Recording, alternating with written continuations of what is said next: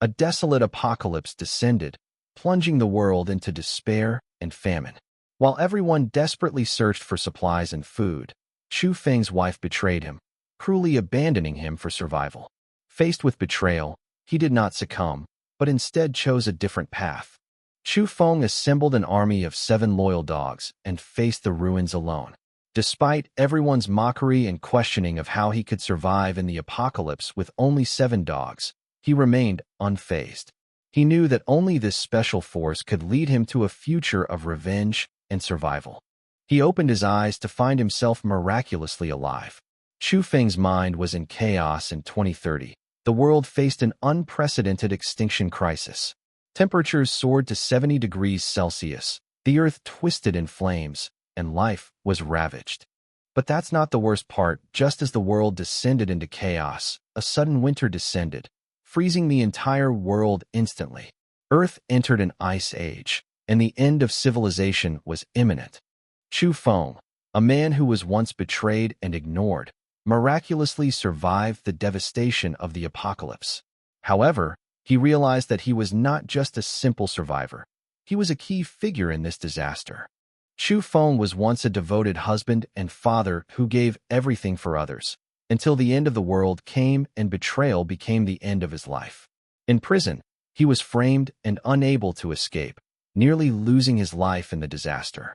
Just before the world collapsed, Chu Feng's superpowers awakened. He controlled police dogs and fought his way out of danger, but the world no longer tolerated his kindness, and humanity had long since vanished in the face of adversity. Just when he thought everything would be resolved, his beloved wife Wang Yanran and her lover Wang Hao took advantage of his unconsciousness and stabbed him in the heart from behind. In that moment of excruciating pain, he realized that this was a meticulously planned betrayal. "Do you know why you're in jail? I framed you for it," Wang Hao said with a sneer. Wang Yanran didn't care at all. "You're nothing but a tool for us to survive." And so, Chu Feng died with resentment in his heart. But today, Chu Feng opened his eyes. He was reborn. March 1st, 2030. The bells of doomsday had not yet rung, and there were still a full 100 days until the destruction of the world. Chu Feng realized that this time, he would not be that foolish savior again. His kindness in his previous life had resulted in a tragic death. In this life, he would make everyone who owed him pay a heavy price. Chu Feng's father, Chu Tian, is the founder of the Qingzhou Chu Group, with a market value of 15 billion, and Chu Feng is the sole heir to this vast empire.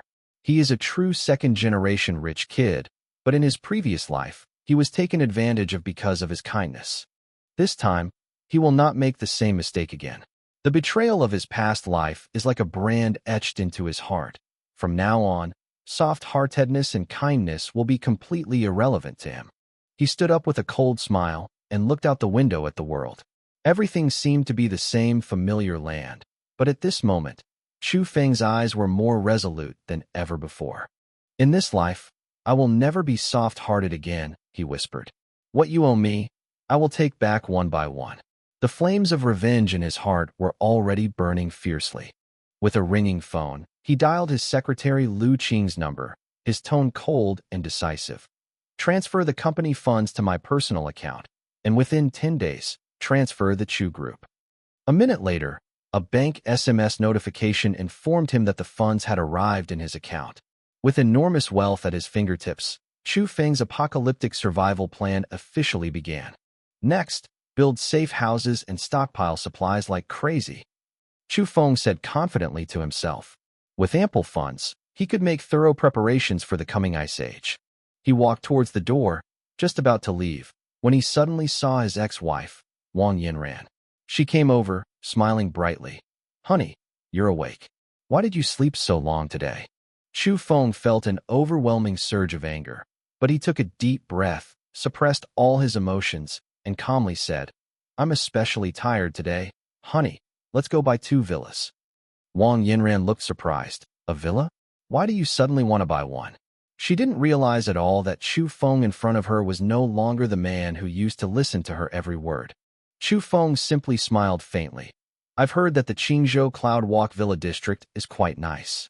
Let's buy 2 units, one for Mom and Dad, and one for you and me." His tone was calm, but it concealed a murderous intent. "Thank you, husband." Wang Yinran excitedly kissed Chu Feng.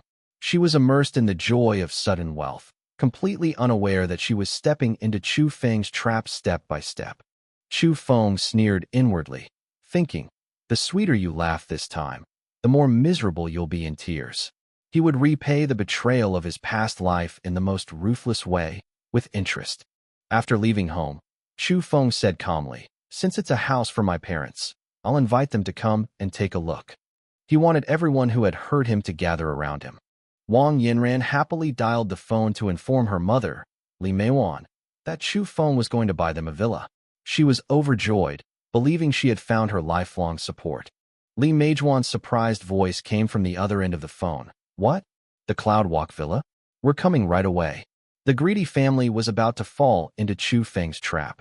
Chu Feng's sudden generosity puzzled Li Meiwan. She didn't understand why he would be so generous. There must be some unknown purpose behind it. Although she had her doubts, she could not resist the enormous temptation of the Cloudwalk Villa, and greed ultimately overcame her last shred of vigilance. Wang Tao, standing nearby, froze in place after hearing this. After a few seconds, he said in a low voice, "Don't overthink it. Let's go take a look." The whole family had been blinded by greed. During this trip, Chu Feng had been preoccupied with preparations for the impending apocalypse. He hadn't chosen an expensive sports car, but rather a Mercedes minivan, clearly indicating that he had everything planned out. Chu Feng has already bought the villa and plans to hire a security system company to upgrade it. Based on his experience before his rebirth, fighting alone in the apocalypse is a sure way to die. The apocalypse is a time when rules collapse, and humanity's worst instincts are amplified.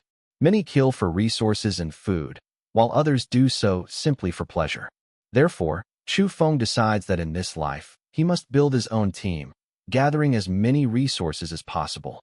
Only by possessing power and resources can he survive in the Ice Age and exact his revenge. However, just as Chu Feng was methodically considering his next plan, a piercing horn suddenly interrupted his train of thought. The lane was too narrow, and an Aston Martin DBS behind him was honking its horn frantically, clearly trying to overtake. Wang Yinran, an inexperienced driver who usually only drove in the middle of the lane, hadn't noticed the car behind her at all.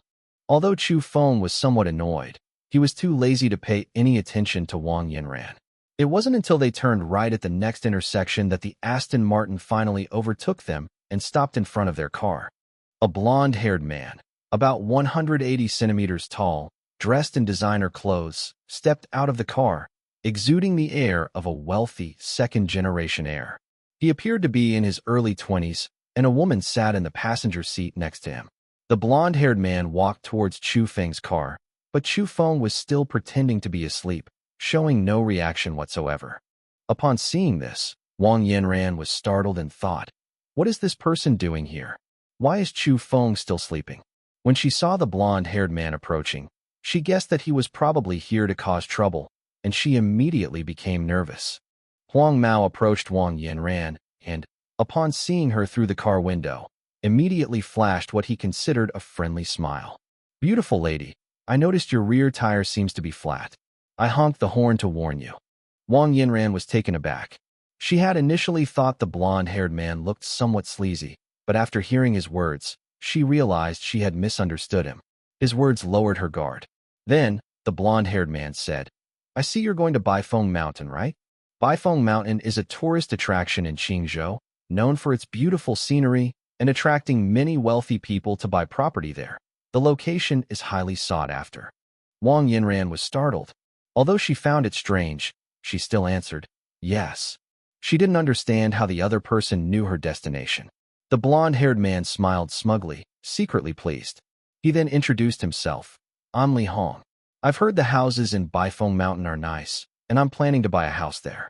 We should be neighbors from now on." Wang Yinran was getting impatient and didn't want to talk to him anymore, so she said, "Okay, I'll go first then." She then rolled up the car window and prepared to leave, unwilling to continue the conversation.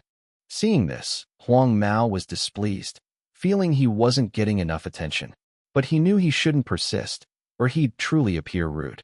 With that thought, he stopped arguing with Wang Yinran, turned, got into his car, and drove away, though a hint of resentment still lingered in his eyes.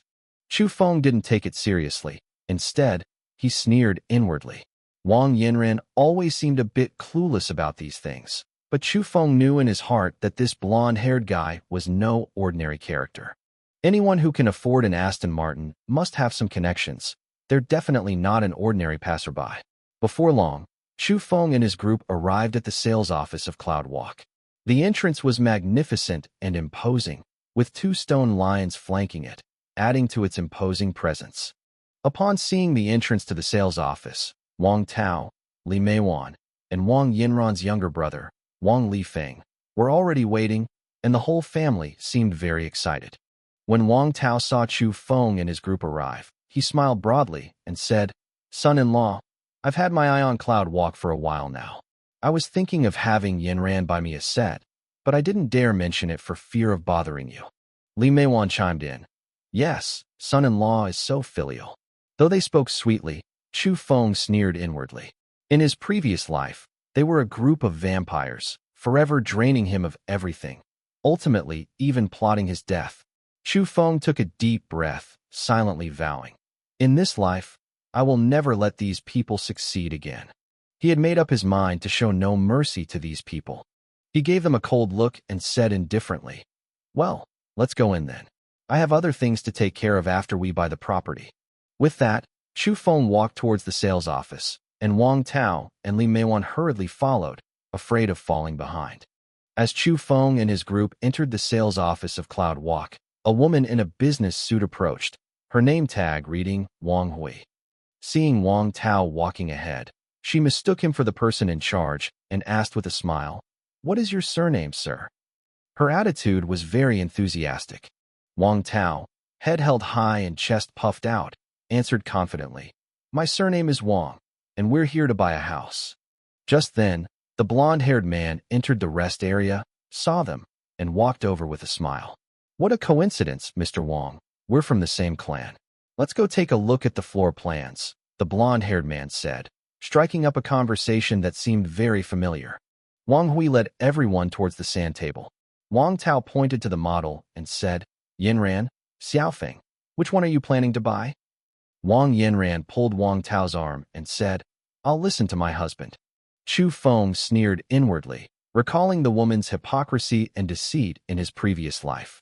At this moment, the blonde-haired man approached the car and saw Wang Yinran through the window, a malicious smile spreading across his face. "Beautiful lady, what a coincidence. You're here to buy a house. Why did you say you were a homeowner here before?" Wang Yinran had only given a casual reply, but she didn't expect the blonde-haired man to remember it. Seeing this, Wang Tao quickly interjected, "Who are you? We're buying a house. It's none of your business." Although Huang Mao was ignored, he was thinking to himself that he would definitely use his financial power to intimidate them later. He smiled and turned to Wang Hui. "Hello, I'm looking to buy a 4-bedroom apartment in the East District. Could you introduce me to some options?" He deliberately showed off his financial strength. Wang Hui quickly calculated in her mind that a 4-bedroom apartment in the East District would cost at least 30 million yuan, which was a huge deal. So, she smiled and said to Wang Tao, "Mr. Wang, I'm sorry, this gentleman has an appointment. I will arrange another receptionist for you." Huang Mao took the opportunity to say smugly to Wang Hui, "Uncle, I just saw that there was a problem with your daughter's car, so I specifically reminded her." Wang Tao was furious. "All right, go ahead and get busy." Huang Mao, however, was secretly pleased, thinking he could demonstrate his wealth and make Wang Yinran look at him differently. Just then, Shun Xian walked over, glanced around, and sneered. "What's there to say about you country bumpkins?" Her eyes lit up when she saw Chu Feng. Chu Feng was tall and handsome, undoubtedly a heartthrob, but she still clung tightly to Huang Mao, her big brother. Wang Tao was trembling with anger and said indignantly, "You've gone too far." But Huang Mao and Shun Qian ignored him and continued discussing the house. Wang Hui then said to Wang Tao, "Mr. Wang, we will arrange for someone to receive you. Please wait a moment." The scene became extremely awkward. At this moment, Wang Yinran and her family were furious. Wang Yinran hoped that Chu Feng could stand up for them, but Chu Feng did not react at all. He turned to the receptionist and said coldly, "Just find someone to introduce me." His tone was cold and unquestionable.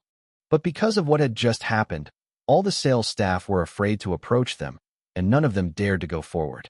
Just as the atmosphere was becoming awkward, a new young woman named Li Xiao walked over, her face showing nervousness but not a lack of determination. "Hello, sir. Let me introduce you." People around her whispered and secretly mocked Li Xiao. "She just arrived. She'll definitely be humiliated by that blonde guy." However, Li Xiao did not back down. She sensed the indifference in Chu Feng's eyes and realized that he was not the kind of person who liked to show off. Chu Feng casually pointed to the two villas on the model. "I want these two. These two villas are the most expensive in the East District, and their prices are astonishingly high." Li Xiao hesitated for a moment, then reminded him, "Sir, the prices for these two sets are 290 million and 320 million respectively." The blonde-haired man immediately interjected, "Little sister, you don't understand. Real estate agents need to have a keen eye. They need to know who can afford it." His tone was full of sarcasm. Chu Feng didn't say much, simply stating, "Swipe card." He didn't try to be modest. He just clearly and concisely expressed his needs. Li Xiao was stunned, but still went to get the contract. The moment she swiped her card, all the sales staff's eyes changed, and Wang Hui was also stunned. The blonde-haired man's face immediately turned awkward, and even Shun Xian's eyes changed, no longer showing her previous arrogance. After Li Xiao completed the transaction, Chu Feng left with Wang Tao and the others. Wang Tao said with satisfaction, "Good son-in-law, let's go have a meal to celebrate." However, Chu Feng simply replied, "No, I have things to do at the company. Yanran, go with you. I'll go directly to the company." In the car, Li Meiwan suddenly looked at Wang Yanran and said suspiciously, "I feel like Chu Feng is acting strange today. He's been very cold to us." Wang Yanran comforted her, "Mom, don't worry. How could that idiot Chu Feng possibly find out anything?" She was still immersed in her own wishful thinking. Chu Feng drove towards Noah's Ark Company in Qingzhou. This company specializes in developing post-apocalyptic survival tools. As more and more people become concerned about the apocalypse by 2030, Noah's Ark emerged and became an industry leader, even attracting the attention of government departments. Having heard that the richest man in Nanshire had used the company's top-tier safe houses to build his own power base in the apocalypse, Chu Feng also planned to prepare for the future. Upon arriving at the company building, Chu Feng first went to a Western restaurant for a bite to eat, then went to the front desk to explain his purpose. The receptionist quickly led him to the lounge, where a waiter brought him coffee. Chu Feng then sized up the receptionist. She was tall, her professional attire accentuating her curves, and her features delicate, clearly a beauty. Qian Shasha had come to Qingzhou alone, hoping to meet wealthy people, and she was immediately excited upon seeing Chu Feng. "President Chu of the Chu Group?" Qian Shasha asked tentatively. Chu Feng replied calmly, "That's me." Qian Shasha was secretly delighted. Chu Feng was even more handsome than in the photos. Even though he was married, she knew that establishing a relationship with Chu Feng could open the door to upper-class circles. She quickly stepped forward and introduced herself as the receptionist, Qian Shasha. Chu Feng got straight to the point, stating that he needed two interconnected, high-performance, apocalyptic-grade safe houses. Qian Shasha immediately became professional, explaining that the company's safe houses were extremely powerful and could fully meet her needs. She then opened her laptop and demonstrated the various functions and capabilities of the safe houses to Chu Feng. Chu Feng watched with great interest and selected a range of top-of-the-line equipment. In addition to the safe house, he also customized 10 special vehicles adapted to both cold winters and high temperatures, equipped with the world's top solar power generation technology, so that the temperature inside the vehicles was not affected by the outside. He also purchased 10 ships and submarines for post-apocalyptic survival. Qian Shasha carefully estimated that these requirements would cost approximately 2 billion. Chu Feng calmly stated that money was not a problem, and even requested that the main control systems of the two houses be connected to achieve simultaneous control of both safe houses. Qian Shasha immediately agreed, saying that the system could be included as a bonus, requiring only a 200 million deposit, with the remaining balance to be paid upon move-in. Qian Shasha, possessing high emotional intelligence, didn't rush to mention the final payment, but waited until the crucial moment to avoid appearing impatient and greedy. When Chu Feng inquired about the renovation period, Qian Shasha hesitated and said at least 6 months, while Chu Feng insisted that the construction period should not exceed 2 months. Qian Shasha paused for a moment, then quickly regained her composure, stating that an additional 30 million yuan would be needed for expedited construction over 2 months. Chu Feng agreed without hesitation. Qian Shasha then explained that the expedited fee included material transportation and labor. The deposit remained at 200 million yuan, and the remaining balance could be paid within 3 months. After paying the deposit, Chu Feng still had over 500 million yuan left in his account. Wanting to further prepare for the apocalypse, he called his secretary, Lu Qing, and requested to rent a warehouse of at least 5,000 square meters. Back home, Chu Feng couldn't wait to begin researching the alternate dimension. Chu Feng walked to the gate to the alternate dimension. The gate was about 10 meters in diameter and exuded an abyssal aura. He tried placing items into the alternate dimension, and when he put in a clock, he was surprised to find that time inside was frozen. This discovery overjoyed Chu Feng. He could now stockpile large amounts of supplies, and even fresh food could remain unchanged.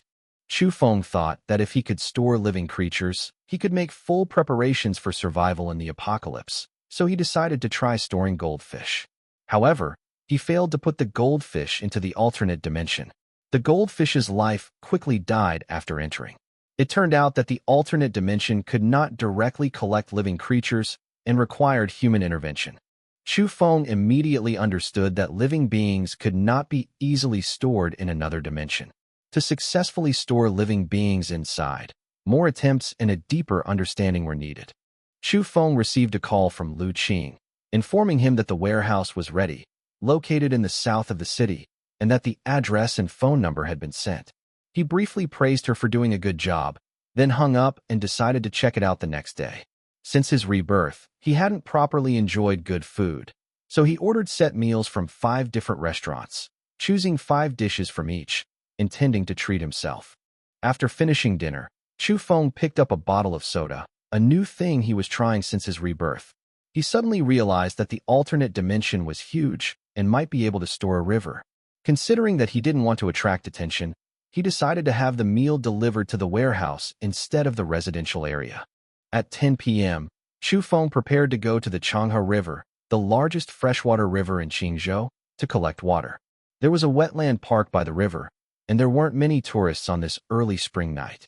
After most people left at 11 p.m., he found the platform in the middle of the river, confirmed that no one was there, and then used his alternate dimension to fill it with water. It took him 6 hours to fill it up before he prepared to return. The next day, Chu Feng arrived at the warehouse located at the southernmost tip of the city. The environment there was quiet and suitable for storing supplies.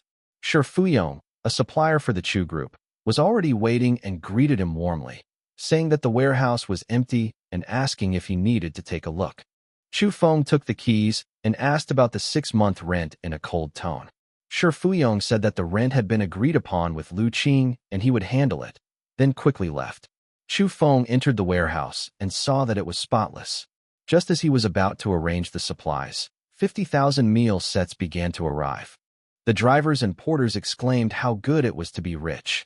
Chu Feng instructed his staff to categorize the food, and seeing their surprise, he generously allowed them to choose any of the food from 20 tables. After the porters had eaten their fill, they gratefully thanked Chu Feng and conscientiously cleaned up their trash before leaving. After Chu Feng finished packing, he immediately contacted Lu Qing, asking her to prepare to purchase a large quantity of beef, mutton, chicken, duck, fish, various fruits and vegetables, water, and beverages. At the same time, several groups in Qingzhou offered 6.5 billion yuan to acquire the Chu group, and Chu Feng agreed to the acquisition plan. Chu Feng instructed Lu Qing to contact him once the supplies arrived at the warehouse, as they were intended for other uses. Although curious, Lu Qing didn't ask further. Chu Feng also told her that he would arrange a new position for her after the acquisition was completed, with her salary doubled. Besides stockpiling supplies, Chu Feng also planned to address the weapons issue to prepare for the apocalypse. Therefore, he contacted Jin Haiyang, the underground emperor of Qingzhou's underworld. Jin Haiyang rose from poverty to build his own powerful empire in the local underworld. Chu Feng directly stated his requirements: 30 pistols, 30 submachine guns, and 10 sniper rifles, with as much ammunition as possible. Jin Haiyang readily agreed, promising delivery within a month and quoting prices for each weapon. Chu Feng paid the full amount up front and even requested a pistol be delivered first for self-defense. Chu Feng meticulously completed all the preparations for the apocalypse, but his goals went far beyond that. He immediately decided to head to a warehouse in the southern part of the city, where various supplies worth tens of billions were stored. A short while later, a burly man knocked on the door. Chu Feng opened the door and looked at him. This man clearly had a mercenary background, exuding a murderous aura.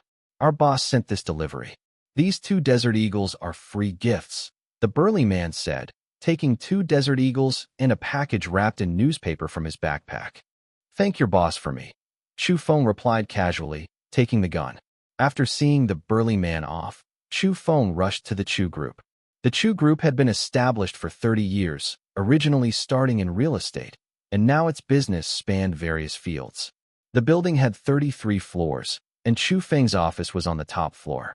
Today he was going to the 7th floor, the group's shooting range. Since Chu Feng possessed the highest authority, entering the building was as easy as walking through his own home. At the shooting range, Chu Feng took out 2 Desert Eagles and bullets and began assembling them. The Desert Eagle is a recognized powerful pistol.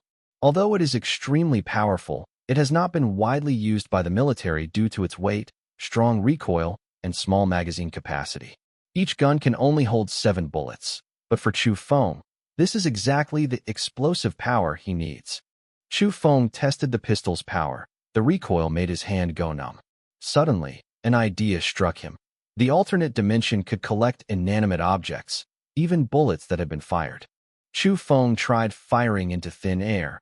The bullet disappeared into the alternate dimension, remaining motionless. Chu Feng fired the bullet again. His accuracy still needed improvement, but he had mastered the technique. Just as Chu Feng was about to leave, 2 cleaning staff spotted him and quickly sent the message to the work group. Soon, Chu Feng was bombarded with questions. "President Chu, why are you selling the group?" "Yeah, the Chu group is thriving. Why sell it?" At this moment, Kong Weihai walked over, his eyes filled with affection and doubt, but ultimately turning to relief. He was Chu Tian's old friend, Chu Feng's godfather, and an important figure behind the Chu group. Kong Weihai looked at Chu Feng and said, "Fenger, I know you have your own opinions, and I support whatever decision you make." He turned around and dispersed the crowd. "Everyone disperse now. The Chu group has been sold, but you can still continue to work here." As the crowd dispersed, Chu Feng looked at his godfather's retreating figure, his eyes welling up with tears. "Godfather, I will definitely protect you." Chu Feng was feeling down when his phone rang. Seeing the word wife, he realized he hadn't changed the contact name. When he answered, Wang Yinran's angry voice came through. "Chu Feng, why did you sell the Chu group?" Chu Feng knew perfectly well that Wang Yinran's lover, Wang Hao, worked at the Chu group, and it was definitely him who leaked the information. If they divorced now, even though the Chu group was premarital property, the application to freeze the assets would likely be delayed for some time. Therefore, the best approach is to feign compliance. "Wife, listen to me. I've discovered a new project in Ukraine that can multiply our assets 5-fold within a few months," Chu Feng said. Upon hearing this, Wang Yinran's anger subsided somewhat, and her tone softened. "Honey, why didn't you come home yesterday? I've been busy with the company transfer these past few days, and I'm going to Ukraine for an inspection soon, so I probably won't be home for a while," Chu Feng replied. Wang Yinran said sweetly, "Thank you for your hard work, honey. Be careful." After hanging up the phone, Chu Feng began to plan his tasks, going through the various preparations that needed to be completed next. The safe house will be completed in 2 months. Food is being purchased by Lu Qing, and firearms are being prepared by Jin Haiyang and are expected to arrive within a month. Daily necessities, medical supplies, fuel, bullets, and shells are also being planned. Chu Feng decided to take action and dialed Lu Qing's number. "Xiao Qing, I'm going to Ukraine tomorrow. Can you handle this for me? Mr. Chu, isn't there a war going on there? Is it safe for you to go? Lu Qing asked with some concern. Chu Feng smiled and replied, There's no fighting where I'm going. I'm just inspecting a project. I don't need you to come with me. He then hung up the phone. Back home, Chu Feng washed up and fell into a deep sleep, a restful night he hadn't experienced in a long time. The next day, Lu Qing called again. President Chu, your chartered plane is scheduled to take off at 4 p.m. and arrive at 8 p.m. The chartered plane was equipped with a captain, first officer, and 2 flight attendants. Chu Feng checked the time, and it was already noon. After getting up and washing up, Chu Feng ate the set meal prepared in the alternate dimension. After finishing, he used his mind to clear the tableware into the alternate dimension for later disposal. Shortly after, Qian Shasha called, her voice sweet. President Chu, we have officially started construction today. You are welcome to come and inspect at any time. Chu Feng replied calmly. I trust you in the construction of the safe house. Noah's Ark has a very good reputation. Qian Shasha asked excitedly. President Chu, you're going to Ukraine. Can you take me with you? Then, realizing her rudeness, she quickly replied, I was just kidding. I don't have a visa, and there won't be enough time. Chu Feng smiled and said, Send me your passport information, and I'll help you get a visa. Arrive at Qingzhou International Airport at 3 p.m. this afternoon. Qian Shasha was somewhat shocked, but immediately sent the message. Although she was a lady, she possessed a spirit of adventure. The Russia-Ukraine war made her want to see it for herself, and going with Chu Feng would ensure her safety. She quickly asked for leave and received approval from her superiors. Chu Feng sent her passport information to Lu Qing for processing. Lu Qing looked at her phone and frowned. No wonder you wouldn't let me go, so you were out having fun with your lover. Chu Feng ignored her and headed to the underground parking garage. Chu Feng drove away in his SUV and waited in the VIP lounge at the airport for a while. At 3 o'clock, Qian Shasha arrived on time, wearing a windbreaker and tight jeans, and had a tall figure. Chu Feng couldn't help but glance at her, and Qian Shasha blushed. Soon, 2 flight attendants approached. They were twin sisters. Mr. Chu. Hello, we are the flight attendants serving you on this chartered flight. You can board now, Mr. Chu, one of the flight attendants said with a smile. Chu Feng replied calmly, Let's go now. The 2 sisters led Chu Feng and Qian Shasha toward the boarding gate. As soon as Chu Feng boarded the plane, Captain Wang Hao emerged from the cockpit, greeted Chu Feng, and then returned. Zhang Lingyu, the elder of the twin flight attendants, handed him a hot towel and informed him of the itinerary. Departure at 4 p.m. that evening, with an expected arrival in Uganda at 8 p.m. Qian Shasha was stunned. She had thought it was just a regular business class flight, but it turned out to be a chartered flight.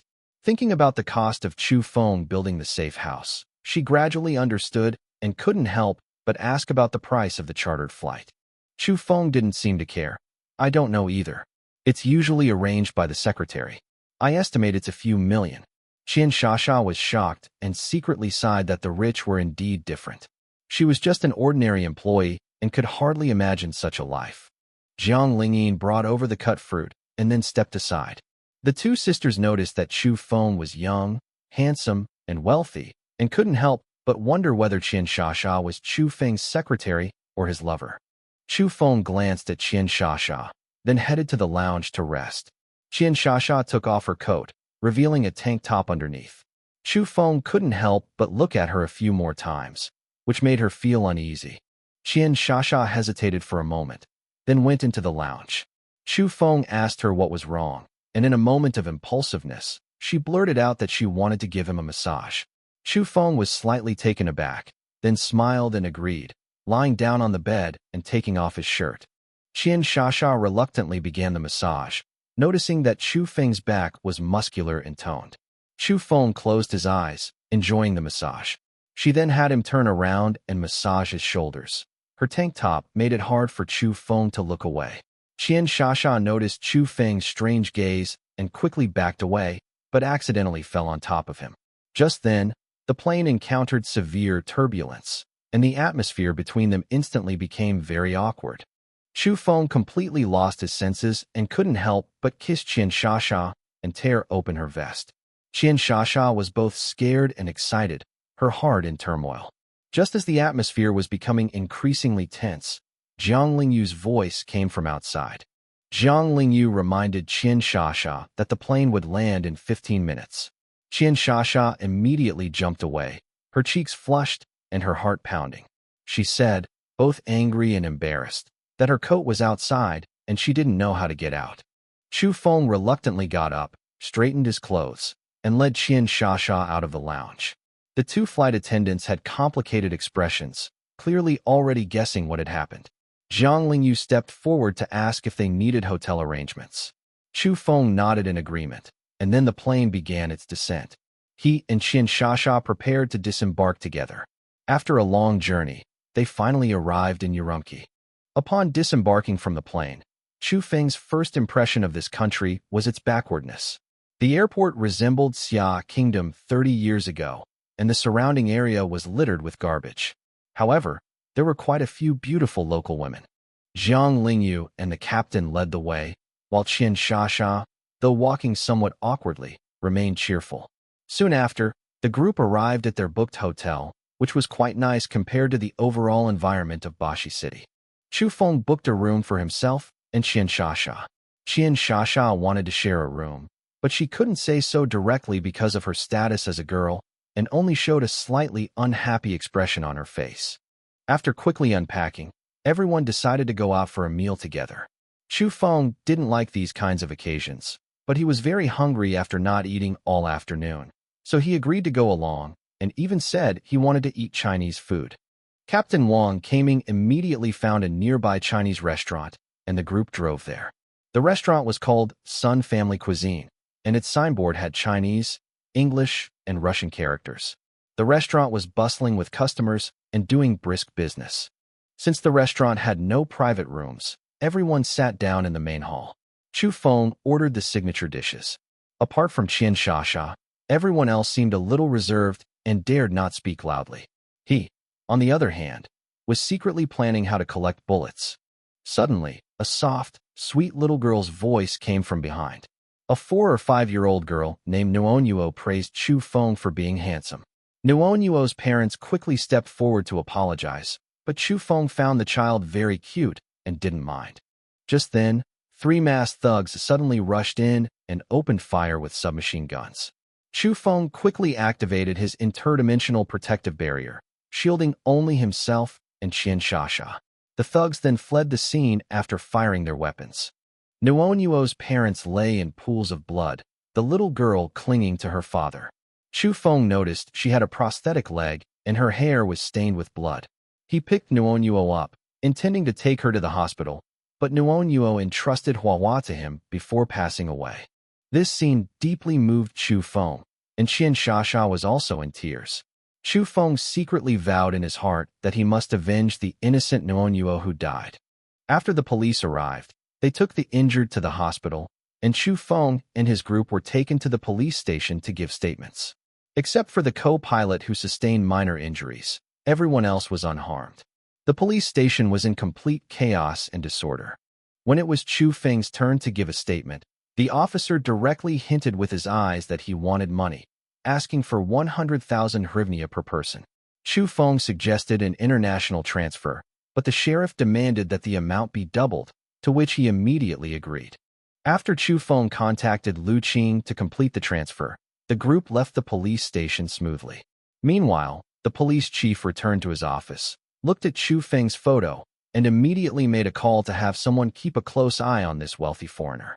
After Chu Feng, his 5 companions, and their dog returned to the hotel, none of them had much of an appetite. The co-pilot also contacted them to let them know that his injuries were not serious. Everyone went back to their rooms, but Qian Shasha brought Hua to Chu Feng's room. Chu Feng knew he needed to collect bullets and couldn't risk Qian Shasha's safety. Even though their relationship was already special, he didn't want her to be involved in danger, so he thought of asking his friend Fan Xian for help. After inheriting the family business, Fan Xian's net worth skyrocketed, and he had operations in both Russia and Ukraine. Chu Feng dialed the number, and Fan Xian's tone was flirtatious. Upon learning that he was in Ukraine, he quickly urged him to return.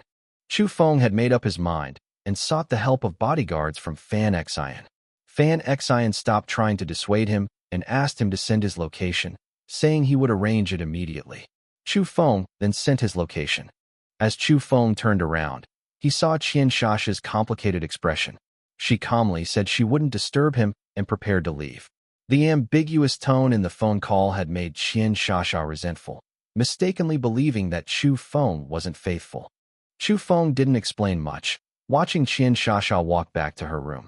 Just as he was about to knock on the door, the phone rang. The security personnel arranged by Fan Xian had arrived at the hotel entrance. Chu Feng hung up the phone, opened the door, and let the 4 security personnel into the room. He immediately gave them their mission, to protect Qian Shasha's safety with all their might. That was their sole responsibility. These 4 men were actually mercenaries, Fan Xian's for great generals, hired for an outrageously high price. The leader stated that they didn't have names, only code names, and pointed to himself, calling himself number 1. Chu Feng nodded, protect Qian Shasha well. The security guard agreed and left. Thinking that Qian Shasha might need comforting, Chu Feng went to her room. When Qian Shasha opened the door, her eyes were red and swollen. Clearly she had been crying, and she asked him in a flat tone what was wrong. Chu Feng paused for a moment, then said calmly, I have to go out for a few days. Remember to be careful. He turned to leave. Qian Shasha suddenly stepped forward and hugged him, whispering, Brother Feng, stay with me tonight. Chu Feng could no longer restrain himself and carried her into the room. The night passed without incident. The next day, Chu Feng sent a message to everyone informing them that he would be away for a few days, and then drove to the southern battlefield. Qian Shasha's mood plummeted again after seeing the message.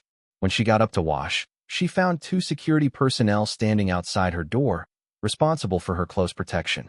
President Chu really cares about me, Qian Shasha thought to herself, all her previous resentment instantly vanishing. At the same time, Chu Feng arrived at the southern battlefield, where he saw only devastation and occasionally the corpses of Ukrainian soldiers. He found a corpse, changed into a military uniform, and prepared to integrate into the Ukrainian army.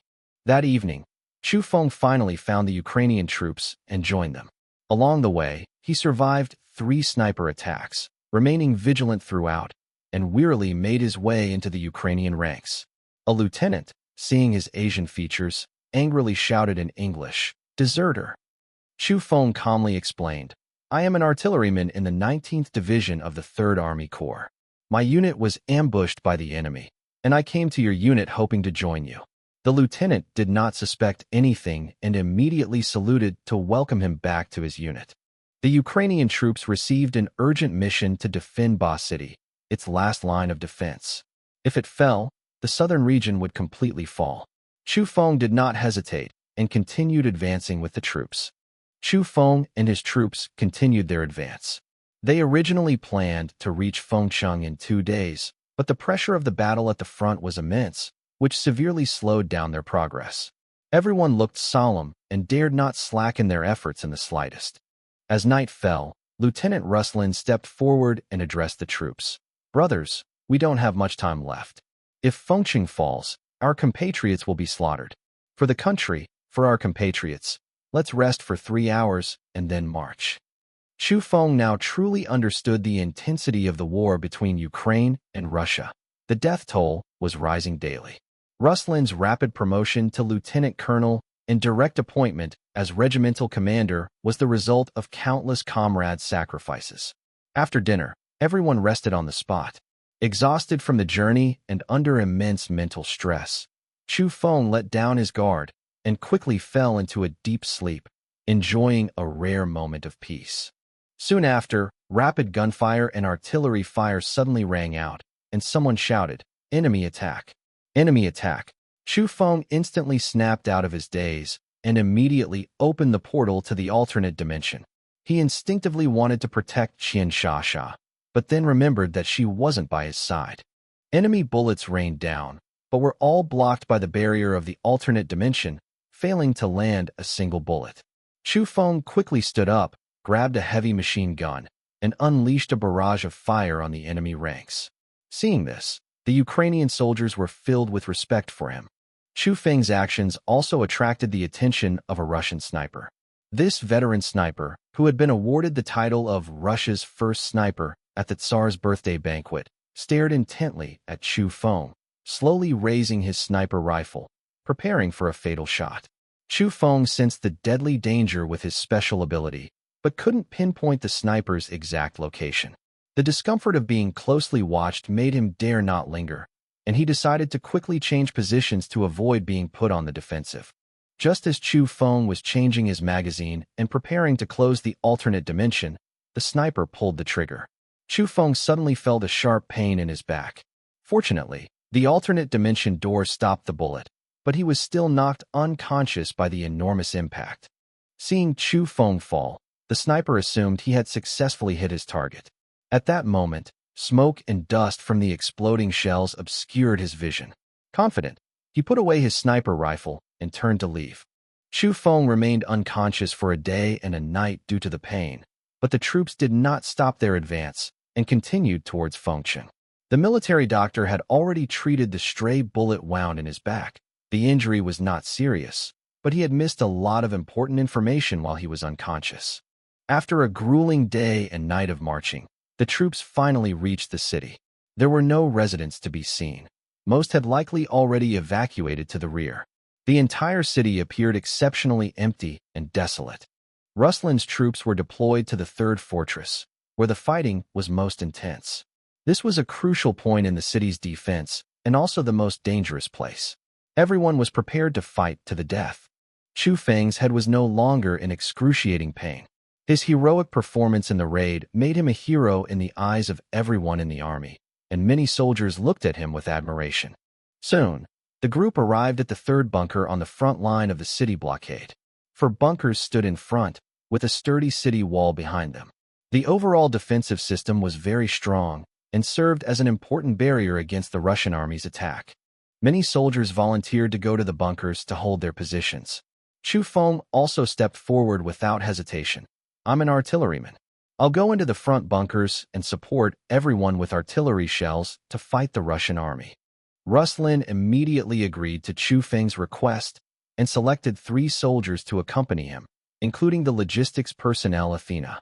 The bunkers in Uzbekistan had a unique design, requiring tunnels to access them. Chu Feng and the 3 others entered the bunker through the tunnel and completed the handover with the Ukrainian troops stationed there. By this time, one Ukrainian soldier had already been killed on the battlefield, and his body was carefully brought back by his comrades, making the atmosphere extremely heavy.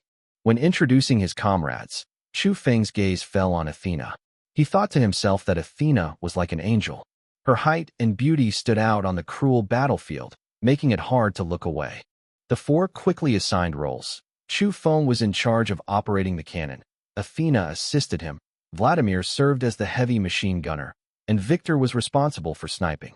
A small combat squad was formed, and its power should not be underestimated.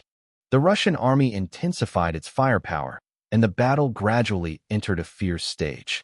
Chu Feng quickly opened his alternate dimension and, within minutes, collected tens of thousands of bullets and shells, stockpiling ample supplies for the subsequent battle.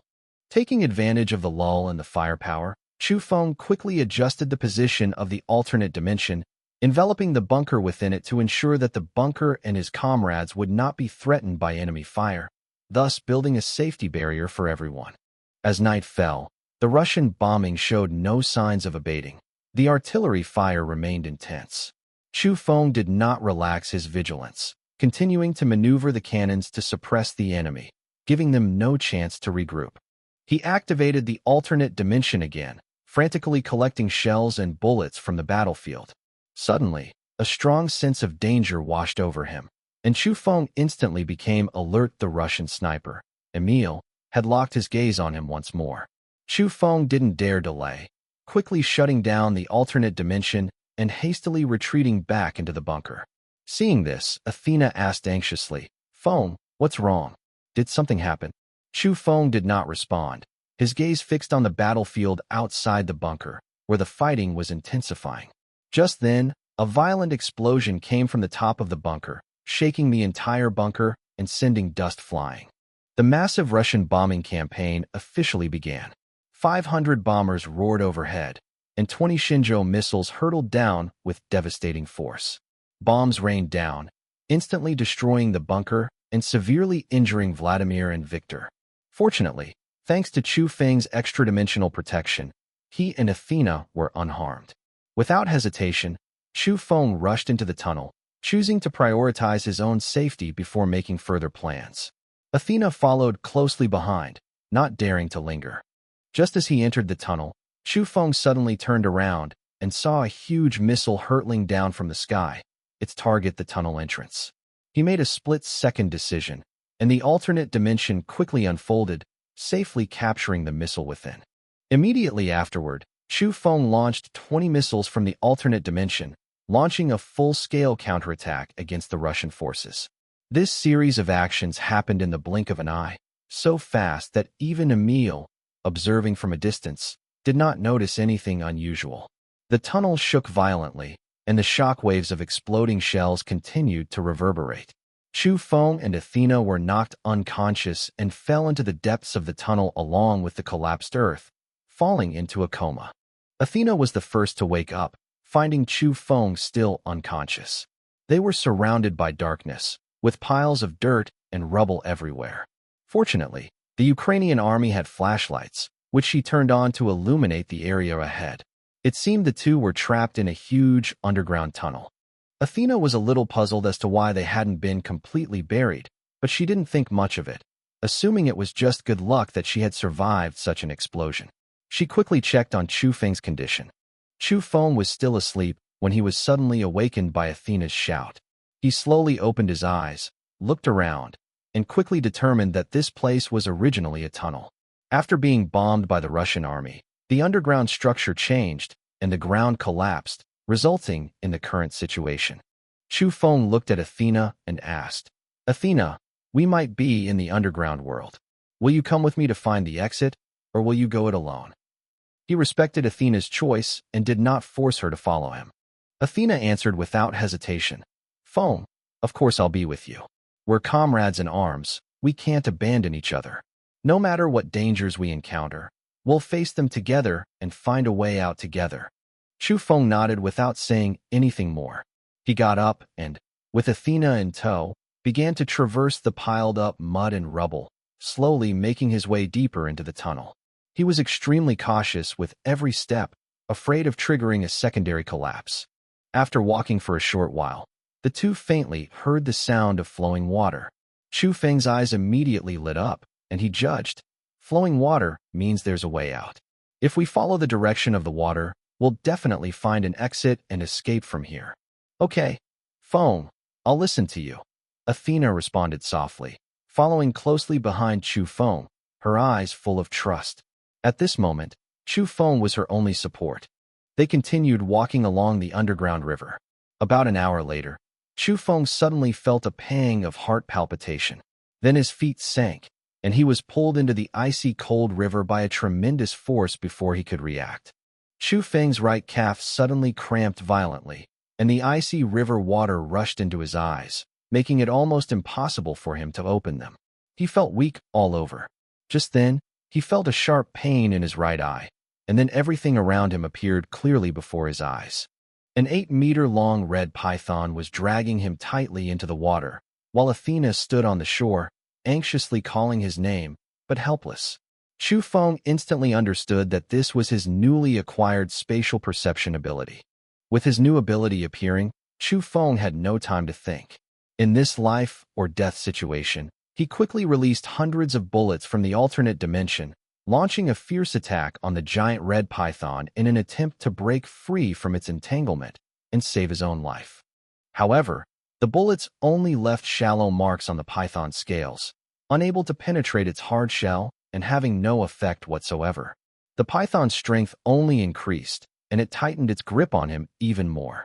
Chu Feng truly felt the crisis to his life. The giant python had completely coiled around him, and breathing was becoming increasingly difficult.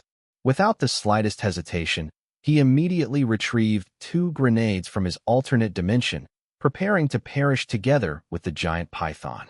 With a deafening roar, the giant red python was blasted into several pieces by the grenade, and the immense impact blasted Chu Feng back to the shore. Athena, seeing this, turned pale and rushed to his side to check on his injuries. Chu Feng remained unconscious. Athena used a dagger to remove the stray bullets from his body, quickly bandaged his wounds, and hurriedly searched for food. She discovered a hole with a glowing plant inside, bearing 3 fruits the size of strawberries. Worried that the fruits might be poisonous, she ultimately decided to pick one and try it. 5 minutes later, after confirming that there was no poison, Athena picked the remaining fruit and brought it to Chu Feng. She fed Chu Feng the fruit, and after feeding him several times, she blushed. The underground tunnel was cooler due to the river, but Athena felt increasingly hot. Although inexperienced, she understood this longing. Looking at Chu Feng, she couldn't suppress her impulse and lunged at him. As the two became intimate, Chu Feng began to react, but he was still unable to move due to his injuries. Athena said gently, "Feng, lie down, I'll help you." After a while, the two calmed down, and Athena, no longer shy after putting on her clothes, said calmly, "I don't know how to control myself, but if you're willing, I'm willing to be with you for life. If you don't want to, I can pretend nothing happened." Chu Feng was silent for a moment, then firmly replied, "Athena, I'm a responsible person. After we get out, you'll come back to Xia Kingdom with me." Athena smiled and said excitedly, "Feng, you're my man. I'll listen to you." Chu Feng suddenly felt the portal to the other dimension grow larger, reaching a diameter of 15 meters, and his spatial perception range also expanded to 15 meters. He felt a strong urge to absorb the energy surrounding the giant python. Upon closer inspection, he discovered a crystal the size of a fingernail inside the python's head. Without hesitation, Chu Feng stored it in his alternate dimension. Immediately, a voice echoed in his mind, "Crush it." Chu Feng crushed the crystal, and a warm current quickly spread from his fingertips throughout his body. Instantly, he felt his superpower become stronger. His spatial perception expanded to 20 meters. The diameter of the alternate dimension also became 20 meters, and even the distance was extended to 20 meters. This giant red python possesses such immense energy, Chu Feng wondered. It's not the apocalypse yet. How could such a creature appear?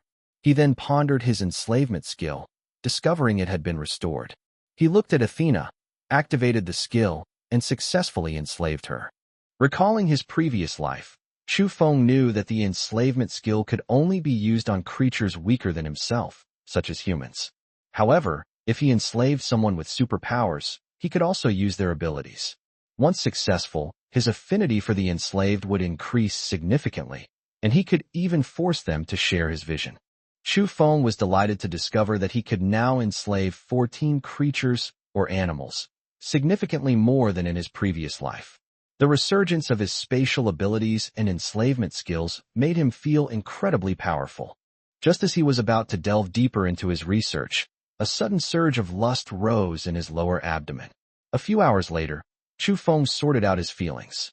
Each time his supernatural power increased, it was accompanied by the most primal desires. This was something that could be controlled, but Chu Feng felt he didn't need to. He realized that the fruit Athena gave him and the crystal from the red python belonged to the same type of energy. The underground world, did these kinds of creatures originally exist on Blue Star? How exactly did the apocalypse happen? While Chu Feng was pondering this, Athena suddenly exclaimed, "Feng, I feel like I've changed." Chu Feng was taken aback. Athena continued, "I can build a bridge of understanding with you, but you have to relax." Chu Feng was overjoyed. Athena was now one of his own. If she became a superhuman, his strength would reach a new level. "Athena, relax your mind and try your ability," Chu Feng said. He relaxed his mind, and Athena's voice immediately rang in his mind. "Feng, it's amazing. I can communicate with you directly without even speaking." Chu Feng was surprised. Although this ability didn't directly improve his combat skills, it could be surprisingly effective in certain situations. "Athena, listen to me. This ability is called a superpower. Don't tell anyone, understand?" Chu Feng said seriously, activating the enslavement mark. "Feng, I'll listen to you." Athena nodded obediently. "Then let's go out first." Chu Feng handed Athena a piece of clothing, gesturing for her to put it on. The two continued on their way, But on the other side, Emil's path as a sniper was not yet over.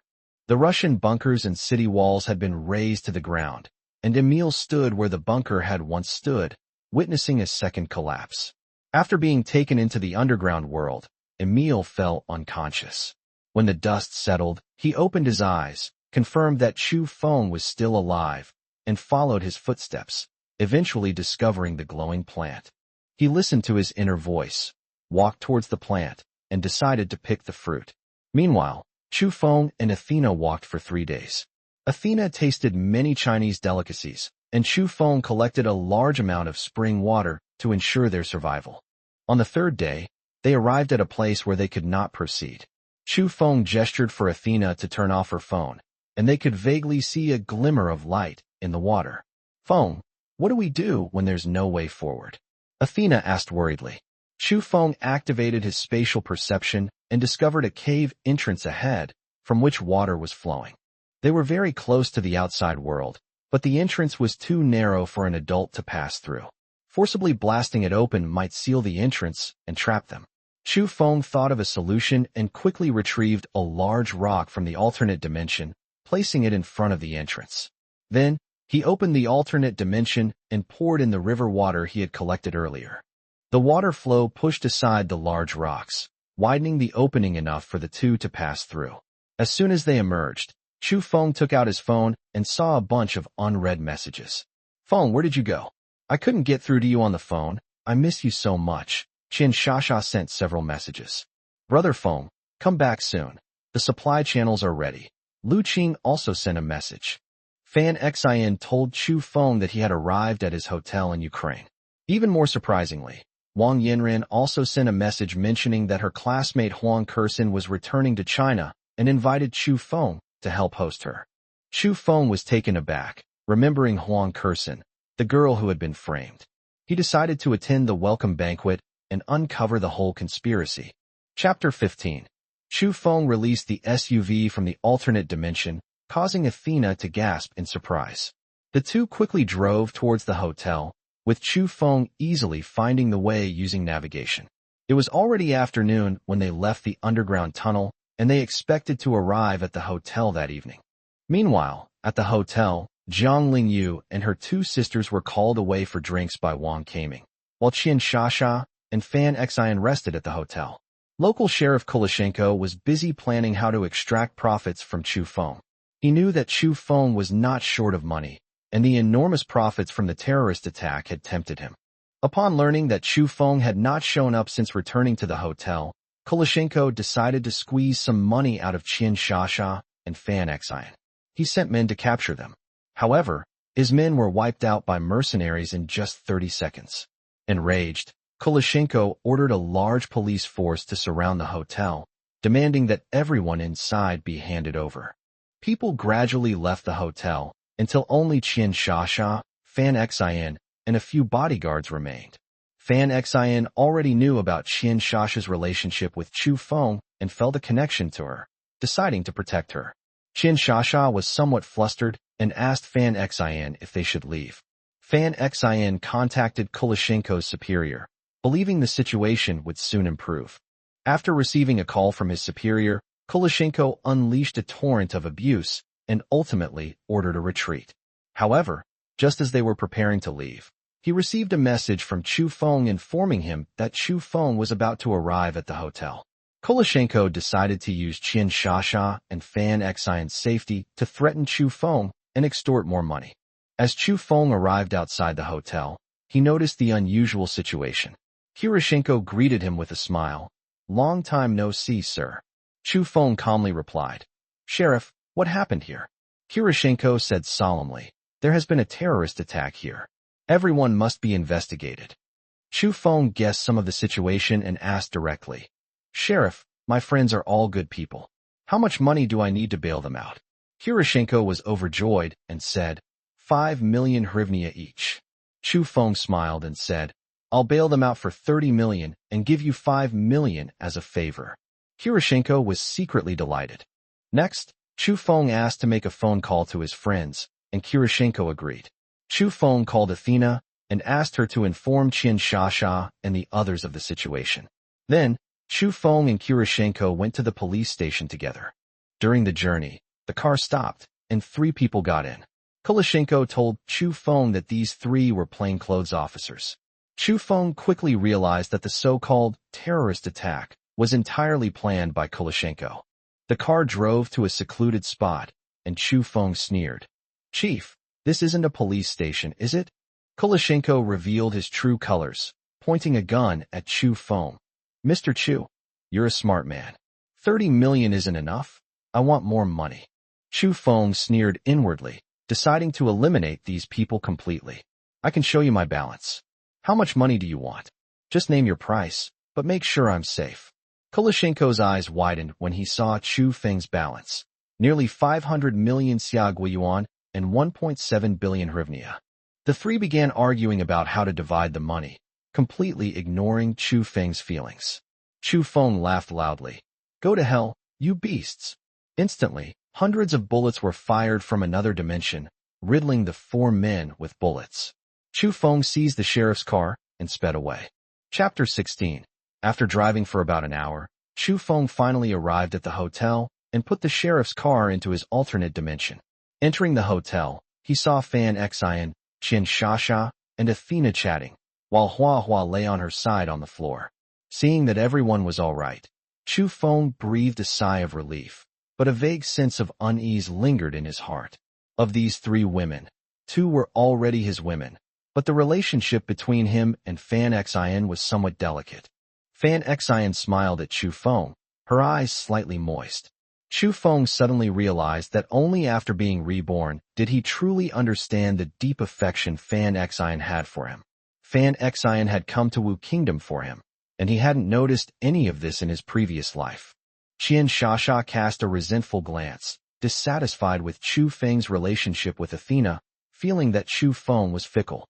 Athena, however, remained calm, her gaze unchanged. Fan Xian spoke first. "Little guy, Athena told me what you're going to the battlefield for." Chu Feng was taken aback for a moment, then laughed. "A real man should go to the battlefield." Fan Xian's eyes were full of tears. She turned and walked towards the door, saying in a low voice, "Get some rest. We'll talk about it tomorrow." She didn't make it clear, but instead chose to let Qian Shasha and Athena stay while she went to rest in the next room. As soon as Fan Xian stepped out the door, Qian Shasha also got up to leave. She glanced at Athena, took her hand, and walked out. Just before leaving, Qian Shasha turned back and said, "You fickle, worthless man, go sleep alone." Chu Feng shook his head. He was indeed exhausted. The experiences of the past few days had left him physically and mentally drained. After taking a shower, he prepared to rest, but couldn't fall asleep. Suddenly, his phone received a new message. It was a video sent by Jiang Lingyu. The video screen was black, but a commotion could be heard around them. Jiang Lingyu and her sister were being forced to drink by a man, despite their repeated refusals. Chu Feng immediately realized they were in trouble. Although he initially thought of calling the police, considering the presence of officers around, Chu Feng decided to intervene personally. He drove to the location Jiang Lingyu had sent him. It was a bar. Chu Feng activated his spatial perception, quickly enslaving a mouse to scout outside the bar. Once inside, amidst the music and the crowd, Chu Feng began searching for the 2 sisters. Through spatial perception, he learned that Wang Kaming had been tied up by 3 men and thrown into a trash can, while the 2 sisters had been pulled into a car. Chu Feng ordered Haozi to lie in wait in the car, then rushed to rescue Wang Kaming. Although Wang Kaming lacked martial arts skills, he bravely stepped forward to protect the 2 sisters. Chu Feng rescued him, letting him return to the hotel to rest, while he went to rescue the 2 sisters himself. Chu Feng learned from the rat's feedback that the 2 sisters had been taken to a secluded villa. He immediately drove there, quickly eliminated the rats, and entered the villa. 3 men were drinking and chatting in the living room, discussing how they would have some fun with the 2 sisters once the drug took effect. Chu Feng knocked on the door, and the 3 men alertly drew their guns, ready to deal with this uninvited guest. However, Chu Feng had already grasped the situation through spatial perception, opened a different dimension, and instantly absorbed the gunfire of the 3 men. Seeing Chu Feng unharmed, the 3 were terrified. Chu Feng gave them no chance, taking out a desert eagle from the different dimension and instantly killing all three. Upon entering the two sisters' room, Chu Feng frowned. The effects of the drug were already beginning to appear, and Chu Feng immediately relieved them. The next morning, everyone woke up. Fortunately, Chu Feng's physical abilities far surpassed those of ordinary people. Otherwise, he might not have been able to withstand the fierce battle. The two sisters were extremely grateful to Chu Feng, and feelings had already developed for him. Jiang Lingyu spoke first. President Chu, although you saved us, you've already taken away our innocence. Chu Feng retorted dismissively, so what? Jiang Lingyu was silent for a moment, then said softly, we don't mean anything by it, but you do have a wife, and you also have a complicated relationship with Miss Qian. Chu Feng interrupted her. You can say whatever you want to say. Jiang Lingyu was a little angry. I just want to know, how many women do you have? Can't you be nicer to me? Chu Feng was silent for a moment, then frankly said, I don't have many women, but I'm not few either. If you're willing to be my women, I can protect you for the rest of your lives. If you're not willing, I can give you some compensation. The two sisters looked at each other, somewhat dissatisfied, but finally nodded in agreement. Of course we are willing to be Mr. Chu's women. Chu Feng didn't say anything more, and the three of them got up to return to the hotel. Chapter 17. After driving for an hour, Chu Feng finally arrived at the hotel and casually stored the sheriff's car in his alternate dimension. Inside the hotel, Fan Xian, Qian Shasha, and Athena were chatting in the room, while Hua Hua was lying on her side on the floor. Seeing that everyone was all right, Chu Feng felt relieved, but then a headache struck him. The relationship between these three women was truly complicated. Fan Xian smiled as she looked at Chu Feng. Chu Feng's eyes welled up with tears when he saw her, realizing that this woman, even after being reborn, still cared about him. Fan Xian came to Wu Kingdom entirely out of concern for Chu Feng, something Chu Feng couldn't understand in his previous life. Qian Shasha looked at Chu Feng with resentment, clearly dissatisfied with his relationship with Athena and feeling that he was fickle. Athena, however, showed no dissatisfaction and remained calm. Fan Xian asked, little guy, what did Athena say you were going to the battlefield for? Chu Feng smiled and said, a real man should go to the battlefield. A tear welled up in Fan Xian's eyes as he turned and walked toward the door. Get some rest. We'll talk again tomorrow. She and Chu Feng kept their relationship private, leaving Qian Shasha and Athena behind while she went to rest next door. Qian Shasha also got up and left, but didn't notice what Athena said when she looked at her. Jiang Lingyu was already dissatisfied, feeling that Qian Shasha was ignoring her completely, especially considering the special relationship between Qian Shasha and Chu Feng.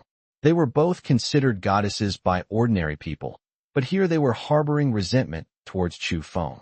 So, with a cold face, Jiang Lingyu pulled her sister toward the flight attendant's lounge, feeling indignant. Chu Feng was unaware of what had happened, but he quickly entered the lounge. After the plane arrived in Qingzhou, Chu Feng asked Jiang Lingyu and Jiang Lingyin if they would be willing to quit their flight attendant jobs and come with him. Jiang Lingyin was about to agree, but Jiang Lingyu refused. President Chu, we are not caged birds. We have our own careers. Jiang Lingyu's reaction was tinged with a sense of inferiority. She had no idea that those words would change the course of her life. Although Chu Feng thought the two sisters were nice, he wouldn't mind if they refused. When the apocalypse came, he would naturally send them to him. However, Jiang Lingyu grew increasingly angry, feeling that Chu Feng should have persisted and tried to appease her. She began to feel that Chu Feng was treating them like toys, and her resentment towards him intensified. When Qian Shasha, Chu Feng, and Athena left the airport, she gave Chu Feng a reluctant kiss before parting ways. Chu Feng had things to do these next few days, so he decided to let Hua Hua stay with Qian Shasha for the time being. Chu Feng drove his G-Wagon back to their temporary home with Athena. Along the way, Athena was captivated by the sights and couldn't help but praise Qingzhou's architecture. She felt the difference between Qingzhou and Wuguo was vast, and Qingzhou's strength reflected the nation's prosperity. To meet Chu Feng and follow you to Qingzhou must be a blessing from God. Athena's eyes were a little moist. When the two returned home, Chu Feng immediately brought out a table full of delicious food from his alternate dimension. Athena exclaimed in surprise, feeling incredibly happy. After dinner, it was already 8 o'clock in the evening. Athena wanted to go out for a walk and said, "Feng, I want to go for a walk, is that all right?" Chu Feng smiled and said, "Okay, let's go for a walk." They went downstairs for a walk, and people on the street cast envious glances at Chu Feng, while Athena attracted attention. She was 175 centimeters tall, had a commanding presence, and was simply an angel. Passing by a coffee shop, Athena saw that the interior was elegantly decorated, so she pulled Chu Feng inside and ordered 2 iced Americanos. Athena suddenly asked Chu Feng, "Feng, I want to work." Chu Feng was taken aback. "Why do you want to work?" Athena hesitated for a moment, then whispered, "I'm afraid people will say I'm just a pretty face." Chu Feng was speechless, but found Athena rather cute. "Don't worry about what others think. Even if you're just a pretty face, you're still the kind of pretty face I like." Hearing this, Athena felt a warm glow in her heart. She stood up, walked over to Chu Feng, kissed him, and then returned to her seat. Since receiving the mark of enslavement, Athena's feelings were rapidly intensifying. At that moment, Chu Feng saw a man and a woman enter the coffee shop through the glass. He activated his spatial perception and discovered that the man was Wang Yinran's cousin, Wang Hao, and the woman was Zhao Kamei, who was in charge of the company's purchasing. Wang Hao was tall and slender, with a gloomy demeanor, giving off the impression of a refined scoundrel. Chu Feng couldn't help but frown. This guy had arrived just in time. Chapter 18. Chu Feng, using his spatial perception, overheard Zhao Kamei and Wang Hao's conversation. Zhao Kamei said unhappily, "The Chu group has already been divided up by several major groups. Even if your plan succeeds, you won't get much money." Wang Hao calmly replied, "After Chu Feng sold his family assets, he invested in a project in Ukraine. Within a few months, his net worth will double, and I'll get even more then." Zhao Kamei smiled. "Even if it succeeds, won't all that money eventually belong to Wang Yinran? You and she are cousins. You can't get married, so you won't get a single penny." Wang Hao sneered. "What do you know? I have plenty of dirt on her." Zhao Kamei's curiosity provoked. She hurriedly pressed, "What incriminating evidence?" Wang Hao whispered, "Wang Yinran's father, Wang Tao, was a hoodlum when he was young. When she was 14, he almost assaulted her while drunk. I saved her, and she's been infatuated with me ever since, forcing me to have sex with her. If I refused, she threatened to report me for rape. I have quite a few videos. She seems innocent, but she's actually a pervert. She even planned to kill Chu Feng." Zhao Kamei gasped, shocked by Wang Yinran's behavior and also amazed by the family's madness. She didn't marry Wang Hao out of love, but for money. At this moment, a faint sound came from the recording pen in Zhao Kamei's hand. She originally planned to get 50 million from Wang Hao, but with this recording, she knew she could get at least 100 million. Chu Feng was furious and vowed to make Wang Yinran pay for her actions. Seeing Chu Feng's expression, Athena quickly went over and hugged him, quietly waiting for Wang Hao and Zhao Kamei to leave. Back home, Chu Feng's phone rang. It was an unknown number. After hanging up, the number called again. "Hello, who is this?" Chu Feng answered. Zhao Kamei's voice came from the other end. "President Chu, this is Zhao Kamei from the purchasing department. I'd like to report something to you. Are you available now?" Chu Feng calmly replied, "Yes, please speak." Zhao Kamei said nervously, "President Chu, it's better to talk in person. Could you come to my house?" Chu Feng already had a guess in mind and agreed. "Sure, what's the address?" Building 1, Unit 2, South District, Cloud Walk, Room 0901. Zhao Kamei's voice became even more tense. Zhao Kamei's purpose was clear. She knew that if Wang Hao and Wang Yinran's plan succeeded, Wang Yinran would inherit the property, then give it to Wang Hao, and then Wang Hao would give it to her. If the plan went wrong, she wouldn't get a single penny. She decided to meet with Chu Feng, tell him everything, drug him, and film a video to ensure she could get more than 100 million. Zhao Kamei felt a little expectant. After all, Chu Feng was the Prince Charming in the hearts of all the female employees in the group. Chu Feng told Athena to rest first, and that he would handle the matter himself. Athena wanted to stay with him, but seeing that Chu Feng had already made his decision, she didn't say anything more. Zhao Kamei nervously said, Unit 1, Building 1, South District, Cloud Walk. Her purpose was very clear. If Wang Hao and Wang Yinran's plan succeeded, Wang Yinran would inherit all the property, which would then be divided among Wang Hao, and finally given to her by Wang Hao. However, if any link went wrong, she would not receive her due share. She was calculating in her mind that if she could lure Chu Feng here, tell him these things, drug him, or even film a video, then the benefits she gained would far exceed 100 million. Although Zhao Kamei had expectations, she also knew that Chu Feng was the ideal man in the hearts of all the women in the group, with a perfect appearance and a gentle and elegant temperament, wealthy yet unassuming. Her plan was almost risk-free. Chu Feng told Athena to rest first, and he went to handle some matters. Athena wanted to go with him, but seeing that Chu Feng decided to go alone, she did not insist. Chu Feng drove to Zhao Kamei's house. When he knocked on the door, Zhao Kamei, wearing a red nightgown, slightly turned to invite Chu Feng into the house. Chu Feng entered the living room and sat down, asking, Manager Zhao, what do you need to report? Zhao Kamei sat down next to Chu Feng and said softly, Mr. Chu, there's something I'm not comfortable saying today. Please don't be angry if I do. Chu Feng chuckled and looked at her. You can speak. Zhao Kamei handed him a glass of red wine. Mr. Chu, have a drink with me first. Give me some courage. Chu Feng pondered for a moment, then took the glass and drank it all in one gulp. Zhao Kamei also took a sip and then said, Mr. Chu, do you and Mrs. Chu understand each other well?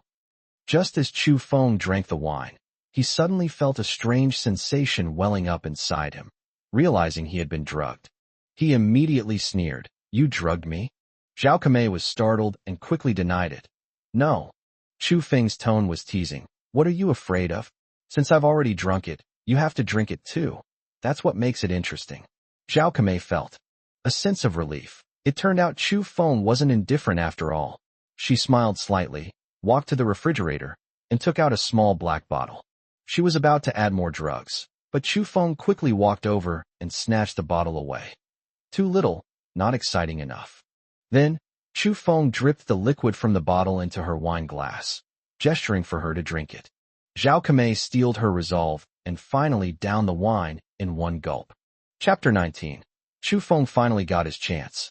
Zhao Kamei's drug began to take effect, her mind gradually becoming hazy. Chu Feng quickly imprinted an enslavement mark on her, making her feel favorably towards him and obey his commands.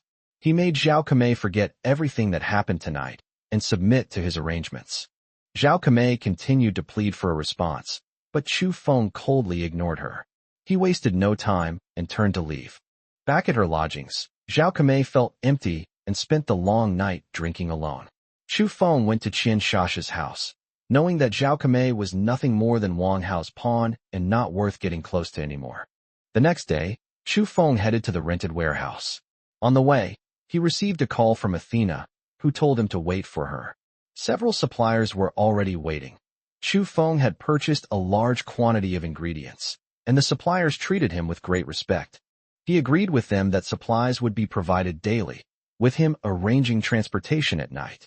He also rented a house for himself and Athena to live in. A month later, through these maneuvers, Chu Feng successfully doubled the price of food and retrieved the weapons he had purchased from Jin Haiyang.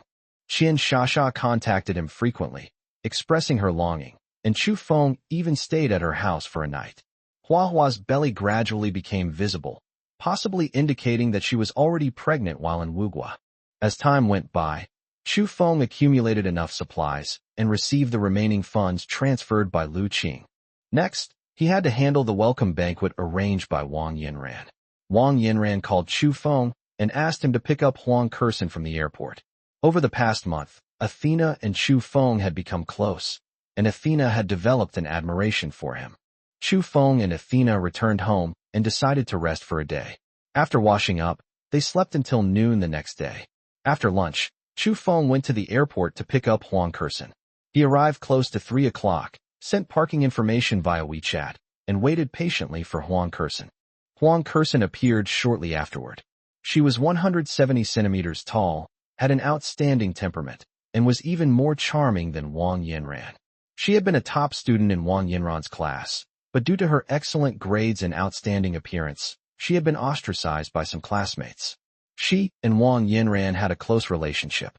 Chu Feng first met Wang Yanran when Huang Kersen brought her to a banquet.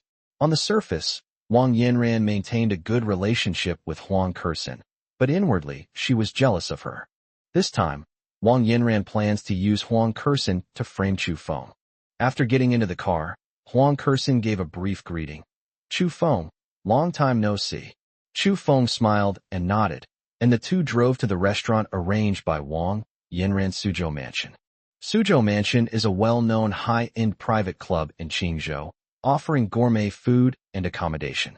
When Chu Feng and Huang Kersen arrived at the private room, Wang Yanran was already waiting.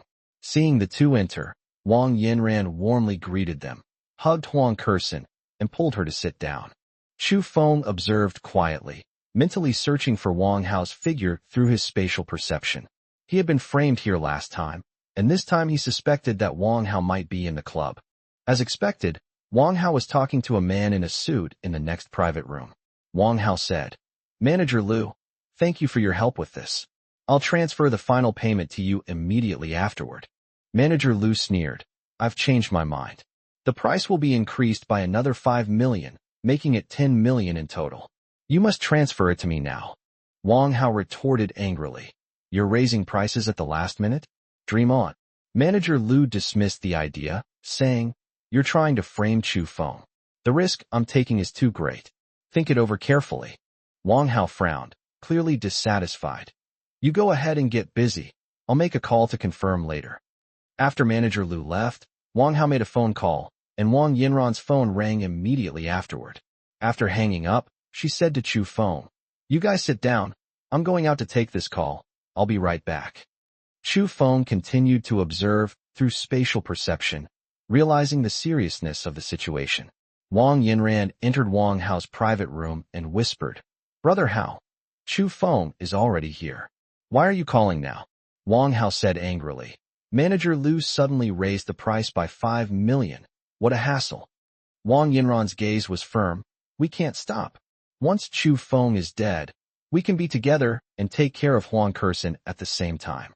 She continued, "I'll transfer the money to you now. You can give it to Manager Liu." Chapter 20. Chu Feng hadn't expected Wang Yanran to do this, and he completely decided to stop being soft-hearted. He deactivated his spatial perception, turned around, and saw Huang Kersen staring blankly at him. The atmosphere instantly became awkward. Huang Kersen quickly looked away, and Wang Yanran walked in, making the atmosphere even more delicate. The three began drinking red wine, and Huang Kersen quickly became intoxicated after a few sips. Chu Feng sensed something was wrong with the wine and immediately realized he could resist the effects of the drugs, so he pretended to be drunk. Seeing the two collapse, Wang Yanran immediately called Wang Hao and Manager Liu, clearly having ulterior motives. Manager Liu also turned off the hallway cameras. Soon, Wang Hao and Manager Liu carried Chu Feng and Huang Kersen to another room and continued to administer their medication. Chu Feng's heart stirred. He cleverly put the pill in his mouth, and after the two left, he quickly spat it out and stored it in his alternate dimension. Just then, Huang Kersen suddenly hugged him and whispered, "Chu Feng, I've always liked you. I really regret letting you be with Wang Yanran." Chu Feng, quick-witted and maintaining his spatial awareness, remained asleep until Huang Kersen fell into a deep sleep. Wang Hao, carrying a knife, prepared to open the door. Chu Feng calmly responded, coughing loudly, which startled Wang Hao into immediately retreating. After leaving, Wang Hao immediately called Wang Yanran. The plan failed. Chu Feng remained conscious. Wang Yanran questioned, "How is that possible? You didn't do anything, did you?" Wang Hao responded, "It really was a failure, don't you believe me?" Wang Yanran was silent for a moment before replying, "Then I'll try again next time." Hanging up the phone, Wang Hao was filled with dissatisfaction, having missed an opportunity. Chu Feng continued to observe Huang Kersen, having already made up his mind. He no longer needed money and decided to end his marriage with Wang Yanran completely. Early in the morning, Huang Kersen woke up, feeling both happy and helpless. knowing that their relationship was destined to remain secret. She dressed and prepared to leave.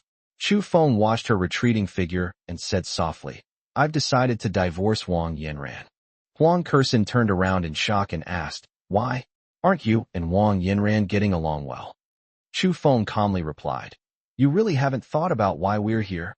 He exposed Wang Yinran's conspiracy, and although Huang Kursin was unwilling to believe it, she gradually came to accept it. She silently left the room. Chu Feng called Wang Yinran directly. "I know about you and Wang Hao. Let's get a divorce." Wang Yinran was startled, but calmly asked, "What happened?" Chu Feng calmly said, "Let's get a divorce. You won't get any of the Chu Group's assets. I can give you 500 million, but you can't take anything else." After considering for a moment, Wang Yinran agreed. "Okay." A few minutes later, Chu Feng and Wang Yinran quickly completed their divorce procedures at the Civil Affairs Bureau. Wang Yinran wasn't in a bad mood. After all, the family now had stable wealth. Chu Feng spent several days renting several villas and high-rise apartments in the Eastern District, arranging for Qian Shasha to stay in one of them, and also maintaining contact with Jiang Lingyu and her sisters. Jiang Lingyu verbally rejected Chu Feng's offer, while Fan Xian insisted on staying abroad. Chu Feng decided to contact Huang Kursin later. He remained vigilant towards the women, preparing to ensure their safety when the apocalypse arrived. Chu Feng also arranged for Zhao Kamei to move into the small apartment in the Cloud Walk, and through the enslavement mark, he arranged for her to get close to Wang Tao and his son, laying the groundwork for the future. After everything was settled, Chu Feng and Athena began their journey to find mutated beasts and improve their strength in the apocalypse. Athena accompanied Chu Feng because he needed to release his desires when absorbing the power crystals. After 50 days of effort, Chu Feng encountered 5 mutated beasts and 1 mutated fruit. He defeated 2, but failed to defeat the remaining 3, one of which was so powerful that it nearly killed him. After absorbing the crystal and the mutated fruit, Chu Feng's superpowers were greatly enhanced, and the crystal's strength was equivalent to 45 level 1 crystals. His interdimensional portal expanded to 30 meters, and his spatial perception also improved accordingly. At the same time, Chu Feng awakened the ability to cut space. Although the energy was limited, it was enough to release 6 intersecting straight lines to cut through all obstacles in front of the enemy. Chapter 21, Ready. Chu Feng chose to return on June 5 because he now had enough power to fight against the apocalypse. Meanwhile, in Qingzhou, Wang Yinran's family was indeed living a prosperous life, and Wang Lifeng even revealed his usually hidden timid and submissive personality. He tricked Wang Tao and his wife into getting 200 million yuan from his sister. They then spent their days indulging in a life of extravagance. It's worth mentioning that the blonde guy's family was one of the investors who acquired the Chu Group. He was the second young master of the Li Group, which came from the neighboring Nanshur. He later learned that the people he had met earlier were Chu Feng and Wang Yinran.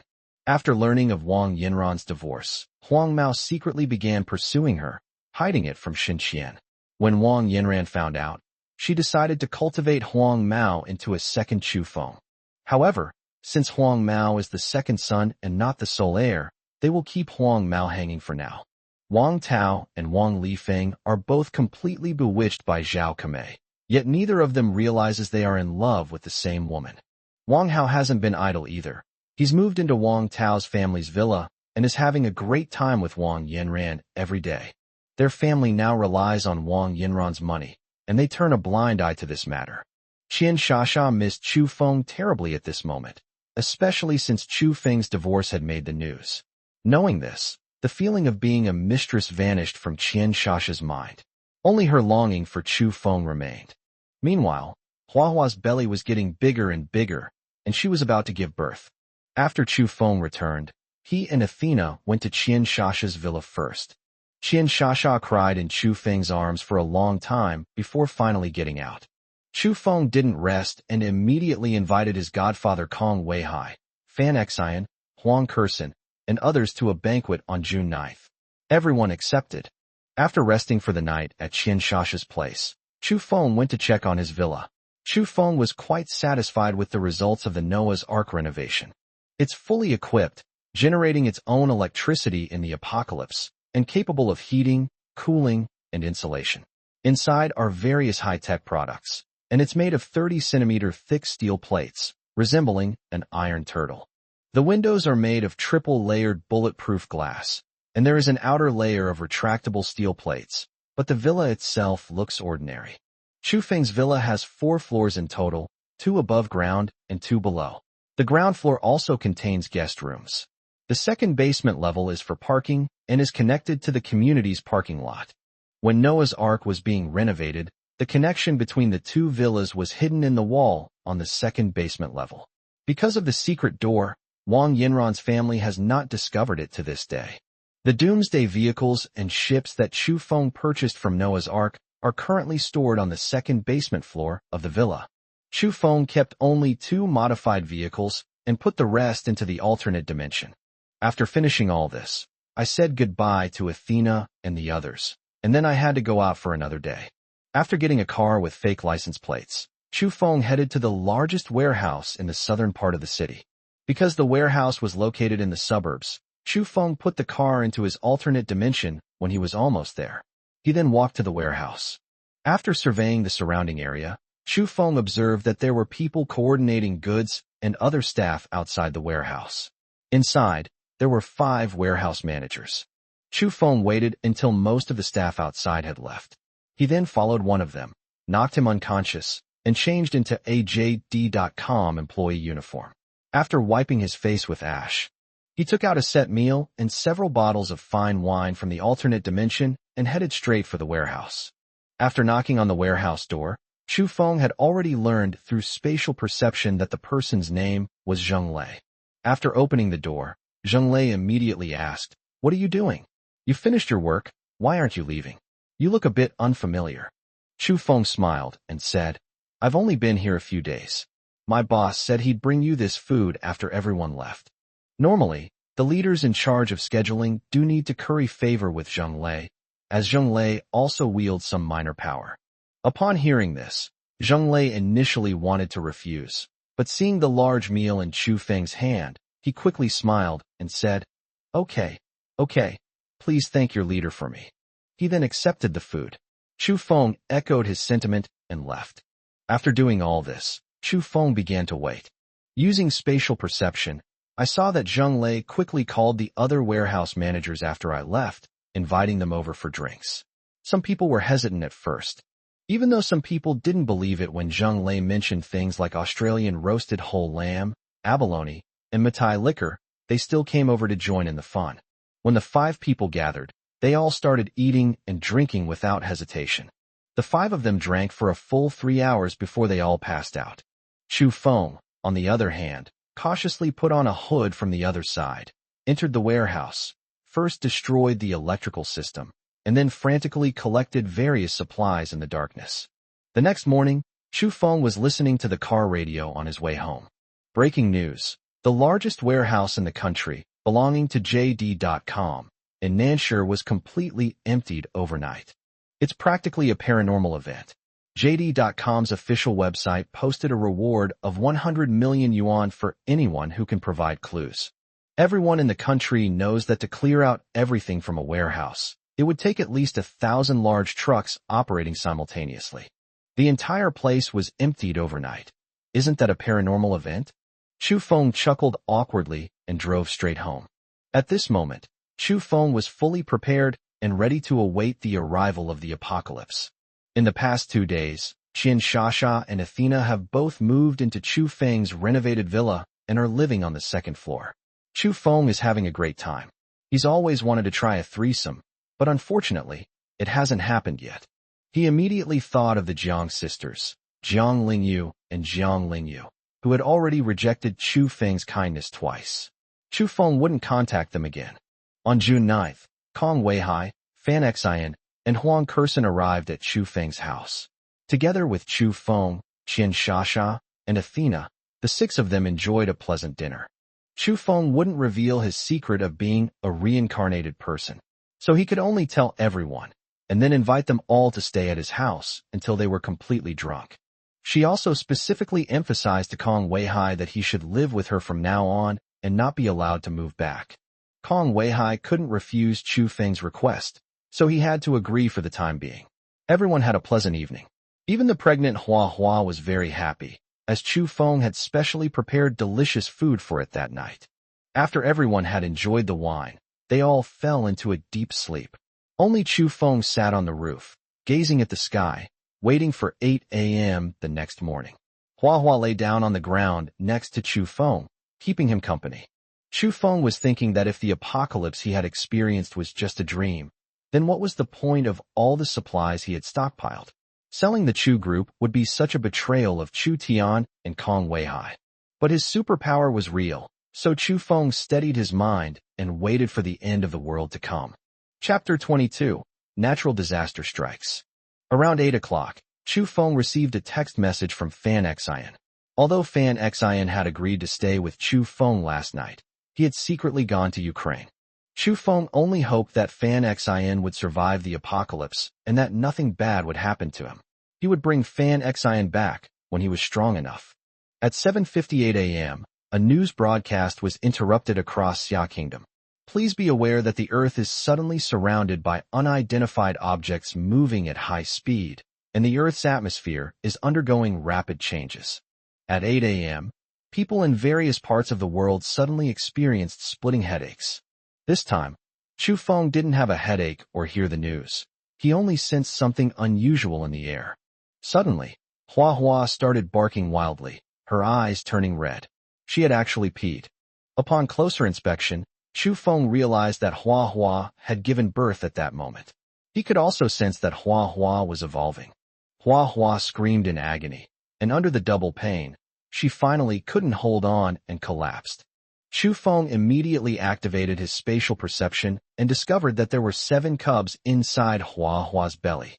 At this moment, Hua Hua's evolution was not yet complete, and she probably wouldn't survive. Hua Hua looked at Chu Feng with hope, and Chu Feng sensed a hint of expectation in her eyes. With a heavy heart, he retrieved a scalpel from his alternate dimension and swiftly cut open Hua Hua's abdomen. And so, Chu Feng took out Hua Hua's 7 puppies one by one. Hua Hua gave Chu Feng one last grateful look before she stopped breathing. What surprised Chu Feng was that the heads of the 7 puppies, which were originally empty, were now slowly forming black crystals of very strange sight. Chu Feng immediately used the enslavement ability on the 7 puppies. Why did Chu Feng enslave Hua Hua's 7 puppies? It was entirely because enslaving them would grant them some of Chu Feng's power. This would make the 7 puppies stronger and ensure their survival. Thanks to Chu Feng's enslavement, all 7 little ones survived the mutation. After doing all this, Chu Feng could clearly feel the temperature slowly rising. Chu Feng found a small box in the alternate dimension, put the 7 dogs inside, and then went downstairs. He then buried Hua Hua's body. The girls were quite happy to see the dogs. They were all animal lovers. Kong Weihai woke up with a splitting headache, which lasted for about 5 minutes before subsiding. After the pain subsided, Kong Weihai felt that his usual backaches, joint pains, and other ailments had all disappeared. They went downstairs after feeling slightly puzzled, but when Chu Feng and the others saw Kong Weihai, they all exclaimed in surprise. Kong Weihai's hair, which was almost completely white, now only had some gray hair at his temples. He looked 20 years younger and much stronger. Chu Feng asked Kong Weihai if he felt anything unusual. Kong Weihai said, "I didn't feel anything particularly unusual, I just felt full of energy." Chu Feng thought for a moment and said, "Godfather, punch me with all your might right now." Kong Weihai hesitated, looking at Chu Feng, and said, "Xiao Feng, I feel very strong right now. It's all right, Godfather, I'm very strong too." Haha, Chu Feng laughed. Without hesitation, Kong Weihai launched a punch at Chu Feng. Chu Feng remained unmoved, but he was secretly astonished. His guess was probably right. His godfather was indeed a power awakener. Chu Feng looked at Kong Weihai and said, "Godfather, you are now an awakened superhuman." It was already quite hot. Chu Feng turned on the air conditioning in the converted house and, while enjoying the cool air, revealed some information about the apocalypse to them. Everyone now roughly understands what they are about to experience and what it means to be a superhuman. By 9 a.m., the temperature had already reached 45 degrees Celsius, and migrant workers returned home to escape the heat. This news release indicates that temperatures will continue to rise. The temperature reached 50 degrees Celsius at noon. Many people around the world have already suffered from heat stroke. However, the power companies still notified us of the power shortage, and that power would be supplied for 3 hours from 3 p.m. to 6 p.m. starting today. Power was cut off at all other times, and the people in the property management group chat were in an uproar, complaining bitterly. There was no one left to be seen outside. Chu Feng, Kong Weihai, Xin Shasha, Athena, and Huang Kursin were enjoying a feast that Chu Feng had brought out from the other dimension. The 5 of them ate and drank, chatting and laughing. The temperature in the room did not affect their mood at all. Wang Yinran's family was unaware of the seriousness of the situation. They could also utilize the features of the renovated house, which had solar panels on the roof and a water cooling system on the exterior. Although it was during a power outage, their family was still able to enjoy the cool air conditioning. Wang Tao and his son Wang Lifeng revealed this information to Zhao Kemei during a conversation. Zhao Kemei, of course, also wanted to enjoy the air conditioning, so she directly messaged Chu Feng. President Chu, I have a new plan. I'm going to move into Wang Tao's house. That way I can gather more information. Chu Feng hadn't expected Zhao Kemei to send a message at this time, but after a moment's thought, he understood what was going on. He said, "Okay, go ahead." After hanging up the phone, Zhao Kemei immediately sent a message to Wang Lifeng. "Ah Feng, I also want to go to your house to enjoy the air conditioning. I'm so hot." After receiving the message, Wang Lifeng quickly replied to Zhao Kemei. "Mayor, come from the basement, I'll come pick you up." After seeing Wang Lifeng's message, Zhao Kemei quickly grabbed a few clothes and rushed from the basement to Wang Tao's house. Wang Hao also lived at Wang Tao's house. Speaking of the basement, it was relatively cool, and many people were already enjoying the shade there. Zhao Kemei had previously informed Wang Hao that she approached Wang Tao and Wang Lifeng in order to indirectly embezzle their money. Currently, Wang Lifeng and Wang Tao have already transferred nearly 20 million yuan to Zhao Kemei. As soon as Zhao Kemei entered Wang Yinran's house, she couldn't help but let out a groan. This was too comfortable. Wang Yinran was sitting in the living room watching TV. Seeing Wang Lifeng arrive with a charming woman, Wang Yinran was a little annoyed. "Ah Feng, who is this? What are they doing in our house?" Wang Lifeng completely ignored Wang Yinran and looked at Li Meiwan, saying, "Mom, this is my girlfriend, Zhao Kemei. Let Mayor stay with us for the next couple of days." Li Meiwan quickly replied, Okay, Mayor can stay in the room next to yours on the 2nd floor." Wang Tao was in turmoil. Zhao Kemei was his son's girlfriend, so what was going on with him getting along so well with her for so many days? But Wang Tao didn't react. He planned to find an opportunity to ask Zhao Kemei about it. After receiving Li Meijuan's reply, Wang Lifeng took Zhao Kemei upstairs without paying any attention to Wang Yinran. Wang Yinran was furious, but what could she do when her parents favored Wang Lifeng? Wang Tao and his wife, along with Wang Yinran, lived on the 1st floor, while Wang Lifeng and Wang Hao lived on the 2nd floor, and now Zhao Kemei has joined them. Chapter 23, Panic and Anxiety.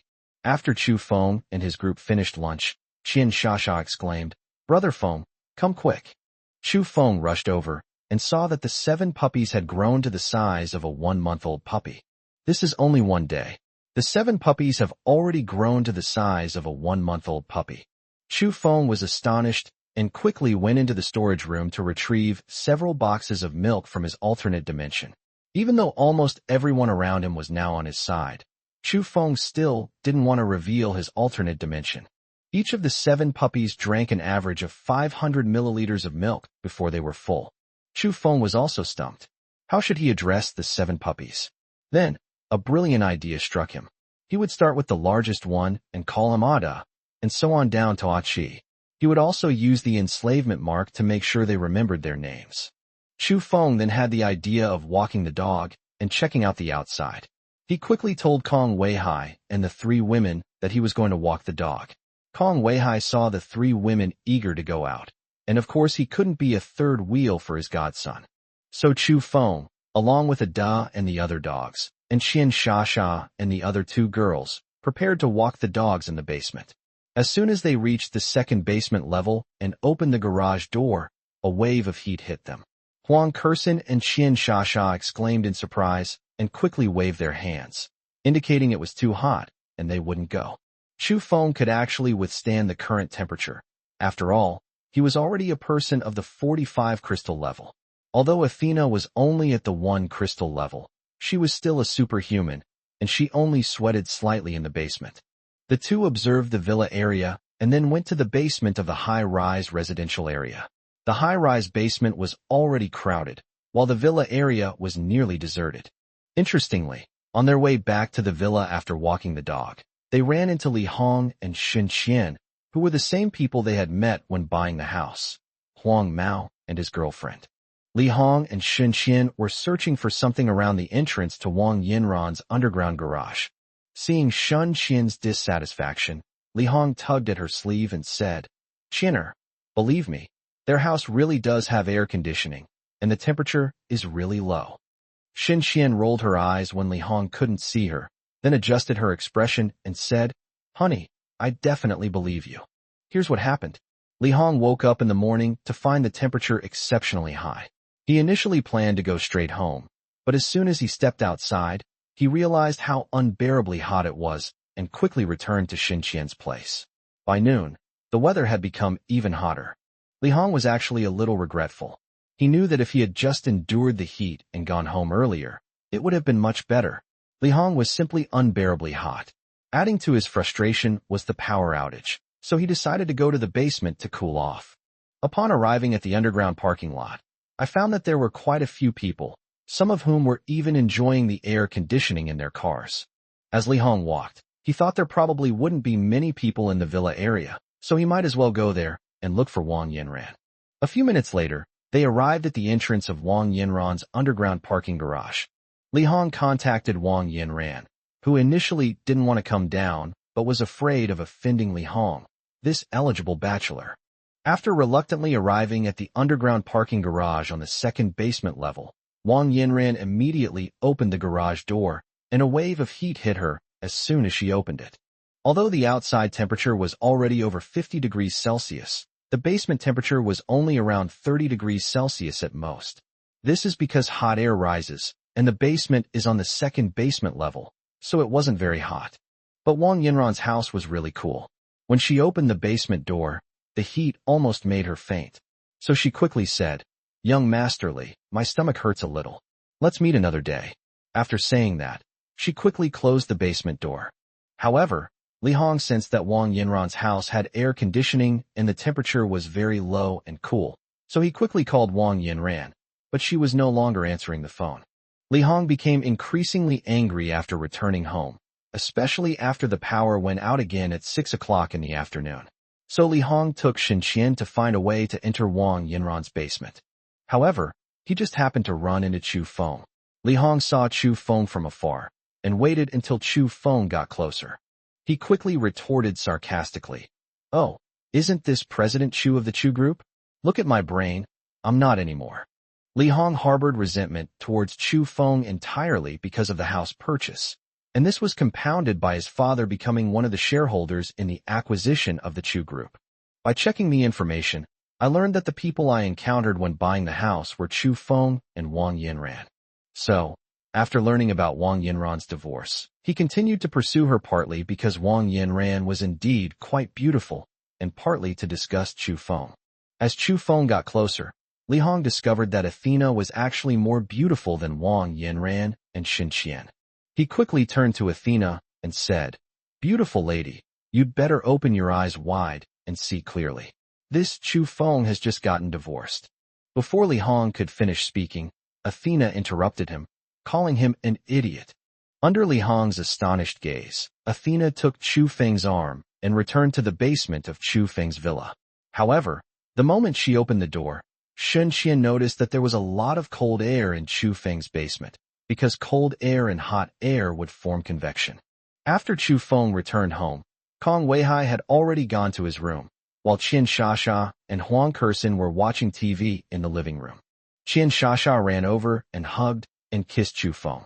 The relationship between Huang Kursin and Chu Feng is currently rather awkward. It was almost 10 o'clock, so everyone went to take a shower and go to bed. Qian Shasha followed Chu Feng into the bathroom. Chu Feng thought to himself, speechless. Qian Shasha wouldn't have acted like this before. She must have learned it from Athena. After taking a shower, Chu Feng originally wanted to stay with Qian Shasha tonight, but Qian Shasha refused, saying that her lips were swollen. When Athena's 2 sets of clothes came into play, Chu Feng thought of Huang Kursen. So he sneaked into Huang Kursen's room, found that the door could be opened, and went inside. As soon as Chu Feng reached the bedside, Huang Kursen trembled. Huang Kursen was pretending to be asleep, so Chu Feng went straight to bed and leaned in. Huang Kursen remained motionless, letting Chu Feng take advantage of her. The next morning, as soon as Chu Feng got up, a news article spread across his neighborhood, both on his phone and online. Dear citizens, due to this sudden event, global warming is rapidly increasing. No one knows what is happening to the world. The current global average temperature has reached 60 degrees Celsius. Glaciers will melt, rivers will evaporate.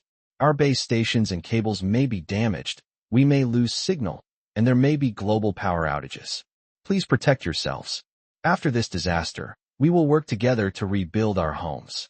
At 60 degrees Celsius, humanity will die, but it will never become extinct. After this news broke, people around the world experienced a collapse of faith. The rules of a society governed by the rule of law are gradually fading. The WeChat groups in Chu Feng community have exploded.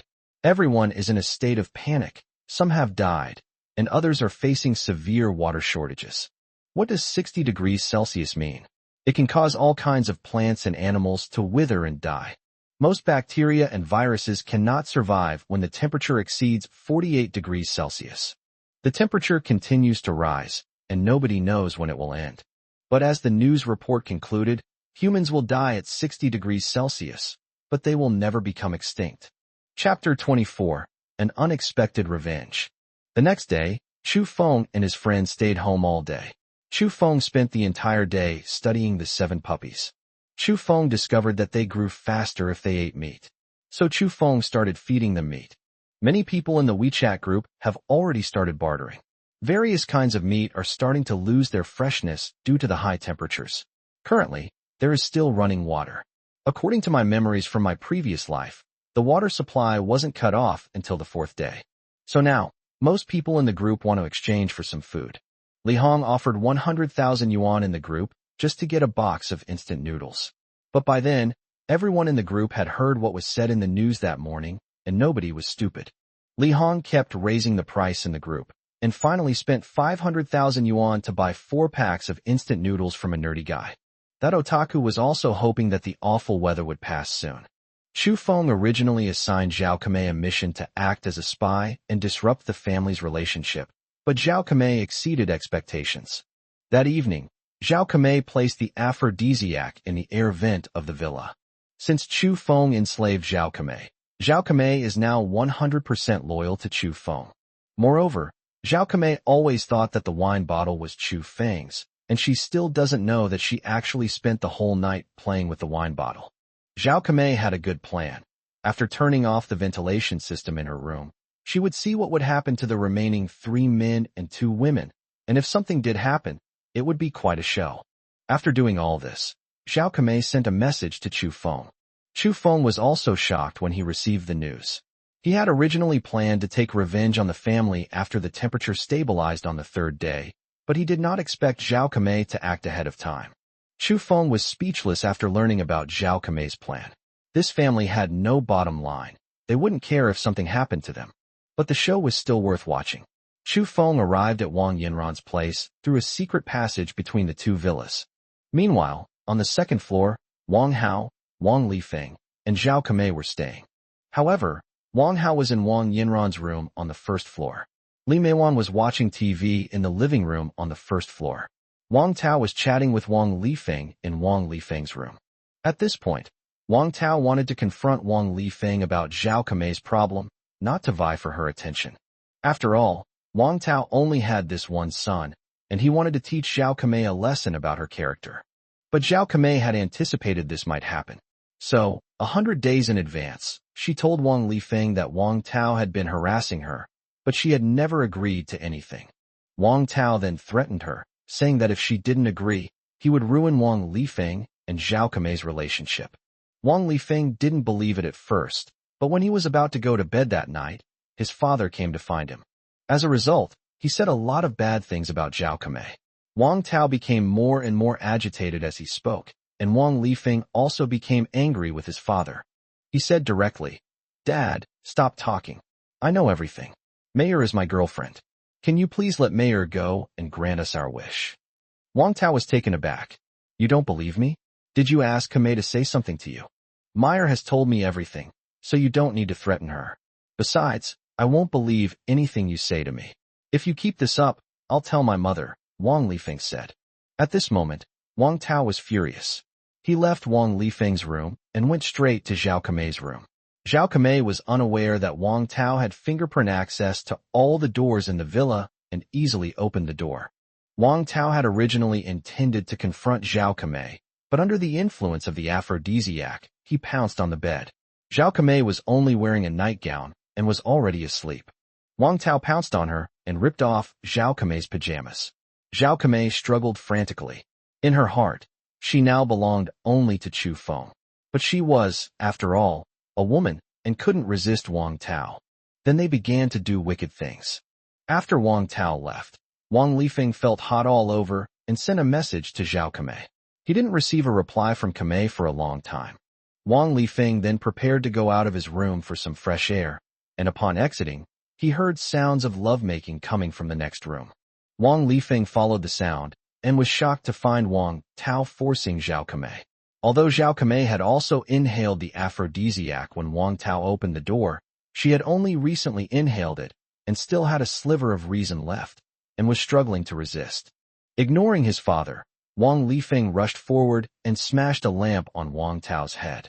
Wang Tao fell to the ground, got up, and staggered toward the door, only to collapse again as soon as he stepped outside. Wang Lifeng was a little scared after seeing all this, but under the influence of the drug, he pounced on Zhao Kamei. Zhao Kamei was also completely affected by the drug at this moment, and the two began a new round of pleasure.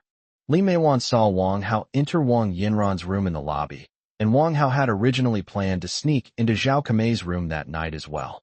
Because Zhao Kamei released the aphrodisiac from the second-floor vent, the people on the first floor were affected a little later.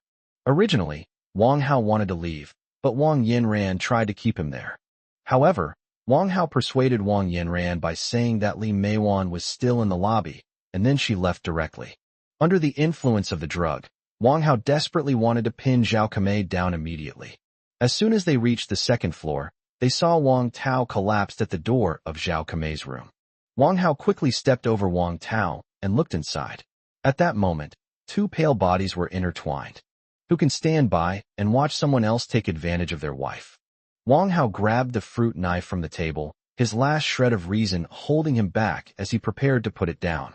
Wang Lifeng thought of the morning news. The authorities had already given up on everyone, and the world was in chaos. He then stabbed Wang Lifeng in the lower back, and Wang Lifeng cried out and fell to the ground, unable to get up. Zhao Kamei was enjoying herself when she suddenly saw this scene, which startled her. Wang Hao said, "You shameless, promiscuous woman, I'm so unlucky to have married you." Wang Hao started bullying Zhao Kamei again. Wang Lifeng, lying on the ground, wasn't actually dead. In fact, the blow had made him even more lucid. Hearing Wang Hao's curses, he understood the gist of the relationship between Zhao Kamei and Wang Hao. Wang Lifeng thought he had accidentally killed his father. After hearing these words, he assumed that Wang Hao had sent Zhao Kamei to their home to disrupt their family's relationship and ultimately covet their family property. He held on to his last breath, pulled out a fruit knife from his body, ignoring the blood gushing from his back, and stabbed Wang Hao multiple times. Under the influence of the aphrodisiac, Zhao Kamei was not afraid of the bloody scene. Instead, she found it even more stimulating. Wang Lifeng could no longer endure it. He stabbed Zhao Kamei multiple times. Even after Zhao Kamei stopped breathing, Wang Lifeng continued to stab her with the knife. Wang Lifeng, having lost too much blood, collapsed on Zhao Kamei's body and died. Chapter 25, Mutant Koi. Li Meiwan was also gradually affected by the effects of the medication. After looking around and finding no one, Li Meiwan slowly took off her clothes and began her crime. Moreover, Li Meiwan is not very old, and she takes good care of herself, so she looks more like a charming young woman now. While committing the crime, Li Meiwan also began to complain about Wang Hao. That old man's health has been poor since he was young. I really miss Brother Li. It's just that I haven't seen him since we moved 20 years ago. I've been living like a widow for 20 years. Wang Hao, that bastard, is so lecherous, but he's all talk and no action. I can never relieve the heat. To be fair, Li Meiwan has a really good figure. There's not an ounce of fat around her waist. Unbeknownst to Li Meiwan, these words were overheard by two people. Wang Hao wasn't actually dead. He'd just been knocked unconscious.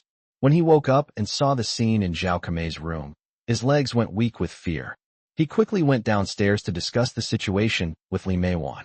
And that's what I heard. Chu Feng learned everything through spatial perception. Chu Feng saw Wang Hao sitting on the stairwell, watching Li Meiwan commit the crime. Wang Hao watched all of this with drool in his eyes. Chu Feng hated this family to the core. He then stood directly in front of Li Meiwan.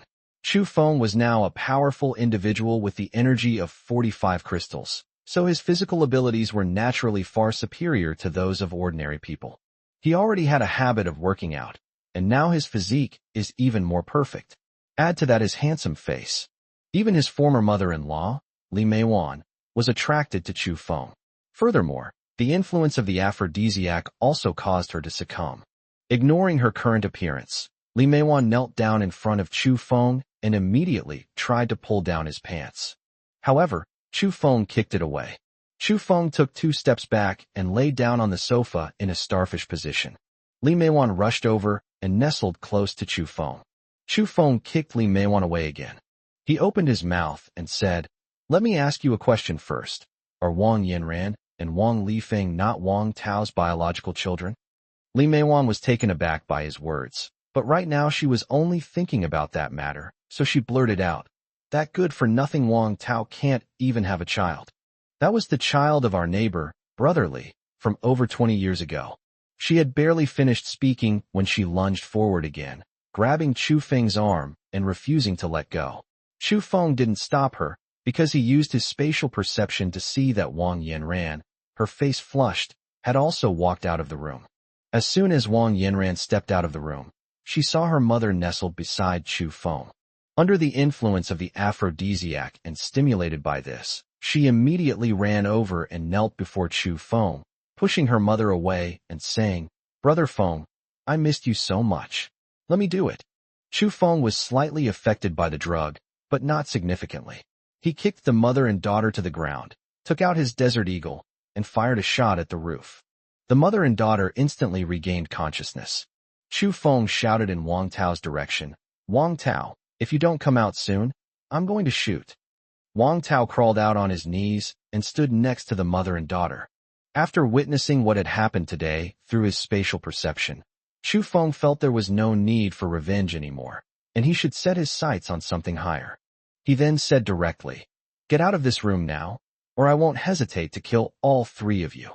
The 3 were so frightened that they ran out the door without even taking their things, but it was too hot outside, so they quickly went through the underground passage next to them and went to the basement. After entering the basement, the effects of the drugs on the 3 of them began to take hold again, and so, in a corner of the basement, all 3 of them began to commit crimes. Chu Feng then used his alternate dimension to move the 3 corpses outdoors and threw them directly into the lake in front of the villa. After cleaning the house, they used the main control system to erase all the family's fingerprints. After erasing all traces of Wang Yanran's family from the room, Chu Feng returned to his own home. Chu Feng no longer wanted to take revenge on his ex-wife's family. Their fate was already tragic enough. Chu Feng went directly to Athena's room. Among the girls, they knew that Athena had better physical fitness and could hold her own against him for a while. Meanwhile, on Li Hong's side, his father sent someone to pick him up in a specially made SUV. Seeing the 4 bodyguards who arrived, some of whom were armed, Li Hong decided to take revenge on Chu Feng and then return home. One night later, today is the 3rd day of the apocalypse. Chu Feng remembers that starting today, the highest temperature of the day will reach 75 degrees Celsius. Furthermore, on the afternoon of the 3rd day, everyone's cell phones will lose signal. Water and electricity will be cut off, and all cables will be melted and burned by the high temperatures. After having breakfast, Chu Feng was so bored that he picked up his phone to see what people were saying in the residents' group chat. Besides various complaints about the apocalypse, calls for help, and messages about buying supplies, a few people in the group also said that a monster had appeared in the artificial lake. One of them, whose WeChat name was Mr. Wang, spoke quite eloquently. Mr. Wang, a high-rise resident of the Eastern District, said he saw 3 bodies by the artificial lake in the villa area that morning, which startled him. He tried calling the police, but received no answer. He took the binoculars and kept observing the 3 corpses. However, while he was in the bathroom, 2 of the corpses disappeared. He then dared not be distracted and continued to observe with the binoculars. About half an hour later, suddenly some large bubbles appeared in the water and moved toward the shore. Mr. Wang stared intently at the artificial lake. About 10 seconds after the bubbles reached the shore, a fish that was nearly 3 meters long leaped out of the water and swallowed the carcass. Then it quickly used its fins to wiggle on the ground and entered the lake. Mr. Wang said in the group that it looked like a koi fish. But are there really koi fish that are 3 meters long? After seeing the message in the group, Chu Feng immediately realized that it was very likely a mutated beast. Chu Feng's first thought was to kill the mutated beast and absorb the crystal. The problem is how to kill this mutated beast in the water. Moreover, this mutated beast is over 3 meters long, so it might be a mutated koi fish. What then is its special ability? Chu Feng already had a plan in mind, but he would have to wait until evening to do it. Chu Feng couldn't help but sigh. In the 3 months of his previous life, he had only encountered 1 evolved human and 1 powerful dog, and it was even uncertain whether that dog was a mutated beast. Li Hong, wanting to take revenge on Chu Feng, did not allow his 4 bodyguards to take him home. However, since it was too hot at home, he took his 4 bodyguards to the basement to escape the heat. Li Hong thought to himself that it would be perfect if he could run into Chu Feng. Then he could just kill Chu Feng. Li Hong led the 4 of them to the underground parking lot of the villa area. But as soon as they arrived at Chu Feng's house, they saw Wang Tao, Li Meiwan, and Wang Yanran. At this moment, Wang Yanran and her daughter were struggling with Wang Tao. Wang Tao retreated while cursing. Chapter 26, The Power of 7 Dogs. Li Hong rushed over with 4 bodyguards. When Wang Yanran saw Li Hong coming, she felt like she had found a powerful backer. Li Hong, who was jogging ahead, was not with Shen Xian, who was taking a break in the basement downstairs. Li Hong, accompanied by 4 bodyguards, immediately looked radiant. When Wang Yanran walked up to him, he asked, "Yanran, what's wrong? What are you arguing about with your father?" Wang Yanran was crying her eyes out when she said, "My cousin and my brother are both dead. They were killed by Chu Feng." Wang Tao saw Wang Yanran and Li Hong talking, and then looked at the 4 burly men behind Li Hong. He also walked over. Fearing that Wang Yanran would say something to Li Hong and he would get beaten up, he quickly said, "Young Master Li, you absolutely mustn't believe what this bitch says." Li Hong watched Wang Tao with interest, waiting for him to continue. Unexpectedly, Wang Yanran said, "You old fool. Even if I'm not your biological daughter, have I been unfilial to you all these years? What have you done?" Wang Tao was speechless. Wang Yanran continued, "Brotherly, last night my younger brother and cousin were murdered by Chu Feng. And after Wang Tao found out I wasn't his biological daughter, he tried to force himself on me, wanting me to be with my mother. If I disagree, he'll beat me and my mother to death. You have to stand up for me." Li Hong was startled. This Chu Feng was truly arrogant. He had already started killing people. Since order was already in chaos, he had originally intended to teach Chu Feng a lesson, but now he might as well just kill him. Then, without giving Wang Tao a chance to speak, Li Hong and the other 4 beat Wang Tao half to death. Then Li Hong led Wang Yanran and her daughter, along with 4 bodyguards, toward the underground parking lot entrance of the villa where Wang Yanran used to live. Upon reaching the door, he gestured for Wang Yanran to open it and enter the room. Wang Yanran stepped forward to try and found that her fingerprint could not open the door. Then Li Meihui also stepped forward to try and found that she could not open it either. Wang Yanran suddenly realized something and looked at Li Hong, saying, "Young Master Li, I've got it. After Chu Feng bought this house, He spent more than a month renovating it. The reason why I could still enjoy the air conditioning when the power went out is entirely because there are solar panels on the roof of this house. I suspect Chu Feng might have left some kind of method to erase our fingerprints from the operating system, Wang Yanran continued. Li Hong felt unlucky at this moment. He had originally thought he could enjoy the air conditioning, but now he had to give up. He examined the underground parking garage door yesterday. It's made of pure steel and currently cannot be opened from the outside. But it's not practical to bring Wang Yanran and her daughter home now, since Xin Qian is still at home. Chu Feng's villa is number 4, while Wang Yanran previously lived in villa number 5. These two villas are located in the middle of the East District. Li Hong glanced at the entrance to the parking lot of villa number 3 on the other side. It was a roller shutter door, and an idea immediately came to him. They led everyone to the entrance of the underground parking lot of villa number 3. After ringing the doorbell several times, no one answered. Actually, there were people inside. The owner of villa number 3 was Zheng Guoxiang, a well-known local contractor. He had made some money and bought a villa to support his mistress. Less than half a year after buying the house, he encountered the apocalypse. At this moment, a middle-aged man in his 40s with a large belly and a college student in his 20s were watching the surveillance footage and trembling in the basement of villa number 3. The middle-aged man was Zheng Guoxiang. He realized that the group of people had no good intentions, so he quietly took out something from behind his back. It was a pistol. Zheng Guoxiang was an engineer. He had many enemies. A few years ago, he managed to get you a handgun through some channels for self-defense. Zheng Guoxiang then hurried alone to the second basement level. Li Hong also displayed the demeanor of a wealthy young master when the apocalypse arrived. At this moment, Li Hong gave a signal to the bodyguard behind him. The bodyguard stepped forward, pulled out a silenced pistol from behind, and fired 2 shots at the lock cylinder of the roller shutter door. After breaking the lock cylinder, the bodyguard slowly pulled up the security door, while the other 3 bodyguards stood on either side of the door. As expected, an unexpected event occurred at that moment. The instant Zheng Guoxiang saw the door being lifted, he raised his gun and fired.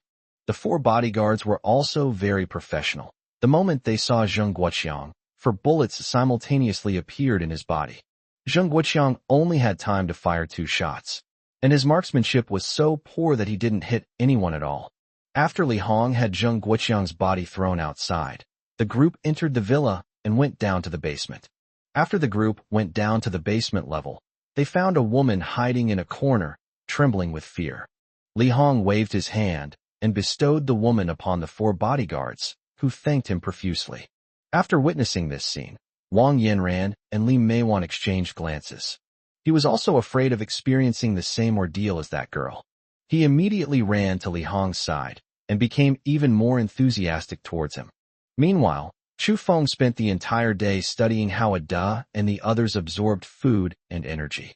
The 7 of them were now about the size of 3-month-old puppies, and when Chu Feng took out the corpse of the red python that had appeared in the underworld of Wu Kingdom, the little one's eyes immediately lit up, and the 7 of them circled around the python's corpse, clearly waiting for Chu Feng's instructions. Chu Feng signaled to the little guys that they could eat, and they started eating at the same time. After observing them carefully, Chu Feng noticed that each time the little guys opened their mouths to swallow, a lot of meat was bitten off. It seemed like the dogs could eat the python meat even by biting the air. With a thought, Chu Feng controlled Asi to start biting the python's corpse. As he opened his mouth, he felt a strange sensation. This feeling was as if it was telling Chu Feng that he could eat more. Chu Feng understood. These 7 little guys all possessed a unique devouring ability. They can absorb energy from food to strengthen themselves by devouring it. Currently, since they are still juveniles, they can only grow faster. After eating the python's carcass, the little guys were noticeably larger. After doing all this, Chu Feng waited at home for night to fall. By the afternoon, other residents in the community had completely lost their water and electricity, and cell phone signals were also slowly disappearing. Chu Feng couldn't help but sigh. The current development of the apocalypse was exactly the same as in his previous life. Chu Feng, Qian Shasha, and Kong Weihai were enjoying the air conditioning in the villa, playing Ludo, and seemed to be on vacation, showing no signs of the unease that the apocalypse was coming. After learning that Chu Feng was going to kill the mutated koi in the artificial lake that night, Kong Weihai and Athena both expressed their desire to participate. Chu Feng had his own concerns, however, because Athena's ability was a support-type ability. Chu Feng then had Athena imprint a mental communication mark on all of them. As long as they were no more than a kilometer away from Athena, they could communicate with each other mentally.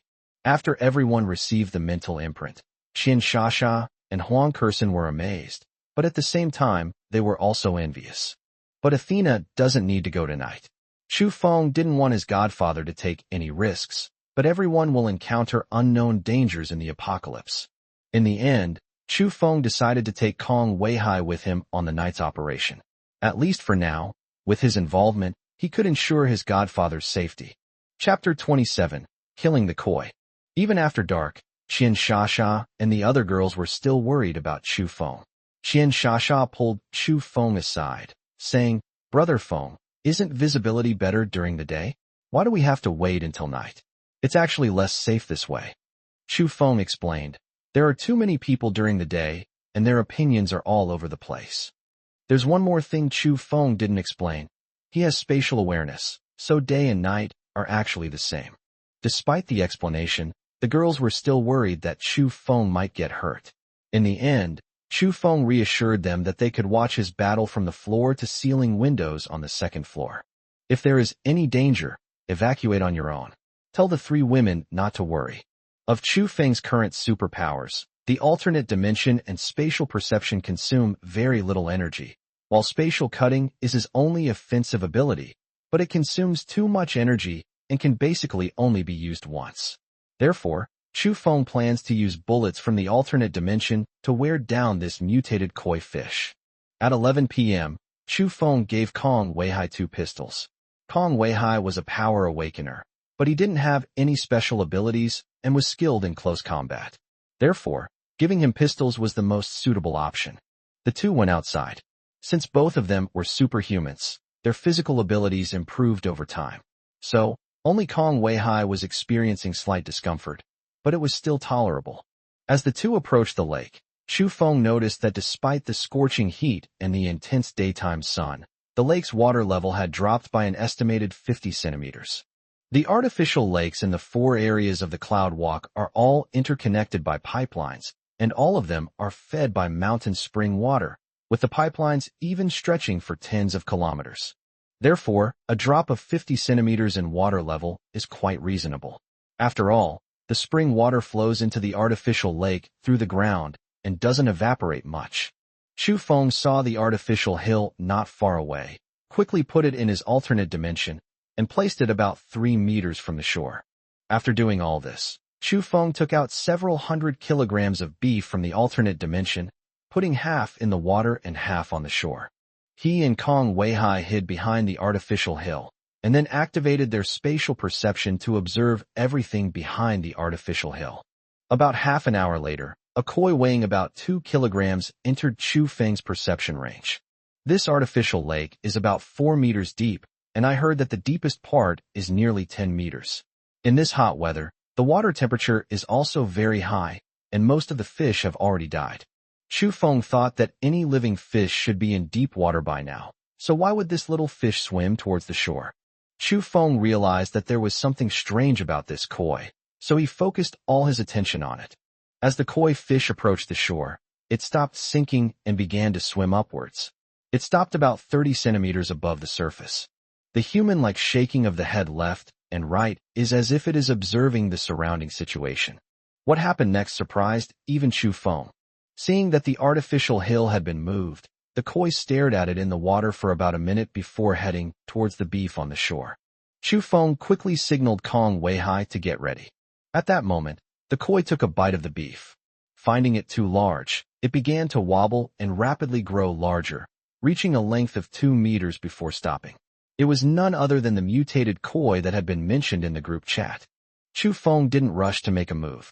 After the mutated koi finished eating the beef in the water, it greedily looked at the beef on the shore. After a brief hesitation, he leaped out of the water and plunged into the pile of beef. Chu Feng immediately notified Kong Weihai to take action. Two figures suddenly emerged from both sides of the artificial hill, flanking the mutated koi from both sides. Both drew their pistols and fired at the koi through the scope. The koi carp was still in the air and hadn't fallen when two people suddenly appeared, startling it. In an instant, the bullet struck the koi as if it had hit a steel plate. Only after the sparks dissipated did they realize that it had only left some white marks on the koi's scales. At that moment, the koi fish landed on the pile of beef. Having been fired at several times by the two men, it finally snapped. The koi wriggled its body, and 2 rows of sharp teeth quickly grew out of its mouth. Its once adorable head now looked rather terrifying. The koi glanced at Chu Feng and Kong Weihai, sensing a dangerous aura emanating from Chu Feng. Instantly, it made a decision, using both fins and tail to leap high into the air, its mouth aimed directly at Kong Weihai. Kong Weihai had no time to dodge and was about to become a dead man when Chu Feng timely opened the portal to another dimension, controlling it to open to a diameter of about 5 meters and firing several hundred bullets from within. Just as the koi was about to swallow Kong Weihai, it suddenly sensed a deadly danger ahead, realizing that if it went any further, it would die instantly. Suddenly, hundreds of bullets were fired in front of the koi, and the koi's mouth opened wide. At least dozens of bullets pierced the koi's mouth. In pain, it strangely flicked its tail in midair. The force of the flick propelled the koi to a turn. After landing, the koi carp looked at Chu Feng and his companion warily. It had already suffered some internal injuries, and its eyes revealed a look of hatred. Suddenly, the space around the koi carp seemed to fluctuate, and several water arrows appeared out of thin air and shot towards Kong Weihai. Chu Feng quickly opened a spatial portal in front of Kong Weihai. But unexpectedly, the koi fish's 2 fins, as fast as its legs, rushed towards Chu Feng, opening its mouth wide to swallow him whole. Chu Feng hadn't expected the koi to be so clever as to use a feint. But Chu Feng was a superhuman with a strength of 45 crystals. His physical abilities were no joke. Chu Feng reacted instantly, turning to dodge the giant mouth. But to his surprise, the koi's tail lashed out and struck Chu Feng, sending him flying several meters away. Chu Feng's internal organs felt like they were on fire, but the koi carp gave him no chance to catch his breath. In an instant, it arrived beside Chu Feng, ready to swallow him whole. As the koi's giant mouth descended, Chu Feng decided to stop holding back and unleash his full power, opening up a different dimension and firing all sorts of bullets into the koi's mouth without restraint. The koi was already injured, and now it was even more injured. It turned around and ran into the water without caring about anything else. How could Chu Feng let this koi go? He had previously opened the largest portal in front of the koi, and sensing the danger, the koi began to run along its 2 fins on the shore. Kong Weihai then rushed out and punched the koi in the eye. The koi carp felt a sudden pain and realized it couldn't get back to the lake, so it turned and ran towards Villa number 3. Chu Feng and Kong Weihai quickly followed and soon caught up with the koi. By this time, the koi had been on the shore for quite some time, and the bullets from earlier had already pierced its internal organs. The koi fish realized it couldn't escape and prepared for a desperate fight. Chu Feng noticed the koi's bulging mouth and realized that it was at its wit's end. The koi only charged up for 2 seconds before shooting a 50-centimeter long jet of water from its mouth. This jet of water seemed to appear out of thin air, destroying everything in its path as the koi moved its head. Chu Feng could only dodge back and forth, but seeing that constantly dodging wasn't a solution, and also fearing that the koi might hurt Kong Weihai, Chu Feng seized an opening and used spatial cut. 6 spatial lines stretched horizontally towards the koi fish, as if the air itself had been sliced apart. The koi was already severely injured and had no time to dodge. It was instantly cut into pieces. Chu Feng staggered to his feet and began searching for the koi's crystal. After about 2 minutes, he found the crystal, which had been cut into 2 pieces, and then collected the koi's corpse. Chapter 28, Lucky Li Hong. Without hesitation, Chu Feng picked up a crystal and began absorbing it on the spot. After a few dozen seconds, the absorption was complete, and the weakness in Chu Feng's body immediately disappeared. Chu Feng felt that he had absorbed the energy of 15 crystals, and at this moment Chu Feng was already a powerhouse with 60 crystals of energy. Chu Feng immediately tested his ability. The largest interdimensional portal he could find was still 20 meters in diameter. However, the distance at which the alternate dimension can be opened is already up to 40 meters. The maximum distance for spatial perception has also reached 40 meters. Chu Feng is currently unaware of the spatial cutting technique, and fearing another exhaustion, he dares not use it yet. After doing all this, Chu Feng took out the other half of the supernatural crystal and told Kong Weihai, "Godfather, this is a supernatural crystal. Ordinary people can awaken their supernatural abilities by absorbing it, while those with supernatural abilities can become stronger. You can absorb this one tonight." Kong Weihai quickly waved his hand and said, "Xiao Feng, I don't need it. You should absorb this." Chu Feng understood Kong Weihai's personality and said, "Godfather, as you saw today, my current abilities are all support type, while you are a combat type awakened one. You also need to become stronger. In the future, we may encounter even stronger awakened ones and mutated beasts. You need to become stronger so we can cooperate better." Without waiting for Kong Weihai's rebuttal, she forcefully shoved the crystal into his hand, and the two returned to the villa. Upon arriving at the villa, Kong Weihai went straight to his room to absorb the crystals. The girls immediately surrounded Chu Feng to check if he was injured, and Chu Feng led them to his room. The side effects of absorbing the crystal immediately became apparent. After a night, Chu Feng and the three women went downstairs to have breakfast. Huang Kersen and Xian Shasha are actually quite good cooks, and Athena also helps them out.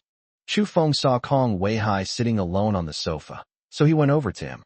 Suddenly, it became clear that all the white hair on Kong Weihai's head had disappeared, and only a few wrinkles remained on his face. He looked to be only in his 30s. Upon seeing Chu Feng arrive, Kong Weihai exclaimed excitedly, "Little Feng, I feel my crystal energy is much stronger now. It's equivalent to the energy of 20 crystals. I feel like I could kill a bull with one punch." Chu Feng then realized he had forgotten to tell Kong Weihai about the side effects of absorbing the power crystal. "Godfather, I actually forgot to tell you that absorbing the power crystal has side effects. I believe you already knew yesterday. How did you deal with your side effects?" Kong Weihai blushed instantly upon hearing Chu Feng's words. Young people should be less curious. After saying that, he turned around and went to the basement for a stroll. Watching Kong Weihai's retreating figure, Chu Feng decided that he would definitely find a woman for his godfather when the opportunity arose. Furthermore, Chu Feng decided that from now on, the number of supernatural energy crystals would be divided according to their level. After everyone had breakfast, Chu Feng went to the 7 dogs, intending to have them devour the corpse of the mutated koi. After all, this mutated koi, including his godfather and the ones he had devoured, was at least a level 34 mutated beast. As soon as the dogs saw Chu Feng approaching, they all ran towards him, circling around him. The dogs were noticeably larger now. Chu Feng took out the koi carp's corpse from the alternate dimension and signaled the dogs to start devouring it. A few minutes later, the dogs finished eating it. Then the body grows rapidly. The dogs were now the size of adult Labradors. Chu Feng wanted to see what abilities they possessed, so he controlled Ada to activate the ability crystal. Then something incredible happened. Ada's body grew rapidly, reaching nearly 3 meters in length. Chu Feng tried to hit the sofa next to him, and it shattered into pieces. The girls heard the noise and ran over, startled by Ada's size. Then Chu Feng controlled Ada to shrink. Then he took turns controlling the dogs. Several dogs have already developed this berserk-like ability. After devouring the python's corpse last time, the dogs were all level 3 mutated beasts. After devouring the koi carp this time, the dogs all became level 8 mutant beasts. Chu Feng was overjoyed. This was simply making the best use of waste. He absorbed the superpower crystal while the dog devoured the corpse. Chu Feng retrieved another sofa from the alternate dimension and then explained the recent events to the women. Meanwhile, Li Hong had already taken control of both Wang Yanran and her daughter. Before the signal disappeared yesterday, he even called Shen Xian over. When Shen Xian arrived, she saw Zheng Guiqiang's mistress, who was already delirious. I also saw the ambiguous relationship between Li Hong and Wang Yanran and Li Meiwan. Shen Xian then realized that Li Hong was no longer the same Li Hong as before. That evening, Li Hong even subtly suggested that Shen Qian and her daughter Wang Yanran accompany him. After Shen Qian tried to decline, Li Hong became annoyed. Last night, Li Hong was discussing with several bodyguards how to deal with Chu Feng, at the very least to get into Chu Feng's villa. I could hear the sounds of Chu Feng fighting above. He quickly put on the heat-resistant suit brought by the bodyguard and went upstairs to see what was going on. As soon as he arrived on the first floor of his villa, a crystal shone in through the window. This piece of crystal was actually just a scrap, which is why Chu Feng didn't notice it. Li Hong quickly hid under the window and overheard Chu Feng and Kong Weihai's conversation, secretly delighted. But at the same time, they were also shocked that Chu Feng actually had superpowers. So after Chu Feng left, Li Hong picked up the supernatural crystal, unsure of how to use it. But Li Hong knew this supernatural crystal was a treasure and absolutely could not let anyone else know about it. He immediately put one crystal into his pocket. After Li Hong returned to his room, he ignored Wang Yanran and her daughter and went to sleep in a separate room by himself. That night, Li Hong had a dream in which he dreamed that as long as he ate the crystal, he would awaken his supernatural abilities. After waking up, Li Hong swallowed the crystal without hesitation. Not long after, Li Hong suffered a splitting headache, and a crystal suddenly grew in his head. The suffering Li Hong experienced was greater than that of other awakened individuals, because Li Hong was already a level 6 awakened individual upon awakening. 5 minutes later, Li Hong was drenched in sweat, and recalling what had just happened felt like a brush with death. Li Hong couldn't wait to start examining his supernatural abilities. Li Hong disappeared into his surroundings like a shadow, and his ability was said to be even more effective at night. He named his superpower Phantom. This is definitely an assassin. Li Hong's shouting attracted the bodyguards, and Wang Yanran, Li Meiwan and others. After Li Hong let his bodyguards rest, a primal urge made him keep Wang Yanran and Li Meiwan behind. Not long after, the painful cries of Wang Yanran and her daughter could be heard. After hearing the mother and daughter's painful cries, Shen Qian was so frightened that she secretly ran out of the villa early in the morning and went into the underground parking lot. By the time Li Hong discovered that Shen Qian had escaped, it was already too late. Chapter 29. Kong Weihai Moves House. Shen Qian was indeed unlucky. She ran into Wang Tao, whom she had beaten up earlier, as soon as she arrived in the basement. Although Wang Tao wasn't beaten to death, he's now driven insane. The moment he saw Shen Qian, he called her wife. Startled, Shen Qian quickly ran away. Kong Weihai, who was out for a walk from the villa, happened to see this scene, rushed over, and punched Wang Tao, sending him flying 3 zhang away, where he lay motionless on the ground. Still shaken, Shen Qian quickly thanked Kong Weihai upon seeing this. When Kong Weihai saw Shen Qian's face, he was stunned. He called out, "Xiao Qing, is that you?" Shen Qian realized that she looked exactly like her aunt, and the person in front of her might have mistaken her for her deceased aunt. Shen Qian quickly explained, "Big brother, my aunt's name is Shen Qing. I don't know if the Xiao Qing you know is him." After Kong Weihai came to his senses, he realized that Shen Qing was a talented woman with an elegant demeanor. Although the woman in front of him looked almost exactly like Shen Qian, their temperaments were completely opposite. Upon hearing her say that Shen Qing was her aunt, Kong Weihai replied, "Yes, your aunt is an old friend of mine." Shen Qian's mind was filled with questions. Her aunt, if still alive, would be 70 years old. Her aunt had passed away in her 20s, and she had only ever seen a photograph of her aunt. The person in front of her looked to be under 40. How could she be an old acquaintance of her aunt? But Shen Qian understood her situation. She had just witnessed this man send Wang Tao flying 10 meters away with a single punch. Now, Shen Qian dared not say anything more. Then Kong Weihai added, "How come you were being chased by this madman?" Shen Qian quickly offered an explanation, describing Li Hong as an utterly wicked person. She claimed she didn't know Li Hong at all. She said Li Hong had ordered his men to rape a college student, forcibly take a mother and daughter, and then tried to forcibly take her as well. She then recounted how she escaped. Although Kong Weihai was an experienced and shrewd man, he still believed her words when he saw her face, and said, "Then I'll take you to my godson's place, so you'll have a place to stay." Shen Qian looked at Kong Weihai and didn't think he was a bad person. Since she had nowhere else to go, she nodded in agreement. Just after Chu Feng finished observing the dogs, he received a warning from the renovation house. The renovation house had already recorded Kong Weihai's information, but if Kong Weihai were to forcibly bring Shen Qian in now, Shen Qian would be instantly reduced to ashes by the laser. So Kong Weihai started calling Chu Feng from the doorway. Chu Feng saw Kong Weihai with Shen Qian, and he did remember this woman somewhat. He opened the door casually, and when Kong Weihai brought Shen Qian into the living room, Shen Qian was stunned when she saw Chu Feng.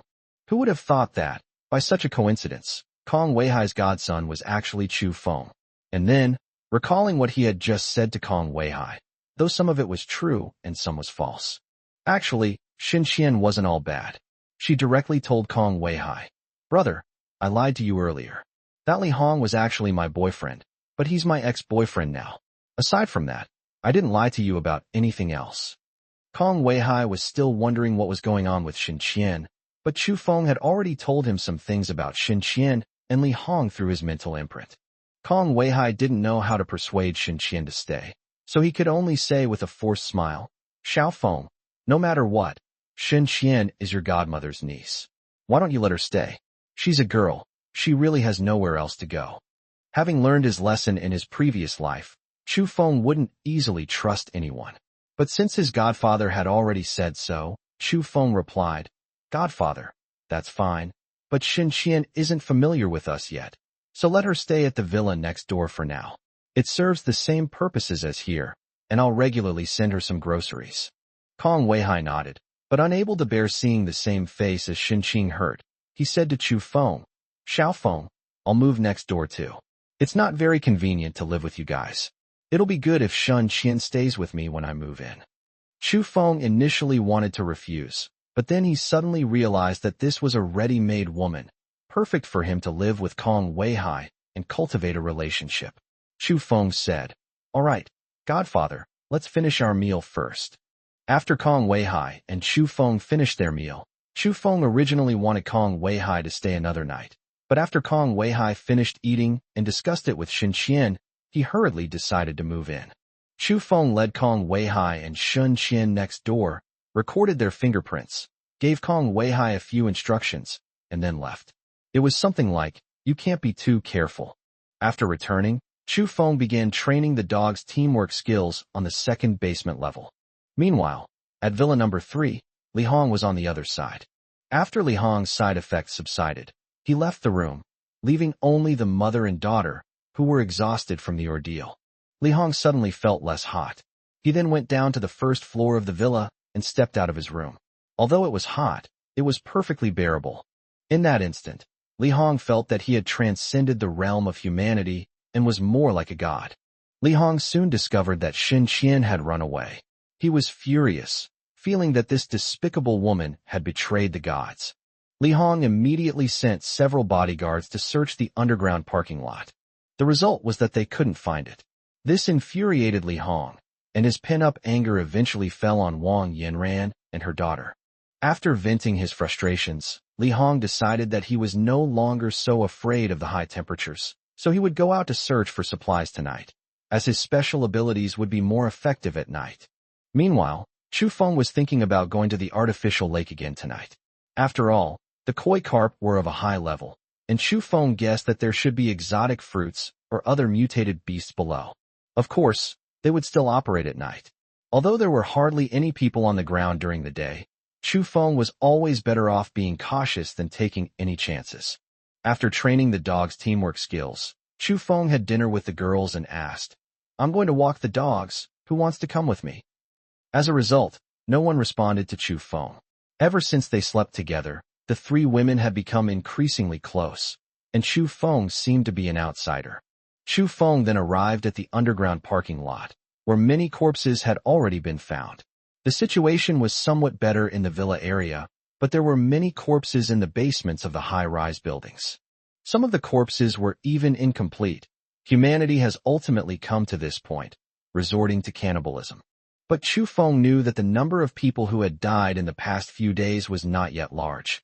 In the days to come, when the water supply was cut off, even more people would die. Under the high temperature, people would become severely dehydrated in just half a day. Basically, those who survive until the rainy season are the ones who find a water source. Chu Feng became even more determined to survive in this apocalypse. All he had to do now was become stronger step by step. Chu Feng returned to the villa at 9 p.m. After tidying up, he prepared to go to the artificial lake to check it out. Originally, Chu Feng planned to invite Kong Weihai along again. But thinking that Kong Weihai might be busy with something and Shun Qian might be bothering others, Chu Feng decided to take the dogs with him. The dogs weren't weak anymore, and they should be taken out to see the world.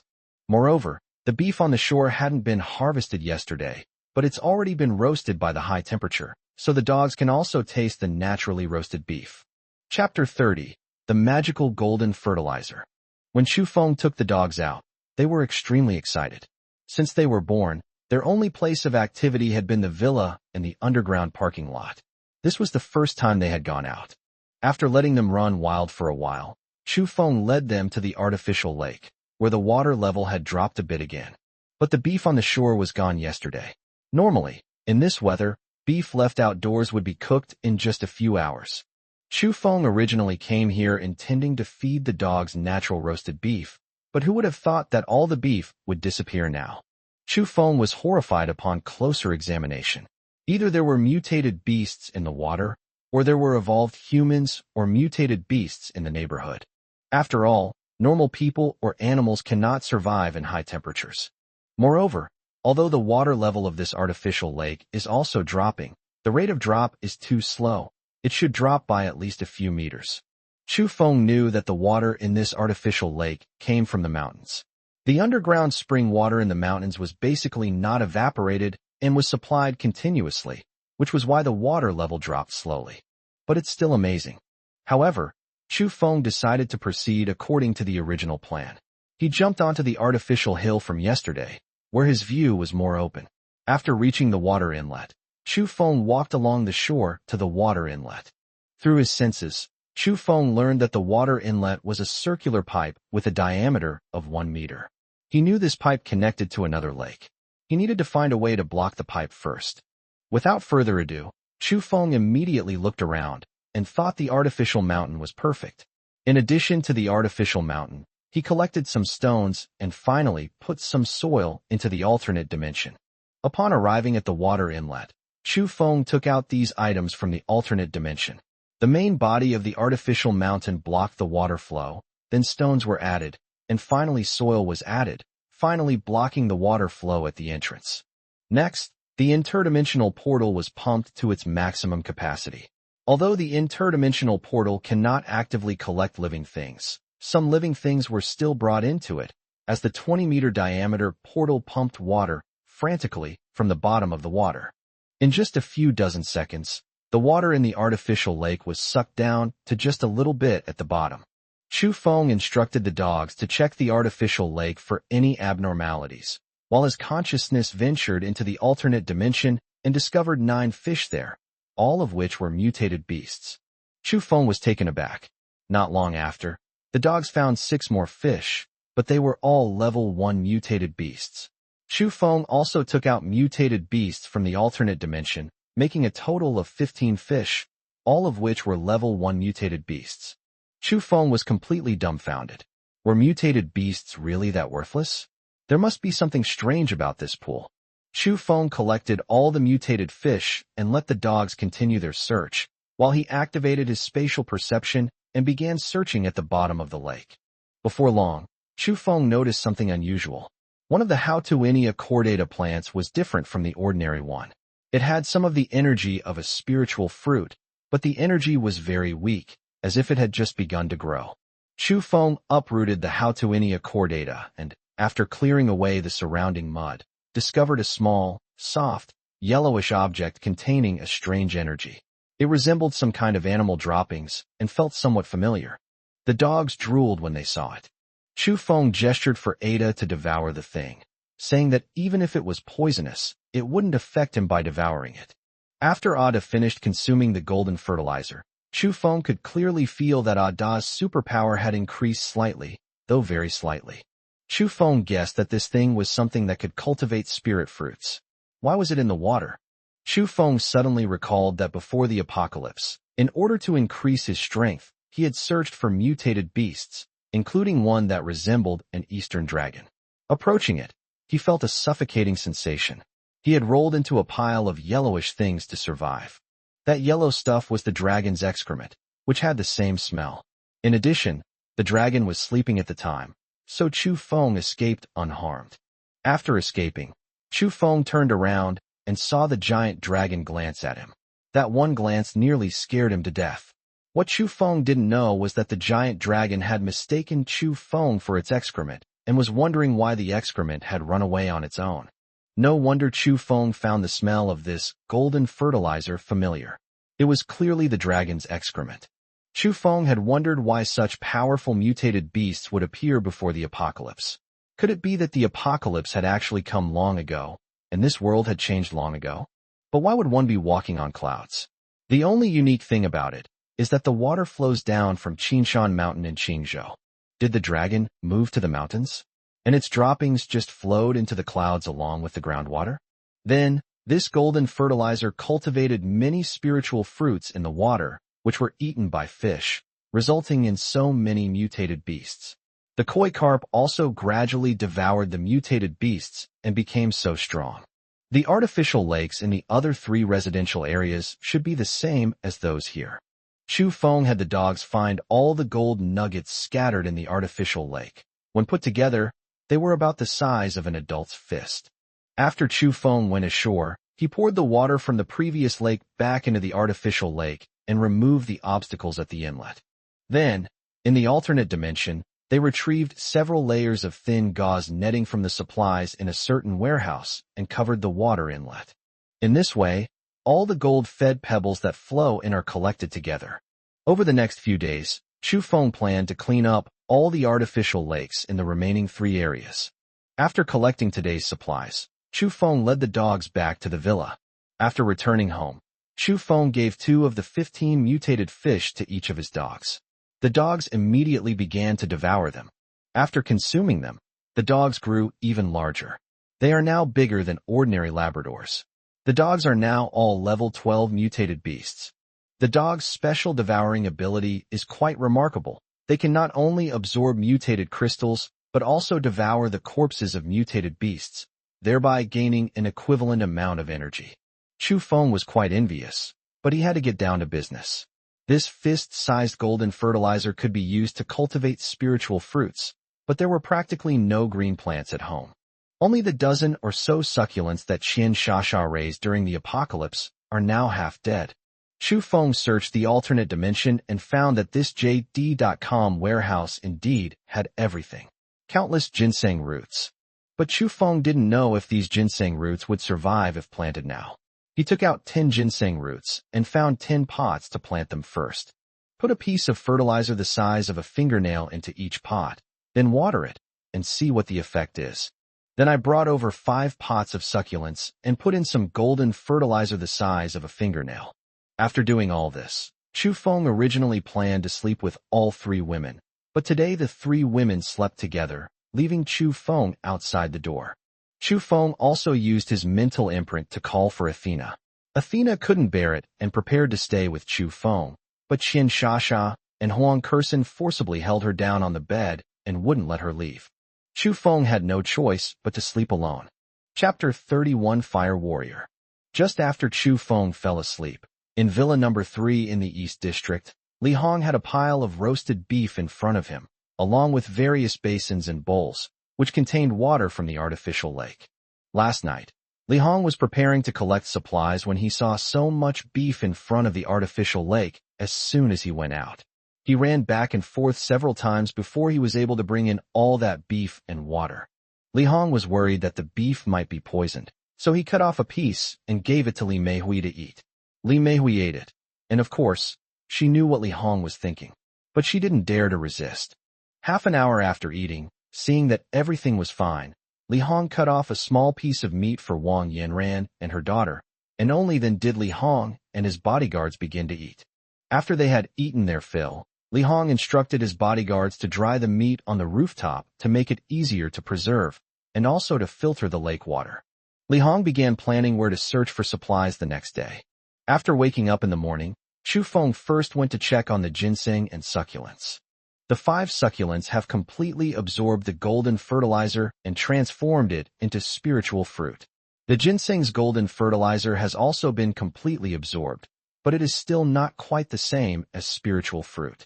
Chu Feng then added a piece of golden fertilizer the size of a fingernail to each of the 10 pots of ginseng and the 5 pots of succulents.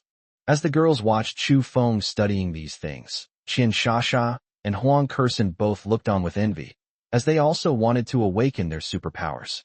While having breakfast with the girls, Chu Feng noticed the mournful looks in Qian Shasha and Huang Kursen's eyes and asked, "Shasha, Kursen, do you want to awaken your superpowers?" The 2 women nodded quickly. Chu Feng looked at them and suddenly thought of a way to prevent the 3 women from sticking to the same side, make them fight amongst themselves. Chu Feng then said, "Currently, Athena's ability is a support ability, but it's very useful. As for the 2 of you, we can awaken your powers, but you still need to grow after awakening. Whoever performs best among the 3 of you will receive 5 crystal energy points, 3 for each of you, 1 for each of you, according to their ranking. The ranking will be as follows." The girls' eyes lit up when they heard Chu Feng's words. Chu Feng continued, "But it will have to wait until tonight or tomorrow." Chu Feng planned to wait until the succulents had fully absorbed the golden fertilizer. The girls nodded, and Qian Shasha quickly walked over to Chu Feng, sat on his lap, put one arm around his neck, and fed him with the other. At this moment, Chu Feng felt that his decision was absolutely correct. After finishing his meal, Chu Feng continued training the dog's combat abilities, ordering them not to use their special powers and to fight him with only their physical bodies. The 3 women were also watching the battle from the sidelines. When Chu Feng was slapped away by a sea and when he was ambushed by a Lu, the women could be heard snickering. At this moment, in a small base in Qingshan, Qingzhou, the temperature was moderate. In a laboratory, there were many containers filled with various items, and several people in research suits were conducting research. Meanwhile, a middle-aged researcher wearing glasses was reporting on research progress to a young man. "Presently, we've discovered that the golden substance produces the most energy-rich spiritual fruit when placed inside Hautenia chordata. However, we haven't yet deciphered the composition of the golden substance." The young man spoke calmly. "I've found all the remaining plants in the entire mountain. I'll give you 10 more days. If you still can't give me a satisfactory answer, you should understand the consequences." The middle-aged man quickly explained, "Mr. Li, we added too little of the golden substance to each plant. It would be better if we could add more." The young man waved his hand. "If there's enough of this stuff, I can test it myself. What would we need you for?" After saying this, the young man walked directly out of the base, muttering to himself, "I'll go check what the Zhao family is doing first, and then I'll go and bring hunger back in a while." Then, the young man shook his body and a pair of gray wings with a wingspan of nearly 3 meters grew from his back and flew towards the other side of Qin Mountain. This young man is Li Hong's father, Li Batian. He is now a very powerful superhuman, and it is possible that he looks unusually young because of his superhuman abilities.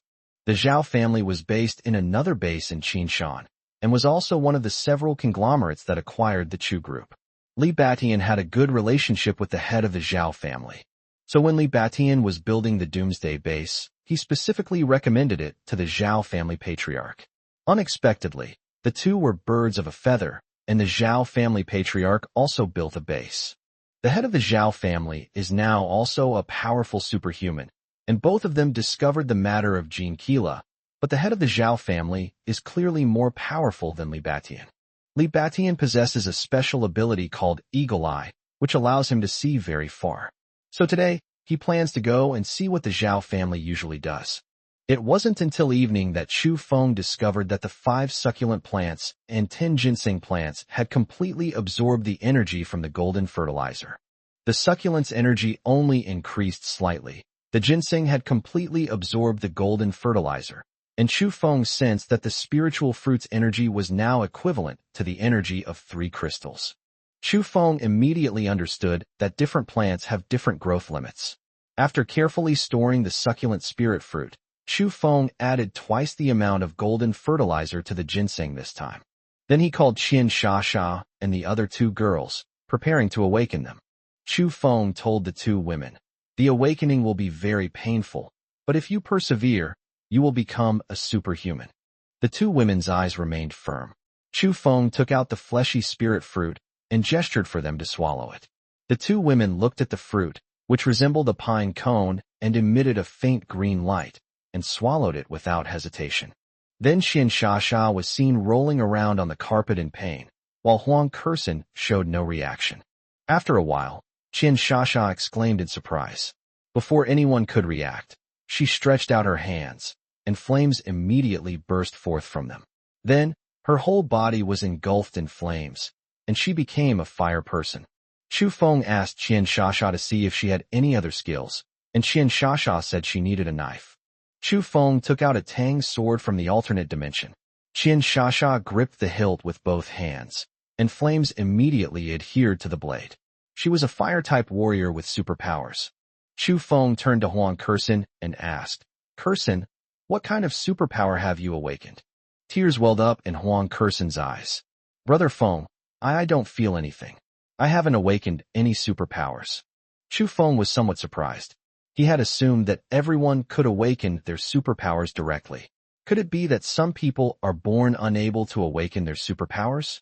Chu Feng gestured for Huang Kursen to sit beside him, patted her head, and said gently, "Kursen, don't worry. I will definitely find a way to help you awaken your superpowers in the future. Even if you can't awaken them, I, Chu Feng, will protect you for life in this chaotic world." Huang Kursen was speechless at this moment, holding Chu Feng tightly. Not long after, Qian Sha's side effects began to manifest, and Chu Feng helped her resolve them. Chapter 32, Enslaving Li Hong. Meanwhile, Kong Weihai's feelings for Shen Qian have been rapidly developing over the past 2 days.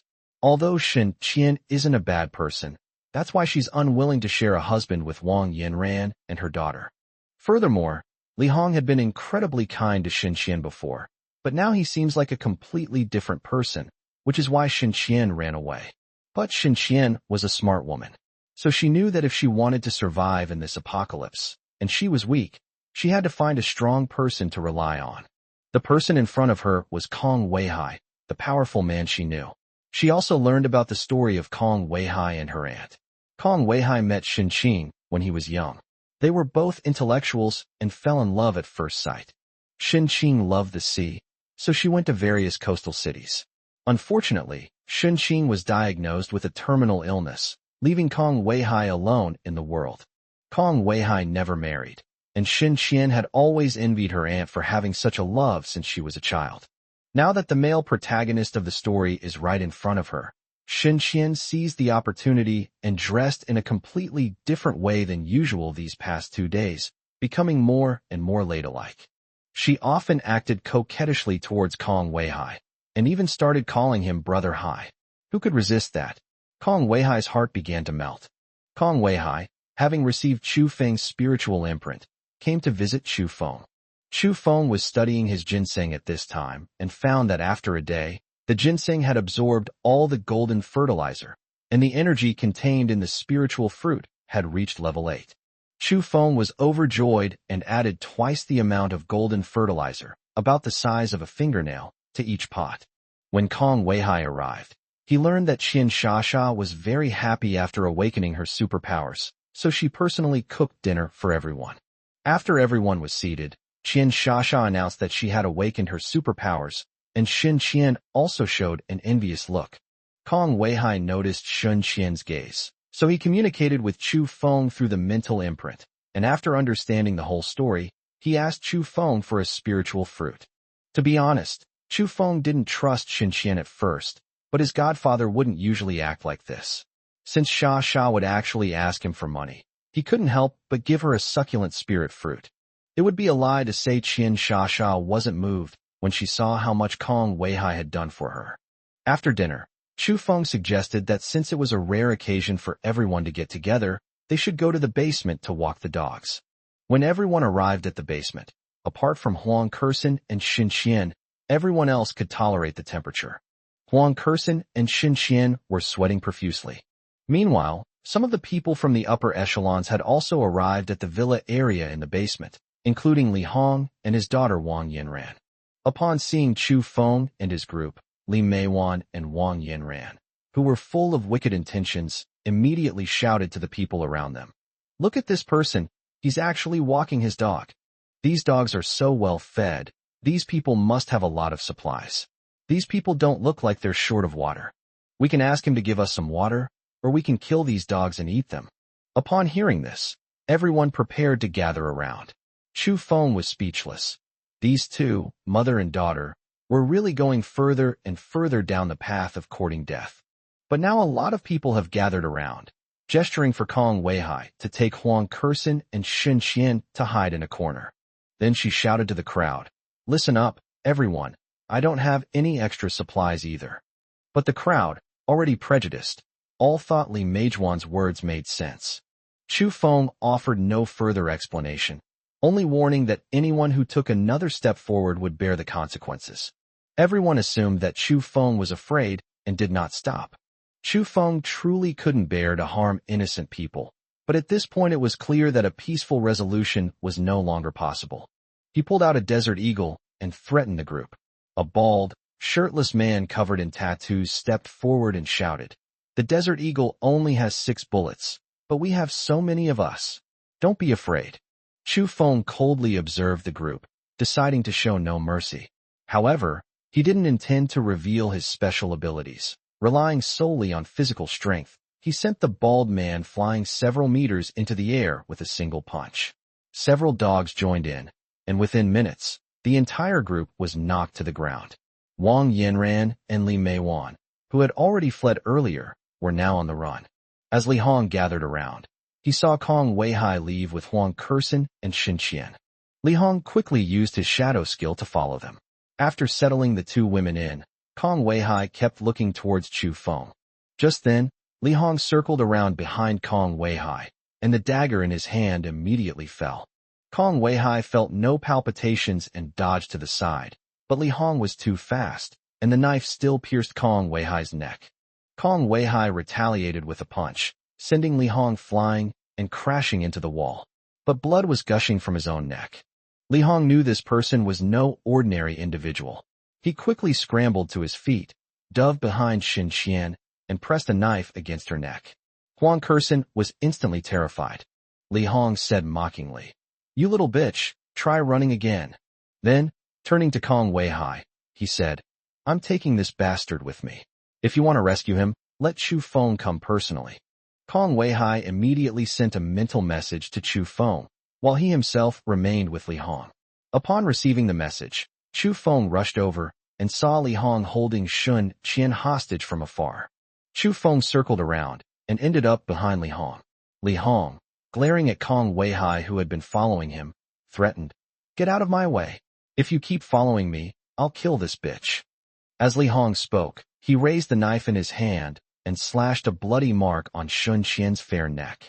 Seeing the man in front of her so badly injured yet still worried about her, Shen Qian shook her head at Kong Weihai, crying, and said, "Brother Hai, you must go find Chu Feng for treatment, or you'll die." Kong Weihai was also frightened by Li Hongda's actions and dared not follow so closely anymore. Chu Feng watched as Li Hongda got closer and closer. Chu Feng pondered how to kill Li Hong instantly, without harming Shen Qian. Kong Weihai had just informed Chu Feng through the mental imprint that Li Hong was extremely fast and appeared suddenly. Chu Feng felt it must be some kind of superpower, and the only superpower he could do was enslavement. Seeing Li Hong getting closer and closer, Chu Feng no longer hesitated and used the enslavement technique on Li Hong. Instantly, Li Hong covered his head and knelt on the ground. Kong Weihai quickly stepped forward and rescued Shen Qian. Just as Kong Weihai stepped forward to question Li Hong, Chu Feng quickly waved his hand and continued to enslave Li Hong. A few minutes later, Chu Feng's face turned deathly pale. Li Hong stood up and stood respectfully beside Chu Feng. Even though Chu Feng was so much stronger than Li Hong, he still narrowly escaped being devoured by the backlash. Chu Feng originally intended to kill Li Hong, but after enslaving him, he sensed Li Hong's special abilities and felt that keeping Li Hong alive would still be useful. Seeing Kong Weihai's condition, Chu Feng quickly signaled everyone to go back. He found some hemostatic medicine and bandages and bandaged Kong Weihai. Fortunately, Kong Weihai was a strength-type awakened individual with physical abilities beyond those of ordinary people. After bandaging Kong Weihai's wounds, Chu Feng had Athena create a mental imprint between himself and Li Hong, and then ordered Li Hong to go to the farthest Cloud Walk West district to investigate the situation. Chu Feng discovered that the ginseng was still absorbing the energy of the golden fertilizer, and the current spiritual fruit already had level 10 energy. Chu Feng took out one and gave it to Kong Weihai, hoping it would help him recover from his injuries. Remembering the side effects after absorbing it last time, Kong Weihai quickly took the ginseng and Xinxian home. Chapter 33 Superpower System. Kong Weihai returned to the villa, took ginseng, and told Xinxian about the side effects of absorbing supernatural powers, hoping that Xinxian would stay away from him. Although Xinxian verbally agreed after hearing the promise, she refused to leave after Kong Weihai took the medicine.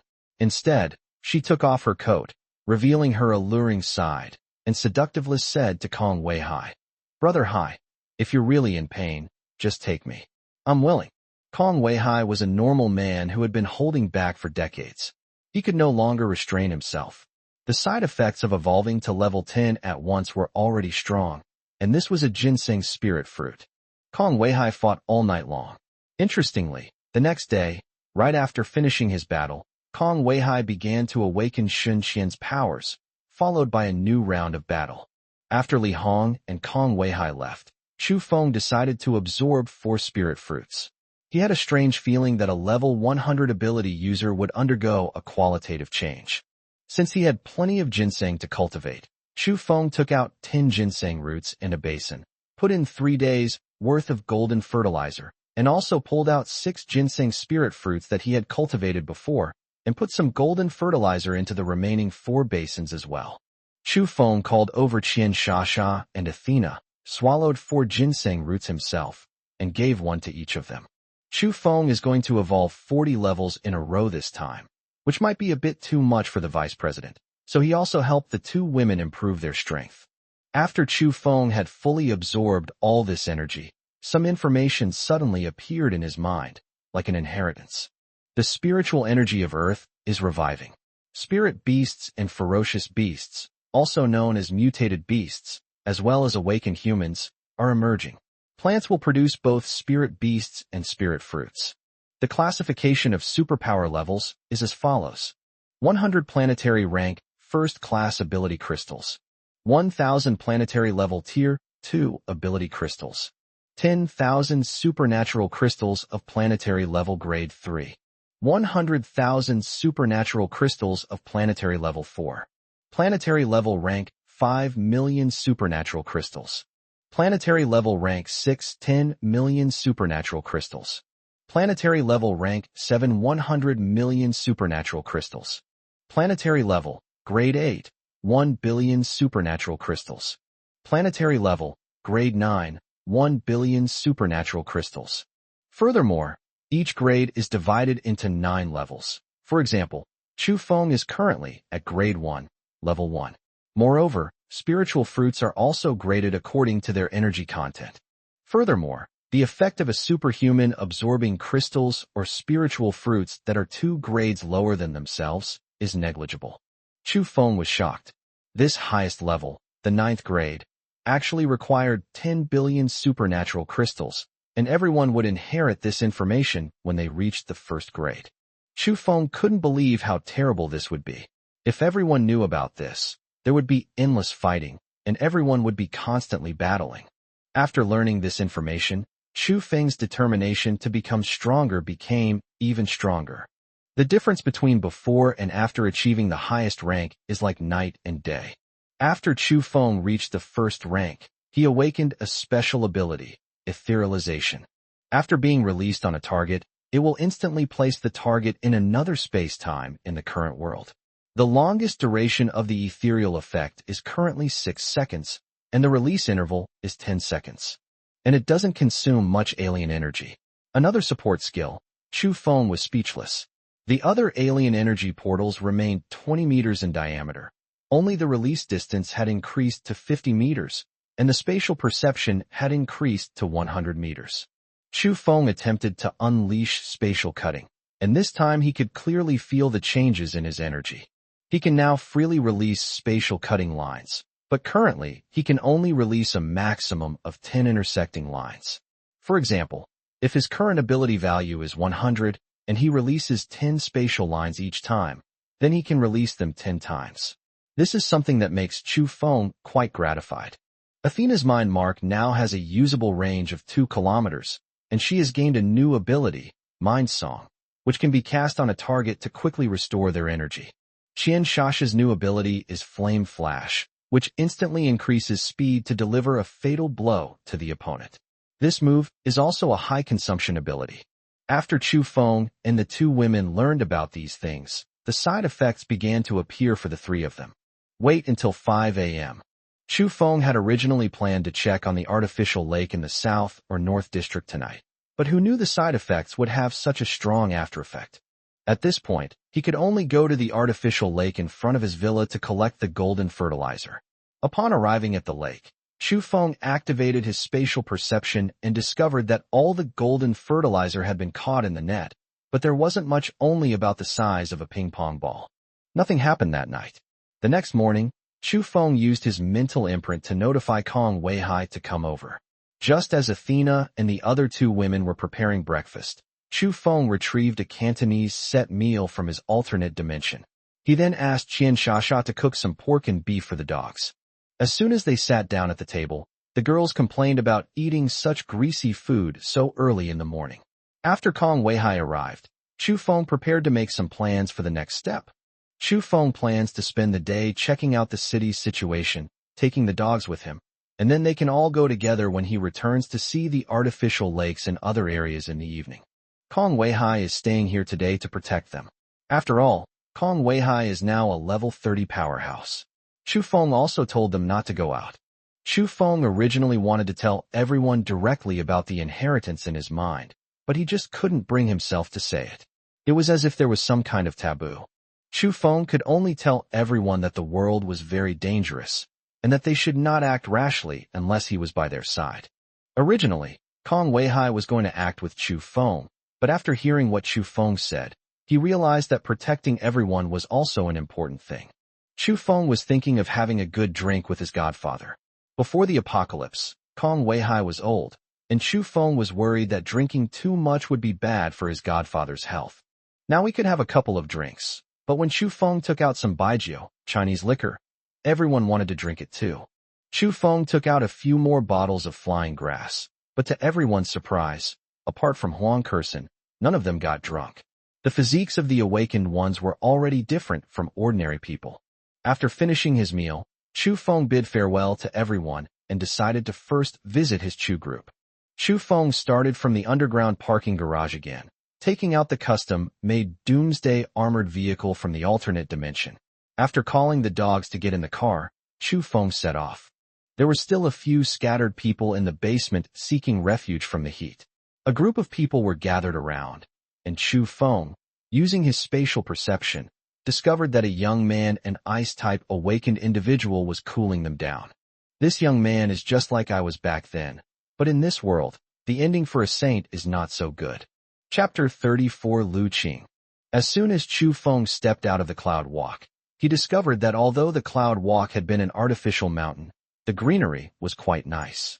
Now, the trees have withered and died, then spontaneously combusted, leaving only ashes. The world is a scene of devastation. Chu Feng encountered nothing unusual along the way and arrived directly at the Chu group. Chu Feng had originally planned to wander around the city, hoping to find some opportunities. He thought he'd check out the Chu group, but as soon as he arrived, memories flooded back. Chu Feng led the dogs to the gate, which was unlocked. After entering the building, Chu Feng activated his spatial perception and discovered 2 mutated beasts, one level 7 and the other level 8, as well as some corpses inside the building. They were probably all eaten by the 2 cats, and there were still a few people alive in the basement. Chu Feng went to the basement himself and ordered the dogs to catch the 2 cats. In the basement, there were only a few people. In a dead corner, They had blocked the entrance with a pile of junk. Chu Feng looked at the pile of junk in front of him and shook his head speechlessly. I don't know what these people were thinking. This pile of clutter in front of them couldn't possibly stop the mutated beast. Chu Feng didn't even use his alternate dimension. He just moved the clutter aside with his bare hands. In about a minute, he had moved enough clutter for one person to enter. After all, Chu Feng is now different from ordinary people. If it were an ordinary person, it would take at least 3 or 4 people half a day to move him. After moving those things aside, the group in the corner turned on their flashlights and looked at Chu Feng in horror. When Chu Feng approached, they realized he was human and immediately felt much relieved. One of the girls, covered in dust and dirt, saw Chu Feng and ran over excitedly. President Chu, you're still alive. That's wonderful. This woman was actually Lu Qing, Chu Feng's former secretary. Lu Qing used to always wear a professional OL dress, with a tall figure and a youthful look, but now she looks like an ugly duckling. Chu Feng immediately asked Lu Qing in confusion, "How did you end up here?" Upon hearing these words, Lu Qing found an outlet for all her grievances and burst into tears, crying out, "You actually asked me about this. You said you would arrange another job for me after the group was transferred, but after the company was acquired, I couldn't reach you by phone. But I have to make a living too. It would be easier if I continued working at the company, but who knew I'd be targeted by my boss? I was supposed to be at the company, but then the weather turned like this and I couldn't even go out." Lu Qing continued to complain. Chu Feng was exasperated by Lu Qing's words and quickly interrupted her. "Xiao Qing, stop talking. There are other people here. I'm here to pick you up." Lu Qing muttered under her breath. "You're afraid of people talking about what you did yourself." Lu Qing, understanding the urgency of the situation, said, "President Chu, there are 2 monstrous cats here. They're much bigger than normal cats, and they eat people. They've killed many people, which is why we're hiding here. We need to seal this place up again. If the monsters come, we're doomed." At this moment, a man in his 30s stepped out from the crowd and said directly to Chu Feng, "Who are you? Why are you moving our things? You'll kill us. There are monsters outside." It was indeed Chu Feng who moved the things first. Chu Feng then explained to everyone, "These things you put there can't stop the mutated beasts." Lu Qing tugged at Chu Feng and whispered, "This person was targeting her boss and even tried to sexually harass her." The man remained unperturbed by Lu Qing's words, teasingly retorting, "Does it mean you can just say that? I could say you seduced me." Chu Feng was too lazy to pay attention to the man at this moment, because he had already sensed that the dogs were chasing 2 mutated cats, and the 2 mutated cats were coming this way. The man was about to say something more, but the 2 mutated cats had already reached them. Both cats were several sizes larger than ordinary cats, but they didn't dare to walk towards the crowd. They just felt that the man standing in front of them was terrifying. The opportunity was fleeting. The dogs quickly caught up with the 2 mutated cats and surrounded them. Chu Feng noticed traces of blood on Air's left foreleg, and there were also bite marks from Air on the neck of the level 8 mutated cat. When everyone saw the 2 mutated cats, they were already in despair, but then 7 dogs came chasing after them, and they were completely heartbroken. Air was the first to act. This stinky cat had actually hurt him first, causing him to lose face in front of his brothers and master. The other dogs joined the fight. Lu, who was indeed the 6th dog, took advantage of the mutated cat's distraction and grabbed its genitals, slapping it hard. Gradually, the mutated cat sustained more and more wounds, and finally collapsed under this relentless onslaught. Chu Feng used the enslavement mark to command the dog to absorb the mutated cat's crystals and corpse on an even scale. Everyone held their breath and watched silently as the 7 dogs devoured the 2 cats. After the dogs finished devouring the food, they prepared to come before Chu Feng to claim credit. Everyone trembled with fear at the sight. Lu Qing immediately burrowed into Chu Feng's arms, while Lu Qing's leader shoved Chu Feng towards him, trying to shield him with Lu Qing and Chu Feng. Unfortunately, it was as if he had pushed against a wall. "Since this guy is so reckless, let him die." Chu Feng directly ordered Lu to grab and kill the man with one blow, and then Chu Feng left with Lu Qing. Chu Feng couldn't care less about the others. The distance from where Chu Feng led Lu Qing to the car was less than a minute, and in that short time, Lu Qing almost fainted from the heat. After getting into the car, Chu Feng quickly brought out water and bread for Lu Qing. After Lu Qing wolfed down the food and drinks, Chu Feng took out some wet wipes for Lu Qing to wipe her face, which helped her regain her energy. At this moment, Lu Qing was like a lark, turning back to look at the dogs and telling Chu Feng that the dogs had scared her to death, and then asking Chu Feng if the dogs were strong and why they listened to him. A moment later, he asked Chu Feng why he couldn't get through on the phone back then. Chu Feng quickly explained that the signal was bad in the mountains at the time. Chu Feng listened to Lu Qing's incessant chatter and remarked, "I remember you weren't this talkative before." "I've always been talkative. Before, when you were the boss, I had to watch my words and actions. Now you're nobody," Lu Qing said, giving Chu Feng a disdainful look. Chu Feng said jokingly, Fine, I'm nothing, then get out of the car." Helpless, Lu Qing had to acknowledge Chu Feng's identity as boss again. As Chu Feng walked, he arrived at Qingzhou Zoo. He thought that there should be many mutated beasts in the zoo, so he could go and see what was going on. Chu Feng parked his car in the underground parking lot of a nearby residential area. After looking around and seeing that no one was around, Chu Feng originally planned to leave Ada to protect Lu Qing, but Lu Qing refused to be alone with Ada no matter what.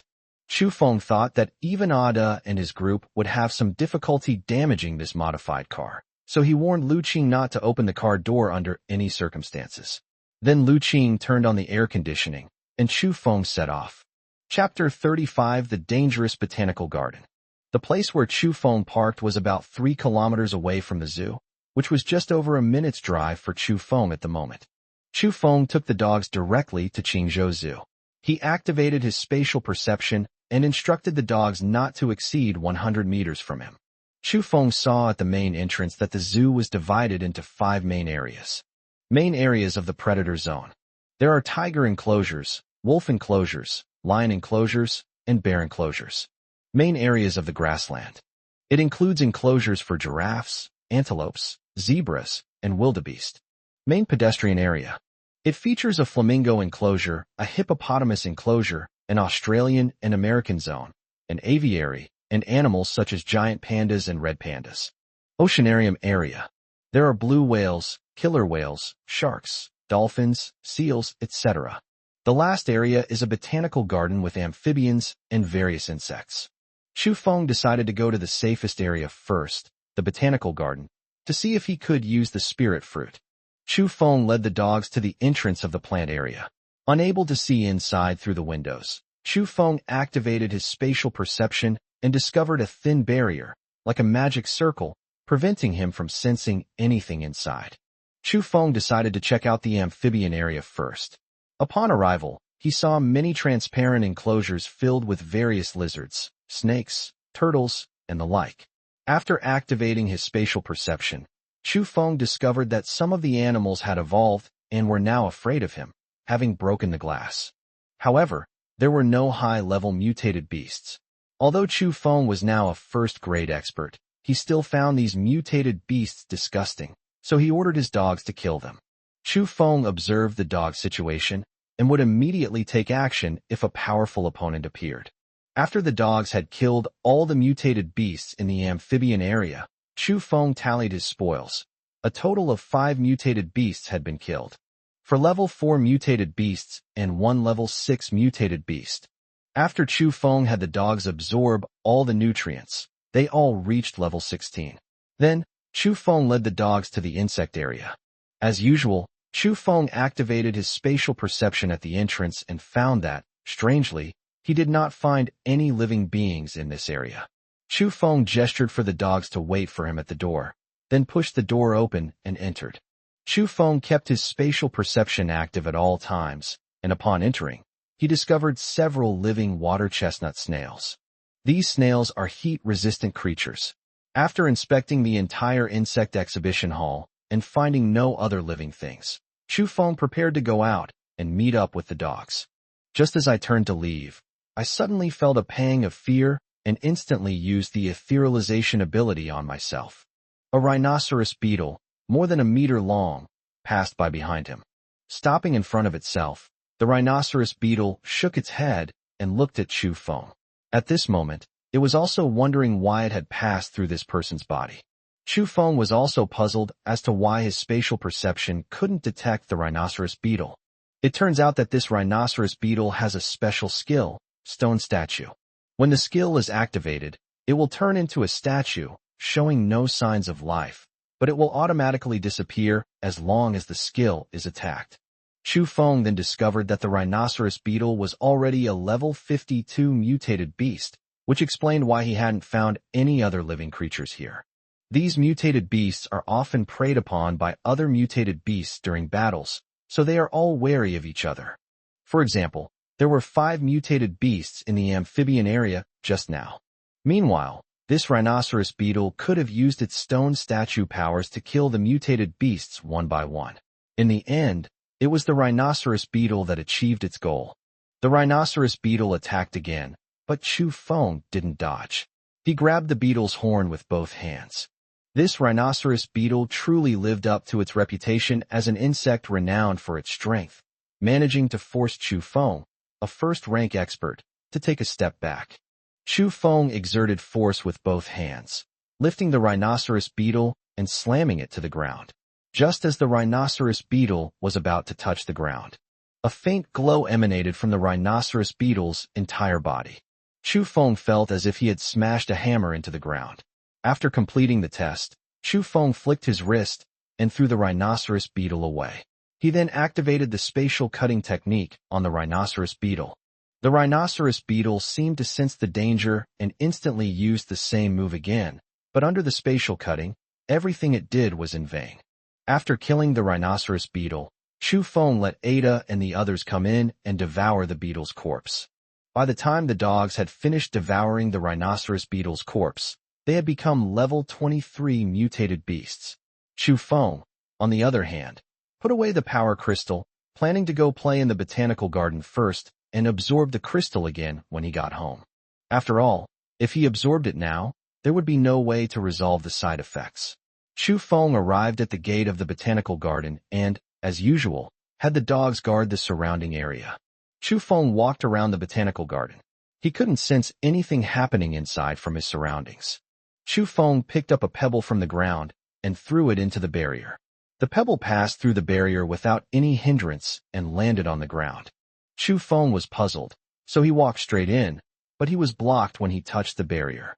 Chu Feng realized that this barrier could prevent living beings from entering and prevent them from probing. He immediately used his ethereal ability to enter. As soon as he entered the barrier, Chu Feng felt the temperature around him drop sharply to only about 30 degrees Celsius. Chu Feng immediately activated his spatial perception and found that the surrounding area was lush and green. The botanical garden is cool because the roof is covered with ivy vines, and there are at least dozens of kinds of spiritual fruits within Chu Feng's spatial perception range. Before Chu Feng could recover from the shock, he saw the roof, the surrounding vines, and even the tree roots on the ground rushing towards him. Chu Feng quickly made himself appear ethereal, and a dozen vines passed through his already ethereal body. Chu Feng retreated, and a tang sword appeared in his hand. After dodging to the side, a continuous barrage of vines attacked Chu Feng. Chu Feng's knife danced wildly, but after only a moment of defense, his knife was already covered in nicks and slits. Chu Feng was shocked. The gate was right in front of him, but he resolutely ran into the botanical garden, collecting spiritual fruits as he ran. Furthermore, he only picked the fruits, without damaging the plants themselves. But this couldn't go on forever. Chu Feng kept blurring his way through as he fled, and when he couldn't dodge anymore, he even used spatial cutting. His power level was about to drop to a minimum in an instant. Chu Feng realized that this couldn't go on. He would eventually be worn down and die here. He immediately steeled himself, and a rhinoceros beetle-shaped energy crystal appeared in his hand.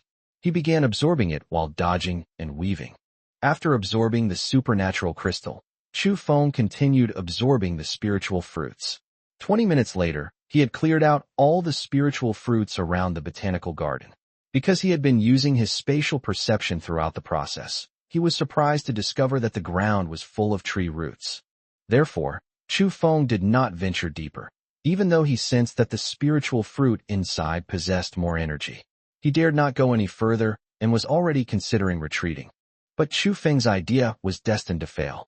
Chapter 36, A Great Harvest. The supernatural crystals and spiritual fruits that Chu Feng absorbed along the way have brought him to a level of 335 supernatural crystals, which is equivalent to the third rank of the first grade. At this moment, Chu Feng's spatial perception had reached a diameter of 300 meters. Because of the increased range of his spatial perception, Chu Feng was horrified to discover that there was a towering tree in the middle of the botanical garden. It was a mutated evergreen vine, its trunk at least 10 meters in diameter. In the folds of the bark at the crown, there appeared to be a human face, now displaying an angry expression. Chu Feng couldn't sense the tree's grade, only that it was extremely dangerous, and the supernatural crystals within its crown were brimming with immense energy. The closer one gets to the ivy, the more energy the spiritual fruits contain. There are 9 spiritual fruits in a circle around the ivy. Among them, 3 are of the first grade, second rank, 4 are of the first grade, third rank, and Chu Feng only sensed that the energy contained in the other 2 was astonishing.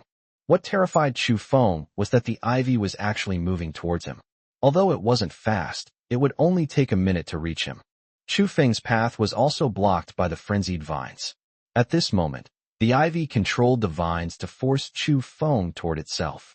As the ivy drew ever closer, Chu Feng grew anxious and decided to wait for his doom. He unleashed a dense barrage of spatial cutting attacks, sending a full 50 spatial lines slicing forward. Chu Feng then rushed towards the exit, and just as he was about to escape, more vines attacked him, along with some branches. Chu Feng almost exhausted all his supernatural abilities, releasing high-density spatial cutting energy around him, including above his head and below his feet. Chu Feng quickly consumed a large amount of the exotic fruit. Looking at the frenzied vines ahead, Chu Feng knew that if he used his intangibility ability, he wouldn't be able to get through. By the time he needed to materialize, he would be engulfed in the vines, and might even die. Chu Feng decided to pull off a big heist.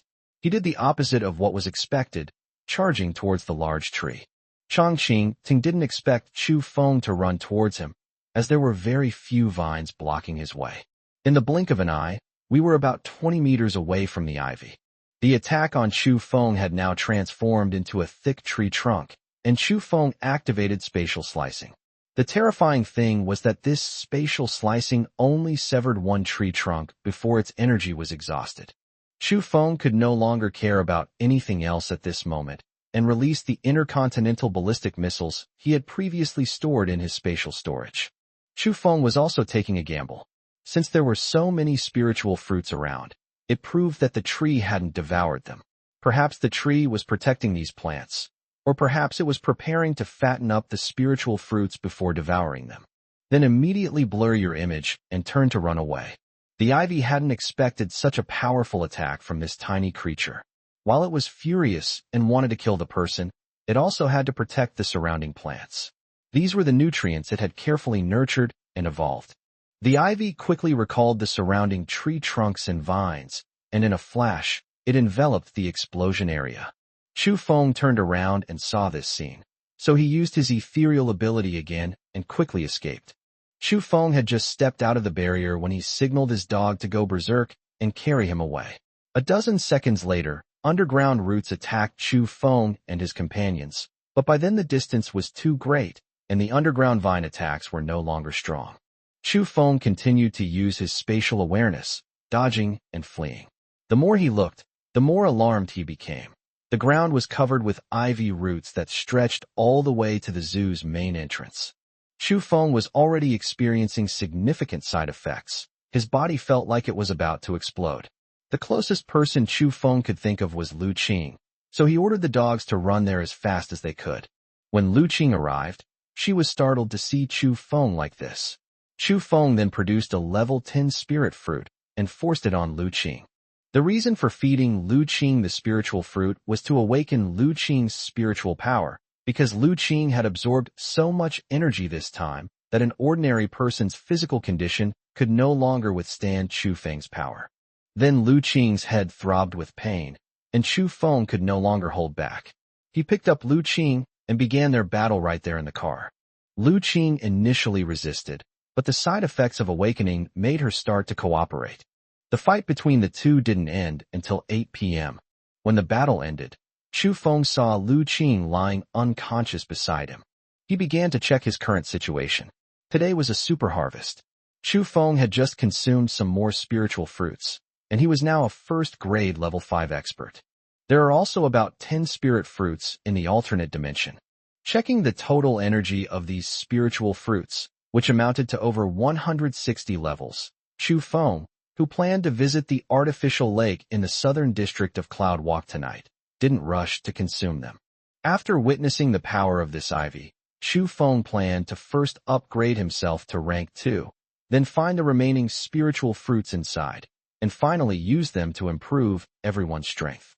After considering these factors, Chu Feng drove home.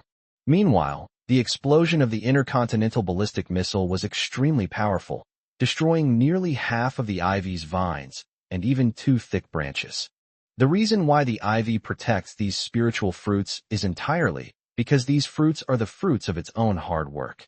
This ivy originally grew next to a mountain spring, which is why it grew so large. After being discovered, it was planted in a zoo. Its roots have spread very deep, even reaching underground.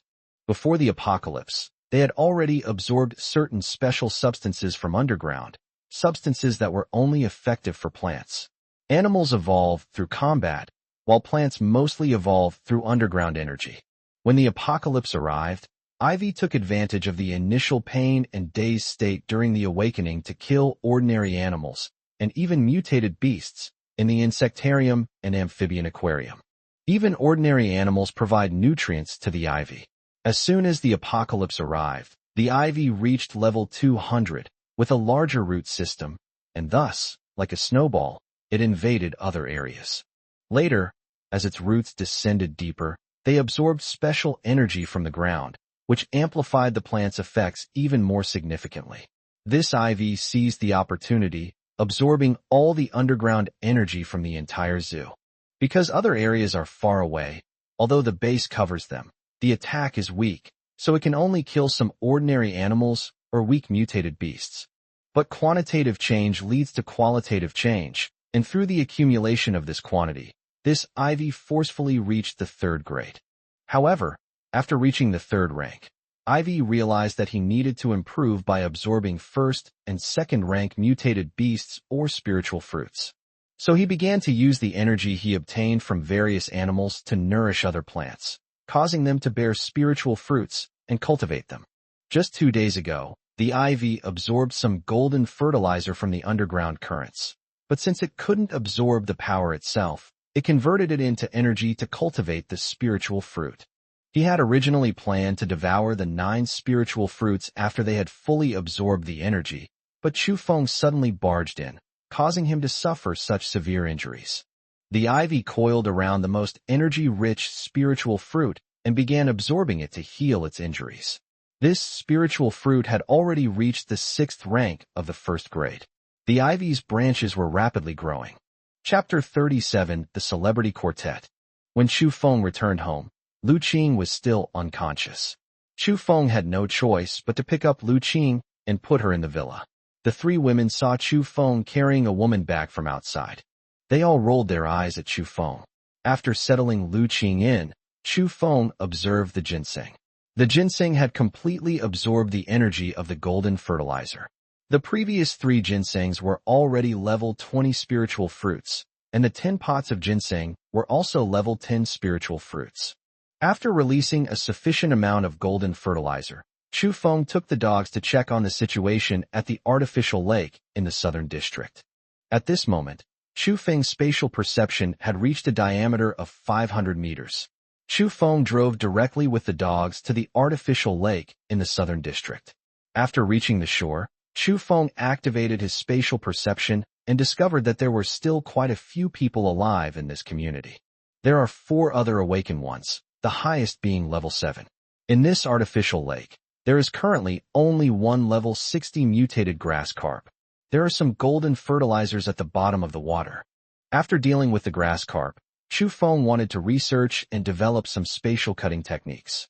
Chu Feng observed the mutated grass carp, then initiated spatial cutting from all 6 sides around, above, and below, creating 9 lines in each side's spatial grid. The spatial cutting mechanism began to carve like a cage, instantly slicing the mutated grass carp into countless fragments. Chu Feng dived into the water to collect grass carp crystals, grass carp carcasses, and scattered gold nuggets, and also added a net to the water inlet. After Chu Feng got ashore, he let the dogs devour the grass carp carcass. The dogs devoured the mutated beast, which was already level 32. Chu Feng also discovered that there were 4 women in Villa Number 5 in the South District Villa area. The 4 women are all popular actresses: Yangmi, Tang, Diba, and Zhaoying. Chu Feng had previously quite liked them, and now he was soaking wet. He wondered if he should go and rescue the 4 women and change his clothes while he was there. Chu Feng arrived at the roof of the girl's house in a short while and broke in through the window on the top floor. He took out a meal set, a case of bottled water, and a change of clothes from the other dimension. After changing, he instantly appeared in front of the girls. The girls were all startled when they saw the man suddenly appear. He quickly stood up and huddled in the corner. Yangmi, being the bravest, stepped forward and asked in a trembling voice, "Who are you? What do you want? Why are you suddenly in my house?" Chu Feng didn't say anything, opened the meal, and placed the water aside. He started eating in front of the women. The girls started swallowing hard, and seeing this, I said to them, "Eat if you want." The girls were both hungry and thirsty. Upon hearing Chu Feng's words, they quickly came over and picked up bottled water to drink. The 4 women each drank 2 bottles of mineral water and then sat cross-legged next to Chu Feng, wolfing down their food. After the 4 women finished eating, Chu Feng spoke up. "As you can see, I have food and water. Now, either become my woman. Except for Diba, all 3 of you are married, and your husbands are probably dead by now. Either I leave, or I'll treat you to this meal. You have 10 minutes to think about it." The 4 women looked at each other, exchanging glances. Finally, Yangmi addressed them, saying, "As you all can see, if we stay here, we might starve to death. You should think about it first." Then, turning to Chu Feng, he said, "Even if you want us to be your women, you should at least give a brief self-introduction first." Chu Feng hadn't expected her to say that. Just as he was about to introduce himself, Tang said, "Chairman Chu Feng of the Chu Group, President Chu." Chu Feng spoke up, "That's right, I am Chu Feng." Then Tang said, "President Chu transferred the Chu Group before the apocalypse.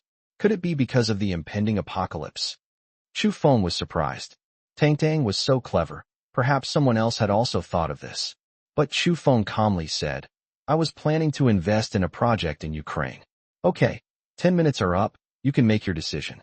Tang then stood up and said to the other 3 girls, "I am willing. Are you willing?" Yangmi chimed in, "I'd like to too." Zhaoying and Diba nodded in agreement. Chu Feng was quite satisfied with what he saw. He took out the 2 level 1 spirit fruits that the succulent had produced from the alternate dimension, and then took out the level 5 spirit fruit with the lowest energy in the botanical garden and cut it in 2. After distributing the food to the 4 people, Chu Feng gestured for them to eat it. Zhaoying was initially hesitant, staring blankly at the reactions of her other sisters. Yangmi ate it first and told the 3 sisters what they were afraid of, asking if Chu Feng would need to use drugs if he wanted to harm them. The 3 women swallowed the food after hearing Yangmi's words. Chu Feng was quite satisfied with what he saw. Not long after, the 4 women began to groan in pain. Chu Feng then took out the spirit fruit he had previously obtained and the crystal from the grass carp he had just killed. After absorbing everything, Chu Feng reached the 7th rank of the 1st grade, just shy of the 8th rank. Chu Feng helped the girls awaken entirely because it would solve his secondary role problem, and they could protect themselves after awakening. After a while, the girls were pleasantly surprised, as they all noticed the changes in themselves. Yangmi awakened a fire-type ability, which is to launch fireballs. Tang is water-based. She can create water spheres out of thin air and launch water. Zhaoying is an ice-type character, capable of freezing anything. Diba is a power-type awakened one, just like Kong Weihai. Chu Feng quickly took out a portable, simple swimming pool from the alternate dimension and released the spring water he had previously collected from it. "Tell them to quickly rinse themselves off." After the group took a shower, the side effects began to appear. At 4 a.m., Chu Feng activated his enslavement ability upon seeing the 4 women already fast asleep. Chu Feng was still afraid that his spatial ability would be exposed. The next morning, Chu Feng chatted briefly with the 4 women and learned that it was because Diba had bought a house there. The other 3 happened to be in Qingzhou, so they came to celebrate, but little did they know that the apocalypse would come and they would never be able to go back. After leaving some supplies for the 4 people, Chu Feng headed to the North District to check out the artificial lake there. Upon activating spatial perception in the North District, Chu Feng noticed that there were few living people left in the community, which surprised him as there were significantly fewer living people compared to the South District. After a while, Chu Feng showed a disgusted expression. There were actually dark-type awakened beings in this community who could create zombies. There is a level 55 water snake mutated beast in the water here, and there is a slight bulge on the forehead of this water snake. Chu Feng was surprised. Was this snake about to transform into a dragon? After killing the small snake, Chu Feng planned to deal with the Dark Awakener. Chapter 38 Dark Mage. Facing the small snake, Chu Feng activated a cage-like spatial slicing technique. Instantly, the small snake was dismembered. Chu Feng dived underwater again, collecting the snake's corpse and the crystal, as well as the golden fertilizer from the lake. He then placed a net over the inlet. After the dogs were devoured, they all reached level 40. Then Chu Feng went to the residence of the Dark Awakener.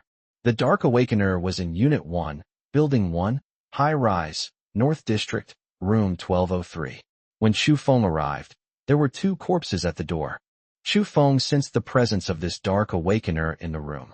This Dark Awakener had reached level 45, was emaciated, had a sallow complexion, sunken eyes, and wore a black cloak. A skull scepter was stuck in the floor beside him. The room was filled with human skeletons, and 2 level 20 skeleton warriors stood nearby. He was sitting cross-legged at the moment. His hands were waving as if he were performing some kind of ritual. Chu Feng didn't intend to do it himself. Instead, he planned to let the dogs practice and signaled them to deal with the Dark Awakener. Ada and the others are now all level 40 mutated beasts.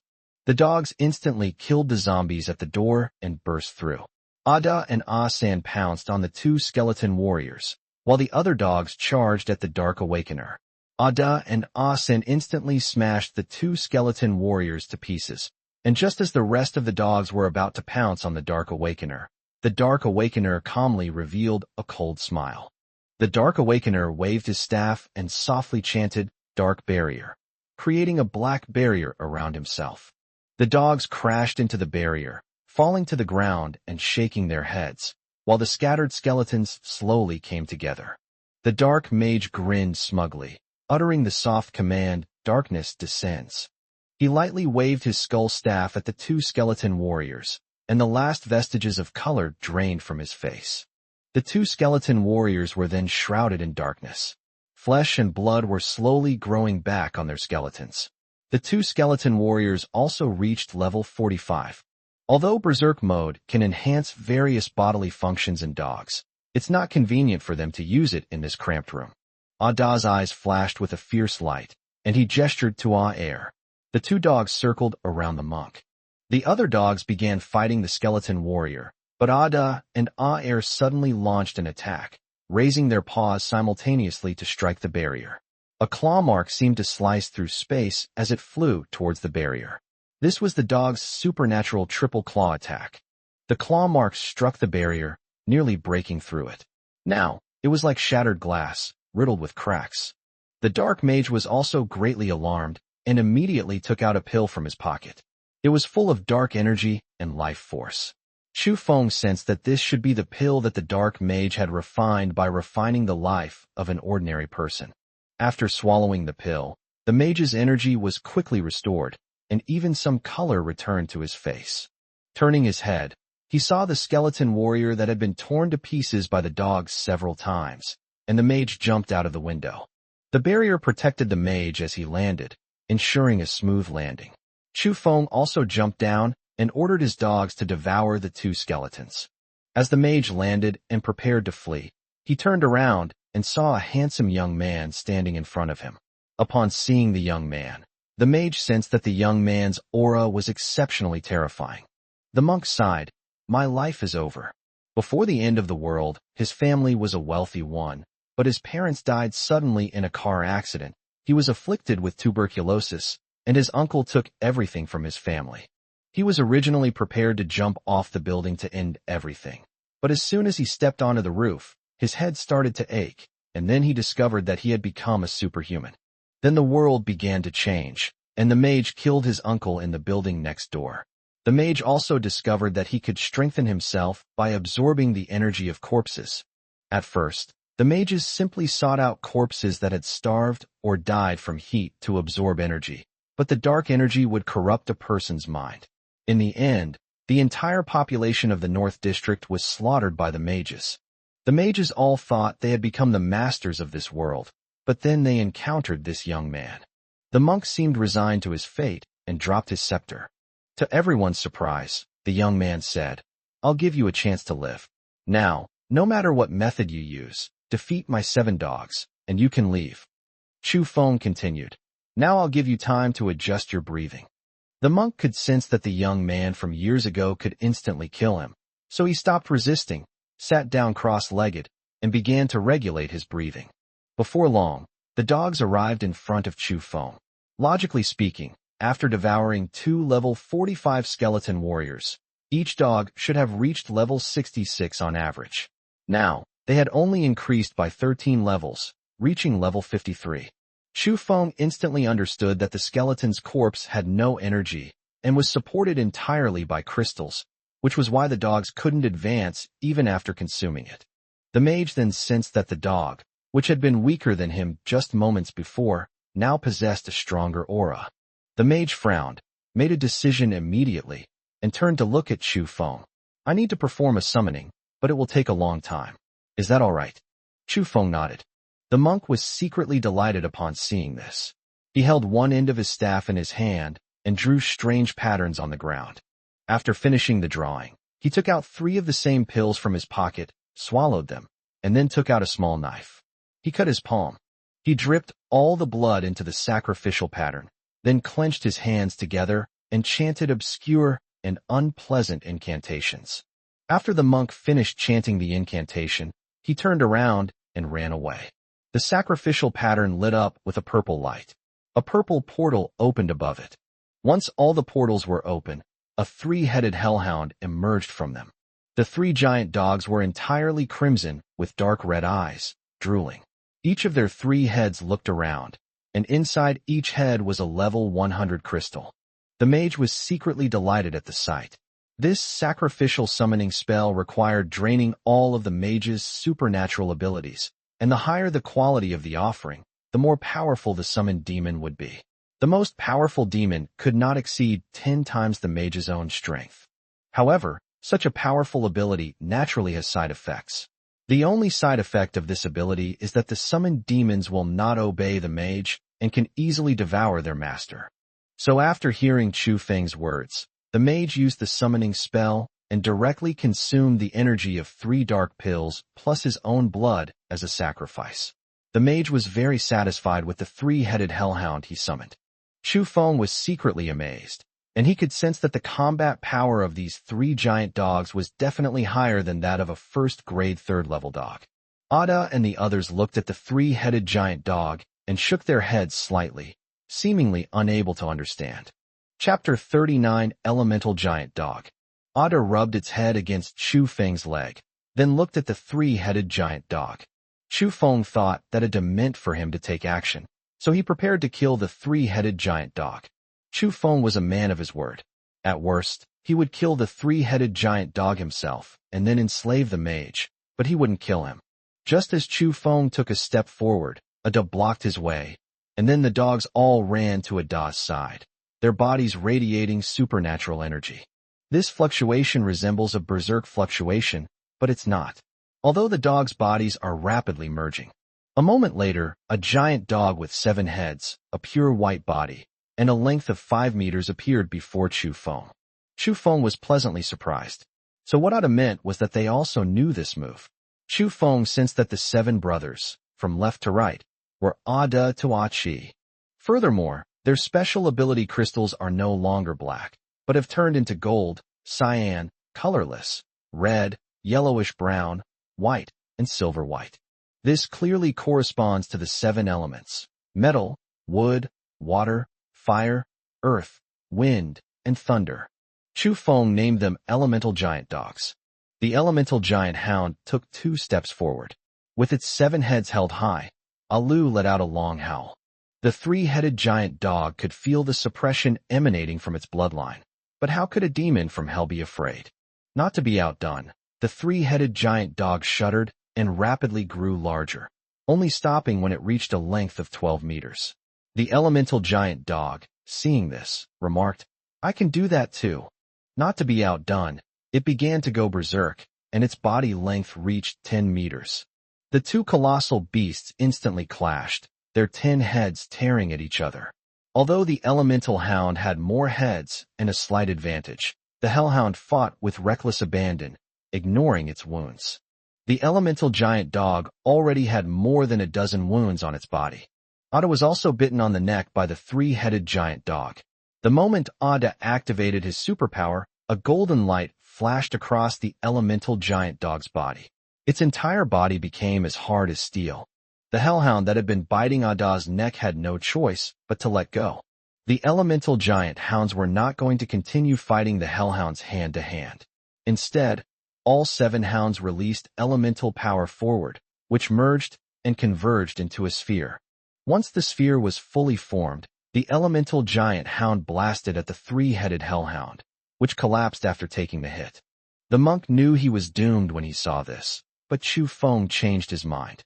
Chu Feng approached the dark mage and asked, "How did you summon a hellish creature so much more powerful than yourself?" The mage explained all of his supernatural abilities to Chu Feng, doing his best to demonstrate his value. Chu Feng was overjoyed upon learning about this superpower. It was practically a cheat code. The only drawback is that the dark mage needs the aura of the dead to enhance his strength and summon hellish creatures. Previously, the dark mage extracted the aura from corpses to refine the black pill. Therefore, if Chu Feng wants to exploit the bug, he needs to provide the dark mage with a large number of human corpses. Chu Feng looked at the dark mage and said calmly, "You still have a way out. Submit to me." The dark mage nodded in agreement. Chu Feng signaled the mage to relax and not resist, as he would kill him instantly if he resisted even slightly. The process of enslaving the mages went smoothly. Chu Feng ordered the mages to find some corpses in the 4 areas where they were walking in the clouds, but they were not allowed to actively kill ordinary people. After the dark mage left, the elemental giant hounds had finished merging and returned to being 7 dogs. Chu Feng took out 2 of the crystals from the 3-headed giant hounds, and then signaled the dogs to begin devouring them. After the dogs finished devouring, they had all become first-grade spirit beasts, and their normal size was close to that of a tiger.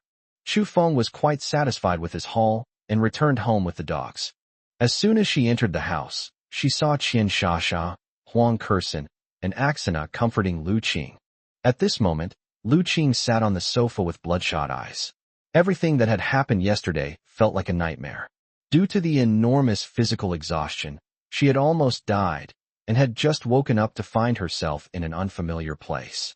Recalling yesterday's experience, she sat down on the sofa and started crying. The 3 girls, who were chatting in the room, rushed out upon hearing the crying. They saw Chu Feng carrying the unconscious Lu Qing home and then leaving again. They didn't know how to comfort her, so they could only keep telling their sister not to cry. As soon as Chu Feng entered, all 4 women turned to look at him.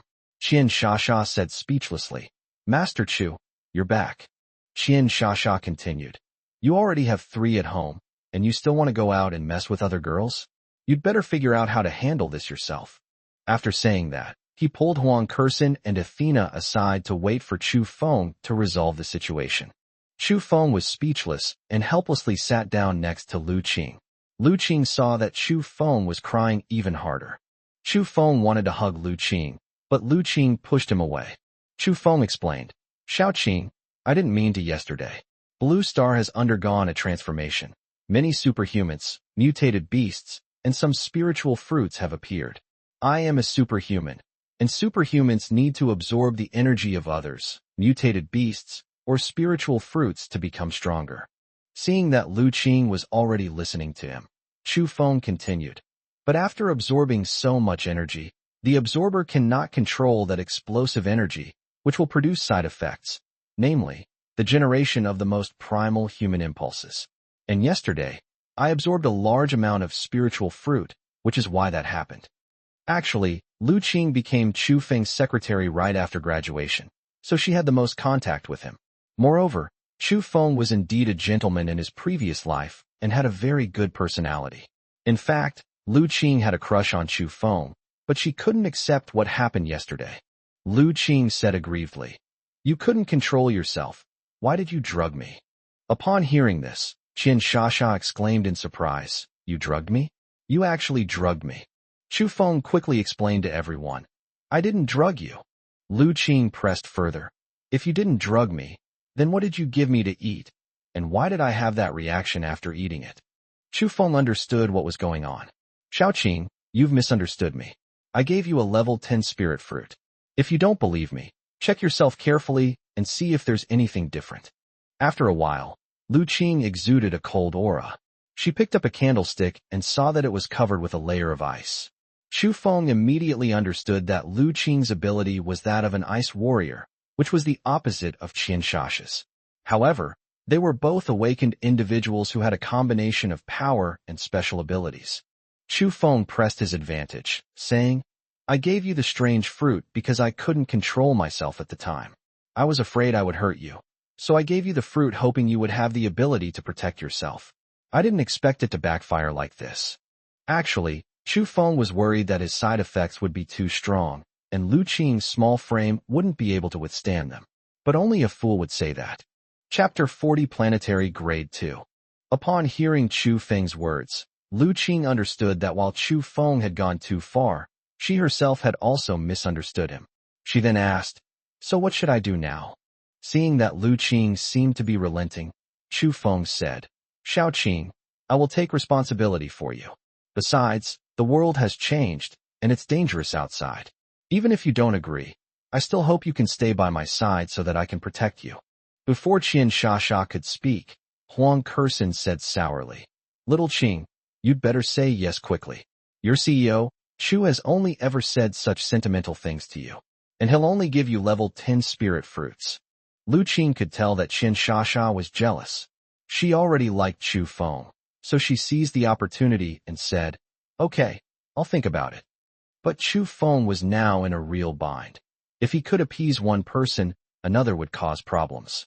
Chu Feng quickly changed the subject, saying to the women, "I encountered a very powerful tree on my recent trip. Just seeing it was terrifying. I'm going to improve my strength now, and I'll help you all improve yours as well." After Chu Feng finished speaking, he led the women to the place where he cultivated ginseng. At this time, 2 pots of ginseng had reached level 30, and the other 10 pots were all level 20. He planned to consume the 2 pots of level 30 ginseng himself, and then give 1 ginseng to each of the women. He also stored the remaining 6 ginsengs in his alternate dimension, intending to send them to Kong Weihai when the opportunity arose. Then Chu Feng took out 20 more ginseng roots from his alternate dimension and divided the existing golden fertilizer into 20 portions, placing them in a basin. Chu Feng wanted to see where the growth limit of these ginseng roots was. Immediately afterwards, Chu Feng and the others began to absorb the spiritual fruits. Chu Feng took out the 2 crystals from the 3-headed giant dog and 2 level 30 ginseng. As soon as Chu Feng finished absorbing, a transparent light enveloped him. Having achieved the 2nd rank, Chu Feng quickly checked himself. Now, Chu Feng's spatial perception range was exactly 1,000 meters. The ethereal time was 6.5 seconds. The release interval was 10 seconds, and Chu Feng had gained a new ability, teleportation. Yes, that's teleportation. Within Chu Feng's spatial perception range, he can teleport to any place with just a thought. Chu Feng quickly prepared to put it into practice. He teleported to the furthest distance, consuming 10% of his special ability value.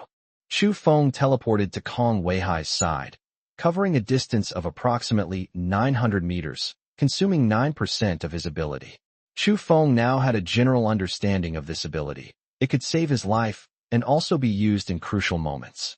At this moment, Kong Weihai was holding Shen Qian while watching a movie. Chu Feng had provided the room with many downloaded movies. Kong Weihai was startled by Chu Feng's sudden intrusion. He quickly helped Shen Qian off him, and Chu Feng handed him 4 ginseng roots, saying, "Godfather, my new ability allows me to teleport, which is why I appeared suddenly. These are spiritual fruits I cultivated." Kong Weihai didn't stand on ceremony and gave Shen Qian 2 of the spirit fruits. Chu Feng stopped him, saying, "Godfather, just give her 1. The energy contained in these fruits is at level 20. You need to absorb 3 to reach level 100. Level 100 is a watershed moment. Once you become stronger, I'll still need you to protect everyone." In fact, the most important person to Chu Feng in this world is Kong Weihai, so of course he wants to give all the good things to Kong Weihai as soon as possible. Seeing Kong Weihai absorb the 3 spiritual fruits, Chu Feng knew that Kong Weihai was about to launch a major battle. Chu Feng teleported back home.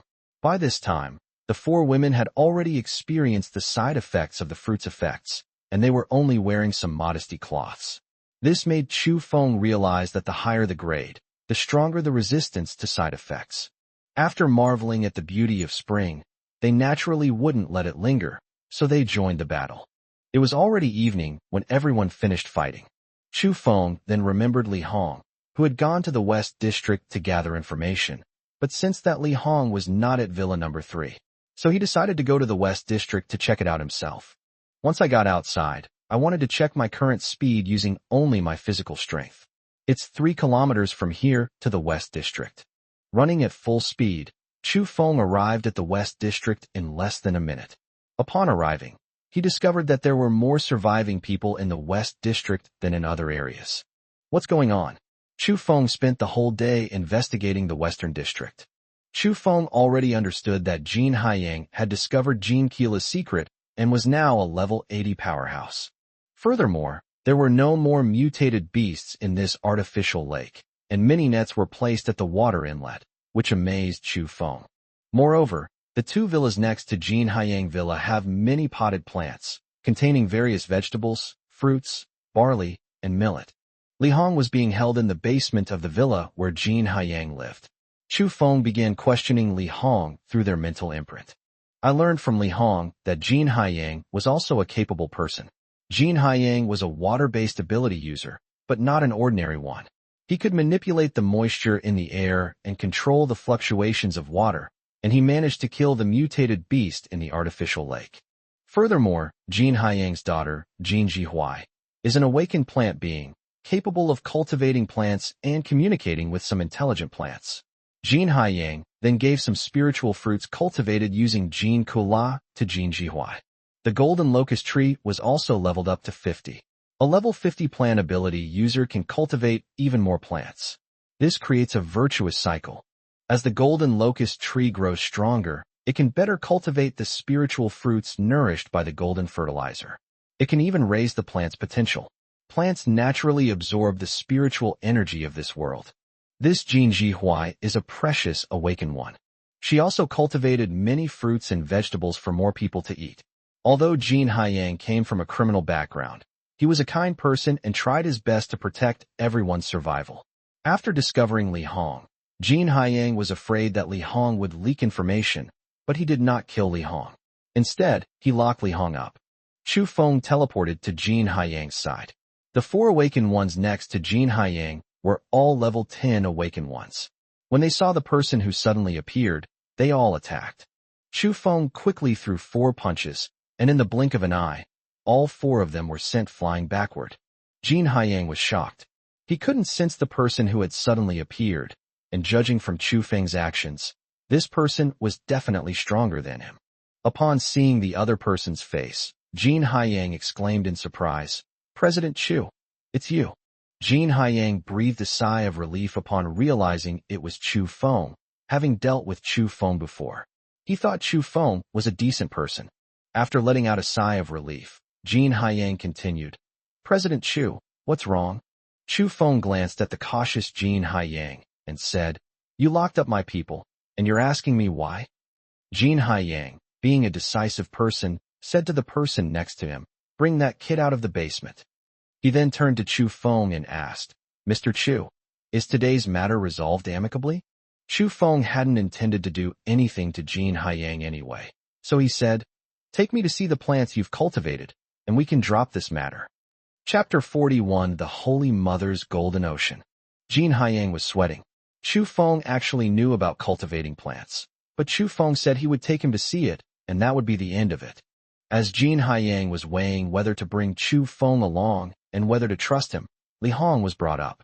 As soon as Li Hong saw Chu Feng, he started playing the victim, saying, "Brother Chu, thank goodness you came to save me."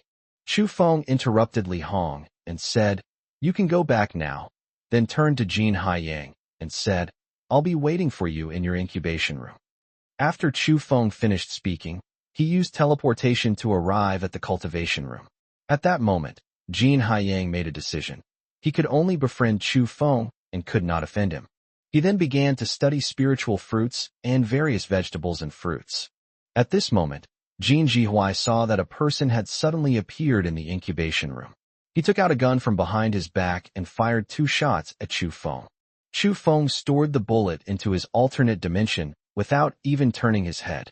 Jin Haiyang, who had just entered, witnessed this and immediately stepped in front of Chu Feng, shouting to Jin Jihui, "Stop! Stop right now!"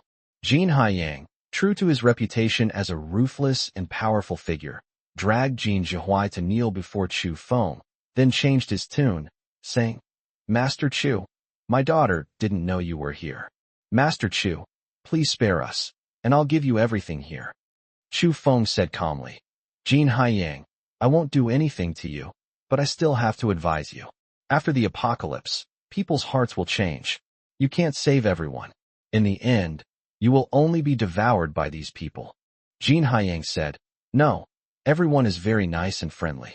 Chu Feng then said, "You can judge for yourself what I'm saying." Jin Haiyang nodded hurriedly. As the saying goes, it's hard to persuade a damned ghost. Chu Feng had only offered a few words of advice because he saw that Jin Haiyang was very similar to his past life.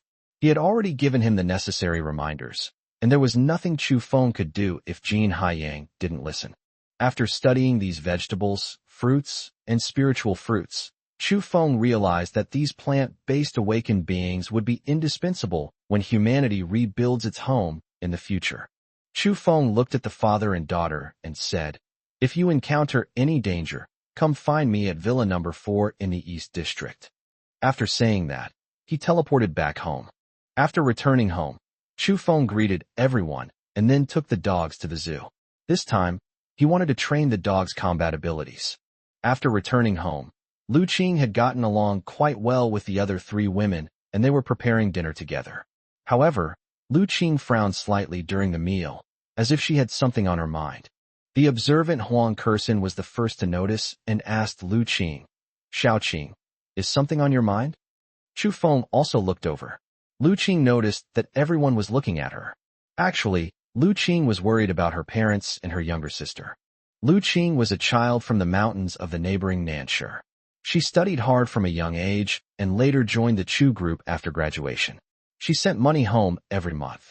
Her younger sister, Lu Shengnan, was also very promising and was admitted to Qingzhou University of Political Science and Law. Seeing the concerned looks on everyone's faces, Lu Qing felt a warmth in her heart and said, "Sister Kursin, my younger sister is still studying at Qingzhou University of Political Science and Law. I want to go find her and then go home with her to see my parents." Unexpectedly, Qian Shasha had already made the decision and said, "Xiao Qing, let Chu Feng go with you tomorrow morning. We'll feel more at ease with Chu Feng with you, and besides, we might as well use a free bodyguard." Chu Feng was thus sold off. After everyone enjoyed their dinner, Chu Feng took the dog to the zoo. Chu Feng was annoyed by the constant attacks from underground vines after entering the zoo. He understood that although the ivy was powerful, it was difficult to move, so he decided to deal with the nearest aquarium first. After sensing the aquarium, Chu Feng found that there was only a grade 1, level 3 seal mutant beast. Apart from the seal, there were no other living creatures. It seemed that the seal had killed all the mutant beasts and animals to reach grade 1, level 3. Chu Feng came here to train the dogs, so he naturally wouldn't take the initiative to fight. However, the seal's level was not low, and the dogs would definitely be defeated one by one if they went into the water to fight. Chu Feng then opened a portal to another dimension and frantically pumped water from the exhibition hall. About half a minute later, the seal climbed ashore. Before the seals came ashore, Chu Feng had already teleported to the side, leaving the battlefield to the dogs. Without further ado, the dogs surrounded the seal as soon as it came ashore, waiting for their chance to strike. After the seal came ashore, it saw that there were 7 mutated dogs. The seal realized that the dogs were much weaker than itself, so it was no longer cautious. The seal was the first to attack, shooting water jets at Alu. Alu kept dodging, but the water jets kept hitting him. Alu was, of course, a qualified 6th brother. Seeing the seal attacking him, he turned around and hid behind Ada. Ada didn't notice and was pierced through the right front leg by a water arrow.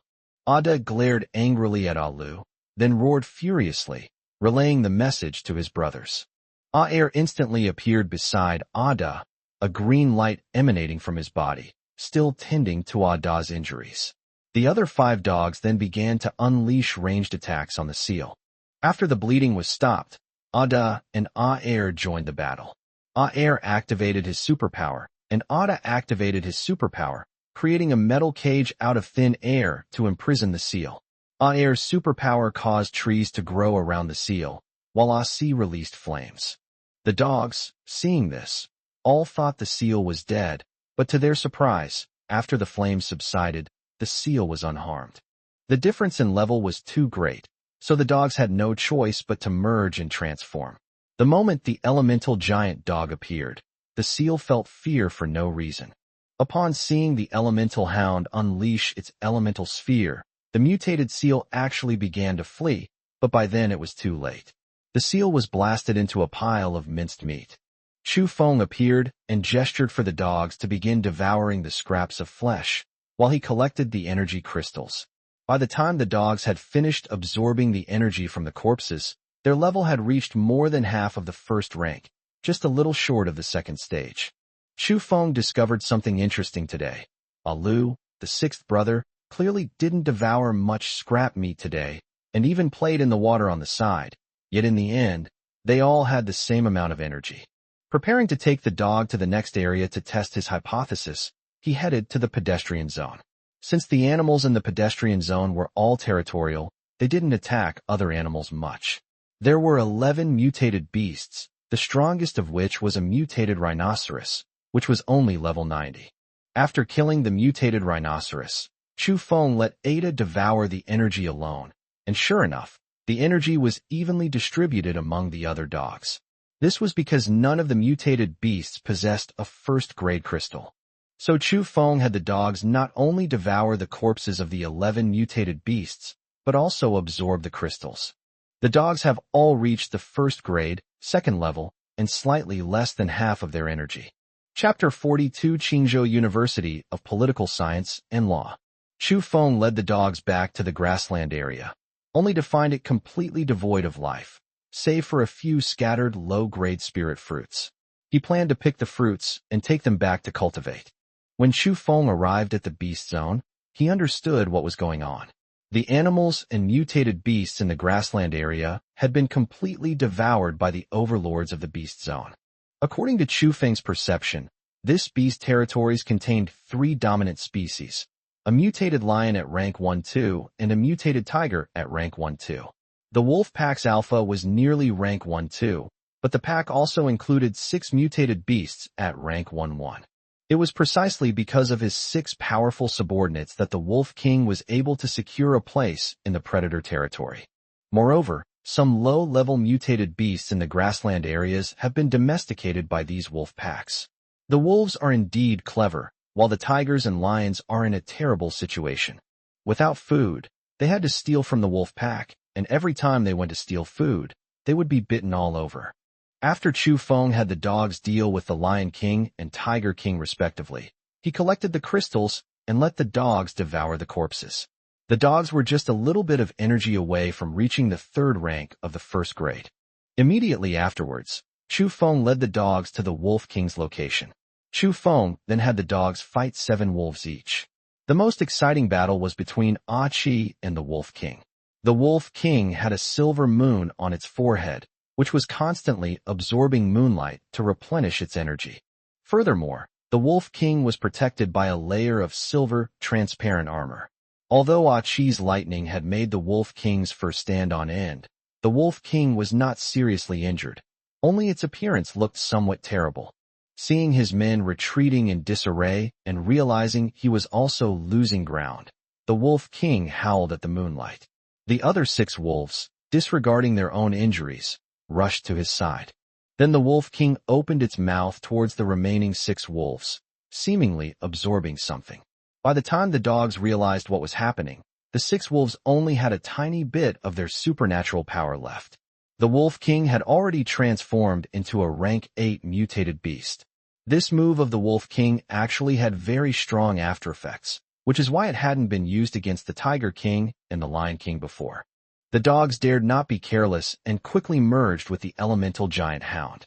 When the Wolf King appeared, he also sensed its extraordinary nature. The elemental giant hound was not as simple as 1 + 1. The dogs were now all first-grade, second-tier mutated beasts, about to enter the 3rd tier. However, the combined elemental giant dog's combat power is comparable to that of a second-grade mutated beast. The elemental giant hound unleashed its energy of various attributes upon the Wolf King. Although the Wolf King was in a sorry state, it still had the strength to fight back. The 2 beasts engaged in close combat again. Ultimately, with the advantage of 7 dog heads, the Wolf King's limbs and neck were bitten. Asi then breathed a high-temperature flame into the Wolf King's mouth, burning its internal organs to ashes, and it died. Chu Feng still collected the crystals and let the dogs devour the Wolf King's corpse. After the dogs devoured it, they all entered the 4th rank of the 1st grade. Chu Feng currently possesses 1 rank 1, Tier 3 crystal, 2 rank 1, Tier 2 crystals, and 1 rank 1, Tier 8 crystal.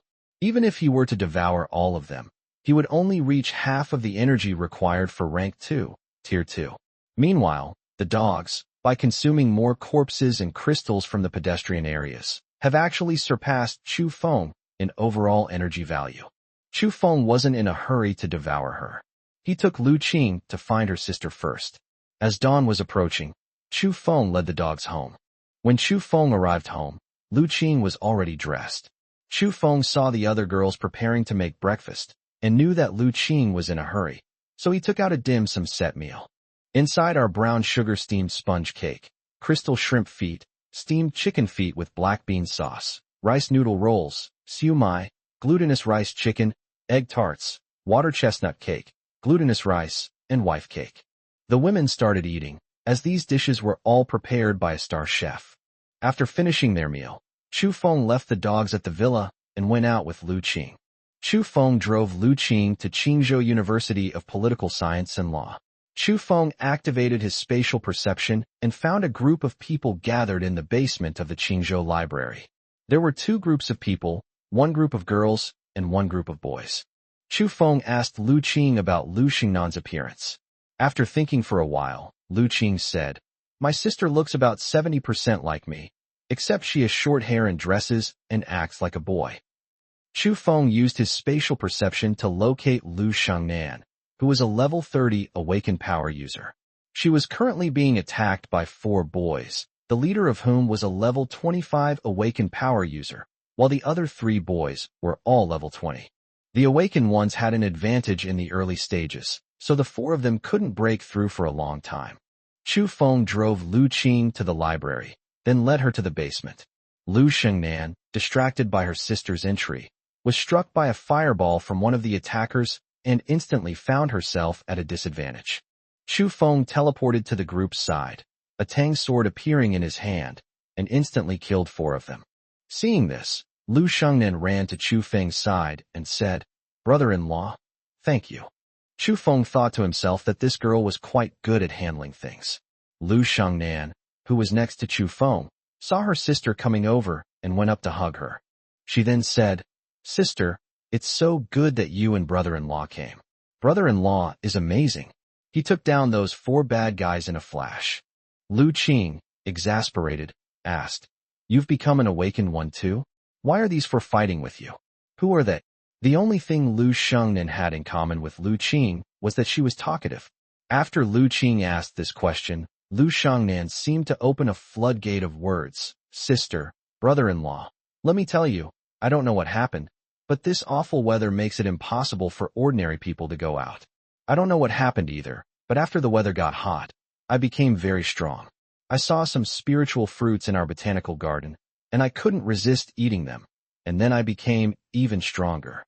Lu Shengnan continued, "But becoming stronger comes with some side effects, like developing certain desires. As a result, these guys would force themselves on us female classmates every time.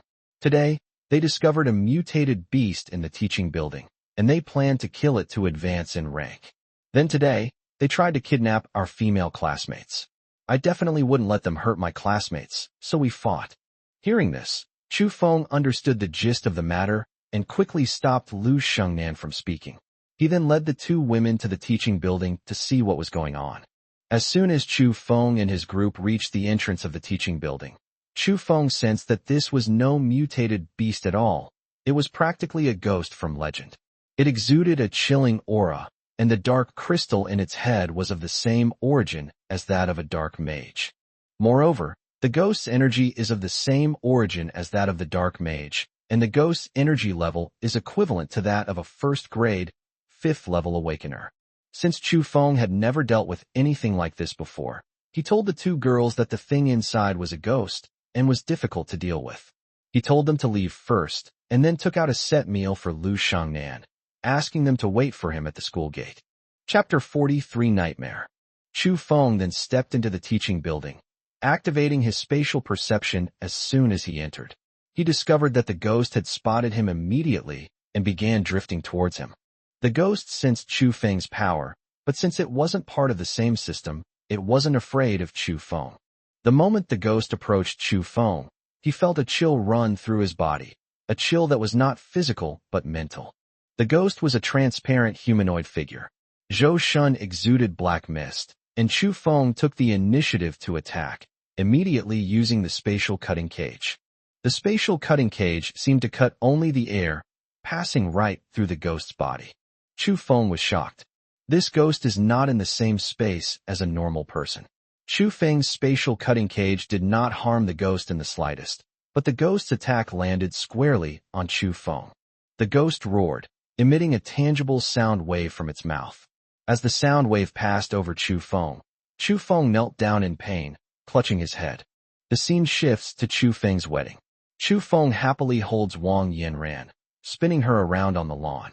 Chu Feng, as an observer, watches everything unfold. He wants to stop it all, but he is merely a bystander. He tries to pull her back, but her hands repeatedly pass through his body. After the wedding, Chu Feng was pulled by a strange force to the dressing room along with Wang Yanran. Wang Hao was waiting for Wang Yanran in the dressing room. Wang Yanran was wearing her wedding dress, and Wang Hao crawled under the hem of her skirt. Chu Feng's eyes were bloodshot, but he could only watch as an observer. Chu Feng's vision went black, and he found himself in a second scene. Wang Yanran was at a traditional Chinese medicine clinic, getting medicine for someone. He overheard Wang Yanran saying to the doctor, "Are you sure this will kill that old man? I've been giving him medicine for a month already." The traditional Chinese medicine doctor patted his chest and assured him, "There's really no problem. At most, you'll feel fine in another 2 weeks." Wang Yanran was delighted and said, "Okay, I'll transfer the final payment to you after it's done." Then Wang Yanran took the Chinese medicine back to Chu Feng's old home. Chu Feng gave the medicine to the nanny and asked her to brew the medicine for the old man on time. At this moment, Chu Feng's soul was involuntarily forced to walk to the room on the second floor.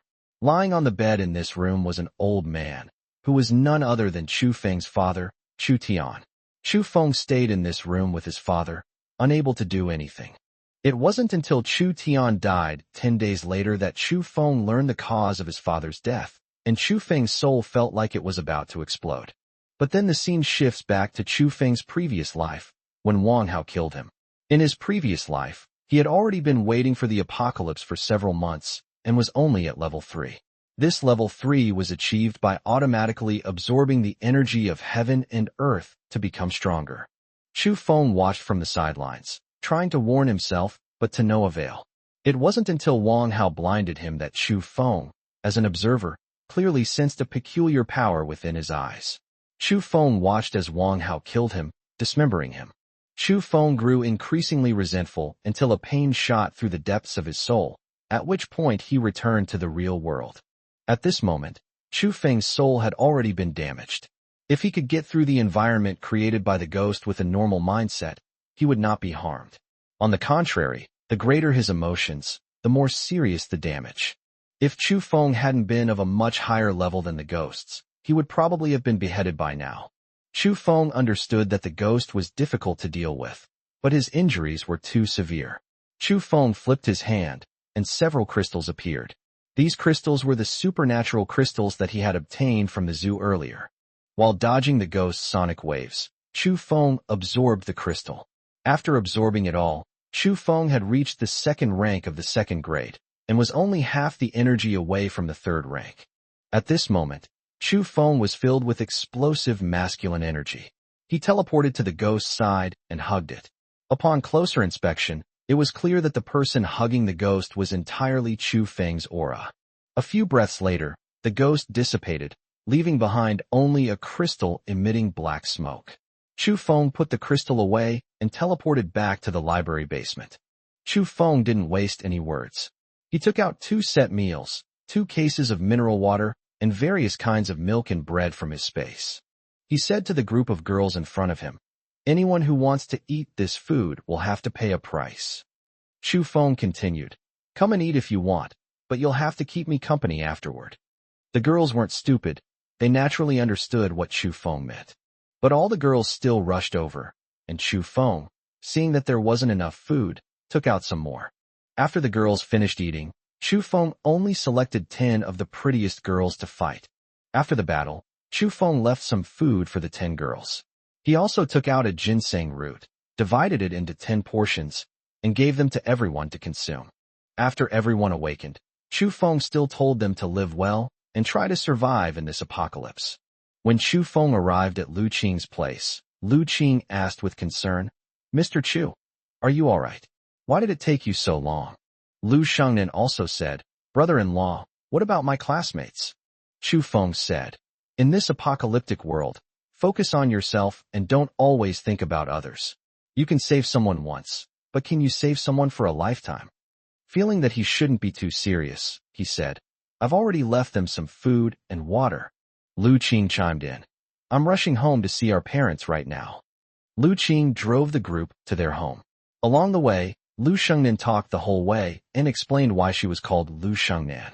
Their family lived in a mountain village where the preference for sons over daughters was quite strong.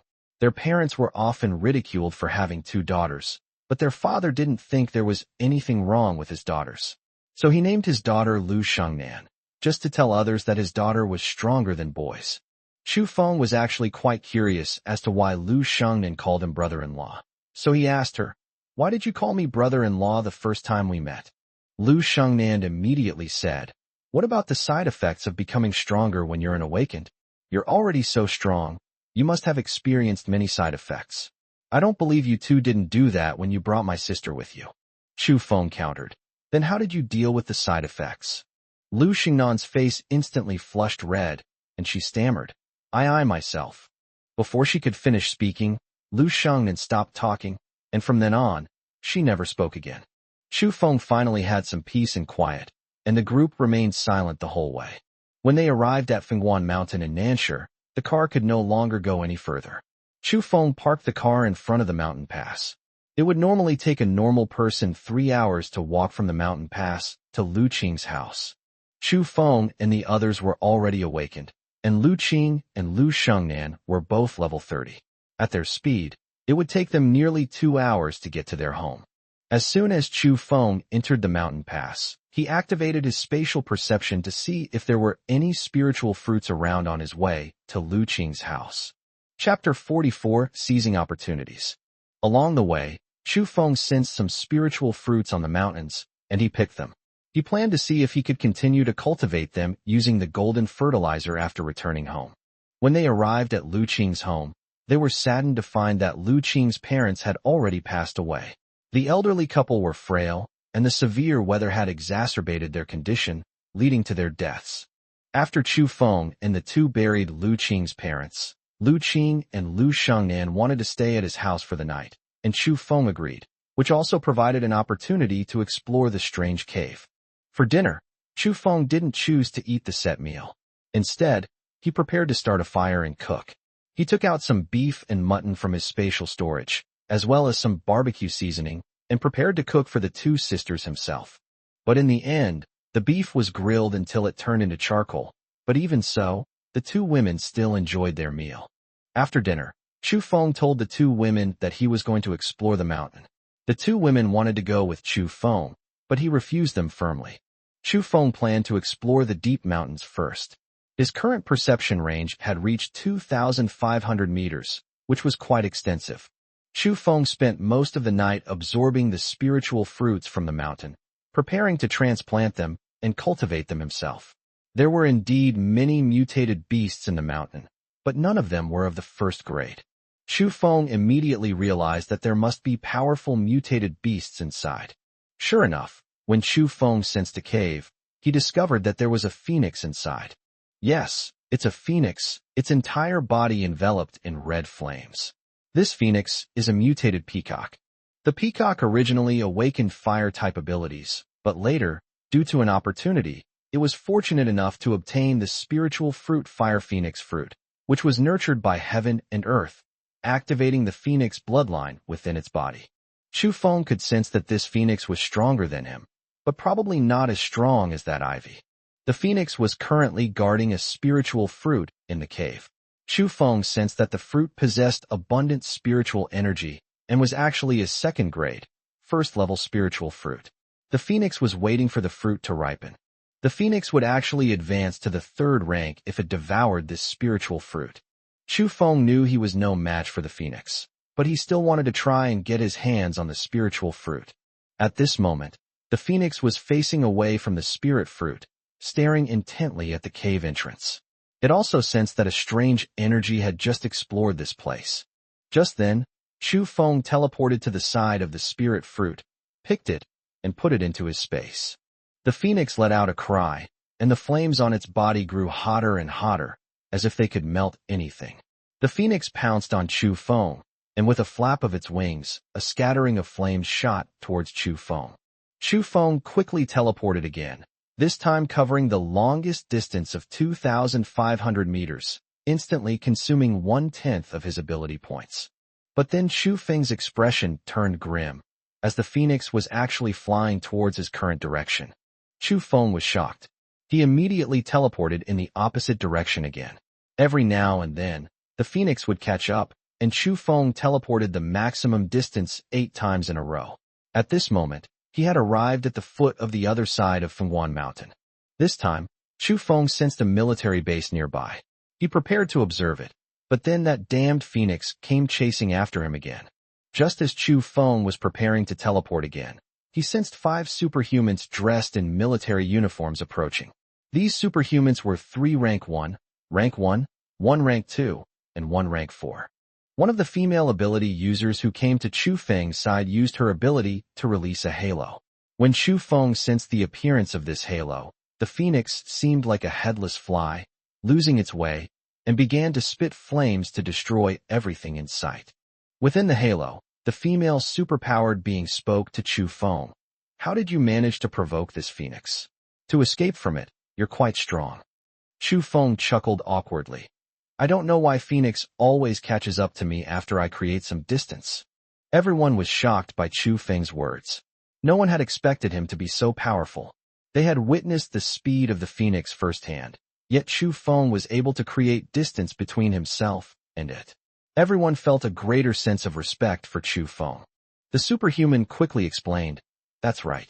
The Phoenix leaves a soul mark on its target, which is invisible to anyone who isn't a soul-type superhuman. Even if the Phoenix runs to the ends of the earth, it can still catch it because of this mark. The female ability user then added, Our deputy leader is a sole ability user.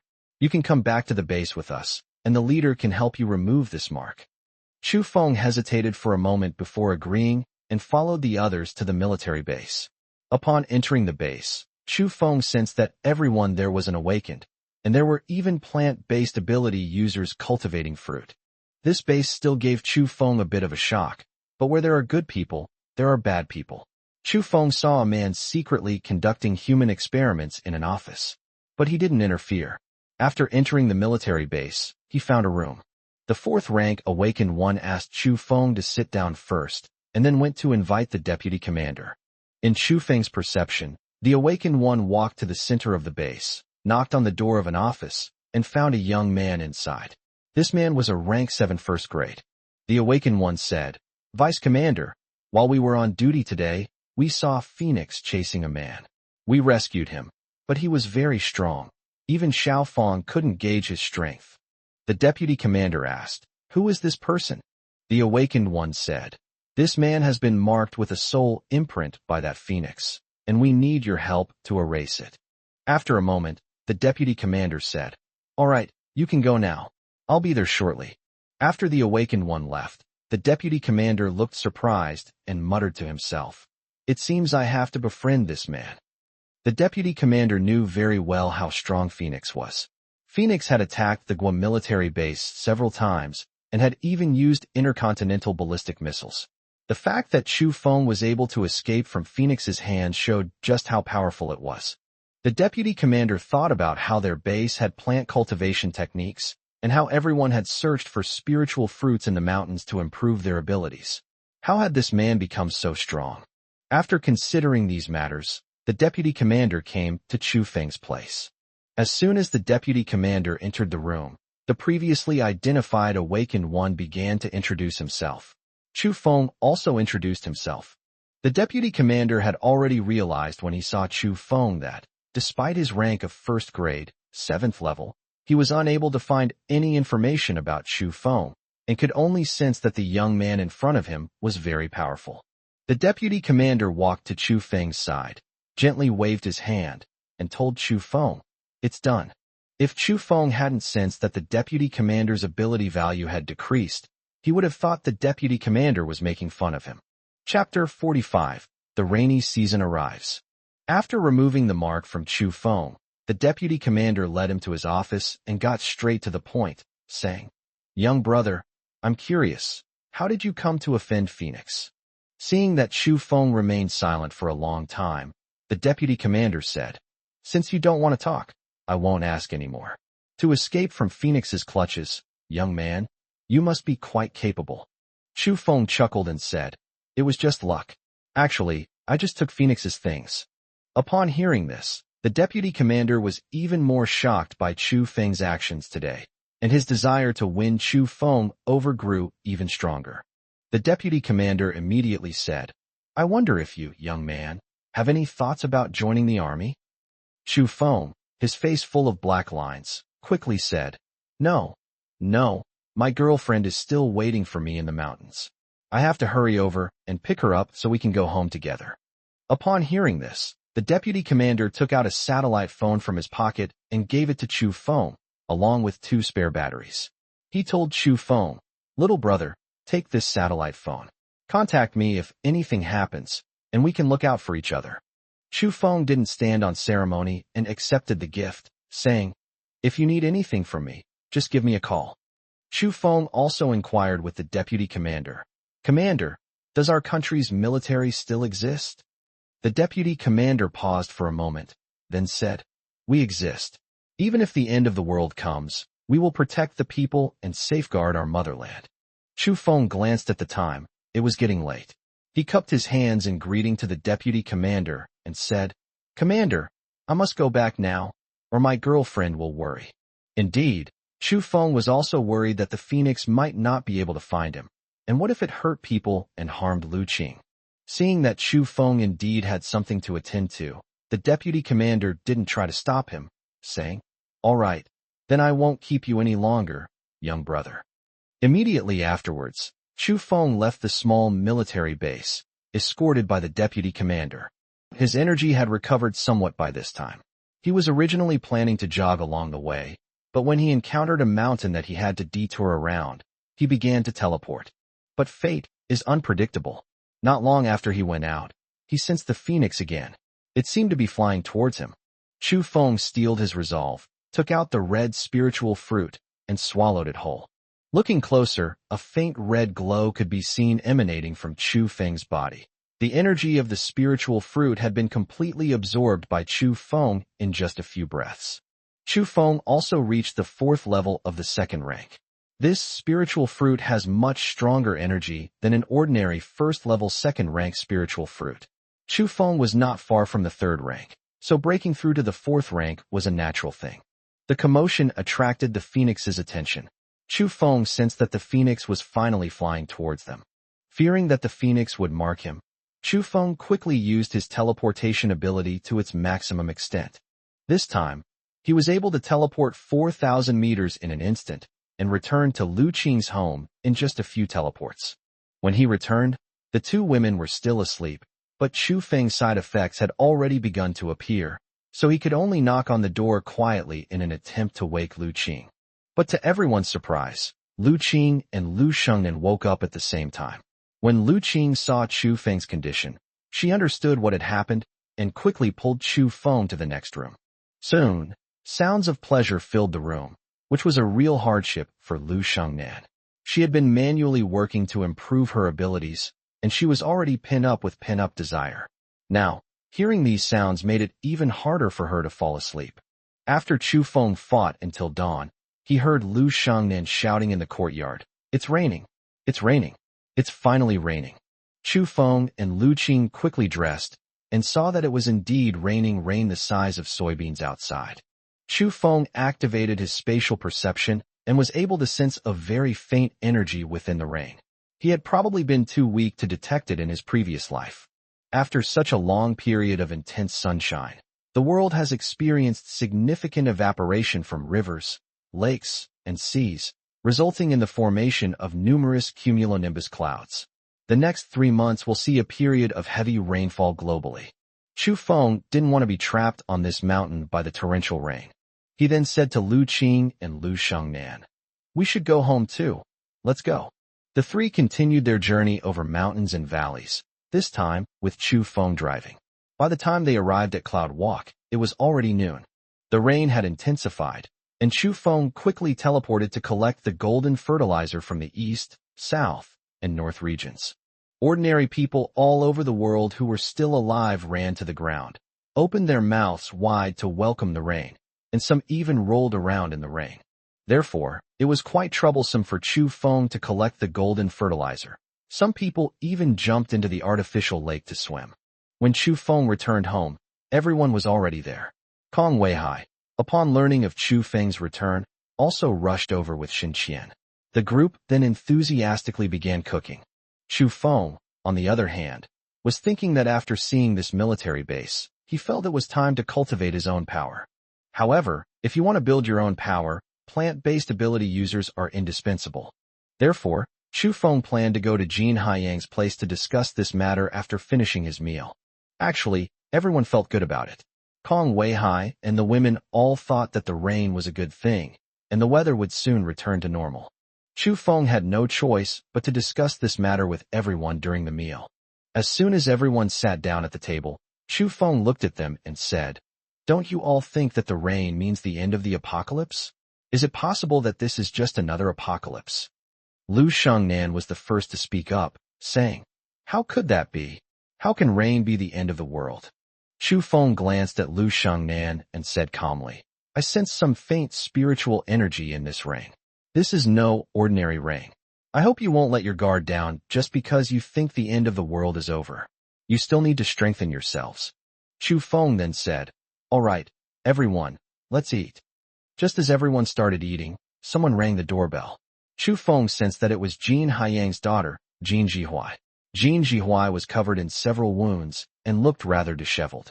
At Chu Feng's signal, Lu Qing opened the door. Jin Jihuai looked around, and, upon seeing Chu Feng, immediately ran to him and knelt down. He then said, "President Chu, please save my father." Chu Feng asked, "What happened?" What's wrong with Jin Haiyang? Jin Jikue said. I was forced to share the spiritual fruits I cultivated with his 4 subordinates. I never expected that those 4 beasts would become stronger and try to ambush my father. My father is still fighting them to protect me. Chu Feng teleported twice towards the West District and sensed that Jin Haiyang was being besieged by his subordinates.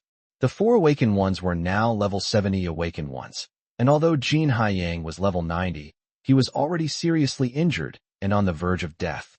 Chu Feng instantly teleported to Jin Haiyang and Shenyang. A Tang sword appeared in his hand, and he instantly killed 4 people. Upon seeing Chu Feng, Jin Haiyang collapsed to the ground. Chu Feng sensed that Jin Haiyang's body was filled with toxins. Chu Feng carried Jin Haiyang and returned to his villa. On the way, he encountered a Dai carrying Jin Jihuai, who was rushing towards the West District. After everyone returned to the villa, Chu Feng called Air to treat Jin Haiyang, because Jin Jihuai's level was too low. Chapter 46 Li Batian. Air ran over quickly, opened his mouth, and a ball of green light enveloped Jin Haiyang. In an instant, the poison in Jin Haiyang was cleared, and he began to wake up. When Jin Haiyang woke up and saw everyone, his gaze fell on Chu Feng, and he immediately knelt down before him. President Chu, thank you so much. If it weren't for you today, my daughter and I might have already met our demise. Chu Feng quickly helped Jin Haiyang up. It was no trouble at all. I happen to need your daughter's help with something related to breeding. Having grown up under his father's influence, Jin Jihuai naturally admired the strong. Hearing Chu Feng's words, he readily agreed. President Chu, rest assured, I will definitely cultivate the spirit fruit well for you. Chu Feng then turned to Jin Haiyang and said, after this, don't be so kind. Human nature has become twisted in this apocalypse. Chu Feng then said to Jin Haiyang, you go back to the West District first. I'll borrow Jin Jihuai for 2 days. Jin Haiyang hesitated for a moment before nodding in agreement. After Jin Haiyang left, Chu Feng led Jin Jihuai to his ginseng cultivation site and brought out many spiritual fruits and basins. Jin Jikue was shocked. So many spiritual fruits, many of which he had never seen before. Chu Feng was no saint, and he still secretly planted the mark of enslavement on Jin Jikue. Then Chu Feng took out the golden fertilizer, which was much more abundant than what Jin Jihuai and the others had. After settling Jin Jihuai in, Chu Feng specifically instructed her that she could absorb the spiritual fruits she cultivated first, since the stronger Jin Jihuai's abilities, the better she could cultivate the spiritual fruits. Chu Feng led the dogs to the Dark Mage, who was now level 50. During this time, the Dark Mage had collected some undead aura. Upon seeing Chu Feng's arrival, the Dark Mage said, Master, I've been collecting some aura of the dead recently. I think I should be able to summon 2 powerful hellish creatures. After thinking for a moment, Chu Feng said, let's go to the community square. This place is too cramped. When Chu Feng, the Dark Mage, and the dogs arrived at the square, the raindrops were already the size of peanuts. Chu Feng could sense that some people in the neighborhood had already returned home, and some had even brought back some corpses to make dried fruit. A few were still admiring the rain from their windows. After arriving at the plaza, the Dark Mage noticed that the altar he had painted this time was even larger. He took 4 black pills from his robes and swallowed them. The familiar purple portal lit up. This time, a minotaur emerged from it, already at the 4th stage of the 1st rank. This time, the minotaur is of the earth element. Chu Feng signaled to let a Wu fight it. Minotaurs are considered low-level creatures in hell, so a Wu is no match for the minotaur when they are of the same level. After dealing with the minotaur, Chu Feng collected its corpse. The mage, after summoning the minotaur, consumed 2 black pills to begin recovering. Once the mage recovered, he continued exploiting the bug, this time using the energy of a dead pill to summon a hell goat. This time it's a 1st grade, 4th tier fire demon. The flame demons were engulfed in flames, filled with rage, and utterly mindless. Chu Feng unleashed the spatial cage slicing technique, instantly dismembering the flame demons. After Chu Feng collected the fire troll's corpse and crystals, he instructed the Dark Mage to recover properly. Now, it was time for the main event. Chu Feng took out the crystal from the ghost in Qingzhou University of Political Science and Law from the alternate dimension. The The mage was shocked when he saw this. After Chu Feng gave the crystal to the mage frowned. Master, the energy contained in this crystal is very powerful, and my current level is too low. I need to perform 2 separate summons. Upon hearing this, Chu Feng used spatial cutting to divide the crystal into 2 parts. Then the mage began to summon. This time, a rank 2, tier 1 horse emerged from the portal. Chu Feng was shocked. It was a nightmare beast. He had always thought this species only existed in legends, but today he finally saw it for the first time. Nightmare beasts, dark creatures from hell in Western mythology, are synonymous with bloodshed and slaughter. They are the natural enemies of the pure and kind unicorn, and a type of horse that has fallen into hell due to a curse. They are all black, but their eyes flash with fiery red. Their manes are also crimson flames, and their hooves are also emitting red flames. It possesses a powerful physique, as well as extremely strong abilities in fire, darkness, and illusion. Anyone who looks into its eyes will immediately fall into a nightmare, and a moment of distraction in battle will only lead to death. Chu Feng knew how powerful the nightmare beast was in Western mythology, so he quickly signaled the dogs to combine. Chu Feng was actually a little surprised. Was this nightmare beast still in its infancy? Its strength was too weak. But the nightmare beast ignored all of that and attacked Chu Feng directly because it sensed that Chu Feng was stronger than the 7-headed dog. Chu Feng didn't move, and the elemental giant hound pounced on the nightmare beast from the side. The 2 beasts clashed, and since the elemental giant hound's combined combat power was close to the 2nd or 3rd rank, the nightmare beast was naturally no match for it.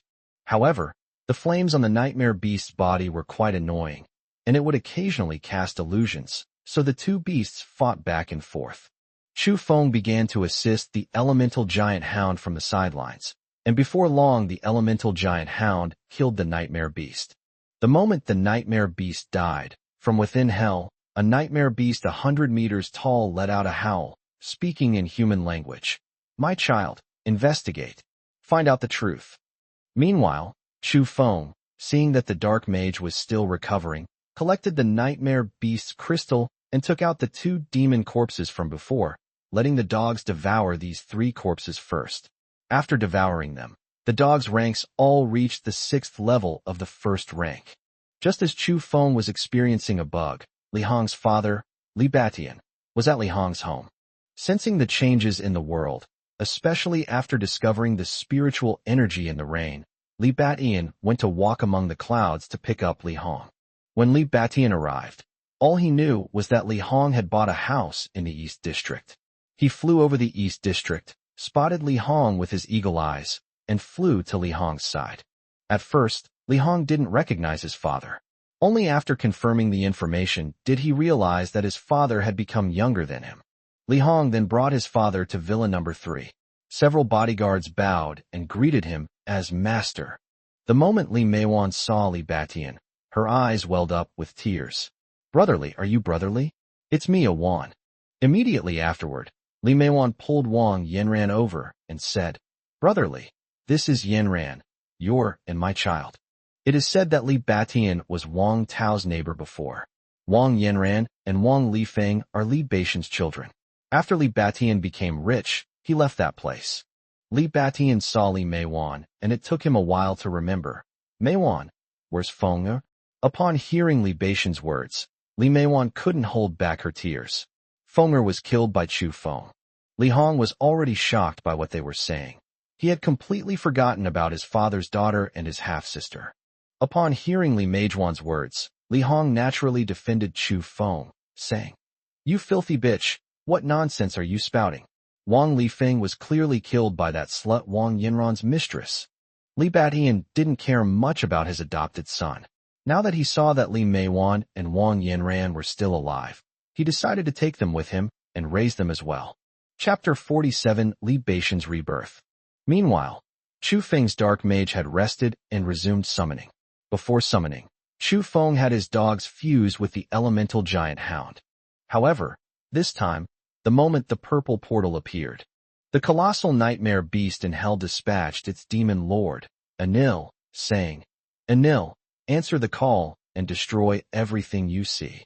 The moment the purple portal took shape, Anil was about to descend, but Anil was too powerful, so powerful that the portal simply could not contain him. But Anil still managed to send his hand down to earth through the portal. When that hand descended, Chu Feng felt intense fear. Signaling the elemental giant hound to retreat quickly, Alu released wind energy from his dog head onto himself and Chu Feng, and the two retreated rapidly. Li Batian also sensed this aura and immediately broke through the window, rushing towards the west district. As Anil's hand passed through the portal, he sensed three forces nearby stronger than the nightmare beast. With a flick of his finger, four flames appeared, one of which directly attacked the dark mage, instantly turning him into ashes. The remaining three flames flew towards Chu Feng, the elemental giant hound, and Li Batian, respectively. Upon seeing the flames, Chu Feng immediately consumed all the supernatural crystals he had just acquired. These four flames represent the energy limit that the portal can withstand. After the flames were released, the portal slowly began to close, and the hand reluctantly withdrew. As soon as Li Batian arrived, he saw a man and a dog fleeing at top speed. Looking at the flames flying towards him, he could sense that these flames did not belong to this world. Touching them would mean certain death. Li Batian was so frightened that he turned and ran away. Chu Feng sensed that the palm that released the flames had dissipated and was immediately relieved. He immediately stood still and did not run away. When the flames were close, he opened the alternate dimension and put the flames into the alternate dimension. Then, he followed the same method and put the flames of the attacking elemental giant hound into the alternate dimension. Li Batian was in a much worse situation. The flames caught up with him and were ultimately engulfed and consumed by the fire. But who knew that after the flames burned, only a giant egg remained on the spot, and not long after a surge of energy, Li Batian broke out of the egg. At this moment, he had already reached the 9th rank of the 2nd grade, which was originally the 6th level of the 2nd grade. This egg was Li Batian's innate ability, Nirvana. The put yourself in a desperate situation and you will survive technique can only be used once. The egg also absorbed some of the residual power of the flames and was eventually absorbed by Li Batian. Back in hell, Anil reported to the nightmare beast, "Your Majesty, the energy of the one who summoned me was too low. I could only release a portion of my energy, but I have already killed that summoner, as well as other nearby beings above the 2nd rank of the planetary level." Hearing this, the nightmare beast's agitated emotions calmed down somewhat, and the churning lava around it gradually subsided. Anil never imagined that these three little ants would actually survive. After Li Batian emerged from the egg, he began searching for the people and 7-headed dogs he had just seen. He had just realized that both of them were 2nd rank, 4th level beings, and that they might have been burned to death by the flames, allowing him to collect their ability crystals for free. So Li Batian flew up into the sky above the Cloud Walker and began searching. Chu Feng, on the other hand, sent the dogs home first. Because Chu Feng absorbed too much energy, he has now reached the 5th rank of the 2nd grade, just shy of the 6th grade. The side effects are already showing, but a powerful figure appeared during his escape. Chu Feng was worried that his return home would endanger everyone, so he sent the dogs home first while he went to Tongtong's place to deal with the side effects. After inspecting the area, Li Batian discovered Chu Feng. Chu Feng, worried about everyone, had hastily ended his fight with the 4 women. He was spotted by Li Batian as soon as he stepped outside. Chu Feng had just finished his business and stepped out the door when a feather flew towards him. Chu Feng immediately made himself invisible to dodge the attack. Li Batian was somewhat surprised to see the feather pierce through Chu Feng's body, but it still landed in front of Chu Feng, and he said, "Friend, you are indeed very strong." A cold glint flashed in Chu Feng's eyes. Although he sensed that this person was stronger than him, Chu Feng was not afraid at all. He then said, "A cowardly rat hiding its head and tail." Li Batian no longer concealed himself and quickly rushed towards Chu Feng, his wings spreading out behind him like twin blades as he slashed at Chu Feng. A tang sword appeared in Chu Feng's hand. He made himself appear intangible, and when Li Batian passed through Chu Feng appeared behind Li Batian. In an instant, the tang sword slashed at Li Batian's head. Li Batian instantly blocked the Tang's sword with his wings, and Chu Feng was thrown back several feet by the force of the impact. Chu Feng immediately retreated to create distance. As the spatial cage cutting technique was launched at Li Batian instantly felt a fluctuation in the surrounding space, as if sharp blades were attacking him. Li Batian instinctively wrapped his wings around himself. Chu Feng had used more than 100 spatial cutting lines this time. These lines made a metallic clanging sound the moment they touched the wings, and in the end, they only left shallow marks on the wings. At this moment, Li Batian launched his flying feathers attack. He quickly flew into the sky, and countless feathers attacked Chu Feng from the air. The feathers radiated within a 50-meter radius around Chu Feng. Chu Feng activated the illusion skill and quickly withdrew from the battlefield. Li Batian was already alarmed by Chu Feng's series of maneuvers. If his opponent were of the same level as him, he would definitely not be a match for him. Li Batian waved his hand and said with a smile, "Young brother, we've become friends through this fight, so I think we should call it a draw." Chu Feng was helpless. If he insisted on wasting time with the person in front of him, he might eventually wear himself down. Seeing that he couldn't do anything to the person in front of him, Chu Feng nodded in agreement. He then stopped talking to Li Batian and hurried home. Surprisingly, Li Batian followed him all the way. Chu Feng thought Li Batian was still looking for an opportunity to ambush him, until Li Batian entered Villa number 3. Is this someone looking for Li Hong? After arriving home, Chu Feng contacted Li Hong through the mark and learned everything about Li Batian from him, including the details of Li Batian's base. Li Batian learned that the person living next door was Chu Feng by asking Li Meiwan. But just as Chu Feng finished dinner, Li Batian still brought Li Hong to visit him. Chu Feng had already learned from Li Hong that Li Batian was up to no good, and that Li Batian was trying to find a way to kill Chu Feng and absorb the crystal. Li Batian had originally planned to visit Chu Feng, but Chu Feng found out in advance and went to Li Hong's house to visit Li Batian instead.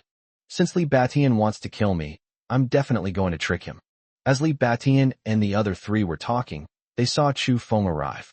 When Wang Yanran saw Chu Feng, her eyes were filled with hatred. Chu Feng naturally ignored Wang Yanran's gaze and cupped his hands in greeting to Li Batian, saying, "Friend, let me introduce myself first. My name is Chu Feng, and I've come to see you to discuss a cooperation deal." Upon hearing about the cooperation, Li Batian immediately became interested and cupped his hands in greeting to Chu Feng, saying, "Young friend Chu, let's get acquainted. I am Li Batian. What kind of cooperation are you referring to?" Seeing this, Chu Feng understood that the fish had taken the bait. He casually sat on the sofa and began to speak slowly and deliberately. Chapter 48 Cooperative Scam. Chu Feng went straight to the point. "Brotherly, I believe you already had an understanding of ranks when you entered the ranks, right?" Seeing Li Batian nod, Chu Feng continued, "When I was still at the first rank, I discovered a treasure land filled with spiritual fruits. I relied on these fruits to advance to the second rank, but those powerful spiritual fruits are still there. I didn't pick them." Li Batian asked doubtfully, "Brother Chu, are you treating me like a fool?"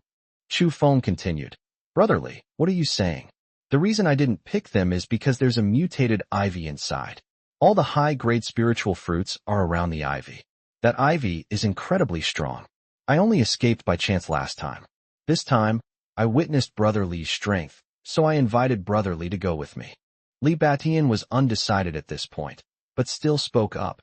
"Brother Chu's words are indeed very moving, but after all, this is our first meeting. I believe you are aware of the secrets among awakened ones, so how can I trust young friend Chu?" Chu Feng, feigning retreat, said, "Brother Li is right. In that case, I have no choice but to risk going alone." After saying that, Chu Feng walked out. Li Batian pondered for a moment and said, "Brother Chu, I'll go with you." Li Batian also had his own considerations. After all, he was much stronger than Chu Feng, and even if he encountered any danger, escaping would not be a problem. Chu Feng smiled and said, "Then let's set off first thing tomorrow morning, brother." After saying that, Chu Feng got up and went home. As soon as Chu Feng left, Wang Yanran stepped forward and said, "Dad, this Chu Feng is a treacherous person and cannot be trusted." Li Hong then said, "Dad, don't listen to this bitch's nonsense. I've dealt with Chu Feng before, and he's a man of his word." Li Batian certainly trusted Li Hong more, but he wouldn't completely trust Chu Feng either. Chu Feng had just returned home when he rushed to the incubation room and found Jin Jihuai. Jin Jihuai was still wondering why Chu Feng was looking for him so late when he saw Chu Feng searching for the mark inside Jin Jihuai's body. The extraordinary ability of the spirit of the golden locust plant can be imprinted from the mark. It can communicate with any plant. This is Chu Feng's upgraded enslavement skill, which allows him to use the superpowers of those he enslaves. However, each rubbing can only be used once. If the other person is close to you, you can use it indefinitely. After Chu Feng made the mark, he slept with Qin Shasha, Huang Kersen, and Athena in the same bed. Early the next morning, Chu Feng found Li Batian. Wang Yinran originally wanted to go with Li Batian, but was severely criticized by him. And so Chu Feng and Li Batian set off for the botanical garden, with Chu Feng driving his doomsday chariot out of the underground garage. Li Batian, who was also a post-apocalyptic enthusiast, asked, "Brother Chu, was this built by Noah's Ark? I used to be a post-apocalyptic fan too. I modified it several years ago." Observing Chu Feng's expression, Li Batian continued to press, "Brother Chu, I heard you renovated your villa 2 months before the apocalypse. Why were you in such a hurry to transfer the company back then? Was it related to the apocalypse?" Chu Feng was shocked, but he remained calm and said, "I saw a project in Ukraine with a high rate of return, so I'm planning to invest there." Chu Feng continued, "I don't really believe in the apocalypse. The reason I made the changes was because my ex-wife wanted to kill me, but I found out beforehand." Chu Feng's explanation was reasonable, but he overlooked one thing. He had explained things to Li Batian in too much detail, which was precisely the problem. Li Batian, being an old and shrewd man, had already realized that Chu Feng was definitely suspicious and possessed some secret about the apocalypse. The two arrived at the zoo shortly afterward. Chu Feng introduced the zoo to Li Batian, saying, "Brother Li, this is Qingzhou Zoo. The roots of that ivy are spread throughout the entire zoo. It probably became powerful by absorbing all the animals and mutated beasts in the zoo." Li Batian quickly asked, "Brother Chu, what grade and level is this ivy?" Chu Feng shook his head seriously. "I don't know either. Fortune favors the bold. I was able to escape when I was at the 5th level of the 1st rank. Even if we can't win, we can still run away." Chu Feng was telling the truth, except that this time Chu Feng teleported again and became ethereal. After introducing himself to Li Batian, Chu Feng strode into the zoo. However, the ivy inside the zoo sensed Chu Feng's arrival. It then begins to attack with its roots and stems, and the closer it gets to the botanical garden, the stronger the attack becomes. Upon arriving at the entrance of the botanical garden, Chu Feng activated the plant spirit mark and made contact with the ivy. A strange feeling arose. The moment Chu Feng's consciousness touched the ivy, he received malice emanating from it. At this moment, in Chu Feng's consciousness space, the ivy roared angrily, wanting nothing more than to tear the human in front of it to shreds. But Chu Feng, through a fluctuation of consciousness, said, "Big tree, I have a big deal. This person next to me is almost at the 3rd rank. I can trick him into entering your barrier. If you kill him, it will be compensation for me stealing your spirit fruit before." Ivy sensed that what Chu Feng said was true, so she said, "Okay." Chu Feng added, "But Big Tree, you have to give me some spirit fruits." Unlike humans, the ivy wasn't cunning and said, "Fine, as long as I kill this human, you can pick any of the spiritual fruits here." Chu Feng then transmitted his voice again, saying, "You are stronger than me. I need to receive my payment first before we can cooperate." Ivy, who wasn't very bright to begin with, only felt that Chu Feng's words made sense, so she replied, "Okay. To be fair, this ivy is quite cute, a bit silly." Chu Feng reached a preliminary agreement with the ivy, while Li Batian's eagle vision could not penetrate the ivy's barrier. Chu Feng quickly contacted Chang Chun-tung and asked him to shut down part of the barrier's energy, so that at least the two of them could enter. Then, Chu Feng walked into the barrier under Li Batian's hesitant gaze. Li Batian saw Chu Feng go in and no longer hesitated. As soon as the two entered, the barrier immediately closed. However, Li Batian did not notice any of this. Chu Feng immediately sensed that Evergreen Vine was about twice as strong as before. Indeed, Evergreen Vine had reached the second level of the third rank. The vines then attacked the two of them. Chu Feng immediately became ethereal and ran towards the ivy. Because the ivy released water, Chu Feng quickly arrived at the vicinity of the ivy. At this time, there were only 4 spirit fruits left around the ivy. 2 first-grade 4th-level fruits, 1 first-grade 8th-level fruit, and 1 first-grade 9th-level fruit. Chu Feng immediately began collecting them, first collecting 2 grade 1, rank 4 fruits, then grade 1, rank 9 fruits. Just as he was about to collect 1 grade 1, rank 8 fruits, a pair of hands suddenly reached out and picked the spiritual fruit before Chu Feng could. Chu Feng saw that the person who came was none other than Li Batian. After obtaining the spiritual fruit, Li Batian hurriedly flew towards the gate. But the ivy, having anticipated this, was not about to let him leave. It immediately spread its vines, which were imbued with the power of a barrier. The vine sphere was 20 meters in diameter. Li Batian tried to break through from within. Chu Feng understood that his strength was too low compared to these two, so he immediately devoured the spirit fruit he had obtained. His level reached the 7th rank of the 2nd grade, and he was only half the energy away from reaching the 8th rank. They immediately began preparing to deal with Li Batian.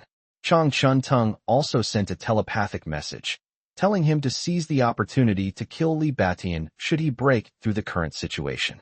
Chu Feng then waited beside the vine ball to sense what was happening inside. Chapter 49, Creating a Power. Inside the sphere, Li Batian released a shower of feathers, attempting to escape and ascend to heaven.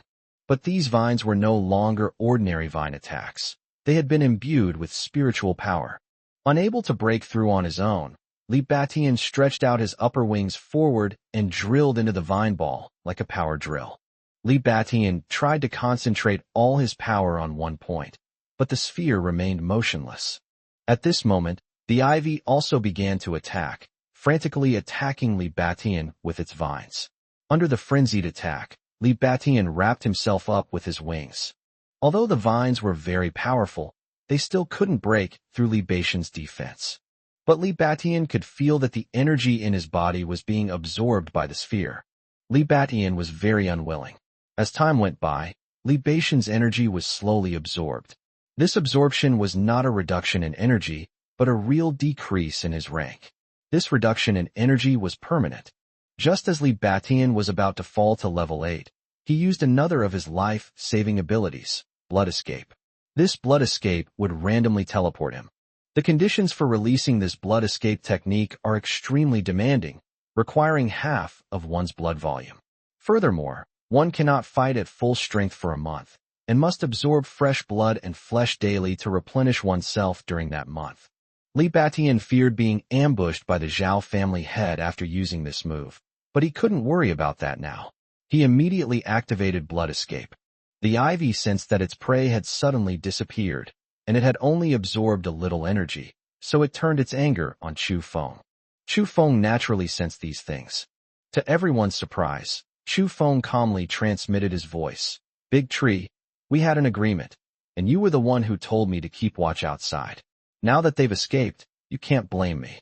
Big Tree couldn't quite grasp the situation and felt that what Chu Feng said made a lot of sense. Immediately following up, Chu Feng pressed his advantage. "Don't be discouraged. I'll bring another strong person next time. I didn't know this Birdman had such a hidden technique." Chu Feng swaggered out of the botanical garden, while Ivy waited expectantly for him to bring her next prey. Having escaped, Li Batian immediately swallowed the spiritual fruit. He had already arrived at Li Hong's residence, then grabbed Li Meiwan and left her with the words, "You four take the young master and young lady back to the base quickly." Li Batian also flew towards the base. During the journey, the side effects of the energy boost and the blood escape technique appeared simultaneously. Li Batian landed directly and began a fierce battle with Li Meiwan. At this point, Li Batian had become utterly inhuman. Li Meiwan died in battle, and Li Batian, immediately after her death, absorbed her flesh and blood, turning her into a dried-up corpse. Li Batian then quickly flew back to the base. Chu Feng also rushed back to the villa. On the way, he encountered Li Hong and his group preparing to leave the community. Through the mark, he communicated with Li Hong and learned that Li Batian had already left. He then instructed Li Hong to stay at the base and improve his skills, and that he would go find him again after a while. Chu Feng immediately went to Yang Mi and Tang Tang's place. When the four girls saw Chu Feng's arrival, they knew that another battle was about to begin. Then the five of them began to sleep together under the same quilt. Chu Feng received a satellite phone call as soon as he woke up in the morning. The deputy commander's urgent voice came from the other end. Chu Feng, can you come to our base? Chu Feng quickly pressed for details, asking, what happened, deputy commander? The deputy commander then calmly explained, you didn't see our commander when you came to the base before, did you? There were strange phenomena in the mountains before, and our commander led a small team to investigate. They haven't returned yet. Just yesterday morning, one of the members received a message via satellite phone, a short message for help. The deputy commander continued, our base has discussed this for a long time, and considering that you were able to escape from Phoenix, we hope you can help us find out what happened.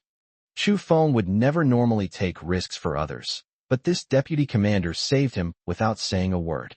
Moreover, the deputy commander also said that they would defend their country even if it were the end of the world, which moved Chu Feng. Chu Feng thought for a moment and replied, okay, I'll settle things here and then head over immediately. After Chu Feng got up, he went home and called Jin Haiyang and Kong Weihai over as well. Chu Feng cut to the chase, saying, everyone, I want to establish my own power. What are your thoughts and suggestions? Jin Haiyang, realizing he was an outsider, was the first to step forward and say, President Chu, if you trust me, from today onwards, I will follow your lead. Chu Feng nodded. Kong Weihai then spoke up. Xiao Feng, establishing your own power in the apocalypse means needing a strong supply chain and effective communication methods. After thinking for a while, Chu Feng said, how about this? We'll start by recruiting a small number of people within Cloud Walk. Jin Jihuai will be responsible for providing these people with the spiritual fruits needed for awakening, and then assigning them responsibilities based on their different attributes. We can recruit 40 people in the first batch, and then examine the specific attributes of the superpowers they awaken. Jin Jihuai is responsible for cultivating spirit fruits and food. All plants are categorized under this department. Jin Haiyang, you are responsible for setting up some daily reward and punishment rules. Other awakened people need to find something or clear out the basement to help Jin Jihuai and the others cultivate. Those who do a good job will be rewarded. Jin Haiyang, you will be responsible for the overall allocation of the spiritual fruits. In other words, Kong Weihai is the general manager, Jin Haiyang is in charge of law enforcement, and Jin Jihuai is in charge of logistics support. Kong Weihai asked, Xiao Feng, what should we call ourselves? Chu Feng replied, whatever you want. We'll discuss how to divide things up when I get back. At this moment, Qian Shasha said, Brother Feng, what about us? Chu Feng said, the allocation of spirit fruits will definitely prioritize our own people. Once you become stronger, you can cooperate with Jin Haiyang and law enforcement personnel possess the highest authority. Qian Shasha thought this was pretty impressive, so she said, okay, husband. Chu Feng trusted his godfather quite a bit. After all, Kong Weihai was largely responsible for the rise of the Chu group, so he felt at ease letting his godfather take charge of the overall situation. After briefly telling everyone that he had to go out to take care of some business, Chu Feng took the dogs and set off for Fengguan Mountain. Phoenix Crown Mountain is located in the neighboring South City. Chu Feng's journey has been fraught with peril, as many low-lying areas have been flooded. Chu Feng could only drive for a while, then switch to a boat for a while. This was even with Chu Feng's spatial perception, which allowed him to avoid many detours. Despite the arduous journey, Chu Feng decided to avoid the Phoenix's cave. He took a detour, making a half-circle route to the military base. The entire trip took 8 hours. This is why Chu Feng and his dogs ran so fast after entering Fengguan Mountain. As soon as the man and his 7 dogs arrived at the military base, the deputy commander came out to greet them, indicating that he had been waiting for a long time. Chapter 50, The Origin of Side Effects. As soon as he entered, The little girl with the soul-type aura from last time immediately struck up a conversation with Chu Feng. I forgot to introduce myself last time. My name is Mu Shuezhui. I heard from Uncle that your name is Chu Feng. The deputy commander, exasperated, said, All right, Shuezhu, call me Commander Mu in the army. The deputy commander then said to Chu Feng, I've spoiled this girl. Let's go to the communication room and discuss some serious matters. Shuezhu, go and call your captain to come along. Chu Feng echoed, Business is more important, and then followed the deputy commander to the communication room. As soon as he entered, the deputy commander said to Chu Feng, This time we really troubled you. Here's what happened. One of our teams discovered a valley full of spiritual fruits. After reporting back to the leader went there personally. But it's only a day's journey round trip, and the leader has been gone for 3 days already. The deputy leader continued. This morning, the satellite phone sent a distress signal and its location. Chu Feng said, I can go and take a look. I can do my best to help with the rescue. The deputy commander understood Chu Feng's meaning.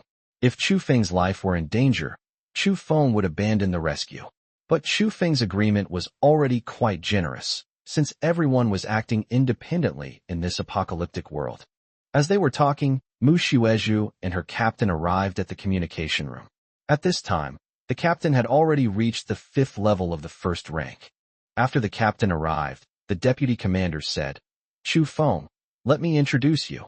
This is Zhao Lei, the captain of our military base's Thunder Squad. This is Chu Feng.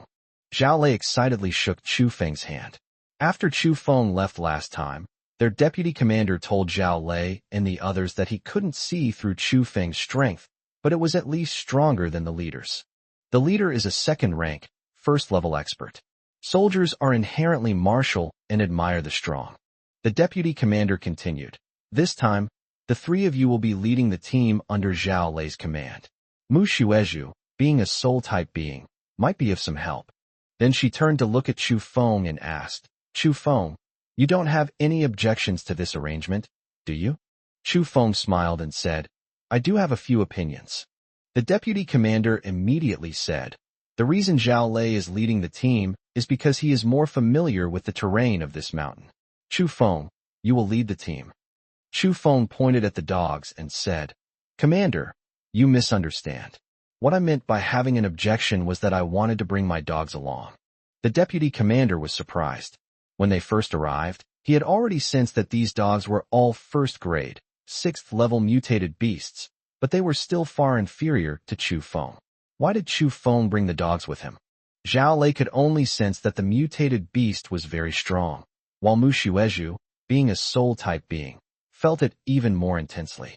In an instant, their senses were shattered. They realized they were inferior to a dog. No, 7 dogs. Chu Feng continued, Although my dogs aren't of high rank right now, they have special abilities. After Chu Feng finished speaking, Zhao Lei and Mu Shuezhu really wanted to find a crack in the ground to crawl into. The deputy commander nodded and said, Chu Feng, I have a question. If you don't want to answer, just pretend I didn't ask. Chu Feng gestured for the deputy commander to continue. The deputy commander hesitated for a moment before saying, What is your special ability? Captain Zhao and Shuezhu know about it, so they can cooperate with you better. If anyone else had asked him this question, Chu Feng would have killed them, but facing the deputy commander, who was a soldier, Chu Feng explained, I am a space-type user. The deputy commander was shocked. There were many awakened individuals in their base, but none with spatial abilities.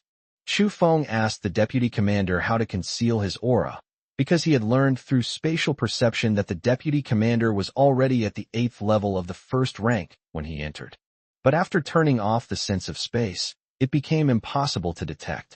The deputy commander said, This is unique to the soul type, but other awakened ones can envelop the power crystal with energy, so unless someone's level is much higher than their own, and there are no special detection methods, they won't be able to detect it. The deputy commander continued, Captain Zhao, you should set off immediately. The sooner we go to rescue him, the greater the chance of his survival. Chu Feng nodded in agreement, and the deputy commander escorted the 3 men and 7 dogs out of the base. At this point, the dog's normal size was already close to that of an ordinary tiger. It could easily be used as a mount, so Chu Feng flipped over and mounted Ada originally. Chu Feng had also signaled Air and San to ask Zhao Lei and Mu Xuezhu for help, but the dogs weren't willing. Zhao Lei and Mu Xuezhu could only envy Chu Feng, but Mu Xuezhu would often talk to the dogs, hoping that she would have the opportunity to ride them. Their destination was in the heart of the mountains, a journey that normally takes 10 hours.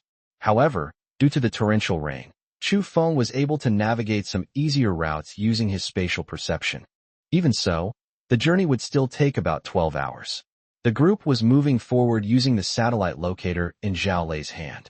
It was already evening when we set off, and the Labradors were quite eye-catching as they moved through the dark night. Not long after, the group felt as if they were being watched from behind. Chu Feng activated his spatial perception and discovered a first-rank, 7th-level tiger behind him. Chu Feng had previously tried to use the deputy commander's method to envelop his supernatural crystal with energy. From the tiger's perspective, the 7 dogs were all rank 6, which was troublesome, while the 3 people, one an ordinary person, and the other 2 weaklings were not a threat. When the tiger got close, the dogs noticed something was wrong, and Chu Feng signaled to them not to move. The tiger moved on its own. Just as it was about to pounce on Zhao Lei, Chu Feng instantly activated the spatial severing cage. In the blink of an eye, the tiger was shredded into pieces. From its appearance to its end, the tiger lasted only 1 second. Zhao Lei was still in shock, while Mu Xuezhu's eyes were filled with stars as she looked at Chu Feng. Chu Feng, as usual, collected the supernatural crystals and let the dogs devour the tiger's corpse. After the devouring was complete, the dogs all reached the 7th rank of the 1st grade. At this moment, Mu Xuezhu asked in surprise, "Brother Chu, can your dogs evolve by absorbing flesh and blood? And they don't seem to have any side effects." Chu Feng had always believed that only humans experience side effects, so he asked, "Could mutated beasts also have them?" Mu Xuezhu then opened up. To put it simply, the side effects are because of the changes in this world. When humans absorb energy and become stronger, the rapid accumulation of energy causes physical discomfort, requiring release, which leads to the generation of humanity's most primal desires. Similarly, mutated beasts also have desires. Mu Xuezhu continued, "If an awakener advances slowly, their accumulation is step by step, and they won't have too many desires. Our research has found that if the energy absorbed each time does not exceed 1/10 of their body's energy, desires can be completely suppressed. Furthermore, we have developed a pill to suppress desires." Chu Feng thought about it and realized that he had indeed absorbed far more than 10% of his energy each time. After saying this, Mu Xuezhu threw a small bottle to Chu Feng. Chu Feng picked it up and sensed some of the contents. It contained some subtle energy.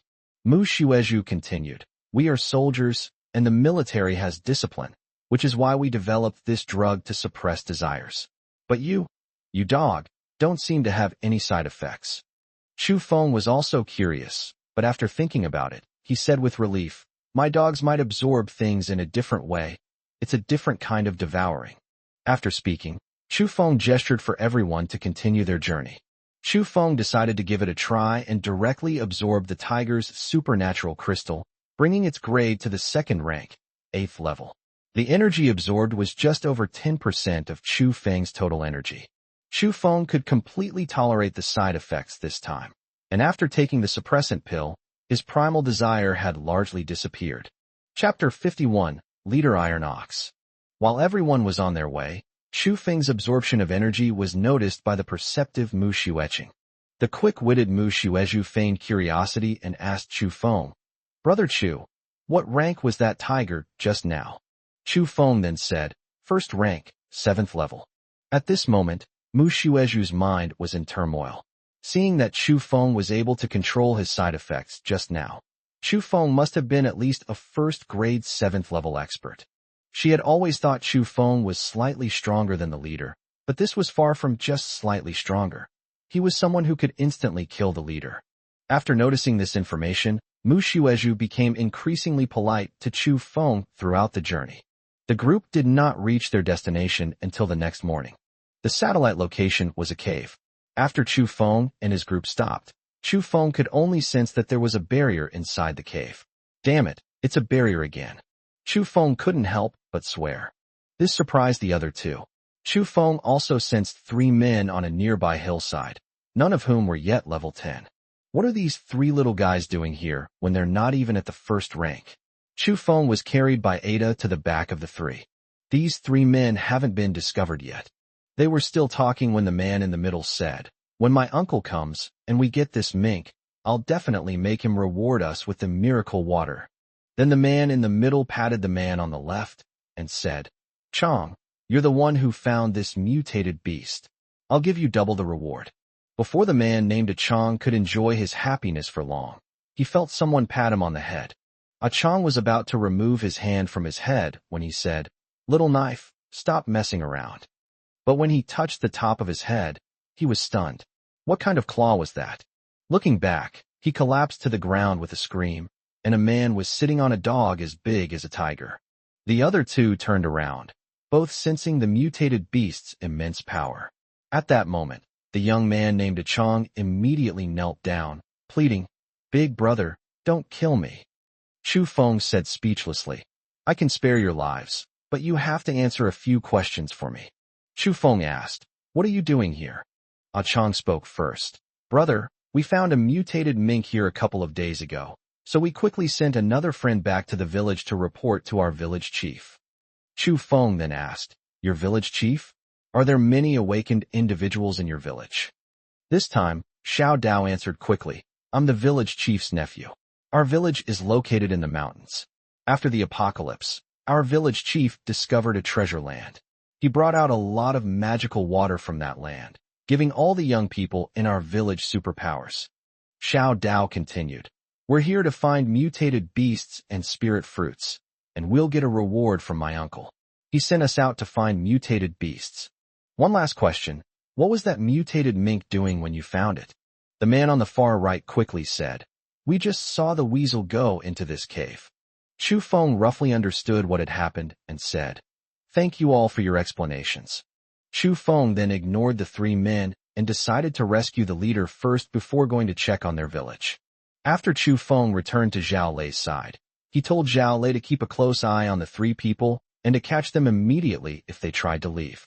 Chu Feng sensed that the cave was not suitable for the elemental giant hounds to fight, so he notified the hounds to wait outside. At this moment, Chu Feng arrived before the barrier and gently touched it with his hand. He discovered that his hand had passed right through it. He then wondered if this barrier was merely a soul barrier designed to isolate those who wanted to observe. Without further hesitation, Chu Feng stepped inside. As soon as he entered the barrier, he activated his spatial perception. To his surprise, however, his usually unfailing spatial perception was now rendered useless. In his perception, all he could see at that moment was a viscous substance resembling tar. Chu Feng was terrified and began to consider retreating. But the non-existent black, viscous substance around him pressed him deeper and deeper into the cave.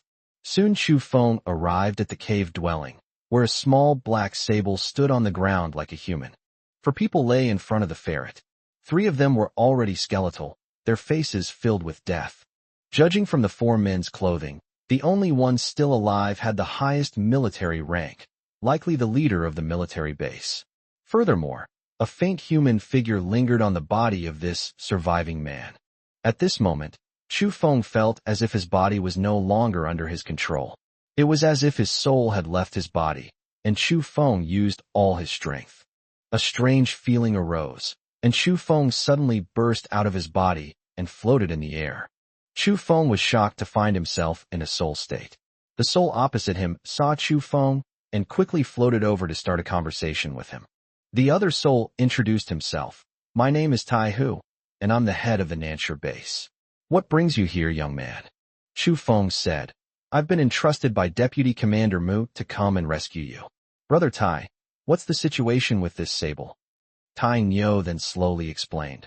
"The spiritual energy of heaven and earth in this world has changed, giving birth to many strange powers. But before the changes in heaven and earth, do you think these powers didn't exist?" Thinking of the mutated beasts he encountered before the apocalypse, Chu Feng said, "I encountered one before the apocalypse. Could this weasel be one too?" Tai Nyo continued. This sable already existed before the apocalypse, and after the apocalypse came, it reached the second rank, second stage without consuming any spiritual fruits or creatures. After a moment of contemplation, Tainyo said, "Moreover, we are currently in a soul state. When this weasel was absorbing the souls of the three of them, I saw its past." Chu Feng asked curiously, "Brother Tai, does this sable have a story behind it?" Tainyo continued, "This weasel was originally an ordinary weasel, but it awakened the bloodline of the dream demon, feeding on human souls. Even if someone is stronger than this weasel, as long as their soul isn't as strong, they will be trapped in this barrier and devoured alive by the dream demon."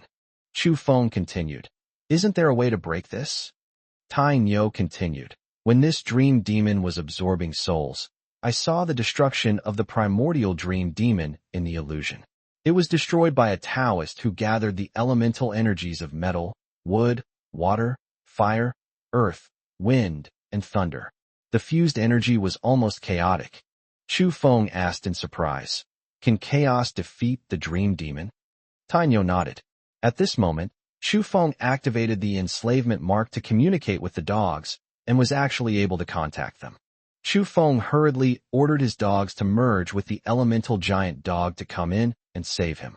The dogs merged into a 15-meter-long elemental giant dog in front of Zhao Lei and Mu Xuezhu. It then quickly shrank to 5 meters in length and ran into the cave to the astonishment of Zhao Lei and Mu Xuezhu. At this moment, the nightmare weasel was already preparing to devour Chu Feng's soul. Suddenly, a 7-headed canine, pure white in color, burst into the cave. Its imposing presence was undeniable, and the elemental giant dog made a grand entrance. Chapter 52, Comprehensive Improvement. As soon as the elemental giant dog appeared, it saw that the nightmare sable wanted to harm its master, and its aura continued to rise. The nightmare sable felt a blood-related aversion to the elemental giant hound, instantly drawing most of the soul power from the barrier and attacking it.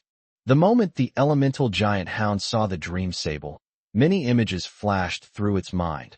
When the dream sable race was harming all things in heaven and earth, a 7-headed elemental giant hound broke through the dream sable barrier and killed the dream sable.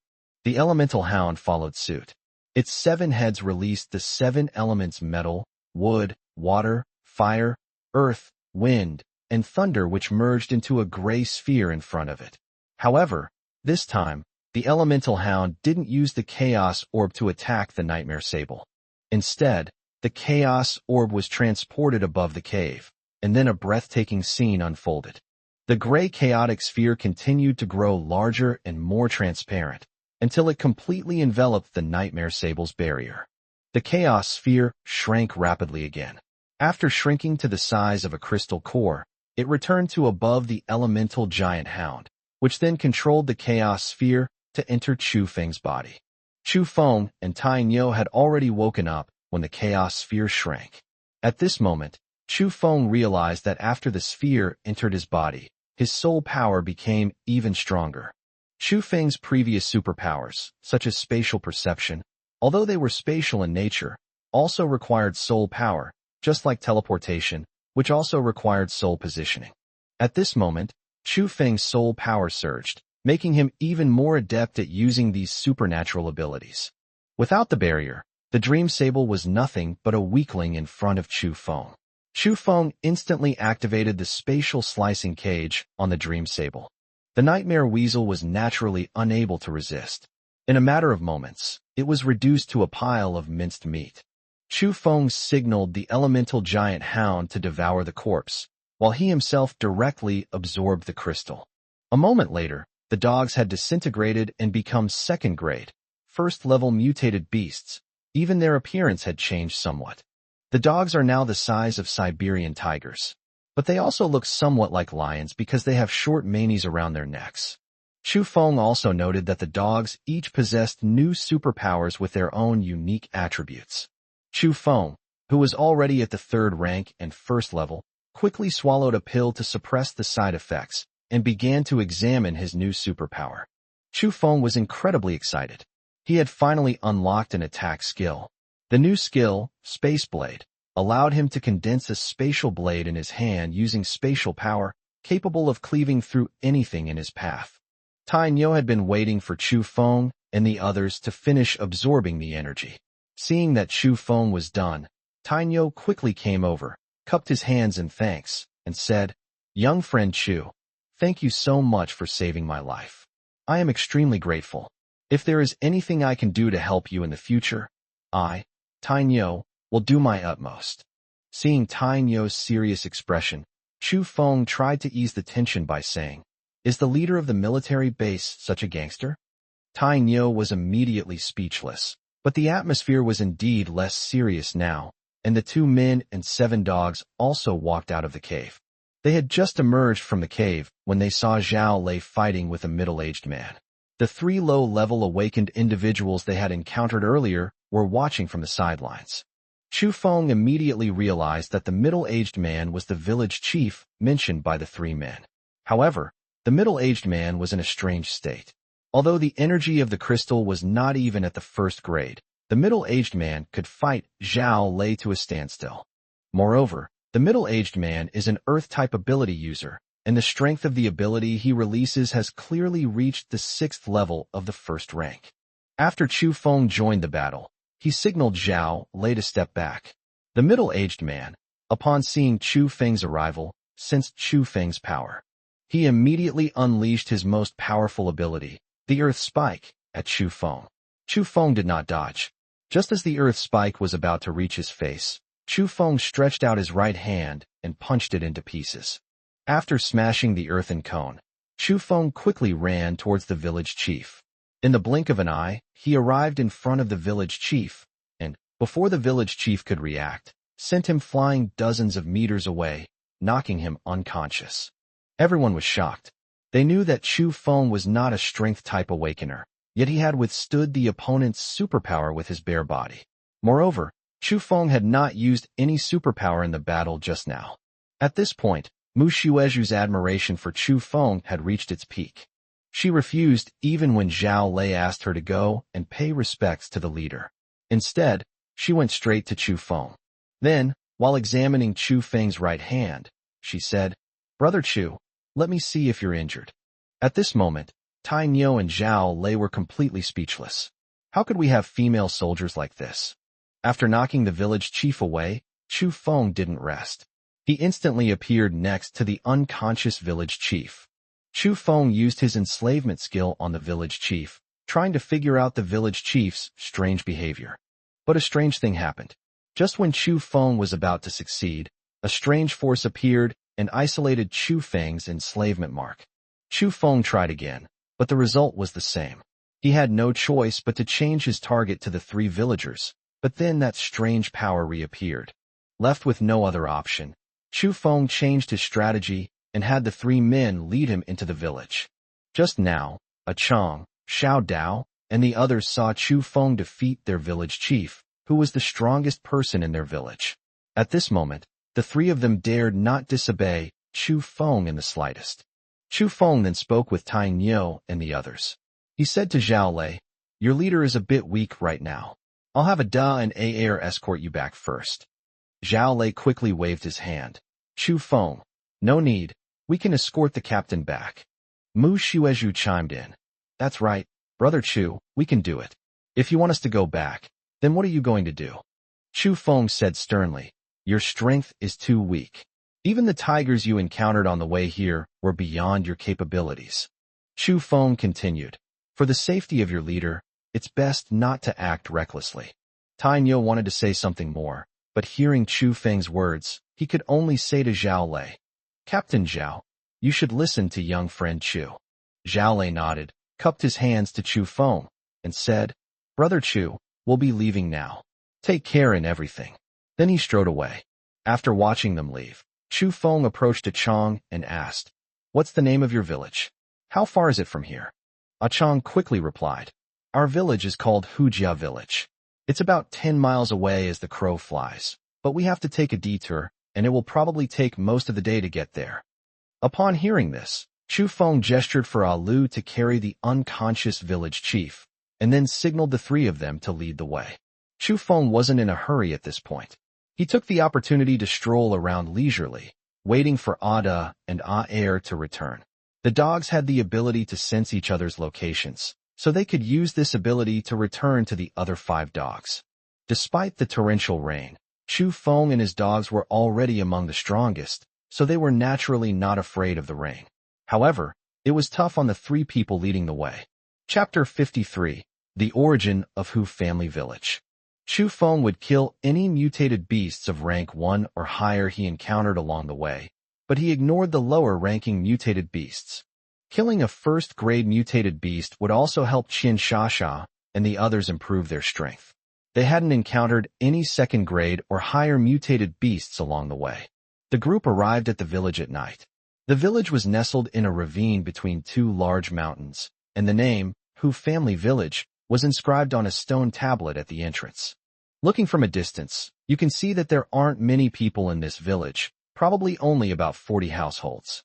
As soon as Chu Feng and his group entered the village, Chang and the other 2 asked Chu Feng if he could treat the village chief. After Chu Feng nodded, the 3 of them carried the village chief on their backs to prepare for treatment. The reason Chu Feng had 5 dogs with him was that none of the others had ever seen dogs as big as tigers, so they didn't dare to approach. Only Chang carried the village chief and brought Chu Feng to his home. After settling everything in, Chang said to Chu Feng, "Boss, I'll go get the village doctor to check on the village chief. You should rest for a bit." Chang dared not offend Chu Feng at all. After Chang left, Chu Feng activated his spatial perception. At this time, Chu Feng's perception range had reached 10,000 meters. Chu Feng sensed everything in the village, slowly perceiving the creatures around him. Every young and middle-aged person in this village possessed a special energy. While Chu Feng was still sensing the danger, Chang arrived with the village doctor, but the village doctor was too frightened to approach the 5 giant dogs in front of him. Chang quickly explained that the 5 dogs were Chu Feng's pets and were very obedient. Only then did the village doctor dare to step forward to treat them. After the village doctor gave the village chief some medicine, he told Chang that the village chief would wake up soon and then fled in a panic. Chu Feng asked Chang for some information, but Chang didn't know much, so he had no choice but to wait for the village chief to wake up before asking him. Showdown and his other companion, fearing that Chu Feng would harm their fellow villagers, had no choice but to let Chu Feng slaughter the mutated goat beasts that were kept in their village. Although he was only at level 1, Chu Feng didn't seem to have eaten any mutated beasts yet. So when Xiao Dao came to invite him, Chu Feng didn't hesitate at all and went with Xiao Dao. When Chu Feng arrived, he found that there were still quite a few people waiting for the whole roasted lamb. After thinking for a moment, he took out some fine wine and 2 seafood set meals from the alternate dimension. The villagers were surprised to see so many delicacies appear in Chu Feng's hands as if by magic, but they were also not surprised when they thought that so many of their fellow villagers were awakened. After a while, the whole roasted lamb was cooked, and everyone began to toast and drink. The moment the village chief woke up, the dogs took him to Chu Feng's side. Although some villagers had already seen the dogs earlier that day, they were still somewhat afraid. Chu Feng could only reassure everyone that the dogs were very well behaved. The village chief was still somewhat bewildered when he saw Chu Feng preparing to continue fighting, but he was too weak to muster any strength. Chu Feng said, "I have no ill intentions. You people seem honest and kind, and I'm just curious about the strange power you possess." Upon hearing this, the village chief panicked and said, "What strange power? What are you talking about?" "I don't know." Knowing he wouldn't get anything out of the village chief, Chu Feng said, "All right then, why did you attack my companion today?" The village chief quickly explained, "Young man, we found the weasel first. When I arrived, I only saw your companion. I heard from Chang and the others that you stole my peaches, so in a fit of anger, I just wanted to teach them a lesson. I meant no harm." Chu Feng paused for a moment upon hearing this, then said, "Yes, I was a bit too heavy-handed today. Village chief Hu, come and have a drink with me." Seeing that Chu Feng was also a reasonable person, the village chief joined them, and the group began to talk about life.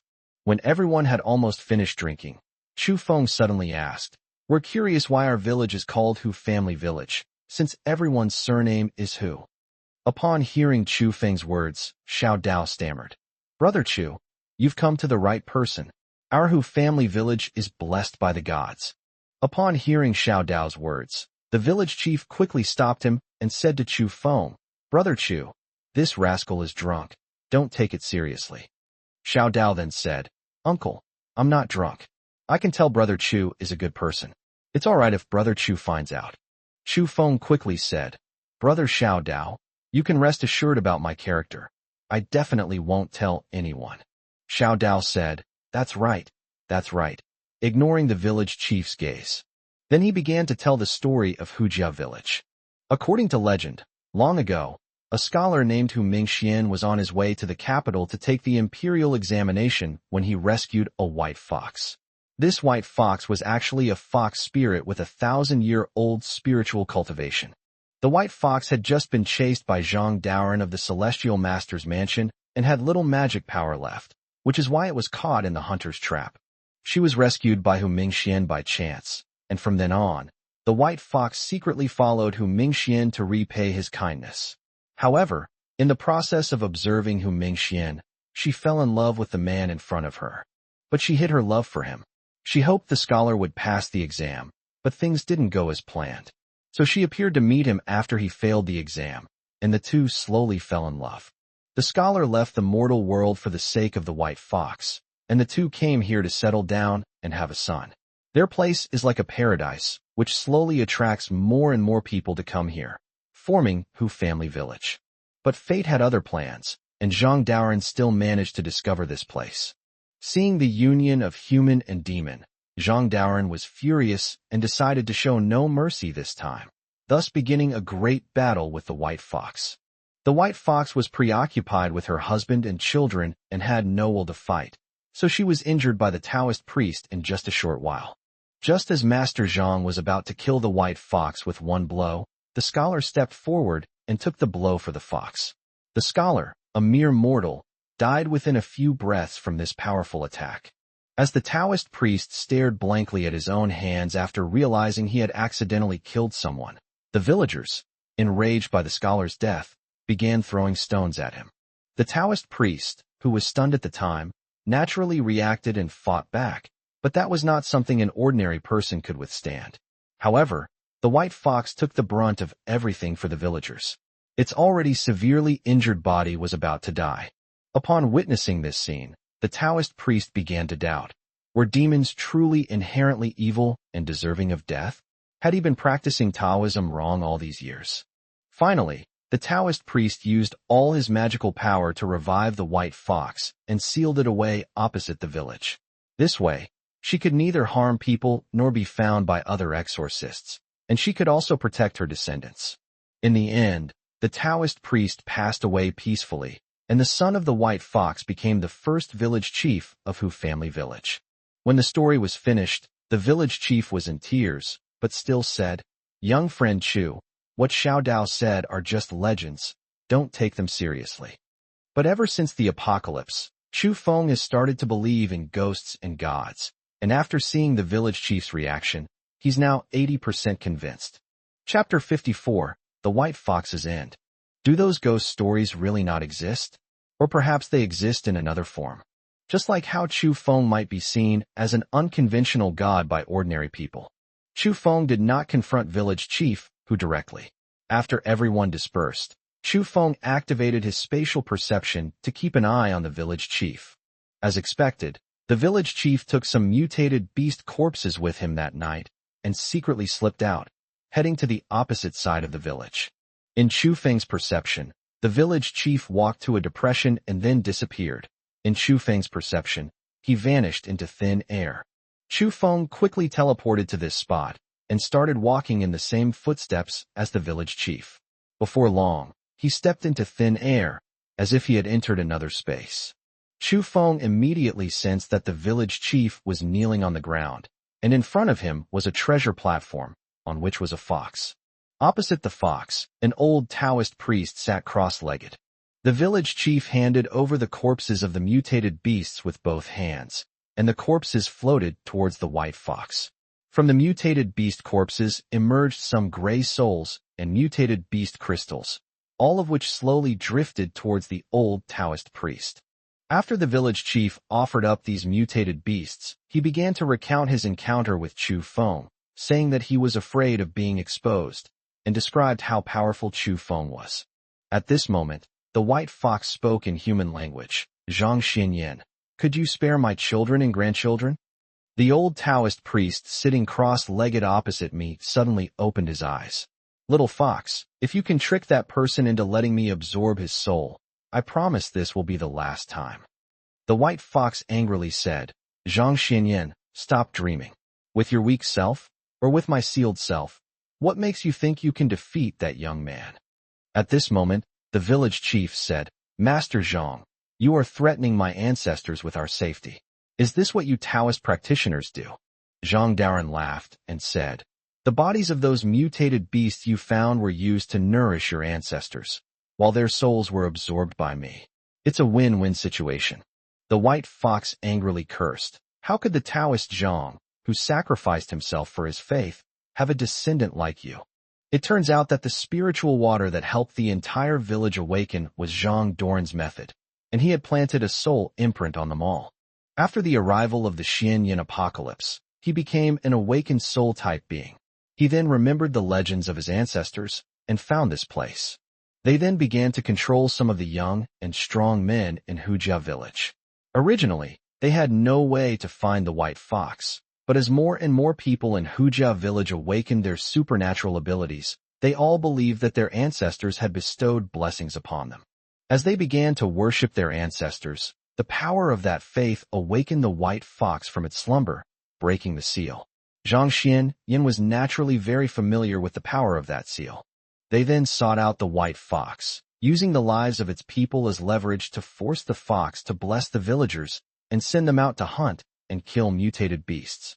Zhang Xinyan absorbed crystals to enhance his rank and absorbed souls to increase his soul strength, thus reaping the benefits of others' efforts. The reason Chu Feng couldn't enslave these villagers was because they had the blessing of the white fox. But this time, facing Chu Feng, the white fox didn't want his people to take risks. Although Chu Feng is not a saint in this life, he is definitely not a bad person. Chu Feng decided to help the villagers deal with Zhang Xinyan. At that moment, Chu Feng appeared instantly and sent a spatial cutting cage to Zhang Xinyan. Zhang Xinyan sensed Chu Feng's power and instantly felt a strong sense of crisis, so he chanted the incantation without thinking. The mysteries of heaven and earth, the root of all energies, have been cultivated for countless eons to prove my divine powers. Within and beyond the three realms, only the Tao is supreme. My body is enveloped in golden light, unseen and unheard, encompassing heaven and earth, nurturing all living beings. Chu Feng originally had the ability to instantly kill Zhang Xinyan, but he wanted to see just how capable this Taoist was. So he wasn't in a hurry. However, when the white fox saw Chu Feng preparing to attack the Taoist priest, and then saw the priest chanting an incantation, he quickly said, Young friend Chu, stop him quickly. This Taoist priest is chanting the golden light incantation. However, Chu Feng ignored him, and after Zhang Xinyan finished reciting the incantation, his body emitted a wisp of golden light. The lines of space cut through the golden light on Zhang Xinyan's body, making a crackling sound. The Taoist priest quickly cupped his hands in a gesture of respect. With a wave of his hand, Chu Feng caused all the spatial lines to vanish instantly. Zhang Xinyan spoke up. Young brother, we have no grudge against each other. Why did you attack me? Chu Feng jokingly said, That's right, we have no grudge against each other. So why do you want to absorb my soul? Upon hearing this, Zhang Xinyan exclaimed in alarm, White fox, if you don't make a move, do you believe I'll kill all your children and grandchildren? Chu Feng interrupted, You have no chance. Chu Feng then teleported behind Zhang Xinyan, holding a transparent sword in his hand. Chu Feng raised his knife and brought it down, and the Taoist priest's head fell to the ground. After retrieving the Taoist's crystal remotely, Chu Feng said to the white fox, Senior, this calamity has been averted. There's nothing to worry about this year. The white fox said, Young friend Chu, what you just used was spatial power. After Chu Feng nodded, the white fox seemed to have something on its mind and hesitated to speak. Finally, It all turned into a sigh. So be it, the cycle of cause and effect. Young friend Chu, what questions do you have? I can help you resolve them. Chu Feng asked, Senior, I do have a question. Your existence proves that some of the previous legends are true. So what is the reason for this change in the world? What is the difference between the ghosts, monsters, and demons of the past and the awakened ones of today? The white fox considered for a moment and said, essentially the same, but slightly different. Blue Star's spiritual energy was once depleted, resulting in the absence of awakened beings, but this time it seems a little different. In short, young friend Chu, grow stronger as soon as possible. The world is about to change. After saying this, the white fox's body grew increasingly transparent and weak. It said, Young friend Chu, my days are numbered. I used too much of my essence to bestow blessings upon my descendants. Now that I have revealed heavenly secrets, I fear I will perish. Then the white fox said, Finally, I'll give you one more gift to establish a good connection. Then the white fox's body became increasingly transparent, and it actually passed through the barrier and entered Chu Feng's body. Finally, the white fox's figure disappeared into the air. If you have the chance, young friend Chu, please take care of your grandchildren. Village chief, who was already in tears. The white fox had protected their village for countless years, but in the end, it was for the sake of the village that the Taoist priest threatened to bestow blessings upon it, thus causing its death and the dissipation of its power. Chu Feng inspected himself and found nothing unusual. The white fox's phantom disappeared as it entered his body. Chu Feng led the village chief back to the village, and Ada and Ayer also arrived at Hu family village at this time. At this time, the villagers had lost the blessing of the white fox and were now just ordinary low-level awakened beings. Chu Feng gave some of the crystals from the first-grade mutated beasts he had killed on the road to the villagers, and they hunted nearby mutated beasts with the dogs. Chu Feng swept through the powerful mutated beasts within 100 miles of Hu family village in just 2 days. Furthermore, the dogs also reached the second stage by absorbing physical power. Chu Feng distributed some of the energy crystals he obtained to the villagers, hoping that this would at least make them a little safer. After doing all this, Chu Feng gave them his address, telling them that if they encountered any problems they couldn't solve in the future, they could come to him. Chu Feng then took the dogs home. Chapter 55. The Space Blade establishes its authority. Chu Feng encountered no accidents on his way home, and the dogs sped along. Unbeknownst to Chu Feng, Li Batian and his friend Zhao Qianquan, the head of the Zhao family, were followed by 13 others. They had just arrived at Cloud Walk. Li Batian's after-effects from using blood escape hadn't ended yet, but one day Zhao Qianquan came looking for him. Li Batian was afraid that Zhao Qianquan would take the opportunity to harm him. To everyone's surprise, Zhao Qianquan not only did not take advantage of his predicament, but also offered him a spiritual fruit to help Li Batian break through to the 3rd rank, and even inquired about how he was injured. Today, Li Batian brought Zhao Qianquan to settle scores. They were originally going to the botanical garden, but Wang Yanran suddenly suggested that Chu Feng might be involved. Zhao Qianquan also had a fiery temper. As soon as he heard that this Chu Feng might harm his old friend, he immediately wanted to cause trouble for Chu Feng. Their lineup is also quite impressive, with Zhao Qianquan at the 3rd rank, 2nd level, and Li Batian at the 3rd rank, 1st level. Moreover, Zhao Qianquan is an awakened power user who uses every bit of his energy to strengthen his physical body, and still retains the appearance of an old man. Among the 13 people traveling together, Zhao Ji is Zhao Qianquan's son, a 2nd rank, 5th level expert. In just a few days, Li Hong and Wang Yanran have both become 2nd rank, 4th level experts. The remaining 10 people consist of 5 2nd rank, 1st level individuals and 5 2nd rank, 2nd level individuals. When they first arrived at Cloud Walk, it seemed like Cloud Walk had changed. Earth and wood type ability users built walls to organize defenses, while plant and earth type ability users worked together to cultivate a lot of food in the basement. Although it's been pouring rain, the forces of Cloud Walker, under Kong Weihai's leadership, are undergoing rapid and ever-changing developments. As soon as Li Batian and his group entered the eastern area of Cloud Walk, a low-level awakened stopped them, asking, "What brings you to my Chu Alliance?" Zhao Qianquan, with his fiery temper, spoke first. Chu Alliance? Isn't your alliance leader named Chu Feng? Tell this brat to come see me now. The man was completely unaware of the power of the person before him. You have quite the nerve. Do you think you can just see our alliance leader as you please? You wait here while I go and inform him. No sooner had the guard finished speaking than a sharp object pierced his chest. Turning around, he saw Wang Yanran, alluring as a fox, her left fingernails extending long and piercing his chest.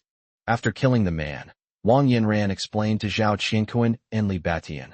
Dad, Uncle Zhao, Chu Feng really doesn't respect us at all.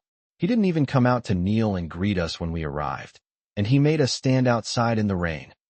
The rain was indeed heavy at this moment, but it was nothing to these superhumans.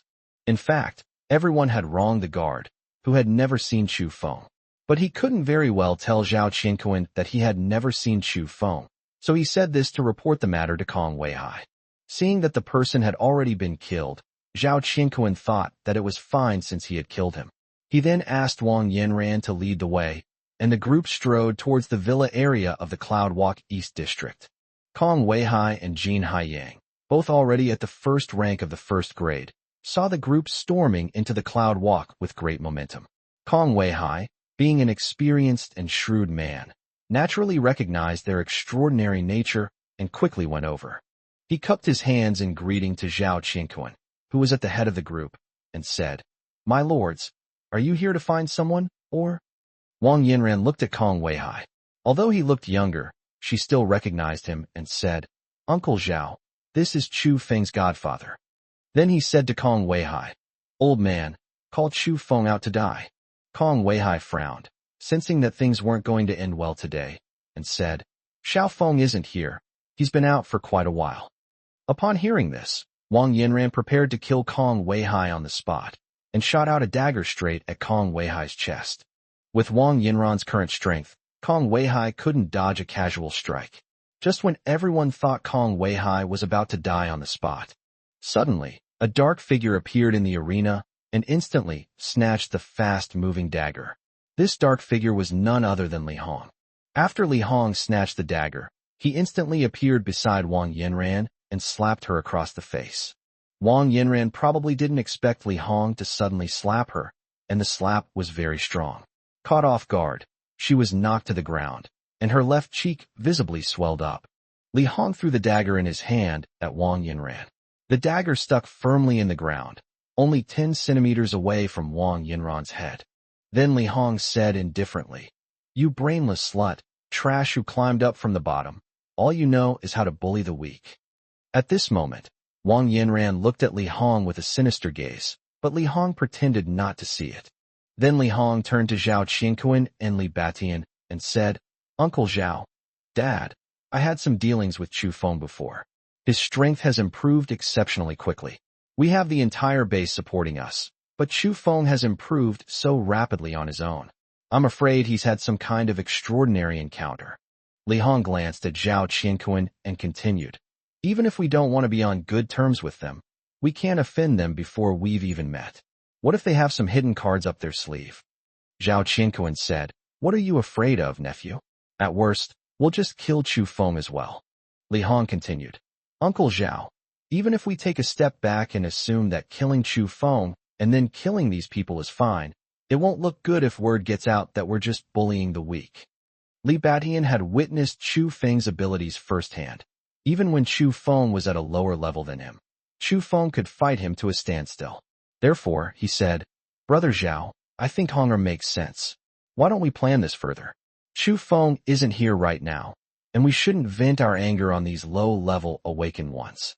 We can go and take down that old tree demon first. Zhao Qianquan nodded upon hearing this, then turned to Kong Weihai and said, I won't bully you weaklings. When Chu Feng returns, let him come to Qinshan to face his death. Kong Weihai's face turned a deep shade of liver with anger upon hearing this. But what could he do when he was weak? Li Hong finally breathed a sigh of relief. He had finally saved his master's godfather. Meanwhile, Chu Feng had already sensed everything that was happening as he approached the Cloud Walk. Chu Feng ordered the dogs to head home at full speed, then teleported in front of Zhao Qianquan. a spatial blade appearing in his hand. He slashed straight at Zhao Qianquan's head. For a split second, Zhao Qianquan felt a sudden pang of fear and instinctively dodged, turning around to throw a punch at his back. The blade of space ultimately severed only Zhao Qianquan's left hand, but Chu Feng was also badly injured. The power type Awaken One's explosive power left Chu Feng no time to react, and he was sent flying nearly 1,000 meters away while still in the air. Everyone was shocked. Zhao Qianquan and Li Batian were surprised to find that Chu Feng was also a third Great Awakener. Chu Feng could only barely manage to teleport to Kong Weihai's side, pointing his spatial blade at Zhao Qianquan. "Old man, how can my godfather allow trash like you to insult him?" Ignoring his injured left hand, Zhao Qianquan roared, "You little bastard, don't think you're something just because you've become a third-rank cultivator. You piece of trash who attack from behind. I'm going to cripple you today." Zhao Qianquan dismissed the crowd, saying, "Chu Feng is already a third-rank cultivator. You must not participate in the battle." He then signaled to Li Batian and the other man to attack and kill Chu Feng together, and the two slowly began to surround him. Chu Feng, however, was not afraid. The dogs had already merged into the elemental giant dog on the way, and Chu Feng sensed that the elemental giant dog had arrived. Chapter 56. The Tragedy of Zhao Qianquan. The elemental giant dog shocked everyone as soon as it appeared. At that time, the elemental giant dog was 20 meters long. Each dog head has a mane around its neck, which shocked everyone as soon as it appeared. Since Zhao Qianquan and Li Batian mainly relied on researching spiritual fruits to improve their strength, they rarely saw powerful mutated beasts. This was definitely the most powerful mutated beast that everyone had ever seen. Amidst the shocked gazes of the crowd, the elemental giant hound walked towards Chu Feng, and then its 7 dog heads looked domineeringly at Zhao Qianquan and the others. Chu Feng said jokingly, "Old man, do you still think you have me cornered?" Zhao Qianquan could naturally sense the power of the elemental giant hound, but in his rage, he still said, "Oldly, you deal with this white-haired beast. I'll go kill Chu Feng. The rest of you, go and slaughter all of Chu Feng's subordinates." Upon hearing this, Kong Weihai and the others felt that Zhao Qianquan was ruthless, and Chu Feng quickly told everyone to run away. Zhao Qianquan attacked Chu Feng like a cannonball. Chu Feng quickly teleported away. Chu Feng was shocked. He couldn't keep up with the reaction when fighting against such a power awakener. Awakened beings are fast and have explosive power. Chu Feng teleported to the location where Zhao Qianquan and Li Batian's 10 subordinates were. Naturally, only after resolving any worries could Chu Feng fight with peace of mind. He instantly activated a massive spatial cutting cage for the 10 people. This attack consumed half of Chu Feng's special ability value, with a total of 5,000 spatial lines attacking the 10 people from all directions. In just a moment, the 10 people were cut into countless pieces. Chu Feng instantly collected the pieces of flesh and crystals. Zhao Ji, Li Hong, and Wang Yanran were so frightened that they turned and ran away. Strangely, Wang Yanran and Zhao Ji actually turned and ran away, while Li Hong hid in a corner. In the blink of an eye, Zhao Qianquan's attack arrived again, and Zhao Qianquan was repeatedly redefining Chu Feng's understanding of power awakeners. Fortunately, Chu Feng released his invisibility ability in time. His head was just 0.01 seconds away from being smashed. At this moment, Zhao Qianquan was itching to get rid of Chu Feng's superpower of teleportation and penetration. They then turned their attention directly to the elemental giant hound. Meanwhile, Li Batian was already badly injured on the elemental giant dog's side. Originally, compared with awakened beasts of the same grade and level, mutated beasts had the advantage. They were of the same rank as Li Batian, and even had more, so Li Batian had already begun to suffer repeated defeats. Zhao Qianquan saw this, and that's why he decided to attack the elemental giant dog first. Just as Zhao Qianquan was about to rush to the elemental giant dog, Chu Feng instantly activated the spatial cutting cage. Zhao Qianquan stood still, mobilizing his physical strength to resist the spatial lines.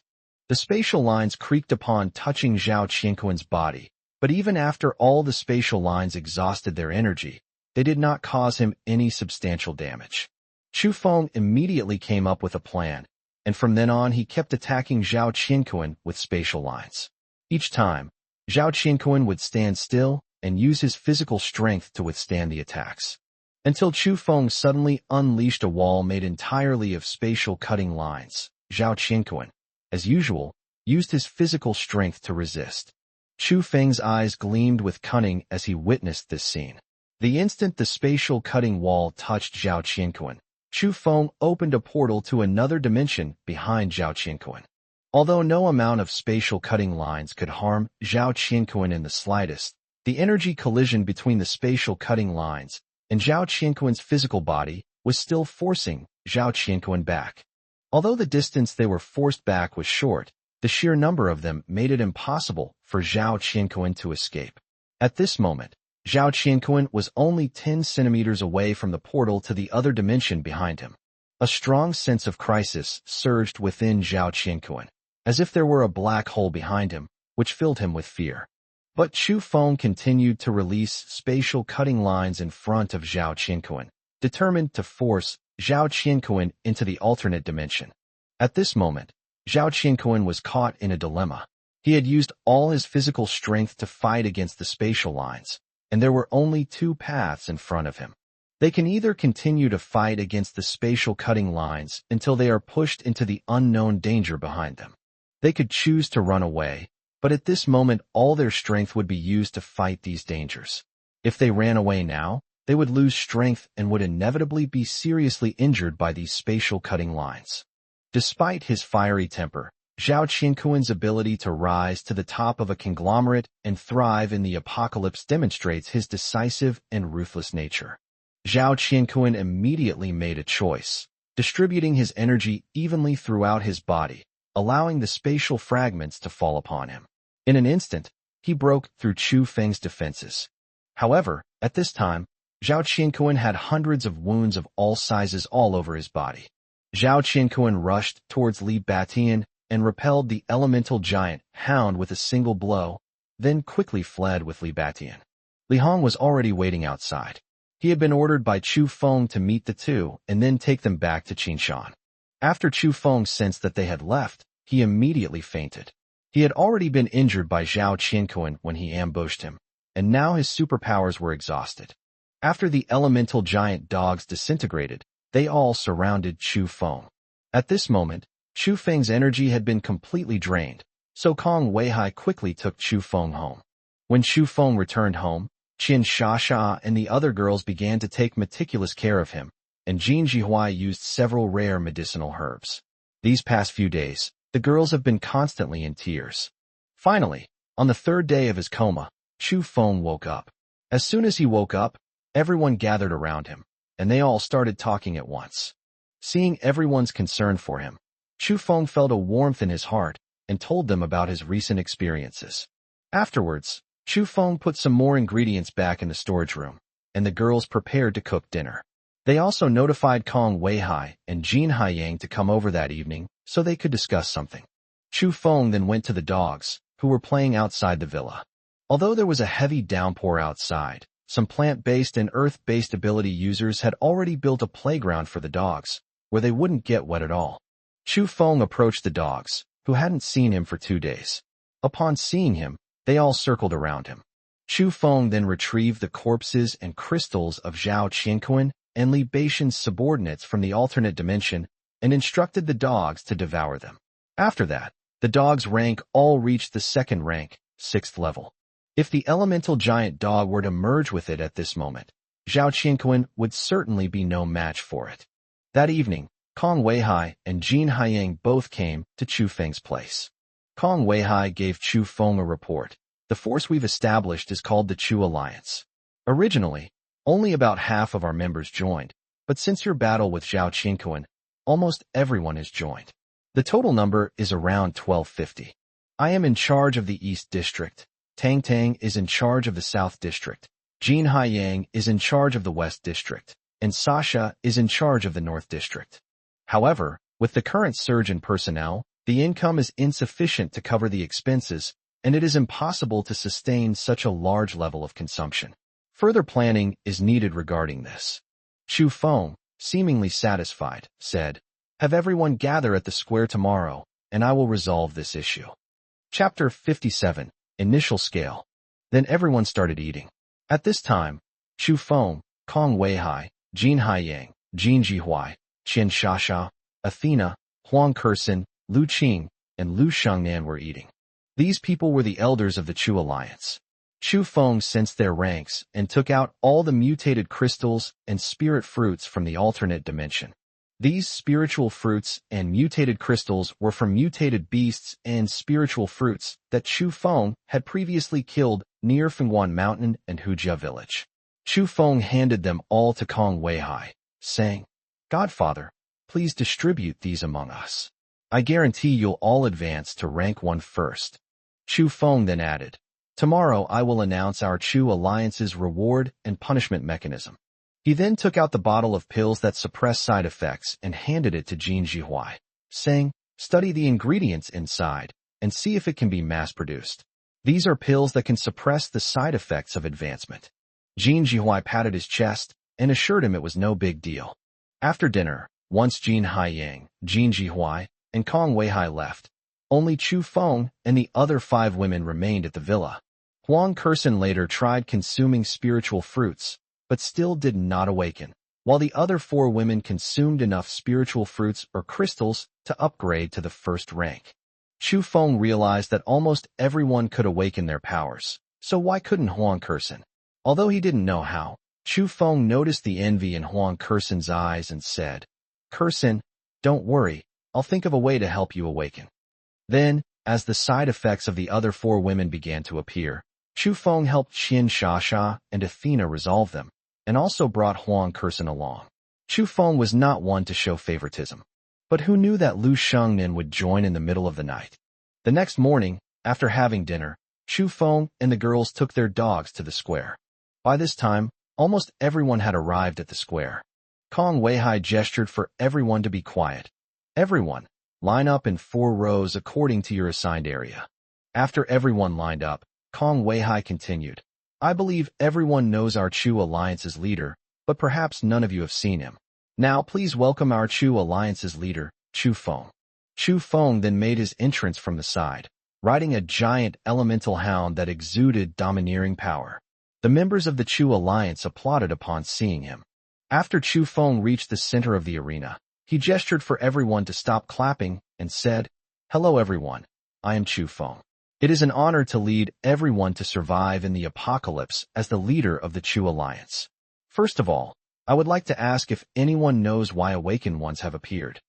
The people below were talking amongst themselves, and some shouted that they didn't know. Chu Feng said, "The ghosts, monsters, gods and demons of ancient times were also different kinds of awakened beings. Later, the world dried up, which caused no more awakened beings to appear on Blue Star." Chu Feng continued, "This apocalypse is not the end of the world, but rather a rapid recovery of spiritual energy. Many awakened individuals have emerged globally, and various superpowers are appearing one after another." Chu Feng looked at everyone. "But this is also tragic. Awakened beings can devour each other to grow stronger, and if the energy absorbed each time exceeds 1/10 of their own, it will produce side effects. Those side effects are caused by the inability to release the absorbed energy." Then Chu Feng said, "Brothers, in this apocalypse, no one can remain unscathed. Even if you don't bully others, someone might want to devour you." Seeing that the preparations were almost complete, Chu Feng said, "Then let's talk about the reward and punishment mechanism for joining the Chu Alliance. Currently, our Chu Alliance has 4 regions, and from today onwards, you will each serve as the heads of these 4 regions. Kong Weihai will be the Vice Alliance leader, Jin Haiyang will be the head of the Enforcement Hall, and Jin Jihuai will be the head of our Research and Development Hall." After Chu Feng finished speaking, he looked at the crowd and said, "Tang Tang, the person in charge of the South District, come up here." After Tang Tang came up, Chu Feng gestured for Kong Weihai to show the energy crystals he had given her, and picked out a first grade, first level one from among them, handing it to Tang Tang and saying, "Absorb it." Sugar didn't hesitate and started absorbing it. Chu Feng addressed the crowd, saying, "The Chu Alliance has given you some gifts, but you have not yet reciprocated. Of course, you all have too much strength right now, so I've made some rules. First, no one in the Chu Alliance should fight amongst themselves. Second, if you see someone bullying your allies, you must lend a helping hand. Third, if anyone is found to have betrayed the Chu Alliance, they must be reported to the enforcement hall. If no report is made, the person who harbors the criminal will be punished as an equal. Fourth, the current members of the enforcement hall are Hall Master Jin Haiyang, Deputy Hall Masters Athena, Lu Qing, and Lu Shengnan.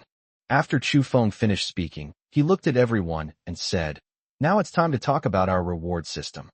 Firstly, the Chu Alliance is still in its initial stage, and only the Hall Masters receive a monthly salary.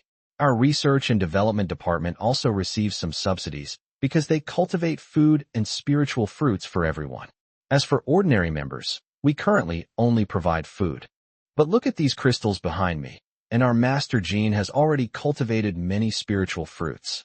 So, brothers, if you find spirit fruits in the wild, you can transplant them back with their roots intact. You can hand it over to the Research and Development Hall. From now on, 1/3 of the fruits cultivated by the Research and Development Hall on this spirit tree will always be given to you.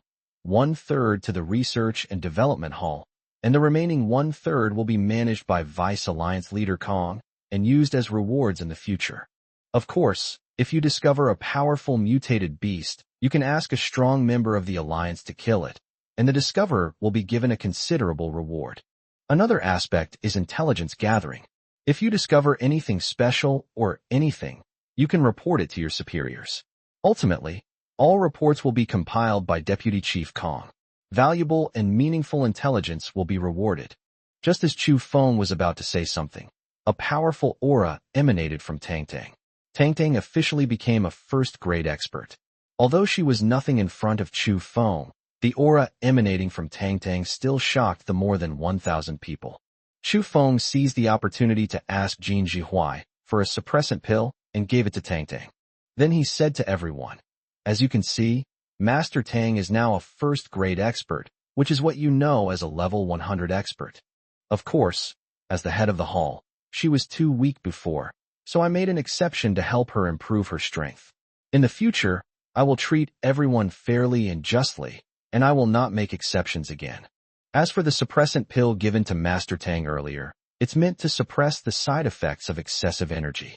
Speaking of which, it's worth mentioning that everyone in our Chu Alliance has the right to choose their own spouse, but coercion is absolutely forbidden. Any violation will be severely punished. This suppression pill can be obtained by exchanging spiritual fruits or energy crystals. One level 1 spiritual fruit or energy crystal can be exchanged for one. Chu Feng concluded, "You are the first members of the Chu Alliance.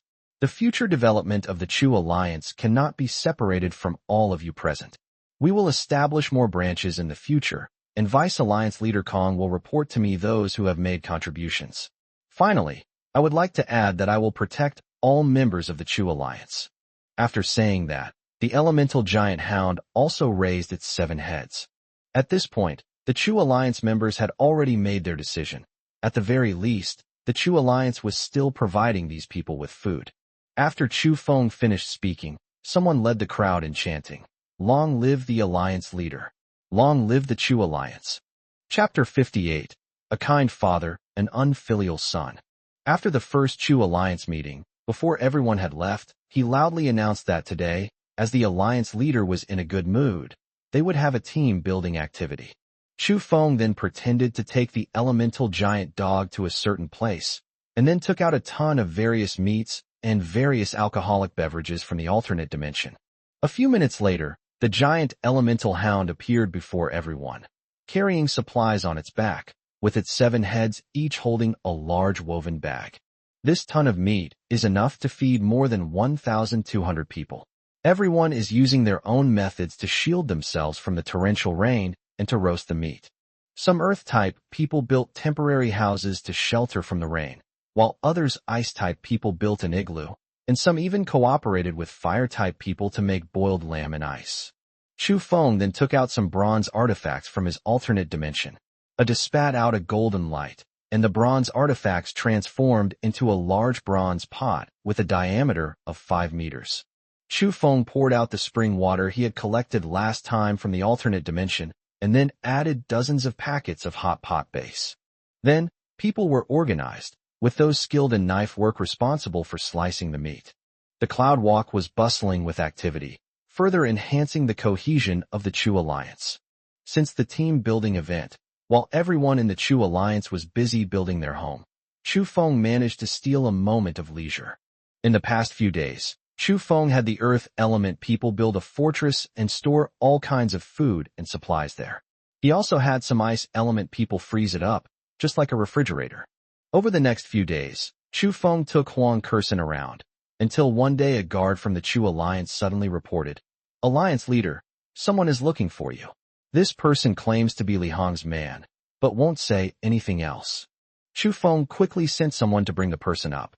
As soon as this person saw Chu Feng, he handed Chu Feng a letter. The letter essentially stated that he was now the head of the Qinshan Li family base, but had important matters to discuss with Chu Feng. Chu Feng ordered his men to take the man away to rest, and after giving Kong Weihai a few instructions, Chu Feng set off for Qinshan. It wasn't that Chu Feng didn't trust the messenger. It's just that being a little more cautious is always a good thing in this world. It took Chu Feng less than an hour to walk from the clouds to Qinshan. After arriving at Qinshan, they basically didn't need spatial perception. They could find the approximate location of the Li family base simply by relying on Li Hong's enslavement mark. When Chu Feng arrived at the base entrance, he found that the base was quite well hidden, and that Li Hong was now even stronger than him. Chu Feng has been studying spatial perception these past few days, using it to sense the amount of energy contained in the opponent's crystal in order to determine the opponent's rank.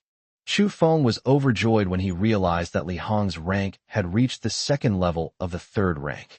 During his previous battle with Zhao Qianquan, he noticed that Li Batian was not in good condition. He used the mark to command Li Hong to kill Li Batian and take his place if the opportunity arose. Now, seeing Li Hong's condition, he knew that he had succeeded. Chu Feng sensed that, apart from some research and development personnel and training personnel, the strongest person in the base besides Li Hong was a first-grade, 8th-level awakener. Chu Feng then used the mark to summon Li Hong to pick him up. At this point, Li Hong completely regarded Chu Feng as his master. Upon receiving Chu Feng's mark, he quickly appeared at the entrance of the base. After bringing Chu Feng into the base, they quickly ordered someone to pour him tea. Then they began to tell Chu Feng how they had killed Li Batian. After Zhao Qianquan and Li Batian escaped with serious injuries, they were originally rescued by Li Hong. Li Hong took the two directly to the Li family base, where they recuperated together in the sanatorium. Li Hong knew the saying, "Even a starved camel is bigger than a horse," so he was determined to take action when they were at their weakest. Li Batian still suffered from the aftereffects of his previous blood escape technique and needed to replenish his strength by drinking blood. So that very night, Li Hong arranged for beautiful women to be with Li Batian. Furthermore, a large amount of sleeping potion was injected into the beautiful woman's blood. While Li Batian was drinking the blood, Li Hong used his phantom technique to appear behind Li Batian. After the drug Li Batian had taken took effect, Li Hongming launched a sudden attack. This Shadow Strike is a special ability that Li Hong awakened when he advanced to the second rank, and it can kill the target instantly with a single blow. By the time Li Batian reacted, Li Hong's knife had already pierced through Li Batian's neck. At this moment, Li Batian still had the power to fight back, but when he saw that the person who came was Li Hong, he gave up the fight. He looked at his only son, and a tenderness suddenly appeared in his eyes, as if he still had something to say to Li Hong, but his vocal cords had been damaged, and he could not make a sound. But the tenderness in his eyes seemed to say, "Dad doesn't blame you. Live well, my son." Then, Li Batian used his last breath to unleash a barrage of flying feathers, but instead of attacking Li Hong, he struck the ceiling. Since the base's ceiling was entirely made of alloy, the sound of feathers colliding with the alloy was incessant. Li Hong instantly realized that Li Batian was trying to tell Zhao Qianquan to escape. Li Hong quickly took out Li Batian's supernatural crystal and began absorbing it. By the time Zhao Qianquan arrived and saw this, he turned and fled. At this point, Li Hong was indeed unable to catch up with Zhao Qianquan. Thus, Zhao Qianquan escaped back to the Zhao family base. Li Hong wasn't particularly saddened by killing his father. After all, a person who had been enslaved was like a different person. After Li Hong absorbed and stabilized the supernatural crystal, he killed all the people in the base who were at least rank 2. So at this time, Li Hong's rank had reached rank 3, second tier, just shy of rank 3. Once Li Hong's rank stabilized, he went to check on the situation at the Zhao family's base. Li Hong went there at night. The situation at the Zhao family was very strange. He encountered Wang Yanran as soon as he infiltrated the Zhao family base, but Li Hong was unable to find out Wang Yanran's rank. Furthermore, Wang Yanran seemed to have noticed Li Hong's probing and gave him a charming smile. Li Hong was so frightened that he turned and fled. Once he returned to the Li family base, he immediately ordered someone to send a message to Chu Feng. After hearing Li Hong's explanation, Chu Feng roughly understood what had happened. What Li Hong didn't know was that the smile Wang Yanran gave him was actually her supernatural charm. This skill can confuse the opponent, making them increasingly fond of and infatuated with the caster.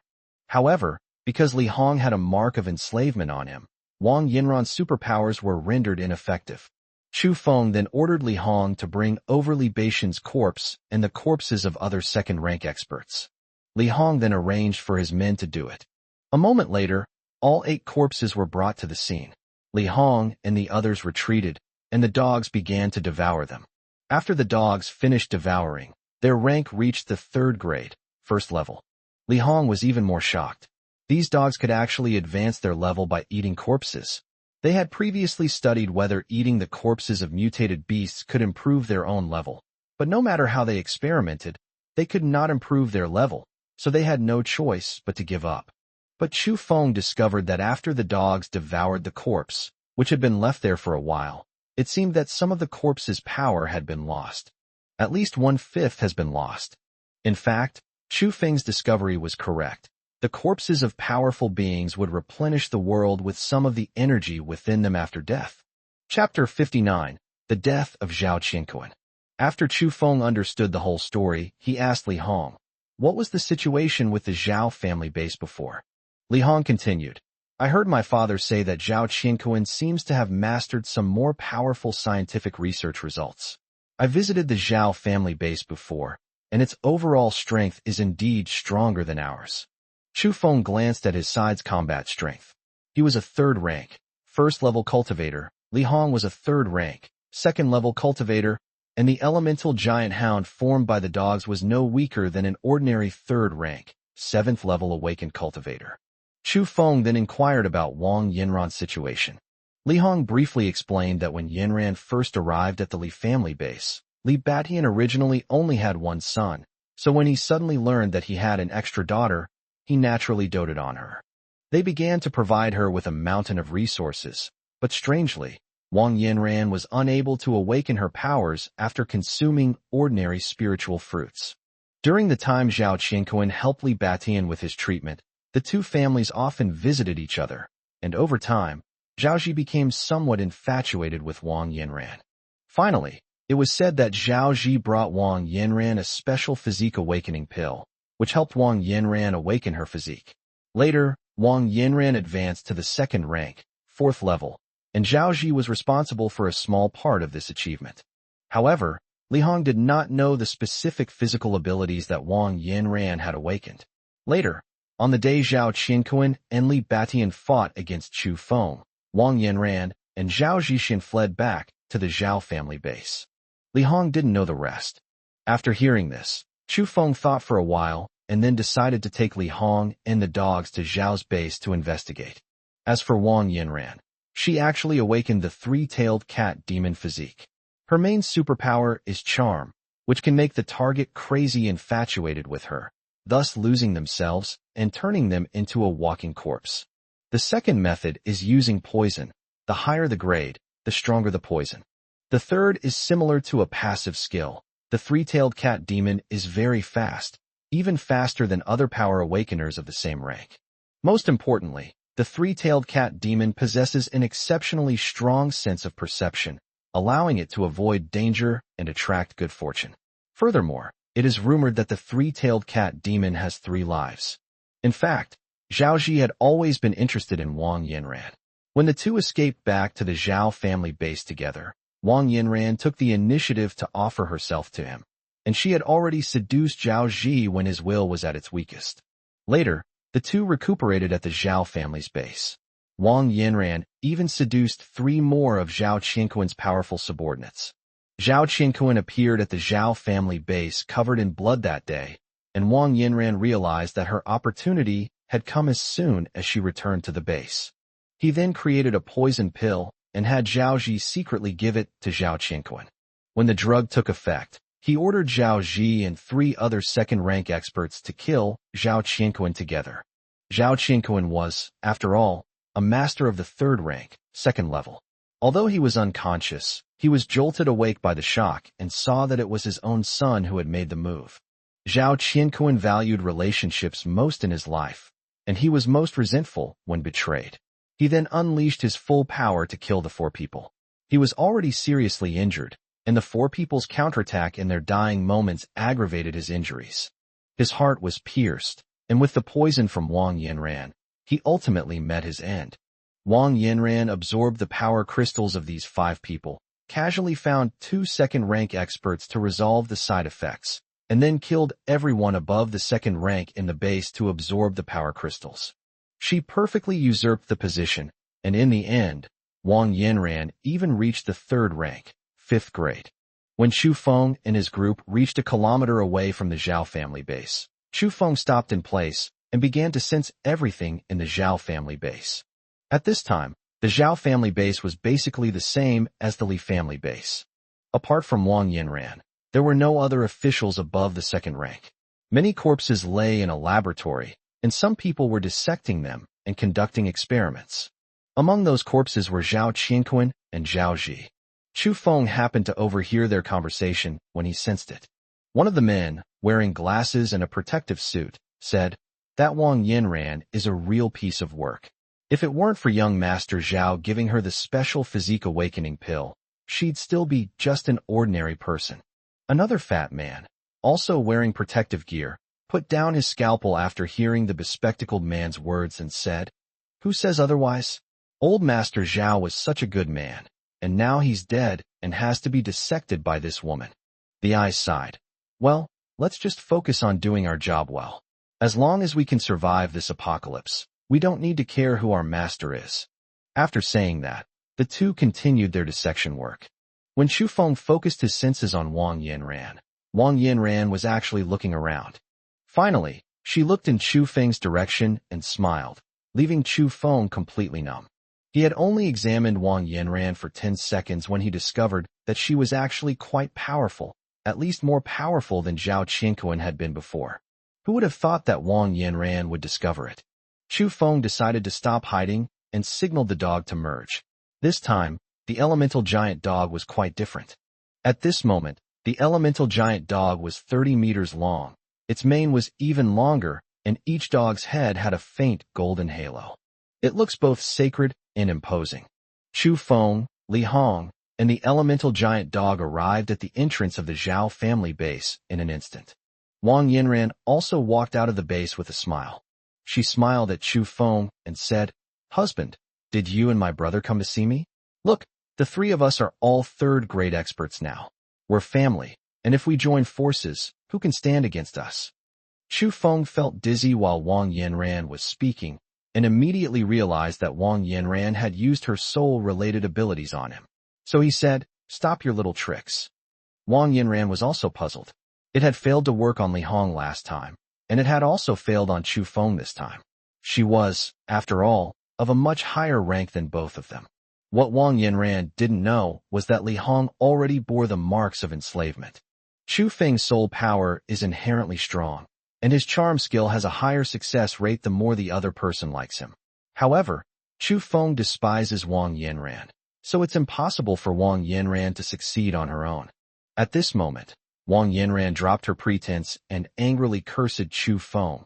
"You bastard, you caused my family's ruin and death. Today, I will make you die." Wang Yinran is a hypocrite.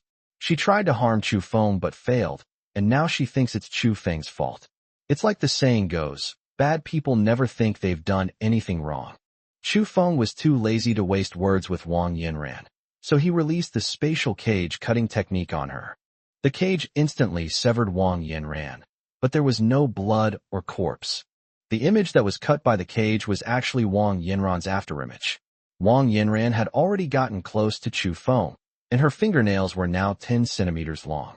Chu Feng only managed to blur his image when his fingernails had already penetrated a centimeter into his chest. Chu Feng was injured in the first exchange, which shows how terrifying Wang Yinran is. Chu Feng signaled the elemental giant hound to advance. Wang Yinran saw the elemental giant hound rushing towards her and sensed a sense of danger from it. She turned around and fled into the base.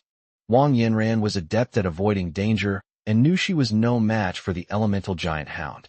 This base was made of 50-centimeter-long alloy, and the massive body of the elemental giant hound couldn't possibly fit inside. Chapter 60, Subduing Gao Peisheng. However, Wang Yinran did not expect that after she entered the base. The elemental giant dog's body rapidly shrank until it was about 3 meters long. Then, Chu Feng had Li Hong enter phantom mode and follow him and the elemental giant dog into the base.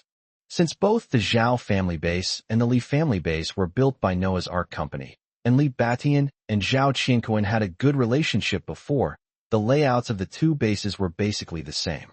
Wang Yinran had activated many mechanisms along the way when she ran in. Things like machine gun fire and infrared laser guns. Although it posed no threat to Chu Feng and his group, it still slowed down their pursuit. By the time Chu Feng and his group caught up with Wang Yinran, she had already made some arrangements. Wang Yinran was currently in a secret room filled with poison, the kind that could paralyze and kill a person. After arranging all of this, Wang Yinran activated the base's self-destruct program, setting a half-hour countdown. And only Wang Yinran could control everything.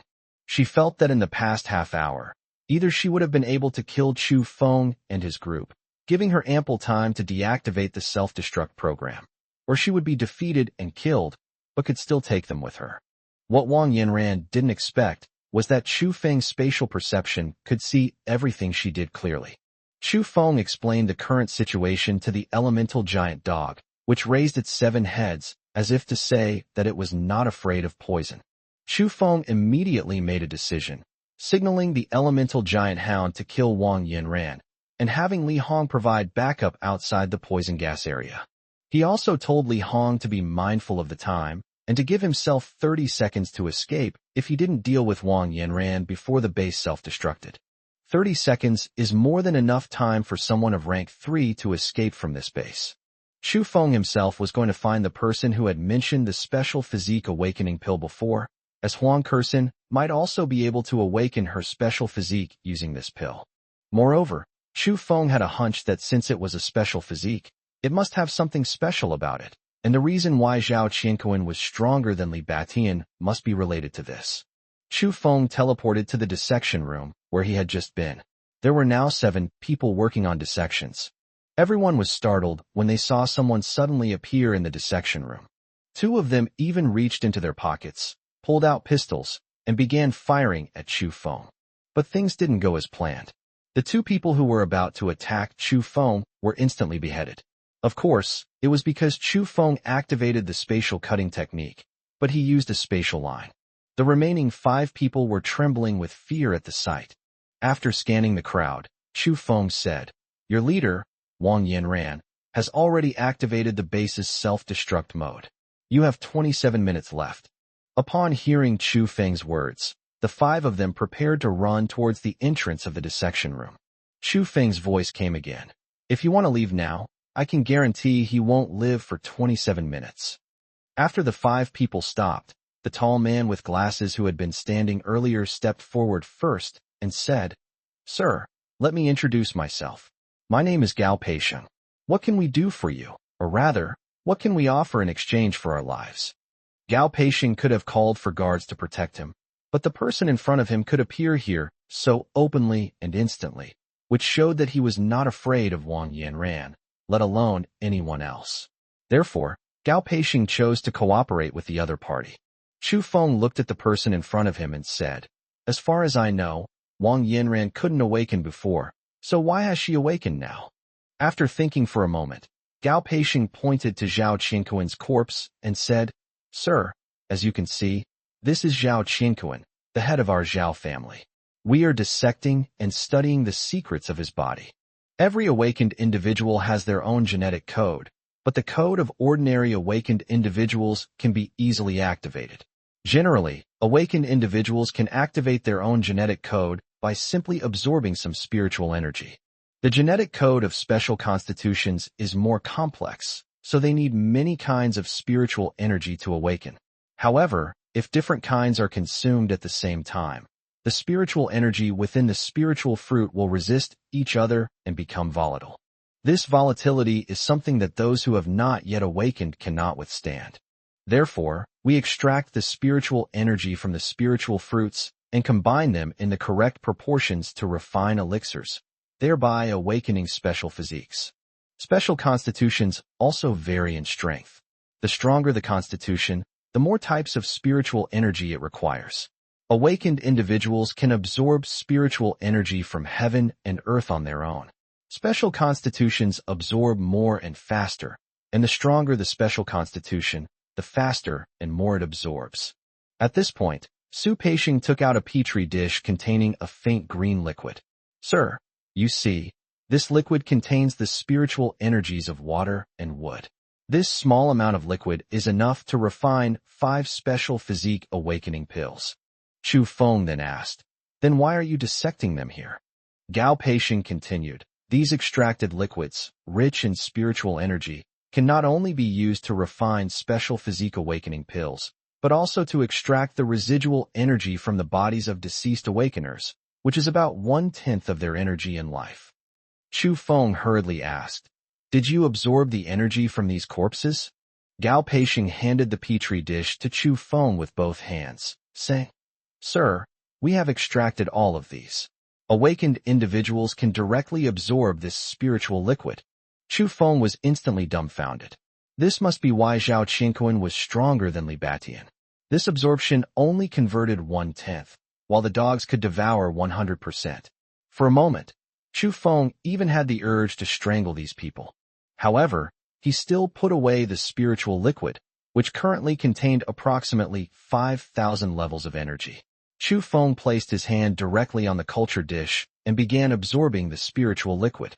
In an instant, he reached the second level of the 3rd rank. After absorbing the energy, Chu Feng quickly swallowed 2 suppression pills.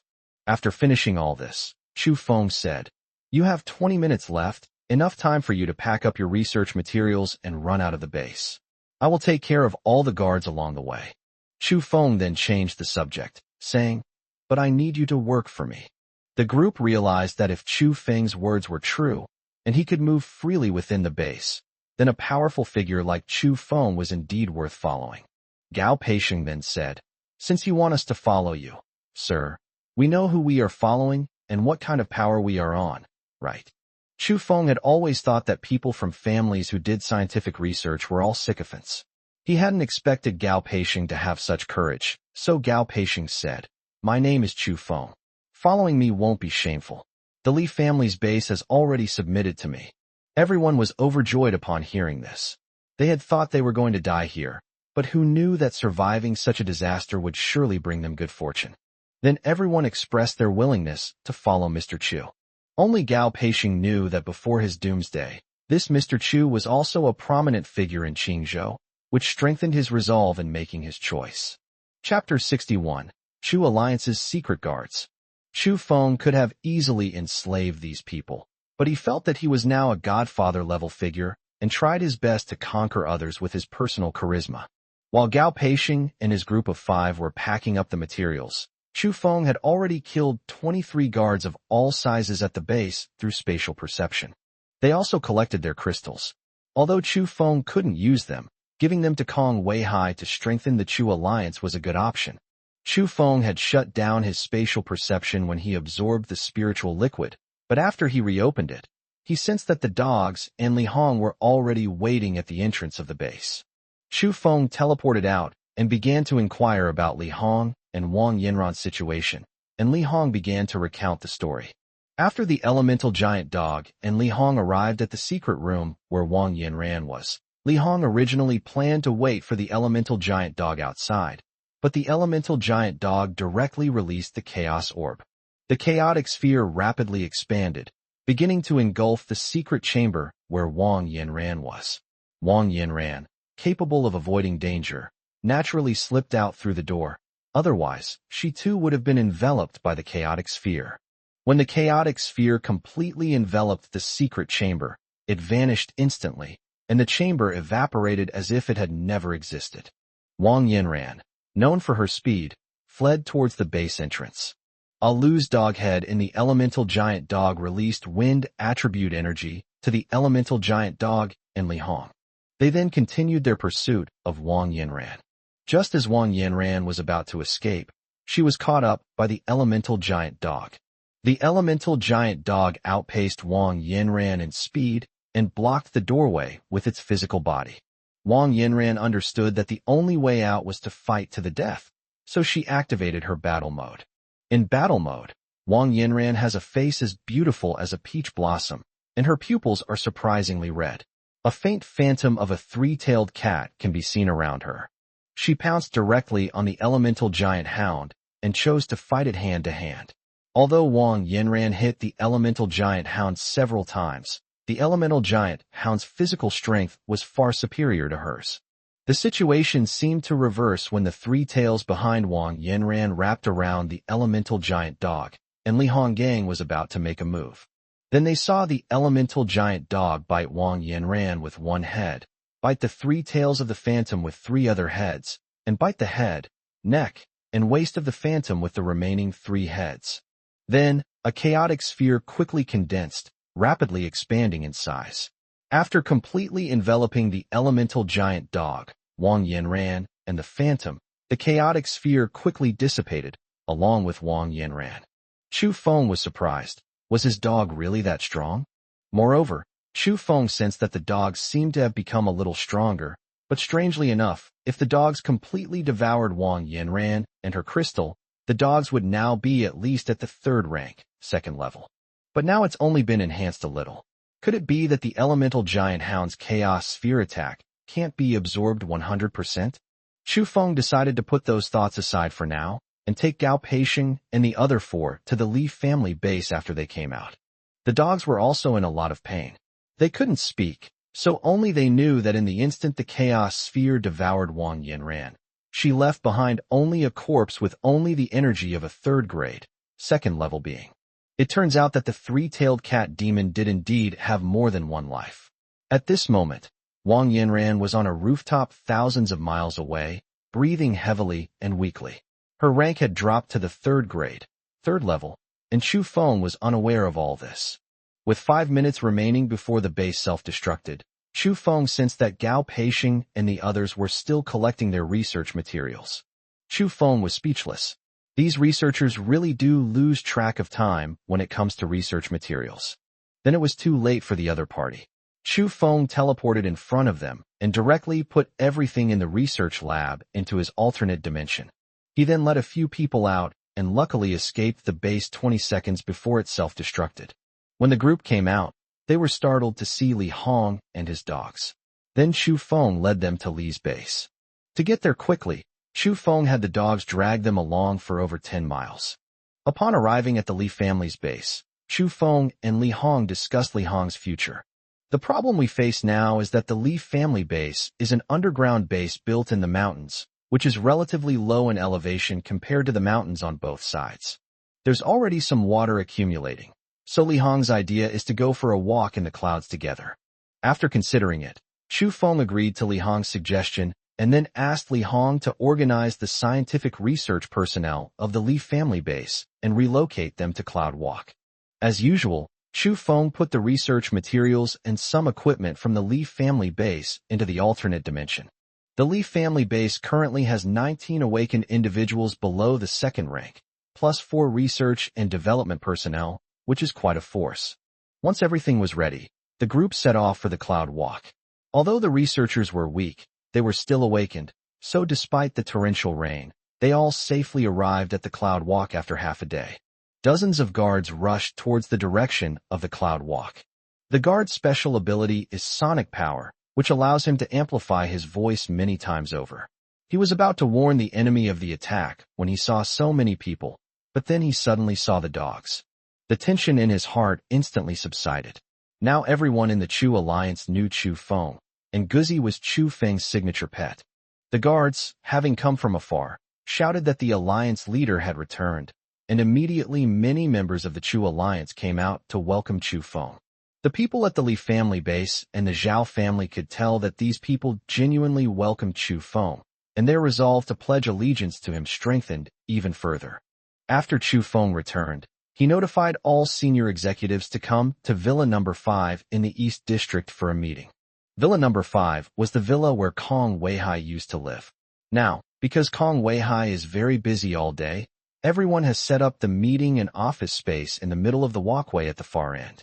Furthermore, the cooperation among the various ability users makes the buildings constructed in the central location safer and more comfortable to live in. So Shen Qian also moved there, so she could stay with Kong Weihai every day. After the high-ranking officials arrived, Chu Feng introduced Li Hong to everyone and announced the establishment of the Dark Guard. The Dark Guard would secretly protect the high-ranking officials of the Chu Alliance and secretly observe everyone, similar to the embroidered uniform guard of the Ming Dynasty. The Dark Guard would be led by Li Hong. A research department was also added. The research department does not belong to any branch and is managed by Gao Peixing. Any research results are reported directly to Chu Feng. If Chu Feng is not present, they are reported to Kong Weihai. The research department's research site is located in Villa No. 5, which has electricity and various modern technologies, making it more convenient for Gao Peixing and his team to conduct research. Chu Feng then instructed all the higher-ups to announce that the Dark Guards were welcome to join them, hence the team building activity today.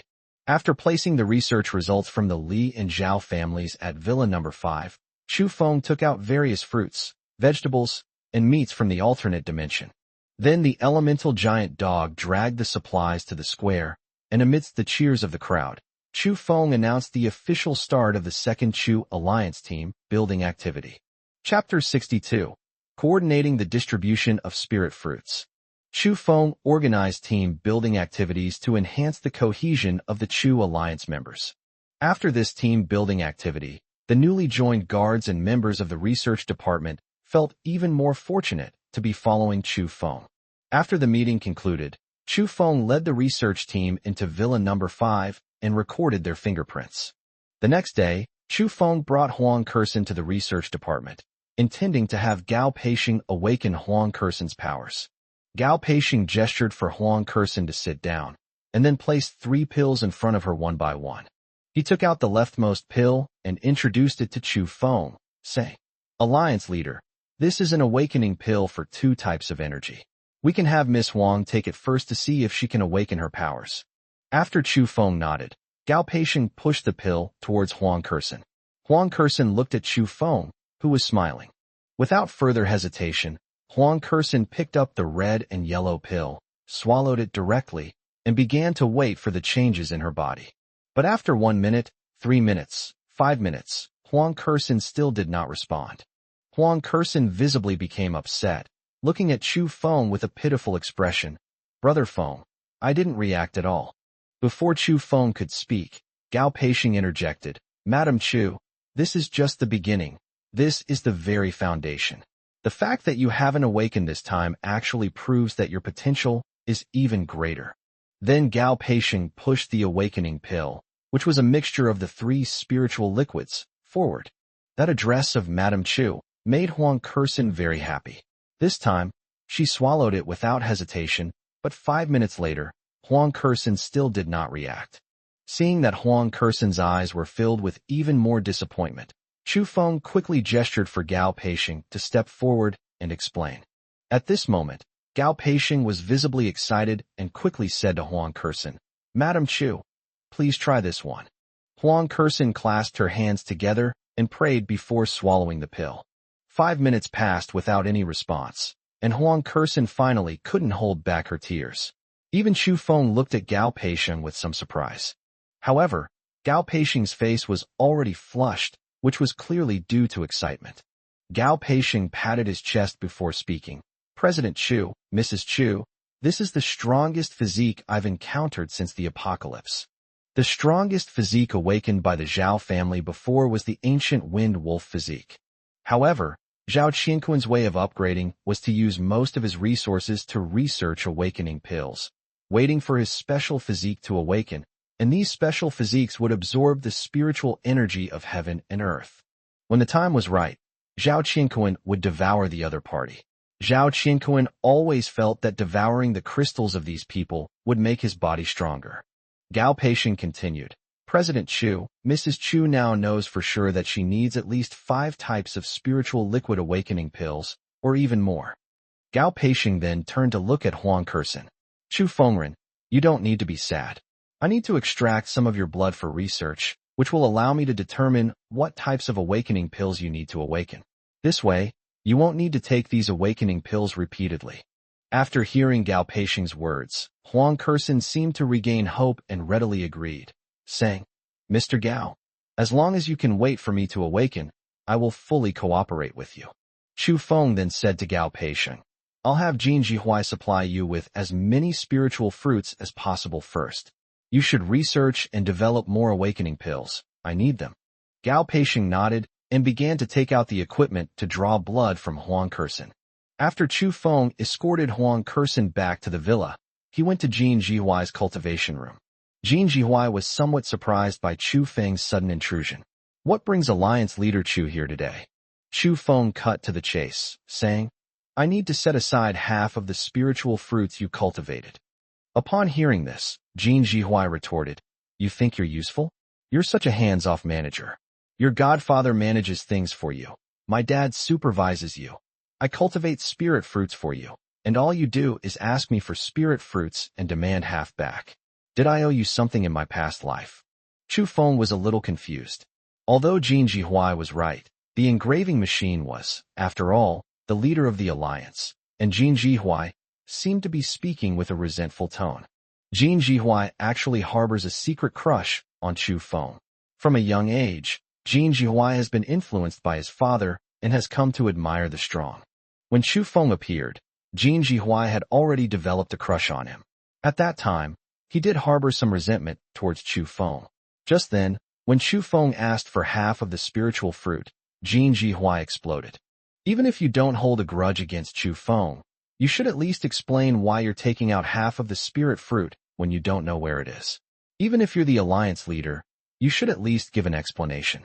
Jin Jihuai, realizing his lapse in composure, said again, Alliance leader Chu, besides the Chu Alliance's normal operations, we only have a small surplus of these spiritual fruits. Taking too many at once might disrupt the Chu Alliance's operations. After learning the reason, Chu Feng explained the matter of the awakening of the special physique to Jin Jihuai. After understanding, Jin Jihuai realized that Chu Feng was doing it for the development of the Chu Alliance, while he himself had acted the same way just now, and immediately blushed deeply. He quickly replied, Alliance leader Chu, I'm sorry I was too excited just now. I will do my best to allocate the spiritual fruits and ensure that the research department has enough to produce awakening pills. After receiving a satisfactory answer, Chu Feng went to Kong Weihai's office. Kong Weihai was working in the central area at the time. Upon seeing Chu Feng, he immediately stood up and laughed loudly. Alliance leader Chu has arrived. Chu Feng laughed and said, Godfather, you flatter me. I have important business to discuss with you today. When Kong Weihai heard Chu Feng get down to business, he gestured for Chu Feng to continue. Chu Feng sorted out his thoughts and explained his special physical condition to Kong Weihai. Upon hearing about the special physique, Kong Weihai immediately realized, most of our cloud walkers have joined us, but 15 of them haven't awakened yet. We tried twice, but they still haven't awakened. Now we're mixing their daily necessities together. Kong Weihai paused for a moment, then continued. If the special physique is real, and if we have a way to help them awaken it, wouldn't these 15 people be invaluable? Chu Feng smiled and began to explain everything about his special physique and the research achievements of the scientific research department. Kong Weihai was overjoyed, but still pointed out a shortcoming.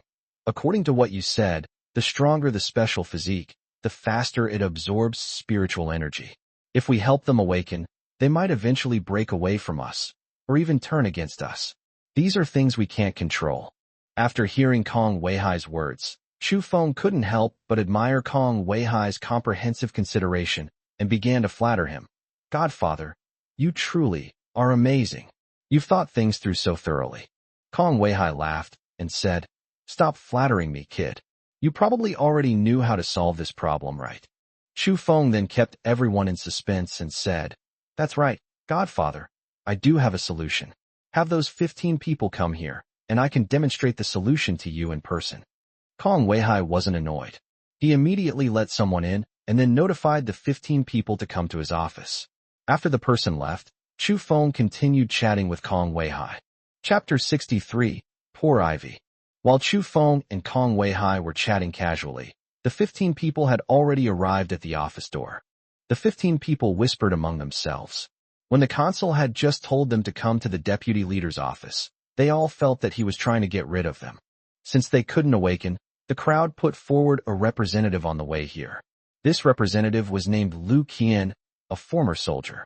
He lived up to his name, being conscientious and always keeping his word. The reason for electing him as a representative is that when the vice leader drives them out, the representative will try again to see if he can remain in the Chu alliance. The external conditions are very poor right now, with continuous torrential rains, making it difficult for ordinary people to survive. Therefore, even if they have to give up their dignity, they hope to stay in the Chu alliance. After everyone had collected their thoughts, Lu Qian knocked on the door. Kong Weihai's voice came from inside the door. Come in. Lu Qian pushed open the door and entered first, followed by the others. The group entered the office and stood in 2 rows, with Lu Qian at the very front. After everyone stood in their positions, they realized that Alliance leader Chu was also there, and they immediately panicked. At this point, these people were already convinced that Kong Weihai wanted to drive them away, and now that their leader, Chu, was also present, they were even more convinced of this. Although Lu Qian also believed that Kong Weihai wanted to drive them away, he was still relatively calm due to his military background. Chu Feng and Kong Weihai observed all of this. At this moment, Kong Weihai spoke up. You've been with the Chu alliance for a while now. You've tried to awaken your powers twice, but still couldn't.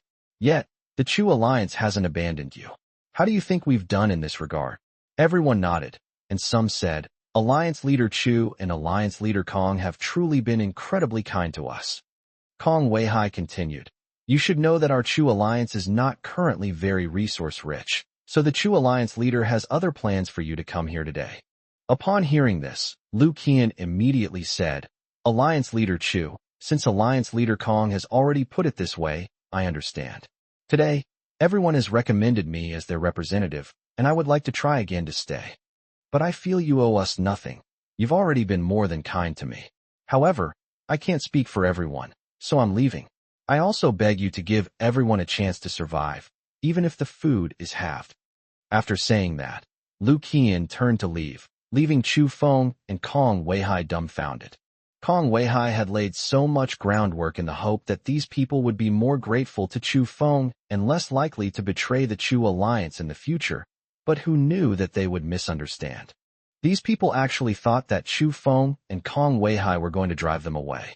Chu Feng quickly stopped Lu Qian. Don't leave yet. I think you might have misunderstood. There are other arrangements for calling you here. Upon hearing this, Lu Qian walked over again. Chu Feng continued. Alliance leader Kong just said that you've tried twice and still can't awaken. Are you willing to accept that? If I could awaken you, but the price is your lifelong loyalty to me, would you be willing? Upon hearing Chu Feng's words, the 15 people's previously lifeless eyes began to light up, and they all said in unison that they were willing. Chu Feng explained, I'm telling you now, it's not that you're incapable of awakening, but rather that you have a special constitution. Your awakening requires specific elixirs, and after awakening, you will be stronger than ordinary awakeners. At this moment, everyone thought about their own experiences. Unable to awaken, they did the dirtiest and most tiring work, with very little food, barely surviving in this apocalypse. Now Chu Feng is telling them that they can awaken, and that they will be stronger than ordinary awakened ones, which is a world of difference compared to their current situation. At this moment, a man standing in the front row, about 1.7 meters tall, said, "Alliance leader, if you can truly awaken my powers, my worthless life is yours." Chu Feng waved his hand and said, "I called you here today to talk about this matter. Your special physiques after awakening are very strong, and the more difficult the physique is to awaken, the stronger it is. Moreover, special physiques can automatically absorb the spiritual energy of heaven and earth and possess all kinds of strange abilities." After observing everyone's reactions, Chu Feng continued, "So this also means they'll be harder to control. Helping you awaken comes at a high cost. If you betray me or stab me in the back, wouldn't it be a waste of my time and effort to raise an enemy?" The crowd started talking all at once. Some said, "Leader, you have helped us like our second parents. If we were to betray you, wouldn't we be worse than animals?"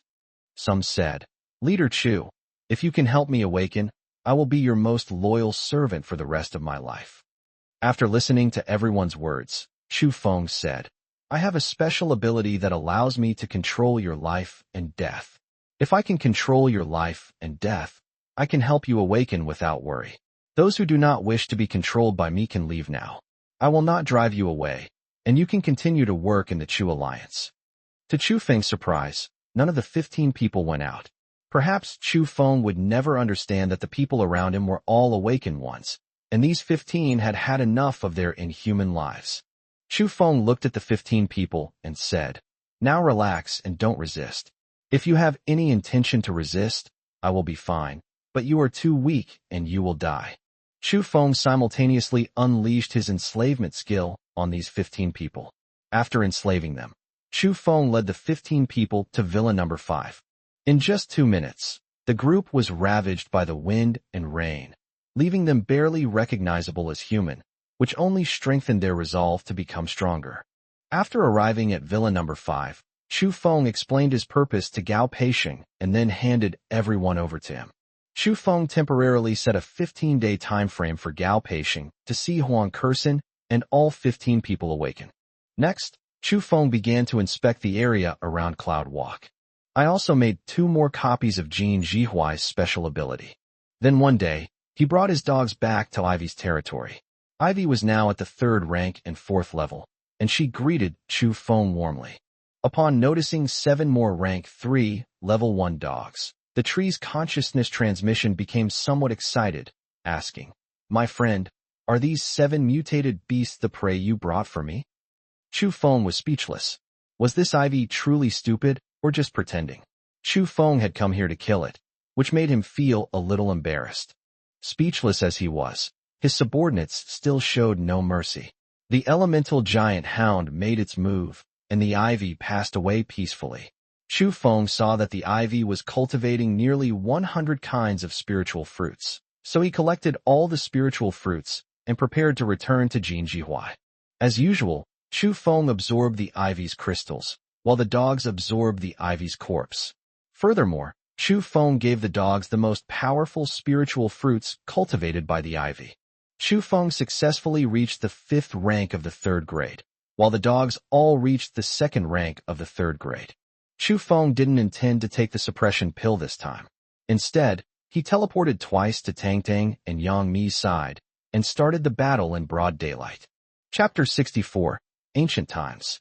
The next day, Chu Feng brought the spirit fruits to Jin Jihuai and took them all out, placing them in front of Jin Jihuai. Upon seeing so many spiritual fruits, Jin Jihuai happily picked up Chu Feng and kissed him. Chu Feng was dumbfounded, and Jin Jihuai, who had finally come to his senses, was also dumbfounded. He was completely too excited. There were nearly 100 spirit fruits, with more than 40 different kinds. Jin Jihuai didn't actually know why he kissed Chu Feng. Chu Feng knew in his heart that this was probably caused by the enslavement mark. Once someone was marked with Chu Feng's enslavement mark, they would become more and more fond of Chu Feng and loyal to him. To ease the awkwardness, Chu Feng spoke first, saying, "You can cultivate these spiritual fruits for now. Continue supplying Gao Peixing and the others with different types of spiritual fruits over the next couple of days." After saying that, He fled the scene without waiting for Jin Jihuai's reply. When Chu Feng was searching in the urban area of Qingzhou, many places were already flooded. This situation is very bad.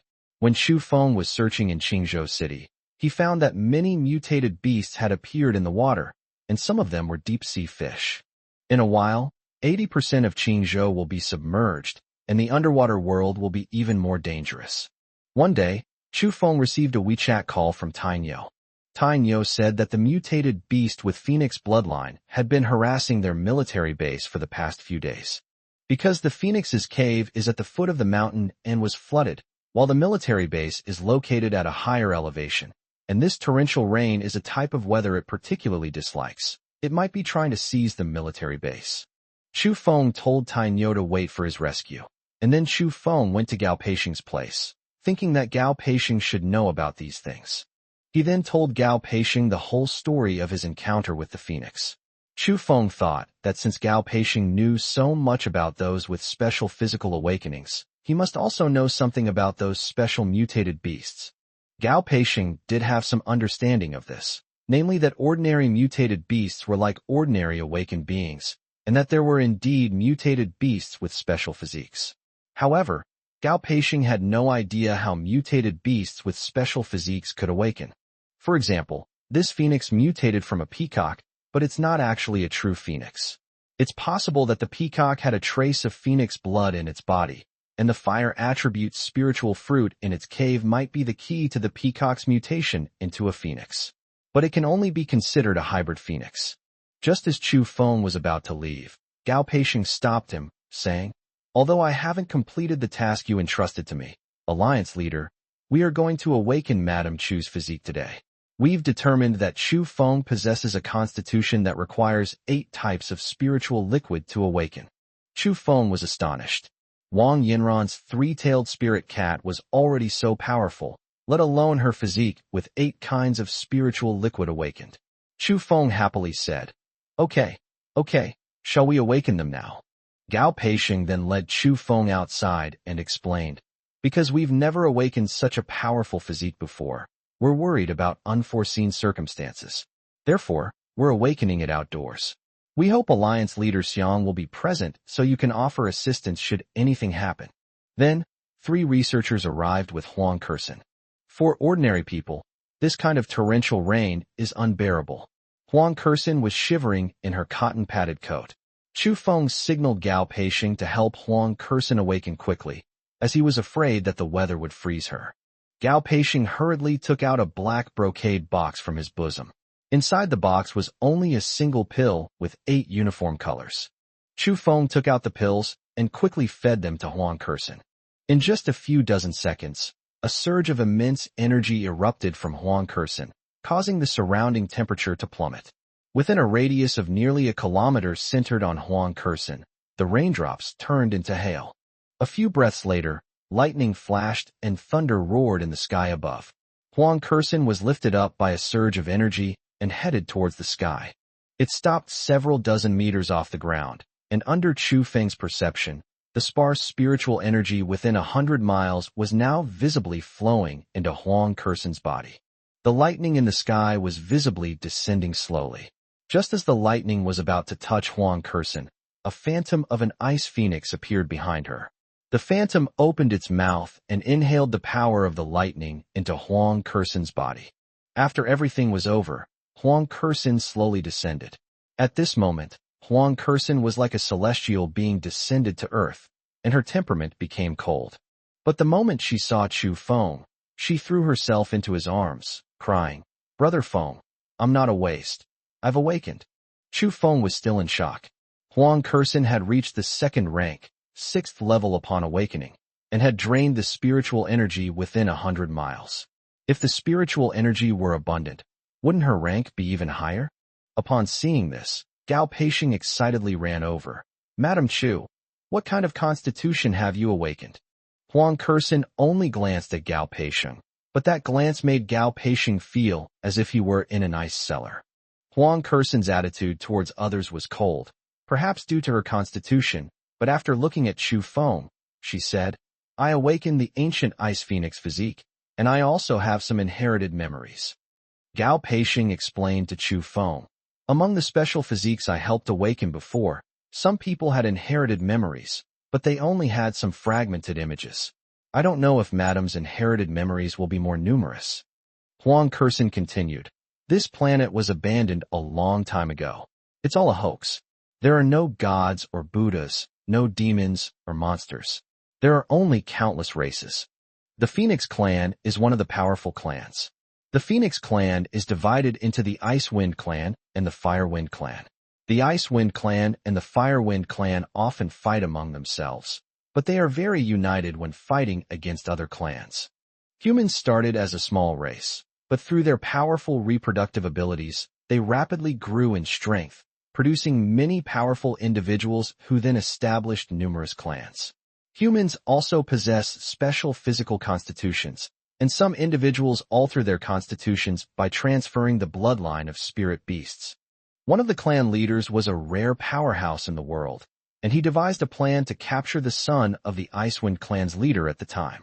He used a secret method to extract the bloodline from Qi and dissolve it into his son's body. The first person with the Icewind body was named Ji Chongkong. After the Phoenix clan learned of this, they began to attack the Ji family. The Ji family members were hunted down and forced to hide, with some remaining members hiding on this continent. But decades later, Ji Chongkong once again stood at the top of this planet, and the Ji family rose again. This ancient Icewind body was indeed unique. It took the combined efforts of Icewind and Firewind to barely fight Ji Chongkong to a draw. However, the Phoenix clan and the Ji family often had friction. Subsequently, more families followed the example of the Ji family, and gradually the human race became the common enemy of all races. After Huang Kursin finished speaking, she suddenly had a splitting headache. Enduring the pain, she told Chu Feng, "Brother Feng, there's a gap in the inherited memories. All I know is that the ancient races abandoned this planet." Chapter 65, The Abnormal Ancient Icewind Body. Chu Feng hugged Huang Kursin tenderly and said, "It's all right, Kursin, let's just live in the moment." But at this moment, the clever Gao Peixing chimed in. "Alliance leader, since Madam possesses the ancient Icewind body, why don't you take her with you when you deal with that scruffy phoenix? It might have a miraculous effect." Then Gao Peixing went straight to record the jokes Huang Kursin had told him that day, without turning his head. Meanwhile, Chu Feng brought Huang Kursin to the villa, intending to help her resolve the side effects. But at this moment, Huang Kursin's face was flushed, which was completely opposite to her icy temperament. Huang Kursin whispered, "I have no side effects." Chu Feng was speechless. It turned out he had been presumptuous, but he still reluctantly started fighting. After the battle ended, Chu Feng began to inquire about Huang Kursin's special ability. Huang Kursin currently possesses the Absolute Zero domain, a domain skill similar to a barrier, with a radius of 500 meters centered on Huang Kursin. Huang Kursin will become increasingly stronger within the barrier. Once inside the barrier, the opponent's speed will be greatly reduced, and the flow of energy in their body will also be reduced. In other words, they may not be able to release their special abilities, or the precast animation when they do release their abilities will be extremely slow. Moreover, the energy within a person's body that is inside the barrier will slowly dissipate and be absorbed by Huang Kursin. The second superpower, Blizzard, allows Huang Kursin to summon a blizzard out of thin air, with a range of 1 kilometer. Moreover, every snowflake within the blizzard is a deadly weapon. It complements Absolute Zero. The third superpower, Ancient Ice Wind True Form, can greatly enhance all of one's attributes, transforming one into the Ancient Ice Wind. Passive skill can transform any water or ice into any form, and can imbue it with energy. Chu Feng exclaimed, "Good heavens, this is too abnormal. Why is Huang Kursin's superpower so strong, while I can only run away?" So Chu Feng took Huang Kursin and the dogs to Fengguan Mountain. Originally, Chu Feng planned to ride with Huang Kursin in a Da and A air respectively. But Huang Kursin insisted on sitting with Chu Feng in a Da's room. In Huang Kursin's words, she felt a little uncomfortable being alone with the dogs. The dogs are all at the 3rd rank, 2nd stage, so they travel very fast. However, as soon as they entered the Nanshur area, Due to the low terrain of Nansha, many small rivers and lakes have formed. The dogs then merged into the elemental giant dog, which was now over 30 meters long, and began to head straight towards the Phoenix Crown Mountain military base at full speed. When encountering deeper waters, either the elemental giant dog jumps across, or, with Huang Kursen's help, the surface of the water is frozen.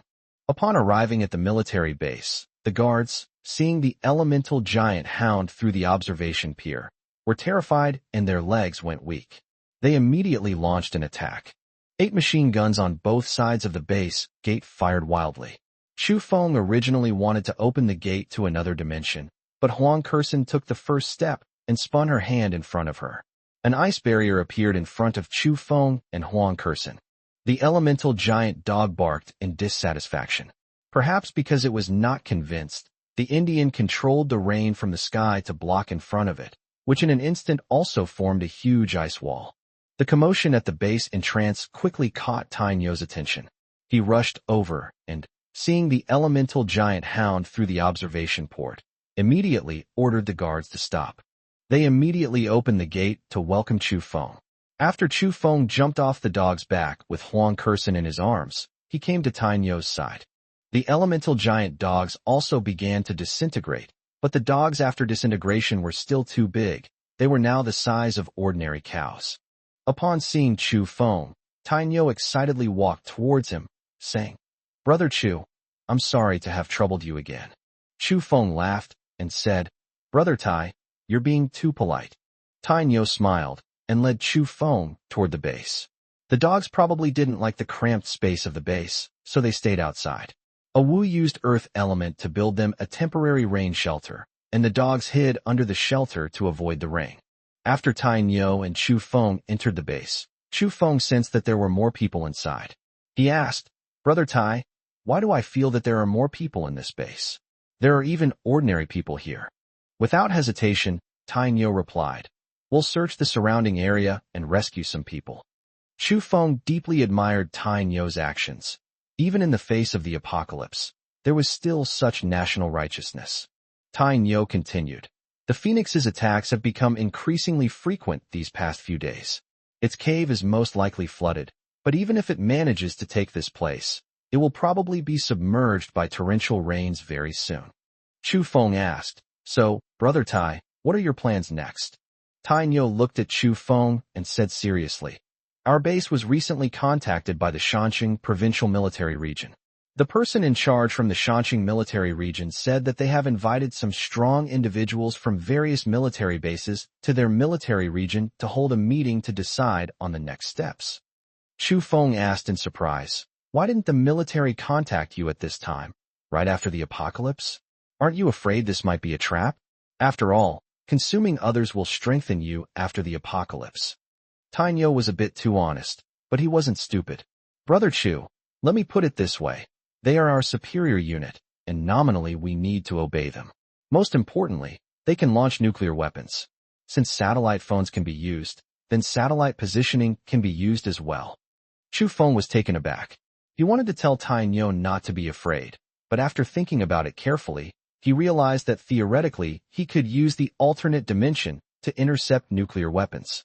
However, if he failed to intercept them, he would not be able to bear the consequences. Secondly, even if the interception is successful, it may attract the attention of many hidden figures. Chu Feng then asked, "So, Brother Tai, what are your plans?" Tainyo thought for a moment and said, "I'm afraid that if I go, I'll never come back. This base will soon be flooded by the torrential rain. Can you help them find a place to stay?" Chu Feng paused for a moment and then said, "I have established a stronghold there. The terrain is very high, so I can send your people there." Upon hearing this, Tainyo said happily, "Brother Chu, that's really great. Even if I can't come back, I can rest assured." Chu Feng looked at the composed Tainyo and said, "Take me with you when you go. It'll be a good opportunity for me to see the Mountain City military region." Tainyo was stunned. He knew that Chu Feng clearly wanted to come with him to protect him, so he looked at Chu Feng and said, "Brother Chu, I've already decided you're my brother, but let me go alone. If there's any danger, it might implicate you." Just as Chu Feng was about to say something, the ground around the base shook violently. Chu Feng immediately sensed that the elemental giant hound was engaged in a fierce battle with the fire and wind. Chu Feng hurriedly said, "Brother Tai, the phoenix is here again." The two of them then rushed out of the base at high speed. At this moment, Huang Kursen, who was in the lounge, also sensed the phoenix's aura and felt very annoyed, so she also ran towards the main entrance.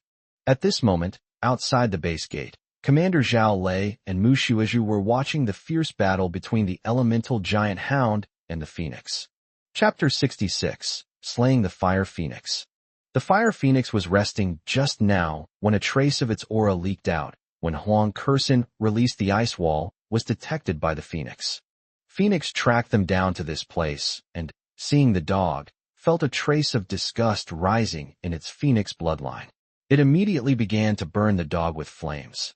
Seeing this powerful opponent, the dogs knew they couldn't win in a one-on-one fight, so they directly fused with the elemental giant dog. Chu Feng arrived first. At this time, the Fire Phoenix had already reached the 3rd rank, 8th level. Although it was no match for the elemental giant hound, the Fire Phoenix fought the elemental giant hound to a standstill in the air for a time. The elemental giant hound can only use elemental power to counterattack from a distance. Upon seeing Chu Feng arrive, the Fire Phoenix was filled with rage. It was this man who had stolen her Fire Phoenix fruit. Originally, if the Fire Phoenix had swallowed the Fire Phoenix fruit, it would have made its phoenix bloodline even purer. But now, seeing Chu Feng again, it wished it could burn him to ashes. But then it sensed that annoying aura appearing. When Hua Feng saw Huang Kursen appear, another inexplicable anger arose. Huang Kursen also looked at the Fire Phoenix and sneered, "Just a bastard with impure blood." As if understanding Huang Kursen's words, the Fire Phoenix turned around to dodge the elemental giant hound's attack and released a wind-shaped flame that rushed directly towards Huang Kursen. Chu Feng quickly opened the portal to the alternate dimension and absorbed the attack into it. Because of her inherited memories, Huang Kursen has a particular aversion to the Phoenix clan, and by extension, she also has a strong aversion to phoenixes with impure bloodlines. Huang Kursen directly deployed the Absolute Zero domain. Although Huang Kursen's rank was much lower than that of the Fire Phoenix, Absolute Zero still had some effect on the Fire Phoenix. The Elemental Hound had previously attacked the Fire Phoenix with a Chaos Orb, but the Fire Phoenix was too agile and the Elemental Orb was easily dodged. Seeing the Fire Phoenix slow down, he used the Chaos Sphere again. The Chaos Sphere expanded rapidly and flew towards the Fire Phoenix until it enveloped it. At this point, the Chaos Sphere had become a large gray sphere with a diameter of 10 meters, hovering in mid-air. Chu Feng activated his spatial perception, but he couldn't sense anything inside. Having witnessed the power of the Chaos Orb, Tainyo quickly came over and cupped his hands in greeting. "Brother Chu, congratulations. This phoenix is of a very high grade. After absorbing this phoenix, Brother Chu's strength will be even greater." Commander Mu chimed in. "I never expected Brother Chu's mount to be so magnificent." Chu Feng explained with a smile. This Chaos Orb was released by the Elemental Giant Hound, and everything inside will be devoured and absorbed by the Elemental Giant Hound. If anything is to be improved, it will be the Elemental Giant Hound that is improved. At that moment, Mu Shuizhu pointed towards the Chaos Orb and said, "Fire Phoenix, it's out." At this moment, a violent energy surged from within the Chaos Sphere, and a phantom of a phoenix burst through the Chaos Sphere. After the Chaos Sphere was completely ruptured, the Fire Phoenix hovered in the air, looking down at the crowd, with a huge phoenix phantom behind it. The phoenix power on this Fire Phoenix is rapidly fading. This Fire Phoenix is actually burning its true phoenix blood. You should know that once this true blood is lost, it will be extremely difficult for it to transform into a real phoenix in its lifetime. It was the instantaneous sublimation of burning essence blood that shattered the Chaos Sphere, allowing this mixed blood phoenix to sublimate to the 4th rank. At this moment, the Fire Phoenix looked exactly like a peacock, and the flames on its body had been extinguished. Its gaze swept over the two people and the beast, and the phoenix phantom behind it let out a whistling sound before swooping down on Chu Feng and the others. Chu Feng was shocked. After all, this was a full-force attack from a 4th-rank cultivator, and it could not be underestimated. Chu Feng hurriedly opened the interdimensional gate, but the phoenix actually passed through the interdimensional gate and headed straight for Chu Feng and the others. Although the elemental giant dog was comparable to a 4th-rank cultivator, it was not a 4th-rank cultivator after all. At this moment, its body was covered with chaotic power, preparing to withstand this attack. Just then, a whistling sound came from Huang Kerson's body. The sound was exceptionally clear and calming. A phantom of an ice phoenix rapidly appeared, eventually materializing completely. This was Huang Kerson's special ability, the true form of an ancient ice phoenix. After Huang Kerson transformed into ancient ice wind, her rank actually reached the 3rd rank, 1st level, but it was still far from Firewind's 4th rank. At this moment, Bingfeng spoke in human language. "You impure bird, how could you possibly covet the power of the Phoenix clan?" He then flew into the sky and began to fight with the phantom of Huofeng. Seeing this, the peacock's angry eyes were instantly filled with joy.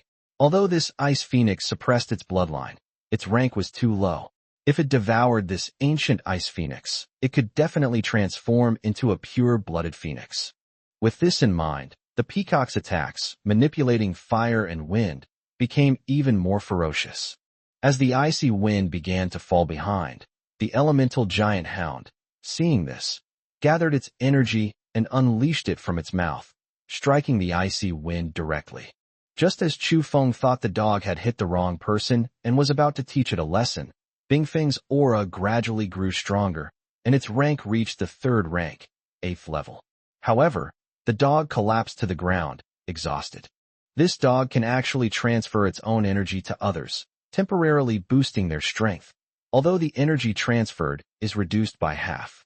After Bingfeng reached the 3rd rank, 8th level, due to the suppression of his bloodline and the fact that Bingfeng was a physical entity, Huofeng was no match for him. The absolute zero-domain suppression of Huofeng's phantom became stronger and stronger. Icewind summoned a blizzard. Just as Firewind was getting weaker and weaker, Icewind exhaled a stream of icy air from its mouth. This icy air landed on Firewind and froze Firewind's phantom into an ice sculpture. With a single breath, the ice sculpture fell completely into the ice wind's mouth. The icy wind slowly landed, revealing Huang Kerson's true form. At this moment, Huang Kerson had actually reached the 3rd rank, 1st level, thanks to the essence blood contained in this fiery wind phantom, and her bloodline power was even more refined. On the other hand, the peacock's illusory image was devoured, causing it to suffer a backlash and spit out a mouthful of blood, dropping its rank to the 3rd grade, 6th level. Seeing that he was no match for the peacock, he turned to flee. How could Chu Feng let such a good opportunity pass by? He immediately used his spatial cage on the peacock. Meanwhile, Huang Kerson was also brewing her new superpower, Deep Frost Wrath. Immediately, the power of ice within a 10-mile radius surged into front of Huang Kerson. Meanwhile, Huang Kerson's energy surged wildly within her body, and she continuously compressed her hands in front of her, eventually forming an ice spike the size of a chopstick. Although the ice spike was small, it contained half of Madame Huang Kerson's energy. It shot towards the peacock at high speed. The peacock was already covered in wounds from the spatial cutting. When it saw the ice spike, it turned and flew upwards. But this ice spike was guided by a navigation system. The instant the ice spike pierced the peacock, Chu Feng teleported to the peacock's side and beheaded it with his spatial blade. Chu Feng quickly teleported down again. As usual, Chu Feng absorbed the crystal while the dog absorbed the corpse. After absorbing the nutrients, Chu Feng reached the 4th rank, 1st level, while the dogs all reached the 3rd rank, 3rd level. Chu Feng also awakened a new superpower, spatial restraint. Chapter 67, Migration. Chu Feng's spatial binding is released to 1 or more units. After release, the target's body cannot move, but it requires continuous energy consumption. The higher the opponent's rank, the more energy is consumed by spatial restraint. Chu Feng was speechless. Why didn't he have a powerful offensive ability? Although his spatial binding was quite good, and could be used in conjunction with the spatial blade to instantly kill enemies, Even he found the ice spike that Huang Kursen had just released difficult to deal with. Chu Feng quickly took out 2 suppressant pills, swallowed them, and then handed 2 more to Huang Kursen. Huang Kursen hurriedly walked to Chu Feng's side, tugged at his sleeve, and said, "Brother Feng, I don't need these. I have no side effects." Chu Feng was speechless. It's true what they say, comparisons are odious. This special physique is really excessive. He wondered if other special physiques were just as outrageous.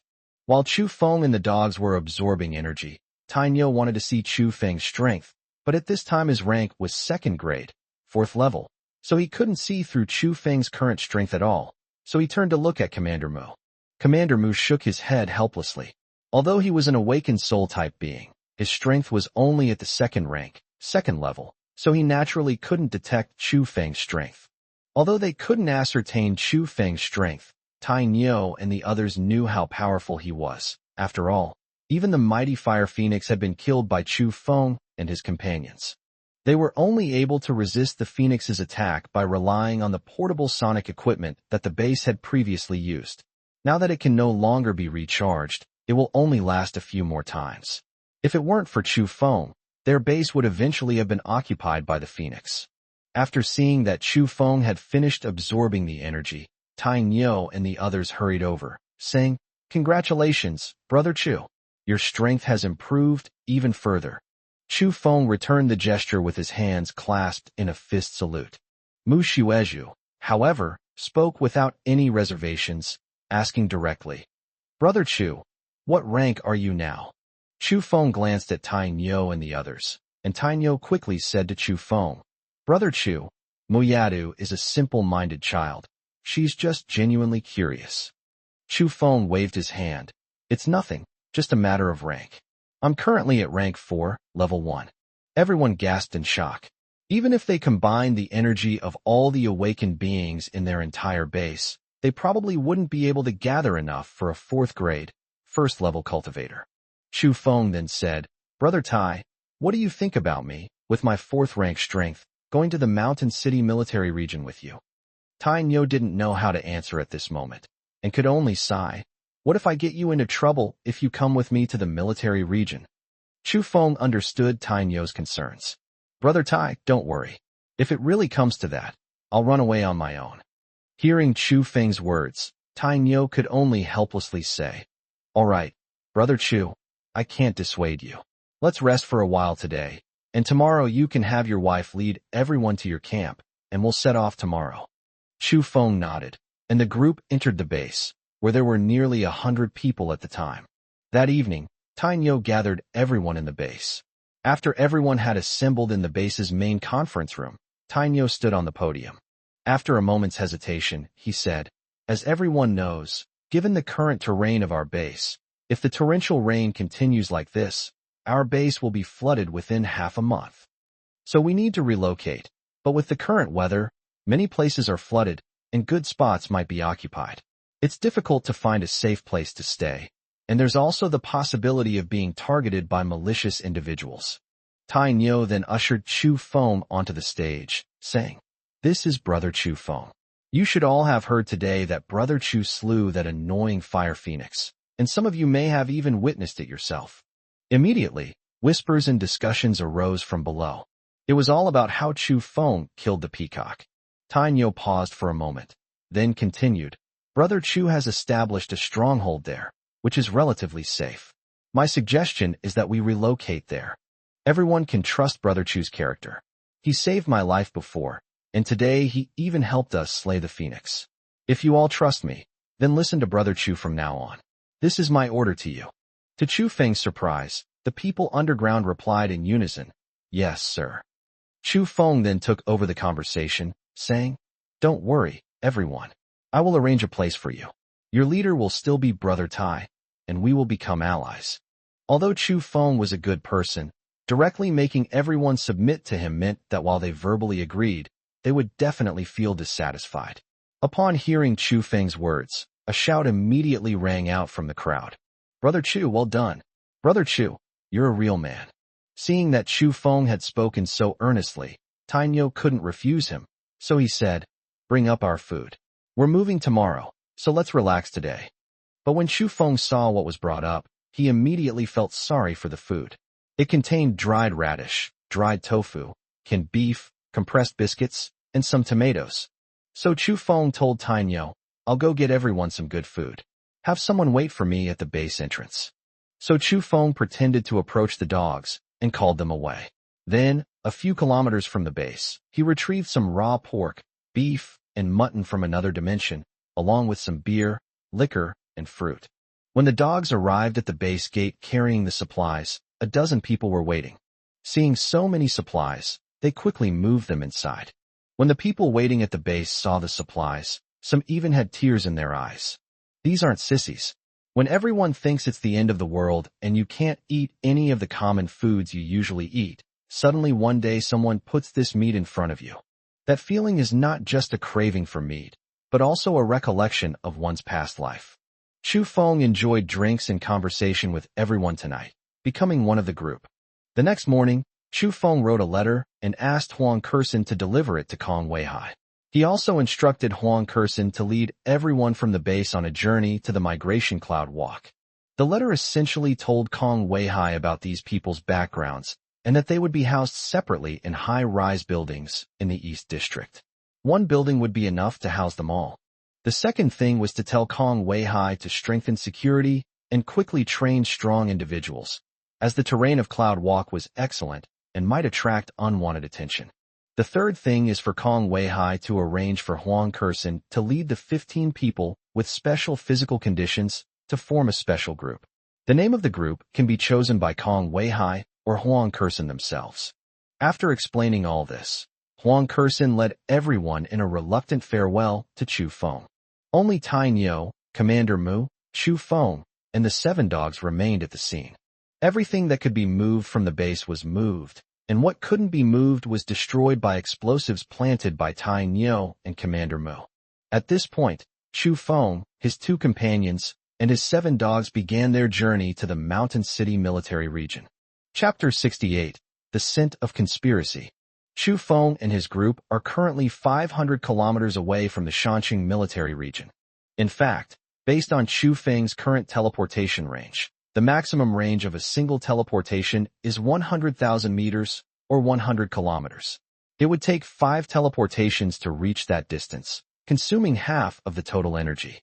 But if they were to travel on foot, that would be a long distance, 500 kilometers as the crow flies, and it would be best not to let the dogs merge with the elemental giant dogs now. Perhaps the people in the Shanxing military region will use satellites to monitor people heading to various bases within the Shanxing military region. Chu Feng was still planning to use the elemental giant dog as a trump card, so the group's pace naturally slowed down. Along the way, we encountered many puddles of varying sizes, and even a low-lying county town in Nanshire was flooded. Of course, they encountered some mutated beasts along the way, but the dogs could usually take them down one-on-one. Chu Feng also took the opportunity to try using spatial restraint. When Chu Feng encountered a mutated turtle of the 2nd rank, 1st level, he used the spatial binding technique. To his surprise, he found that while the turtle was bound, the energy within its body also stopped flowing. Binding the turtle consumes 100 levels of energy per second, meaning that binding the opponent for 1 second consumes 1/10 of the opponent's total energy. Chu Feng activated his spatial perception throughout the journey and was surprised to find that there were still quite a few humans alive in the city, including many awakened beings and even more unawakened ones. Moreover, due to the rapid rise in sea levels caused by global torrential rains, some places have already been submerged by seawater, and ordinary people have moved to the rooftops of high-rise buildings, where they make a living by catching fish in the water. While humans are hunting fish, mutated fish may also be hunting humans. Chu Feng and his 2 companions had been traveling for almost a day and a night when they stopped near the military base. Tainyo added, "Old Mu, Brother Chu didn't want you to come, but now that it's happened, he won't say any more. Just act according to the situation." Commander Mu nodded. Originally, the Shanxing military region intended to convene a meeting at the military region with the heads of all bases within Shanxing province. Under the current circumstances, the heads of the military bases are the most powerful. So, logically speaking, Commander Mu didn't actually need to come, but he had been working with Tainyo for 20 years, and he didn't believe there would be any danger in coming to the military region this time. If there was, he would stay with Tainyo. Chu Feng agreed to Tainyo's request. Then, Chu Feng used spatial power to envelop his soul power and floated over himself and the 7 dogs. The purpose of doing this was naturally to hide the strength of himself and his dogs. Currently, in other people's perception, Chu Feng is only a second-grade, second-level beast, while his dogs are first-grade, fifth-level mutated beasts. Only those whose strength far surpasses Chu Feng's can sense the true power of Chu Feng and his dogs. Then Tainyo led the way, riding a Da, while Chu Feng and Commander Mu rode a air and a San on either side of Tainyo, and the rest of the dogs followed behind. After entering the observation range of the Shanxing military region, the 4 guards saw Tainyo and his group making a grand entrance from afar and quickly informed Political Commissar Li of the Shanxing military region. The highest-ranking officials in the Shanxing military region were Commander Lu Hang and Political Commissar Li. As one of the 8 major military regions of the Xia Kingdom, the Shanxing military region previously commanded as many as 300,000 soldiers. The headquarters of the Shanxing military region also has 20,000 soldiers, with the rest belonging to various regional units and military bases. Despite experiencing the apocalypse, soldiers are inherently more resilient than ordinary people, and at this time, nearly 10,000 soldiers still survived at the headquarters of the Shanxing military region. The entire military region has almost lost its military style. Like the Chu Alliance, it has built many houses with the help of awakened individuals, and the plant system has also cultivated many plants. Most of them are awakened beings, and there are even people with special physical constitutions. The remaining half are ordinary people, but everyone works together and there is no discrimination. Furthermore, Chu Feng sensed that the mid-level combat power in this base was mostly second-grade experts, and there were quite a few third-grade experts as well. Among them were 2 fourth-rank experts, both ahead of Chu Feng. One was walking towards Chu Feng, while the other was very strong. Chu Feng could only sense the opponent's immense energy, but the 4th-rank expert's condition was a bit strange. He seemed to be unconscious, probably due to poisoning. Chu Feng stopped sensing the approaching figure. Sure enough, a short while later, a tall, upright young man walked towards them, followed by 4 guards. It was clear that the young man was a lieutenant general. This man was Political Commissar Li. This is not surprising at all. As awakened individuals become stronger, their lifespan also increases, and they will basically return to their youthful state. Logically speaking, Political Commissar Li is a major general, while Tainyo and Commander Mu are both lieutenant colonels. This is why Tainyo and his men were personally greeted by Staff Officer Li during the apocalypse. It should be noted that Commander Mu is actually the political commissar of the Fengwenshan military base. Tainyo saw Political Commissar Li salute, and Commander Mu and Chu Feng followed suit. Tainyo spoke first. "Greetings, Commander. You know Political Commissar Mu? This young man is my bodyguard, Chu Feng. He's currently the 3rd strongest in our base." Li Zheng then said, "Thank you all for your hard work on the long journey." When Political Commissar Li glanced at Chu Feng and his group, he saw the dogs. The dogs looked quite heroic and extraordinary, and even Political Commissar Li couldn't help but take a few more glances at them. Seeing Political Commissar Li's gaze, Tainyo quickly stepped forward to explain. "Commander, these 7 dogs are mutated beasts that Chu Feng accidentally discovered in our Phoenix Crown Mountain, so he brought them back to raise." Political Commissar Li nodded. "Let's not stand there any longer, let's go inside." Political Commissar Li led the group as they walked, saying, "The journey here must have been difficult. The weather is getting worse and worse. I've called you all here because I have important matters to discuss." Upon hearing this, Tainyo asked, "Is what the commander wants to say related to the weather?" Political Commissar Li pondered for a moment and said, "Currently, we have also made contact with people from other military regions to varying degrees, and we even contacted the Central Committee not long ago." At this point, Political Commissar Li paused and said, "Don't rush to ask. We'll discuss this matter after everyone arrives." So Tainyo said, "Yes, sir. Where is Commander Lu? I'll go pay him a visit." Political Commissar Li paused after hearing Tainyo's words, a hint of panic in his voice. Commander Lu recently took a group of people out of town. Judging by the timeline, they should be back in the next couple of days. Tainyo could only give up, saying, "Then I'll wait for the commander to return before I go to visit him." After exchanging a few more pleasantries, Political Commissar Li arranged for Guard Yuan to take Chu Feng and the others to rest. After the guards left the room, Chu Feng closed the door and, sensing that no one was around, whispered, "Brother Tai, something strange. I sense that the strongest person in this base seems to have been poisoned and is unconscious." Tainyo seemed to sense a conspiracy. The strongest one unconscious? Chapter 69, Political Commissar Li's Scheme. Tainyo then asked, "Brother Chu, can you sense that person's appearance?" Chu Feng nodded. The man had a gunshot wound on his right forehead. Tainyo gritted his teeth. That man was none other than Commander Lu. Commander Lu was definitely framed by treacherous people. Chu Feng gestured to Tainyo not to get excited, then teleported to Commander Lu's side. But as soon as they appeared in Commander Lu's room, Commander Lu jumped up from the bed. They attacked Chu Feng relentlessly, even though he was still unconscious. How could they unleash such a fierce offensive? Fortunately, Chu Feng managed to blur his vision in time. Through his repeated experiments, he discovered that he could attack Commander Lu as long as he was within 5 meters of him. Actually, this is one of Commander Lu's abilities. His awakened superpower is martial arts, which makes him proficient in various martial arts and gives him muscle memory throughout his body. Even when unconscious, they will take the initiative to help. Chu Feng was unaware of this, so he could only return to Tainyo's place. Seeing Chu Feng, Tainyo asked with concern, "Brother Chu, how's the investigation going?" Chu Feng said, "Commander Lu's condition is not good, but his safety can be guaranteed now.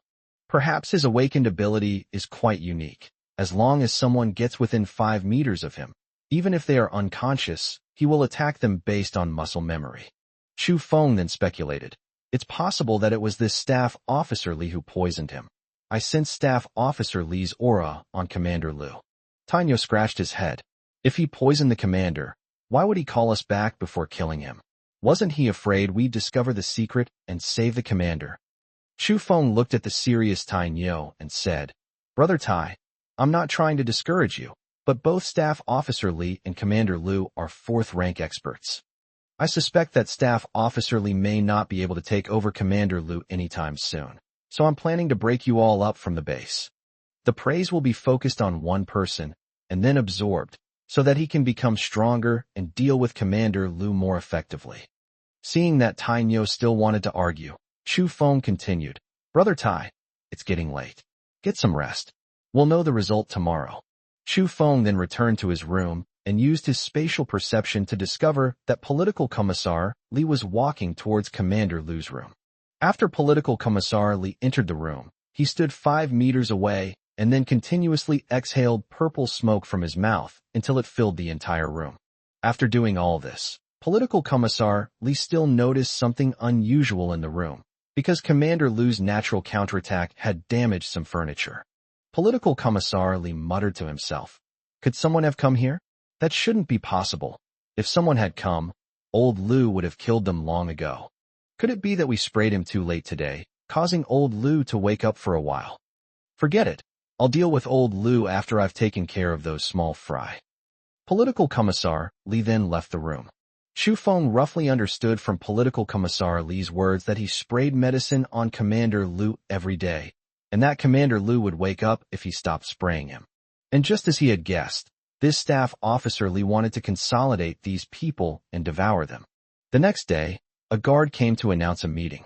When Tainyo brought Chu Feng and Commander Mu to the meeting room, there were already about 100 people inside. Tainyo greeted them one by one. These 100 people were basically from 31 military bases or division research institutes. Only a few of these people were of the 3rd rank. The rest were of the 2nd rank. Some military bases did not send personnel, perhaps because they did not survive the apocalypse, or perhaps because they were not afraid of being held accountable by the military region and believed that nuclear weapons were just a joke and they did not dare to actually launch them. After everyone had arrived, Political Commissar Li went on stage and said, "I called you here today because there are some things I need to discuss with you." Previously, Our military region had contacted other military regions and the central government. But just recently, the Shaanxi provincial military region lost contact with the central government. The last message from the central command was that their base was destroyed by a giant monkey. The Shaanxi provincial military region eventually said that something was interfering with their satellites. We discovered through satellite surveillance that the central government personnel had abandoned their previous base and fled elsewhere. The Shaanxi provincial military region couldn't be detected by satellite at all. Therefore, there are two main purposes for calling everyone here today. First, everyone feels that the central troops have been scattered by the monsters and will have a hard time holding on without supplies. Do you think we should go and rescue our comrades? Most of the leaders of the underground bases supported the rescue proposal. Political Commissar Li continued. Very good. Most of you are willing to go and rescue your comrades. The second thing is that I think everyone already knew about ranks and devouring when they awakened, right? And I've also developed some things within my own base, so I hope everyone can help me. At this moment, a senior colonel closest to Staff Officer Li asked, Sir, how should we help you? Political Commissar Li said, I am currently at the 4th rank, and in theory, I cannot absorb 2nd rank crystals. Even if I find someone else at the 2nd rank to absorb a 2nd rank crystal to reach the 3rd rank, I still won't be able to gain any energy from absorbing that 3rd rank crystal. But my research has shown that if someone who absorbs a 2nd grade crystal to upgrade to a 3rd grade crystal is allowed to stay alone for a month or engage in a battle that depletes all their energy, they will need to replenish their energy. I can absorb this information completely straightforwardly. Do you all understand what I mean? The group didn't yet understand Political Commissar Li's meaning, but upon hearing his words, they became even more excited. Commander, we understand. What are your instructions? Political Commissar Li then laughed, his laughter growing louder and louder. What I've said means that I can perfectly absorb and relearn everything from everyone here. After you are absorbed by me, I will become stronger so that I can rescue our comrades. Are you willing? After he finished speaking, more than 20 people poured into the conference room. All 20 of them were 3rd grade experts. At this point, it seemed that half of the people present had already foreseen the outcome. The 23rd rank experts who rushed and attacked simultaneously in an instant. But in an instant, these people were all turned into pieces of flesh. A soft voice rang out. Commander Li, you're getting old. You should hand over the task of rescuing your comrades to the younger generation. Chu Feng stepped forward at this moment. Naturally, it was Chu Feng who had just made the move. Dogs, come in. Chu Feng had already notified the dogs to come in early through the enslavement mark. At this moment, Chu Feng's supernatural energy had been completely depleted when he released 21 spatial cutting cages. The arrival of the dogs gave Chu Feng confidence. The dogs quickly began collecting the crystals scattered on the ground. At first, Political Commissar Li was shocked by the death of a 21-meter-tall, 3rd rank expert. However, sensing that Chu Feng only had the strength of a 4th rank, 1st level expert, he was still a little shocked but not afraid. At this moment, he also reacted and quickly gathered his strength. In the end, the dogs collected 15 crystals, and Political Commissar Li collected 6. Chapter 70. The Elemental Giant, Hound's New Abilities. The dogs quickly brought the crystal to Chu Feng, and then, right in front of Political Commissar Li, they began to devour the pieces of meat on the ground. In a short while, all the dogs reached the 3rd rank, 7th level. He then fused with the elemental giant dog, but at this point, Commissar Li's rank had also reached the 4th rank and 4th level. The elemental giant dog shrank rapidly the moment it merged, and Chu Feng shouted, signaling everyone to leave quickly. Finally, while watching the elemental giant hound and Political Commissar Li fight, he quickly absorbed the remaining crystals. After Chu Feng absorbed all of it, his rank also reached the 4th grade, 3rd level. Chu Feng quickly swallowed 2 suppression pills, while Political Commissar Li was fighting the elemental giant dog. Political Commissar Li actually had a slight advantage, with a huge, phantom-like creature resembling a wasp behind him. After seeing Chu Feng finish absorbing the crystal, Political Commissar Li knew that if he stayed here, he would probably perish. A pair of transparent wings sprouted from its back, and it flew away. Chu Feng and the elemental giant dog chased after them together, and he also realized that neither he nor the elemental giant dog had the ability to fight back. Once outside, the elemental giant dog rapidly expanded, perfectly displaying its strongest form. But at this moment, Political Commissar Li was already flying higher and higher. He was furious.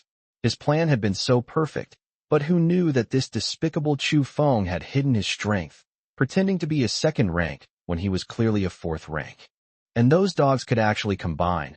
Their combat power was almost the same as mine. Chu Feng was even more terrifying. Despite only having the strength of a fourth rank, first-level expert at the time, he was able to instantly kill 21 third-rank experts.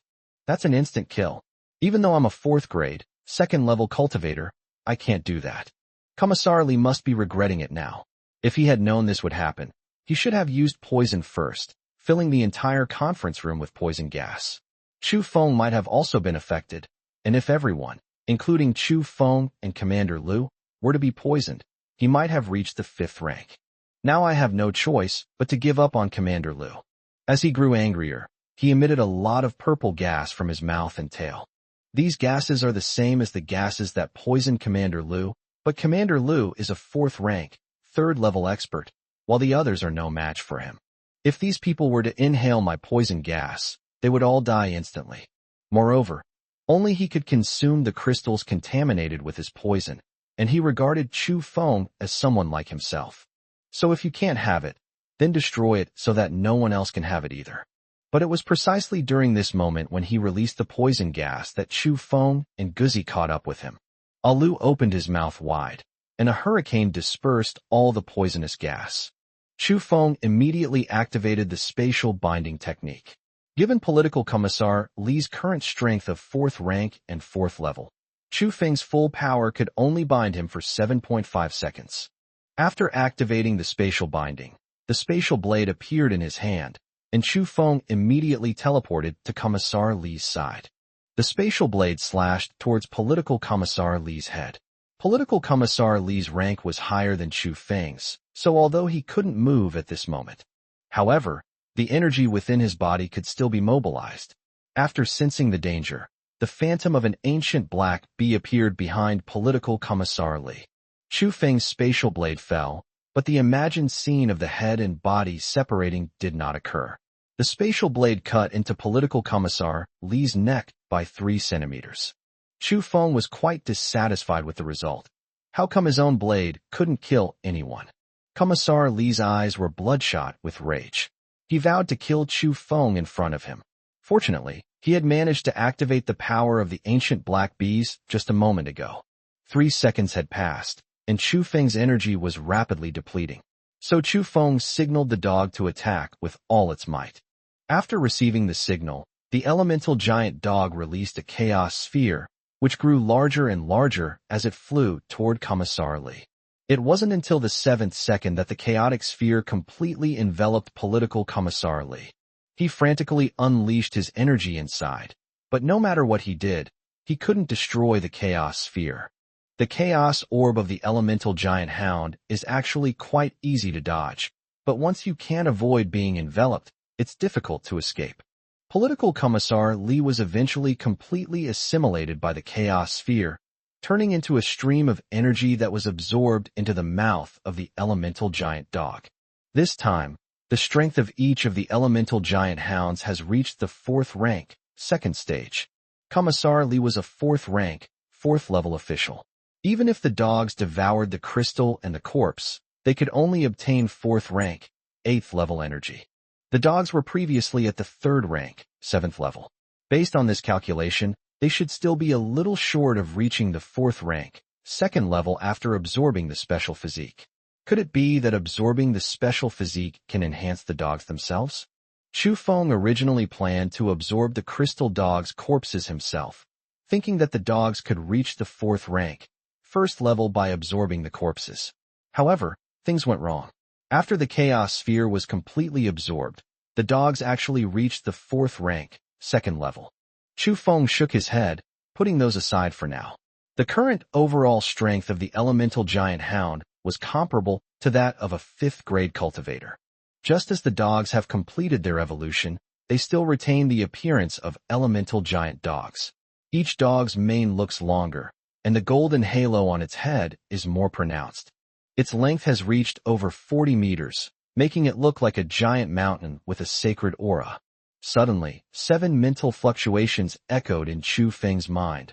Master, master.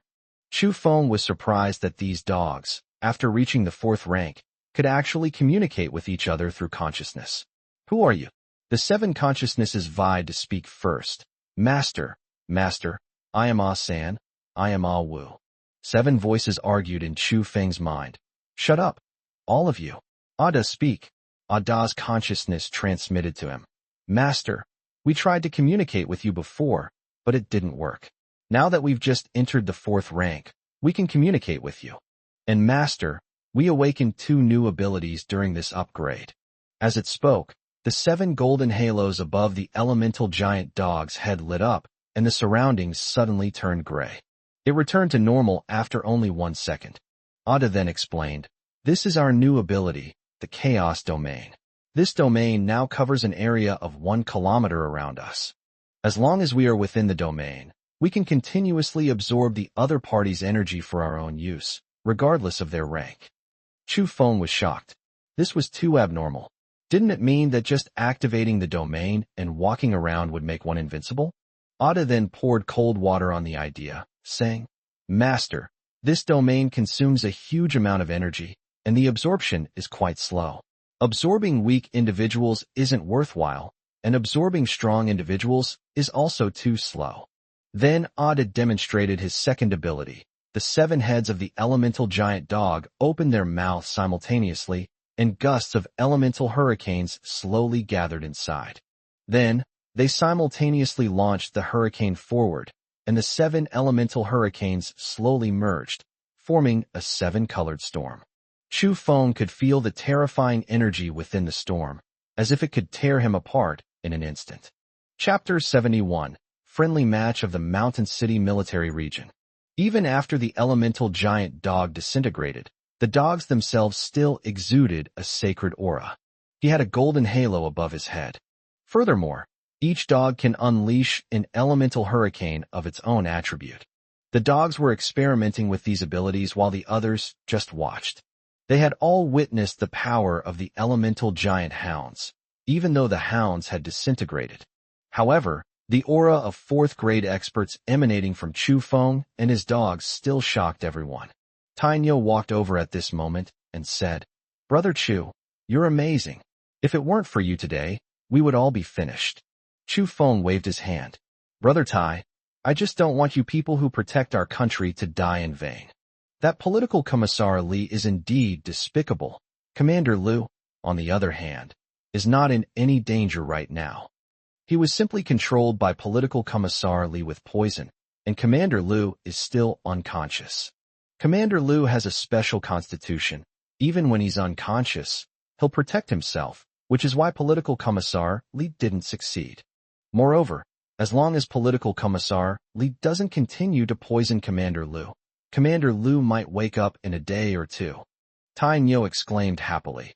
Brother Chu, thank you so much. Tainyo excitedly cupped his hands in greeting to Chu Feng and then ran towards the crowd.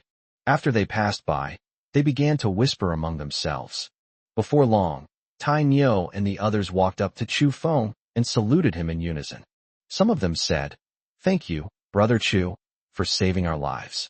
Some people said, If it weren't for Brother Chu, we'd probably be dead here today. Some even said, I'm not human, Brother Chu saved me. I even suspected he was the same kind of person as political commissar Li. After everyone had been talking for a while, Tainyo signaled for everyone to stop discussing. He looked at everyone and said, Brother Chu said Commander Liu will wake up in the next couple of days. If you're not in a hurry to go back, let's wait for Commander Liu to wake up, and the old brothers can have a good get-together these next few days. After everyone agreed, they followed Chu Feng's directions and arrived at the door of Commander Liu's room. However, Chu Feng had already reminded everyone to keep a distance of 5 meters from Commander Liu. After most of the people had seen Commander Liu, they all decided to stay there and wait for him to wake up. Most of these people were brought in by Commander Liu, while Political Commissar Li was parachuted in. Therefore, they still trusted Commander Liu quite a bit, and were not afraid that Commander Liu was thinking of devouring them. Besides, Chu Feng was here, so they were even less afraid. These guys have been living in constant fear since the apocalypse, so they can really relax here now. The group started drinking at midday, but the wine and food were neither very good. It's just ordinary blended liquor, and the dishes are just some packaged dishes that you can eat directly after pouring them out. Chu Feng decided to go all the way and brought out some meat, vegetables, fruits, and wine. Just like before, except that the base took it out without anyone knowing. These old comrades' eyes lit up when they saw the supplies. They were even more grateful to Chu Feng. The group drank from noon until evening. Chu Feng was still resting when Tainyo woke him up early the next morning. After Chu Feng opened the door, Tainyo walked straight in. "Brother Chu, we old brothers wanted to spar with each other, so I specifically asked you to be the referee." Chu Feng thought to himself, "Since I'm free anyway, I'll say, okay, brother Tai." After Chu Feng finished washing up, Tainyo took him to the sparring location. The venue for this competition was the military region's drill ground. Although it was pouring rain, everyone present was an awakened being and naturally had no fear of the rain. Everyone sat in the rain, waiting for Chu Feng's arrival.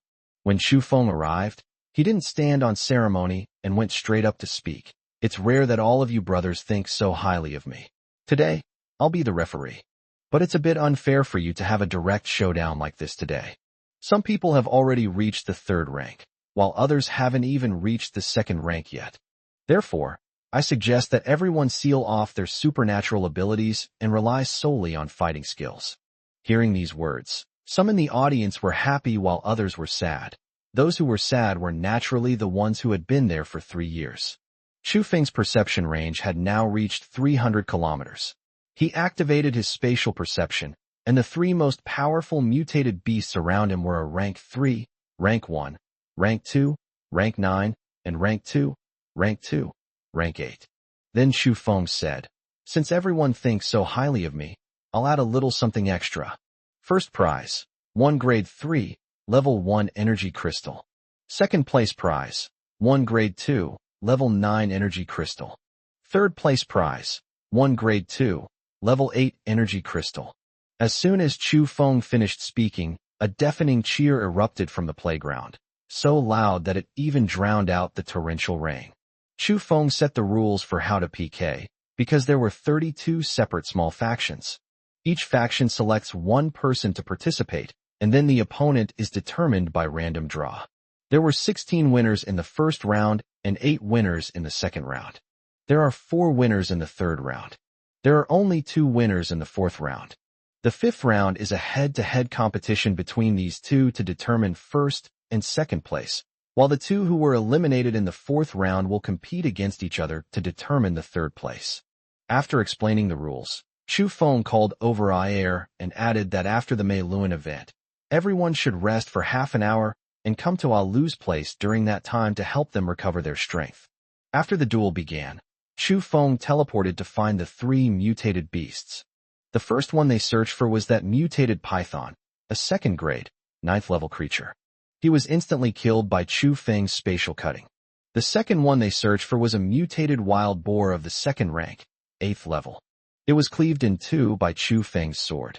The third one found was a mutated horse of grade 3, level 1. Chu Feng originally intended to take this guy as his mount, but the guy was too headstrong and was ultimately beheaded by Chu Feng's spatial blade. Along with acquiring 3 crystals, Chu Feng also collected the mutated beast's corpse, thinking it might come in handy. When Chu Feng returned to the playground, the battle had only progressed to the 2nd round. The 16 people on the stage all possessed impressive fighting skills. But cultural relics come first, and martial arts are second to none. In the end, 8 members were selected. Chu Feng found the 3rd round uninteresting until the 4 members of the 4th round appeared. They are Wang Chang from Zhaoshi Military Base, Zhou Chun from Yinshi Military Base, Lu Hong from Zibo Military Base, and Zhang Ming from Weifang Military Base. To provoke the 4, Chu Feng took out 3 crystals before the 4th round began. He then said, "This is my lucky charm for you guys, good luck." Then, A draw was held to determine who would face Lu Heng and who would face Zhang Ming. Of the four, Zhang Ming is the largest and is a power-type fighter, while the other three emphasize technique in combat. The fight between Wang Chong and Lu Heng wasn't particularly exciting. The two were evenly matched, both testing each other and reacting to each other's moves. Meanwhile, Zhou Chun kept circling around and teasing Zhang Ming, occasionally attacking him, while Zhang Ming was like a big, clumsy bear being played around. Just as Zhou Chun was about to attack Zhang Ming again, Zhang Ming's speed suddenly increased. Grabbing Zhou Chun's right hand as he attacked, he suddenly pulled Zhou Chun towards himself. With his other hand clenched into a fist, he attacked Zhou Chun's face. Chapter 72. Chu Feng's New Mission. Just as the fist was about to land on Zhou Chun's face, Zhou Chun unleashed his physical abilities, and 2 fingers on his right hand were enveloped in his powers. The sword was aimed directly at Zhang Ming's abdomen.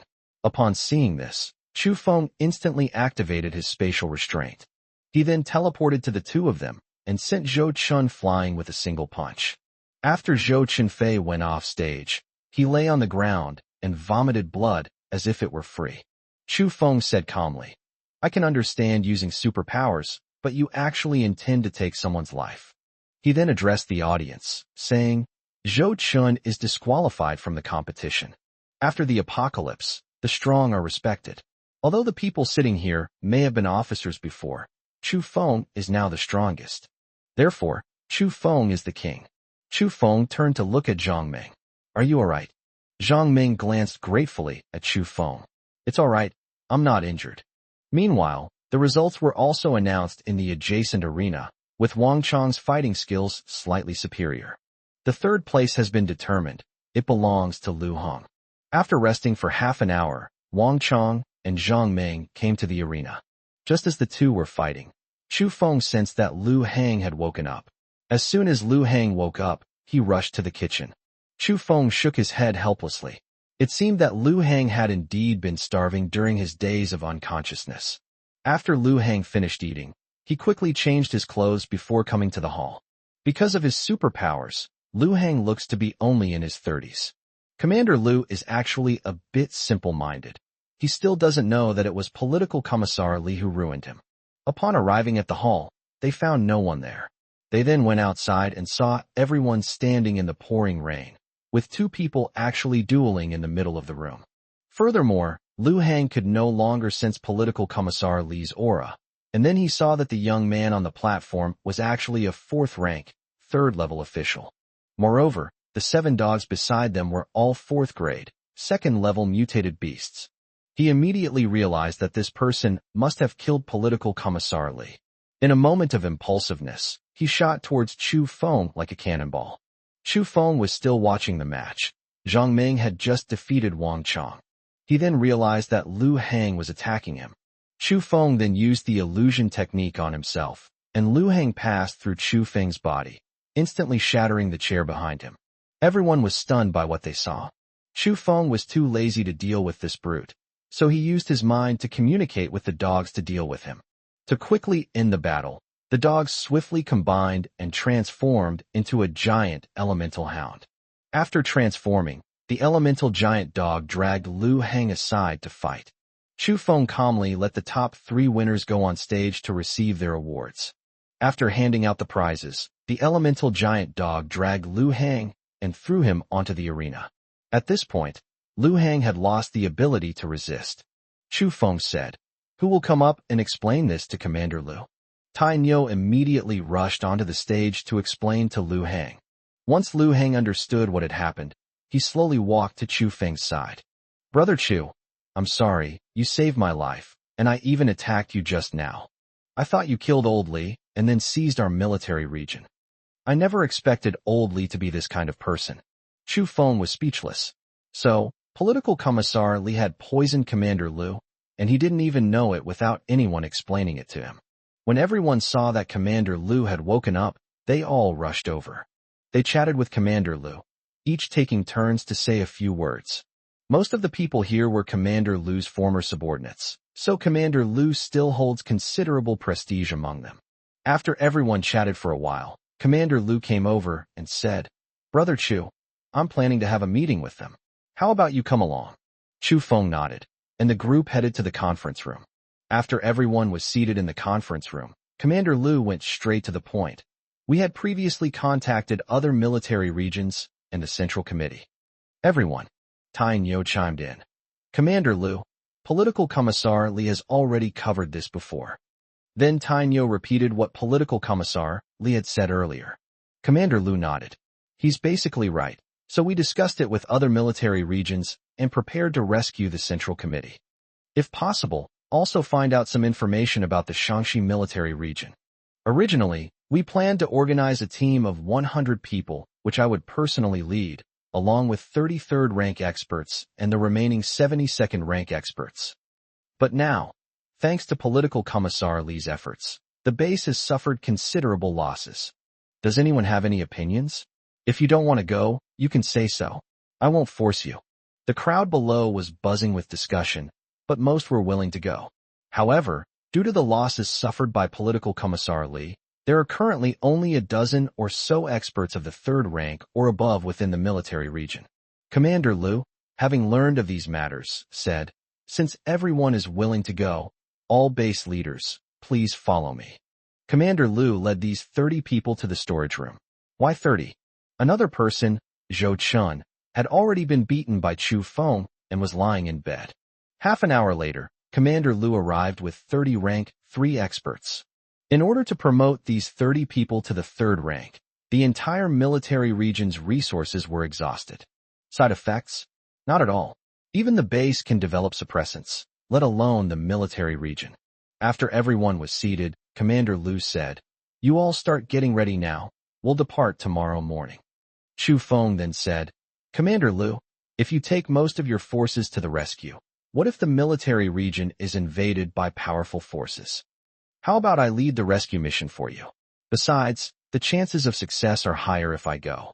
Commander Lu has already heard from everyone about how Chu Feng saved them, and he knows Chu Feng's character. Furthermore, if it were indeed Chu Feng who went to rescue them, the chances of success would be greater.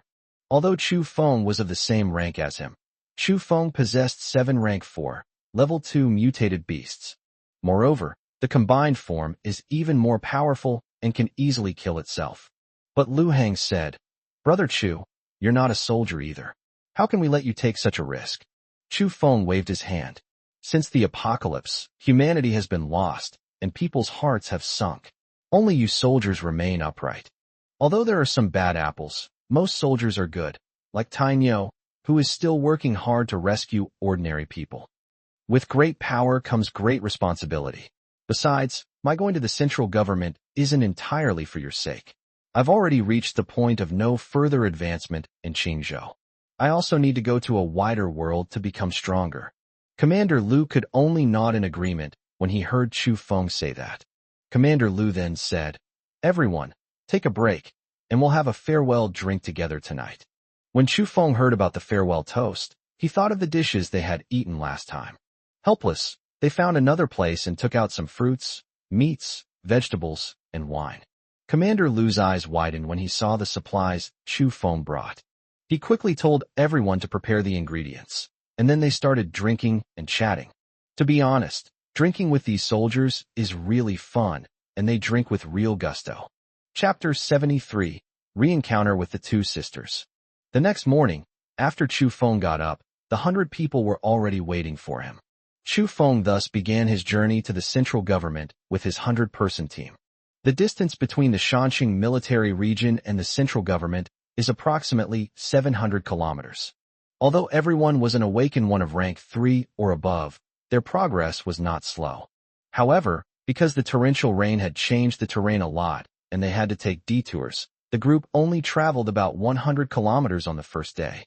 As night approached, Chu Feng found a place far away from the lake. They also had 3 earth element awakened individuals build 3 enormous temporary shelters for everyone. The people were divided into 3 groups to live there. Chu Feng also took out some charcoal from a spatial storage and divided it into 3 portions for the shelter. Everyone carried compressed biscuits with them, and after eating the biscuits, they warmed themselves by the fire in their respective shelters. In Chu Feng's room, The fire-type ability users had already lit charcoal to start a fire, and some were even drying their clothes. Although everyone is an awakened being and not afraid of the rain, wearing sticky clothes is not a pleasant experience. Even if my clothes get wet again tomorrow, at least I can sleep in dried clothes tonight. Some people in the group saw Chu Feng also coming to warm himself by the fire, and some of them started chatting with him.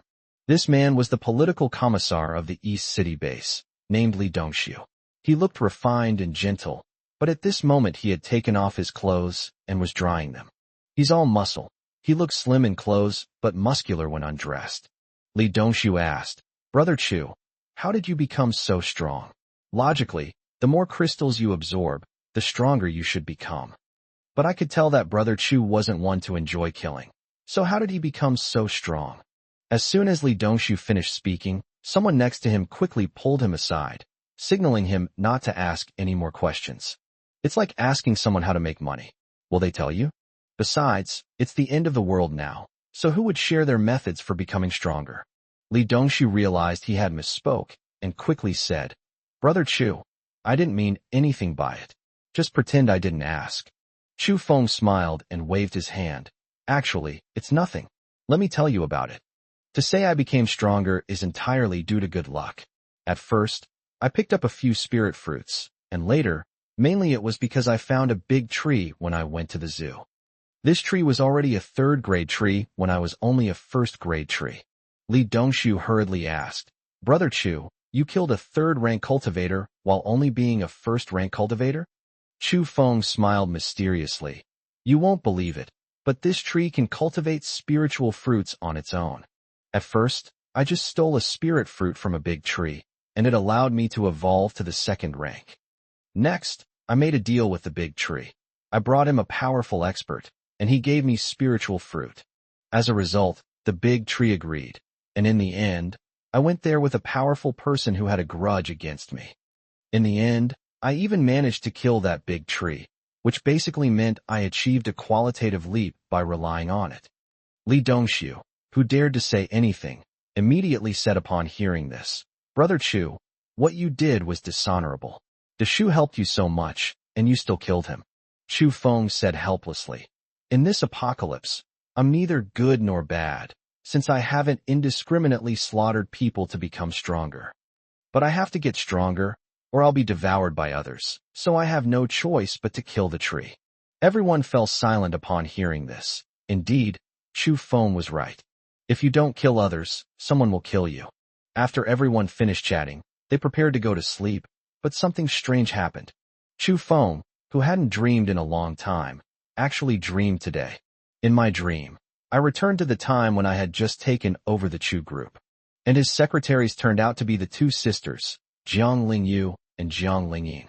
Moreover, the two sisters were very considerate, but strangely, the dream seemed to last a long time. And even in my dreams, I can feel myself getting weaker and weaker. Chu Feng even doubted that he was dreaming, because the dream was too real. They spent a long time in a daze in their dreams. Basically, the two sisters stayed with Chu Feng all the time, whether they were going to get off work, coming home, or going out. Until one day, Chu Feng grew weaker and weaker, and started to sleep as soon as night fell. Chu Feng closed his eyes and prepared to sleep. But both sisters thought Chu Feng was asleep. After all, Chu Feng had experienced the dream they created for so long. They must have been weak for a long time. Just as Chu Feng was about to fall asleep, he heard Jiang Lingyin say, "Sister, why don't we let Brother Feng go?" Jiang Lingyu cried out hoarsely, "Impossible. Chu Feng slept with us and then abandoned us. I can't let him get away with this so easily." Jiang Lingyin said, "Sister, I'm begging you, please don't hurt him. Didn't he always want us to live with him? It's your fault for not wanting to. How can you blame him? And sister, you clearly don't want to kill him, so why don't you let him go?" Upon hearing this, Jiang Lingyu asked, "But why didn't he come to find us when the apocalypse came? He clearly doesn't like us, but I'd rather trap him in this dream for the rest of his life." Jiang Lingyin said, "But Brother Feng is too strong. If we continue to trap him, we won't be able to hold on for long." Jiang Lingyu said, "Then you can stay trapped for as long as you want." Hearing this, Jiang Lingyin shook her head helplessly. Watching Jiang Lingyu turn and leave, Jiang Lingyin lightly tapped Chu Feng's forehead with her finger. He muttered to himself, "Brother Feng, you're on your own from now on." Jiang Lingyin followed him out. Chu Feng had been pretending to be asleep, but Jiang Lingyin nodded her head. Chu Feng's soul power was restored, and he instantly broke free from the dream and awoke. Chu Feng immediately activated his spatial perception and soon sensed the two sisters, Jiang Lingyu and Jiang Lingyin, 5 kilometers away. The two sisters were currently in a cave, their rank being 3rd grade, 1st level. Chu Feng immediately teleported to their side. The two sisters were severely injured when their dream was shattered, and both coughed up blood. But seeing Chu Feng arrive, Jiang Lingyu still forced herself to stand up. "Chu Feng, I'm the one who wanted to deal with you. Come at me with whatever you want, and let my sister go." Chu Feng didn't speak, but looked at the two sisters gently. He then hugged Jiang Lingyu tightly, saying, "It's my fault. I neglected your feelings." At this moment, Jiang Lingyu hugged Chu Feng and cried loudly like a child. Jiang Lingyu cried for a long time before letting go of Chu Feng. Chu Feng looked at their tattered clothes and prepared clothes for them. He then took out some toiletries, and while the two were washing up, Chu Feng brought out a table full of dishes to serve them. After the two sisters finished washing up, they saw that there was no food on the table, so they began to wolf down their food. While eating, the two sisters shared with Chu Feng their experiences after the apocalypse. Chapter 74, The Ancient Illusory Mirage Body. It turns out that the two sisters happened to be on vacation here when the apocalypse came. The two of them started hiking the night before that day. The next day, when the two were watching the sunrise from the mountaintop, they noticed that the temperature was off. After watching the sunrise, the two found a hotel on the mountaintop to rest. The two were woken up by the intense heat around noon. Later, they hid in a cave with the other hotel guests and staff. It was relatively cooler inside the cave, but that started on the 5th day after the apocalypse. Everything has changed, although some water can still be found in the cave.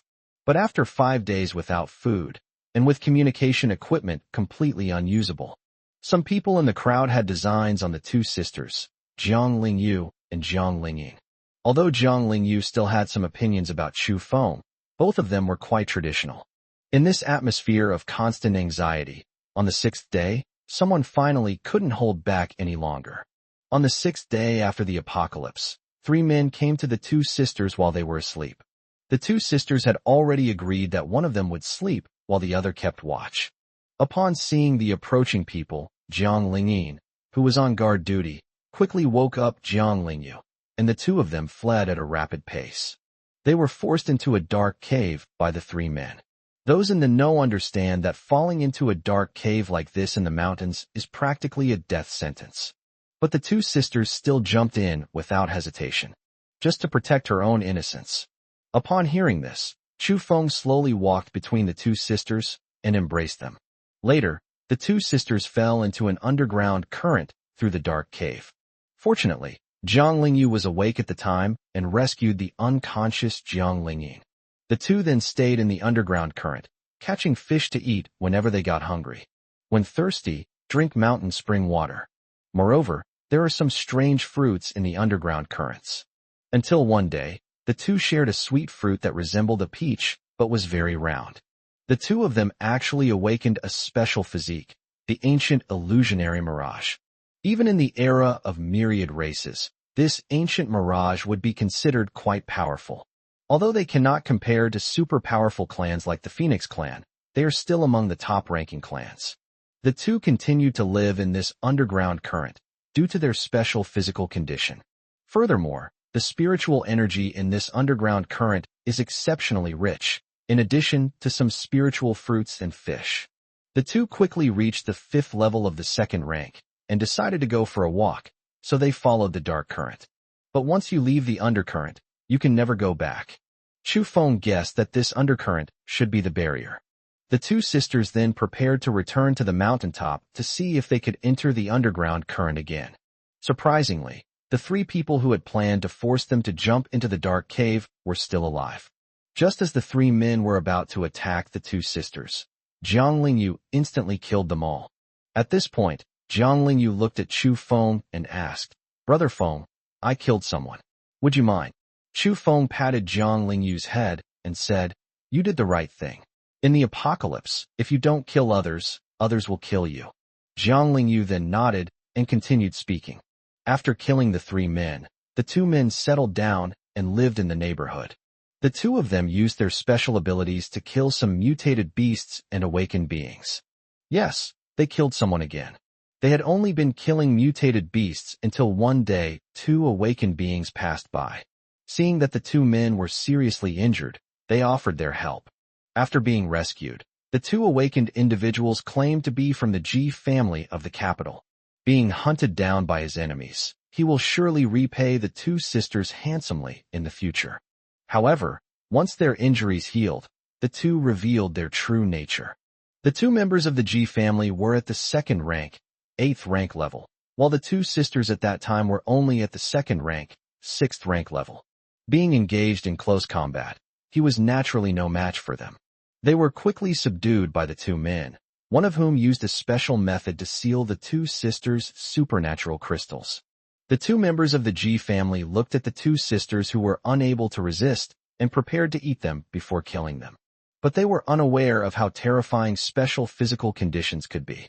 The ancient mirages possessed by the Jiang sisters, Lingyu and Lingyu, can not only lure people into dreams, but also create illusions. Although Jiang Lingyu's superpower crystal was sealed, she was still able to use her special physique. He created an illusion simply by exhaling a breath. The 2 eventually came to regard each other as enemies, but their battle was evenly matched. Just as the 2 were about to wake up, Jiang Lingyin was still hesitating whether or not to take action. Finally, it was only after Jiang Lingyu pleaded and begged that she finally succeeded. Jiang Lingyin finally broke through her psychological defenses. He killed the 2 people with the knife he had found earlier. The 2 then stayed in this place, improving their strength by absorbing the spiritual energy in the ring, until he met Chu Feng. After hearing about these things, Chu Feng first comforted the 2 of them. They then asked some questions, such as, "How were you able to pull me into a dream from 5 kilometers away?" Jiang Lingyin blushed and said, "We have a barrier. We can create illusions to confuse everyone inside the barrier. The radius of this barrier is approximately 5 kilometers. We cannot be fooled by people who are far superior to us. But rain can greatly enhance our strength. And you are our man, and we still carry your scent within us, which is why we can appear in your dreams." Chu Feng nodded. That made sense. Otherwise, how terrifying would it be if 2 sisters at the 3rd rank and 1st level could control a 4th rank and 3rd level? Chu Feng then asked, "What kinds of inherited memories do you have?" Jiang Lingyu said, "It was precisely because of this ability of the ancient illusory mirage that when the human race rose to power, some humans went to capture ancient phantoms and imprint their abilities onto human women for their own amusement. Therefore, when many races among the myriad races broke with humanity, the ancient illusory mirage also joined the ranks of those fighting against humanity." Chu Feng was speechless. No matter when, those with power or money always know how to play the game. Then Chu Feng asked curiously, "Do you experience any side effects when you increase your strength? Like, the kind of side effects that are similar to those in that kind of thing?" After Chu Feng asked the question, even Jiang Lingyu's face visibly turned red. "We only experienced some side effects at the beginning of our awakening." Chu Feng then thought of Huang Kersen, who had no side effects, while the 2 sisters, although they had special constitutions.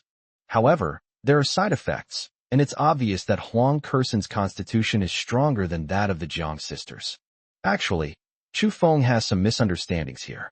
Huang Kersen has no side effects, firstly because of her special physical condition, and secondly because that kind of desire is simply a surge of anger.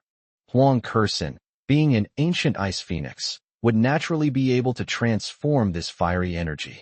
The 2 sisters, on the other hand, had consumed a spiritual fruit with too much energy when they first awakened. Later, when the 2 sisters progressed slowly, the side effects disappeared. People with special constitutions have almost no side effects. The ancient mirage was also one of the top 100 races in the era of myriad races. Chapter 75 Rescue Operation. After the 2 women finished eating, Chu Feng then led the 2 sisters back to the team. After Chu Feng introduced the two sisters to everyone, everyone was filled with envy. You have to understand that soldiers are naturally full of yang energy. Since awakening, I have always relied on myself. The situation only improved after the suppressant pill was developed. Looking at Chu Feng, it's truly infuriating to compare oneself to others. Not only are they so much better than them, but they also have two such beautiful women. Little did they know that Chu Feng had countless women. If they knew, they'd probably be green with envy. They didn't know that the women were also stronger than them. Chu Feng then led his team to continue their journey. Interestingly, the two sisters have a particularly good relationship with the Indian. So the two sisters rode together on an Indian horse, even though it was a rainy day. But the rain seemed to disappear as it fell on the two sisters. In fact, these raindrops also contain a faint spiritual energy. Therefore, the rainwater was automatically absorbed into their ancient illusory bodies. The group continued their journey during the day and rested at night. The only difference from the first day was that this time, during the rest period, there was an extra luxury single room. This private room must belong to Chu Feng and the two sisters. They traveled for about 5 days. The group then rushed to the capital. According to information previously received from the central government, the central military region had been occupied by a mutated monkey. Central personnel scattered in all directions because the satellite communication equipment was too huge. It couldn't be taken away in such a hurry. Therefore, we are currently unable to contact those people. This is also why Chu Feng came. After all, Chu Feng's current spatial perception range is a radius of 300 kilometers. It's easy to find those scattered people. When they arrived at the bear market on the outskirts of Beijing, 5 teams of 100 people each were already waiting there. These 5 squads were all soldiers dispatched from other military regions to provide rescue. This was something that the various military regions had agreed upon beforehand. Let's meet here first. Although the Shanxing military region is quite close to the central military region, the trip was delayed by a few days due to the incident involving political Commissar Li. They ended up being the last troops to arrive. They rushed to greet Chu Feng and the others upon their arrival. The crowd was slightly surprised to see Chu Feng leading the way. Li Dongshu quickly introduced Chu Feng to everyone.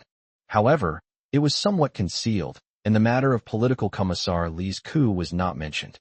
After the introductions, Chu Feng gained some understanding of the others. Of the 8 military regions, the central military region was occupied by a mutated monkey, while the Shaanxi provincial military region was shrouded in mystery. The other 6 military regions all participated in the rescue operation. Their leaders were all of the 4th rank, with the strongest among them reaching the 7th level of the 4th rank. The 5 men are Yang Chaolai from the Shenyang military region. Commander Yang appears to be slightly overweight and is approximately 175 centimeters tall. He holds the rank of 4th grade. Commander Jiang Ping of the Nansha military region is a rather strong man, about 180 centimeters tall, and holds the rank of 4th grade, 5th rank. Commander Bai Yong of the Guangzhou military region is about 180 centimeters tall and holds the rank of 4th grade, 5th rank. Kai Zhuan, political commissar of the Chengdu military region, is about 170 centimeters tall and holds the rank of 4th grade, 6th rank. Bai Yan, a 175 centimeters tall bodyguard of the commander of the Xinshi military region, is actually a 4th rank, 7th level officer. This is very suspicious, but when communicating by satellite phone, the commander of the Xinshi military region said he had other matters to attend to within his region, so he sent Bai Yan over. After seeing Chu Feng arrive, the 5 people prepared to discuss a rescue plan. The 6 of them then randomly found a room to discuss the matter. Among the 6 team leaders, Chu Feng was the weakest, so he had relatively less say. Bai Yong suggested, "Since everyone is so strong, why don't we head to the central government and deal with that monkey directly?"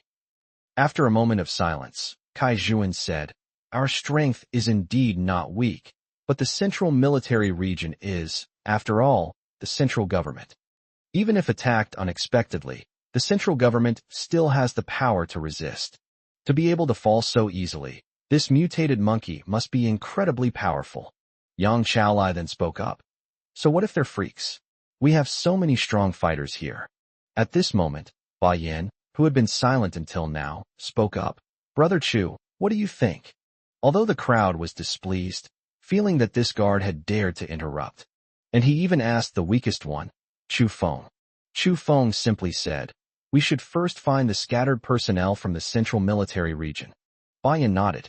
The others chimed in with their own opinions. Jiang Ping even bluntly said, you're just a bodyguard.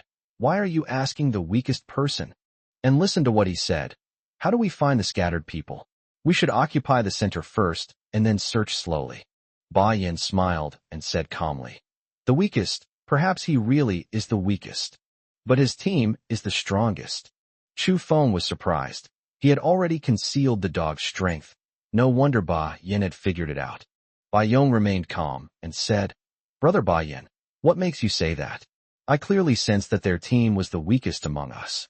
Seeing that Ba Yong spoke amiably, Ba Yin also said amiably, Brother Chu's mutated beasts are all rank 4, level 2 mutated beasts. Chu Feng gasped. Ba Yin had clearly stated that he was an Earth-type ability user when he introduced himself. Why can I sense the dog's strength? Everyone was astonished. Ba Yin then said, Brother Chu, we're all on the same side. Isn't it a bit unfair of you to hide your strength like this? Chu Feng nodded and smiled. We concealed their strength while traveling to avoid causing trouble.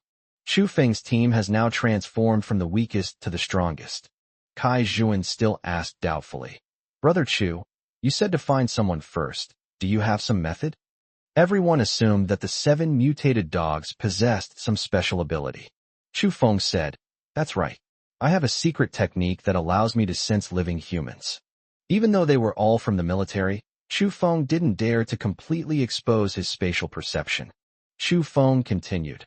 However, this secret technique of mine requires the consumption of vital essence. It can only be used once a month, and I cannot exert my full strength for a month after using it. But don't worry, everyone. If there's anything I can do to help, my dogs will give it their all. Then Chu Feng said, I will now use a secret technique. Chu Feng then drew a circle on the ground with his foot, as if he were performing a shamanistic ritual. He then drew a clock with his foot. Then he raised his left hand, and a transparent supernatural blade extended from the index finger of his left hand. Cut your right hand with a knife and drip blood into the circle on the ground. Chu Feng then used a different dimension to collect the blood. However, to outsiders, the blood appeared to be absorbed by the circle. Once the blood had completely disappeared, Chu Feng said, At the 12 o'clock position, 30 kilometers away, there are 527 survivors. At the 7 o'clock position, 42 kilometers away, 1705 people have survived.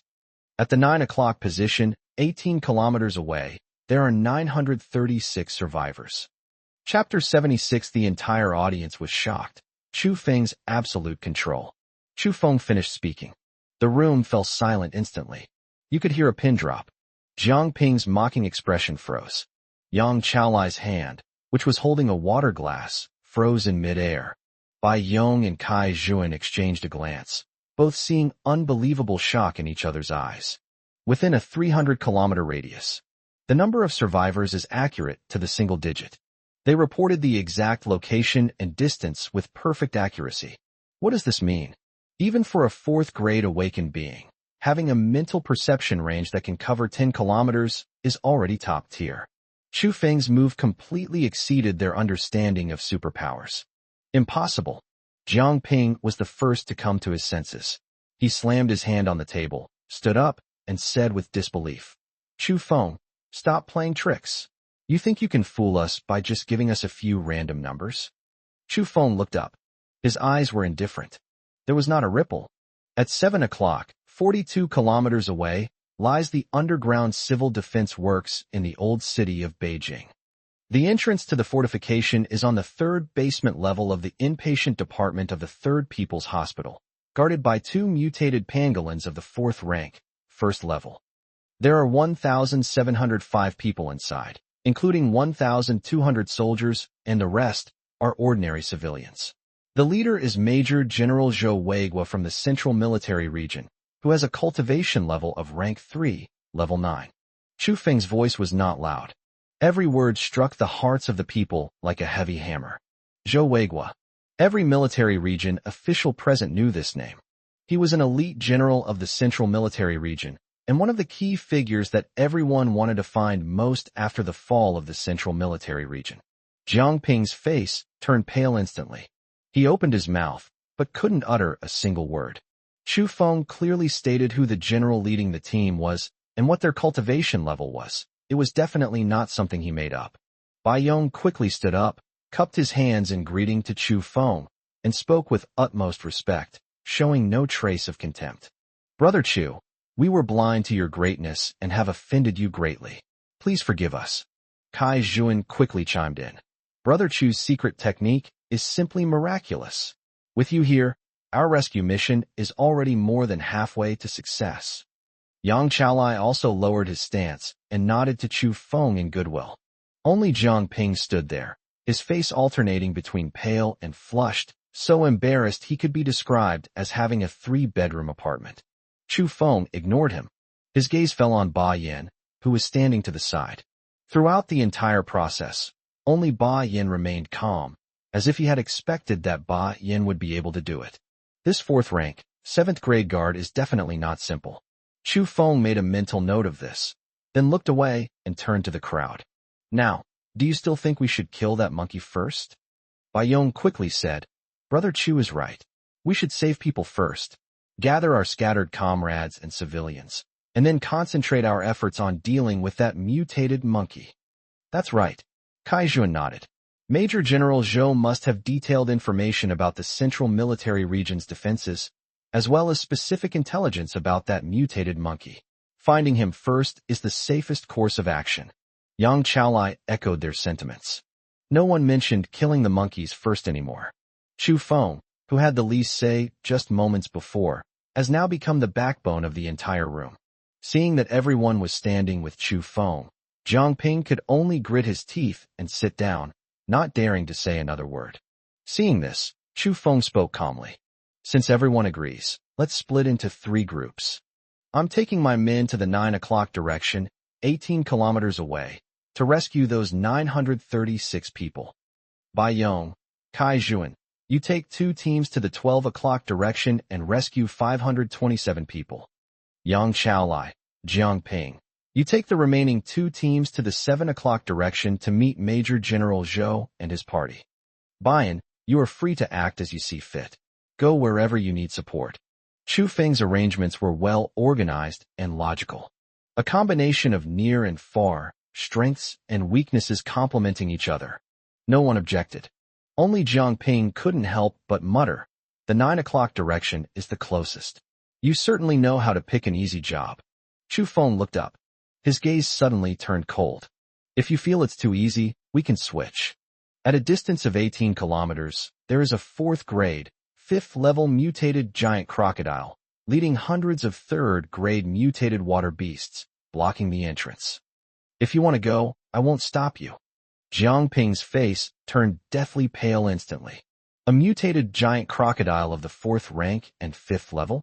He himself was only at the 4th or 5th rank, and he had no confidence in winning against mutated beasts of the same rank, not to mention there were hundreds of 3rd rank mutated beasts. He quickly shut his mouth, not daring to utter another word. Seeing this, everyone admired Chu Feng even more. The shortest route is actually the most dangerous. Chu Feng wasn't choosing the easy tasks. He was clearly leaving the toughest ones for himself. The meeting has ended. Everyone returned to their respective camps, reorganized the group, and prepared to set off at dawn. Chu Feng also led the Jiang sisters, Jiang Lingyu and Jiang Lingyin, back to his temporary camp. 7 dogs surrounded Chu Feng, their big heads rubbing against his arm, and a voice communicating with him echoed in his mind. Boss, something's not right with that Bai Yin. The aura emanating from him is not human. Chu Feng patted a dog's head, a glint of shrewdness flashing in his eyes. He had already noticed it. Bai Yin was able to see through the dog's strength hidden by his spatial abilities, which meant he was definitely not an ordinary Earth-type ability user. But now is not the time to tear off all pretenses. Boss, you looked so cool when you were pretending to be a ghost just now. Jiang Lingyin leaned closer and actually started calling Chu Feng boss. Her little hand clung to Chu Feng's arm, her cheeks flushed, and her voice was full of admiration. Jiang Lingyu also came over and handed Chu Feng a glass of warm water, her eyes filled with tenderness. They were holding back their anger in the mountains, which is why they used the illusion to pull Chu Feng in. Now the knot in my heart is untied. All she could think about was Chu Feng. Chu Feng took the water glass and pulled the two sisters into his arms. The faint scent of gardenias, the same fragrance emanating from both of them, lingered around their noses. Weren't you quite capable back in the illusion? Chu Feng looked down at the two sisters in his arms, his tone slightly teasing. Jiang Lingyu's face instantly turned red, and she buried herself in Chu Feng's arms, not daring to look up.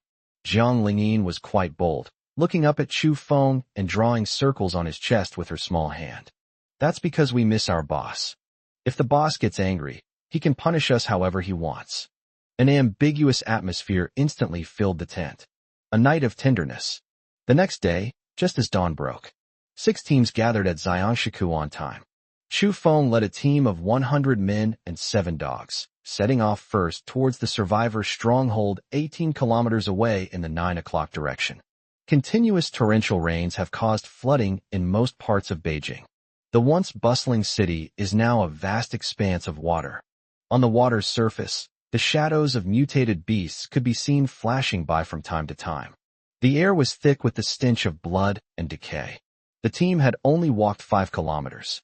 The water in front of us suddenly exploded. More than a dozen mutated piranhas, each over 3 meters long, bared their fangs and lunged at the group. Form ranks. Defend. The Mountain City Military Region Squad that Chu Feng brought reacted immediately, releasing their superpowers instantly to build an earthen wall that blocked the piranha's attack. But the next second, an even more terrifying aura emanated from underwater. The water surface was churning. A giant crocodile, over 20 meters long, suddenly leaped out of the water. Its gaping maw opened wide, bringing a foul stench with it, and it bit down on Chu Feng. It was the mutated giant crocodile of the 4th rank and 5th level that Chu Feng had sensed before. Chapter 77 Instant Kill of the Giant Crocodile. The giant crocodile's gaping maw blotted out the sky. Its sharp teeth, each half a meter long, gleamed with a cold, icy light. The terrifying aura of a 4th or 5th rank official instantly swept across the entire area. The members of the Mountain City Squad turned deathly pale instantly. Most of them were only at the 3rd rank of cultivation, and when faced with a 4th or 5th rank mutated giant crocodile, they couldn't even muster the courage to resist. Careful! Someone gasped in surprise. But the crocodile was too fast. In the blink of an eye, he had already rushed in front of Chu Feng. Just then, Chu Feng made a move. There was no teleportation and no use of spatial cutting. He simply raised his right hand slowly. At the fingertip, a transparent spatial line instantly takes shape. Spacebound. For simple words fell. The once unstoppable crocodile was frozen in midair, as if gripped by an invisible hand. His limbs struggled frantically. Its tail lashed fiercely across the water, splashing water everywhere. No matter how hard it tried, it couldn't break free from this invisible confinement. For the first time, fear appeared in its scarlet eyes. The entire room fell silent. The members of the Mountain City team were all dumbfounded. A mutated giant crocodile of the 4th rank and 5th level. Chu Feng's single sentence sealed the deal. What terrifying strength is this? They only knew that Chu Feng was the leader of the Mountain City team, but they didn't know that this seemingly young man was actually this strong. Chu Feng's eyes were indifferent. Looking at the giant crocodile trapped in mid-air, it was as if he were looking at a dead object. Is that all you've got? You dare to block the road. The words fell. The spatial lines at his fingertips instantly expanded. Dozens of spatial lines intertwined to form an impenetrable cutting net. Brush. A soft sound, like a paper cutter slicing through rice paper. The mutated giant crocodile, which had been ferocious just moments before, was instantly cut into countless pieces. Blood and bits of flesh splattered all over the ground. The giant crocodile's head rolled to Chu Feng's feet, its eyes wide open, never understanding why it had been instantly killed. Chu Feng lifted his foot. He kicked the giant crocodile's head off. He didn't move an inch from beginning to end. The 7 dogs rushed forward, snatched the giant crocodile's crystal core and presented it to Chu Feng. Air's healing ability is activated. The wounds of the team members who were injured by the aftershocks of the giant crocodile healed instantly. The team members then came to their senses. Alliance leader Chu is awesome. I don't know who shouted it first. The next second, a deafening cheer instantly echoed throughout the river. Alliance leader Chu is awesome. Following Alliance leader Chu, we will definitely be able to complete the mission alive. The team members watched Chu Feng's retreating figure with eyes full of fervent admiration. In the apocalypse, the strong reign supreme. Chu Feng's ability to instantly kill a 4th grade, 5th level giant crocodile was enough to make them follow him wholeheartedly. Chu Feng waved his hand, signaling everyone to be quiet. This is nothing to celebrate. There are more mutated beasts ahead, so stay alert. If you don't want to die, stick close to me. After saying that, he turned around and continued walking forward. Sisters Jiang Lingyu and Jiang Lingyin followed him, one on each side. Jiang Lingyin laughed and said, "Boss, the way you were putting on an act just now was absolutely captivating." Chu Feng glanced at her. "I'll deal with you when we get back after we've sorted things out." Jiang Lingyin stuck out her tongue, not afraid at all, but instead snuggling even closer to Chu Feng. The group continued on its way. With Chu Feng's intervention just now, the team's morale soared to unprecedented heights. Chu Feng didn't need to deal with the scattered mutated beasts he encountered along the way. The team members worked together to solve the problem. Less than an hour. The team then arrived at their destination, Beijing South Railway Station, 18 kilometers away. This is a railway hub, and the underground waiting hall has been converted into a base by the survivors. But at this moment, the plaza outside the South Station has been flooded. Hundreds of mutated, 3rd-grade water beasts surrounded the entrance to the waiting hall, frantically ramming against the iron gate. The iron gate was already deformed from the impact and looked like it was about to collapse. Desperate cries could be heard from inside the waiting room. "It's over. The iron gate is going to break down. We're going to die here. Someone, please save us." Chu Feng's eyes turned cold. "Let's do it." At a command, the 7 dogs dashed out instantly. Ada activated his metal-based superpower, and countless golden spikes shot up from the ground, instantly piercing through more than a dozen mutated water beasts. Asi's flames erupted and landed on the water's surface, instantly igniting a raging fire that trapped the mutated water beast within a ring of flames. Alu's hurricane swept across the entire area, lifting the mutated water beast into the air. Achi's lightning struck down, accurately hitting each of the mutated water beasts that had been swept up. A combo attack followed. More than half of the hundreds of mutated 3rd-grade water beasts were killed or wounded in an instant. The remaining water beasts were terrified and turned to flee back into the water. But they had just turned around. The sisters, Jiang Lingyu and Jiang Lingyin, exchanged a glance and simultaneously activated their special abilities. The ancient illusory realm barrier unfolded instantly. The once empty water surface became, in the eyes of those mutated water beasts, a dense swarm of natural enemies. They were terrified and turned to rush towards the dogs. It's like offering yourself up to die. The dogs weren't polite either. With a few bites, they wiped out all the remaining mutated water beasts. It took less than 3 minutes in total. The hundreds of mutated water beasts that surrounded the stronghold were all wiped out. The survivors in the waiting room were all dumbfounded. They held out for 3 days and 3 nights, but were driven to the brink of despair by these mutated water beasts. So they were all wiped out in just a few minutes? At this moment, the iron gate was pulled open from the inside. A middle-aged man in military uniform with bandages wrapped around his arm came out with several soldiers. He looked at Chu Feng, his voice trembling with the excitement of surviving a close call. "Excuse me, which brother saved us?"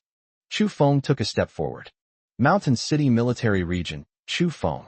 I have come to rescue you all on the orders of Commander Liu Hang." Upon hearing this, the middle-aged man's eyes instantly reddened, and he gave Chu Feng a standard military salute. "Zhang Cheng, Logistics Department of the Central Military Region. Thank you so much, Brother Chu, for saving my life. We've finally been rescued." The soldiers and survivors behind him also burst into tears. The apocalypse has been underway for more than 2 months. They were trapped here, with no one to turn to for help. Now, finally, reinforcements have arrived. Chu Feng waved his hand. First, take a head count and gather any supplies you can carry. We'll set off in 10 minutes and take you to a safe place. Zhang Cheng nodded quickly and turned to make the arrangements. But just then, Chu Feng's expression suddenly changed. He suddenly looked up and gazed in the direction of 7 o'clock. There, a terrifying surge of energy shot into the sky. There were also bursts of gunfire and explosions. It's Yang Chaolai and Jiang Ping's team. They're in trouble. Chapter 78 Jiang Ping courts death. Zhou Weiguo is trapped. The energy fluctuations are intense. Even from more than 20 kilometers away, Chu Feng could clearly sense it. That was the aura of a 4th-grade expert going all out in a fight. And it's not just one stock. Boss, what's wrong? Jiang Lingyu noticed that Chu Feng's expression was off and quickly asked. Chu Feng frowned. Yang Chaolai and Jiang Ping's team has run into trouble. They encountered more than 2 4th-rank, 1st-level pangolins. At least 5 4th-grade mutated beasts and a 4th-grade 6th-level rat king have surrounded them. When he sensed it just now, there were indeed only 2 pangolins at the entrance of the civil defense fortification. I never expected that so many high-level mutated beasts would appear in such a short time. It's obvious without even thinking about it. It must have been Jiang Ping's eagerness for quick success that led his team to rush in recklessly, alarming the mutated beast horde inside the underground fortifications. Boss, what do we do? Ada's voice rang in Chu Feng's mind.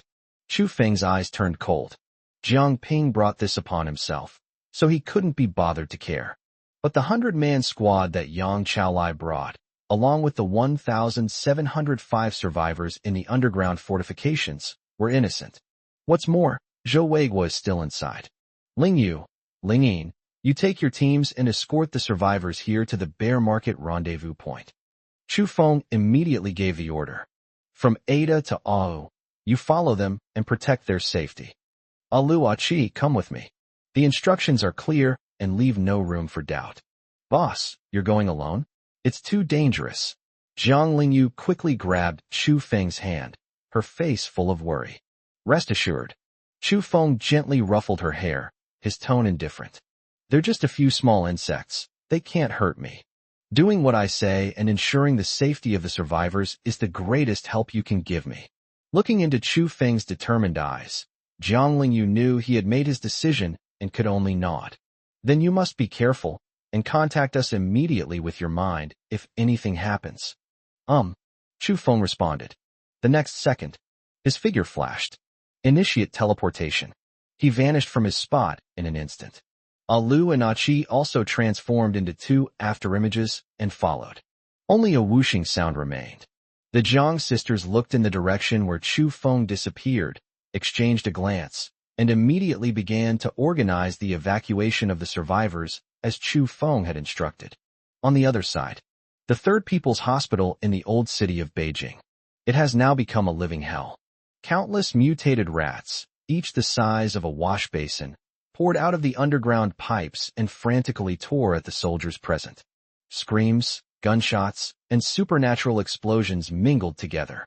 Yang Chaolai was covered in blood and was surrounded by 3 4th-rank, 3rd-level mutated rats.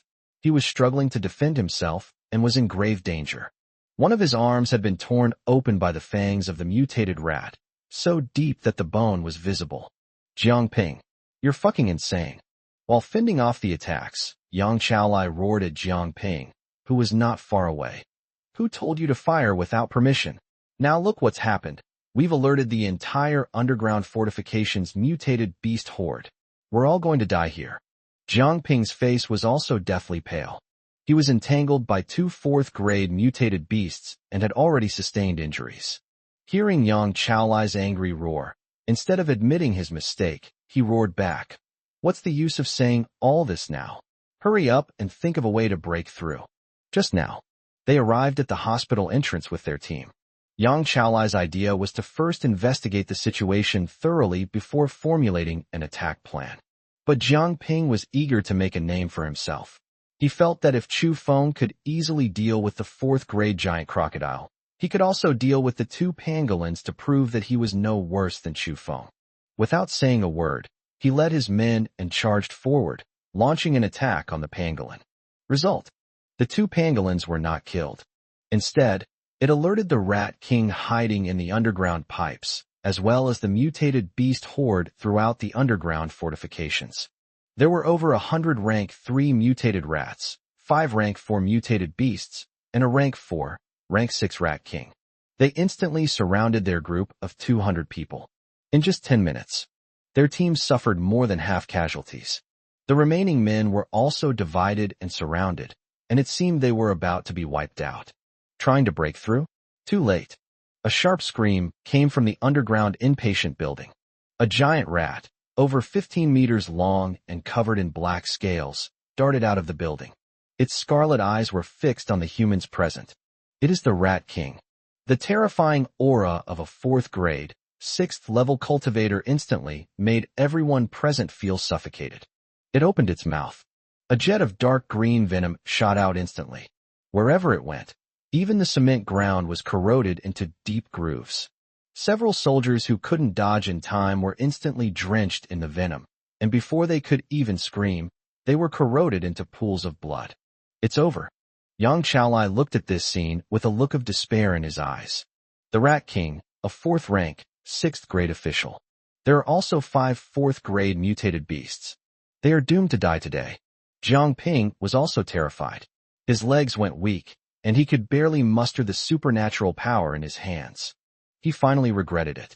He regretted that he shouldn't have acted rashly just to save face. She regretted even more that she shouldn't have provoked Chu Feng. If we had listened to Chu Feng's arrangements, we wouldn't be in this situation now. But now, it's too late to say anything. Looking at the despairing crowd, the Rat King let out a sharp screech and, with the remaining mutated beasts, prepared to launch its final assault. At this critical moment, a detached voice suddenly rang out throughout the hall. You really enjoy bullying the weak with numbers? Did you ask me? The moment the words fell, a spatial rift appeared out of thin air in the center of the battlefield. Chu Feng's figure slowly emerged from the crack. Alu and Achi stood on his left and right, respectively, exuding a terrifying aura of 4th grade, 2nd level. The moment I saw Chu Feng, the despair in Yang Chaolai's eyes instantly turned into ecstasy. Brother Chu, you've arrived. Jiang Ping felt like he had grasped a lifeline, and he trembled with excitement. Chu Feng, save me. Please save me. Chu Feng didn't even glance at him. Their gaze fell upon the Rat King. The Rat King sensed Chu Feng's aura, and a look of vigilance appeared in its scarlet eyes. It can sense it. The human in front of me is very strong. Humans, this is my territory. The Rat King spoke in a sharp, piercing voice. Get out of here right now, and I might spare your life. Upon hearing this, Chu Feng suddenly laughed. Spare my life? You? Before he could finish speaking, Chu Feng's eyes suddenly turned cold. The spatial restraint was activated instantly. The once arrogant Rat King was instantly imprisoned in place. Just like the giant crocodile before, it couldn't even move. The Rat King's eyes widened instantly, filled with unbelievable fear. Its strength of a 4th grade, 6th level being couldn't even withstand the opponent's superpower? What kind of monster is this human? Chu Feng slowly raised his hand. At the fingertips, the blade of space coalesces and takes shape. Anyone who dares to touch my people is asking for death. Chapter 79 The Rat King's Head, The Secret of Ba Yin. A blade of space, its cold gleam suddenly revealed. Chu Feng flicked his wrist lightly. A transparent blade of light instantly sliced through the air. A muffled thud. The once arrogant Rat King had its head severed. It rolled to the ground. Blood gushed out and splattered all over the ground. The Rat King, a 4th rank, 6th grade official, sold out instantly. The entire room fell silent. The mutated rats that were attacking the soldiers were all frozen in place. The Rat King is their king. Now, the king's head has been chopped off by this human in front of him? Yang Chaolai and Jiang Ping were both dumbfounded. They couldn't defeat the Rat King no matter how hard they tried. In Chu Feng's hands, he couldn't even withstand a single move. Jiang Ping's face stung with pain. He had previously mocked Chu Feng as the weakest player on the field. I understand now. It's not that Chu Feng is weak. It was his own fault. He was blind and couldn't understand Chu Feng's level of strength at all. Chu Feng ignored the shock of the crowd. His gaze swept over the mutated rats that were frozen in place. What are you still standing there for? Let's all go together. I'm in a hurry. These words were spoken. The mutated rats instantly erupted into chaos. Forget about attacking humans. It turned and burrowed into the underground pipes, trying to escape. But they had just turned around. Alu and Achi then moved. Alu opened his mouth and inhaled. A terrifying hurricane instantly formed, creating a tornado that swept back all the mutated rats that tried to escape. Achi's lightning followed closely behind. A purple sea of lightning instantly enveloped the entire battlefield. Sizzle. The sound of the electric current was piercing. Those rank 3 mutated rats convulsed wildly in the sea of lightning, and were instantly turned into charred remains. The remaining 5 4th-grade mutated beasts were terrified. He turned around and tried to escape into the building. But how could Chu Feng possibly give them that chance? Spatial cage. For simple words fell. 5 walls were formed instantly. They trapped the 5 rank 4 mutated beasts inside. No matter how wildly they crashed into each other, they couldn't budge it an inch. Chu Feng walked over slowly. 5 spatial lines condensed at the fingertips. Brush. 5 sprays of blood rose up. 5 rank 4 mutated beasts were instantly killed. It took less than a minute from start to finish. The mutated beast horde that had been attacking the group was completely wiped out. Chu Feng clapped his hands. It was as if I had only done a trivial little thing. At this moment, Yang Chaolai rushed over and bowed deeply to Chu Feng. Brother Chu, I am deeply grateful. If it weren't for you today, we would all be dead here. The soldiers behind him also saluted Chu Feng, their eyes filled with fervent admiration. Chu Feng waved his hand. Don't thank me yet. If you want to thank someone, thank yourselves for being lucky to be alive. His gaze fell coldly on Jiang Ping. If it weren't for Commander Zhang's eagerness to make a name for himself and his rash actions, you wouldn't be in this situation. Yang Chaolai's face instantly darkened. He turned to look at Jiang Ping, his eyes filled with anger. He didn't have time to calculate the score when he was facing a life or death situation. The crisis is now over. This debt needs to be settled. Jiang Ping, look at these dead brothers. Yang Chaolai pointed at the corpses on the ground, his voice trembling. Because of your ambition, we've lost half of our brothers. How are you going to explain this to their families? Jiang Ping's face turned pale and then flushed. He kept his head down and couldn't utter a single word. Chu Feng spoke calmly. According to military regulations, if someone disobeys orders on the battlefield and acts without authorization, resulting in the injury or death of comrades, I don't need to elaborate on how to deal with it, do I? Yang Chaolai nodded immediately. Acting without authorization in the face of battle, resulting in casualties among comrades, is punishable by death according to military regulations. Jiang Ping panicked instantly. Chu Feng, Yang Chaolai, you can't kill me. I'm the commander of the Nanshur military region. How will you explain this to the Nanshur military region if you kill me? Chu Feng scoffed. In the apocalypse, military discipline trumps everything. You brought this upon yourself, causing the deaths of so many brothers. Even if the King of Heaven himself came, he couldn't save you. After saying that, Chu Feng raised his chin at Yang Chaolai. The man is now in your hands. Handle him according to military regulations. Yes. Yang Chaolai immediately agreed. He waved to the 2 soldiers behind him. 2 soldiers immediately stepped forward and supported Jiang Ping, who had collapsed to the ground. Jiang Ping still wanted to beg for mercy, but Yang Chaolai didn't give him a chance at all. Drag him away and execute him on the spot. Soon, a gunshot rang out. Jiang Ping's screams abruptly stopped. After dealing with Jiang Ping, Chu Feng immediately ordered the surviving soldiers to clear the battlefield and treat the wounded. He then led Alu and Achi into the underground air raid shelter. Zhou Wei was still inside. The survivors inside the fortifications cautiously peeked out after hearing that the battle outside had ended. Upon seeing the soldiers in uniform, everyone burst into tears. Chu Feng found Zhou Weigua in the command room deep inside the fortification. His leg was injured, and his face was pale, but his eyes remained sharp.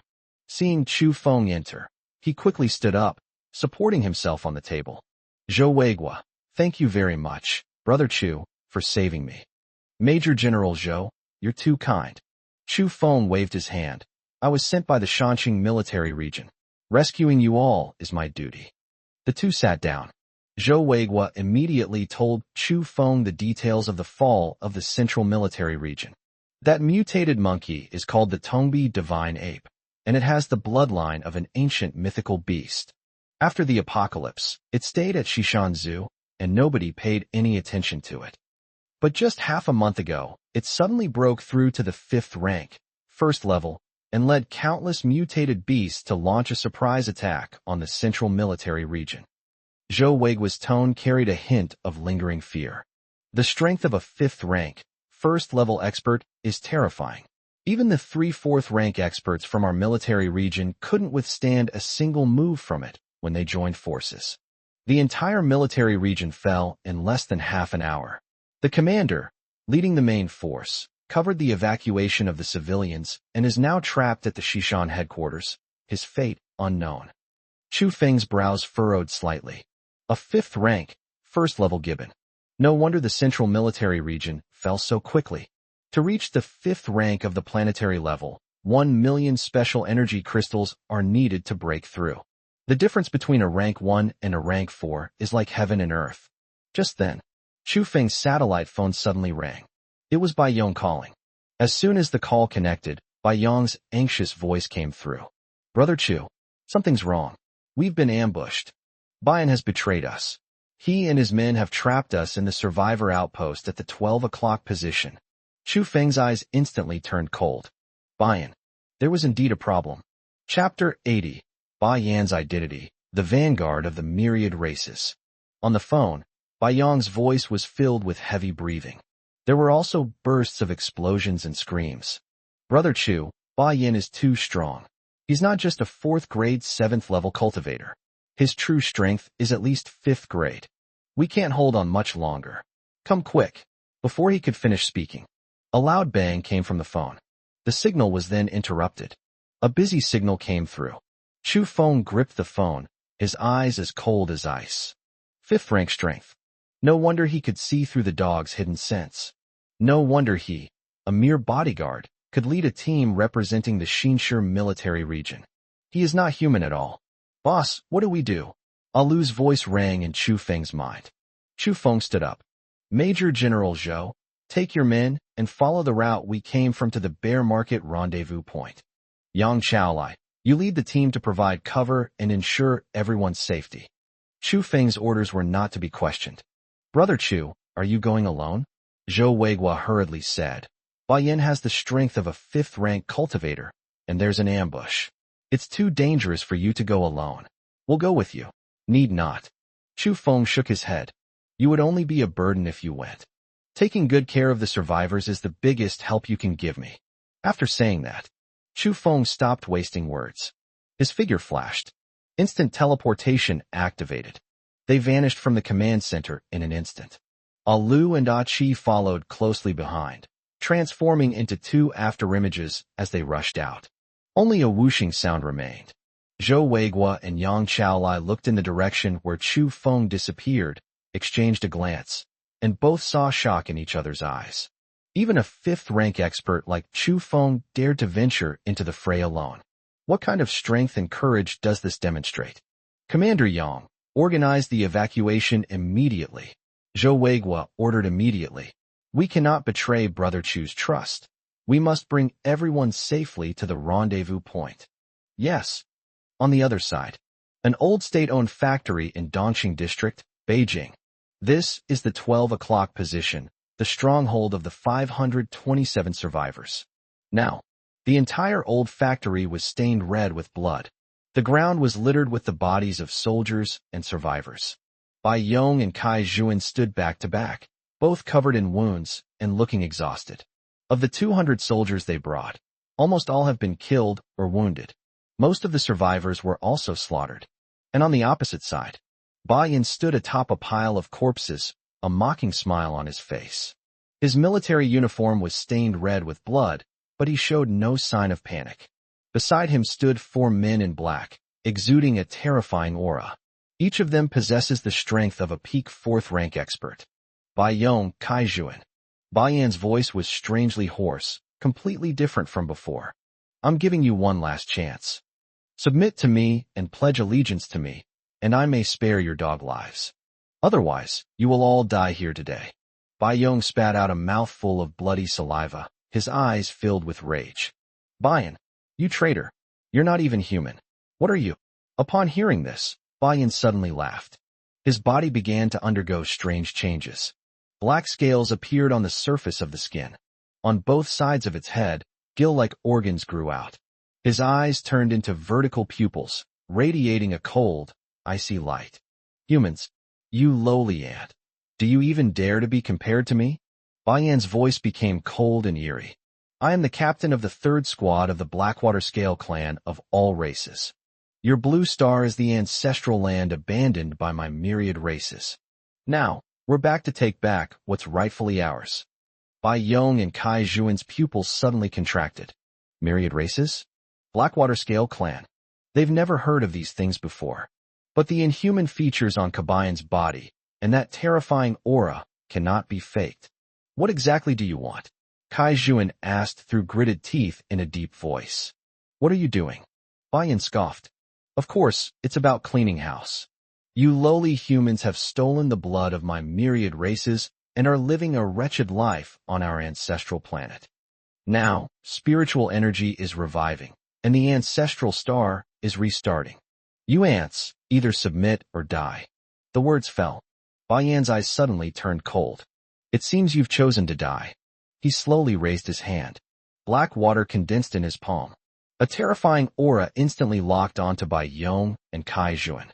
The two men were deathly pale. They knew they couldn't withstand this attack. Today, I am doomed to die. But just as Bai Yan was about to make his move, a detached voice suddenly rang out in the factory. Did the people who wanted to kill me ask me for permission?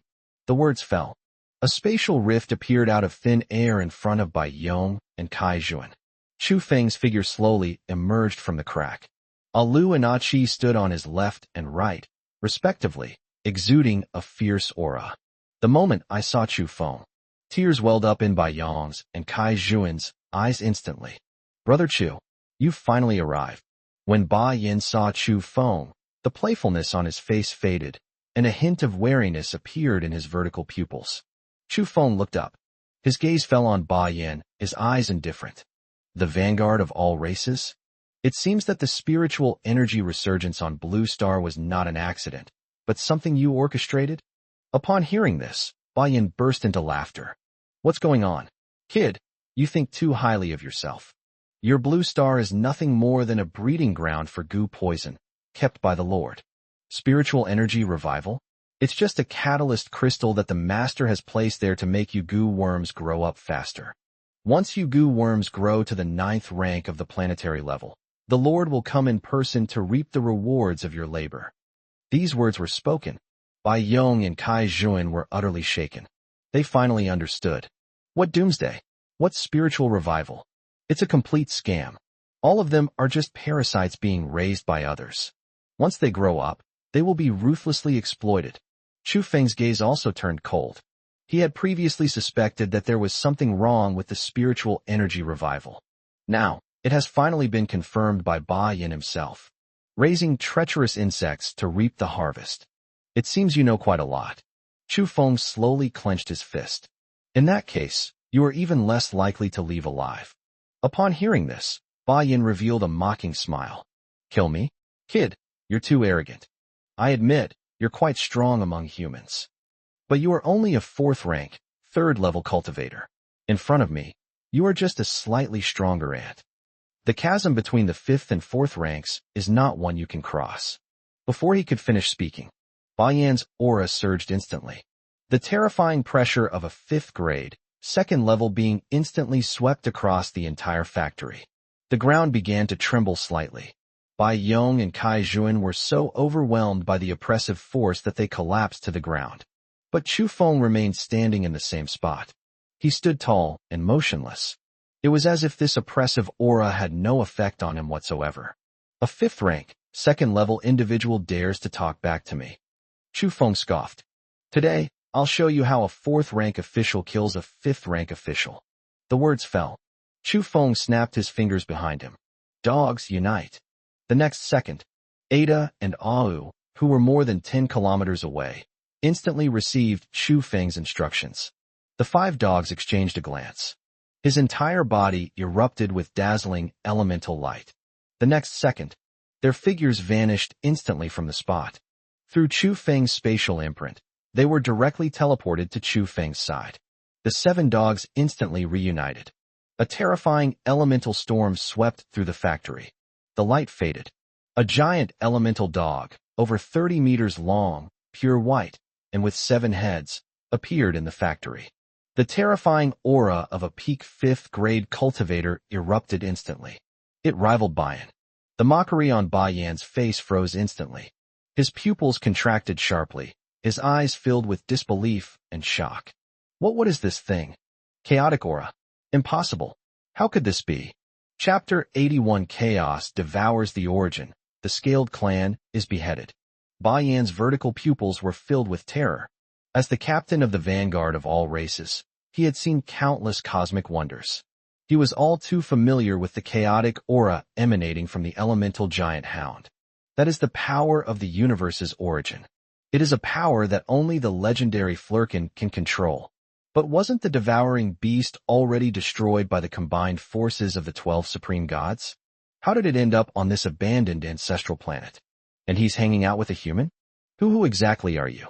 Bayan's voice began to tremble. His previous arrogance and conceit have vanished. Chu Feng slowly walked to the elemental giant dog and reached out to touch its head in the middle. He looked at Bayan with indifferent eyes. Who I am is not for you to know. All you need to know is that you're not leaving this factory today. The words fell. Chu Feng made a hand gesture. The elemental giant dog moved. 7 heads, all opening their mouths at the same time. The 7 elements metal, wood, water, fire, earth, wind, and thunder instantly merged. A pitch-black sphere of chaos rapidly took shape in front of its mouth. A terrifying, devouring force emanated from the chaos sphere. The cement floor in the factory began to crack inch by inch, and was sucked into the chaos sphere. Bayan's face turned deathly pale instantly. He could sense it. The power within that chaotic sphere was enough to threaten his life. Damn it! Bayan cursed angrily. I will never dare to be careless again. Its entire body covered in black scales suddenly glowed with an eerie black light. He opened his mouth. A jet of jet black water shot out instantly. This water jet contains a terrifying corrosive power. Wherever it passed, even space itself rippled.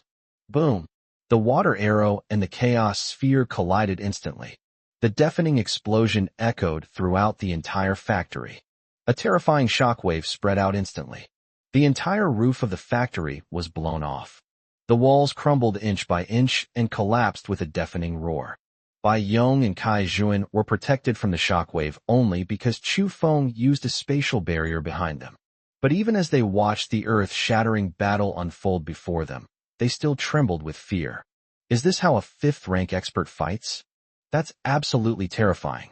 The smoke and dust cleared. Bayan staggered back more than 10 steps.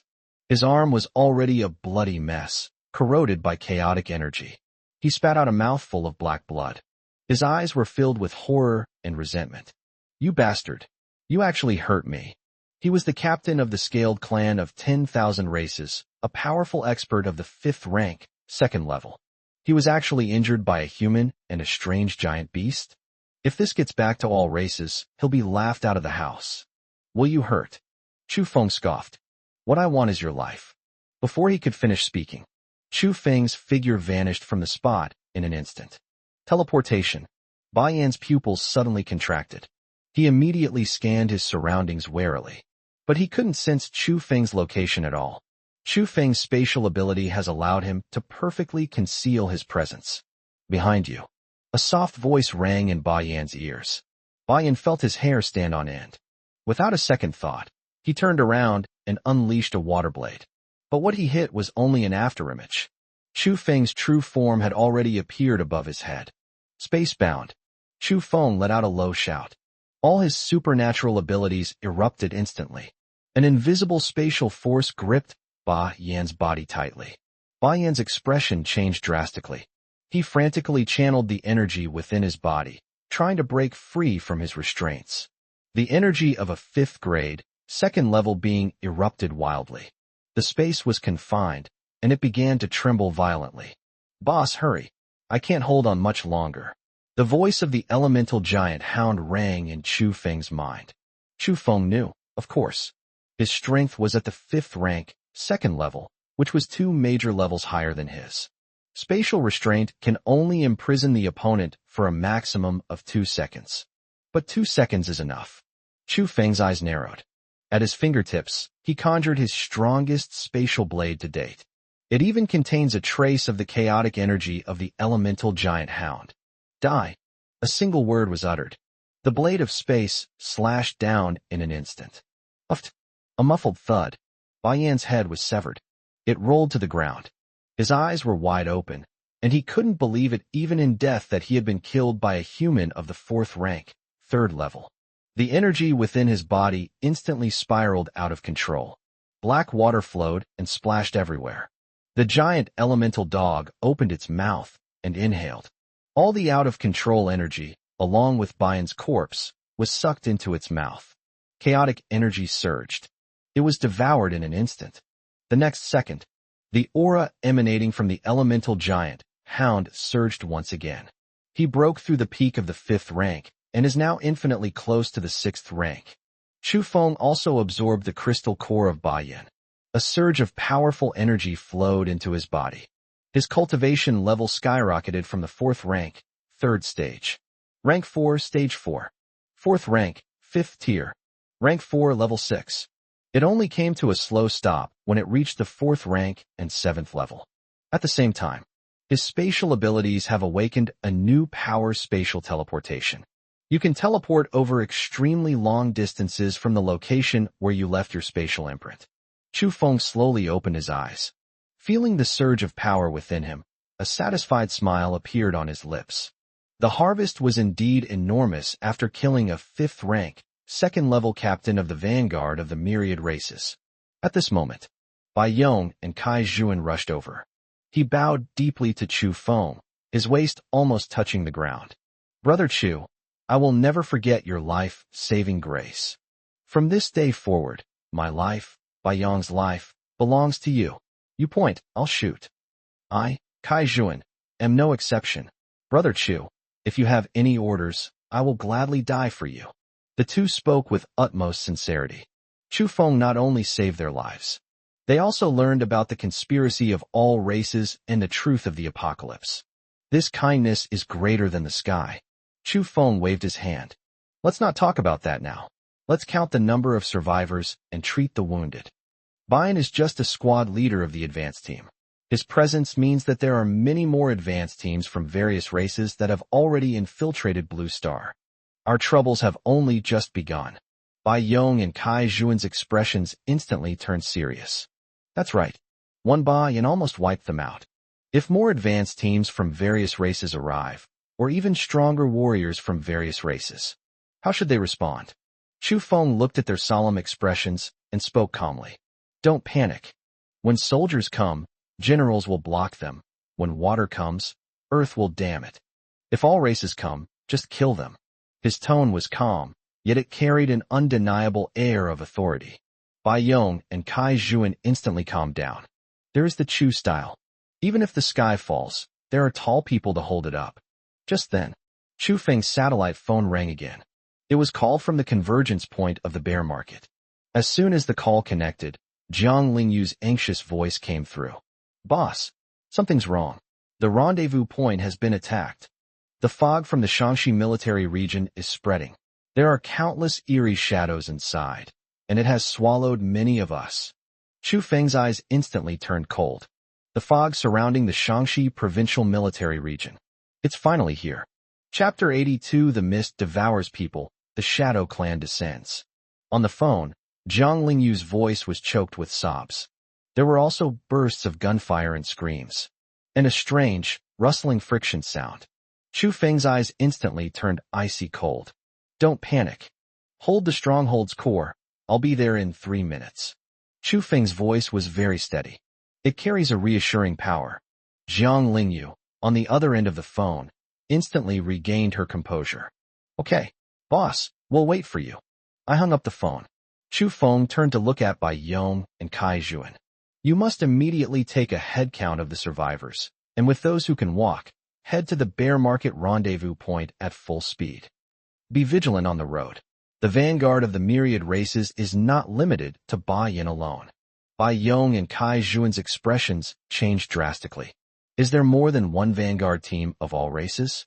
Doesn't that mean that the entire blue star has been targeted by all races? The two dared not be negligent. Stand at attention and salute immediately. Yes. Don't worry, Brother Chu. We will definitely bring the person there safely. Chu Feng nodded. The next second, he raised his hand and left a spatial imprint in the air. This is his newly awakened superpower spatial teleportation. Wherever he left his mark, no matter how far away, he could arrive instantly. Walk. Chu Feng gave the order. The elemental giant dog let out a low growl. Its enormous body instantly shrunk to the size of a normal Tibetan mastiff. It can now freely control its body shape. Chu Feng leaped onto the giant dog's back. Buzz. Ripples spread across the space. Chu Feng and the elemental giant dog vanished from their spot in an instant. Spatial teleportation activated. Target, the convergence point of the bear market. At the same time, bear market convergence point. The once bustling border town is now completely shrouded in thick, dark fog. The fog was as thick as ink. Visibility was less than 3 meters. Countless twisted black shadows darted about in the mist. As soon as someone gets entangled by the shadowy figure, you'll be dragged into the fog in an instant. Before it could even scream, it vanished completely, leaving not even a trace of bone. At the heart of the convergence point is the municipal building of the bear market. Sisters Jiang Lingyu and Jiang Lingyin stood back to back at the entrance of the building. The two sisters were pale, and their foreheads were covered in cold sweat. They have fully activated the ancient illusionary barrier. But this eerie mist could actually corrupt their illusions. The barrier was now covered with countless cracks. They were on the verge of collapse. Sis, we can't hold on much longer. Jiang Lingyin gritted her teeth, her voice trembling. Blood was already seeping from the corner of her mouth. Forcibly maintaining the illusion was too taxing on her mental energy. Jiang Lingyu's situation wasn't much better. Her left hand had been slashed open by the shadowy figure, leaving a deep wound that exposed the bone. The wound had an eerie black tinge. It is the corrupting power of the Shadow Clan. We have to hold on, even if we can't. Jiang Lingyu gritted her teeth, her eyes resolute. The boss said he'll be there in 3 minutes. We have to hold out until he gets here. Behind them, Zhou Weiguo and Yang Chaolai, along with the surviving soldiers, fired wildly into the fog. But the bullets went into the fog. It's like a stone sinking into the sea. There wasn't even a sound. Those dark figures were completely unafraid of ordinary bullets. Only supernatural attacks can barely force them back. However, there are not many people with superpowers among the soldiers. The continuous battles had long since exhausted their supernatural abilities. Damn it! What the hell are these things? Yang Chaolai emptied his magazine and cursed angrily. His arm had been mostly corroded by the shadow. If this continues, I'll lose my entire arm. Zhou Weiguo's expression also became extremely solemn. He served in the military for decades and fought countless tough battles. But I've never encountered anything so bizarre before. It cannot be seen or touched. To kill without leaving a trace. Everyone, back inside the building. Close the doors. Zhou Weiguo immediately gave the order. If we keep guarding outside, everyone will die? But just then, a sharp screech suddenly rang out from the mist. Countless dark figures instantly converged together. It formed a giant black shadow that was over 10 meters tall. It opened its giant claws and slammed them down on the city hall. If that shot lands, the entire city hall will be smashed to pieces. It's over. Some soldiers closed their eyes in despair. Sisters Jiang Lingyu and Jiang Lingyin also closed their eyes. They no longer had the strength to deploy the barrier. But just as the giant claw was about to strike, a cold, angry shout suddenly resounded throughout the entire bear market. Dare to touch my people? You're asking for death. The words fell. A dazzling blade of space appeared out of thin air. It pierced through the thick, dark fog in an instant. Uft! A muffled thud. The giant black shadow, which was over 10 meters tall, was instantly sliced in two. It let out a piercing scream. It turned into a sky full of black mist and dissipated into the air. The next second, ripples spread across the space. Chu Feng, riding a miniature version of the elemental giant dog, appeared at the entrance of the municipal building. He stood there. He has an upright posture. It was like an invisible barrier, blocking out all the fog and shadows. Boss, the moment I saw Chu Feng, sisters Jiang Lingyu and Jiang Lingyin could no longer hold on. Tears welled up instantly, and she rushed towards Chu Feng. Chu Feng opened his arms and embraced the two sisters. It felt icy cold to the touch. The two sisters' bodies were already frozen stiff. He frowned. A gentle spatial energy flowed into the two sisters' bodies. It instantly dispelled the Shadow Clan's corrosive power within their bodies. It's all right now. I am coming. Chu Feng's voice was very gentle. She was completely different from her previous cold demeanor. The two sisters buried themselves in Chu Feng's arms and cried loudly. The despair and fear they felt just moments before vanished the moment they saw Chu Feng. As long as Chu Feng is here, even if the sky falls, someone will hold it up. Zhou Weigua and Yang Chaolai breathed a sigh of relief upon seeing Chu Feng. My legs went weak, and I almost collapsed to the ground. Our savior has arrived. They survived. After comforting the two sisters, Chu Feng looked up at the thick, dark fog. A murderous intent surged in his eyes. He could perceive it clearly. Hidden within the mist are at least 100 Shadow Clan members. Among them was a Shadow Clan squad leader at the peak of the 4th rank. What he just shattered with a single strike was merely a phantom image conjured by the opponent. Something that hides its head and tail. Chu Feng snorted coldly. Anyone who dares to run wild on my turf should be prepared to die. The words fell. He patted the elemental giant dog beneath him. Ada, clear the area. Yes, boss. The elemental giant dog responded. The next second, its body instantly swelled up.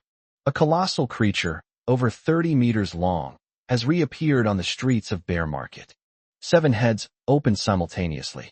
A terrifying chaotic domain unfolded instantly.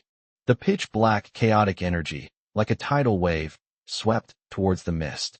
Wherever chaotic energy passes, the thick, dark fog was instantly swallowed up. The dark figures hidden in the mist let out a series of shrill screams. They didn't even have a chance to resist. It was completely devoured by the chaotic energy. The Shadow Clan's dark attribute abilities. In the face of chaotic energy, it's like ice and snow meeting a raging fire. They are easily defeated. In just over 10 seconds, the fog that had enveloped the entire bear market was largely swallowed up. The view in front of the municipal building was clear again. And at the deepest part of the fog, a black figure was finally forced out. Its entire body was covered in black scales, and it had no facial features, only a pair of scarlet eyes that stared intently at Chu Feng. His body exuded a terrifying aura of a peak 4th grade expert. He was the squad leader of the Shadow Clan's advanced team. Human, how dare you ruin my Shadow Clan's grand plan? The Shadow Clan captain's voice was sharp and hoarse, like 2 stones rubbing against each other. Do you know who you're going against? We are the vanguard of the alliance of all races. If you kill me, the army of all races will not let you go. Upon hearing this, Chu Feng suddenly laughed. An army of 10,000 races. That's what Bai Yin said just now. Oh, right, I forgot to tell you. Chu Feng's smile suddenly turned cold. Bai Yin has already been fed to the dogs. You're next. Chapter 83 The Space-Time Rift, the army of myriad races approaching. The Shadow Clan captain's crimson eyes instantly shrank to the size of pinheads. Bai Yin is dead. Bai Yin of the Blackwater Scale clan is a powerful expert at the 2nd level of the 5th rank. He was actually killed by this human in front of him? Its body tensed instantly. The look in his eyes as he looked at Chu Feng was filled with wariness and fear. It's only at the peak of the 4th rank. Humans, whom even Bai Yin couldn't defeat, were even less likely to be its match. Run. The thought instantly arose in its mind. Without the slightest hesitation, The Shadow Clan captain's body instantly transformed into a cloud of black mist. They were about to blend into the shadows on the ground and escape. Its greatest strengths are stealth and escape. Once it slips into the shadows, even a 5th-rank expert would find it difficult to catch. But it just started moving. Chu Feng's icy voice rang out. "You think you can run away from me?" "Spacebound." The words fell. An invisible spatial force instantly enveloped the black mist. The black mist that was about to merge into the shadow was instantly imprisoned in mid-air. No matter how much it struggled, it couldn't break free even a fraction. The Shadow Clan captain was utterly horrified. Its ability to transform into shadow form has been sealed. This human's spatial abilities are terrifying to this extent? How is that possible? How could my shadow transformation ability fail? The Shadow Clan captain screamed in terror. Chu Feng slowly walked up to it. His gaze was indifferent, as if he were looking at a dead object. "Failed? I can even imprison space. You dare to show off your little tricks in front of me. Now, I'll ask, and you'll answer. If you mispronounce a single word, I'll let you taste what it's like to be slowly devoured by chaotic energy." Chu Feng's voice was devoid of any warmth. The Shadow Clan captain's body trembled instantly. Chaotic energy. That terrifying energy that just now could devour its mist and shadows was chaotic energy. As the vanguard of all races, it knew all too well what chaotic energy represented. That is a power that even the supreme god fears. Who exactly is this human being in front of me? Tell me, is this mist the work of your Shadow Clan? Chu Feng spoke, asking the first question. The Shadow Clan captain dared not hide anything and nodded hastily. Yes, it's our Shadow Clan's innate ability. Shadow mist. It can obscure all senses and corrode all energy. Has the Shaanxi provincial military region been occupied by you? Yes. Our captain led the main force and occupied the Shaanxi military region. There's a natural space-time rift there.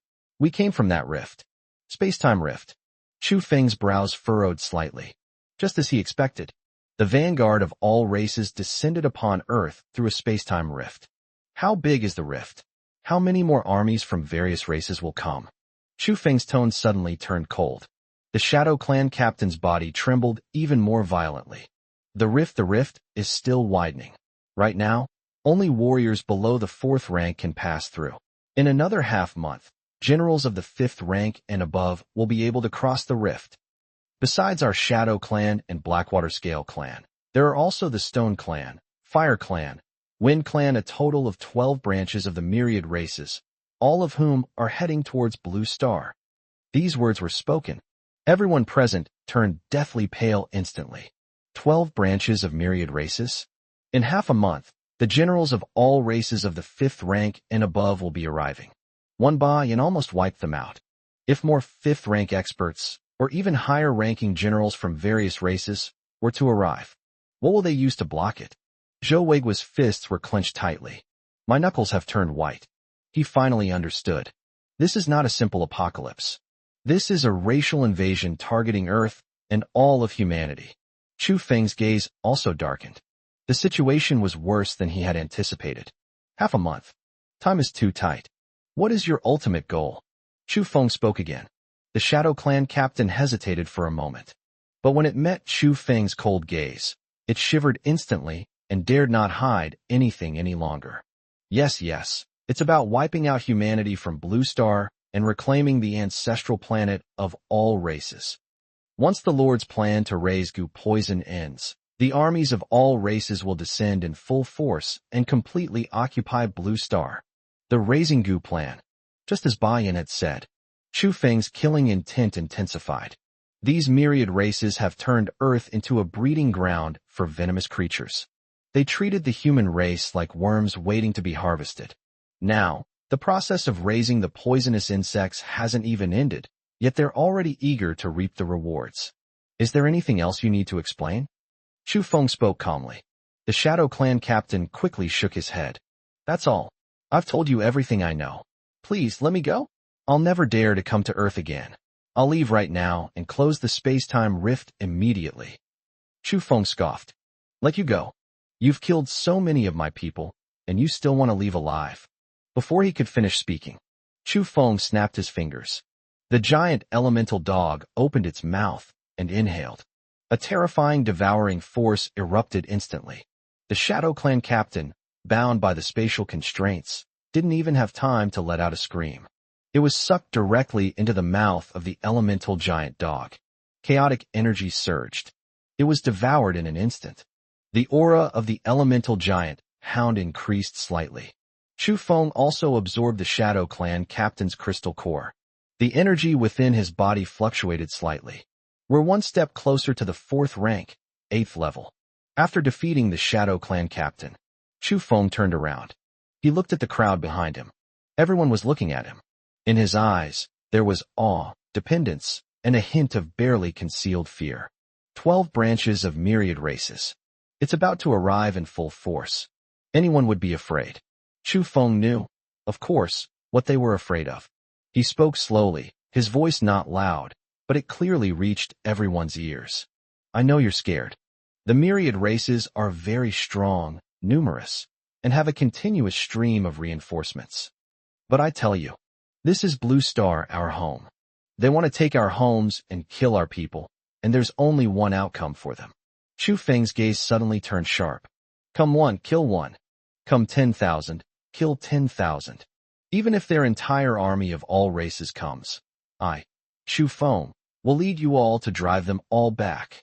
With me here, the sky won't fall down. His words were powerful and resounding. Like a thunderclap, it exploded in everyone's heart. The soldiers, who had just been filled with panic and despair, suddenly had a fire burning in their eyes. Yes, this is their home. No matter how strong the enemy is, they cannot retreat. Moreover, they also have Chu Feng. This man can kill a 5th rank expert and instantly kill the captain of a myriad races. Alliance leader Chu is right. Kill them one by one. Damn it. So what if they're all races? I'll fight them to the death. With Alliance leader Chu by our side, we will definitely be able to protect Blue Star. A deafening cheer instantly resounded throughout the entire city hall. Chu Feng ignited everyone's morale. Chu Feng nodded slightly as he looked at everyone. Morale is available, but morale alone is not enough. He had to improve everyone's strength as quickly as possible within half a month. We also need to destroy the Shadow Clan's stronghold in the Shaanxi military region and close that space-time rift. Otherwise, wait for the full arrival of the armies of all races. It was all too late then. Just then, the roar of cars could be heard in the distance. Bai Yong and Kai Zhuan, leading the team of survivors, finally arrived at the bear market. Seeing the dire situation in the bear market, the two men's expressions changed drastically. She rushed to Chu Feng's side. Brother Chu, we're late. How is the situation? Chu Feng waved his hand. It's all right now. The Shadow Clan's advance team has been dealt with. But the trouble has only just begun. Chu Feng relayed the information given to him by the Shadow Clan captain to the others. Bai Yong and Kai Zhuan turned deathly pale upon hearing this. 12 branches of myriad races. Half a month later, generals of all races of the 5th rank or above will descend through the space-time rift. Brother Chu, what do we do now? Bai Yong asked anxiously. Chu Feng's eyes narrowed. It's very simple. We split into 2 groups. First route, Zhou Weigua, you take all the survivors and head immediately to the Mountain City military region. The terrain there is treacherous, easy to defend, and difficult to attack, making it suitable for establishing a defensive line. Second route, Bai Yong, Kai Zhuan, you two immediately contact all military regions and survivor bases across the country. Send out the intelligence about the invasion of the myriad races and let everyone prepare for battle. Yang Chaolai, you take your men, gather up the scattered survivors in the surrounding area, and send them all to the Mountain City military region. The group immediately stood at attention and saluted. Yes, sir. Mission accomplished. Chu Feng finished making arrangements for everyone. Jiang Lingyu walked to his side and took his arm with her small hand. Boss, what about you? Chu Feng looked down at the 2 sisters in his arms. He reached out and ruffled their hair.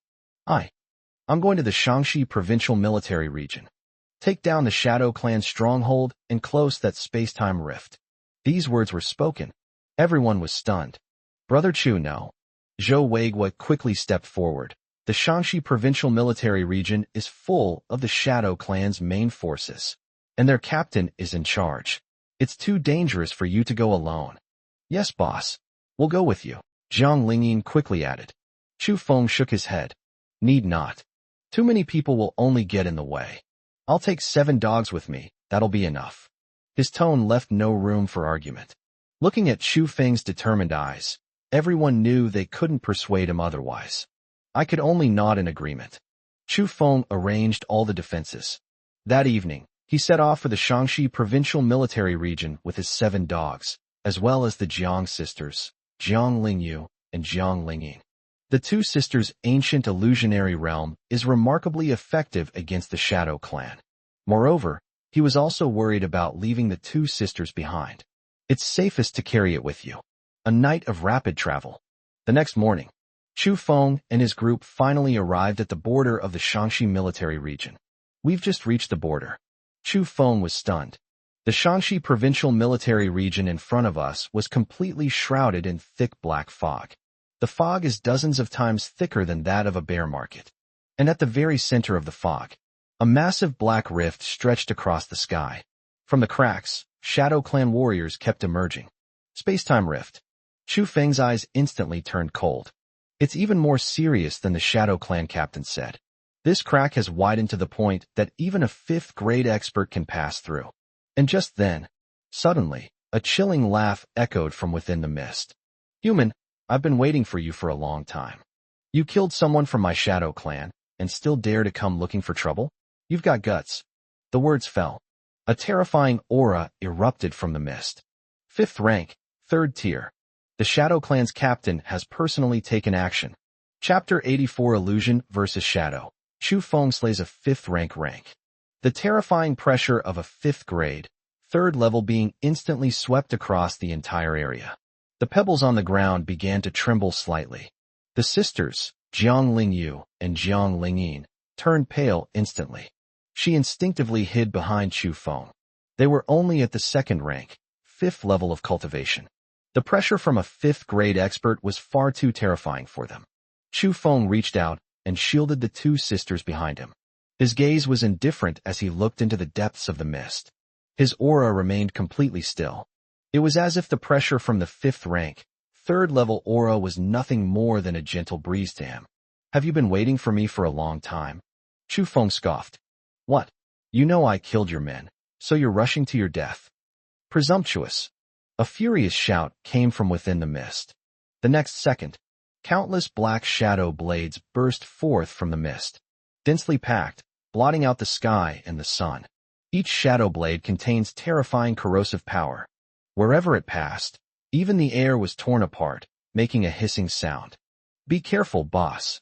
Jiang Lingyu exclaimed in surprise. They must then deploy an illusionary defense. But Chu Feng waved his hand. Need not. The words fell. He slowly raised his right hand. Spatial barriers. A transparent wall instantly formed in front of him. Ding, ding, ding, ding. A series of crisp, cracking sounds followed one after another. Countless shadow blades slammed heavily against the spatial barrier. But it didn't even leave a crack. Everything was blocked. The Shadow Clan captain, shrouded in mist, let out a surprised exclamation. Oh, you've got some skill. No wonder he was able to kill Bayan and my men. But that's all. Before he could finish speaking, the fog churned violently. A tall, black figure slowly emerged from the mist. It stands nearly 10 meters tall, its entire body covered in jet black scales, and it has 2 pairs of black bat wings on its back. His face was covered only by a pair of scarlet eyes with vertical pupils, radiating a chilling, killing intent. It was Shadow Assassin, the captain of the Shadow Clan's advanced team. His strength as a 5th grade, 3rd level cultivator was on full display. Behind it, in the mist, stood hundreds of Shadow Clan warriors. Each of them possesses a cultivation level of at least the 3rd rank. The 4 at the top have even reached the peak of the 4th rank. The lineup is terrifying. Shadow's bloodshot eyes were fixed on Chu Feng. Human, state your name. I do not kill nameless ghosts. Chu Feng stood with his hands in his pockets, his tone indifferent. Chu Feng. Remember this name, for it is the name that will send you to hell. Arrogant. Shadow Fiend roared angrily. The aura of a 5th grade, 3rd level cultivator surged instantly. A mere 4th rank, 7th level cultivator dares to spout such arrogant words in front of me. Today, I'll show you that the chasm between the 5th and 4th ranks is one you can never cross. The words fell. Shadow Assassin's body instantly transformed into a black shadow. The speed is extremely fast. In the blink of an eye, he rushed in front of Chu Feng. Its claws, covered in dark shadow energy, lashed out fiercely at Chu Feng's head. If that claw lands firmly, even steel will be instantly torn apart. But Chu Feng remained standing in the same spot. It remained completely still. Just as the claw was about to touch him, Chu Feng's figure suddenly disappeared. Teleportation. Shadow Assassin's claw missed its mark, landing on empty air. The immense force carved a crater more than 10 meters deep into the ground. Shadow Assassin paused for a moment. Where are they? Behind you. Chu Feng's voice rang out behind it. Shadow Assassin's hair stood on end. Without a second thought, he turned around and unleashed a shadow blade. But what is hid is still just an afterimage. Chu Feng's teleportation, combined with spatial perception. Within the same level, no one could possibly track his movements. Moreover, Shadow Assassin is only a 5th rank, 3rd level being. We haven't reached the point where we can ignore the rules of space. Damn it. If you've got the guts, don't hide. Fight me head on. Shadow Assassin's attacks missed several times in a row, and he roared in anger. Chu Feng's figure reappeared 100 meters away. He scoffed. Fighting. You dare to challenge me? Before he could finish speaking, Chu Feng snapped his fingers behind him. Brothers, let's get to work. Roger that, boss. 7 excited voices rang out simultaneously. The next second, from Ada to Achi, they moved instantly. 7 figures, like lightning, rushed towards the Shadow Clan warriors behind Shadow Assassin. Ada's golden spikes instantly pierced through 3 3rd-rank Shadow Clan members. Aci's flames instantly ignited the entire area. Alu's hurricane swept the Shadow Clan warriors into the air. Achi's lightning struck, reaping the harvest with precision. All 7 dogs are now at the 4th rank, 2nd level. Dealing with these 3rd and 4th rank Shadow Clan warriors is like cutting melons and vegetables. Moreover, their chaotic energy is naturally able to counter the Shadow Clan's shadow power. In just over 10 seconds, more than half of the hundreds of Shadow Clan warriors were killed. The rest were also defeated and forced to retreat without any chance to fight back. When Yingsha saw this scene, his eyes turned red. Bastards! You dared to kill my men. I'll kill you all. It roared and was about to rush over to save its subordinates. But it just started moving. 2 delicate shouts rang out simultaneously. Your opponent is us. The Jiang sisters, Jiang Lingyu and Jiang Lingyin, made their move simultaneously. The ancient illusory realm barrier unfolded instantly. An area within a 5-kilometer radius was instantly enveloped in an illusion. The scene before Shadow's eyes changed instantly. The original Shaanxi provincial military region has disappeared. Instead, there was an endless sea of fire. Countless figures of Chu Feng emerged from the sea of fire and launched an attack on it. Illusion? A mere trick. Shadow Fiend roared angrily. Shadow energy erupted instantly. I want to shatter the illusion. But it soon realized that something was wrong. This illusion can actually absorb its shadow energy. The more energy it releases, the more stable the illusion becomes. The ancient illusionary mirage was originally one of the top 100 spiritually powerful races in the era of myriad races. Its ability to create illusions is unparalleled in the universe. Moreover, it was an illusion created by the 2 sisters working together. Even though Shadow Assassin was a 5th rank, 3rd level being, he was trapped in the illusion for a time and unable to escape. Well done. Chu Feng gave the 2 sisters a thumbs up. The sisters, Jiang Lingyu and Jiang Lingyin, had slightly flushed cheeks. They were happier than anything else to be able to help Chu Feng. Boss, we can't hold out much longer. Hurry up and make your move, Jiang Lingyu said through gritted teeth. Their cultivation level was far inferior to that of the Shadow Assassins. Being able to trap it for a dozen seconds is already the limit. Chu Feng nodded. His eyes instantly turned sharp. Rest assured, 10 seconds is enough to kill it. The words fell. Chu Feng's figure vanished from the spot in an instant. Teleportation. Target, the Shadow Assassin in the illusion. At this moment, Shadow Assassin is frantically attacking the illusion, trying to break free. Completely unaware, Chu Feng had already arrived behind it. Spacebound.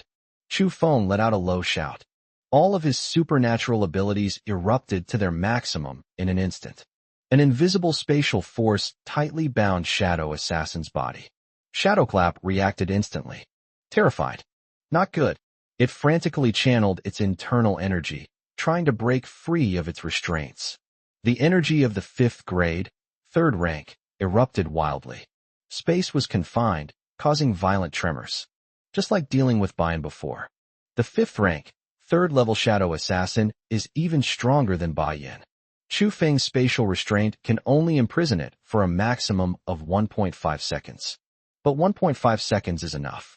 Chu Feng's eyes narrowed. At his fingertips, a spatial blade containing chaotic energy materialized. This is the strongest attack he can deliver so far. Die. A single word was uttered. The blade of space slashed down in an instant. Uft. A muffled thud. Fresh blood gushed out. Shadow Assassin's head was severed. It rolled to the ground. In his crimson eyes, there still lingered an incredulous horror. It couldn't believe it until it died. He himself was a dignified 5th rank, 3rd level Shadow Clan captain. He was actually killed by a human of the 4th rank, 7th level, with a single strike. Chu Feng casually caught the crystal core that Sha dropped. A surge of powerful energy flowed into my body. His cultivation level broke through instantly. 4th rank, 8th stage. 4th rank, 9th tier. It only came to a slow stop at the peak of the 4th rank. He's only one step away from the 5th rank. On the other side, the 7 dogs had already wiped out all the remaining Shadow Clan warriors. It devoured the corpses and crystal cores of the Shadow Clan warriors. All 7 dogs' cultivation levels have broken through to the peak of the 4th rank. The sisters, Jiang Lingyu and Jiang Lingyin, also put away the illusion. Seeing that Chu Feng was unharmed, the 2 sisters immediately rushed over. Boss, you're amazing. I killed that 5th rank monster with a single strike. Chu Feng smiled and ruffled the 2 sisters' hair. All right, stop flattering me. Get down to business. He looked up at the enormous space-time rift in the sky. Shadow energy continues to seep out from the crack. It must be turned off. Otherwise, there would be a continuous stream of vanguard teams from all races coming through the rift. Chu Feng slowly walked to the bottom of the crack, looking up at the enormous spatial rift. His gaze was serious. This crack is naturally formed. The turbulent flow inside is extremely terrifying. Forcibly shutting it off could cause the crack to burst open completely if not handled carefully. At that time, the entire Shaanxi province will be swallowed up by spatial turbulence. Just as Chu Feng was pondering how to close the rift, suddenly, a cold voice, carrying endless pressure, came from the crack. Interesting humans. He was actually able to kill Shadow Assassin and even mastered the laws of space. Very good, very good. The goo breeding farm has produced such an interesting goo worm as you. Wait for me. I will soon personally descend upon Earth and reap your rewards. The sound faded. A terrifying pressure seeped out from the crack. Chu Feng's expression changed drastically in an instant. Stellar class. The owner of that voice is that powerful stellar-level expert behind the scenes. Chapter 85 Stellar Whispers. The Ice Age is coming. The oppressive aura of a star level was like the sky collapsing. It instantly enveloped the entire Shaanxi provincial military region. The sisters, Jiang Lingyu and Jiang Lingyin, turned deathly pale instantly. His legs went weak, and he collapsed to the ground. Even breathing became incredibly difficult. The 7 dogs tensed up instantly. The 7 heads raised simultaneously, letting out a low roar at the crack in the sky. The chaotic energy within him erupted instantly, protecting Chu Feng and the 2 sisters. Only Chu Feng remained standing in the same spot. He has an upright posture. They withstood the immense pressure, which was equivalent to that of a star. His fists were clenched tightly. My knuckles have turned white. Veins bulged on his forehead. The gap between the peak of the 4th rank and the stellar level is too large. The mere pressure emanating from a rift in space and time almost caused him to collapse. Is this the power of a stellar-level expert? For the first time, Chu Feng felt a strong sense of crisis. He must break through to the 5th rank as soon as possible. No, the goal is to break through to the stellar level as soon as possible. Otherwise, we'll have to wait for this behind-the-scenes stellar-level powerhouse to arrive. He, and the entire human race on Earth, are doomed to die. Who are you? Chu Feng raised his head, looked at the crack, and asked in a cold voice. A soft laugh came from the crack, with a hint of mockery and an air of superior indifference. Who I am? I am the master of you goo worms. They are the creators of the spiritual energy revival on your blue star. Blood-eyed clan, Blood Kuan. Blood Kuan. The powerful figure behind the scenes finally revealed his name. Blood Kuan. Chu Feng silently recited the name, engraving it firmly in his heart. You treat Earth like a breeding ground for goo poison, and humanity like goo worms. Aren't you afraid of us turning against you? Chu Feng asked in a cold voice. Backlash. Shui Kuan burst into laughter. The laughter was full of disdain. A bunch of ants, barely even planetary level, dare to talk about backlash. Even if you have some talent and can kill a 5th-rank trash, in my eyes you are nothing more than a slightly stronger goo worm. The moment I arrive on Earth, all your efforts and all your evolution will become nourishment for my advancement. Grow well, you interesting little worm. Don't let me down. The words fell. That stellar-level pressure vanished instantly. Peace returned to the cracks. It was as if the conversation had never happened. Chu Feng stood still for a long time. His fists were still clenched tightly. Owner? Goo worms. Chu Feng's life has never been controlled by anyone else. Blood Kuan. So what if it's stellar class? The moment he arrives on Earth, Chu Feng will let him know. What he raised was not a goo worm. It's a ferocious beast that can devour him. Boss. Jiang Lingyu walked to Chu Feng's side, gently took his arm with her small hand, and her eyes were full of worry. She could sense that Chu Feng's emotions were very strange. Chu Feng snapped out of his daze.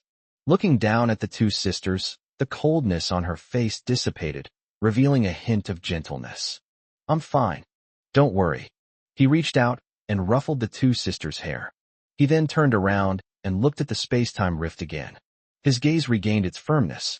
No matter how strong Shui Kuan is, no matter how many dangers lie ahead, he must protect Blue Star. He protects the people he wants to protect. Ada combine. Chu Feng spoke up. Yes, boss.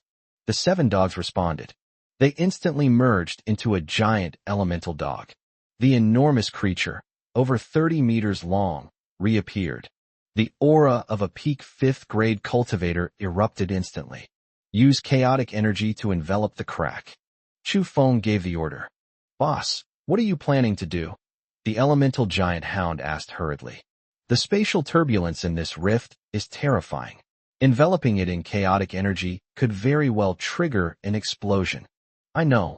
Chu Feng nodded. But this crack must be closed. Otherwise, we'll be in even more trouble when more advanced teams from various races arrive. Don't worry. With me here, it won't explode.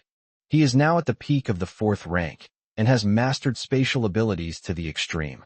Even if the crack really explodes, he can use spatial power to completely contain the blast radius.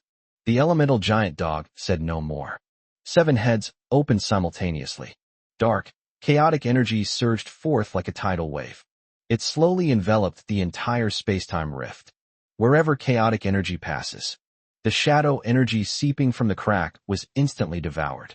The spatial turbulence within the rift collided with the chaotic energy and was instantly swallowed up. Very good. Chu Feng nodded. Then he stretched out his hands. The spatial power within his entire body erupted to its maximum in an instant. Space folding. Chu Feng let out a low shout. Slowly bring your hands together. The space-time rift, enveloped by chaotic energy, began to slowly shrink. The space within the rift was in turbulent chaos, erupting wildly. They wanted to pry open the crack. However, it was enveloped by chaotic energy on the outside and compressed by Chu Feng's spatial power on the inside. No matter how much it riots, it will be to no avail. The crack is shrinking at a rate visible to the naked eye. It gradually shrank from more than 10 meters wide to just a few meters wide. Then it becomes 1 meter wide. Finally, only a thin crack remained. Match it up. Chu Feng roared angrily. All of his supernatural abilities poured out instantly. Buzz. The space trembled violently. That last thin crack closed completely. The sky returned to its original state. It was as if that enormous space-time rift had never existed. Chu Feng also breathed a sigh of relief. My legs buckled, and I almost fell. Forcibly closing the space-time rift took a huge toll on his mental strength and abilities. The supernatural power within him was almost depleted. Boss, Zhang Lingyu and her sister quickly helped him up. Her eyes were full of heartache. Chu Feng waved his hand, barely managing to stand firm. It's nothing, I just ran out of superpowers. Just take a rest. The elemental giant dog also dispelled its fusion, transforming back into 7 dogs that surrounded Chu Feng with worried expressions. Chu Feng patted their heads. Don't worry, you won't die. The rift has closed, and at least for the time being, no more advanced teams from any race will come through here. Everyone breathed a sigh of relief. The space-time rift was closed. That would be equivalent to closing the door to invasion by all races. They finally had a chance to catch their breath. Chu Feng and his group rested for a day at the Shaanxi Provincial Military Region. Chu Feng absorbed the crystal core of the Shadow Assassin, as well as a large number of spiritual fruits and supernatural crystals that were found in the Shadow Clan's lair. It not only replenished the depleted superpower, his cultivation level also improved once again. He was only 1 step away from the 5th rank. Given the right opportunity, a breakthrough can be achieved smoothly. The next morning, Chu Feng was preparing to lead everyone back to the Mountain City military region. His satellite phone suddenly rang. It was Kong Weihai calling. Chu Feng quickly answered the phone. Godfather, what's wrong? On the other end of the phone, Kong Weihai's voice carried a hint of anxiety. Chu Feng, have you finished dealing with things on your end? Something terrible has happened. Chu Feng's heart skipped a beat. What's wrong? Tell me slowly. Temperature. Temperature has plummeted. Kong Weihai's voice was filled with disbelief and shock. Last night, the temperature in Qingzhou suddenly dropped from over 10 degrees Celsius to minus 30 degrees Celsius. And it's still declining. The temperature control system in our cloud walking environment is almost at its limit. Chu Feng, the global freeze has arrived ahead of schedule. Chu Feng's pupils contracted instantly. Global freeze. They arrived ahead of schedule. In his past life's memories, the global freeze would not occur until 6 months after the apocalypse. It's only been a little over 2 months now. They arrived ahead of schedule. I see. Chu Feng took a deep breath and forced himself to calm down. Godfather, make the arrangements immediately. Have everyone from the Chu Alliance gather in the core villa in the East District and turn on all the temperature control systems. Distribute all the coal and firewood. We absolutely cannot let anyone freeze to death. Have Jin Jihuai move all the spiritual plants to the underground cultivation room and turn on constant temperature protection. Chu Feng's instructions were clear and decisive. Kong Weihai immediately agreed. Okay, I'll make the arrangements right now. Chu Feng, when are you coming back? I'm heading back right now. Chu Feng said. I'll be back in Qingzhou in a day at most. I hung up the phone. Chu Feng's expression became extremely solemn. The global freeze has arrived ahead of schedule. It was definitely not an accident. It must be related to Shuekuan and the invasion of all races. In a frozen environment, the strength of the Ice Clan and Stone Clan among all races will be greatly enhanced. Humans, on the other hand, would be significantly weakened by the extreme cold. Many ordinary people may even freeze to death.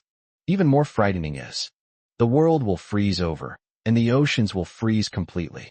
The terrifying mutated beasts in the deep sea, along with the sea creature armies of all races, will follow the frozen sea surface and land on land. Humanity has even less time left. Boss, what do we do now? Zhang Lingyu asked softly. Chu Feng's eyes narrowed. Return to Qingzhou. Immediately, right away. The words fell. Chu Feng didn't delay any longer. He led everyone and immediately set off, heading at full speed towards Qingzhou. And at this moment, global temperatures on Earth are plummeting. The heavy rain has stopped.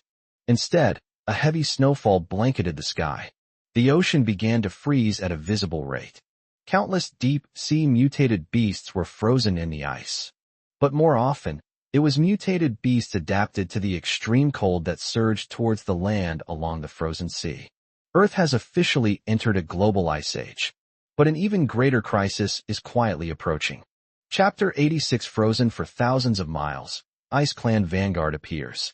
The cold wind was like a knife. It hurts like being cut by a razor blade when it's scraped on your face. Chu Feng and his group drove their doomsday armored vehicle at high speed along the frozen highway. Outside the car window, the land that was once submerged by floods is now covered by a thick layer of ice. The ice layer is several meters thick. It stretches as far as the eye can see. The heavy snow was still falling heavily. Visibility was less than 5 meters. The thermometer inside the car displays the outside temperature, minus 40 degrees Celsius, and it continues to drop at a rate of 2 degrees per hour. Boss, the temperature is dropping too fast. Jiang Lingyin wrapped her down jacket tighter around herself, her little face red from the cold. Even we awakened ones can't withstand being outside for too long. If an ordinary person doesn't take measures to keep warm, they can freeze into an icicle in 10 minutes. Jiang Lingyu also frowned, her tone serious. In Qingzhou, the altitude is even higher, so the temperature will only be lower. Vice Alliance leader Kong and the others must be under a lot of pressure. Chu Feng sat in the passenger seat, his sharp eyes scanning the scenery outside the car window. Fingertips gently tapped on the knee. The global freeze occurred more than 3 months earlier than expected. It is definitely not a natural phenomenon. Shuekuan and the alliance of 10,000 races must have pulled something behind the scenes. Frozen environment.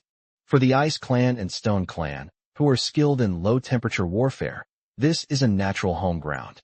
For humanity, however, it was a catastrophe. Don't panic. Chu Feng spoke, his voice steady.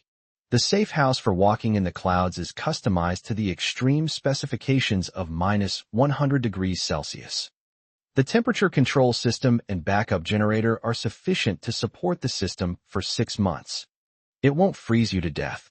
His biggest concern was not the low temperature. They were the vanguard of the myriad races that launched a massive invasion under the guise of the frozen environment.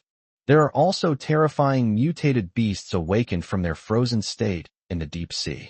Just then, Ada, who was driving, suddenly slammed on the brakes. The armored vehicle screeched to a halt on the ice. Boss, there's trouble ahead. Ada's voice tightened instantly. Chu Feng looked up, looking through the windshield. More than a dozen cars were parked haphazardly on the ice ahead. The vehicle was covered with a thick layer of ice. The people inside the car were all frozen solid. The posture remained one of near-death terror. At first glance, at least 100 ordinary people froze to death here. They are survivors who escaped from the city. Jiang Lingyu's voice carried a hint of reluctance. They were probably trying to escape to warmer places in the south, but they froze to death halfway there. Chu Feng's eyes turned cold. This is just the tip of the iceberg. Throughout the entire planet Earth, countless ordinary people will lose their lives in this sudden freezing. Just then, Ayer suddenly spoke up. Boss, there's something under the ice. Before he could finish speaking, snap, a crisp sound. Suddenly, a huge crack appeared in the ice beneath the armored vehicle. Countless sharp ice spikes shot out from the cracks. It rammed hard into the undercarriage of the armored vehicle. Not good, Jiang Lingyu exclaimed in surprise. It's time to activate my superpower. But Chu Feng waved his hand.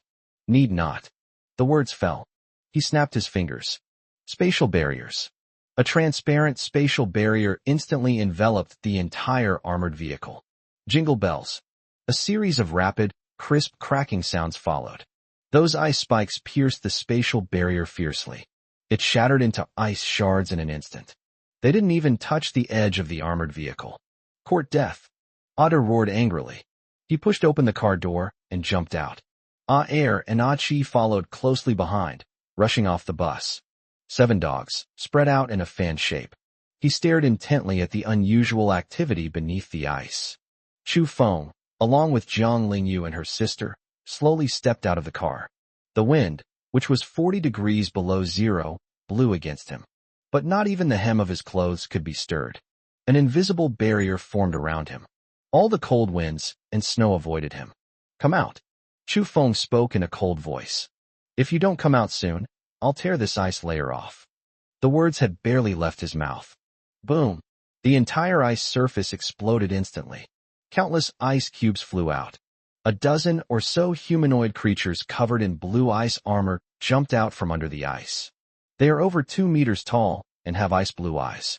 A chilling aura emanated from him. Each of them possesses a cultivation level of at least the 3rd rank.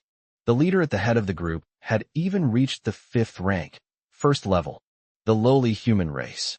The Ice Clan leader spoke, his voice like ice rubbing together, icy and chilling. I never expected to find a decent prey in such a godforsaken place. An Ice Clan advance team? Chu Feng's eyes suddenly turned cold. Really? As soon as the Ice Seal arrived, the Ice Clan couldn't wait to jump out. Oh, you know us. The Ice Clan leader raised an eyebrow, a cruel smile spreading across his face. It seems that the trash from the Shadow Clan and the Scale Clan has already dealt with you. 2. Those useless bunch of trash couldn't even take down a tiny blue planet. They deserve to die. But it's okay. Now the Ice Age has arrived. This is our Ice Clan's home ground. All of you humans will become our Ice Clan's ice sculpture collection. The words fell. It suddenly waved its hand. The dozen or so Ice Clan warriors behind him attacked simultaneously. Countless ice spikes and blades rained down on Chu Feng and his group. Wherever it passed, even the air seemed to freeze. Act recklessly. Chu Feng scoffed. Even a 5th rank, 3rd level shadow assassin was killed by him with a single strike. How dare a mere 5th rank, 1st level Ice Clan leader shout at him. Ada, I'm leaving him to you. 3 minutes, take care of it. Roger that, boss.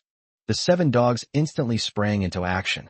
Ada activated his metal-based superpower, and countless golden spikes shot out from the ice surface, instantly piercing through 3 Ice Tribe warriors. Asi's flames erupted. The flames, reaching a temperature of 3,000 degrees, fell upon the Ice Clan warriors. Their icy armor melted instantly. It let out a piercing scream. Alu's hurricane whipped up a sky full of ice and snow, trapping the remaining Ice Clan warriors inside the wind wall. Achi's lightning struck, reaping the harvest with precision. The 7 dogs worked together seamlessly. Dealing with these 3rd rank Ice Clan warriors is like cutting melons and vegetables. In just 1 minute, more than a dozen Ice Clan warriors were killed. Even the corpses were completely devoured by the chaotic energy. The Ice Clan leader's expression changed instantly. The contempt in his eyes turned into horror. It didn't expect that. These seemingly unremarkable dogs are actually incredibly strong. Now it's your turn. Chu Feng walked forward slowly. He looked at the Ice Clan leader with indifferent eyes. You killed my men. I want you dead. The Ice Clan leader roared in anger. The aura of a 5th grade, 1st level cultivator erupted instantly. It slammed its hands onto the ice. Frozen domain. A furious shout. Centered on it, an area within a kilometer radius was instantly enveloped in extreme cold. Temperatures plummeted to below 100 degrees Celsius. Even the air was frozen into ice flakes. The Jiang sisters beside Chu Feng instantly turned pale. A thin layer of ice had formed on his body. Chu Feng frowned. He raised his hand and waved it. The power of space surged. It instantly dispelled the icy chill from the 2 sisters. At the same time, a spatial barrier protected them behind them. You've got some skills. The Ice Clan leader sneered. But within my frozen domain, you're a sitting duck. Ice Dragon Break. It put its hands together in prayer position. Countless ice crystals gathered in front of it. An ice dragon, over 10 meters long, took shape instantly. It charged fiercely towards Chu Feng with a chilling aura that seemed capable of destroying the heavens and the earth. Wherever it passed, the ice surface was cracked with countless grooves. Chu Feng stood still. It remained completely still. He remained completely unfazed as the ice dragon pounced towards him. Just as the ice dragon was about to pounce on him, Chu Feng slowly raised his right hand. At the fingertips, the blade of space coalesces and takes shape. Is that all you've got? You dare to come out and embarrass yourself? The words fell. He flicked his wrist lightly. A dazzling spatial blade of light instantly cleaved through the frozen air. Uft! A muffled thud. The menacing ice dragon was instantly sliced in 2. It turned into countless ice shards, scattered all over the ground. The blade's edge still retained its momentum. He slashed fiercely at the Ice Clan leader. The Ice Clan leader's expression changed drastically. Without a second thought, dozens of layers of ice walls immediately materialized in front of him. It can withstand the attack of the space blade. These ice walls are as thin as paper. Layer upon layer, instantly shredded. No! The Ice Clan leader let out a desperate scream. The next second, the blade of space slashed down in an instant. Its body, along with the ice beneath its feet, was cut in two. Fresh blood gushed out. It was instantly frozen into ice. A 5th rank, first-level leader of the Ice Clan. Sold out instantly. Chu Feng casually caught the falling crystal core. The crystal core felt cool to the touch. It contains a vast amount of ice-based energy. The energy within his body began to fluctuate once again. He was just one step away from reaching the 5th rank. Boss, a convoy is coming from ahead. Ada suddenly spoke, pointing to the snowstorm in the distance. Chu Feng looked up. In the wind and snow, more than a dozen military off-road vehicles are speeding towards this area. The vehicle bears the insignia of the Shanxing military region.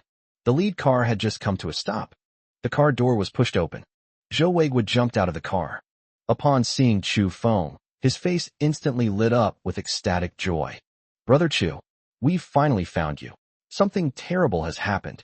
Zhou Weiguo ran up to Chu Feng, panting heavily and pale-faced.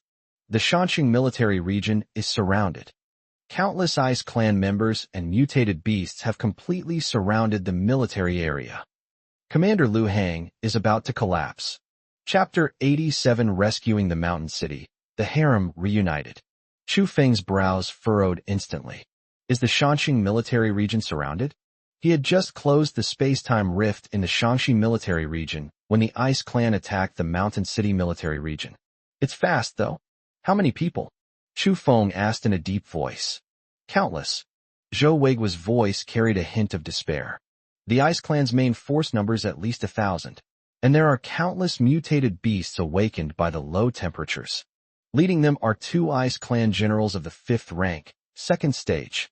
When we set off, the outer wall of the military region had already been breached. Any later, and the entire military region would have been wiped out. There are still tens of thousands of survivors inside.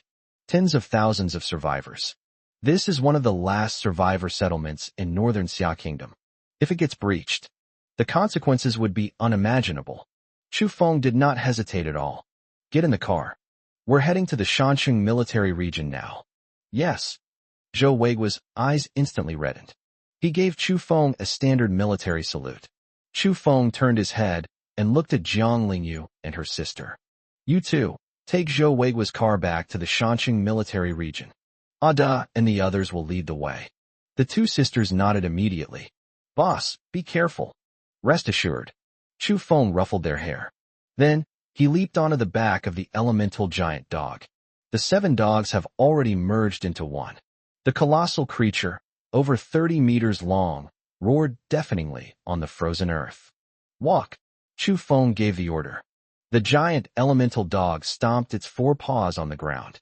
Like a white lightning bolt, it sped off towards the direction of the Mountain City military region. Zhou Weiguo immediately led his men and drove after them. Snow and wind swept across the sky.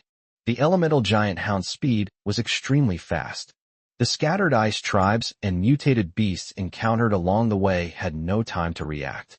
It was instantly devoured by the chaotic energy emanating from its body. The journey would normally take 2 hours. It only took 40 minutes. Chu Feng then led his men to the Shanxing military region. We have just arrived at the outskirts of the military region. Chu Feng then witnessed the horrific battlefield. The entire Mountain City military region was completely surrounded by a dense swarm of Ice Clan members and mutated beasts. The military region's city walls have been breached in several places. The Ice Clan warriors are charging madly inside. On the city wall, Commander Liu Hang led his soldiers in a desperate resistance. The soldiers were covered in a thick layer of ice. Many people have lost their fingers to frostbite. Yet he still gripped his gun tightly, firing wildly at the Ice Clan members who charged forward. Screams, gunshots, and explosions mingled together. The entire Shanxing military region has become a meat grinder. Commander, You must retreat. A soldier roared and stood in front of Lu Hang. His chest was instantly pierced by an ice blade from an ice tribe general. Literally, Lu Hang's eyes were bloodshot. He raised his military knife, ready to charge forward and fight the Ice Clan general to the death. But he was already seriously injured. He had only taken 2 steps when he stumbled and fell to the ground. The Ice Clan general wore a cruel smile. He raised the ice blade, ready to slash it down hard at Lu Hang's head. At this critical moment, a cold, angry shout suddenly resounded throughout the entire battlefield. Dare to touch my people? You're asking for death. The words fell. A blade of space sliced through the swirling snow. It arrived in an instant.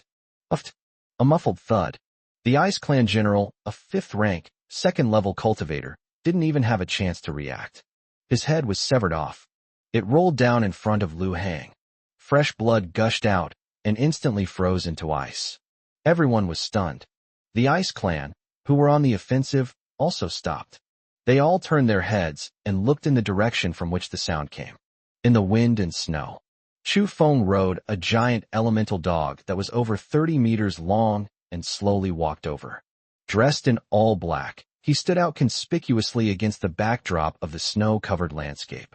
His eyes were indifferent, like those of the Grim Reaper. Brother Chu. Lu Hang's eyes instantly reddened when he saw Chu Feng. Our savior has arrived. He's finally found his savior. The soldiers on the city wall also erupted in deafening cheers. Alliance leader Chu has arrived. We're saved. Kill. Kill all these sons of bitches from the Ice Clan. The previously low morale surged instantly. Meanwhile, the remaining 5th rank, 2nd level general in the Ice Clan's ranks instantly darkened his expression. He stared intently at Chu Feng. You are Chu Feng, the human who killed the vanguard of the Scaled Clan and Shadow Clan? Chu Feng looked up. He looked at it indifferently. It's me. Since you know my name, you still dare to cause trouble on Earth. It seems you're tired of living. Arrogant. The Ice Clan general roared angrily. I admit, you're quite capable. But this is our Ice Clan's home ground. Today, I will use your head to pay tribute to my fallen kin. The words fell. It suddenly waved its hand. The thousands of Ice Clan warriors and countless mutated beasts behind them moved instantly. Like a tidal wave, it rushed towards Chu Feng. Act recklessly. Chu Feng snorted coldly. He patted the giant elemental dog beneath him. Ada, clear the area. Yes, boss. The elemental giant dog let out a roar. 7 heads opened simultaneously. A terrifying chaotic domain unfolded instantly. The pitch-black chaotic energy, like a tsunami, swept towards the Ice Clan army. Wherever they went. Whether it's an Ice Clan warrior or a mutated beast. There wasn't even time to let out a scream. It was instantly devoured by the chaotic energy. Not even a bone fragment was left. Chaotic energy is an attribute energy that is naturally restrained by all other races.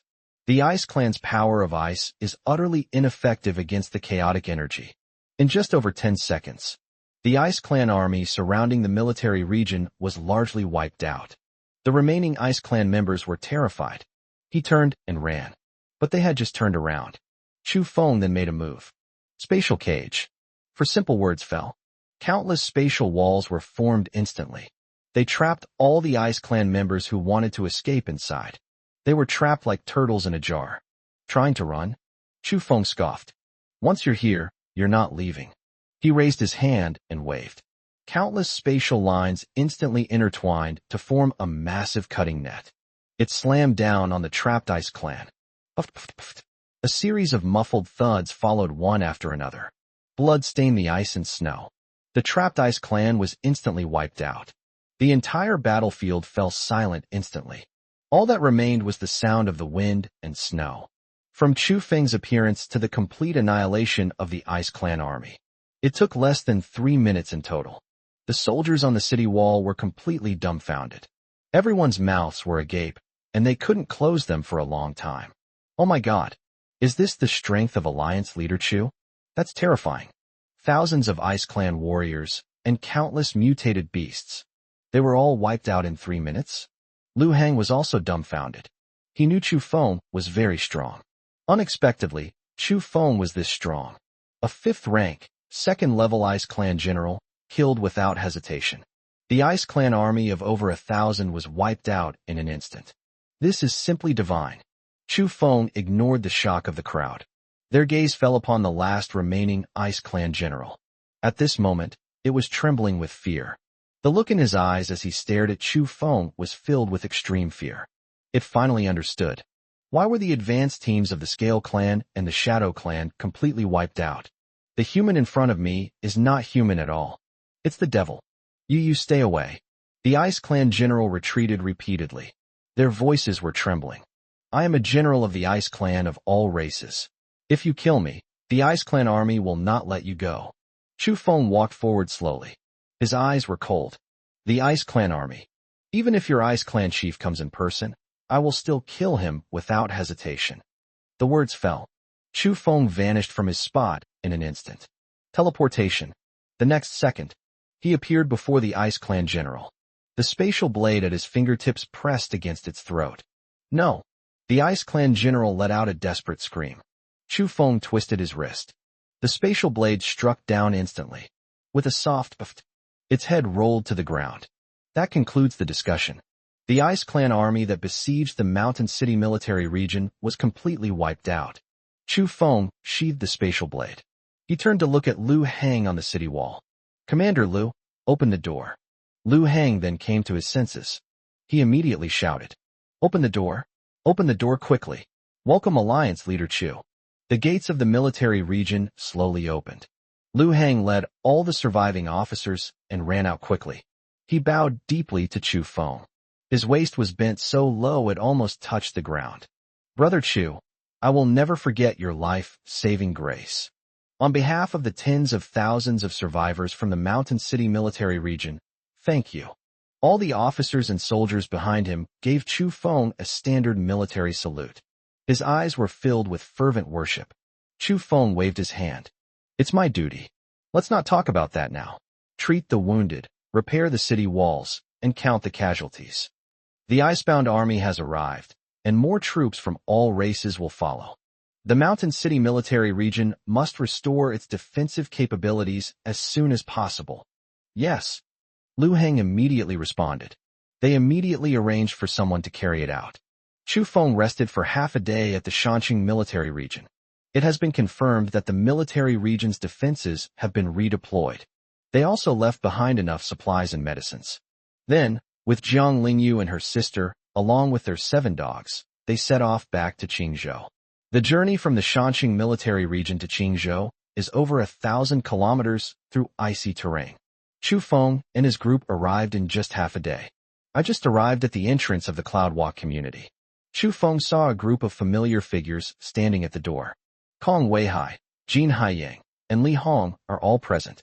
Huang Kersen, Qian Shasha, Lu Qing, Yang Mi, Tang Tang, Diba, and Zhaoying are all there. His harem was complete. They all stood in the wind and snow, waiting for him to return. They saw Chu Feng's figure. Huang Kersen was the first to rush over. She threw herself into Chu Feng's arms. Her eyes were red. Chu Feng, you're finally back. I miss you so much. Immediately afterwards, Qian Shasha, Lu Qing, and the others also gathered around. Their eyes were red and swollen as they looked at Chu Feng, their eyes filled with longing and worry. Chu Feng looked at Huang Kersen in his arms and the women surrounding him. The coldness in my heart melted a little in an instant. He opened his arms and pulled them all into his embrace. I'm back. I'm sorry to have worried you.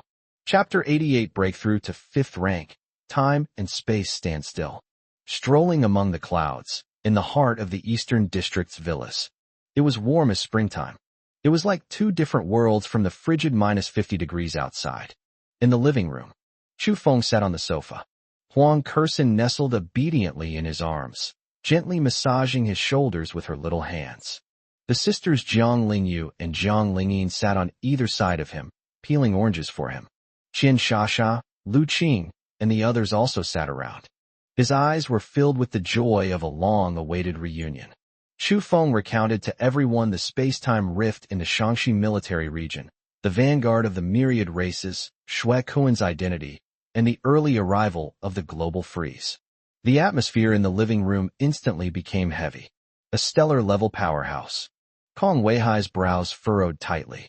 Then are we just sitting here and waiting to die? To sit and wait for death is not the case. Chu Feng shook his head. Shuekuan can't get here yet. The spiritual energy concentration on Earth is not high enough to support the arrival of a stellar-level powerhouse. He will wait until a planetary-level 9th rank expert appears on Earth before he personally intervenes. We still have time. The most important thing now is to improve our strength as soon as possible, gather the forces of survivors around the world, and establish a unified defense line. To prepare for the upcoming full-scale invasion by the armies of all races. Everyone nodded. Chu Feng is right. Complaining and being afraid now are useless. The only way out is to improve our strength. By the way, Chu Feng. Huang Kursin raised her head and looked at Chu Feng. After you left, we established the Ice Phoenix Special Squad as you instructed. Liu Qian and the other 15 individuals with special physiques have all successfully awakened. Now, even the lowest among them has reached the 3rd rank, 3rd stage. Chu Feng's eyes lit up. 15 individuals with special physical awakenings. This is a considerable fighting force. Well done. Chu Feng ruffled Huang Kursin's hair, his eyes full of approval. Huang Kursin's cheeks flushed slightly, and she snuggled even closer into his arms. Also, there's good news from Jin Jihuai's side. Kong Weihai quickly added. She developed a cold-resistant variety of spiritual plants that can grow normally even in environments with temperatures as low as 100 degrees Celsius. From now on, we won't have to worry about the supply of grain and vegetables for our Chu alliance. Chu Feng nodded. Jin Jihuai certainly didn't disappoint him. I'll go check on her. Chu Feng stood up. The plant cultivation room is located on the 2nd basement floor of the villa. Constant temperature and humidity. It was filled with all sorts of spiritual plants and vegetables. Lush greenery. It formed a stark contrast with the icy and snowy landscape outside. Jin Jihuai was wearing a white coat and busy at the cultivation station. She had her hair tied in a high ponytail, and her forehead was covered with a fine layer of sweat. Her profile is exquisite, and her expression is focused. I heard footsteps. She turned her head. Upon seeing Chu Feng, he was momentarily stunned. I almost dropped the petri dish in my hand. Chu Alliance Leader Chu? You're back. Jin Jihuai's cheeks flushed instantly. A flicker of panic and joy flashed in his eyes. Yeah, I just got back. Chu Feng walked over slowly. My godfather said you've developed a cold-resistant spiritual plant variety? Yes. Jin Jihuai nodded quickly, nervously brushing a stray hair behind his ear. It was bred by crossbreeding the ice-type spirit fruit you brought back with ordinary spirit plants. Not only is it cold-resistant, but its growth cycle is also shortened by half, and its energy content is also higher. As she spoke, she showed Chu Feng the spiritual plants in the cultivation platform. His eyes shone with confidence. Chu Feng looked at her. It has to be said, Jin Jihuai, who works diligently, is indeed very charming. Thanks a lot. Chu Feng spoke, his voice gentle. Working for the Chu Alliance is not hard work. Jin Jihuai lowered his head even further. Her cheeks were as red as ripe apples. Chu Feng understood as he looked at her shy expression. He knew beforehand that this girl was interested in him. Now it seems that I was right. He reached out and gently brushed a fallen leaf off her shoulder. My fingertips brushed against her neck unintentionally. Jin Jihuai's body froze instantly. I held my breath. Chu Feng chuckled softly as he looked at her nervous expression. Take it easy. You've done a great job this time. Just tell me what reward you want. Jin Jihuai raised his head. Her watery eyes looked at Chu Feng. Muster your courage and speak softly. I don't want anything. I just want to follow you and Chu Ming forever. The voice was soft, but incredibly firm. Chu Feng looked at the affection in her eyes, and his heart stirred. He reached out and gently took her hand. Her hands were soft and slightly cold. Good. From now on, you'll follow me. Jin Jihuai's eyes lit up instantly. Tears welled up in her eyes. He nodded vigorously. Chu Feng smiled and ruffled her hair. He didn't say anything more. Some things are best left to happen naturally. I came out of the incubation room. Chu Feng returned to his room. He sat cross-legged on the bed. He took out the 4 rank 5 crystal cores he had obtained from killing Shadow Assassin, the Ice Clan leader, and 2 Ice Clan generals. 4 crystal cores were lined up in front of him. It exudes immense energy. He is currently at the peak of the 4th rank. He was only 1 step away from the 5th rank. Once you absorb these 4 crystal cores, you can successfully break through to the next level. Chu Feng took a deep breath. Close your eyes. The body begins to circulate its energy. He held the first grade 5 crystal core in his hand. A surge of immense energy instantly flowed into his body. Chu Feng's meridians were slightly swollen from being stretched by this energy. However, his physical body, having been tempered by spatial power and chaotic energy multiple times, has long surpassed that of other awakened beings of the same level. This impact was insignificant to him. He guided this energy, allowing it to circulate within his body. It constantly cleanses the meridians and expands the dantian. Time passed little by little. 1 crystal core after another was absorbed by him. The moment the 4th crystal nucleus was completely absorbed, a booming sound came from Chu Feng's body.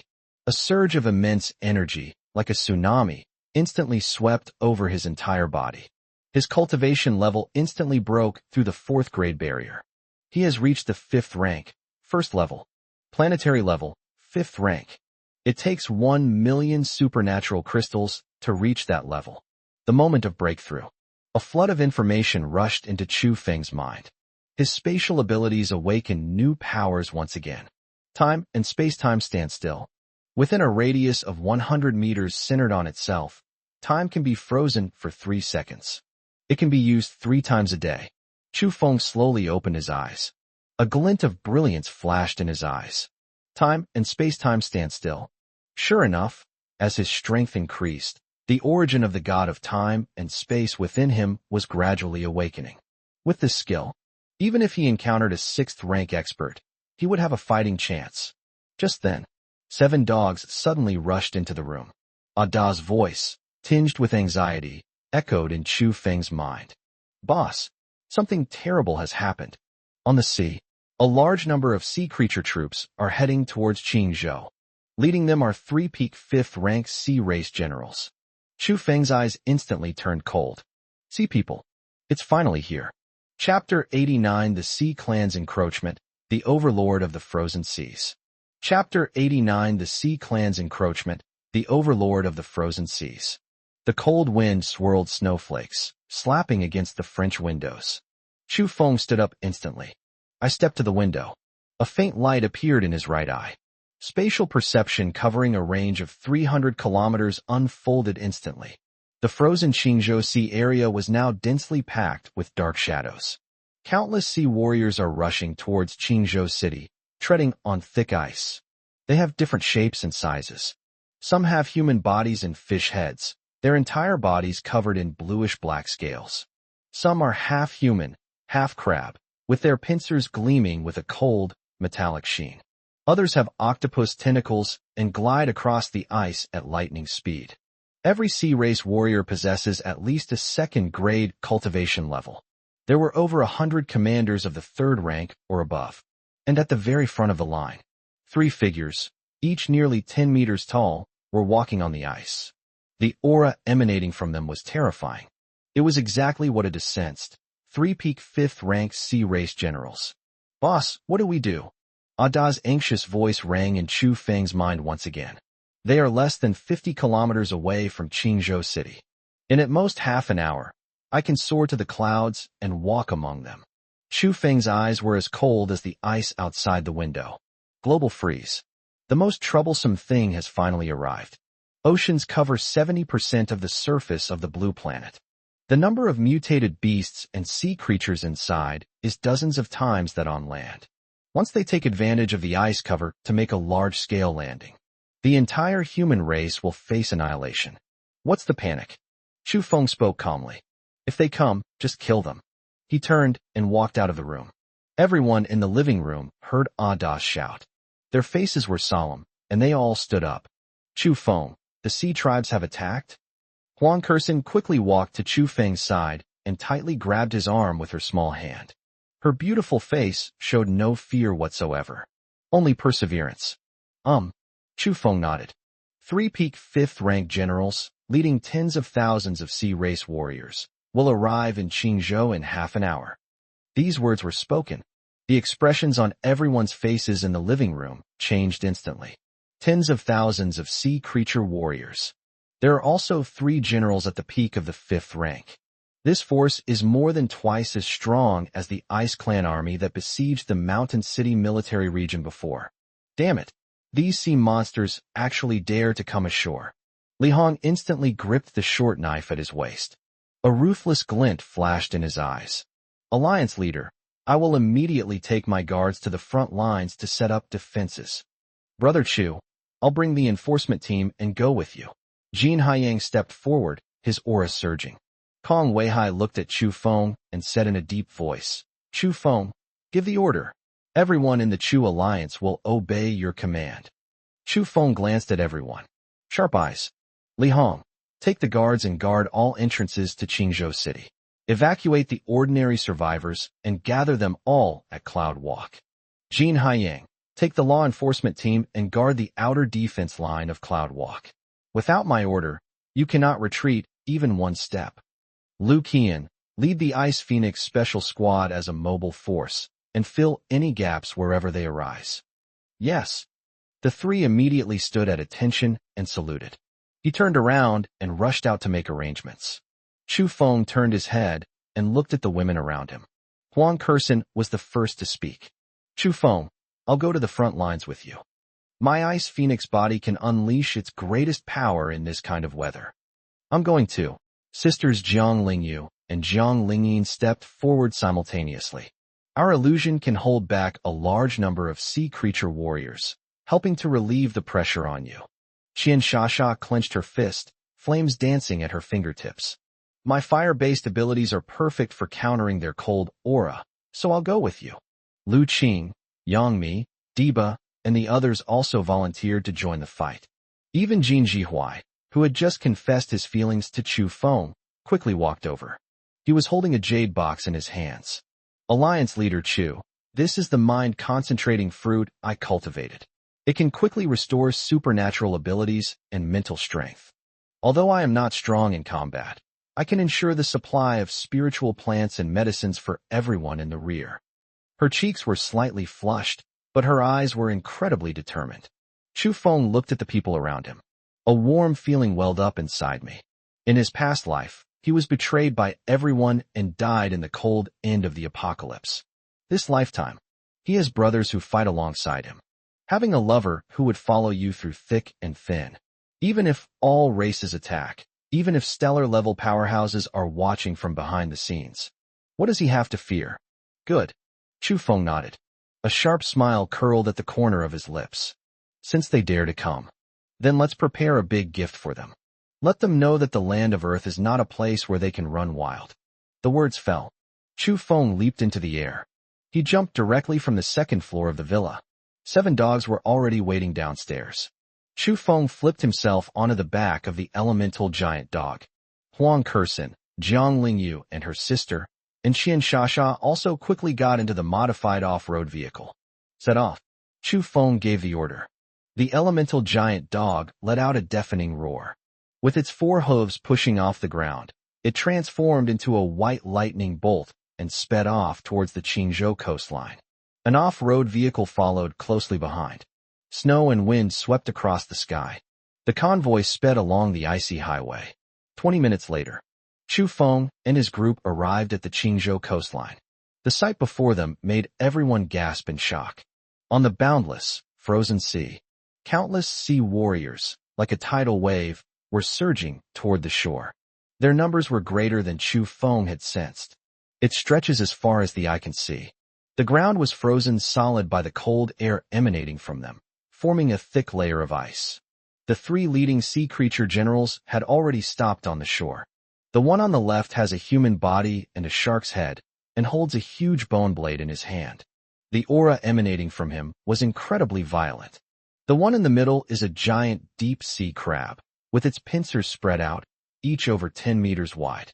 The hard carapace was covered with strange runes. The one on the right is a sea monster in the form of an octopus, with 8 tentacles over 10 meters long waving in the air. Each tentacle was covered with suckers and emitted a sticky venom. Three peak 5th rank sea race generals, in a triangular formation, stared intently at Chu Feng and his group on the shore. The lowly human race. The cancer general in the middle spoke first. The sound was like two giant rocks rubbing together, extremely harsh. We sea creatures are the true masters of this planet. Now that the Ice Age has arrived, it's time to return the land to us. If you know what's good for you, kneel down and surrender immediately. Otherwise, we will raze Qingzhou to the ground and leave no one alive. Chu Feng rode the giant elemental hound and slowly stepped forward. He looked at it indifferently. You guys?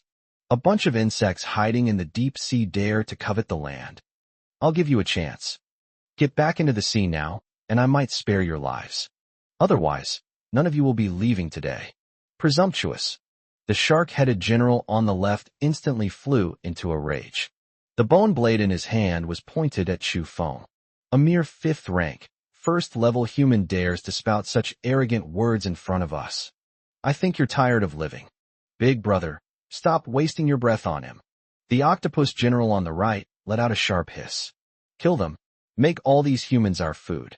Before he could finish speaking, its 8 tentacles suddenly grew larger. Like 8 long black whips, dripping with foul-smelling venom, they lashed out fiercely at Chu Feng. Wherever it passed, even the air hissed as it corroded. Act recklessly. Chu Feng snorted coldly.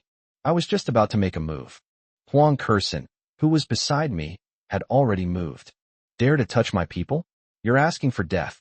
Huang Kursen let out a delicate shout. A dazzling ice-blue light erupted from its body. A clear phoenix cry resounded throughout the heavens and earth.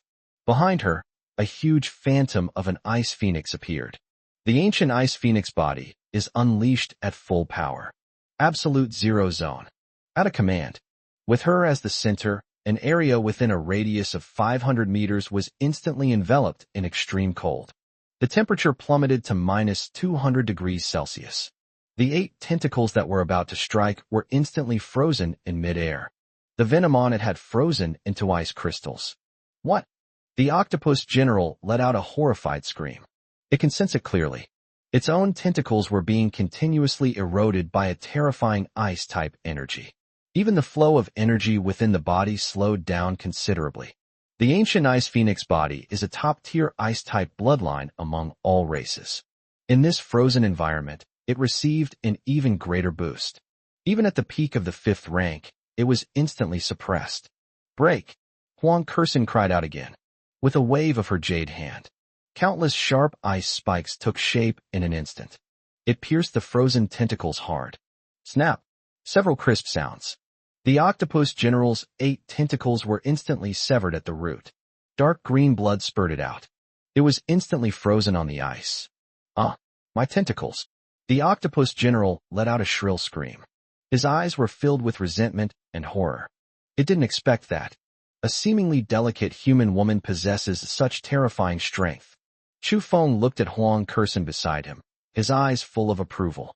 He reached out and put his arm around her waist. Well done. Huang Kursen's cheeks were slightly flushed. Leaning against Chu Feng's chest, she whispered, You don't need to bother with such a minor character. Upon seeing this scene, the Chu Alliance members on the shore erupted in deafening cheers. Vice Alliance leader Huang is awesome. Lord Ice Phoenix is mighty. The 3 Sea Tribe generals opposite them instantly turned extremely ugly. Damn humans. The shark-headed general roared angrily. Attack together. Kill them. The words fell. It and the cancer general moved at the same time. The shark-headed general brandished his bone blade and charged towards Chu Feng with a ferocious aura. The cancer general's pincers snapped open. A jet black water cannon shot out instantly. Wherever it passed, it corroded deep grooves into the ice. 2 peak 5th rank sea race generals attacked simultaneously. A terrifying aura instantly swept across the entire area. Chu Feng's eyes narrowed. He shielded Huang Kursen behind him. He patted the giant elemental dog beneath him. These 2 are yours. No problem, boss. The elemental giant dog let out a roar. 7 heads opened simultaneously.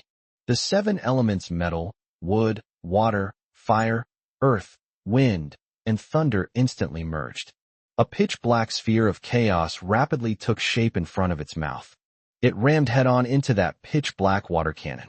Chapter 90. The first display of time-space freeze, instantly killing a peak 5th rank enthusiast. Boom! The chaos ball and the water cannon collided instantly. The deafening explosion echoed across the entire coastline. A terrifying shockwave spread out instantly. The frozen sea surface is cracking inch by inch. The snow and ice that filled the sky were blown away by the shockwave, forming a white storm. That water cannon, powerful enough to pierce steel, was utterly ineffective against the chaos sphere. It was devoured in an instant. The chaos orb, its momentum undiminished, slammed fiercely towards the Cancer General. What? The Cancer General let out a horrified scream. It simply couldn't believe it. His all-out attack was so easily neutralized. It dared not be careless in the slightest. Instantly, he poured all his energy into the carapace in front of him. The strange runes on the carapace lit up instantly. It formed a thick energy shield. Clang! A deafening roar. The chaos orb slammed into the energy shield. The massive body of the Cancer General was instantly smashed and slid backward dozens of meters. 2 deep scratches were left on the ice. The energy shield in front of it was instantly covered with cracks. With a crack, it shattered completely. Puff! The Cancer General spat out a mouthful of dark green blood. His eyes were filled with disbelief and horror. This seemingly unremarkable 7-headed giant dog actually possesses such terrifying strength? Attack together. Kill this beast. The Crab General roared at the shark-headed general beside him. The shark-headed general also realized what was happening. The bone blade in his hand gleamed with a blood-red light. Blood shark slash. A furious shout. A crimson blade of light, several meters long, instantly took shape. With a strong smell of blood, it slashed fiercely at the elemental giant hound. This strike contained all of its energy. Even a small mountain can be cleaved in two with a single stroke. The elemental giant dog showed no fear. Ada's metal-type superpower is activated. Countless golden scales instantly covered its entire body. Air's healing abilities are ready to be activated at any time. Asan's earth-based ability created a thick earthen wall in front of it. From a sea to a chi, they simultaneously unleash elemental attacks. Fire, water, hurricane, and lightning, 4 elements merged instantly. He charged headlong into the crimson blade of light. Boom! Another earth-shattering explosion. The blade's edge and the elemental torrent were annihilated simultaneously. The violent shockwave forced the surrounding sea creature warriors to retreat.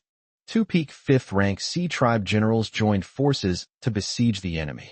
Surprisingly, he fought the elemental giant dog to a standstill. Chu Feng stood to the side.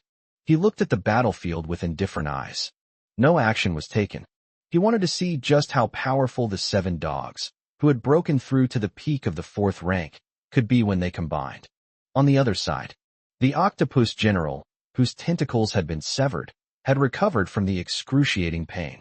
It watched its 2 companions fighting the elemental giant hound. She glanced at Chu Feng, who was still standing there. A sinister glint flashed in his eyes. To catch the thief, first catch the king. As long as we kill Chu Feng, the leader, these humans will collapse on their own. 8 new tentacles instantly grew from its broken end. The suction cups on top open and close. It emits an even more terrifying venom. Humans die? The octopus general let out a sharp hiss. His body instantly transformed into a black shadow. It pounced on Chu Feng. 8 tentacles came from all directions and wrapped around Chu Feng. This sealed off all of Chu Feng's escape routes. Wherever his touch passed, even the space itself rippled. At this moment, the full strength of a peak 5th rank cultivator was unleashed without reservation. Be careful, boss. The Jiang sisters exclaimed in surprise. The illusion is about to be activated. But Chu Feng waved his hand. Still standing in the same spot. It remained completely still. He remained completely unfazed as the octopus general lunged at him. It was as if what was rushing towards them was not a ferocious sea beast at the peak of the 5th rank, but an ant. Just as the 8 tentacles were about to touch Chu Feng's body, Chu Feng spoke slowly. He uttered 4 words. Time and space stand still. The moment the words fell, The whole world seemed to have been put on pause. Within a radius of 100 meters, with Chu Feng as the center, time stood still. The octopus general who had pounced on them froze in midair. The ferocity on its face and the malice in its eyes were frozen in this moment. 8 tentacles stopped just centimeters away from Chu Feng's body. It could not advance even an inch further. Even the snowflakes dancing in the air stopped in midair. The entire space was deathly silent. This is the new superpower that Chu Feng awakened after breaking through to the 5th rank and 1st level. Time and space-time stand still. Chu Feng walked forward slowly. They walked up to the frozen octopus general. Looking at its ferocious face, a cold glint flashed in his eyes. Is that all you've got? You dare to ambush me? He slowly raised his right hand. At his fingertips, a spatial blade containing chaotic energy materialized. In your next life, remember to be smarter. Don't come to Earth again. You're just asking to die. The words fell. Chu Feng flicked his wrist lightly.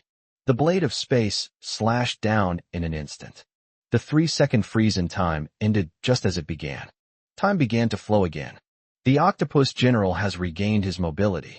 It hadn't realized what was happening yet. I just felt a chill on my neck. My vision began to spin. It saw its own body, spewing dark green blood, lying on the ice. No, it's impossible. What did you do? The octopus general let out a final, desperate murmur. His head rolled to the ground. There was no sound at all. A 5th-rank peak sea tribe general. Sold out instantly. The entire venue fell into a deathly silence. The shark-headed general and the crab general, who were locked in combat with the elemental giant hound, froze instantly. Looking at the octopus general's corpse lying on the ground, his eyes were filled with extreme fear. How is that possible? What just happened? They only saw Chu Feng say one sentence. Then, the octopus general of the same rank was instantly beheaded. What kind of bizarre ability is this? Even Huang Kersen and Jiang Lingyu, who were standing next to Chu Feng, were stunned. They didn't even see clearly how Chu Feng made his move. All that could be seen was a flash of blade light. The octopus general, a peak 5th-rank officer, was decapitated. Boss is awesome. The 7 dogs reacted and let out an excited roar. Although they did not know exactly what ability Chu Feng used. But they know. Our leader has gotten even stronger. The Chu Alliance members on the shore erupted in a thunderous cheer. Alliance leader Chu is awesome. Well done. Alliance leader Chu is invincible. The deafening cheers drowned out the howling cold wind. Everyone's eyes were filled with fervent worship. A 5th-rank peak sea tribe general. They killed without warning. He couldn't even withstand a single move. This is their leader of the Chu Alliance. This is their belief. Chu Feng sheathed the spatial blade. His gaze fell on the remaining 2 sea tribe generals. His eyes were cold. Now, it's your turn, both of you. The shark-headed general and the crab-headed general exchanged a glance. They both saw fear and a desire to back down in each other's eyes. This human in front of me is too strange. Even the octopus general at the peak of the 5th rank was instantly killed. Even if the 2 of them joined forces, they would be no match for each other. If we keep fighting, they'll all die here today. Retreat. Retreat now. The shark-headed general made a decisive decision and roared. He turned and fled towards the frozen sea. The cancer general dared not linger for even a moment. Its massive body turned and ran. They didn't even care about the tens of thousands of sea warriors behind them.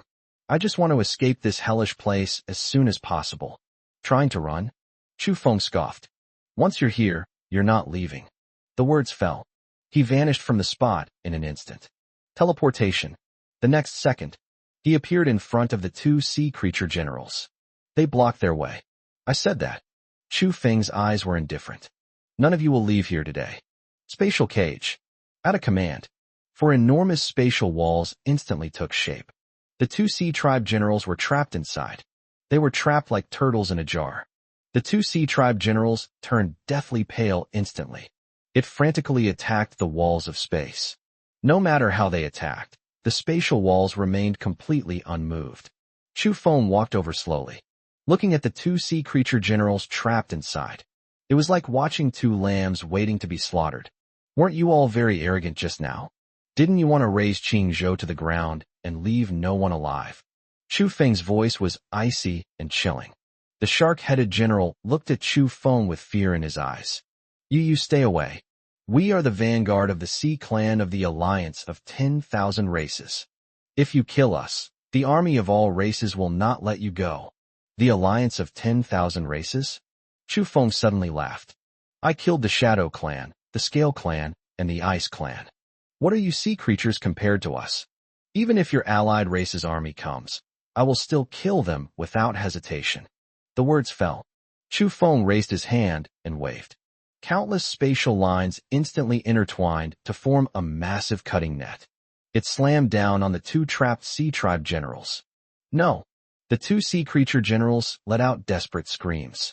But the screams stopped abruptly. A series of dense, continuous splattering sounds followed. Blood stained the ice surface. Two peak 5th-rank sea race generals were instantly cut into pieces. Chu Feng even put away the crystal core. 3 peak 5th-rank sea race generals. Completely annihilated. On the sea, the remaining tens of thousands of sea creature warriors were all terrified. They stood frozen in place, trembling all over. They even forgot to run away. Their leaders were 3 adults at the peak of the 5th rank. They were all killed by this human in just a few minutes? Chu Feng looked up. His gaze swept over the terrified sea warriors. He spoke in a cold voice. Those who offend my blue star will be killed without mercy. Ada, clear the area. Roger that, boss. The elemental giant dog let out a roar. The chaotic realm unfolded instantly. The pitch-black chaotic energy, like a tidal wave, swept towards the sea warriors. Wherever they went, all the sea warriors didn't even have time to scream. It was instantly devoured. Tens of thousands of sea creature warriors. It was cleaned up completely in just a few minutes. On the frozen sea, there will never be a single living sea creature left. All that remained was the endless snow, which continued to fall. The members of the Chu Alliance watched this scene unfold. Once again, deafening cheers erupted. We won. They won. 3 peak 5th-rank sea race generals and tens of thousands of sea race soldiers. They were all wiped out by Alliance leader Chu. Chu Feng flipped over and jumped off the back of the giant elemental dog. Huang Kersen was the first to rush over. She threw herself into his arms, stood on tiptoe, and kissed him on the cheek. His eyes were full of admiration and love. Chu Feng, you're amazing. Jiang Lingyu and her sister, Qian Shasha, and the others also gathered around. They all looked at Chu Feng with stars in their eyes. Even Jin Jihuai blushed and handed over a cup of warm spiritual juice. Alliance leader Chu, you've worked hard. Have something to drink to replenish your energy. Chu Feng took the cup, looking at the smiling women around me. A smile appeared at the corner of his mouth. This victory is just the beginning. Whether it's the alliance of all races or the blood Kuan behind the scenes. As long as they dare to come, he would dare to kill. One day, he will stand at the very top of the universe. Protect everyone around you. But just then, Chu Feng's satellite phone suddenly started ringing frantically. It's an unfamiliar satellite number. Chu Feng frowned and answered the phone. The call was just connected. A familiar yet anxious voice then came over. Chu Feng, it's me, Fan Xin. Where are you right now? I have something extremely important to tell you. The main force of the Alliance of all races has already arrived on Earth through the space-time rift. Chu Feng's pupils contracted instantly. Fan Xin. She's finally back from Ukraine. Moreover, it brought news of the arrival of an army of all races. Chapter 91 Fan Xin returns. The army of 10,000 races descends in full force. Fan Xion's voice was filled with heavy breathing. There were also bursts of gunfire and explosions. Clearly, she was in danger at that moment. Chu Feng's expression instantly became extremely serious. Fan Xian, where are you? I'm at Hongliuxia, on the border of Gansu province. Fan Xian's voice trembled with a hint of tears. There was also the sharp sound of bullets whizzing past my ears. Chu Feng, the kingdom of Wu is completely gone. The alliance of 10,000 races has torn open 3 massive space-time rifts on the northwestern border. This isn't the small advance team we had before. It's the main vanguard. 6th and 7th rank generals from all races have already arrived. They are advancing into the heart of China, and all the survivor bases along the way have been wiped out. These words were spoken. The faces of everyone around Chu Feng turned deathly pale instantly. 3 enormous space-time rifts. 6th and 7th grade powerhouses from all races. You need to know. To reach the 6th rank of the planetary level, one needs 10 million special energy crystals to break through. For the 7th grade, an even greater amount of 100 million is required. The difference between a 5th rank official and a 5th rank official is like heaven and earth. The strongest member of the previous advanced team was only at the peak of the 5th rank. Now a 7th rank expert has actually arrived? Chu Feng's fist clenched instantly. He didn't expect it. The alliance of all races acted so quickly. Do you possess intelligence on all races? Chu Feng asked in a deep voice. Fan Xin risked his life to make that call. It wasn't just to deliver a message. Yes. Fan Xin immediately responded. I stole the battle deployment map of the alliance of 10,000 races, and the coordinates of all the space-time rifts on Earth. There's even information about Shui Kuan's weaknesses. I'm surrounded by the Stone Clan's advance party, and I can't hold out much longer. Chu Feng, save me. The last 3 words carried endless despair and dependence. Hold on. Chu Feng's voice was as steady as Mount Tai. I'll be there in 3 minutes. I hung up the phone.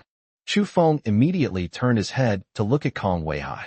Godfather, the defense of Qingzhou is now in your hands. Jin Haiying and Li Hong, you must cooperate fully and hold the Cloud Walk position to the death. You must not launch any offensive without my order. Yes. The 3 immediately stood at attention and saluted. Without the slightest hesitation, Chu Feng then looked at the Huang Kursin and Jiang Lingyu sisters. You 3, come with me. The rest of you, stay in Qingzhou and prepare for battle. Yes. The women immediately responded. Qian Shasha stepped forward and straightened Chu Feng's collar. Chu Feng, you must be careful. We're waiting for you to come back. Rest assured. Chu Feng ruffled her hair. Then, he leaped onto the back of the elemental giant dog. The Huang Kursin and Jiang Lingyu sisters also quickly jumped up. Walk. Chu Feng gave the order. He raised his hand, leaving a spatial imprint in the air. The next second, spatial teleportation activated. With a buzzing sound, Chu Feng and his group disappeared instantly from the coastline. Target, Hongliuxia on the border of Gansu province. At the same time, Honglu Gorge, on the border of Gansu province. In the midst of a blizzard, Fan Xian leaned against a huge rock. His windbreaker was stained red with blood. On his left arm, there was a deep wound that exposed bone, and blood was still seeping out. She held a submachine gun in her hand, staring intently at the dozen or so Stone Clan warriors who were surrounding her. These stone warriors were covered in gray rock armor, invulnerable to swords and spears. Each one of them possesses the cultivation level of the peak of the 3rd rank. The leader of the Stone Clan was even at the 4th rank, 5th level. All the mercenaries she brought have been killed in battle. She was all alone. He was clutching a black metal combination lockbox tightly in his arms. She risked her life to steal this from the headquarters of the vanguard of all races in the Kingdom of Wu. The information inside concerns the life and death of the entire human race. Humble human ants. The Stone Clan leader approached with heavy steps. The sound was like rocks colliding, dull and grating. Hand over what you have in your hand. I can give you a quick death. Otherwise, I will crush you and grind you into powder. Fan Xian gritted his teeth. He raised his hand, pointed it at the Stone Clan leader, and pulled the trigger. A burst of bullets was fired. A crisp, clanging sound. The bullet struck the Stone Clan leader's rock armor and bounced off instantly. Not even a white mark was left. It's useless. The Stone Clan leader let out a sinister laugh. He suddenly waved his hand. Countless stone spikes shot out from the ground. He stabbed fiercely at Fan Xian. Fan Xian's expression changed drastically. I wanted to hide, but it was too late. Her leg had been injured by the explosion. He could only watch helplessly as the stone spikes pierced his heart. Chu Feng. She closed her eyes and murmured the name. Tears welled up in her eyes. She still couldn't get the item into Chu Feng's hands. But just as the stone spike was about to touch her body, a cold, angry shout suddenly resounded through the canyon. Dare to touch my people? You're asking for death. The words fell. A dazzling blade of space instantly sliced through the wind and snow. Snap! A crisp sound. Those sharp stone spikes were instantly cut into pieces. The next second, ripples spread across the space. Chu Feng appeared before Fan Xian, riding a giant elemental dog over 30 meters long. Dressed in all black, he appeared like a god descending from the heavens amidst the swirling snow. Chu Feng. Fan Xian suddenly opened his eyes. The moment she saw Chu Feng, all her strength and forbearance crumbled instantly. Tears could no longer be held back and streamed down my face. The stone warriors who had surrounded them froze instantly. Looking at the suddenly appearing elemental giant dog, his eyes were filled with vigilance. The Stone Clan leader's face also darkened instantly. Who are you? You dare to interfere in the affairs of my Stone Clan? You're asking for trouble. Chu Feng flipped over and jumped off the back of the elemental giant dog. She walked slowly to Fan Xian's side. He bent down and helped her up. Seeing her covered in injuries, Chu Feng's eyes surged with murderous intent. It's all right now. I am coming. He raised his hand, and a gentle spatial force flowed into Fan Xian's body. It stopped the bleeding from her wound instantly. Fan Xian leaned against Chu Feng's chest, his body still trembling slightly. Clutching the combination lockbox tightly in his arms, he handed it to Chu Feng. Chu Feng, here you go. This contains all the information about all races. I'm finally handing it over to you. Chu Feng took the combination lockbox. It feels cool to the touch. He could sense how important the things inside were. Looking at Fan Xian's pale face, a warm feeling welled up in his heart. This woman survived countless near-death experiences in Ukraine. I'll risk my life to bring this information back to him. Thanks a lot. Chu Feng reached out and gently wiped away the tears and dust from her face. Leave the rest to me.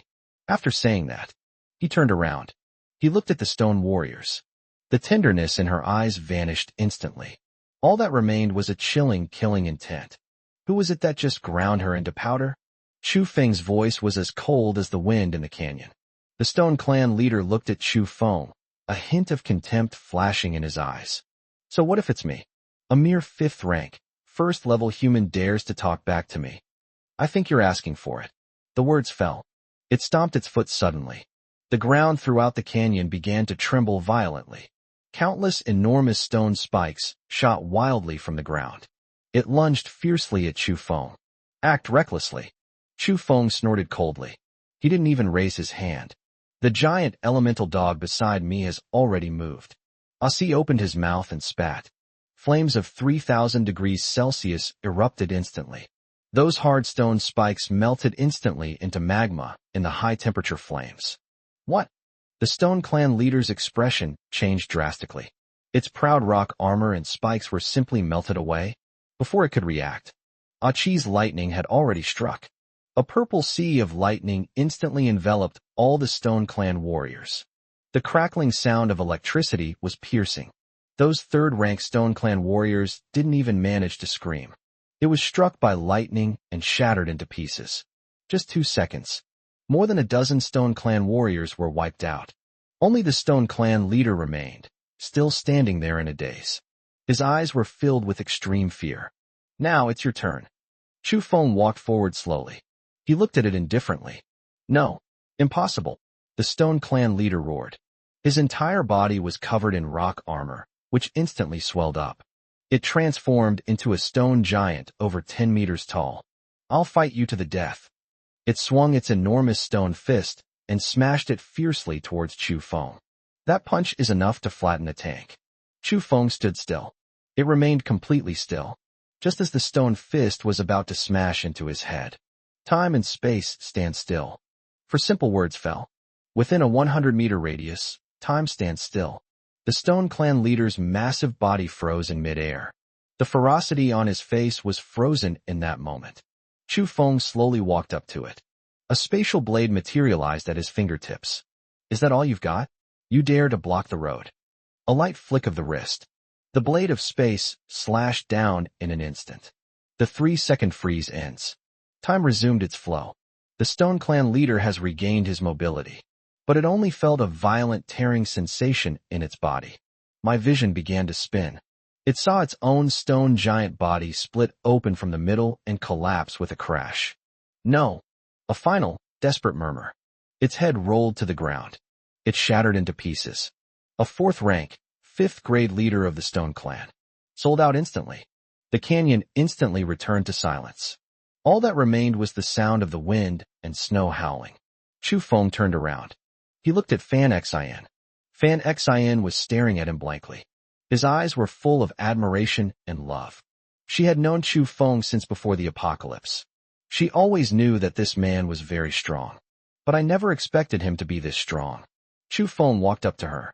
He bent down and picked her up horizontally. Let's go home. Fan Xion's cheeks instantly turned bright red. She reached out and wrapped her arms around Chu Feng's neck.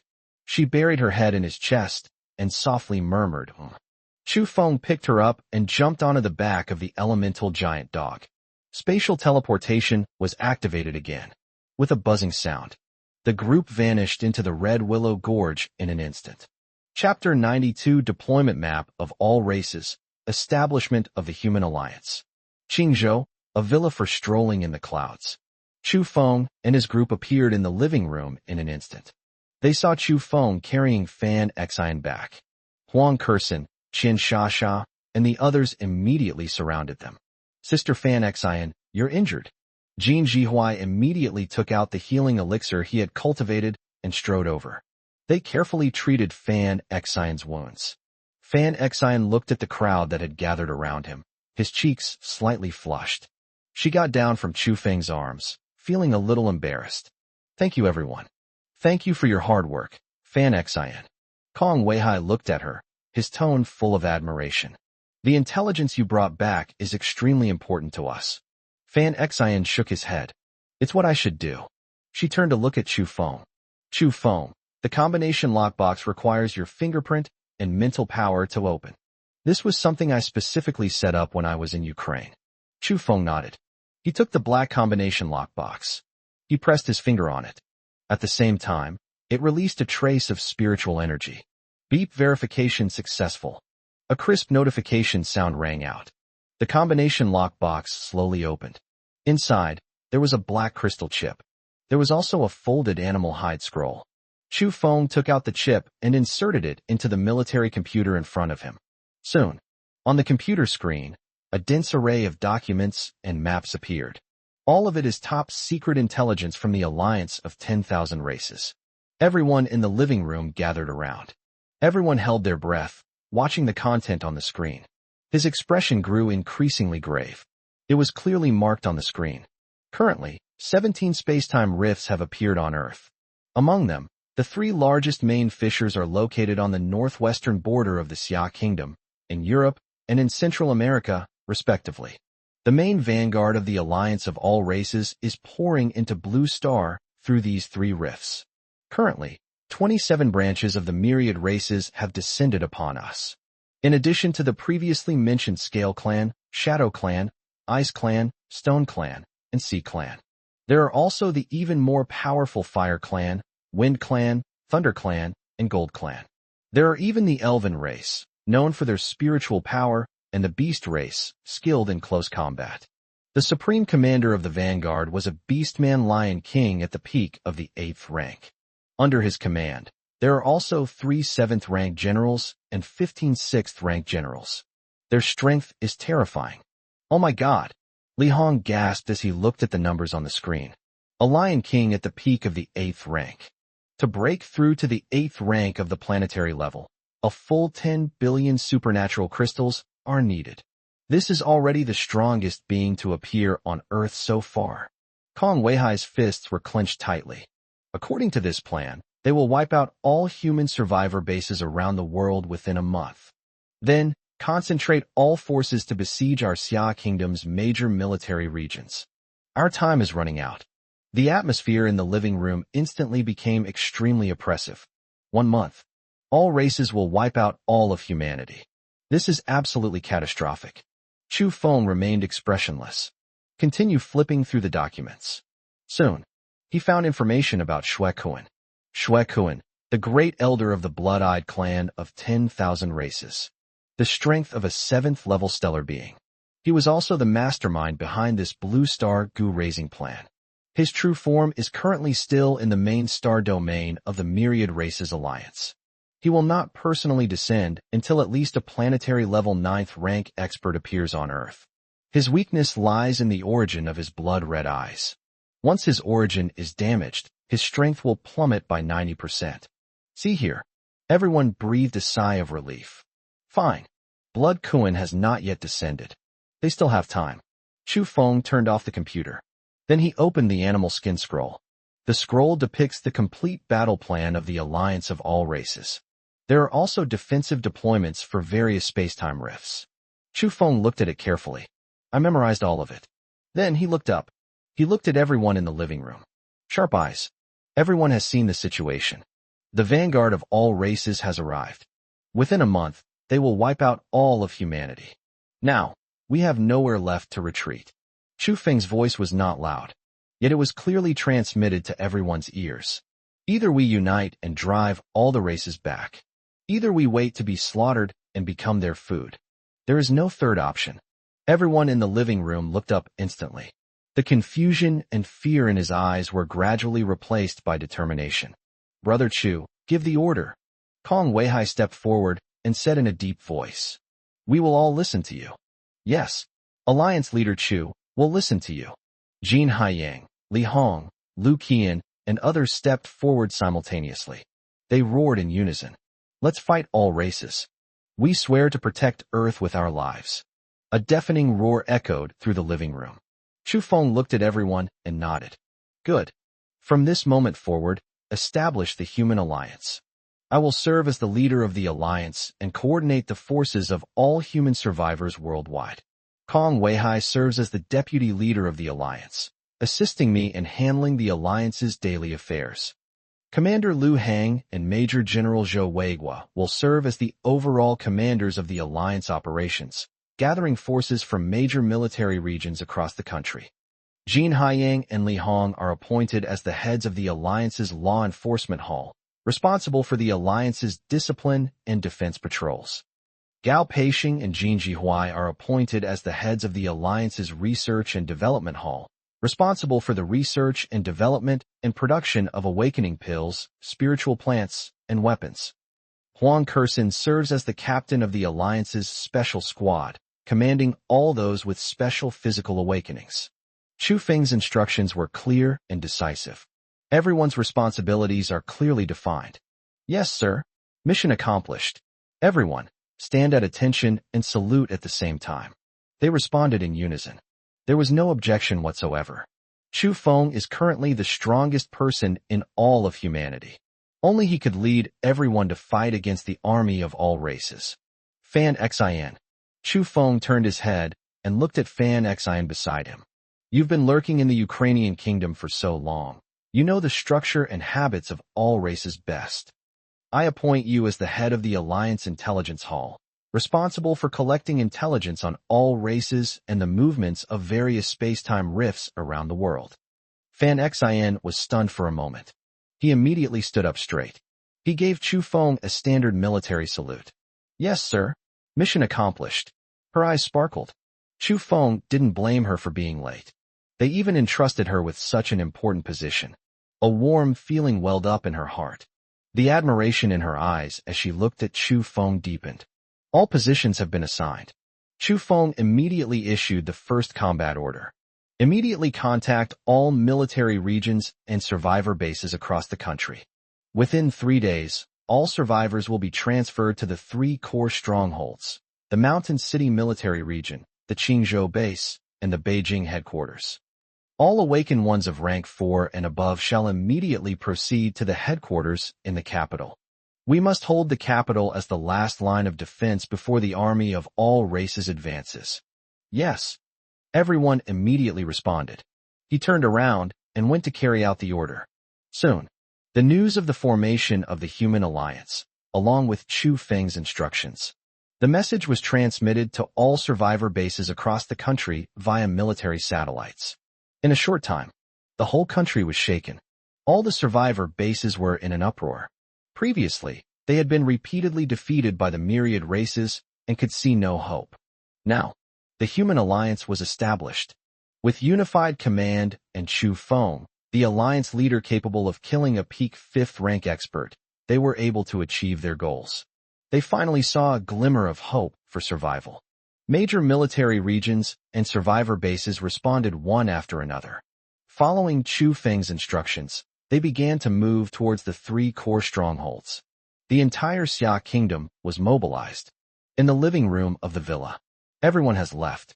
Only Chu Feng and his harem remained. Fan Xian looked at Chu Feng, her cheeks slightly flushed. Chu Feng, thank you. Thank you for trusting me. Chu Feng looked at her and chuckled softly. He reached out and pulled her into his arms. You risked your life to bring me the intelligence. If I don't trust you, who can I trust? Fan Xian leaned against Chu Feng's chest, his heart racing instantly. Her cheeks were as red as ripe apples. Huang Kursin, Qian Shasha, and the others, seeing this scene, all gathered around with smiles. Welcome to join us, Fan Xian. Qian Shasha smiled and handed her a glass of warm water. Looking at them, Fan Xian's initial unease vanished instantly. She was initially worried that she would be ostracized if she suddenly joined. I didn't expect them to be so friendly. Chu Feng looked at the smiling women in his arms. My heart softened. Immediately, his gaze sharpened once more. What about an army of myriad races? So what if he's a Lion King at the peak of the 8th rank? This lifetime, he has brothers who fight alongside him. Having a lover who would follow you through thick and thin. He would never allow the tragedy of his past life to repeat itself. Who dares to invade? He would dare to kill. One day, he will lead the human race to invade the main star domain of the alliance of all races. Let those high and mighty races pay a bloody price. But just then, Fan Xian's satellite phone suddenly started ringing frantically. It was a call from her intelligence agent planted on the northwestern border. Fan Xian answered the phone immediately. I only heard one sentence. Her face turned deathly pale instantly. She suddenly looked up at Chu Feng. Their voices were trembling. Chu Feng, something terrible has happened. Something's happened at the main rift on the northwestern border. A 7th-rank general from all races, leading 100,000 vanguard troops, has breached the Gansu provincial military region. Chapter 93 Going to the brink of life and death. Fan Xian's voice trembled. The atmosphere in the living room froze instantly. You could hear a pin drop. A general of all races, rank 7, level 2. 100,000 vanguard troops. They broke through the Gansu provincial military region and advanced directly towards the capital. Everyone's face turned deathly pale instantly. Planetary level, 7th rank. It takes a full 100 million special energy crystals to break through to this realm. There is an insurmountable chasm between those who are of the 5th rank and those who are of the 5th rank. The previous peak 5th rank Sea Tribe General was no match for Chu Feng. But a 7th rank expert is in existence from a completely different dimension. In a single encounter, he could instantly kill a 5th grade awakened being. What's more, the enemy also brought 100,000 vanguard troops. Their minimum cultivation level is 4th grade. This force is enough to wipe out all the surviving forces in the Xia Kingdom. Damn it! How did these bastards get here so fast? Li Hong slammed his fist on the table. His eyes were full of anxiety. The Gansu provincial military region is less than 500 kilometers from Beijing. They are all beastmen. They can reach the capital in a day on the frozen roads. The capital is currently gathering survivors from all over the country and has absolutely no ability to defend itself. Kong Weihai's brows furrowed tightly. Chu Feng, we must stop them. If they were to reach the capital, the consequences would be unimaginable.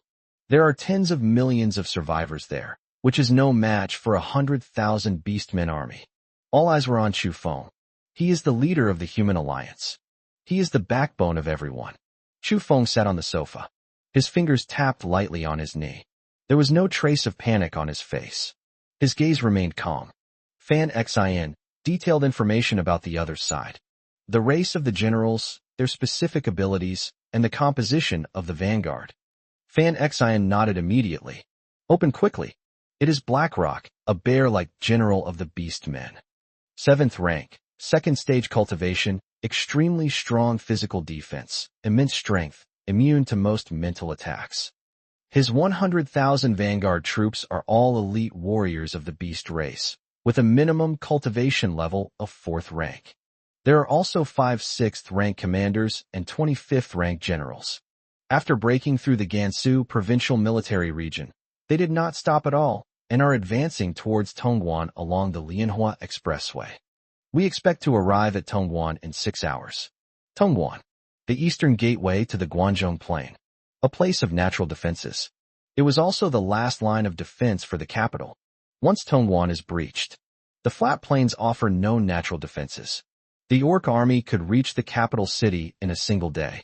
Chu Feng nodded. A hint of coldness flashed in his eyes. Tongan is their burial place. He stood up. His gaze swept over the crowd.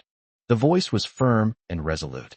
Kong Weihai will remain in Qingzhou to oversee the alliance's rear affairs and ensure the transfer of supplies and personnel. Jin Haiyang, lead the law enforcement team to guard the supply line from Qingzhou to the capital. There must be no mistakes.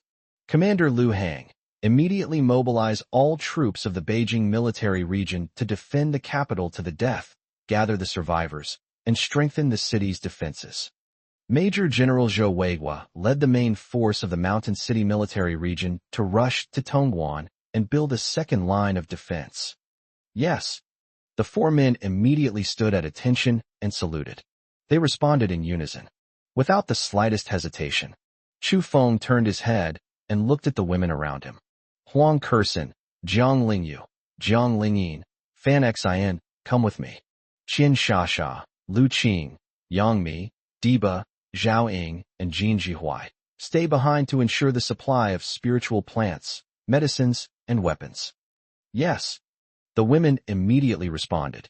Huang Kursen stepped forward and took Chu Feng's hand. His eyes were firm. Chu Feng, we will stand with you and defend Tongan to the death. The Jiang sisters nodded as well. Boss, even a 7th rank expert can disrupt our illusion for a moment. Fan Xin gripped the pistol at his waist tightly. I am familiar with the orcs' combat methods and can provide you with the most accurate intelligence. Chu Feng looked at them. A warm feeling welled up inside me. He nodded. Good. Li Hong, take all the members of the secret guards and come with me to Tongan.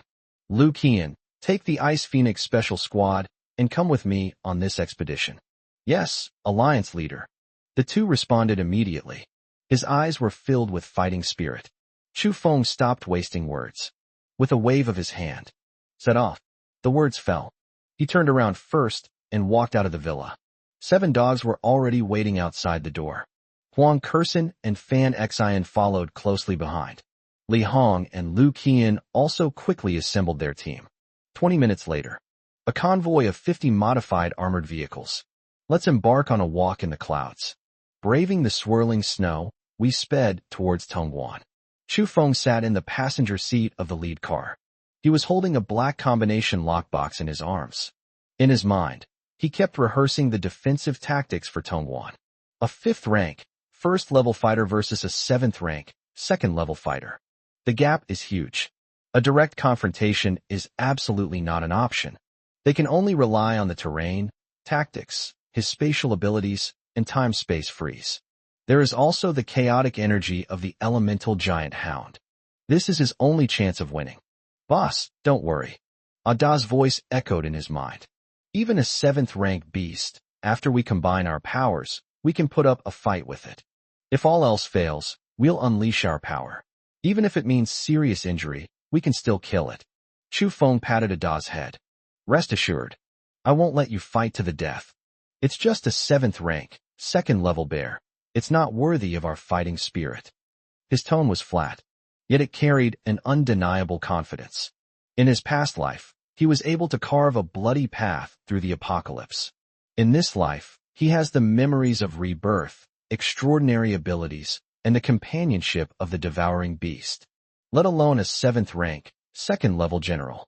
Even if a Lion King at the peak of the 8th rank came, he even dared to touch it.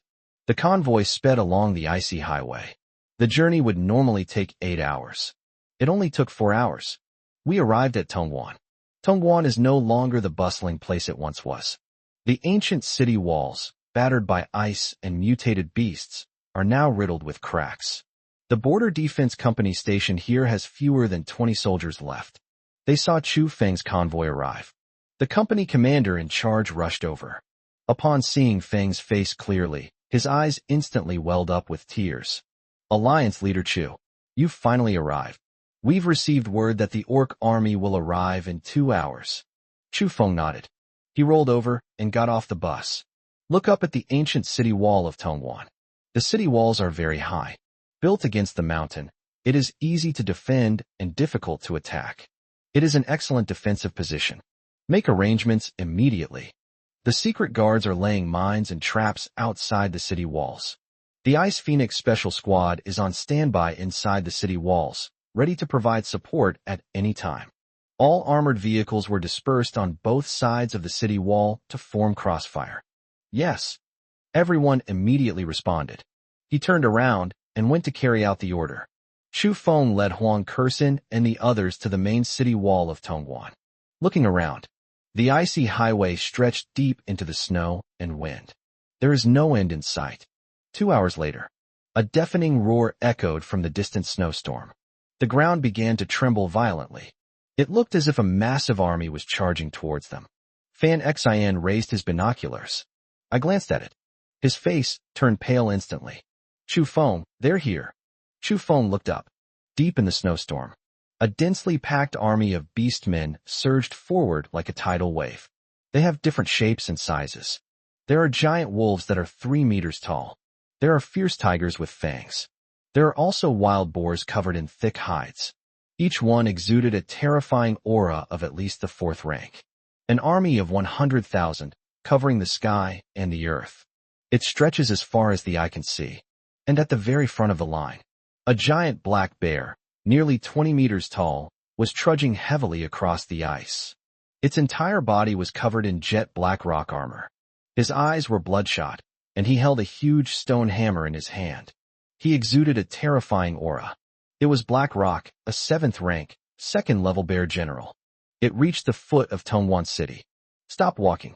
His scarlet eyes swept over Chu Feng and his group on the city wall. It let out a deafening roar. Insignificant human ants. Open the city gates immediately and kneel down to surrender. Otherwise, I will flatten Tongan Pass and crush all of you into mincemeat. The roar shook the snow off the city walls, causing it to fall in droves. Chu Feng stood at the very front of the city wall, hands in pockets. He looked at it indifferently. A cold smile curled at the corner of his lips. Want to get into Tongan? Can. I'll trade you my life.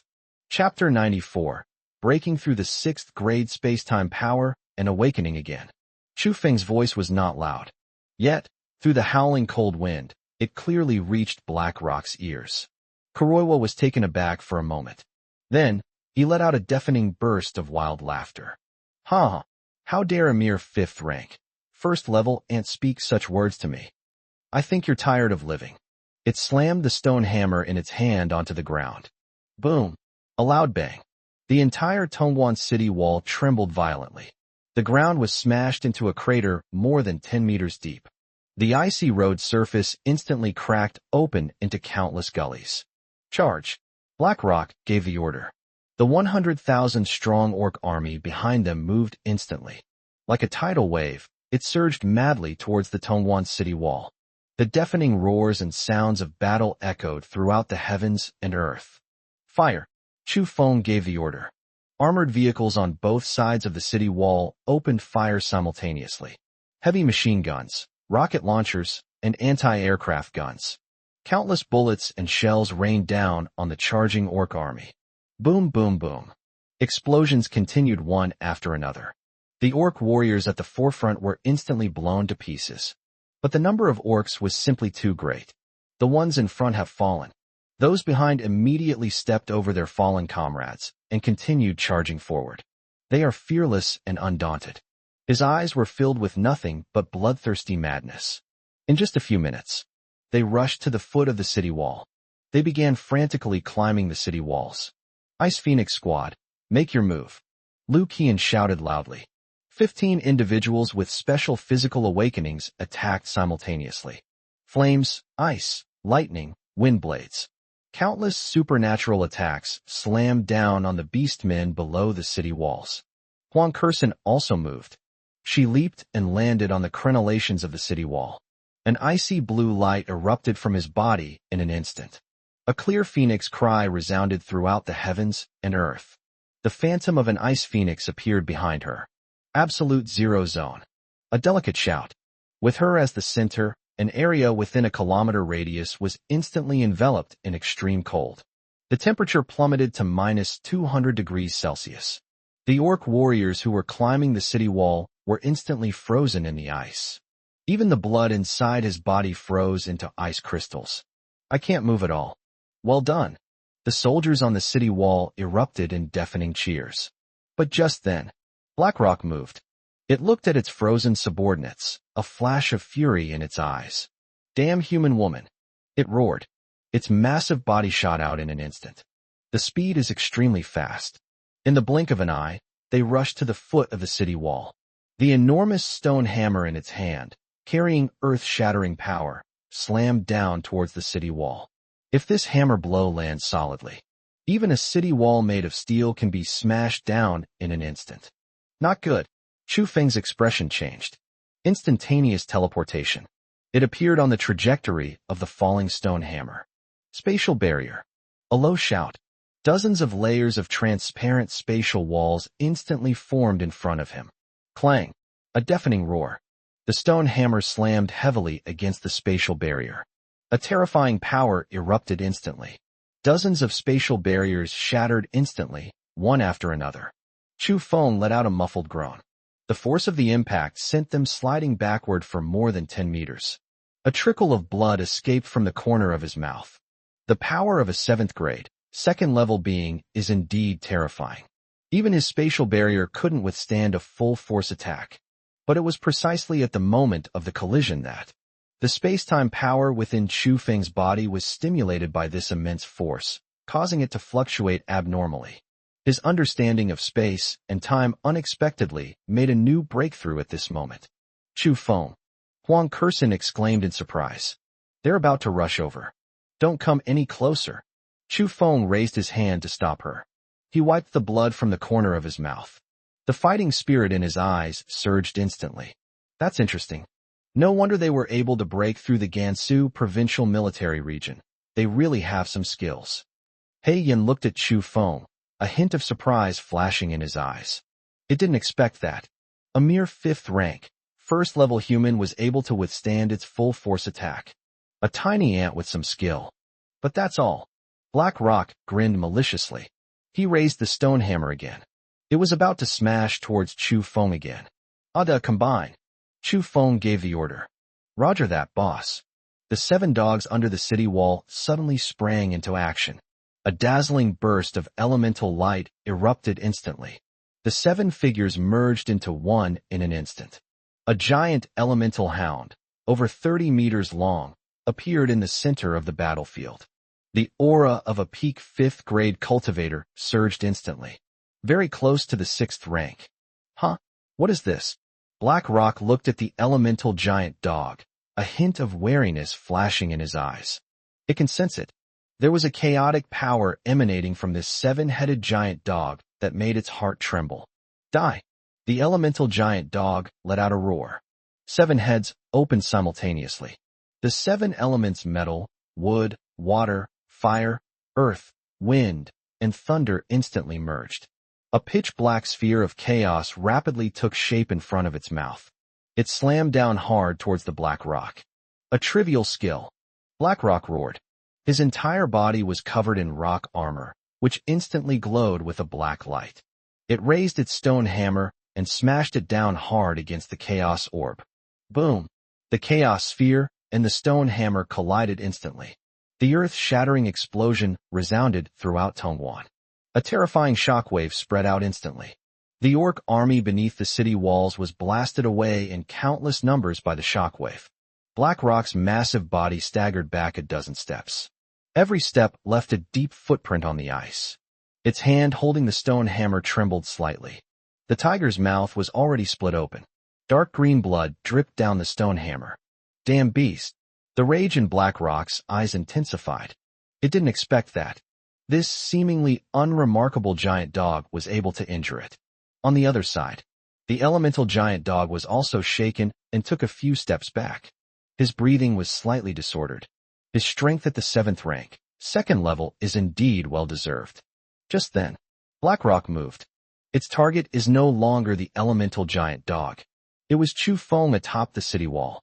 It instantly transformed into a black lightning bolt. Its enormous body unexpectedly unleashed in extreme speed. In the blink of an eye, they rushed to the top of the city wall. The stone hammer in his hand, carrying earth-shattering power, slammed down fiercely towards Chu Feng's head. "Be careful, boss," the Jiang sisters exclaimed in surprise. At the same time, the illusionary barrier of the ancient mirage was activated. The scene before Kuroiwa's eyes changed instantly, but it just snorted coldly. The energy in his body exploded instantly. "You dare to show off your mere illusionary skills in front of me? Break!" A furious shout. The illusionary barrier shattered instantly. Jiang Lingyu and her sister let out a muffled groan. Blood trickled from the corner of his mouth, and he staggered backward. The mental energy suffered a backlash. The stone hammer was now less than half a meter from Chu Feng's head. Everyone on the city wall held their breath. His face was deathly pale. But Chu Feng remained standing in the same spot. It remained completely still. He showed no panic as the stone hammer came hurtling towards him. Just as the hammer was about to touch his hair, Chu Feng spoke slowly. He uttered 4 words. "Time and space stand still." The moment the words fell, the whole world has been put on pause once again. Within a 100-meter radius, time stood still. BlackRock's massive body froze in midair. The ferocity on his face and the rage in his eyes were frozen in that moment. The stone hammer stopped just centimeters above Chu Feng's head. It could not advance even an inch further. Even the snowflakes dancing in the air stopped in midair. And at that very moment, the space-time power stimulated by the BlackRock giant force was now circulating wildly within Chu Feng's body. His understanding of the laws of time deepened several times over in an instant. Chu Feng walked forward slowly. They walked up to the still BlackRock. Looking at its ferocious face, a cold glint flashed in his eyes. "A 7th rank, 2nd level cultivator dares to talk back to me. Do you think that having a higher level of skill guarantees victory?" He slowly raised his right hand. At his fingertips, he conjured his strongest spatial blade to date. It contained not only the spatial power of his entire body, it also incorporates the chaotic origin of the elemental giant dog. It also incorporates the primordial divine power belonging to the god of time and space, which is currently flowing wildly. In your next life, remember to be smarter. Don't come to Earth again, you're just asking to die. The words fell. Chu Feng flicked his wrist lightly. The blade of space slashed down in an instant. The 3-second freeze in time ended just as it began. Time began to flow again. BlackRock has regained its mobility. It hadn't realized what was happening yet. I only felt a chill on my neck. My vision began to spin. It saw its own body, holding a stone hammer, collapsing with a crash. "No, it's impossible. What kind of sorcery did you use?" BlackRock let out a final, desperate murmur. His head rolled to the ground. There was no sound at all. A bare general of the 7th rank, 2nd grade, sold out instantly. The entire venue fell into a deathly silence. The orc army, which was frantically attacking the city, froze instantly. Looking at the leader's head rolling on the ground, his eyes were filled with extreme fear. Their leader, Lord BlackRock, rank 7, level 2. He actually got his head chopped off by this human with a single blow? The soldiers on the city wall were also dumbfounded. Everyone's mouths were agape, and they couldn't close them for a long time. Oh my god. 5th grade, 1st level, instantly kills 7th grade, 2nd level. This is simply a miracle. Chu Feng ignored the shock of the crowd. He bent down and picked up the crystal core that BlackRock had dropped. The crystal nucleus was scalding hot to the touch. It contains an immense and terrifying amount of energy. The total energy of a 7th grade, 2nd level crystal core is a full 1,000 times that of a 5th grade, 1st level crystal core. Chu Feng did not hesitate at all. He sat cross-legged on the city wall. He circulated his internal energy cultivation technique and began absorbing the energy from the crystal core. A surge of immense energy, like a tsunami, flowed into his meridians. His cultivation level began to increase rapidly. Rank 5, Tier 2. 5th rank, 3rd tier. 5th rank, 5th tier. In just over 10 seconds, he broke through 4 minor stages of the 5th rank directly. The energy within the crystal core remained surging. It continued to cleanse his meridians and dantian. 5th rank, 6th stage. 5th rank, 8th tier. Peak of the 5th rank. It wasn't until the peak of the 5th or 9th rank, just one step away from the 6th rank, that the energy of the crystal core was consumed by 70%. Chu Feng did not stop. He raised his hand and gestured. On the distant battlefield, the crystal cores of the 5/6th rank beast race commanders who had been killed by the elemental giant hound were instantly drawn into his hand by the power of space. He crushed all 5 grade 6 crystal cores at the same time. A surge of immense energy flowed into his body once more. Break! Chu Feng let out a low shout. The space-time power within his body erupted instantly. The once impregnable 6th rank barrier was breached instantly, as if it were made of paper. Buzz! A terrifying aura erupted from Chu Feng. It swept across the entire Tongan battlefield. Planetary level, 6th rank, 1st stage. We've made a breakthrough. He skipped 10 ranks from the 5th grade, 1st level, and stepped into the 6th grade. At the same time, a flood of information rushed into his mind. His spatial abilities surged once again, expanding his perception range to 1,000 kilometers. The core ability, Time Freeze, has also received an epic upgrade. The range of stillness has been expanded from 100 meters to 500 meters, and the stillness time has been increased from 3 seconds to 10 seconds. In addition, he also awakened a brand new space-time ability, Time Flow Control. Within a kilometer radius, one can freely manipulate the flow of time, accelerating it by up to 10 times and decelerating it by up to 10 times. Chu Feng slowly opened his eyes. A dazzling golden light flashed in his eyes. Feeling the surging power within him, a satisfied smile appeared on his lips. Rank 6. I have finally stepped into the mid-level of the planetary stage. Even if he encounters a 7th rank expert again, he will no longer need to gamble his life with sneak attacks and time-space freeze. Even in a head-on confrontation, they would have the strength to fight. Boss is awesome. The elemental giant dog let out an excited roar. They were the first to react. You beastmen, your leader is dead. Our boss has broken through to the 6th rank. Still not surrendering. The roar shook the entire Tongan Pass. But the beastmen army did not surrender. Instead, he was provoked and his eyes turned red. Avenge Lord Blackrock. Kill them. The remaining soldiers charged toward the city wall like madmen. Act recklessly. Chu Feng snorted coldly. He slowly stood up. The power that has just been unleashed needs to be released. He raised his hand and waved. Space cutting cage. Countless spatial lines instantly intertwined to form a giant net. It slammed down on the charging orc army. The muffled thuds continued one after another. The thousands of orc warriors at the forefront were instantly wiped out. There wasn't even time to let out a scream. Having just broken through to the 6th rank, 1st level, his spatial cutting power increased dozens of times. Liu Qian, lead the Ice Phoenix squad and hold the city wall. Li Hong, take your guards and eliminate any remaining fugitives. Ada, the rest is up to you. No problem, boss. The elemental giant dog responded. He turned and charged into the orc army. The chaotic realm unfolded instantly. Dark, chaotic energy swept across the entire area like a tsunami. Wherever they went, whether they were 4th rank beastmen warriors or surviving 5th rank generals, there wasn't even time to let out a scream. It was instantly devoured. There is no enemy who can withstand a single blow. The orc army, having lost its leader, was already demoralized. Now he is being attacked from both sides by Chu Feng, who has broken through his current level, and the elemental giant dog. They were utterly routed in an instant. In just 20 minutes, the vanguard of 100,000 beastmen was completely wiped out. Beneath the frozen Tongan Pass, there were orc corpses everywhere. Blood stained the ice and snow. The Battle of Tongan. Humans win big. On the city wall, all the soldiers threw down their weapons. They cheered wildly. Alliance leader Chu is awesome. Humanity will prevail. Well done. The deafening cheers drowned out the howling cold wind. Everyone stared at Chu Feng's retreating figure, their eyes filled with fervent admiration. It was him.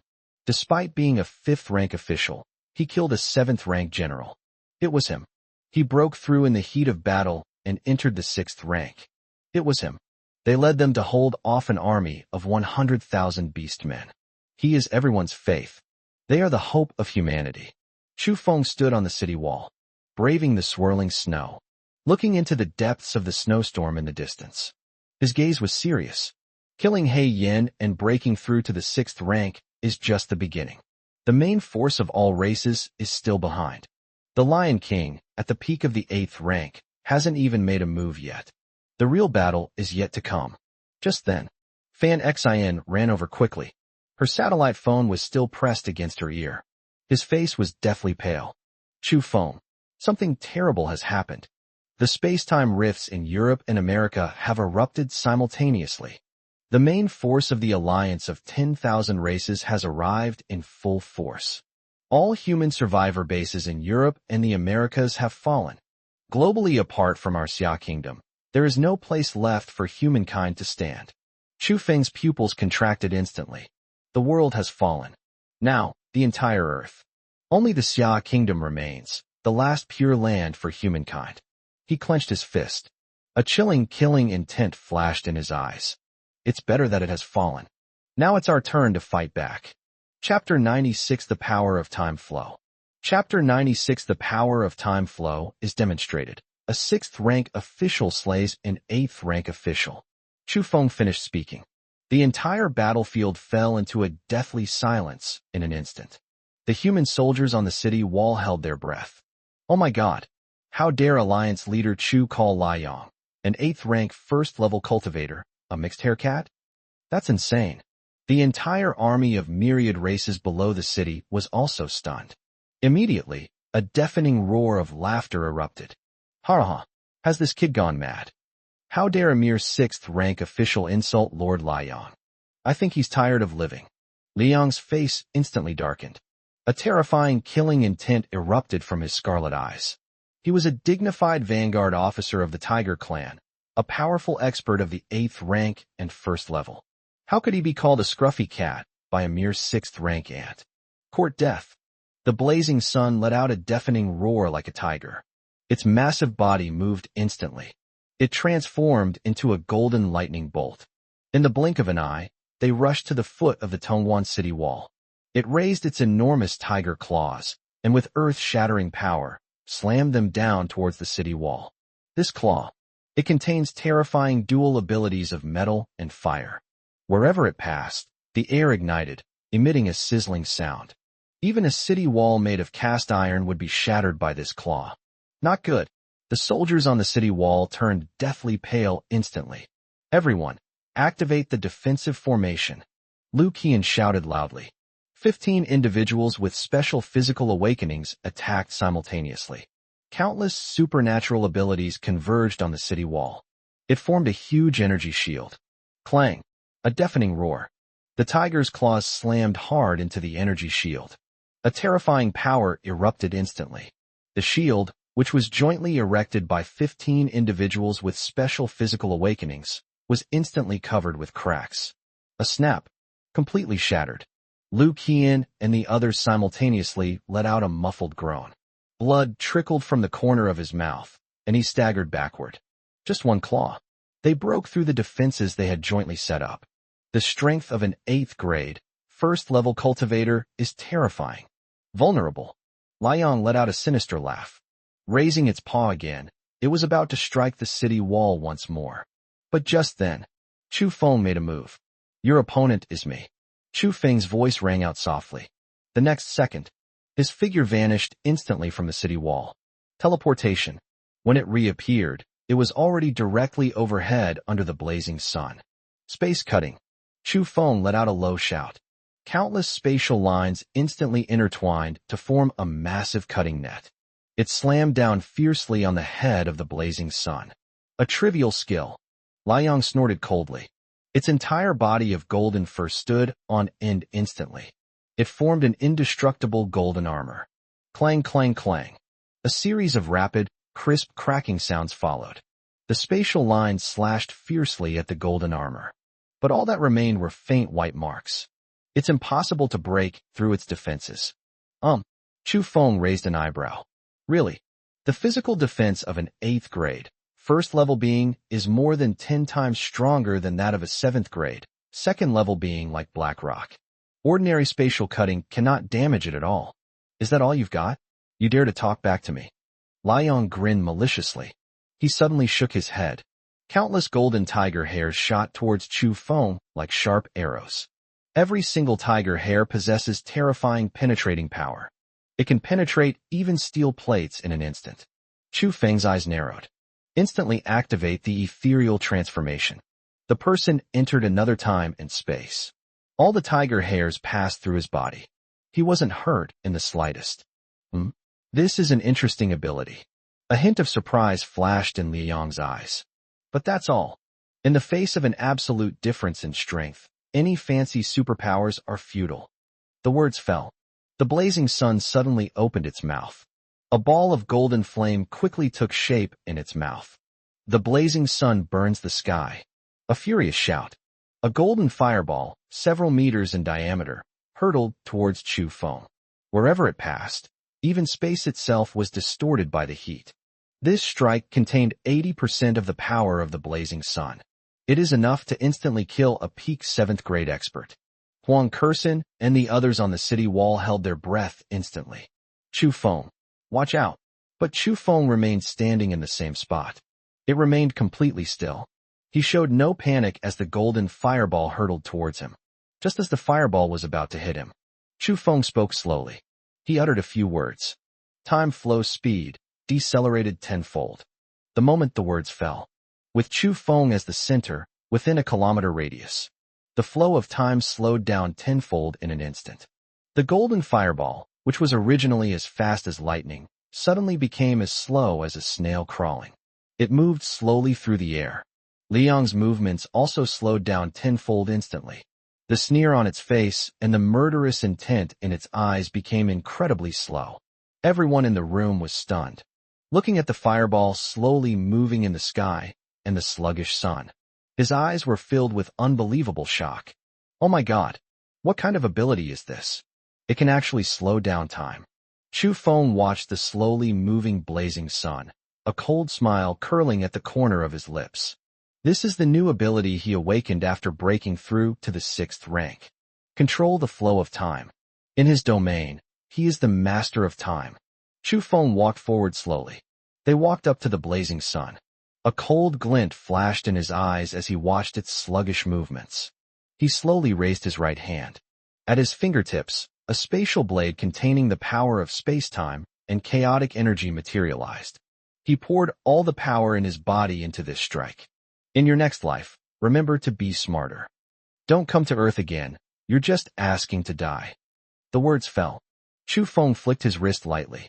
The blade of space slashed down in an instant. The next second, Chu Feng released the control over the flow of time. Time returned to normal. Liang felt a blur before his eyes. The golden fireball that was originally aimed at Chu Feng actually exploded on the spot. A terrifying shockwave of fire spread out instantly. It hadn't realized what was happening yet.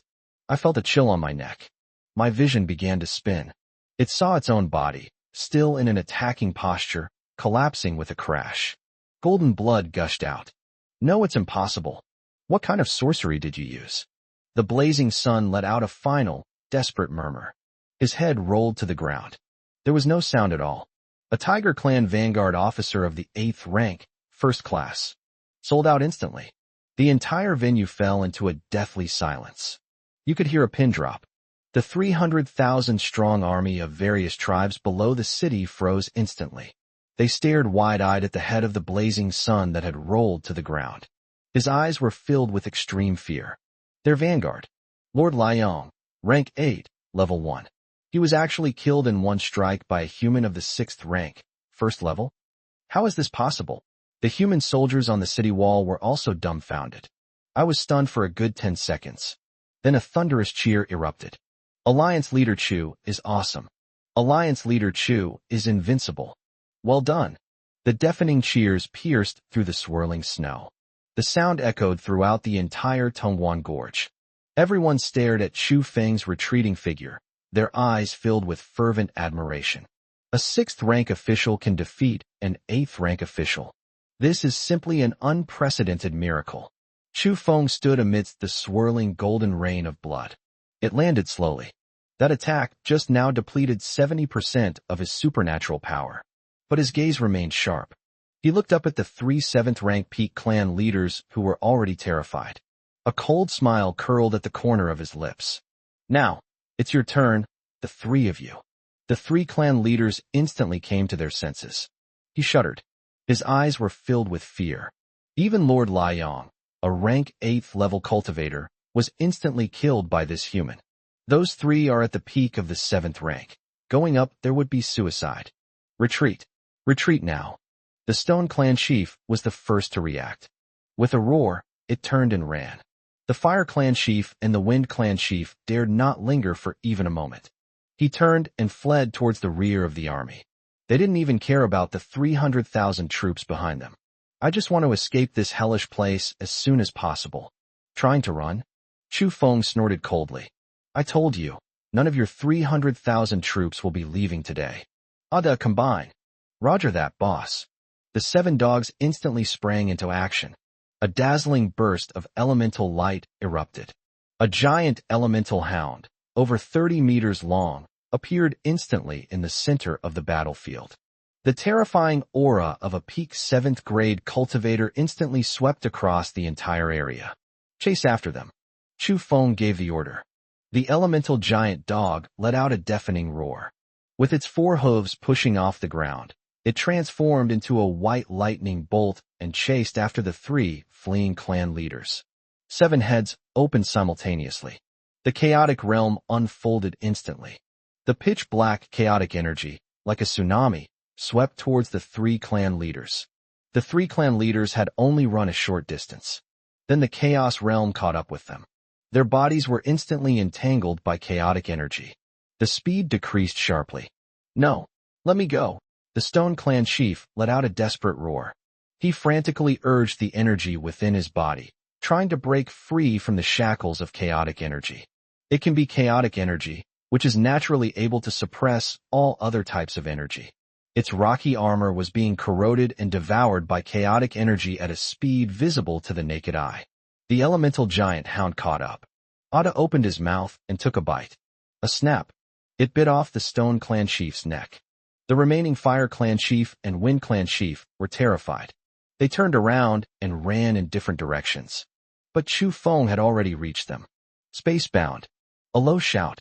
An invisible spatial force instantly imprisoned the 2 of them in place. Chu Feng raised his hand and waved. 2 spatial blades slashed down instantly. 2 soft buffed sounds. 2 clan leaders at the peak of the 7th rank were decapitated. In just 1 minute, the 3 peak 7th rank clan leaders of all races were completely wiped out. The 300,000 strong army of various tribes was completely panicked. The leaders are all dead. They no longer had the courage to fight. Run. Run for your lives. I don't know who shouted it first. The army of 300,000 tribes was instantly routed. They turned and fled frantically toward the northwest border. Trying to run? Chu Feng snorted coldly. He turned to look at the crowd on the city wall. All troops attack. Kill. The city gates opened instantly. Zhou Weigua, Li Hong, and Lu Qian led 50,000 elite soldiers and charged out like a tidal wave. Sisters Huang Kersen and Jiang Lingyu, along with their team of superhumans, followed closely behind. The elemental giant dog charged at the forefront. Wherever the chaotic domain passed, the fleeing warriors of all races were instantly devoured. Chu Feng hovered in midair. His eyes were cold as he watched the fleeing army of myriad races. He raised his hand and waved it. Countless spatial cuts fell like raindrops. Each spatial line can take the lives of several warriors from all races. This was a one-sided massacre. The 300,000-strong army of various races, routed and utterly defeated, was powerless to resist the pursuit of the human elites. The battle lasted for a full day, until nightfall. On the frozen land outside Tongan City, not a single living warrior of any of the myriad races can be seen anymore.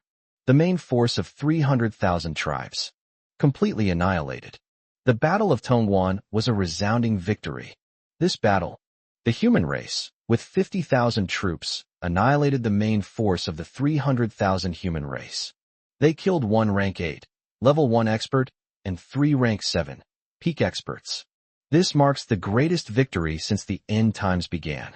The news spread like wildfire. The news spread instantly to all the survivor bases in the Xia Kingdom. The entire Xia Kingdom was in an uproar. Countless survivors took to the streets. He raised his arms and shouted Chu Feng's name. The name Chu Feng has become a symbol of faith in everyone's hearts. They became the hope of the entire human race. And at this moment, Tongan. Chu Feng was sitting cross-legged in the barracks. An 8th grade crystal core absorbing the blazing sun. A surge of immense energy, like a tsunami, rushed into his body. His cultivation level began to increase rapidly. Rank 6, Tier 2. Rank 6, Stage 3. Rank 6, Level 5. It only came to a slow stop when it reached the 6th or 7th rank. In just a few hours, he has once again progressed through 6 minor ranks. He's only 1 step away from the 7th rank. At the same time, his understanding of the power of space and time deepened once again. The power of time-space freeze and the control of time flow have been enhanced once again. Chu Feng slowly opened his eyes. A dazzling golden light flashed in his eyes. He could sense it. It won't be long before he breaks through to the 7th rank. At that time, even if he faces the Lion King at the peak of the 8th rank, he will have the strength to fight. But just then, Fan Xian rushed in again in a hurry. His face was paler than ever before. Her body was trembling slightly. Chu Feng, something terrible has happened. The Lion King himself, has come. It has already left the Gansu military region with 1 million-strong allied army and 12 8th-rank generals. We will arrive at Tongan in 3 days. And it also brought Shui Kuan's clone. Chu Feng's pupils contracted instantly. Shui Kuan's clone. That behind-the-scenes stellar-level powerhouse actually sent an avatar. Chapter 95 Global Fall. Chu Feng finished speaking. The cheers on the city wall quieted down a bit for a moment. Everyone was stunned. The world has fallen. Apart from the Xia Kingdom, there is no other place for humankind to stand. This news hit everyone like a boulder. Li Hong's fist clenched instantly. The knuckles are turning white. Damn it. These beasts. Were all those military districts in Europe and America just sitting around doing nothing? They've all disappeared so quickly. Kong Weihai's expression was also extremely solemn. All races are determined to exterminate our human race. Now, only our Xia Kingdom remains as a pure land in the world. Tongan is the last gateway to our human race. If Tongan falls, we're all finished. The atmosphere instantly became extremely oppressive. The joy of the previous great victory has vanished. Everyone knows that. Next, they will face the main force of the entire alliance of myriad races. There was no turning back. Chu Feng looked at the solemn faces of everyone and spoke slowly. Scared, everyone immediately looked up. He looked at Chu Feng. Chu Feng's eyes remained calm. There was not a trace of panic. Even if the whole world falls, so what? As long as we are still here, as long as the Xia Kingdom still exists, the human race will not perish. Previously, they thought Earth was their breeding ground. Now, they think of the Xia Kingdom as a piece of fat meat in their mouths. Then let's turn this place into their graveyard. No matter how many come, we'll kill them all. Chu Feng's voice was not loud, but it was like a thunderclap, exploding in everyone's heart. The oppressive atmosphere was instantly dispelled. The confusion and fear in his eyes were once again replaced by fighting spirit. Alliance leader Chu is right. Zhou Weiguo stepped forward and raised his arms in a shout. Tongan is our last national gate. We will defend the nation's borders as long as we stand. We swear to live and die with Tongan. We will defend the nation's borders as long as we stand. We swear to live and die with Tongan. All the soldiers on the city wall raised their arms and roared in unison. A deafening roar pierced through the swirling snow. The sound echoed throughout the entire Tongan Gorge. Chu Feng looked at the high morale of the crowd and nodded. Immediately, new instructions were issued. Zhou Weiguo, Immediately contact the headquarters in Beijing and report the news of the global fall of the country. Order Commander Liu Hang to immediately halt the transfer of all survivors, concentrate all forces, and reinforce the defenses of the capital. At the same time, all reserves of the Shanxing military region and Qingzhou base were transferred to Tongan. Yes. Zhou Weiguo responded immediately. He turned around and went to carry out the order. Fan Xin, activate all intelligence networks immediately. Investigate all the deployments of the alliance of 10,000 races on the northwestern border, as well as the troop movements in various space-time rifts. Especially the Lion King at the peak of the 8th rank, its location and movement must be accurate to the minute. Fan Xin immediately stood at attention. Yes, sir. Mission accomplished. Li Hong, take your guards and immediately clear out all the scattered beast men within 100 miles of Tongwan Pass. We must not leave any informants or hidden dangers. Liu Qian, leading the Ice Phoenix Special Squad, cooperated with the city defense forces to reinforce the city walls and set up traps and supernatural defense arrays. Yes, they both replied simultaneously. He turned and rushed down the city wall. Chu Feng then looked at the Huang Kursin and Jiang Lingyu sisters. The three of you, along with all the female awakened ones, will form a medical team. Prepare healing elixirs and ability-restoring potions, and be ready to treat the wounded at any time. Yes. The three women nodded in unison. Huang Kursin reached out and gently grasped Chu Feng's hand. Chu Feng, you should be careful too. Rest assured. Chu Feng ruffled her hair. A sharp smile curled at the corner of his lips. Perfect timing. I just broke through to the 6th rank and haven't tried out the power of my new ability yet. If they dare to come, I dare to kill them. All deployments have been arranged. Chu Feng led his 7 dogs down the city wall. They found a secluded barracks. He sat down cross-legged. 7 dogs surrounded him. Ada rubbed against Chu Feng's arm. The voice of consciousness communication rang in Chu Feng's mind. Boss, when I killed Blackrock just now, I sensed a familiar aura. Huh? Chu Feng was taken aback. What aura? It's the primordial aura of the devouring beast. Ada's voice carried a hint of solemnity. There is a trace of divine power remaining in Blackrock's body, that of the supreme god of all races. Moreover, when we devoured its corpse, we discovered that its crystal core contained the energy to catalyze crystals. Chu Feng's gaze instantly sharpened. Catalytic crystal. It's what Shui Kuan used to stimulate the revival of spiritual energy on Blue Star. Really, these vanguard forces of all races were all sent by Shui Kuan. It couldn't wait for the breeding scheme to end and was already reaping the rewards. Boss, we devoured Blackrock's corpse, and a trace of our origin has awakened again. Ayer's voice also rang out. Now that we've combined our powers, we can even face a peak 7th grade expert head-on. Even someone at the early stage of the 8th rank can exchange a few blows. Chu Feng nodded. I understand.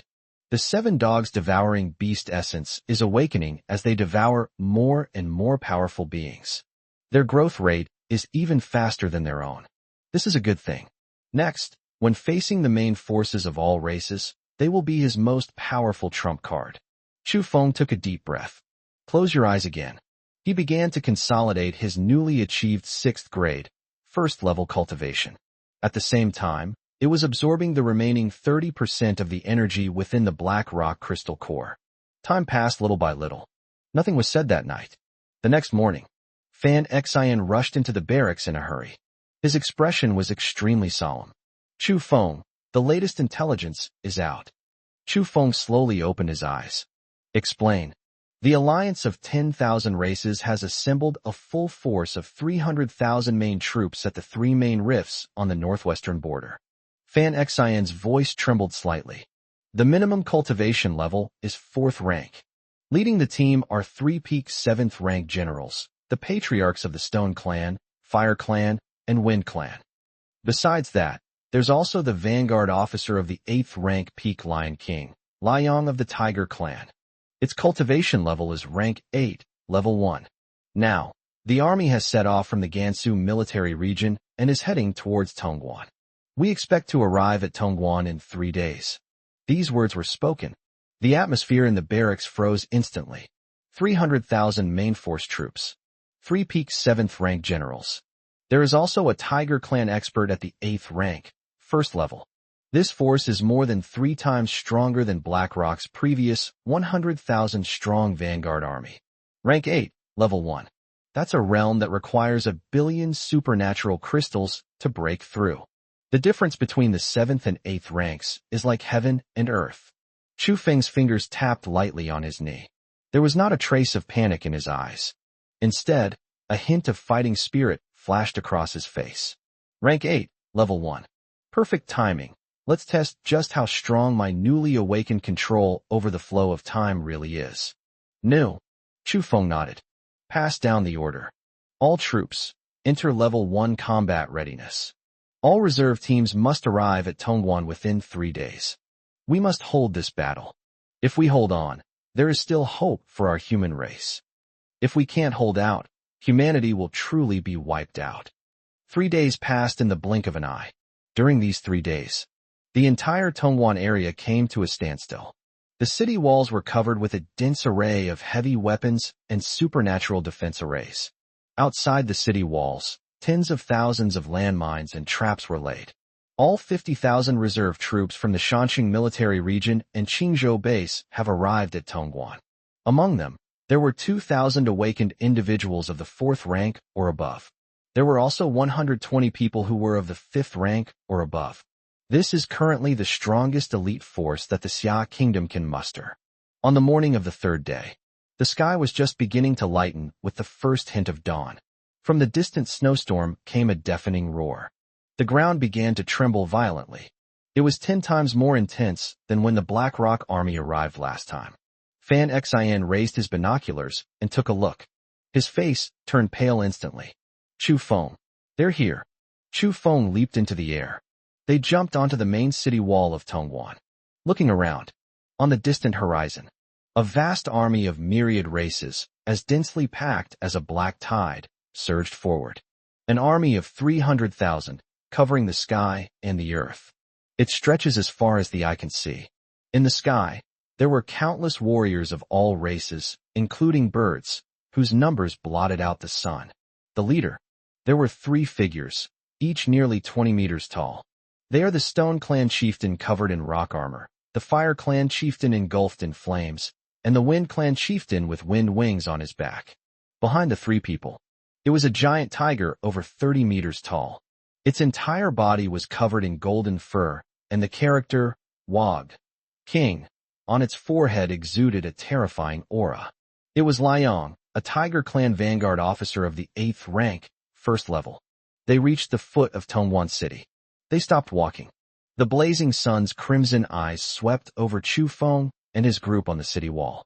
It let out a deafening tiger roar. Insignificant human ants. I am Liang, the Vanguard commander of the Alliance of all races.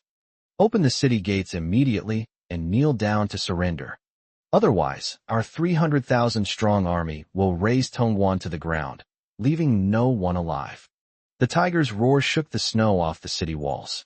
Many soldiers with lower cultivation levels were shocked, their faces turning pale, and they retreated repeatedly. Chu Feng stood at the very front of the city wall, hands in pockets. He looked at the blazing sun with indifferent eyes. A cold smile curled at the corner of his lips. Want to get into Tongan? Can. Your lives will do the bidding. The words fell. Chu Feng's aura as a 6th grade, 1st level cultivator erupted instantly. Without reservation. When Liang saw Chu Feng's cultivation level, he was taken aback for a moment. Then, he let out a deafening burst of wild laughter. Ha! How dare a mere 6th rank, 1st level ant speak such words to me? I thought the person who killed BlackRock was some extraordinary figure. So, he was just an arrogant brat who didn't know his own limitations. The Stone Clan chieftain beside it also let out a dull, sinister laugh. Lord Liang, stop wasting your breath on this brat. Let me take action. I'll smash this shabby city wall down with one blow and grind this kid into mincemeat. The Fire Clan chief also grinned maliciously. Perfect. Let's use the blood of these humans to commemorate our fallen kin. Liang waved his hand. His scarlet eyes were fixed on Chu Feng. Kid, I'm giving you one last chance. Kneel down. cut off your own arms, and offer up all the human women and supplies. I can spare your dog's life. Otherwise, I'll show you what it means to wish you were dead." Upon hearing this, Chu Feng suddenly laughed. His laughter was utterly cold. "You think you can take advantage of me? A lowly, scruffy cat dares to bark at me? Today, none of your 300,000 troops will escape. Leave them all here to serve as fertilizer for the Tongan city walls." Chapter 97. Blood Koan's avatar descends. The air in the barracks seemed to freeze instantly. You could hear a pin drop. Kong Weihai, Li Hong, Lu Qian, and others turned deathly pale instantly. Stellar class. That's a realm that only exists in legends. It's a level they can't even look up to. Even if it's just a clone, it's definitely not something a planetary level being can contend with. Damn it, that Shue Koan is shameless. Li Hong slammed his fist on the table, his knuckles turning white from gripping it so tightly. He's a stellar level powerhouse, yet he's sent down an avatar. He's trying to wipe them out completely. A million-strong allied army of various races, 12 8th-rank generals, a Lion King at the peak of the 8th rank, and Shue Koan's stellar-level avatar. Zhou Weiguo's voice was extremely dry. "This time, I'm afraid we really can't hold on." An atmosphere of despair instantly spread throughout the barracks. The morale boosted by the two previous great victories plummeted instantly. They can beat Black Rock, they can beat Blazing Sun. It was thanks to Chu Feng's extraordinary abilities that he launched a surprise attack. But the difference is fundamental, specifically between stellar and other classes. It's an insurmountable barrier. It is a chasm that no amount of scheming can cross. Just when everyone was in despair, Chu Feng suddenly laughed. The laughter wasn't loud, but it instantly drowned out all the noise in the barracks. Everyone looked up at Chu Feng. "What's the panic?" Chu Feng spoke slowly, his eyes calm and unwavering. "It's just an avatar. It's not like Shue Koan himself is here. If he dares to come, I dare to kill him." His tone was calm, yet it carried an undeniable air of authority. It instantly dispelled the despair in everyone's hearts. Alliance leader Chu, that's a stellar-level avatar. Lu Qian couldn't help but speak, his tone full of worry. "So what if it's stellar level?" Chu Feng raised an eyebrow. "Don't tell me it's just a clone. Even if Shue Koan's true form came, I would dare to touch him." The words fell. His aura, that of a 6th or 7th rank official, erupted without reservation. With a sharp killing intent, it swept across the entire scene. Everyone instantly regained their composure. Yes, they also have Chu Feng. This man who created countless miracles. This man can defeat an 8th rank official from a 6th rank one. As long as he is there, there is still hope. Chu Feng glanced at everyone and immediately gave the order. Fan Xian, immediately activate all intelligence networks to monitor the Lion King's army's movements 24 hours a day, down to the location of every single 8th rank general. Yes. Fan Xian immediately stood at attention, the panic in his eyes disappearing, leaving only determination. Zhou Weiguo, immediately contact the headquarters in Beijing, the Shanxing military region, and the Qingzhou base. All available troops must be assembled in Tongan within 3 days. All awakened individuals of rank 4 or above will be incorporated into the combat sequence. Yes. Zhou Weiguo immediately replied. Li Hong, take your secret guards and set up all the landmines, traps, and supernatural killing arrays within 100 miles of Tongan. Use everything you can. Lu Qian, leading the Ice Phoenix Special Squad, will cooperate with the city defense forces to reinforce the city walls and build 3 lines of defense. Jin Jihuai, immediately bring out all the healing elixirs and ability recovery potions and supply them without limit. Kong Weihai, coordinate all supplies and ensure logistics. There must be no mistakes. Each instruction was clear and decisive. There was not a trace of panic. Everyone immediately responded, turned around, and rushed out to carry out the order. In an instant, only Chu Feng and his harem remained in the barracks. Huang Kersen walked to Chu Feng's side and gently took his hand. Her palms were slightly cool, yet incredibly firm. Chu Feng, no matter what happens, we'll be with you. Even if it's a stellar-level threat, we'll stand by you and fight it out. Sisters Jiang Lingyu and Jiang Lingyin leaned against Chu Feng on either side. Boss, Our illusion can only interfere with something as small as a star for a moment. We can help you. Qin Shasha, Lu Qing, Deba, and the others also gathered around. There was no fear in his eyes, only determination. Fan Xin, blushing, walked up to Chu Feng. Chu Feng, I will risk my life to get you the most accurate intelligence. Chu Feng looked at the women around him. The coldness in my heart melted a little in an instant. He reached out and pulled everyone into his arms. Rest assured, I won't let anything happen to you. We can defend Tongan Pass. Shuekuan's clone would only be a death sentence if it came. The people in his arms instantly felt relieved. As long as Chu Feng is there, even if the sky falls, someone will hold it up. Reassure everyone. Chu Feng led his 7 dogs out of the barracks. The wind and snow of Tongan blew on his face. He looked up toward the northwest border. A chilling, killing intent flashed in his eyes. Blood Kuan. A stellar-level clone. Perfect. He was only 1 step away from the 7th rank. This time, we'll use Shuekuan's clone as a stepping stone for his breakthrough. Ada. Chu Feng spoke. Boss, we're here. The 7 dogs immediately surrounded them. Having devoured the corpses of Liang and 3 7th-rank clan leaders, how much of your essence has been awakened? Ada immediately responded. Boss, if we combine our powers now, we can even take on a Lion King at the peak of the 8th rank head-on. Even a stellar-level clone can withstand the first 3 blows. Chu Feng nodded. A hint of satisfaction flashed in his eyes. Flurkins are indeed the only paradoxical creatures in the universe. The growth rate is ridiculously fast. Very good. Chu Feng patted Ada's head. For the next 3 days, you will focus on absorbing the myriad race crystal cores you previously seized. Improve as much as you can. 3 days later, come with me to meet this Blood Kuan clone. Yes, boss, the 7 dogs replied in unison. Chu Feng took a deep breath. He sat cross-legged on the city wall, braving the swirling snow. He closed his eyes. In his hand lay the crystal cores of 12 5th rank, 5 6th rank, 3 7th rank, and 1 8th rank individuals that had been previously seized. A tremendous amount of energy was surging wildly within him. The barrier of the 7th rank is already on the verge of collapse. 3 days. He must break through to the 7th rank.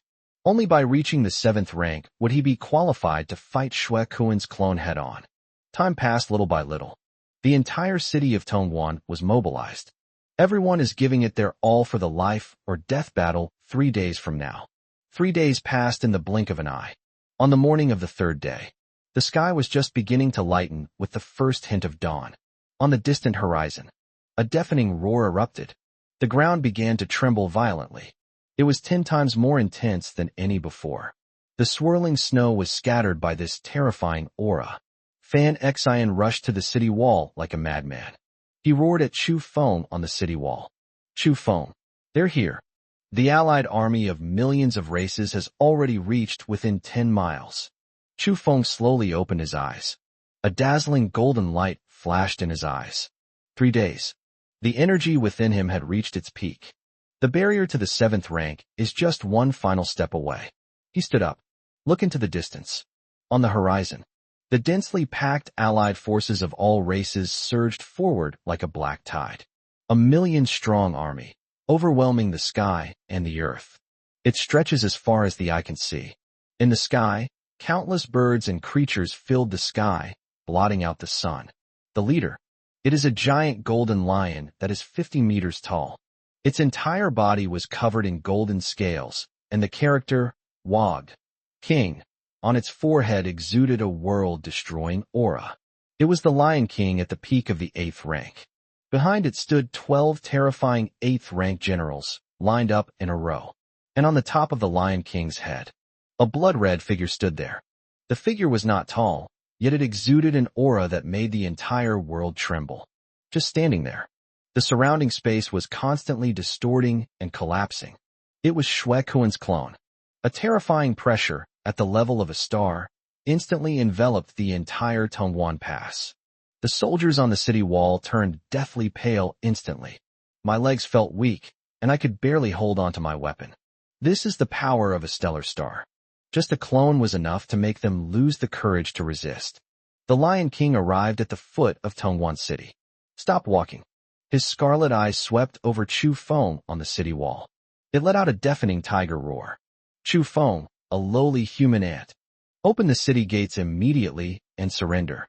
Otherwise, a million-strong army will trample Tongan Pass and slaughter the entire city. Chu Feng stood at the very front of the city wall, hands in pockets. He looked indifferently at the Lion King and the blood-red figure above its head. A cold smile curled at the corner of his lips. You guys? And that hidden clone behind you. These words were spoken. The entire room fell silent. Everyone was stunned. How dare Chu Feng provoke Shui Kuan's clone in public? Has he gone mad? The blood-red figure atop the Lion King's head finally moved. It slowly raised its head. A pair of bloodshot eyes stared intently at Chu Feng. He uttered a cold, arrogant, and indifferent voice. Interesting little bugs.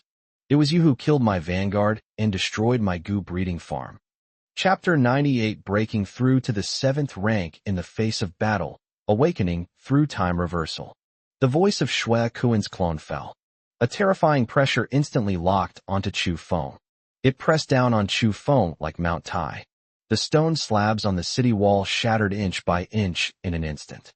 The soldiers behind Chu Feng staggered backward. Only the Chu style, still standing in the same spot. He stood tall and motionless. It was as if this stellar pressure was nothing more than a gentle breeze to him. A goo breeding farm? Chu Feng scoffed. Shui Kuan, you treat Blue Star as your breeding ground for goo, and the human race as your goo worms. Didn't you ever imagine that one day, you would have your neck bitten off by a worm in your eyes? Presumptuous. Blood Kuan's clone roared angrily. A terrifying killing intent erupted from his bloodshot eyes. How dare a mere planetary level ant speak to me like that? It seems I haven't made a move in too long, and now even the most insignificant people in the universe dare to jump out and make a fuss. The words fell. It raised a finger. A crimson energy instantly condensed into shape. He gently tapped Chu Feng. This streak of blood. It looks ordinary, yet it contains terrifying stellar-level power of laws. Wherever it passed, space collapsed instantly, forming a long spatial chasm. Even a peak 8th rank expert would be instantly reduced to ashes if struck by this beam of bloody light. Chu Feng, be careful. Huang Kursin exclaimed in surprise. The absolute zero zone unfolds instantly. Countless ice walls instantly formed in front of Chu Feng. The Jiang sisters also made their move at the same time. The ancient illusory realm barrier unfolded instantly. They wanted to distort the trajectory of that blood-red light. But it was no use. Wherever the bloodstains were, all the ice walls melted instantly. The illusionary barrier shattered instantly. The two sisters groaned, blood trickling from the corners of their mouths, and staggered backward. A stellar-level attack is simply beyond their ability to withstand. A flash of blood reached Chu Feng in an instant. Everyone on the city wall held their breath. His face was deathly pale. But Chu Feng remained standing in the same spot. There was not a trace of panic. Just as the blood-red light was about to strike him, Chu Feng spoke slowly. Time and space stand still. The 4 words fell. Within a radius of 500 meters, with Chu Feng as the center. Time stood still for a moment. The extremely fast streak of blood-red light froze in mid-air. It was less than 10 centimeters away from Chu Feng's brow. Everyone in the room was stunned. A hint of surprise flashed in the blood-red eyes of Shui Kuan's clone. The laws of time. How could a mere planetary-level ant possibly control the laws of time? For the first time, its voice carried a hint of disbelief. The law of time is the most supreme law in the universe. Even among stellar-level powerhouses, very few can control it. Moreover, what's more, it's a planetary-level human. Chu Feng ignored its shock. He could sense it. This time-space freeze can only last for 1 second against a stellar-level attack. 1 second is enough. Chu Feng instantly activated his teleportation ability. With a flash, he disappeared from the spot. The next second, the freeze lasted for 1 second. Time resumed its flow. The streak of blood-red light instantly struck the spot where Chu Feng had just been standing. Boom! A deafening explosion. The thick city wall was instantly blasted into a crater more than 10 meters deep. Gravel flew everywhere. But Chu Feng had already appeared in mid-air 100 meters away. He was suspended in midair. He held all the crystal cores in his hand. The attack from Shui Kuan's clone just now unleashed all of his potential. It also broke through that crumbling 7th rank barrier. You want to kill me? Chu Feng sneered. That depends on whether you have the ability. The words fell. He crushed all the crystal cores in his hand in an instant. A terrifyingly powerful energy surged into his body like a tsunami. His aura began to surge wildly. Rank 6, Stage 8. 6th rank, 9th tier. Peak of the 6th rank. Break! Chu Feng roared angrily. The space-time power within his body erupted instantly. That seemingly indestructible 7th grade barrier was breached in an instant. Buzz! A terrifying aura erupted from Chu Feng. It swept across the entire Tongan battlefield. Planetary level, 7th rank, 1st stage. We've made a breakthrough. Breaking through the enemy's defenses in the face of battle. He went directly from the 6th rank to the 7th rank. At the same time, a flood of information rushed into his mind. The spatial perception range has been directly extended to 5,000 kilometers. Time and space-time were frozen for 15 seconds, and the range was expanded to 1 kilometer. The flow of time can be controlled, accelerating or decelerating by up to 20 times. Besides, he awakened a brand new time-space ability, once again time reversal. It allows you to rewind your state to 10 seconds ago. No matter how severe the injury, it can be recovered instantly. It can be used 5 times a day. Chu Feng slowly opened his eyes. A dazzling golden light flashed in his eyes. Feeling the surging power within him, a sharp smile curled at the corner of his lips. Rank 7. Finally, I've stepped into the threshold of the advanced planetary level. Now, even if he faces a Lion King at the peak of the 8th rank, he can kill him instantly. Even when facing Shui Kuan's stellar-level clone, he had the power to fight. Everyone on the city wall erupted in deafening cheers upon seeing Chu Feng break through in the midst of battle. Alliance Leader Chu is awesome. He's broken through. Alliance Leader Chu has broken through to the 7th rank. We're saved. Kill these beasts of all races. Cheers pierced through the swirling snow. The sound echoed throughout the entire Tongan Gorge. The Lion King below the city walls instantly turned extremely ugly. It didn't expect that. Chu Feng actually broke through to the 7th rank at this critical moment. Meanwhile, the Blood Kuan clone atop the Lion King's head looked at Chu Feng with even greater surprise and suspicion. Then, it turned into intense greed. Great. Excellent. I never expected to encounter a genius who controls the laws of space and time on this abandoned ancestral planet. As long as I devour your soul and seize your origin of the laws of space and time, even within the alliance of 10,000 races, I can rise to the top in one step. Its voice was filled with undisguised greed. It was as if Chu Feng had already become its prey. Chu Feng hovered in midair. He sneered as he looked at Shui Kuan's clone. Devour me? With just this one clone of yours. Today I'll show you. How did the goo worm in your eyes overturn your chessboard? The words fell. Chu Feng snapped his fingers downwards. Ada combine. Roger that, boss. The 7 dogs instantly sprang into action. The dazzling elemental light instantly swept across the entire venue. The 7 figures merged into one. A gigantic elemental dog, 50 meters long, suddenly appeared. The terrifying aura of a peak 8th grade cultivator erupted instantly. Almost there. The 7 heads simultaneously rose, unleashing a deafening roar at Shui Kuan's clone. The chaotic realm unfolded instantly. The pitch-black chaotic energy protected the entire Tongan city wall.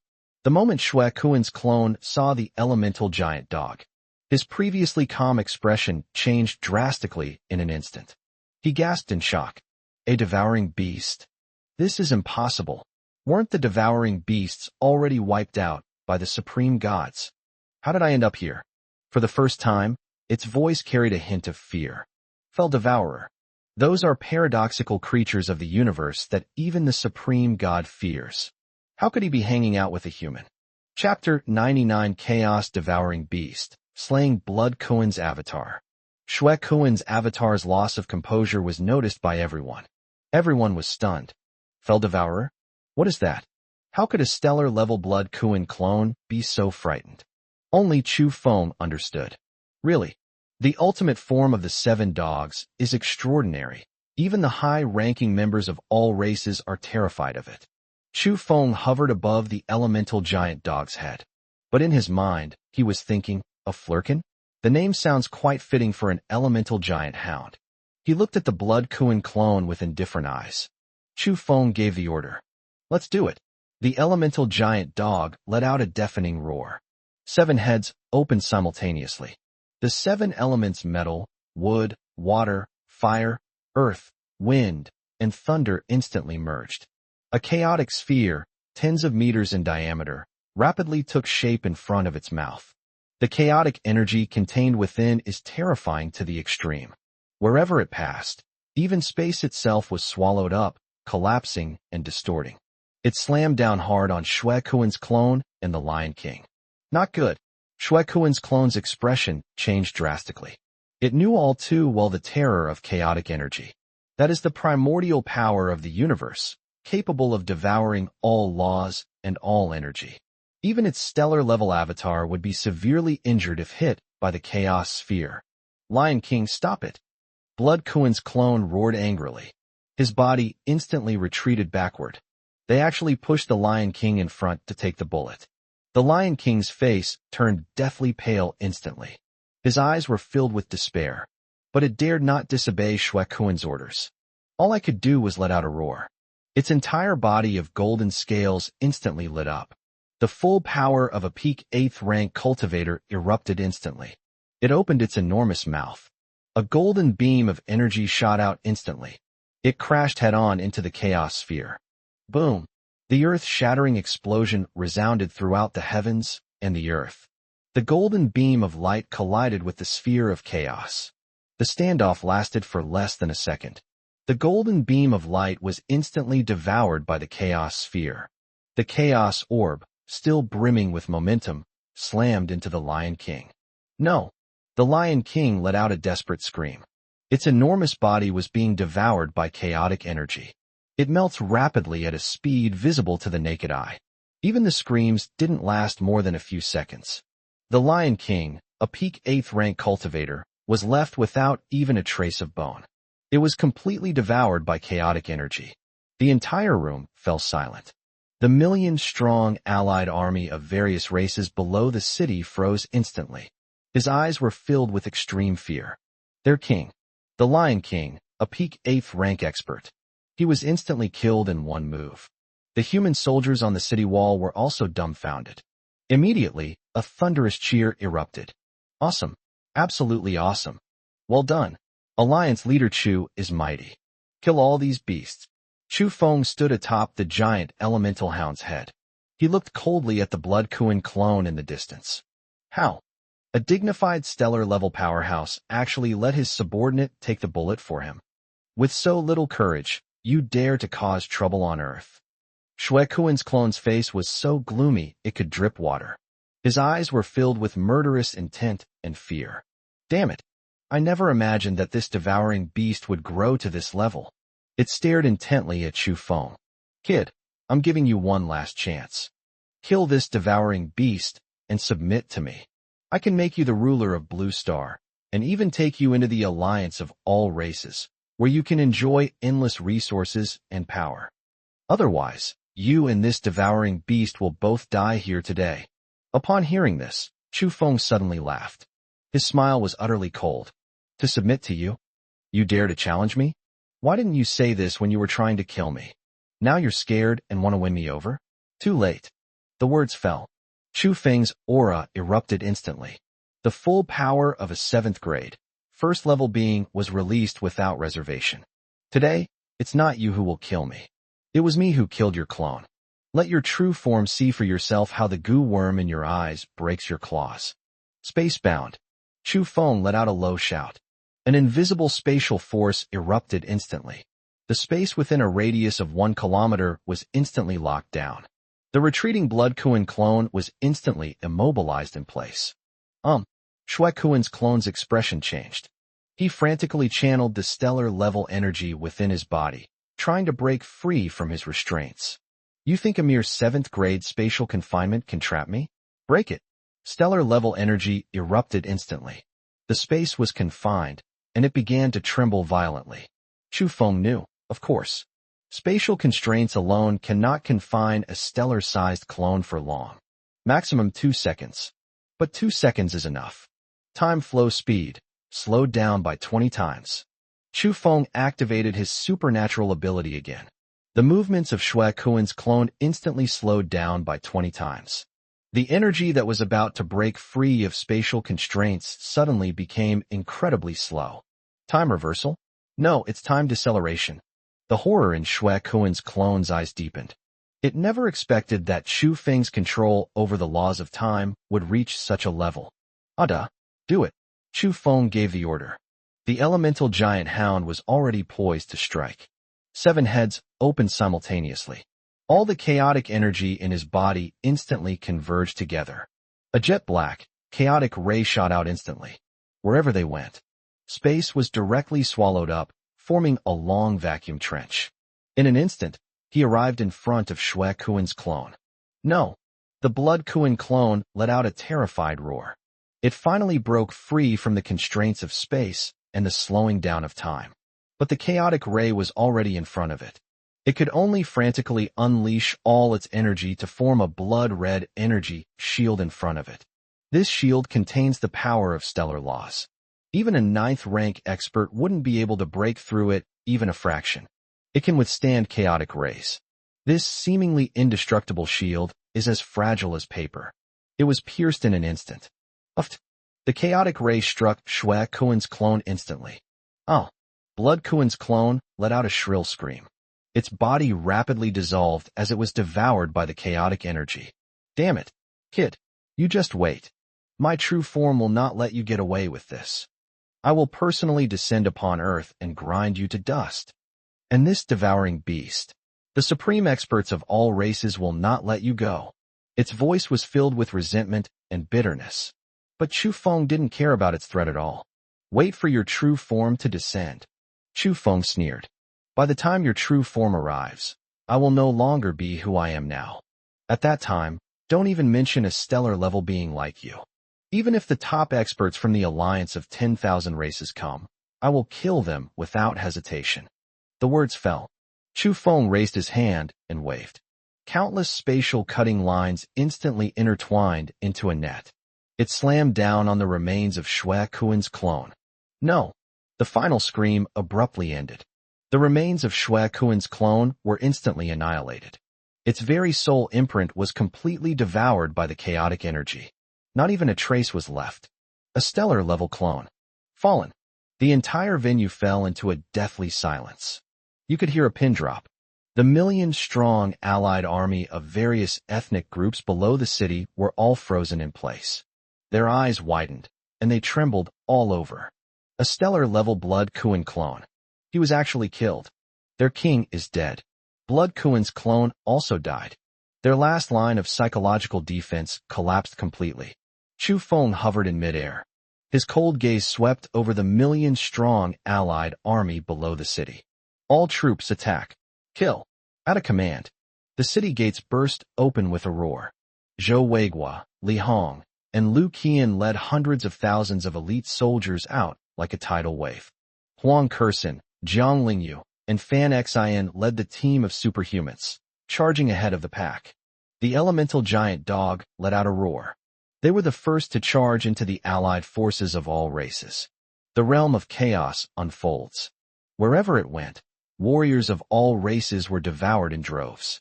Chu Feng hovered in midair. He raised his hand and waved it. Countless spatial cuts fell like a dense rain. Each strike could take the lives of dozens of warriors from all races. This was a massacre with no suspense whatsoever. Having lost their leader, the million-strong allied army had no will to fight. The army was utterly routed. He turned around and fled like a madman. There's no way to escape. The human army pursued them relentlessly, cutting them down like vegetables. The battle lasted from dawn until sunset. Until nightfall. On the frozen land outside Tongan City, not a single living warrior of any of the myriad races can be seen anymore. A coalition of millions of ethnic groups. Completely annihilated. All 12 8th-rank generals were killed. The The peak 8th rank Lion King was instantly killed. The stellar-level Blood Kuan clone has completely perished. The Battle of Tongan. Humans, a resounding victory. The news spread throughout the entire Xia kingdom at the speed of light. It spread to every remaining corner of the world's human race. The world is shaken. Countless people struggling in despair wept bitterly upon hearing the news. The name Chu Feng. He became the only light for the entire human race. And at this moment, on the Tongan city wall, Chu Feng gazed at the sunset, glow filling the sky. He slowly clenched his fist. Killing Shui Kuan's clone was just the beginning. Shui Kuan's true form will descend sooner or later. The army of the alliance of all races will eventually launch a full-scale invasion. He must become stronger. It is strong enough to contend with a star-level being, strong enough to contend with the entire alliance of myriad races. He looked down at Huang Kursin in his arms and the women around him. A hint of tenderness flashed in his eyes. In this life, he will never allow the tragedy of his previous life to repeat itself. He will protect everyone around him. Protect this blue planet. Protect the entire human race. Chu Feng raised his head and looked into the depths of the universe. A sharp fighting spirit flashed in his eyes. Blood Kuan. Alliance of all races. I, Chu Feng, am here waiting for you. You dare to come? I dare to kill. Chapter 100 Global Human Ruler breaks through again at the peak of the 7th rank. The snowstorm at Tongan gradually stopped. The last rays of the setting sun spilled onto the blood-stained, frozen earth. The cheers from the city walls were still deafening. Countless soldiers rushed forward and surrounded Chu Feng. His eyes were filled with fervent worship and the excitement of surviving a disaster. Alliance Leader Chu. Alliance Leader Chu is awesome. We won. We really won. The soldiers raised their arms and shouted, their voices hoarse but incredibly firm. They won. They defeated the coalition of millions of ethnic groups. They defeated the Lion King, who was at the peak of the 8th rank. It even killed the clone of a star-level powerhouse. This is the most glorious victory for humanity since the end of the world. It was also the most dazzling light for the entire human race in the dark apocalypse. Chu Feng raised his hand and pressed it down. The noisy scene instantly fell silent. You could hear a pin drop. Everyone held their breath and watched him. We won. Chu Feng's voice wasn't loud, but it clearly reached everyone's ears. But this is not the end. Shui Kuan's true form is still there, and the army of the Myriad Races Alliance is still eyeing us covetously in the depths of the universe.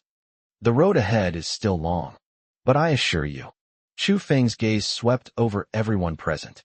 Unwavering determination. As long as I, Chu Feng, am still here, we will never allow any race to trample our homeland. We will never allow anyone to harm our compatriots. The words fell. The crowd erupted in thunderous cheers once again. We swear to follow Alliance Leader Chu to the death. Humanity shall never perish. Earth shall live on forever. We swear to follow Alliance Leader Chu to the death. The shouts rose in waves. It pierced through the clouds and resounded throughout the Tongan Gorge. Inside the barracks, Chu Feng had just sat down. Fan Xin took the satellite phone and strode in. Her cheeks were flushed, and her eyes were filled with excitement. Chu Feng, this is fantastic news. Chu Feng looked up at her. Explain. Messages have been sent from all the remaining human survivor bases around the world. Fan Xin's voice trembled uncontrollably. Europe, America, Africa, Australia, all the surviving human powers are willing to submit to our human alliance. They are willing to acknowledge you as the common leader of all humanity. All troops, supplies, and superhumans are at your command. These words were spoken. The crowd in the barracks instantly erupted in excitement. Kong Weihai, Zhou Weigua, Li Hong, and others all stood up excitedly. Global submission. Chu Feng becomes the global leader of humanity. This means that the human forces scattered around the world have finally been completely unified. No longer fighting their own battles, no longer a disorganized mess. They can finally unite the power of all humanity to fight against the alliance of all races. Great. That's wonderful. Kong Weihai was so excited that he was trembling all over. With global power, we have the confidence to confront the alliance of all races head-on. A faint smile appeared on Chu Feng's lips. This was indeed a pleasant surprise. The victory in slaying Shui Kuan's clone not only crushed the vanguard of all races, it also served as a wake-up call to all of humanity still struggling in despair. It gave them hope of survival. This also made them understand that only by uniting under his leadership could humanity have a future. Very good. Chu Feng nodded. He looked at Fan Xin. Reply to all bases. I accept their allegiance. All bases immediately gather survivors, establish local defenses, and hold out until reinforcements arrive. All awakened individuals of rank 4 or above are to immediately proceed to the headquarters in the capital of Xia Kingdom for assembly. All available supplies and weapons will be registered and allocated by the Human Alliance. Yes, I'll take care of it right away. Fan Xin immediately responded. He turned and walked out quickly, arranged the global deployment. Chu Feng waved his hand, signaling everyone to leave. In the barracks, only he and his 7 dogs remained. Chu Feng opened his palm. A blood-red crystal core lay in the palm of his hand. This is a stellar-level crystal core left behind after Shui Kuan's clone perished. The crystal core was only the size of a fist, yet it emitted terrifying stellar-level law fluctuations. The energy contained within is a full 10,000 times stronger than the 8th grade crystal core of the blazing sun. This is the most precious treasure he has acquired so far. Boss, this is a stellar-level crystal core. Ada came over, shaking his big head. Absorb it, and you'll definitely be able to break through to the 8th rank. Chu Feng shook his head. No. The energy of a stellar level is too domineering. I am only at the 7th rank, 1st level. If I try to absorb it by force, I will only explode and die. It can only be refined little by little and absorbed slowly. He was very clear about his physical limits. The difference between stellar mass and planetary mass is fundamental. You can't get fat in one bite. Even a little bit of refinement would be enough to allow his cultivation to achieve a qualitative leap. Chu Feng sat down cross-legged. Place the crimson crystal core in front of you. Close your eyes. It began to slowly refine the energy within the crystal core. A gentle yet powerful energy flowed into his body little by little, constantly washing over his body. His strength began to steadily increase dramatically. Rank 7, Tier 2. Rank 7, Stage 3. Rank 7, Level 5. It was unstoppable, with no bottlenecks whatsoever. Time passed little by little. Until the next morning. Chu Feng slowly opened his eyes. A dazzling golden light flashed in his eyes. His cultivation level has broken through from the 1st level of the 7th rank to the peak of the 7th rank. He's only 1 step away from the 8th rank. At the same time, his understanding of the laws of space and time deepened once again. The duration of the time-space freeze has been increased to 20 seconds, and the range has been expanded to 2 kilometers. The flow of time can be controlled, accelerating up to 30 times or decelerating up to 30 times. Even the newly awakened time reversal ability has been upgraded from rewinding 10 seconds to rewinding 30 seconds. Their strength has increased several times over once again. Boss is awesome.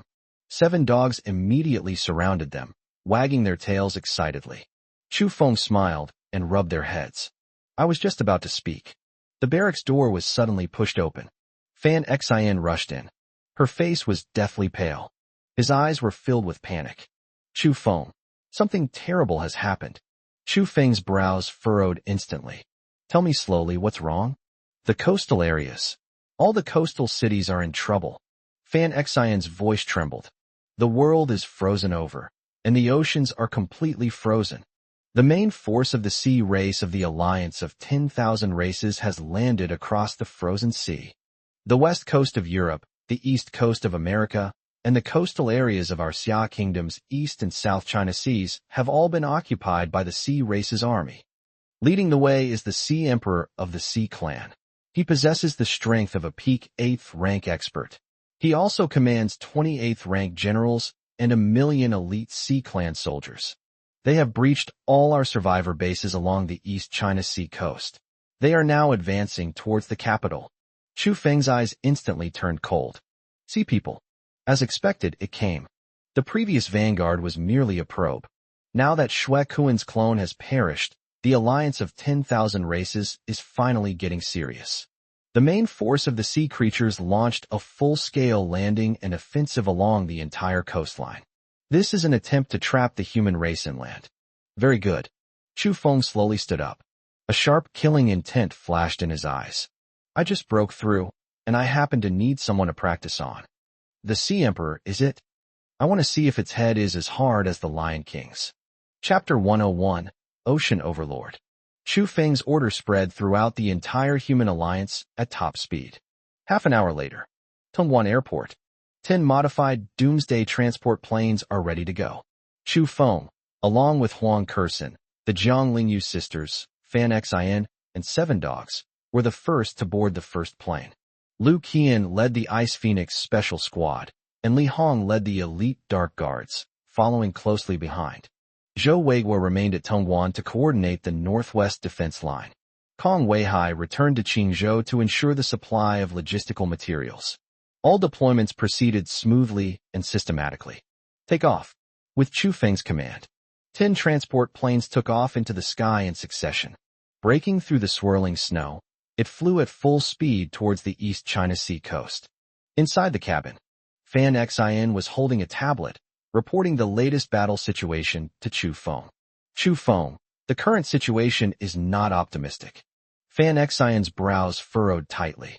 The main force of the sea creature army is concentrated in the East China Sea. The Sea Emperor who leads the group is actually a deep-sea demon whale. He has the strength of a peak 8th rank monster, extremely strong physical defense, immense strength, and can also control seawater and ice. Its 28th rank generals are powerful sea creatures from the shark, crab, and octopus clans, each of whom has the strength to fight against human awakened beings of the same rank. Currently, they have breached the survivor bases in Shanghai, Nanjing, and Ningbo. Of the millions of survivors along the coast, less than 100,000 have retreated to the Suzhou defense line. The garrison in Sioux City numbers less than 20,000, and there are fewer than 100 awakened individuals of the 4th rank or above. Sioux City will be captured in half a day at most. Chu Feng looked at the red markers on the tablet indicating the fall of the coastal areas. His fingers tapped lightly on his knee. His eyes were cold. Suzhou is their final resting place. He turned his head and looked at Huang Kursen beside him. Kursen, how much of your Ice Phoenix body can you unleash in the frozen sea? Huang Kursen immediately looked up at Chu Feng. His eyes were firm. Chu Feng, in the frozen environment, my Ice Phoenix body will not only not be suppressed, but will also increase my strength by 30%. Even if I were to face a Sea Emperor at the peak of the 8th rank, I could hold it off for at least 10 minutes. Chu Feng nodded. A hint of approval flashed in his eyes. Very good. He then looked at the Jiang Lingyu sisters. Are your illusions effective against the sea creatures? Jiang Lingyu nodded immediately. Boss, the spiritual power of the sea race is generally weak. Our illusions are more effective against them than against the beast race. Even if it's an 8th rank sea creature general, we can still disrupt its actions if we join forces. Chu Feng's lips curled into a smile. We have these 3 trump cards. This battle is in the bag. 3 hours later, the transport aircraft formation arrived over Suzhou. We have just entered the Suzhou area. Then everyone saw the horrific scene below. On the frozen land, there were burning ruins everywhere. Countless sea warriors, like a tidal wave, surrounded the city walls of Sioux City and launched a frenzied attack. Several breaches have been made in the city wall. The defending troops are putting up a desperate resistance.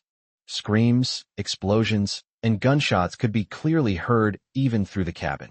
Chu Feng, we've arrived. Li Hong immediately stepped forward and said in a deep voice. Airdrop. Chu Feng gave the order. The transport plane's hatch opened instantly. Chu Feng, holding Huang Kursen, leaped from a height of 10,000 meters. 7 dogs followed closely behind. Li Hong and Lu Qian, along with their elite soldiers, also parachuted in turn. In midair, Chu Feng activated his teleportation ability. Holding Huang Kursen, he instantly appeared on the main city wall of Suzhou. The moment of landing, Chu Feng then saw it not far away. A giant shark man, over 10 meters long, was wielding a bone blade and slaughtering the soldiers guarding the city. Wherever it passed, soldiers fell in droves. The breach in the city wall was created by it. A Shark clan leader of the 8th rank, 3rd level. Chu Feng's eyes turned cold. He raised his hand and waved it. A spatial blade was unleashed in an instant. The Shark clan leader hadn't even reacted yet. It was instantly cut in two. Blood gushed out and splattered all over the ground. The attacking sea creature warriors froze instantly. They all turned to look at Chu Feng, who had suddenly appeared on the city wall. The soldiers guarding the city were also stunned. When they finally saw Feng's face clearly, they erupted in deafening cheers. It's Alliance Leader Chu. Alliance Leader Chu has arrived. We're saved. Alliance Leader Chu has come to our rescue. Kill. Fight these sea monsters to the death. The defending troops, who were already on the verge of collapse, suddenly experienced a surge in morale. With bloodshot eyes, they launched a frenzied counterattack against the charging Sea Tribe warriors. Chu Feng's appearance instilled boundless strength in them. Boss, Zhang Lingyu and her sister, Fan Exine, Li Hong, and others also landed on the city wall one after another. The 7 dogs also merged into the elemental giant dog. The aura of a peak 8th grade cultivator erupted instantly. It swept across the entire battlefield. The attacking sea creature army panicked instantly. They could clearly sense the terrifying aura emanating from the elemental giant hound. And then there was the murderous intent emanating from Chu Feng that made them tremble. Human, who are you? A deafening roar came from the distant, frozen sea. Above the sea, a giant, nearly 100-meter-long demonic whale broke through the thick ice. It floated to the surface. Its body was covered in black scales, and it had a pair of huge, bloodthirsty, scarlet eyes. He exuded a terrifying aura of a peak 8th grade expert. It is the Sea Emperor of the Sea Clan. Behind it stood 28th rank Sea Tribe generals, lined up in a row. A 1,000,000-strong sea creature army lay densely packed on the frozen sea surface. It stretches as far as the eye can see. The Sea Emperor's enormous eyes were fixed on Chu Feng on the city wall. It was you who killed the Lion King and Lord Bloodkuin's clones. Chu Feng stood on the city wall, hands in pockets. He looked at the Sea Emperor with indifferent eyes. It's me. What? You want to come here to die too? Presumptuous. The Sea King let out a deafening roar. The frozen sea surface was shattered, cracking open with countless ravines. How dare a mere ant at the peak of the 7th rank speak so arrogantly in front of me? That good-for-nothing Lion King. It was only because Lord Shuekuin's clone was careless that you were able to launch a sneak attack. Today, I'll show you what true strength is. The words fell. The sea god opened his enormous mouth. A jet of jet black water shot out instantly. Wherever it passed, even the space itself sizzled as it corroded. It crashed down hard onto the city wall of Sioux City. This strike contained 80% of its power. It was enough to instantly collapse the entire city wall. Act recklessly. Chu Feng snorted coldly. I was just about to make a move. Huang Kursin, who was beside me, had already moved. Chu Feng, leave it to me. Huang Kursin gave a sharp shout. He leaped and landed at the very front of the city wall. An icy blue light erupted from his body in an instant. A clear phoenix cry resounded throughout the heavens and earth. A gigantic phoenix silhouette appeared behind her. Absolute zero zone. At a command. With her as the center, an area within a kilometer radius was instantly enveloped in extreme cold. The jet black water arrow was instantly frozen in midair. Even the corrosive energy contained within was completely frozen. The Sea Emperor let out a surprised and doubtful sound. Ancient Ice Phoenix body. I never expected that such an ancient bloodline would still exist on this abandoned planet. Unfortunately, even the Ice Phoenix physique is no match for me. The Sea Emperor roared in fury. Its enormous body burst out of the sea in an instant. It transformed into a black lightning bolt and pounced towards Huang Kursin. The full power of a peak 8th rank cultivator was unleashed without reservation. Your opponent is me. Chu Feng's voice rang out softly. The next second, his figure vanished instantly from the city wall. Teleportation. When it reappeared, it was already blocking Huang Kursin's way. Seeing the Sea Emperor rushing towards him, Chu Feng's lips curled into a cold smile. Time flow speed reduced by 30 times. The words fell. with Chu Feng as the center, within a kilometer radius. The flow of time slowed down by 30 times in an instant. The sea god, who was originally as fast as lightning, suddenly became as slow as a snail crawling. The ferocity on its face and the murderous intent in its eyes became incredibly slow. What? The laws of time. The Sea Emperor's eyes were instantly filled with horror. It finally understood why the Lion King and Shui Kuan's clones had died at Chu Feng's hands. A peak 7th rank master who has mastered the laws of time. This is no ordinary planetary-level planet. You only understand now. Chu Feng sneered. Slowly raise your right hand. At his fingertips, a spatial blade containing the power of space-time and chaotic energy materialized. It's too late. A light flick of the wrist. The blade of space slashed down in an instant. The effect of slowing down by 30 times ended just in time. Poseidon regained his mobility, but it only felt a chill on its neck. My vision began to spin. It saw its massive body collapsing with a crash. It crashed onto the frozen sea, sending up a shower of ice shards. No, it's impossible. How could I, the mighty Sea Emperor, die at the hands of a mere 7th rank ant? The Sea Emperor let out a final, desperate murmur. Its head rolled onto the ice. There was no sound at all. A Sea Emperor of the Sea Clan at the peak of the 8th rank. Sold out instantly. The entire venue fell into a deathly silence. The million-strong sea creature army that was attacking was frozen in place. His eyes were filled with extreme fear. Their emperor. The Sea Emperor, a peak 8th rank expert. He was actually killed by this human with a single strike. The soldiers guarding the city wall were dumbfounded. I was stunned for a good 10 seconds. Then a thunderous cheer erupted. Alliance Leader Chu is awesome. Well done. Alliance Leader Chu is invincible. Chu Feng stood amidst the swirling ice shards. His cold gaze swept over the 20 terrified 8th rank Sea Tribe generals. Your emperor is dead. Now it's your turn. The 20 Sea Tribe generals instantly came to their senses. He shuddered. He turned and fled like a madman into the depths of the frozen sea. Trying to run? Chu Feng snorted coldly. Ada, I'm leaving him to you. Roger that, boss. The elemental giant dog let out a deafening roar. With its 4 hooves pushing off the ground, it transformed into a white lightning bolt and gave chase. The chaotic realm unfolded instantly. The pitch-black chaotic energy swept away like a tsunami. The 28th rank Sea Tribe generals didn't even have a chance to resist. It was completely devoured by the chaotic energy. Not even a trace of bone was left. All troops attack. Chu Feng raised his arms and shouted. Kill. The city gates of Suzhou opened instantly. Li Hong and Lu Qian, leading the defending troops and reinforcements, rushed out like a tidal wave. Sisters Huang Kersen and Zhang Lingyu led their team of superhumans, charging ahead of the pack. Having lost their leader, the million-strong Sea Tribe army was already demoralized. They were powerless to resist the charge of the human army. He turned around and fled like a madman. There's no way to escape. The chaotic domain of the elemental giant hounds is their nightmare. Chu Feng hovered in midair. He raised his hand and waved it. Countless spatial cuts fell like a dense rain. Each strike could take the lives of dozens of sea creature warriors. The battle lasted from afternoon until sunset. Until nightfall. On the frozen sea, not a single living sea creature can be seen anymore. A million-strong sea creature army. Completely annihilated. The crisis along the East China Sea coast has been completely resolved. The Battle of Suzhou. Humanity has achieved another great victory. The news once again spread around the world.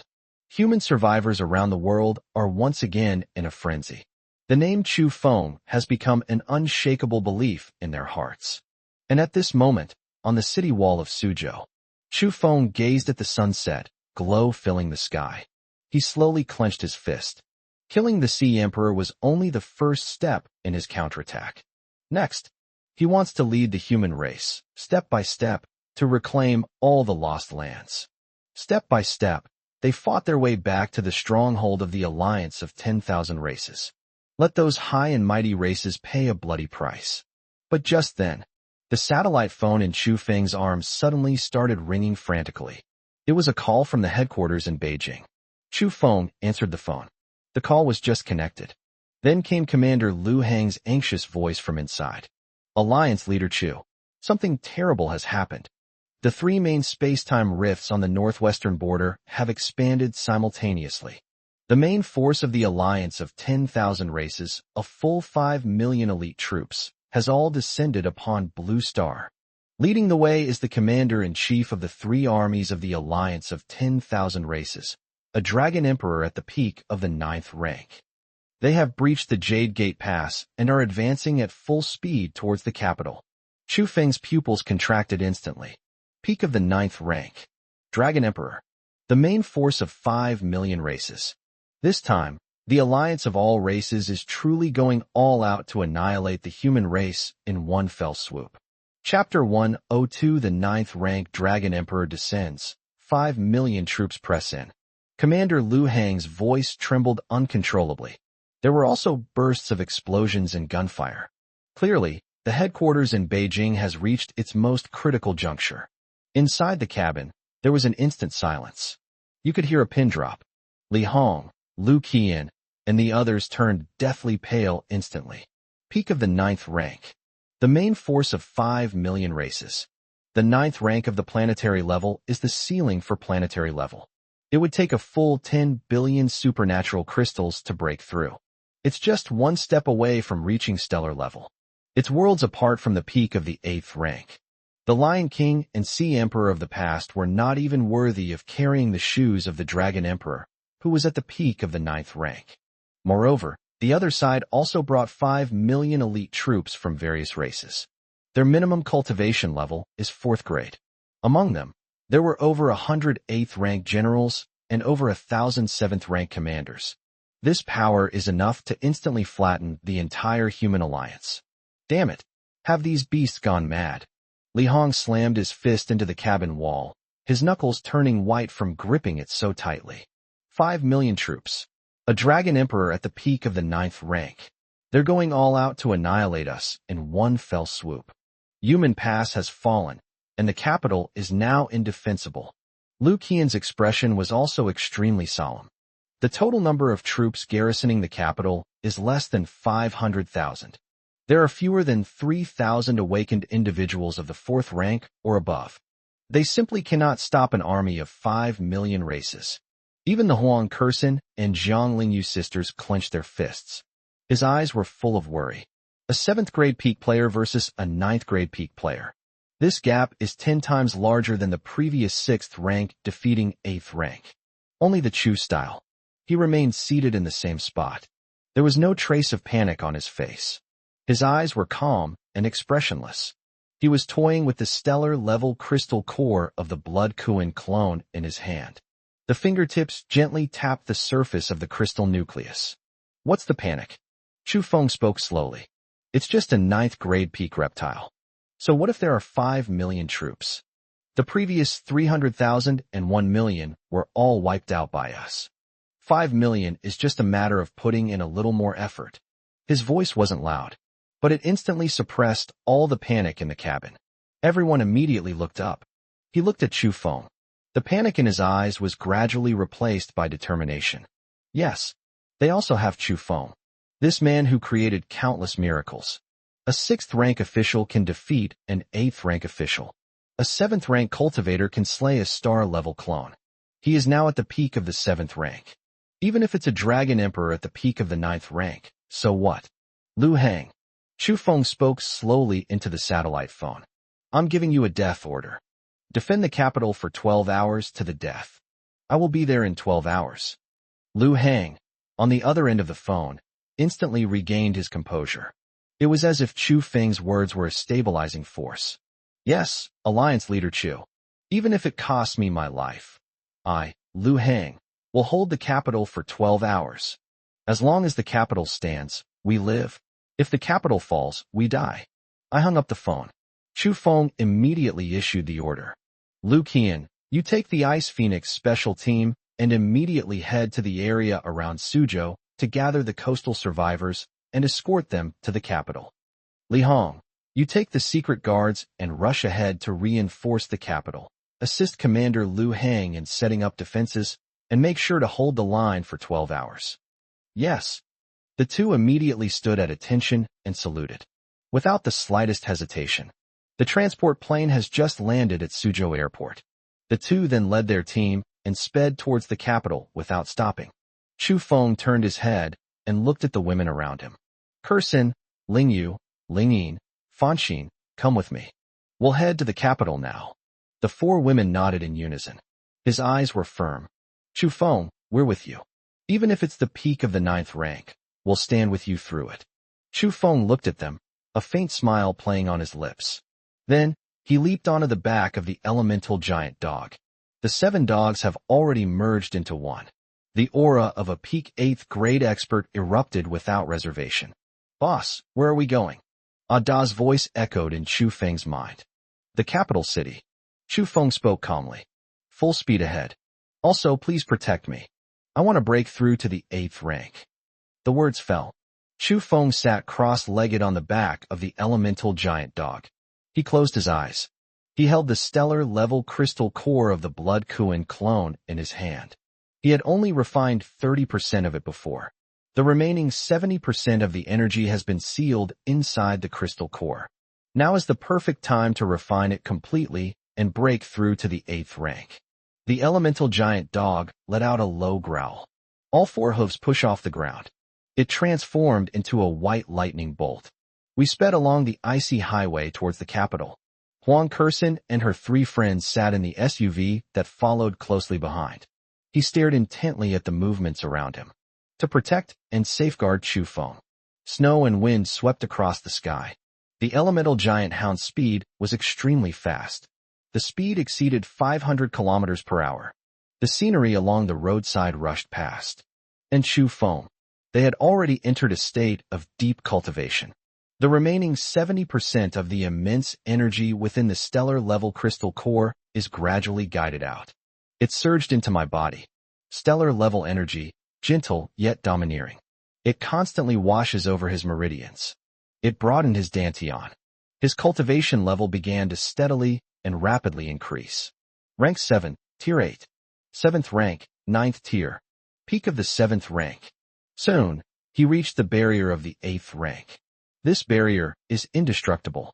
Countless awakened individuals, throughout their entire lives, are unable to overcome this hurdle. But it's with Chu Feng. It is supported by the energy of a stellar-level crystal nucleus. They have a profound understanding of the laws of space and time. This barrier is as flimsy as paper. Break! Chu Feng roared inwardly. The space-time power within his body erupted instantly. The immense energy, like a tsunami, crashed violently against the 8th grade barrier. A snap. The barrier crumbled instantly. Buzz. A terrifying aura erupted from Chu Feng. It swept across an area of about 1 kilometer in radius. The swirling snow was scattered by this aura. Planetary level, 8th rank, 1st stage. We've made a breakthrough. Breaking through the enemy's defenses in the face of battle. He went directly from the peak of the 7th rank to the 8th rank. At the same time, a flood of information rushed into his mind. The spatial perception range has been directly extended to 10,000 kilometers. He was aware of all the movements in the entire Xia Kingdom. Time and space-time are frozen, the duration is increased to 30 seconds, and the range is expanded to 5,000 meters. Time flow can be controlled, with a maximum acceleration or deceleration of 50 times. The time reversal was upgraded from rewinding 30 seconds to rewinding 1 minute. Besides, he awakened a new time-space ability, once again time travel. It can instantly teleport over extremely long distances to places where it has left a spatial imprint. Its maximum range can cover the entire Earth. Chu Feng slowly opened his eyes. A dazzling golden light flashed in his eyes. Feel the surging power within my body. A sharp smile curled at the corner of his lips. Rank 8. Finally, I've stepped into the top tier of planetary level. Now, even when facing a dragon emperor at the peak of the 9th rank, he now possesses the strength to fight head-on. Boss, you're awesome. The elemental giant dog roared excitedly. The speed increased dramatically again. They sped off toward the capital. 8 hours later, the sky was just beginning to lighten. Chu Feng and his group finally arrived at the outskirts of the capital. We have just entered the capital city area. Chu Feng then heard a deafening explosion. I saw flames filling the sky. The scene before me was utterly horrific. The once prosperous capital city. It has now become a battlefield. 5 million troops, like a black tide, surrounded the city walls of the capital and launched a frenzied attack. The city wall has been breached in more than a dozen places. The defending troops are putting up a desperate resistance. The corpses were piled up like a mountain. Blood stained the frozen ground. In the sky, countless birds and animals of all kinds blotted out the sun. They continuously unleashed supernatural attacks into the city. And at the very front of the battlefield, a golden dragon, nearly 100 meters long, was hovering in midair. Its body was covered with golden dragon scales, its 5 claws were sharp, and its huge dragon eyes were scarlet and bloodthirsty. He exuded a terrifying aura of a peak 9th grade expert. It is none other than the Dragon Emperor, the commander-in-chief of the 3 armies of the Alliance of Myriad Races. It simply flicked its tail casually. A golden dragon's breath shot out instantly. A loud bang. The thick city wall was blasted open, leaving a hole tens of meters wide. The guards inside the cave were instantly annihilated. Ha! The Dragon Emperor let out a deafening laugh. The sound reverberated throughout the entire battlefield. Insignificant human ants. Give up the resistance. Your end has come. Today, I will raze the capital to the ground and slaughter all humankind. On the city wall, Commander Liu Hang, covered in wounds, leaned on his military knife and barely managed to stand. Looking at the city walls that were being breached one after another, his eyes were filled with despair. 8 hours. He has given it his all. The defending troops have suffered more than half casualties. Ammunition is almost gone. He can't hold on much longer. Alliance leader Chu, when are you finally coming? Liu Hang's voice was extremely dry. Just then, a cold voice suddenly resounded throughout the entire battlefield. I am coming. The moment the words fell, a spatial rift appeared out of thin air in the center of the battlefield. Chu Feng's figure slowly emerged from the crack. Dressed in black, he appeared like a god descending from the heavens amidst the blazing fire and snow. The elemental giant hound followed closely behind, its aura at the peak of the 8th rank erupting instantly. Huang Kersen, Jiang Lingyu and her sister, and Fan Xian also appeared beside him instantly. The moment I saw Chu Feng, Liu Hang, standing on the city wall, instantly had tears in his eyes. My legs went weak and I almost collapsed to my knees. Alliance leader Chu, you've finally arrived. The defenders on the city wall erupted in deafening cheers. Alliance leader Chu has arrived. We're saved. Kill. Fight these beasts of all races to the death. The defending troops, who were on the verge of collapse, suddenly saw their morale soar. With bloodshot eyes, they launched a frenzied counterattack against the charging warriors of all races. In midair, the Dragon Emperor's enormous dragon eyes stared intently at Chu Feng. A hint of surprise flashed in his eyes. You are Chu Feng? That ant who killed the Lion King, the Sea Emperor, and even the clone of Lord Bloodcoin? Chu Feng looked up, looked towards the Dragon Emperor in midair. His eyes were indifferent. It's me. What? You want to come here to die too? Chapter 103 The Law of Time Traps the Dragon Emperor. Chu Feng finished speaking. The entire battlefield fell silent for a moment. The all-powerful army of myriad races that was attacking all stopped their movements. They all turned to look at Chu Feng in the center of the battlefield. His eyes were filled with horror. This human dares to publicly insult the Dragon Emperor, a peak 9th rank being? Has he gone mad? The Dragon Emperor was taken aback for a moment. Then, he let out a deafening burst of wild laughter. Ha! Arrogant. Utterly arrogant. How dare a mere 8th rank, 1st level ant spout such arrogant words in front of me? I thought that the person who could kill Lord Shuequan's clone must be some extraordinary figure. So, he was just an arrogant brat who didn't know his own limitations. Its laughter was full of disdain and contempt. The difference between the 8th and 9th ranks may seem to be only one major level. In reality, they are worlds apart. In its eyes, a human of the 8th rank and 1st level was no different from an ant. Moreover, he is the only expert in the entire human race to reach the 8th rank. The rest of the humans are few and far between, not even reaching the 7th rank. Kid, I'm giving you one last chance. The Dragon Emperor's enormous dragon eyes stared intently at Chu Feng. The voice was icy and chilling. Immediately cut off your own arms and kneel down to surrender. Offer all the women and resources of the human race. I can spare your life and make you my dog on earth. Otherwise, I will make you suffer the most painful punishments in the world, making you wish you were alive but unable to die. Upon hearing this, Chu Feng suddenly laughed. His laughter was utterly cold. You think you can take advantage of me? A winged lizard dares to bark at me? Today I'll show you. A peak 9th rank insect is nothing more than a slightly larger worm in my eyes. The words fell. Chu Feng's aura erupted instantly. The full power of an 8th rank, first-level being was released without reservation. The power of time and space circulated around him.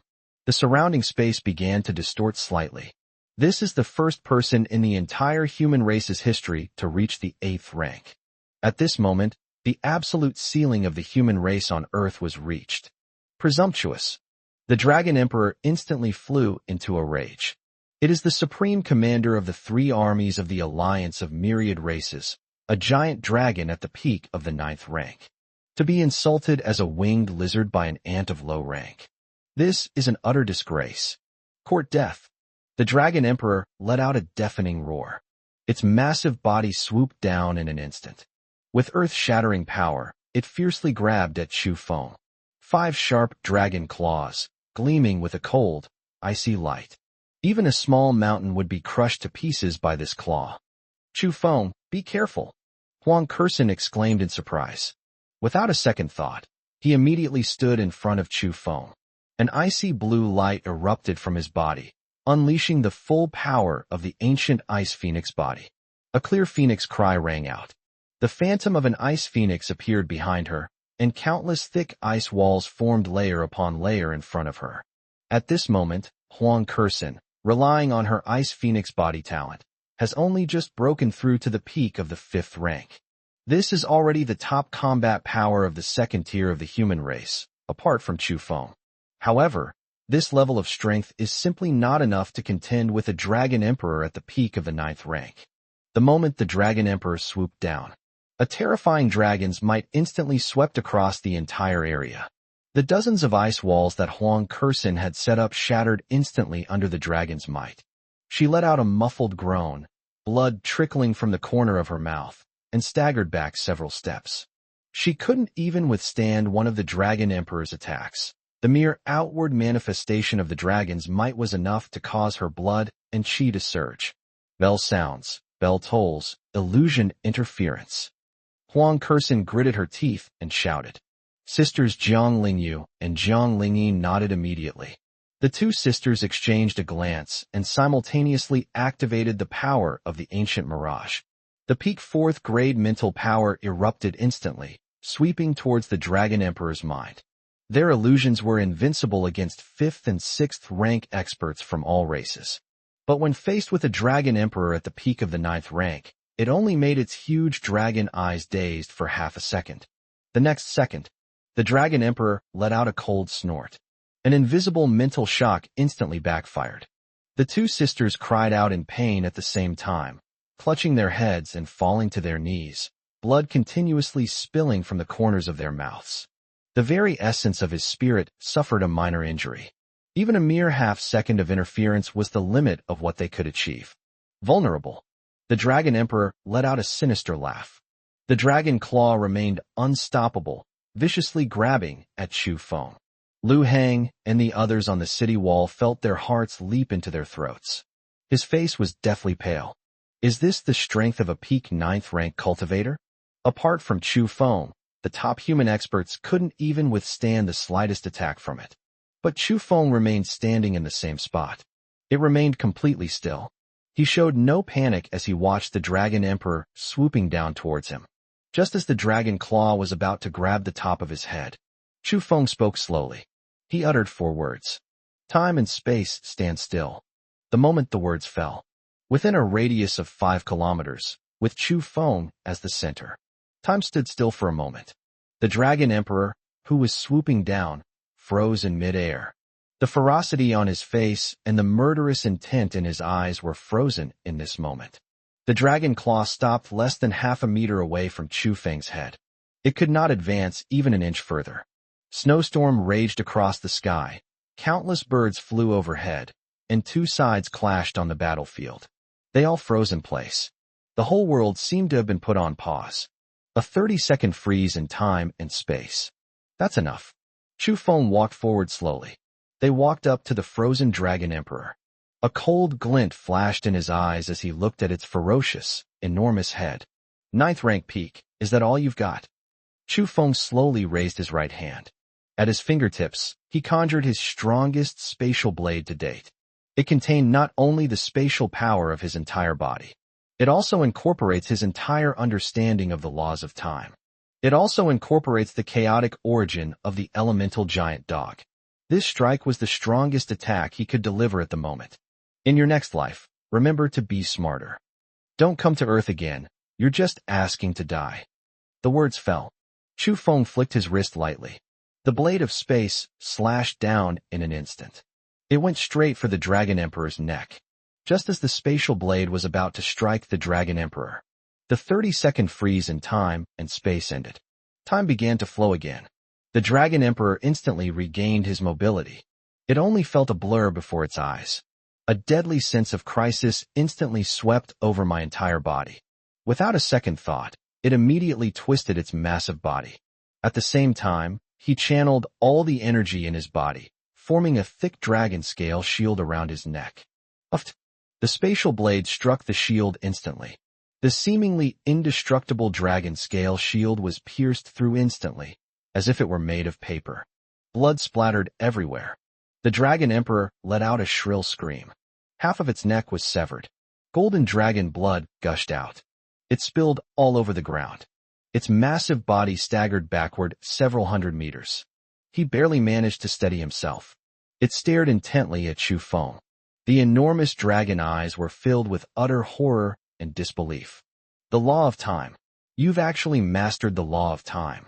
It finally understood. Why did the Lion King, the Sea Emperor, and even Lord Shui Kuan's clone all die at Chu Feng's hands? An 8th rank awakened one who has mastered the laws of time. This is no ordinary planetary-level planet. The entire battlefield instantly erupted into chaos. The defenders on the city wall erupted in a thunderous cheer. Alliance Leader Chu is awesome. The Dragon Emperor has been injured. Alliance Leader Chu has injured the Dragon Emperor. Kill it. Kill this evil dragon. Meanwhile, the entire army of myriad races below the city was frozen in place. His eyes were filled with fear. Their invincible Dragon Emperor. A being at the peak of the 9th rank. He was actually wounded by a single strike from an 8th rank human. How is this possible? The Dragon Emperor looked at the deep, bone-revealing wound on his neck. The horror in his eyes was gradually replaced by overwhelming killing intent. Damn ants! How dare you hurt me? I want you dead.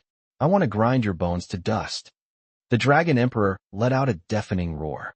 The golden dragon scales all over its body instantly stood up. The full power of a peak 9th rank cultivator was unleashed without reservation. The entire sky was darkened by its aura. It opened its enormous mouth. A ball of golden dragon breath quickly formed in its mouth. It contains terrifying, destructive energy. Enough to instantly kill a peak 8th rank expert. Dragon's breath burns the heavens. A furious shout. A golden dragon's breath, tens of meters in diameter, roared fiercely towards Chu Feng. Wherever it passed, space was burned, distorted, and collapsed. Even the ice on the ground melted into steam instantly. Be careful, boss. The elemental giant dog let out a roar. He rushed to Chu Feng's side in an instant. 7 heads opened simultaneously. The chaotic energy in his body converged instantly. This formed a massive chaotic shield. The combined elemental giant dog possesses the strength of a peak 8th grade cultivator. He is also the only one besides Chu Feng who can withstand the Dragon Emperor's attack head-on. Boom! The golden dragon breath slammed heavily into the chaos shield. The earth-shattering explosion resounded throughout the heavens and the earth. A terrifying shockwave spread out instantly. The surrounding warriors of all races were swept by the shockwave, and instantly turned to ashes. The massive elemental hound staggered back a dozen steps. The chaos shield was covered in cracks. Blood trickled from the corner of his mouth.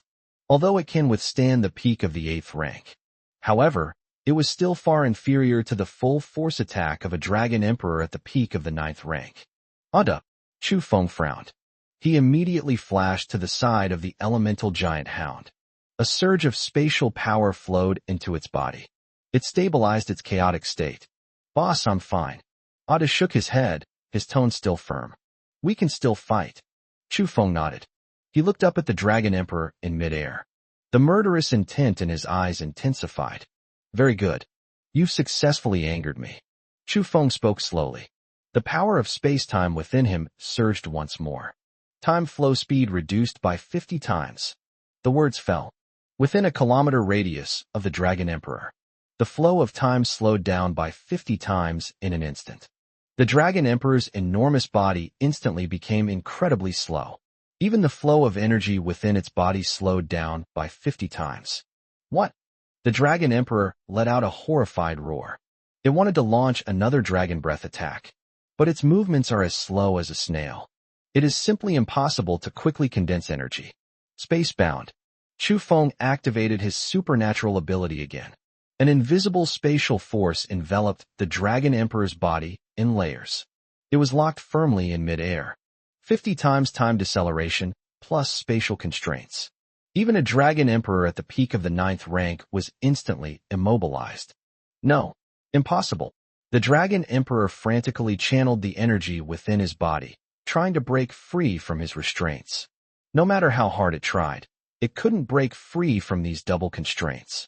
Chu Feng hovered in midair. They walked step by step toward the Dragon Emperor. His eyes were cold, like those of the Grim Reaper. I said that. A peak 9th rank cultivator is nothing more than an insect in my eyes. Chapter 104 Slaying the Dragon Emperor. Humanity launches a full-scale counterattack. Chu Feng's figure slowly came to a stop in front of the Dragon Emperor. Looking at the Dragon Emperor, who was tightly bound and unable to move. His eyes showed no emotion whatsoever. The Dragon Emperor's enormous dragon eyes were filled with extreme fear and resentment. It is the supreme commander of all races at the peak of the 9th rank. They were actually trapped by a human of the 8th rank, first level. They didn't even have a chance to fight back. No, let me go. The Dragon Emperor roared madly. I am the commander-in-chief of the 3 armies of the Alliance of Myriad Races. If you dare to kill me, the Alliance of Myriad Races will not let you get away with it. The Supreme Beings will tear you to pieces. It panicked. They began to threaten Chu Feng under the guise of the Alliance of 10,000 Races. Chu Feng scoffed upon hearing this. The Alliance of 10,000 Races? Don't tell me you're just a lowly commander.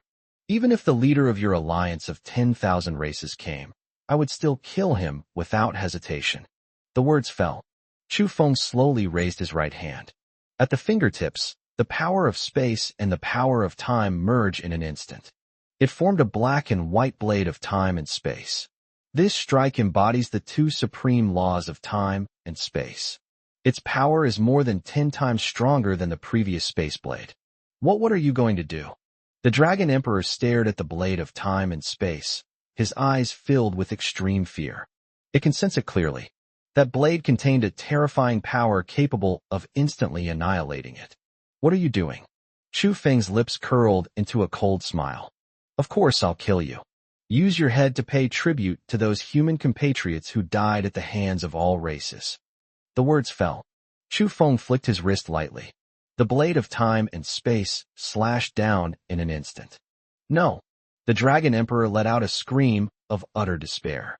It strained with all its might to break free from its restraints. It can slow down time by 50 times, plus layers of spatial constraints. It can't even move at all. He could only watch helplessly as the blade of time and space slashed toward his neck. A muffled thud. The sound of blades piercing flesh echoed clearly throughout the battlefield. The Dragon Emperor's enormous head was severed in an instant. It crashed to the ground with a loud thud from midair. It stirred up a cloud of dust and ice shards. Golden dragon blood gushed out from its neck like a fountain. It spilled all over the ground. The enormous dragon body then crashed to the ground. It crashed onto the frozen ground with a deafening roar. The entire ground trembled violently. The Dragon Emperor, a 9th-rank peak commander of all races. Fallen. The entire venue fell into a deathly silence. You could hear a pin drop. Neither the human defenders on the city walls nor the human troops, or the 5 million-strong army of various tribes beneath the city walls. They all froze in place. His eyes widened as he stared at the Dragon Emperor's head on the ground. His eyes were filled with utter shock and disbelief. Dead. The Dragon Emperor, a peak 9th-rank being. He was actually killed in one strike by a human of the 8th rank, 1st level. How is this possible? This is simply a fantasy. A good 10 seconds or so passed. The soldiers guarding the city wall were the first to react. A thunderous roar of cheers erupted. We won. We won. Alliance Leader Chu killed the Dragon Emperor. Alliance Leader Chu is awesome. Humanity will prevail. Humanity will never perish. The cheers rose in waves. It pierced through the clouds and resounded throughout the entire capital city. Countless soldiers threw down their weapons. They hugged each other and wept uncontrollably. They won. They won this seemingly impossible battle. They survived. And below the city, a massive army of 5 million tribes. I panicked completely. Their commander is the invincible Dragon Emperor. He was actually killed. Their last line of psychological defense collapsed completely. Run. Run away. I don't know who shouted it first. The 5 million-strong army of various tribes was instantly routed. He turned and fled like a madman toward the northwest border. The formation was scattered and disorganized. Even the weapons were scattered all over the ground. Trying to run, Chu Feng hovered in midair. His cold gaze swept over the fleeing army of myriad races. I told you, once you're here, you're not leaving. All troops attack. A full-scale counterattack. At a command, the city gates of the capital city were all opened instantly. Commander Lu Hang led all the surviving defenders out like a tidal wave. Li Hong, leading his bodyguards, and Lu Qian, leading the Ice Phoenix Special Squad, charged ahead. Huang Kersen, Jiang Lingyu, and Fan Xine, along with their team of superhumans, followed closely behind. Although they were not strong enough to fight against the high-level races, they were more than capable of dealing with the fleeing low-level warriors. The elemental giant dog let out a deafening roar. They were the first to charge into the fleeing army of all races. The chaotic realm unfolded instantly. Dark, chaotic energy swept across the entire area like a tsunami. Wherever it went, warriors of all races were devoured in droves. There wasn't even time to let out a scream. Chu Feng hovered in midair. He raised his hand and waved it. Countless spatial cuts fell like a dense rain. Each strike could take the lives of dozens, or even hundreds, of warriors from all races. This was a chase with no suspense whatsoever. Having lost their leader, the 5 million-strong army of various tribes had no will to fight. Faced with the charge of the human army, they had absolutely no chance to fight back. They could only helplessly watch as the human army slaughtered them relentlessly. The battle lasted from dawn until sunset. Until nightfall.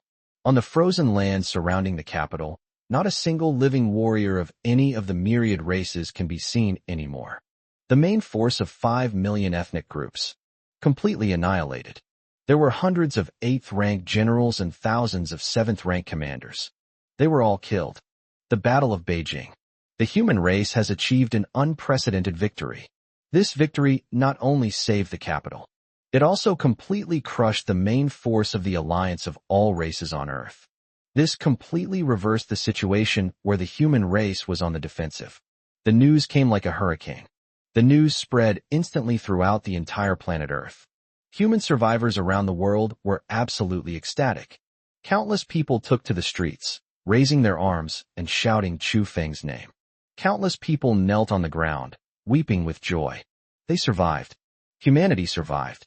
The name Chu Feng has become an unshakable belief for the entire human race. It became the only sun in the dark apocalypse. Meanwhile, inside the Beijing command center, the lights were on full display. Everyone sat together. His face was filled with the joy of surviving a disaster and the anticipation of the future. Chu Feng sat in the main seat. He was toying with the Dragon Emperor's 9th-grade crystal core in his hand. The crystal nucleus was scalding hot to the touch. The energy contained within is terrifyingly vast. It's not much different from the stellar-level crystal core of Shui Kuan's clone. Once this crystal core is refined, he is absolutely capable of breaking through to the 9th rank, or even the half-step stellar level. Alliance Leader Chu. Commander Lu Hang stood up, holding a bowl of wine. He bowed deeply to Chu Feng. On behalf of all the survivors in the capital, and on behalf of the entire human race, I raise a toast to you. Without you, we wouldn't be where we are today. Alliance Leader Chu, I am deeply grateful. Let me drink this first as a sign of my respect. After saying that, Lu Hang tilted his head back and drank the wine in the bowl in one gulp.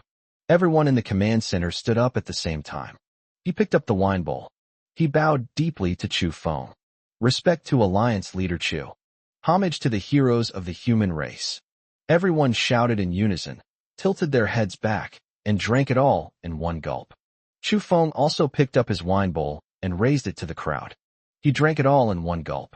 He put down his wine bowl. Chu Feng glanced at everyone. He opened his mouth slowly. This victory doesn't belong to me alone. It was all our compatriots who died in battle, all the soldiers who fought to the death, and all of us who fought together to win this battle. But I want to tell you, this is not the end.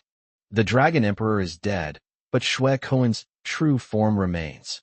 The 5 million strong army is gone, but the main force of the alliance of 10,000 races is still deep in the universe.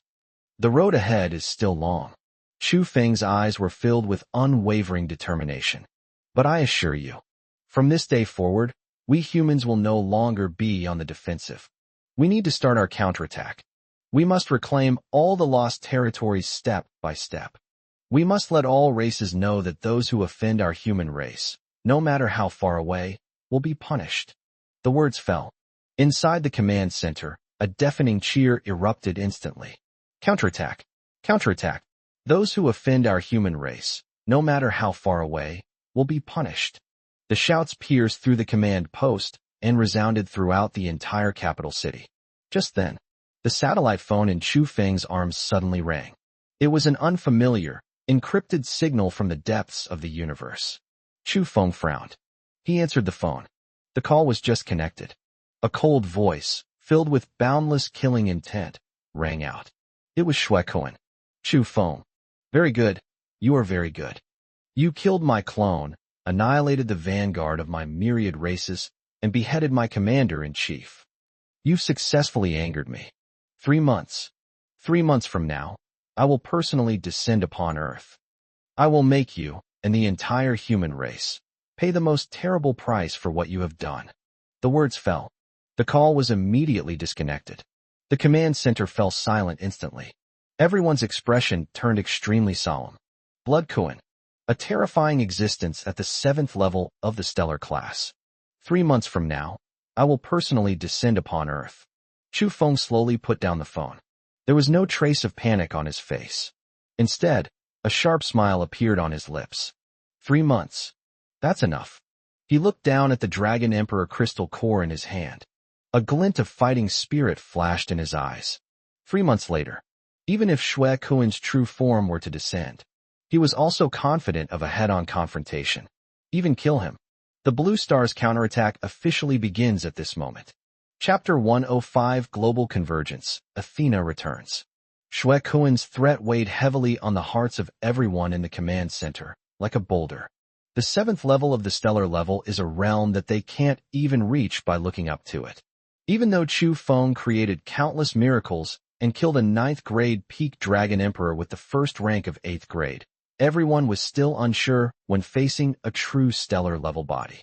Looking at the solemn expressions on everyone's faces, Chu Feng tapped his fingertips lightly on the table and slowly said, 3 months is neither long nor short.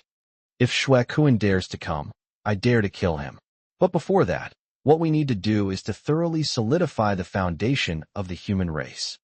His voice wasn't loud, but it carried a reassuring power that instantly dispelled the panic in everyone's hearts. Lu Hang, immediately issue a notice in the name of the Human Alliance to all remaining human bases worldwide.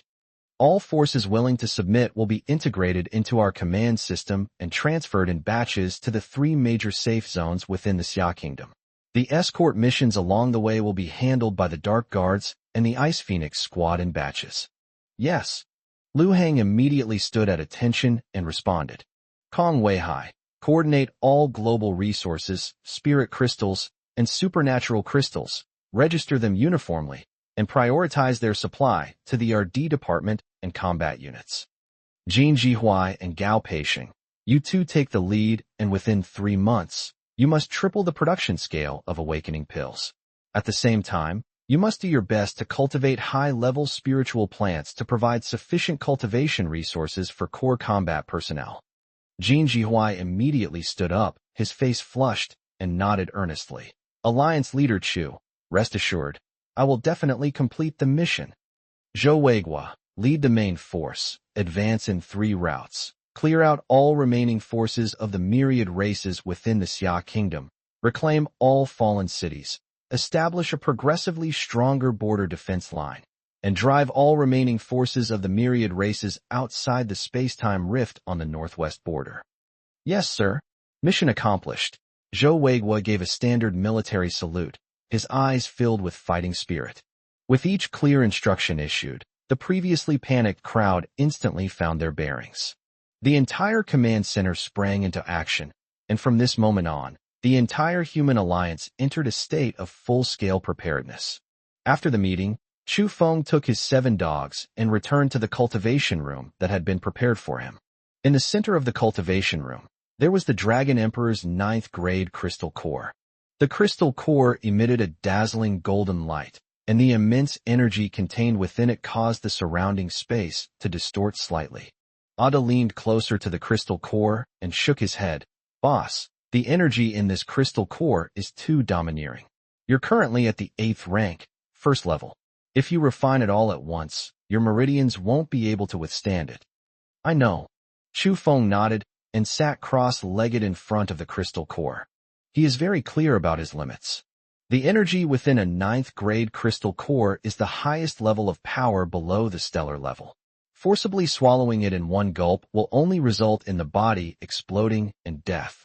What he needs to do is refine it step by step, absorb it little by little, steadily improve his cultivation, and at the same time deepen his understanding of the laws of space and time. Chu Feng closed his eyes, circulated his cultivation technique, and guided the energy in the crystal core into his meridians, thread by thread. Gentle, yet powerful energy continuously cleansed his meridians and expanded his dantian. His cultivation level began to steadily improve. Time passed little by little. 3 days later, the door to the training room was gently pushed open. Fan Exine strode in, looked at Chu Feng, who was meditating cross-legged, and said softly, Chu Feng, a group of survivors has arrived from Eastern Europe, led by Athena. Chu Feng slowly opened his eyes. A hint of tenderness flashed in his eyes. Athena, the first companion he met in the kingdom of Yu after his rebirth, was the woman who never abandoned him in the face of life and death. Let her in. Okay. Fan Exine nodded, turned around, and walked out. Soon, a slender figure appeared at the entrance of the training room. Athena was wearing a faded combat uniform, her long golden hair tied in a high ponytail, and her face showed signs of travel fatigue. However, her blue eyes lit up the moment she saw Chu Feng. Chu Feng. Her voice trembled slightly as she quickly walked up to Chu Feng, unable to hold back any longer, and threw herself into his arms. I'm back. Chu Feng reached out and gently hugged her. She endured immense suffering to lead survivors across thousands of miles from Eastern Europe to Xia Kingdom in the apocalypse. Thanks for your hard work. Chu Feng ruffled her hair. When Athena learned that her hometown had fallen, she went there to rescue the survivors. Athena raised her head, her blue eyes filled with tears, but she smiled and shook her head. It's not hard. Finding you makes it not hard. I brought more than 3,700 survivors with me, as well as all the supplies and spirit crystals that could be collected in Eastern Europe. As she spoke, she raised her hand and pressed it against her temple. A gentle spiritual force surged into Chu Feng's mind. This is her mental imprint ability, which allows her to share vision and intelligence with Chu Feng without distance limitations. In an instant, all the scenes of her gathering survivors in Eastern Europe, dealing with various races, and traversing thousands of miles all entered Chu Feng's mind. She endured countless life or death situations and narrowly escaped death countless times. The only thing that sustained her was finding Chu Feng and returning to his side. Looking at the determination in her eyes, Chu Feng felt a surge of warmth in his heart. It's good that you're here. From now on, you can stay by my side and won't have to travel around anymore. Athena nodded vigorously, buried her face in Chu Feng's arms, and refused to let go. Her psychic abilities were Chu Feng's most reliable intelligence network. With her around, Chu Feng can keep track of the movements of all races around the world in real time. In the following month, the entire human alliance is operating at high speed. Zhou Weiguo led his main force with unstoppable momentum, clearing out all the remaining forces of the myriad races within the Xia kingdom and reclaiming all the fallen cities.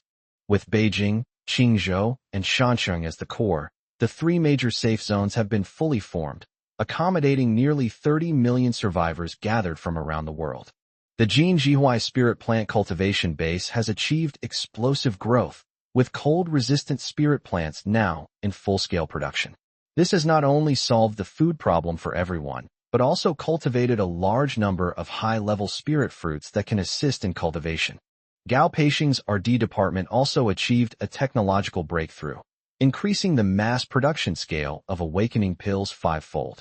They also developed supernatural firearms that could amplify the power of supernatural abilities, greatly improving the combat effectiveness of ordinary soldiers. The overall strength of the human race has achieved a qualitative leap in this month. Chu Feng, meanwhile, spent a whole month in seclusion in the cultivation room. When he walked out of the training room again, his aura had steadily increased from the first level of the 8th rank to the 4th level of the 8th rank. There were no breakthroughs rushed into quick success. The foundation was incredibly solid. At the same time, his understanding of the laws of space and time was deepened once again. The duration of the time freeze has been increased to 35 seconds, and the range has been expanded to 8 kilometers. The flow of time can be controlled, accelerating up to 60 times or decelerating up to 60 times. In addition, he unlocked a brand new spatial ability, spatial sealing. It can directly seal off the space within a radius of 10,000 meters, rendering all spatial abilities ineffective. Even a 9th rank expert cannot escape by teleportation. This move is specifically designed to deal with the escape of powerful beings from all races. Chu Feng stood at the entrance of the training room, looking up towards the northwest border. A sharp fighting spirit flashed in his eyes. 2 more months. Blood Kuan is about to descend. He must break through to the 9th rank within these 2 months. Only by reaching the 9th rank would he be qualified to fight Shui Kuan, a star-level expert, head-on. But just then, Athena ran over quickly. Her face was deathly pale, and her blue eyes were filled with terror. Chu Feng, something terrible has happened. The space-time rift on the northwestern border has suddenly expanded. A terrifying aura far exceeding that of a 9th-grade cultivator is seeping out from the crack. Shui Kuan arrived ahead of schedule. Chapter 106 Blood Kuan arrives ahead of schedule. Half-step stellar level pressure. Athena's voice was filled with rapid breathing. Her psychic abilities had completely connected with Chu Feng, and the scene of the earth-shattering northwestern border instantly flooded into Chu Feng's mind. The 3 space-time rifts, which were originally only a few kilometers wide, have now expanded to tens of kilometers wide. The pitch-black rifts are like the gaping maws of a giant beast, constantly spewing out cosmic energy that smells of blood. The space around the crack had been completely distorted and collapsed, and the ground was torn into countless bottomless ravines. The borderline that Zhou Weiguo had previously cleared was now once again filled with densely packed vanguard troops of all races. That terrifying aura emanated from the deepest part of the crack. The mere wisp of pressure emanating from him caused warriors from all races within 100 miles to prostrate themselves on the ground, trembling and not daring to lift their heads. Chu Feng's gaze instantly sharpened. He instantly activated his spatial perception, covering a range of 10,000 kilometers in an instant. The scene on the northwestern border appeared clearly in his perception. That aura was more than 10 times stronger than the Blood Kuan clone that had been killed before. However, it is slightly weaker than a true stellar-level entity. It was not the real body descending. It is an even stronger clone. It's not the main body, it's an avatar. Chu Feng spoke slowly, instantly stabilizing the situation. Athena breathed a sigh of relief, but her face was still pale. Even if it's an avatar, this aura is too terrifying. It's much stronger than the Dragon Emperor. Half step into the stellar level. Chu Feng's fingertips tightened slightly. Shui Kuan was driven to desperation by the beating. They even sent out a half-step stellar-level avatar, and even went so far as to arrive on Earth 2.5 months ahead of schedule. The goal is to catch him off guard and completely crush him before he can grow up. Fan Exine, immediately contact Zhou Weigua and have him lead all the border guards to retreat 300 miles, abandon the human pass defense line, and not allow them to have direct contact with the vanguard army of the myriad races. Chu Feng's instructions were clear and decisive, without the slightest sign of panic. Yes. Fan Exine immediately responded and turned to issue the order. Athena, keep the mind link active the whole time, and share all the movements at the rift in real time. Tell me immediately if there is even the slightest energy fluctuation. Okay. Athena nodded immediately, a faint white light gleaming in her blue eyes. She unleashed her psychic powers to the fullest extent, firmly locking onto the space-time rift on the northwestern border. Li Hong, immediately assemble all the elite members of the Dark Guard. Lu Qian, assemble the Ice Phoenix Special Squad. Meet at the airport in 10 minutes and come with me to the northwest border. Yes, Alliance Leader, the two replied in unison, then turned and rushed out. Chu Feng turned his head and looked at Huang Kersen and the Jiang sisters beside him. Chu Feng, we'll go with you. Huang Kersen immediately stepped forward, her small hand tightly gripping Chu Feng's arm, her eyes filled with unwavering determination. My Ice Phoenix body can help you restrain the enemy. Even if we can't stop them, it will buy you time. Zhang Lingyu and Zhang Lingyi nodded at the same time. Boss, even if our illusion can't trap it, it can still interfere with its perception. We want to go with you. Chu Feng looked at the three of them and nodded. He did not refuse. This battle was against a half-step stellar-level opponent. The slightest mistake would mean annihilation. But he would never allow those around him to be in absolute danger. Ada combine. Chu Feng looked down at the 7 dogs at his feet. Roger that, boss. 7 figures instantly burst forth with dazzling elemental light, merging into one in the blink of an eye.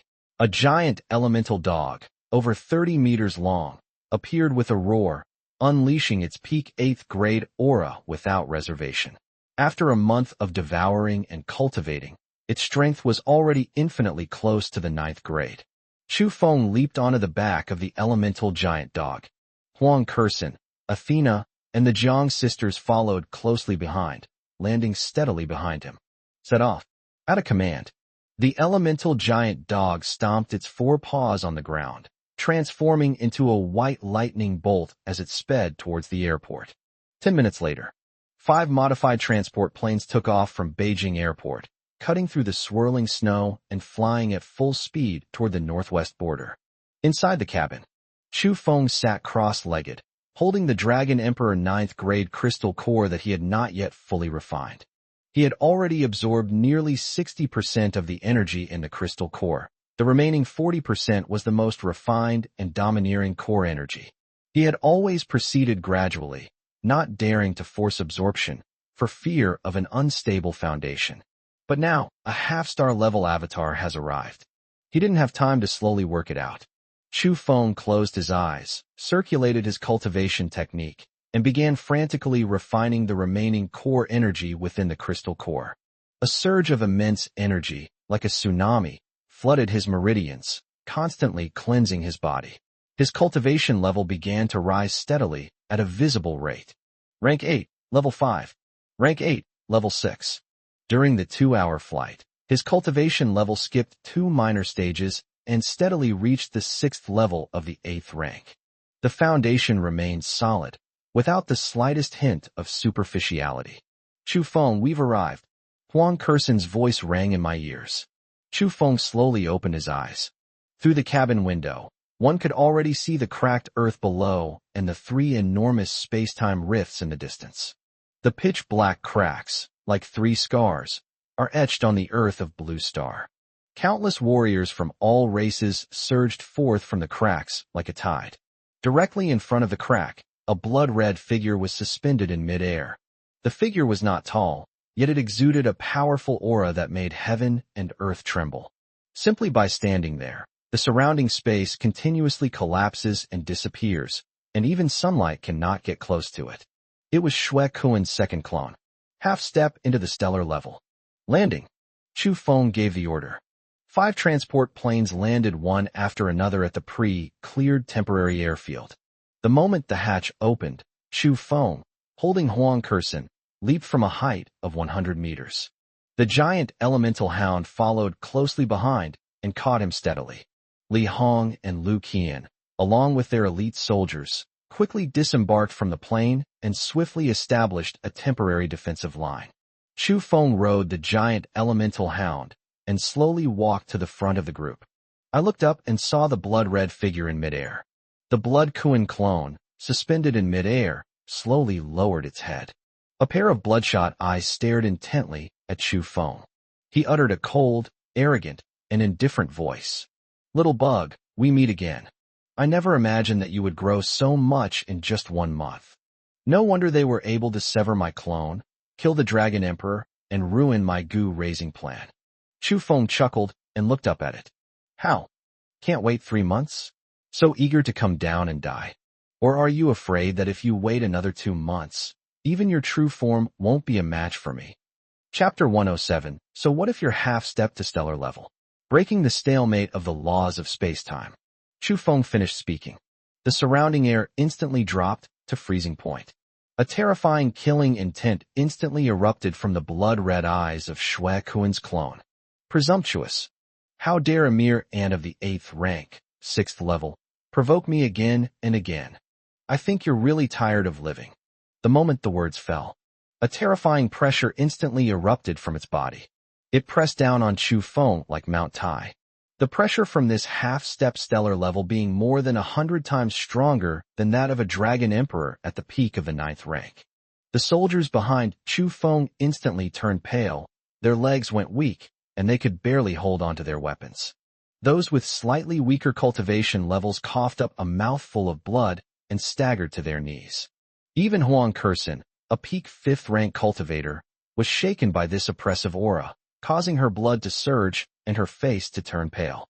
She subconsciously gripped Chu Feng's clothes tightly. Only the Chu style. Still riding on the back of the elemental giant dog, its body upright and motionless.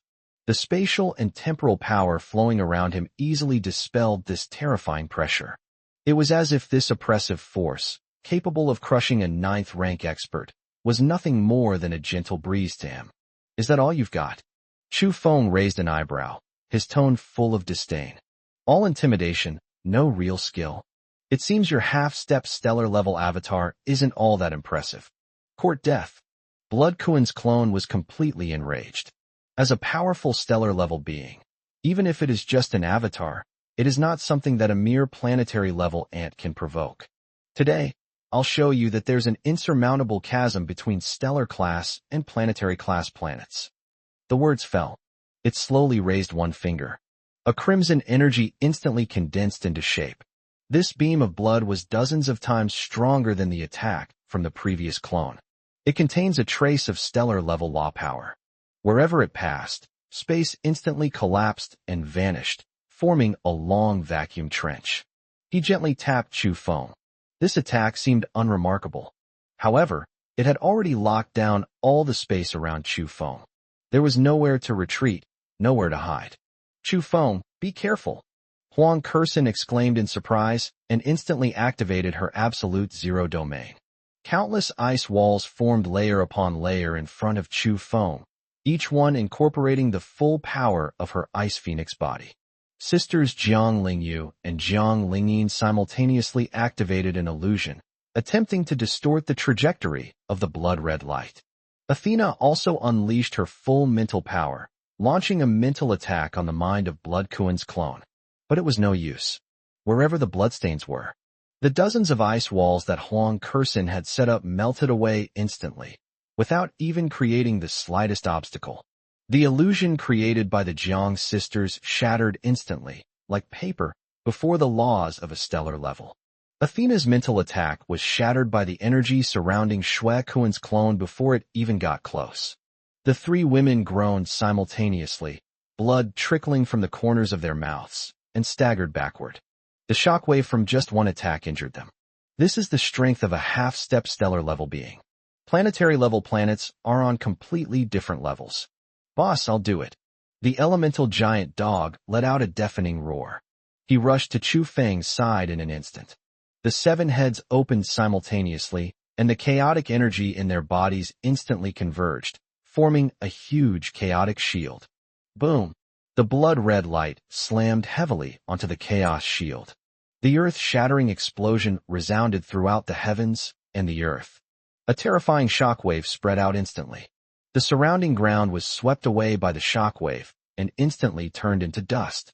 The massive body of the elemental giant dog staggered back several dozen steps. The chaos shield shattered instantly. Its seven heads simultaneously let out a painful cry, blood continuously spilling from the corners of their mouths, and their vitality instantly weakened considerably. With a single strike, he severely injured the elemental giant hound, which was capable of withstanding the peak of the 9th rank.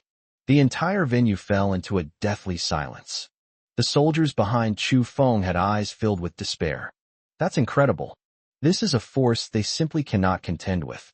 Shui Kuen's clone looked at the disheveled elemental giant hound and let out a disdainful sneer. Just a fell devourer cub. Even if it grows up, it will still be nothing more than an unweaned animal. Today, I will exterminate you and this little bug together. It raised its hand again. An even more terrifying energy began to gather in its palm. The crimson energy dyed half the sky red. The surrounding space had completely collapsed, forming a huge black hole. This strike contained all the power of a half-step stellar-level being, enough to wipe out the entire human pass in an instant. Chu Feng's expression instantly turned serious. He knew. We can't wait any longer. Kursin, you and everyone else, retreat 10 miles immediately. Chu Feng spoke in a deep voice, his tone leaving no room for doubt. Chu Feng. Huang Kursin immediately looked up, her eyes filled with worry. Listen to me. Leave right now. Chu Feng turned around, glanced at her, and said with a firm look in his eyes, Here, you will only be a burden to me. Huang Kursin bit her lip, knowing that Chu Feng was telling the truth.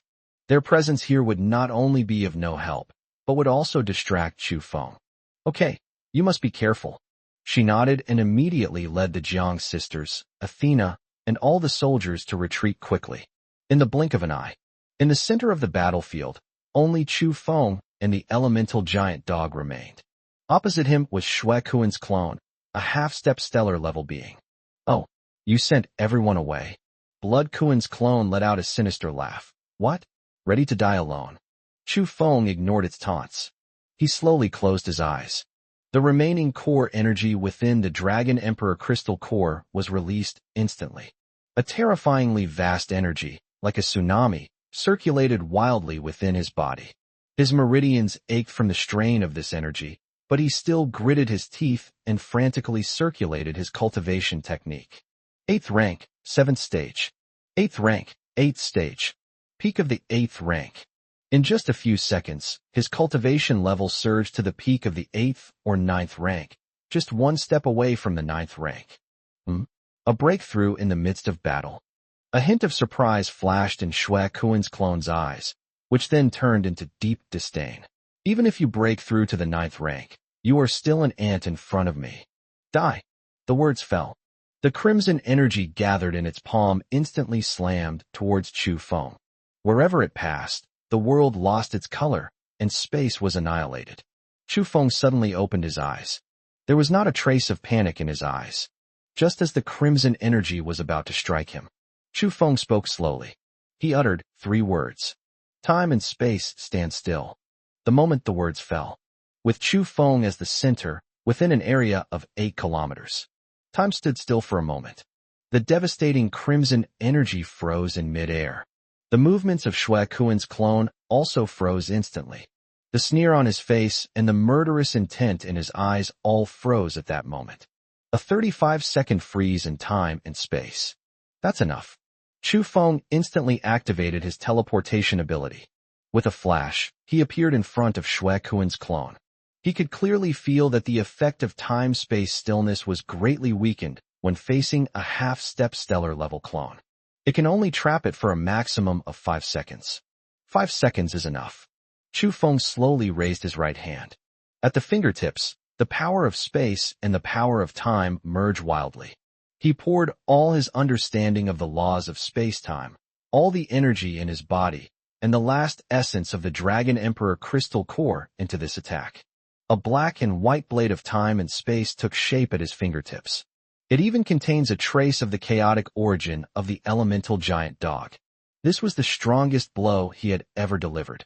Remember this in your next life. Chu Feng's voice was icy and chilling. Stop sending your clones down to their deaths. The words fell. Chu Feng flicked his wrist lightly. The blade of time and space slashed down in an instant.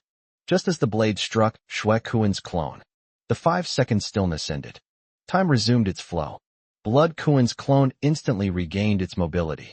It felt a blur before its eyes, and a deadly sense of crisis instantly swept over its entire body. No, impossible. It let out a roar of extreme terror. He frantically channeled the energy within his body, trying to form a shield in front of him. But it was too late. The blade of time and space had already struck its body in an instant. A muffled thud. The sound of the blade piercing flesh was crystal clear. The body of Xue Kuan's clone was instantly cut in two. The crimson energy went out of control and went berserk in an instant. Oh! It let out a scream that was extremely shrill. My clone. My origin. Chu Feng. I'm going to kill you. I'll definitely kill you. Its remains were being annihilated in a frenzy. The energy at the level of a half-star continuously collapses and explodes. But Chu Feng didn't give it any chance. Space ceiling. Chu Feng let out a low shout. An invisible spatial force erupted instantly. The space within a radius of 10,000 meters was completely locked down. The remnant of Xue Kuan's clone was firmly imprisoned in place, unable even to self-destruct. Chaos devouring. The elemental giant hound charged forward instantly. 7 heads opened simultaneously, and the chaotic domain unfolded instantly. The pitch-black chaotic energy, like a tsunami, completely enveloped the remains of Xue Kuan's clone.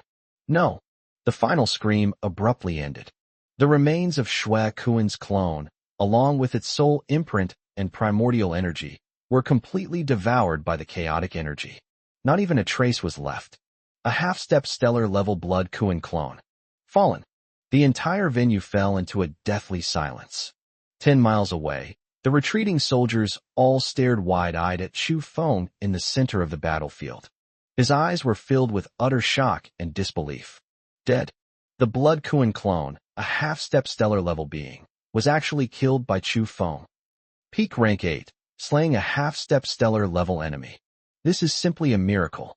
A good 10 seconds or so passed. It was only then that everyone realized what was happening. A thunderous roar of cheers erupted. Alliance Leader Chu is awesome. We won. We won again. Alliance Leader Chu is invincible. The cheers rose in waves. It pierced through the swirling snow and resounded throughout the entire northwestern border region. And in the center of the battlefield, Chu Feng landed slowly. That attack just now depleted all the energy in his body. His body swayed slightly, but was supported by a pair of warm little hands. Huang Kursen rushed over and held him tightly, her eyes filled with heartache and admiration. Chu Feng, you're amazing. Athena, the Zhang sisters, and Fan Xin also gathered around. Her eyes were full of stars as she looked at Chu Feng. Chu Feng smiled and was about to speak. Sudden, a dazzling golden light erupted from his body. It devoured the chaotic energy of Xue Kuan's clone, and with a trace of stellar-level law power, it surged into his body. His cultivation, which had already reached the peak of the 8th rank, instantly broke through that final barrier. Buzz. A terrifying aura erupted from Chu Feng. It swept across the entire world. Planetary level, 9th rank, first stage. We've made a breakthrough. The moment he killed the half-step stellar level clone, he finally stepped into the 9th rank. He became the first human in the history of Blue Star to reach the 9th rank of the planetary level. Chu Feng slowly closed his eyes. Feeling the surging power within my body, and gaining a deeper understanding of the laws of space and time. A sharp smile curled at the corner of his lips. Blood Kuan. 2 more months. I'm on Earth, waiting for your true form to descend. When the time comes, it will be my turn to make a move. Chapter 108 The Power of a 9th Rank Official. Clearing the space-time rift on the border. The cheers still echoed in the snow and wind of the northwestern border. Countless soldiers, their eyes bloodshot, frantically waved in Chu Feng's direction. They shouted the name of Alliance leader Chu, until they were hoarse, but they still wouldn't stop. At the peak of the 8th rank, he reversed the situation and defeated a half-step stellar level. He broke through in the heat of battle, stepping into the 9th rank realm, a realm never before reached by any human. Either of these events is enough to be recorded in the annals of humanity's end times, becoming an eternal legend. Chu Feng stabilized the surging energy within his body and gently patted Huang Kersen's hand. The warm touch made Huang Kersen blush slightly. She subconsciously let go of his arm, but still stood by his side without leaving him, the worry in her eyes still lingering. I'm fine. Chu Feng's voice was gentle, with a hint of hoarseness from his recent breakthrough. He looked down at his palm. With black and white spatial and temporal power swirling around his fingertips, he could easily stir up spatial fluctuations with every gesture. After reaching the 9th rank, his control over the laws of space and time had reached a point where he could do whatever he wanted. Previously, spatial barriers and spatial cuts required full effort to activate, but now they can be formed instantly with just a thought. The maximum duration of time-space freeze has been increased from 35 seconds to 1 minute, and the coverage area has been expanded to a full 20,000 meters. Time flow can be controlled, with a maximum acceleration or deceleration of up to 100 times. Even the newly awakened spatial ceiling range has expanded to 50,000 meters. Even a 9th rank expert of the same level would have no chance of escaping by teleportation once sealed. More importantly, after absorbing the trace of stellar-level law power remaining in Shui Kuan's clone, his space-time ability finally touched the origin of the law. It's no longer just about using skills, but about truly beginning to understand what time and space are. That was his greatest gain. Boss, you're awesome. Ada shook its huge head, moved closer to Chu Feng, and excitedly rubbed its head against his arm. Having devoured the remnants and primal energy of Shui Kuan's clone, the 7 dogs devouring beast essence also underwent an epic awakening. After the fusion, the elemental giant dog's aura broke through from the peak of the 8th rank to the 2nd level of the 9th rank.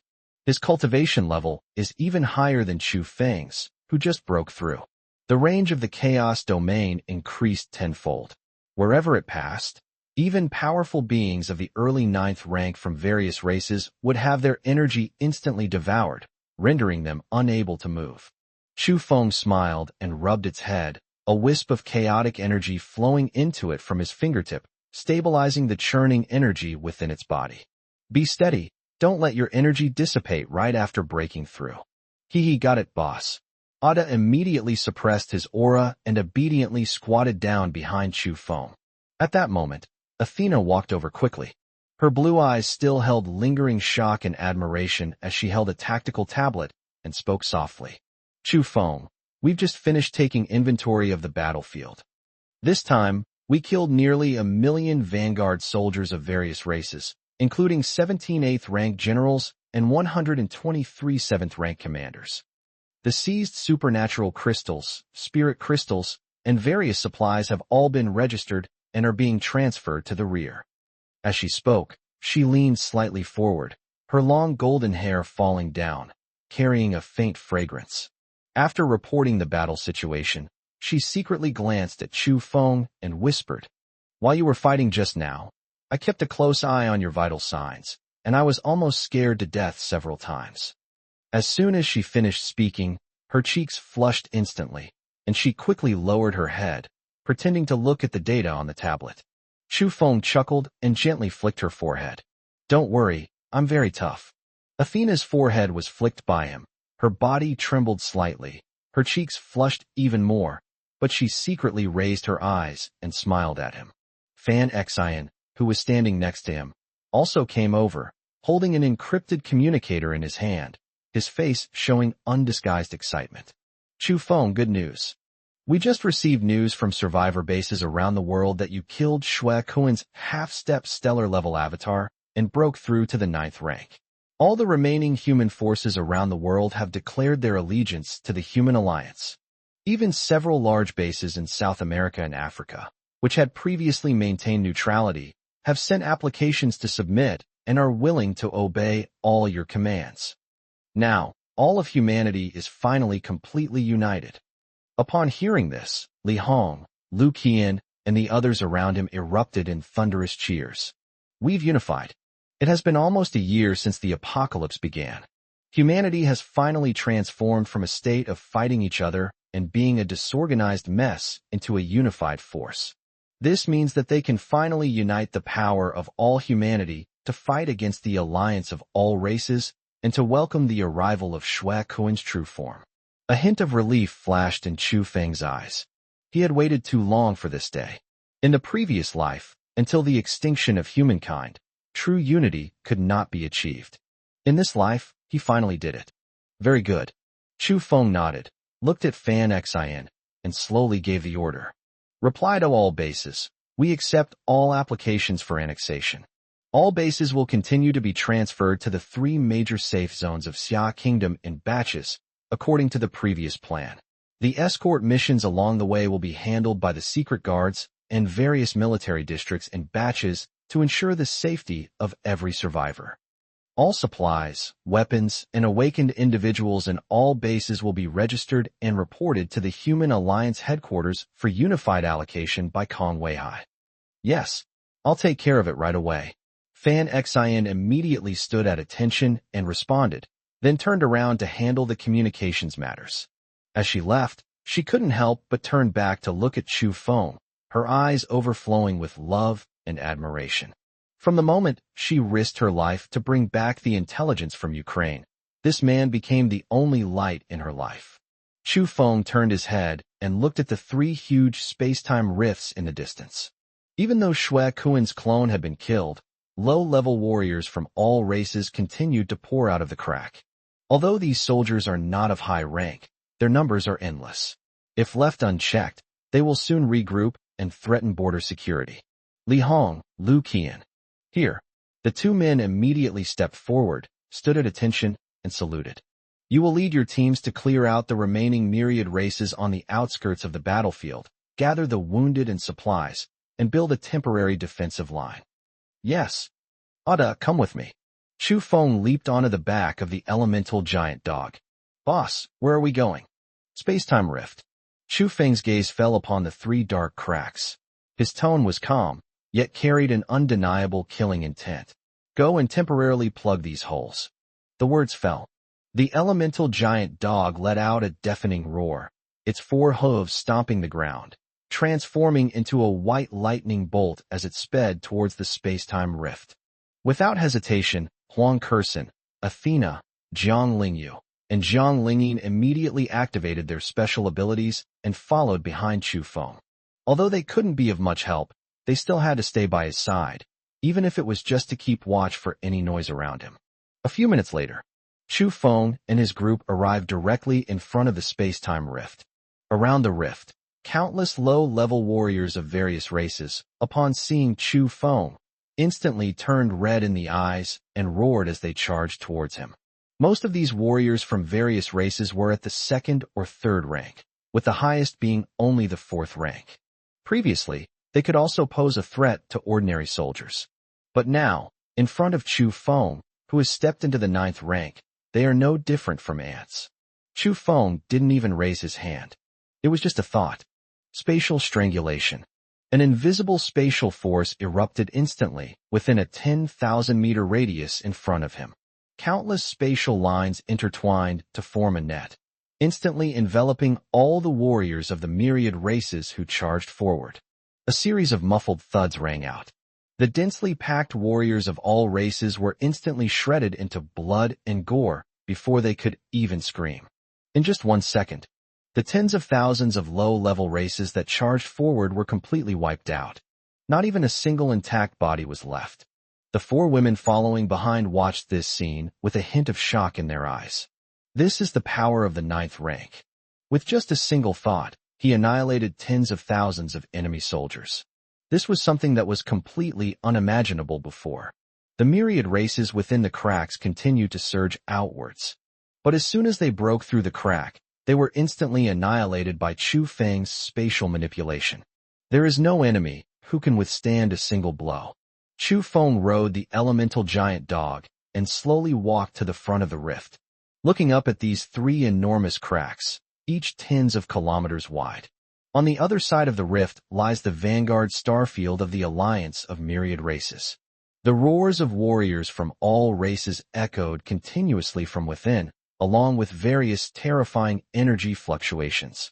Chu Feng could clearly sense that at least a dozen 9th rank experts from various races were hiding on the other side of the crack. They were previously suppressed by the aura of Shui Kuan's clone and dared not show themselves. Now that Shui Kuan's clone has perished, they only dare to hide on the other side of the rift, not daring to step into Blue Star. You think you're safe just because you're hiding inside? Chu Feng scoffed. Slowly raise your right hand. The 9th grade spatial power within his body erupted instantly. Space sealing. Seal it. A low shout rang out. An invisible force of space, like a tidal wave, swept towards the 3 enormous space-time rifts. Centered on Chu Feng, the space within a 50,000-meter radius was instantly and completely locked down. The 3 enormous cracks were forcibly squeezed and contracted by the invisible force of space. The crack, which was originally tens of kilometers wide, is rapidly shrinking at a speed visible to the naked eye. The powerful beings of all races on the other side of the rift sensed the spatial confinement and panicked instantly. Countless supernatural attacks were unleashed from the crack, attempting to break the spatial seal and prevent the crack from shrinking. However, their attacks, as soon as they burst out of the crack, were instantly annihilated by Chu Feng's spatial power. It didn't even cause a ripple. Match it up. Chu Feng exerted his strength once again. The space-time power within his body erupted without reservation. The clicking and snapping sounds continued incessantly. 3 enormous space-time rifts were forcibly squeezed and closed. In the end, only 3 narrow gaps, each less than a meter wide, remained. Although these 3 space-time rifts could not be completely erased, they completely sealed off the channels for a large-scale invasion by the armies of all races.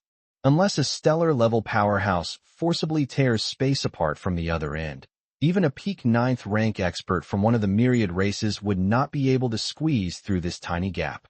After doing all this, Chu Feng slowly withdrew his hand. His face was slightly pale. Forcibly sealing off 3 interstellar space-time rifts took a considerable toll on him. Just then, a cup of warm spiritual water was handed to him. Jiang Lingyin blushed and whispered, "Boss, have some water to replenish your energy. This is water infused with the concentration spirit fruit cultivated by Sister Jean Jihuai. It can quickly restore mental strength." Chu Feng took the water glass, tilted his head back, and took a sip. The warm liquid slid down my throat, and a gentle energy surged into my body, relieving the drain on my mental energy. "Thanks." Chu Feng smiled at her. Jiang Lingyin's cheeks flushed even redder instantly, and she quickly lowered her head, hiding behind her older sister Jiang Lingyu. Jiang Lingyu looked at Chu Feng with a smile in her eyes and said softly, "Boss, the rift has been sealed. At least for the time being, the army of all races will not be able to invade on a large scale again. Let's go back to the temporary camp first. You just broke through and need to rest properly." Chu Feng nodded.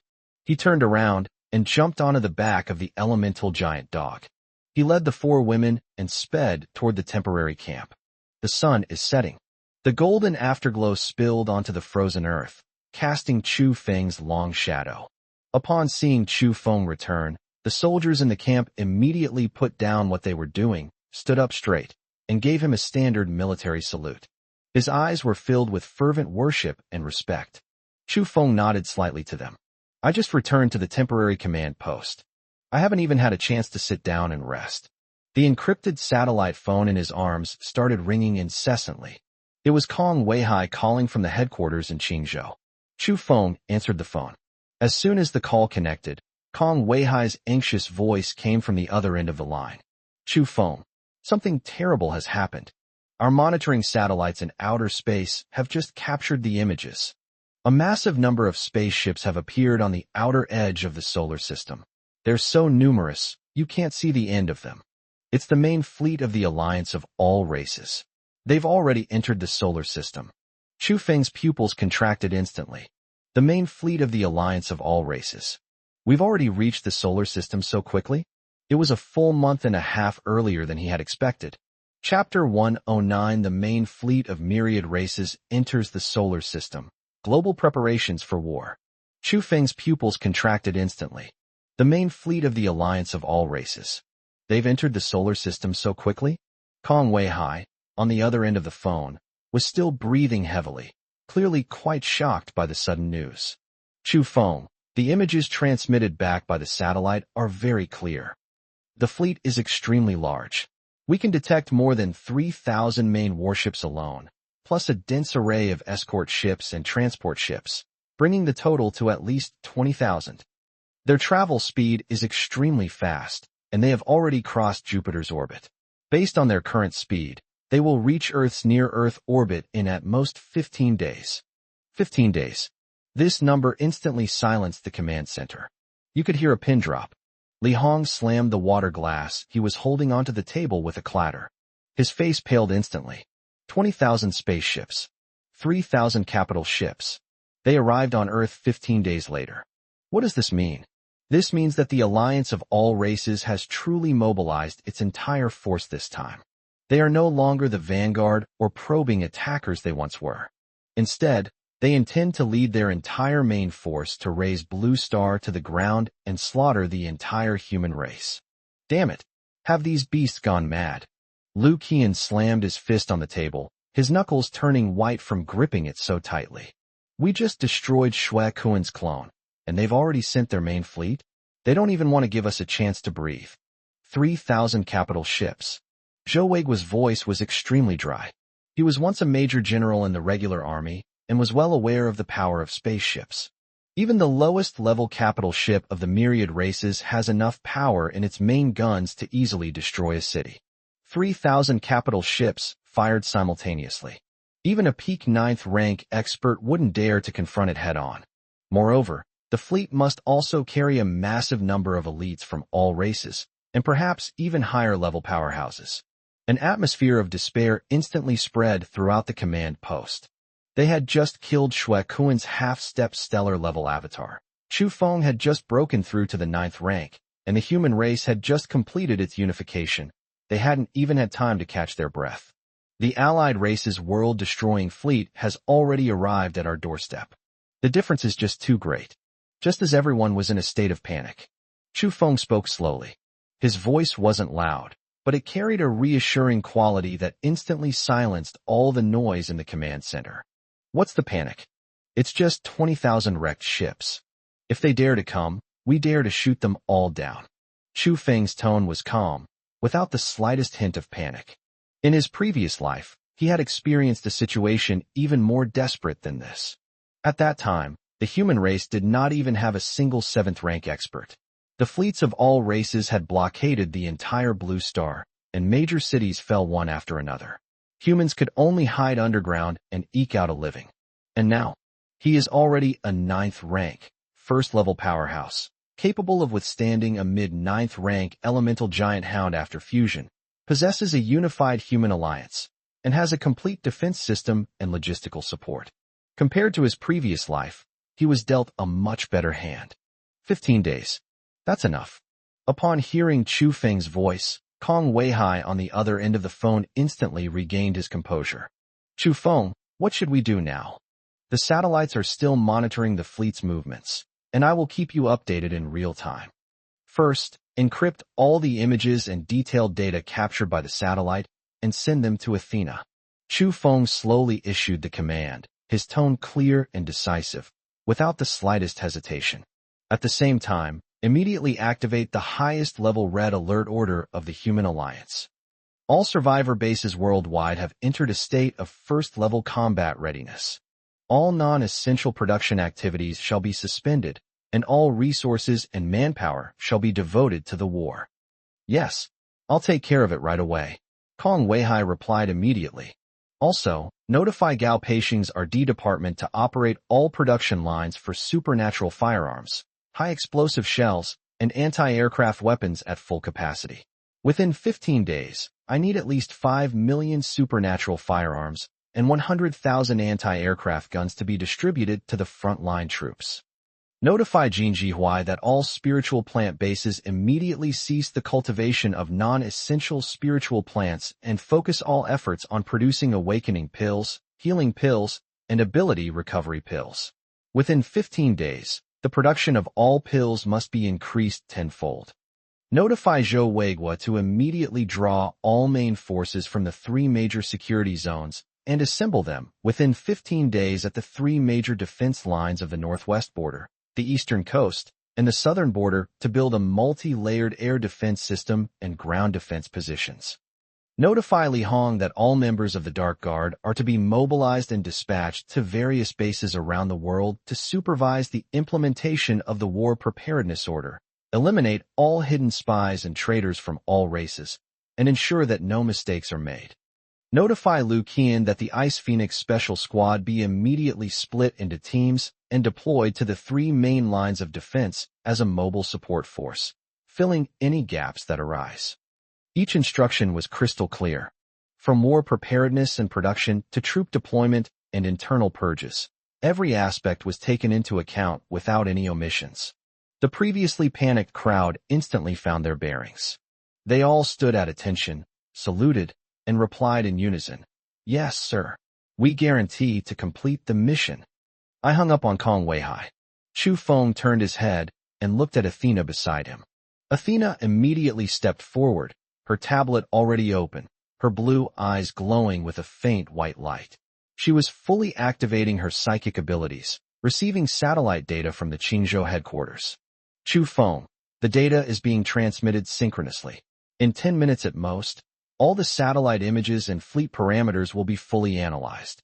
As she spoke, she leaned forward slightly, her long golden hair falling beside Chu Feng's hand, carrying a faint fragrance.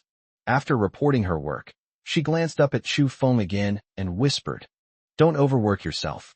You just broke through to the 9th rank and haven't had a proper rest yet, and now this has happened. Leave the data analysis to me. I'll let you know immediately if there are any anomalies." Chu Feng turned his head to look at her tense profile and gently ruffled her hair. "Thanks a lot." The warm touch on her head made Athena's cheeks flush instantly. She quickly lowered her head, pretending to look at the data on the tablet, but the corners of her mouth couldn't help but curl up. Huang Kursin, who was standing next to her, came over with a cup of freshly brewed calming tea. She handed the warm teacup to Chu Feng, her fingertips gently touching the back of his hand. Feeling the warmth of his palm, she spoke softly. "Chu Feng, have some tea and take a break. Even if we only have 15 days, we can make all the necessary preparations. My Ice Phoenix body can unleash 80% of its power even in space. If their warships dare to get close, I can freeze their main cannons." Her voice was soft, yet filled with unwavering determination. Even if they were facing the world-destroying fleet of the alliance of 10,000 races, she would stand by Chu Feng's side without hesitation and face it together with him. Chu Feng took the teacup, tilted his head back, and took a sip. The warm tea slid down his throat, and its gentle energy instantly soothed his tense nerves. He smiled at Huang Kursin and said, "Don't worry, the sky won't fall. With me here, their fleet won't even be able to get into the atmosphere of Earth." Chu Feng spoke these words with absolute certainty. He wasn't trying to comfort everyone. Rather, they have absolute confidence. After reaching the 9th rank, his spatial ability allowed him to perform spatial jumps over extremely long distances. Even in near-Earth orbit, he can arrive instantly. No matter how many warships the myriad races possess, Before his spatial laws, they are nothing more than floating iron boxes. If he wanted, he could instantly teleport inside the warship and slaughter all the warriors of all races inside. Not to mention, he also has the devastating weapon of time stop. Once a warship enters his stationary range, it will instantly become a motionless target. 10 minutes later, Athena completed the parsing of all the data. She placed the tablet on the table in front of Chu Feng, pointed to the satellite imagery on it, and quickly reported. Chu Feng, all the data has been analyzed. The fleet of the Alliance of All Races is divided into 3 formations, advancing in a triangular pattern at a speed of 1.2 million kilometers per hour. At this speed, it will indeed arrive at Blue Star in 14 to 15 days. The main fleet is at the forefront, consisting of 1,200 capital ships, and is the core of the entire fleet. We have detected at least 3 energy fluctuations in this fleet that far exceed the 9th rank. One of them is highly similar to the aura of Shui Kuan's clone, so it should be Shui Kuan's main body. These words were spoken. Everyone in the command post held their breath instantly. Shui Kuan's true body. A terrifying existence at the 7th rank of the stellar level. They're actually in the fleet. Athena's face also paled slightly as she continued. The other 2 energy fluctuations, although slightly weaker than Shui Kuan's, have still reached the early stage of the stellar level. It must be the leaders of other races in the alliance of 10,000 races who came with Shui Kuan. Besides these 3 stellar-level powerhouses, at least 39th-grade energy fluctuations were detected in the fleet, and there were countless 8th-grade and 7th-grade powerhouses. The entire venue fell into a deathly silence. Everyone's face turned deathly pale. 3 stellar-level powerhouses. More than 39th-rank experts. 20,000 spaceships. This lineup is simply a game-changer. Let alone the fact that they only have Chu Feng as their current 9th grade, 1st level expert. Even if there were 10 9th rank experts, it would be impossible for them to contend with 3-star level experts. The stellar mass and planetary mass classes are essentially insurmountable barriers. It is a gap that cannot be bridged no matter how many quantities are produced. An atmosphere of despair once again enveloped the entire command post.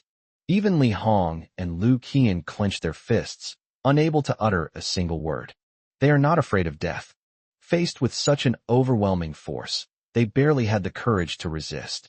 Huang Kursin and Athena also turned pale and subconsciously looked at Chu Feng. In their eyes, there was no retreat, only worry. They weren't afraid of dying.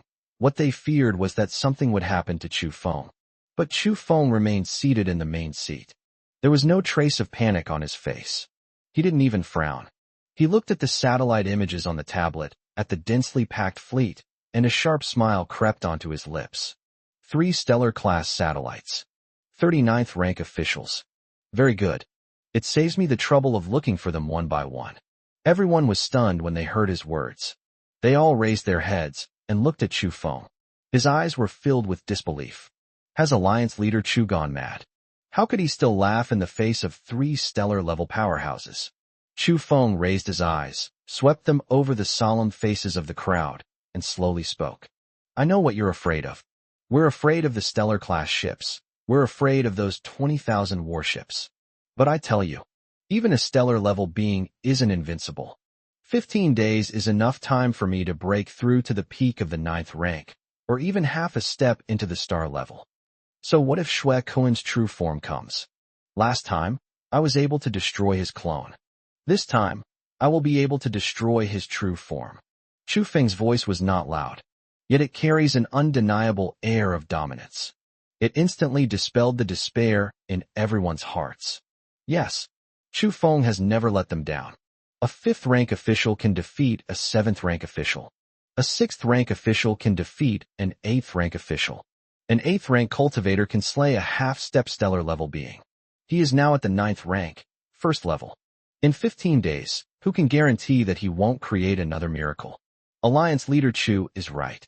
Zhou Weiguo was the first to react, and he stood up abruptly, raising his arms and shouting. It's just 3-star level threats. With Alliance leader Chu here, there's no obstacle we can't overcome. The worst that can happen is death. I'll fight these beasts of all races to the death. Let's fight. Let's fight them.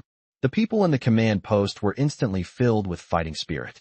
The despair in his eyes was replaced by a burning fighting spirit.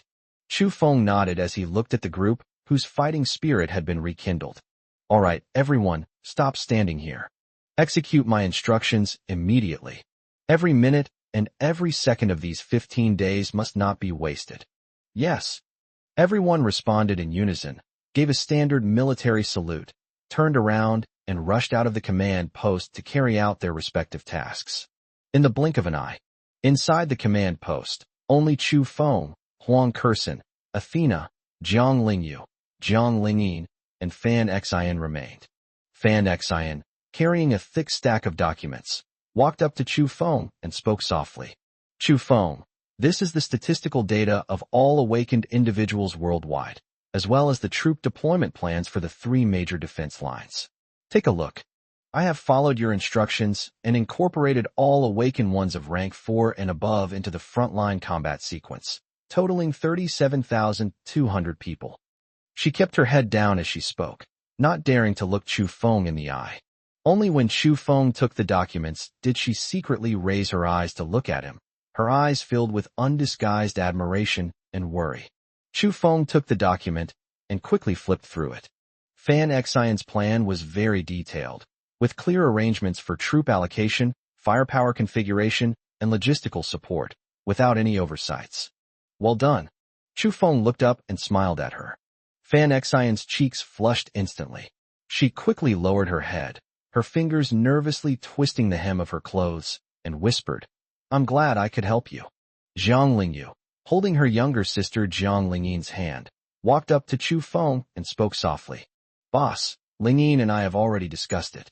Over the next 15 days, we will work with all the mentally awakened individuals to build a global mental early warning network. As soon as the fleets of all races enter the Blue Star's territory, we will be able to sense their movements immediately and will never give them a chance to launch a sneak attack. Even if it's a stellar-level powerhouse, if we join forces with all the mental-type awakened beings, we can disrupt it for a moment and give you a chance. Chu Feng looked at the 2 sisters and nodded. Thank you for your hard work. Be careful and don't push yourself. The 2 sisters smiled at the same time and nodded vigorously. They are not afraid of hardship or danger. What I fear is that I won't be able to help Chu Feng. Everyone has left. All the tasks that needed to be deployed have been deployed. Chu Feng stood up and walked to the window of the command post. I looked up at the sky filled with snow. His gaze seemed to pierce through the atmosphere, reaching deep into the solar system to see the Doomsday fleet hurtling towards them at full speed. Blood Kuan, alliance of all races. You've come at the perfect time. This blue planet is not your breeding ground. Instead, they are your graves. 15 days. That's enough. Chu Feng slowly clenched his fist. At the fingertips, the power of time and space, alternating between black and white, flows slowly. A sharp fighting spirit flashed in his eyes. The next 15 days. What he needs to do is not just break through to the peak of the 9th rank. He wanted to take this opportunity to thoroughly understand the threshold of the stellar level. The day Blood Kuan's fleet arrives. That was the moment he officially declared war on the entire alliance of all races. Chapter 110 Seclusion Breakthrough, 9th rank, 4th stage. The temporary training room on the northwestern border has been completely renovated. The walls were inlaid with high-grade spirit crystals, continuously releasing pure spiritual energy. In the center of the room, there was a spirit gathering array. At the core of the array was the stellar-level crystal core that had been seized from Shui Kuan's clone, which still had most of its energy remaining. Chu Feng sat cross-legged in the center of the spirit gathering array. 7 dogs surrounded the spirit gathering array, forming a protective formation. Ada and Aer also entered a state of cultivation. After absorbing the primal energy of the Blood Kuan clone, their devouring beast essence has awakened once again and is now in a critical period of breakthrough. Once they can completely digest that stellar-level energy, they can break through to the mid-9th rank, or even the late 9th rank, after they combine. The door to the meditation room was gently closed. Huang Kursin and Athena stood guard outside the training room. They did not disturb Chu Feng. She simply stood quietly outside, shielding him from all the trivial matters and distractions, creating an absolutely quiet environment for his cultivation.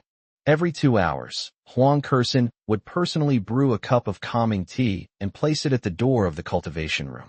Athena would then keep track of the latest movements of the myriad races fleet in real time, compiling all the key information into simple notes and sticking them on the door. The sisters Jiang Lingyu and Jiang Lingyin set up layers of illusionary barriers around the cultivation room. On the one hand, it was to prevent outsiders from breaking in, and on the other hand, it was to isolate Chu Feng from all external noises and prevent any sound from disturbing him. Fan Xian stayed at the temporary command post not far away, processing combat readiness messages from all over the world. He would only come over to report on the most urgent matters. They silently protected Chu Feng in their own way. It provided him with the most reassuring environment for cultivation. Inside the meditation room, Chu Feng has entered a state of deep cultivation. He closed his eyes, his mind completely sinking into his body. His cultivation level of the 9th rank and first stage has been completely stabilized. The power of space-time within the body flows slowly through the meridians, becoming more condensed with each cycle. He did not rush to achieve quick success or immediately attempt to reach a higher level. Instead, calm down first, sort out the energy in your body little by little, and comprehend the origin of the laws of space and time. After reaching the 9th rank, his understanding of the laws of space-time has entered a completely new level. Previously, he had only scratched the surface of the laws of space and time. And now, he has finally touched the core of the laws of space-time. Time has no beginning and no end. Space, boundless. These two fundamental laws of the universe have never existed in isolation. Instead, they complement each other and are integrated into one. Space is the carrier of time, and time is the context of space. Only by truly understanding this point can the power of the laws of space-time be brought to its fullest potential. Chu Feng's mind was completely immersed in comprehending the laws of space and time.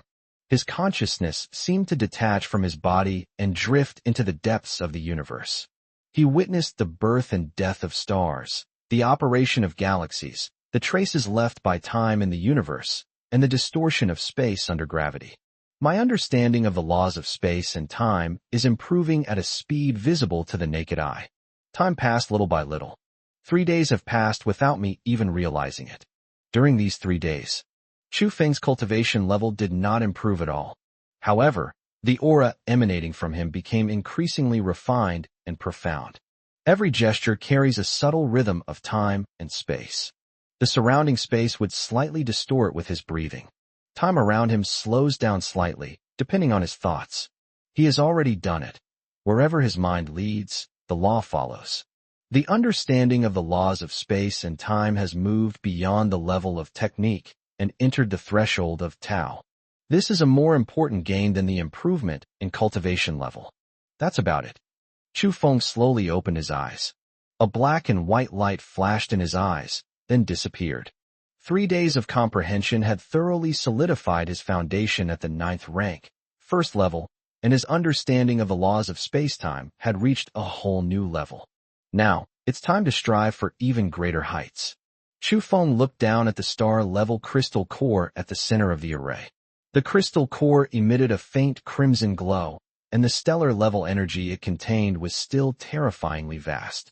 He had only absorbed less than 30% of it before. The remaining 70% was the most essential source energy.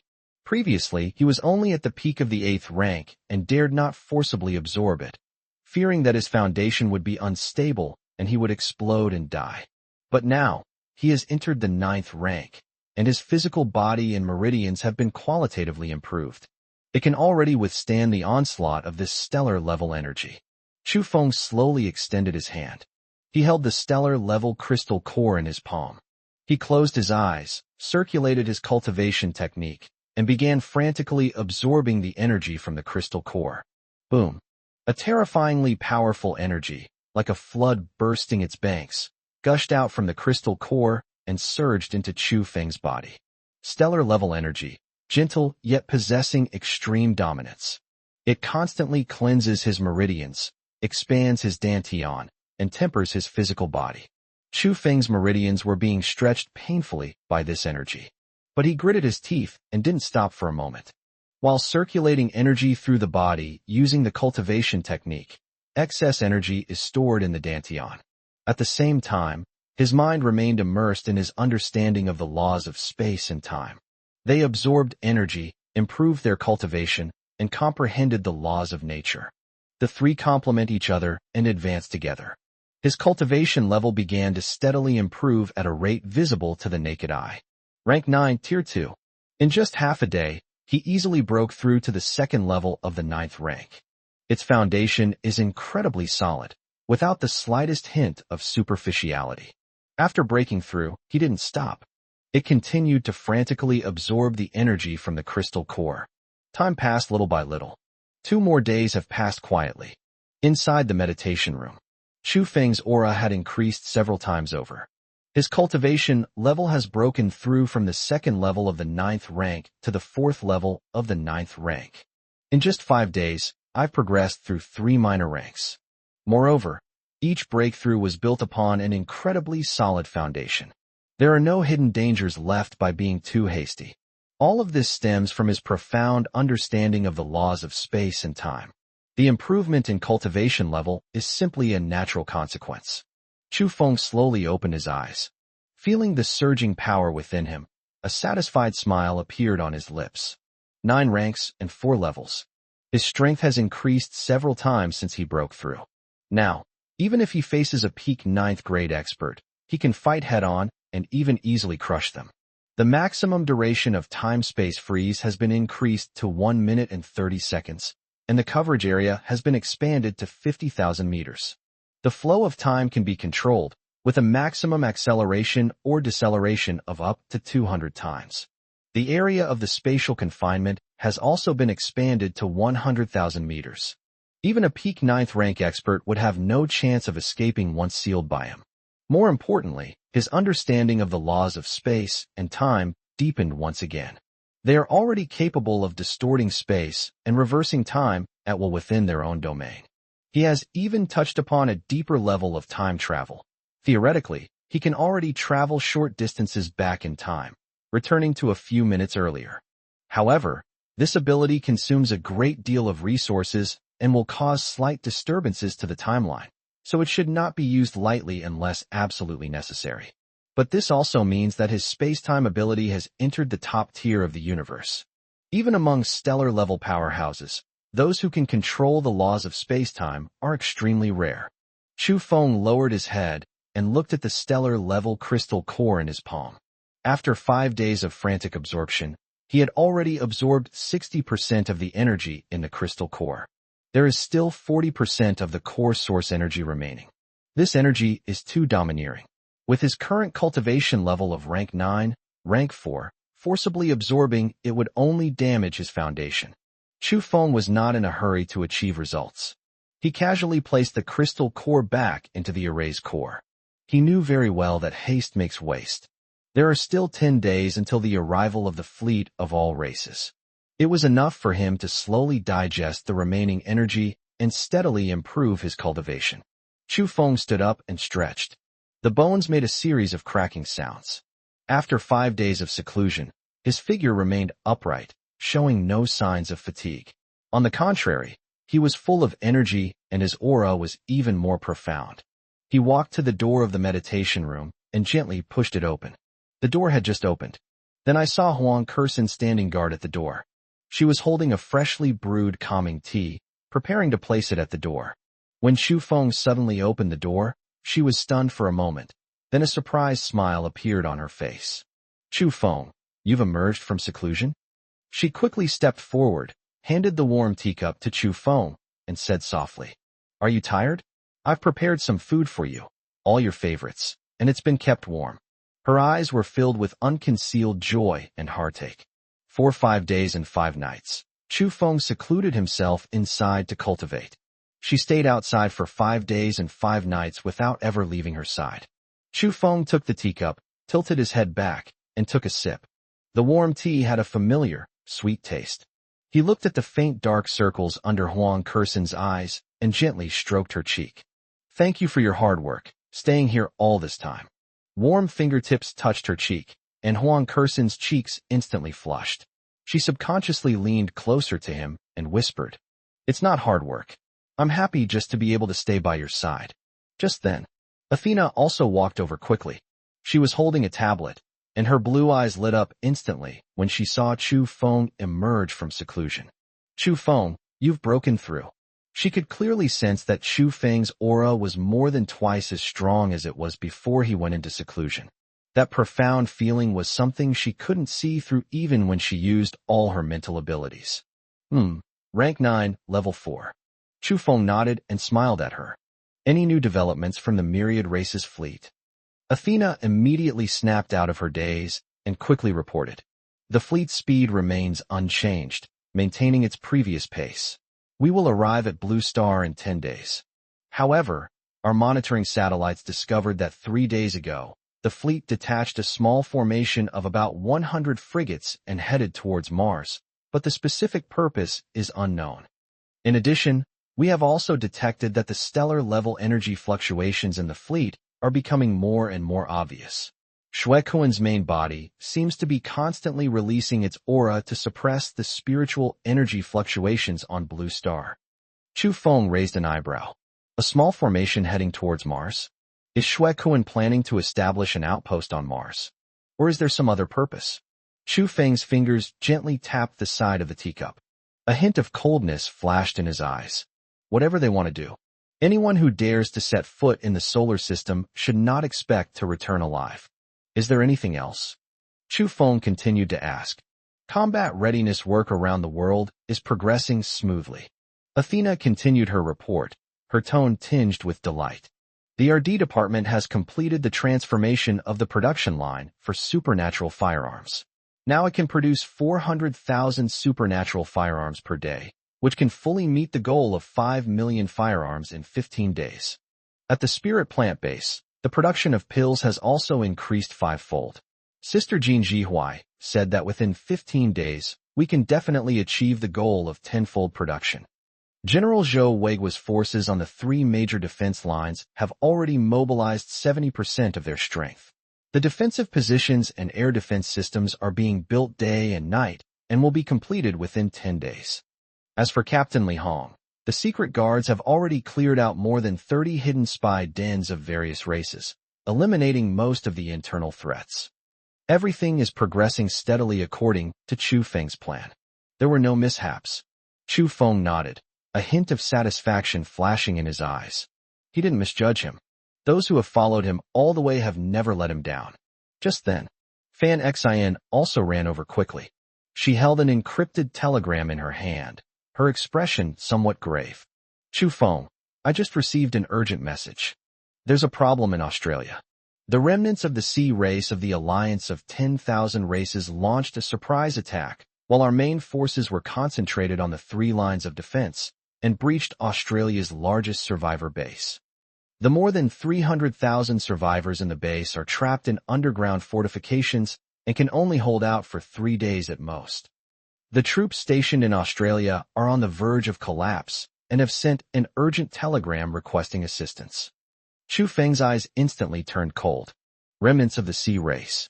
They actually dared to jump out and cause trouble at this time. That's just asking for trouble. Chapter 111 Cross Ocean Rescue. The 9th rank officials might overwhelms the Sea Clan. Fan Xin finished speaking. The atmosphere in the temporary command post instantly turned somber.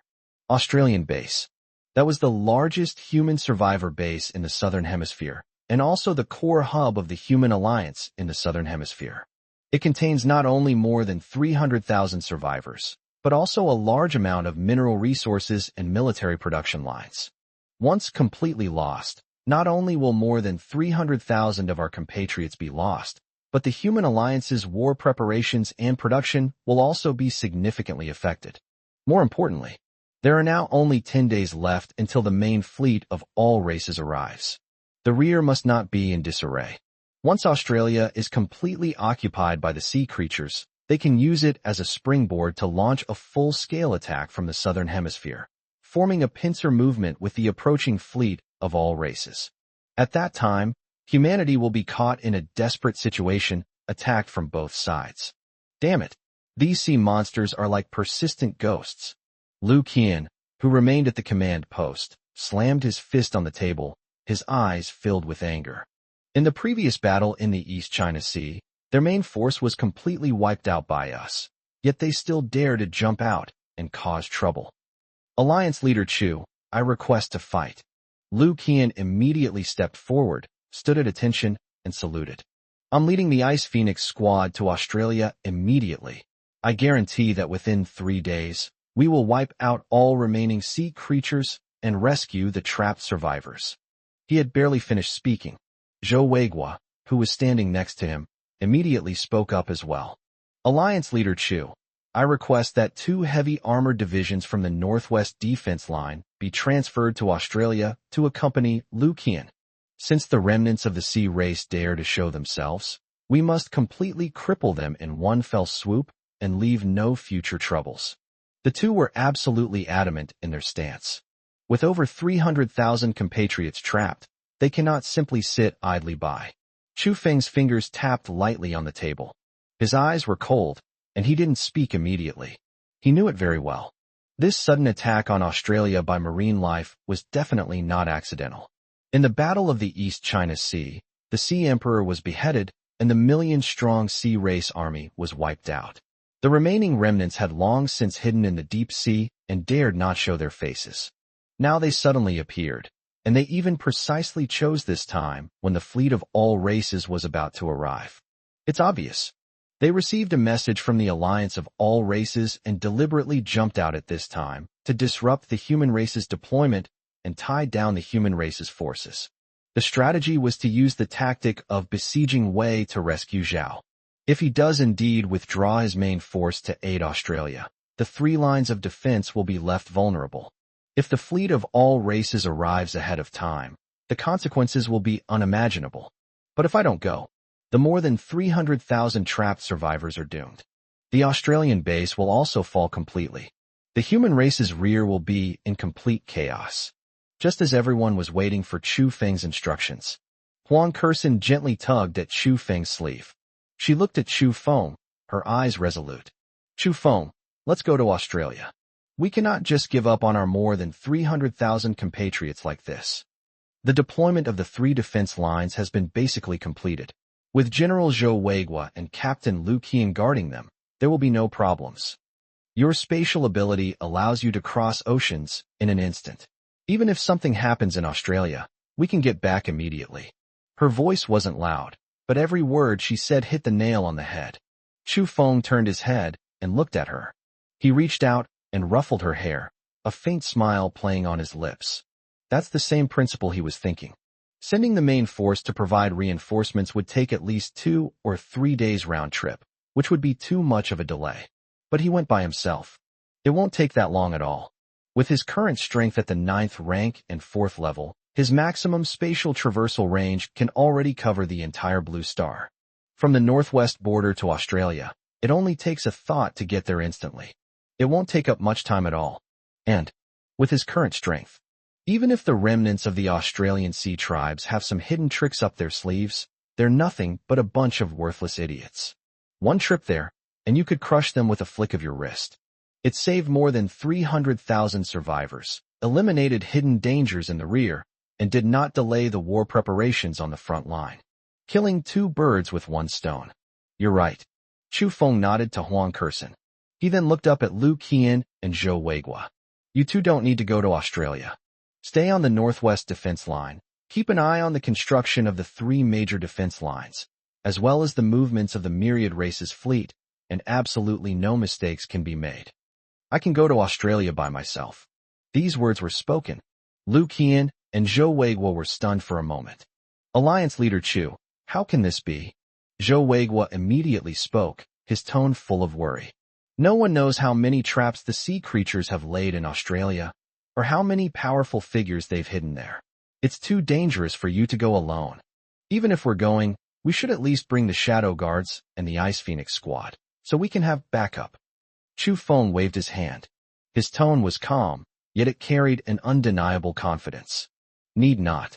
They're just a bunch of stray dogs. They're not worth me making a big fuss about. I'll be right back, in 2 hours at most. With his 9th grade, 4th level strength, he has no rivals on Blue Star today, except for the soon-to-arrive stellar level powerhouses. Don't say they're just remnants of the sea race.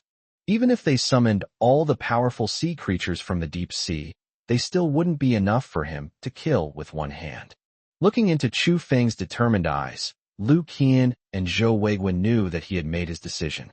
He could only nod. Yes, Alliance Leader Chu. We will definitely defend the line and make absolutely no mistakes. Chu Feng nodded. He turned to look at Athena beside him.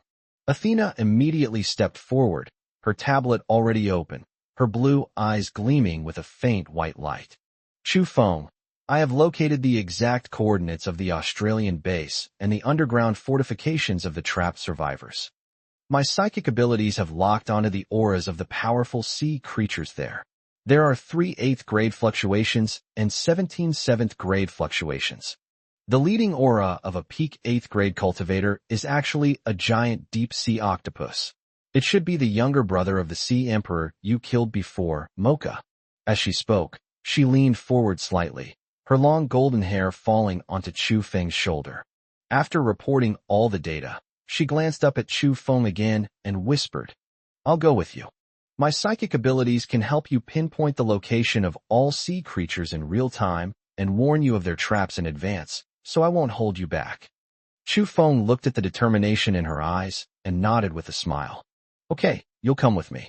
He then looked at Huang Kersen. Huang Kersen immediately gripped the Ice Phoenix scepter in her hand and smiled at him. I'll go with you. My Ice Phoenix body is perfect for dealing with these aquatic beasts. Chu Feng did not refuse. Taking the 2 of them along would just mean another space travel. Moreover, with the 2 of them around, clearing out those low-level sea creatures will be much easier. Ling Yu and Ling Yin, you 2 stay at the command post and, with the mental awakeners, continue to monitor the movements of the myriad races fleet. If there are any abnormalities, send me a message immediately. Fan Xian, you are in charge of coordinating global combat readiness. In case of emergency, contact me immediately through Athena's mental link. Chu Feng quickly issued the order. Yes, sir. Mission accomplished. The 3 women nodded in unison. Zhang Lingyu looked at Chu Feng and whispered, Boss, you must be careful and pay attention to safety. Rest assured. Chu Feng smiled at them. He then raised his hand and snapped his fingers. Ada combine. Roger that, boss. The 7 dogs that had been guarding the door rushed in instantly. A dazzling burst of elemental light erupted. The 7 figures merged into one in an instant. A giant elemental dog, over 30 meters long, suddenly appeared. The terrifying aura of a 9th grade, 2nd level being instantly swept across the entire area. After absorbing the original energy of the Blood Kuan clone, they have completely stabilized their cultivation at the 9th rank, 2nd stage. Their strength is more than twice as great as before. Walk. Chu Feng leaped onto the back of the elemental giant dog. Huang Kersen and Athena followed closely behind, landing steadily behind him. Chu Feng looked down at the coordinates of the Australian base on Athena's tablet. A thought. Space travel. Buzz.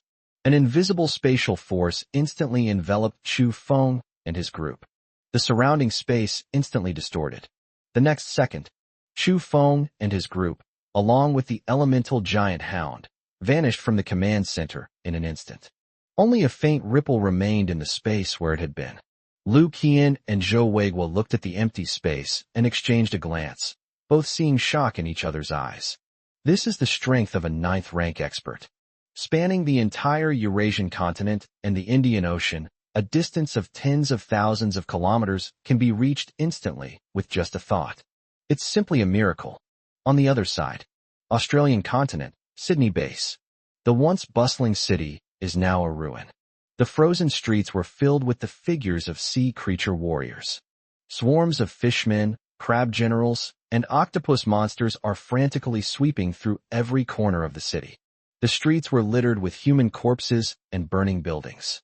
The base's walls have been completely destroyed. The surviving defenders numbered less than 2,000, and they were holding the entrance to the underground fortifications. They were all covered in wounds. Their ammunition was almost exhausted, and the knives in their hands were dulled from cutting. But they remained firmly blocking the entrance, refusing to back down an inch.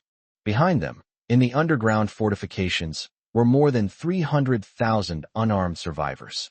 If they back down, their more than 300,000 compatriots inside will be slaughtered by the sea creatures. Brothers, hang in there. The regimental commander of the defending troops, covered in blood, with one arm severed at the shoulder, still stood at the front, leaning on his saber. We have already sent a telegram to the Human Alliance headquarters requesting assistance. Alliance leader Chu will definitely send people to rescue us. Even if we die, we will defend this place. We must never let these beasts harm our compatriots inside. Fight them. The remaining defending soldiers roared in unison. Even though they were exhausted, even though they were facing a sea creature army several times their size, they did not back down in the slightest. But the sea creature army opposite them let out a deafening roar of laughter. Leading the group was a giant octopus that was over 20 meters long. Its body was covered in black slime, and it had 8 thick tentacles, each over 10 meters long, covered with sharp suckers. It was Mocha, the Sea Emperor's younger brother, who was at the peak of the 8th rank. It looked at the stubbornly resisting human defenders and let out a hoarse, grating laugh. Requesting help? By the time that brat Chu Feng sends his men, you'll have already become our snacks. My brother died at his hands. Today, I will use your entire human base to pay for my brother's death. Charge. Kill these stubborn humans. Slaughter everyone in the underground bunker. With a command from Mercer, the surrounding sea creature army instantly sprang into action. The sea creature warriors, densely packed together, surged towards the entrance of the underground fortifications like a tidal wave.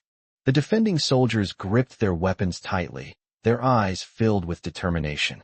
They were prepared to sacrifice themselves. But just then, a cold voice suddenly resounded throughout the entire battlefield. Let's see who dares to make a move. The moment the words fell, a terrifying aura descended from the sky in an instant. It pressed down on all the sea creatures like Mount Tai. The charging sea creature army froze in place. Their bodies trembled under the pressure of this terrifying aura, and they couldn't even move a finger. The merman warriors with lower cultivation levels were directly crushed to death by this aura. Mocha's expression changed drastically in an instant. It suddenly raised its head and looked up at the sky. All that could be seen was in midair. A spatial rift appeared out of nowhere. Chu Feng rode the giant elemental hound, leading Huang Kursin and Athena, and slowly emerged from the rift. Dressed in all black, he appeared like a god descending from the heavens amidst the swirling snow. The terrifying aura of a 9th grade, 4th level being was released without reservation. It enveloped the entire Sydney base. Chu Feng.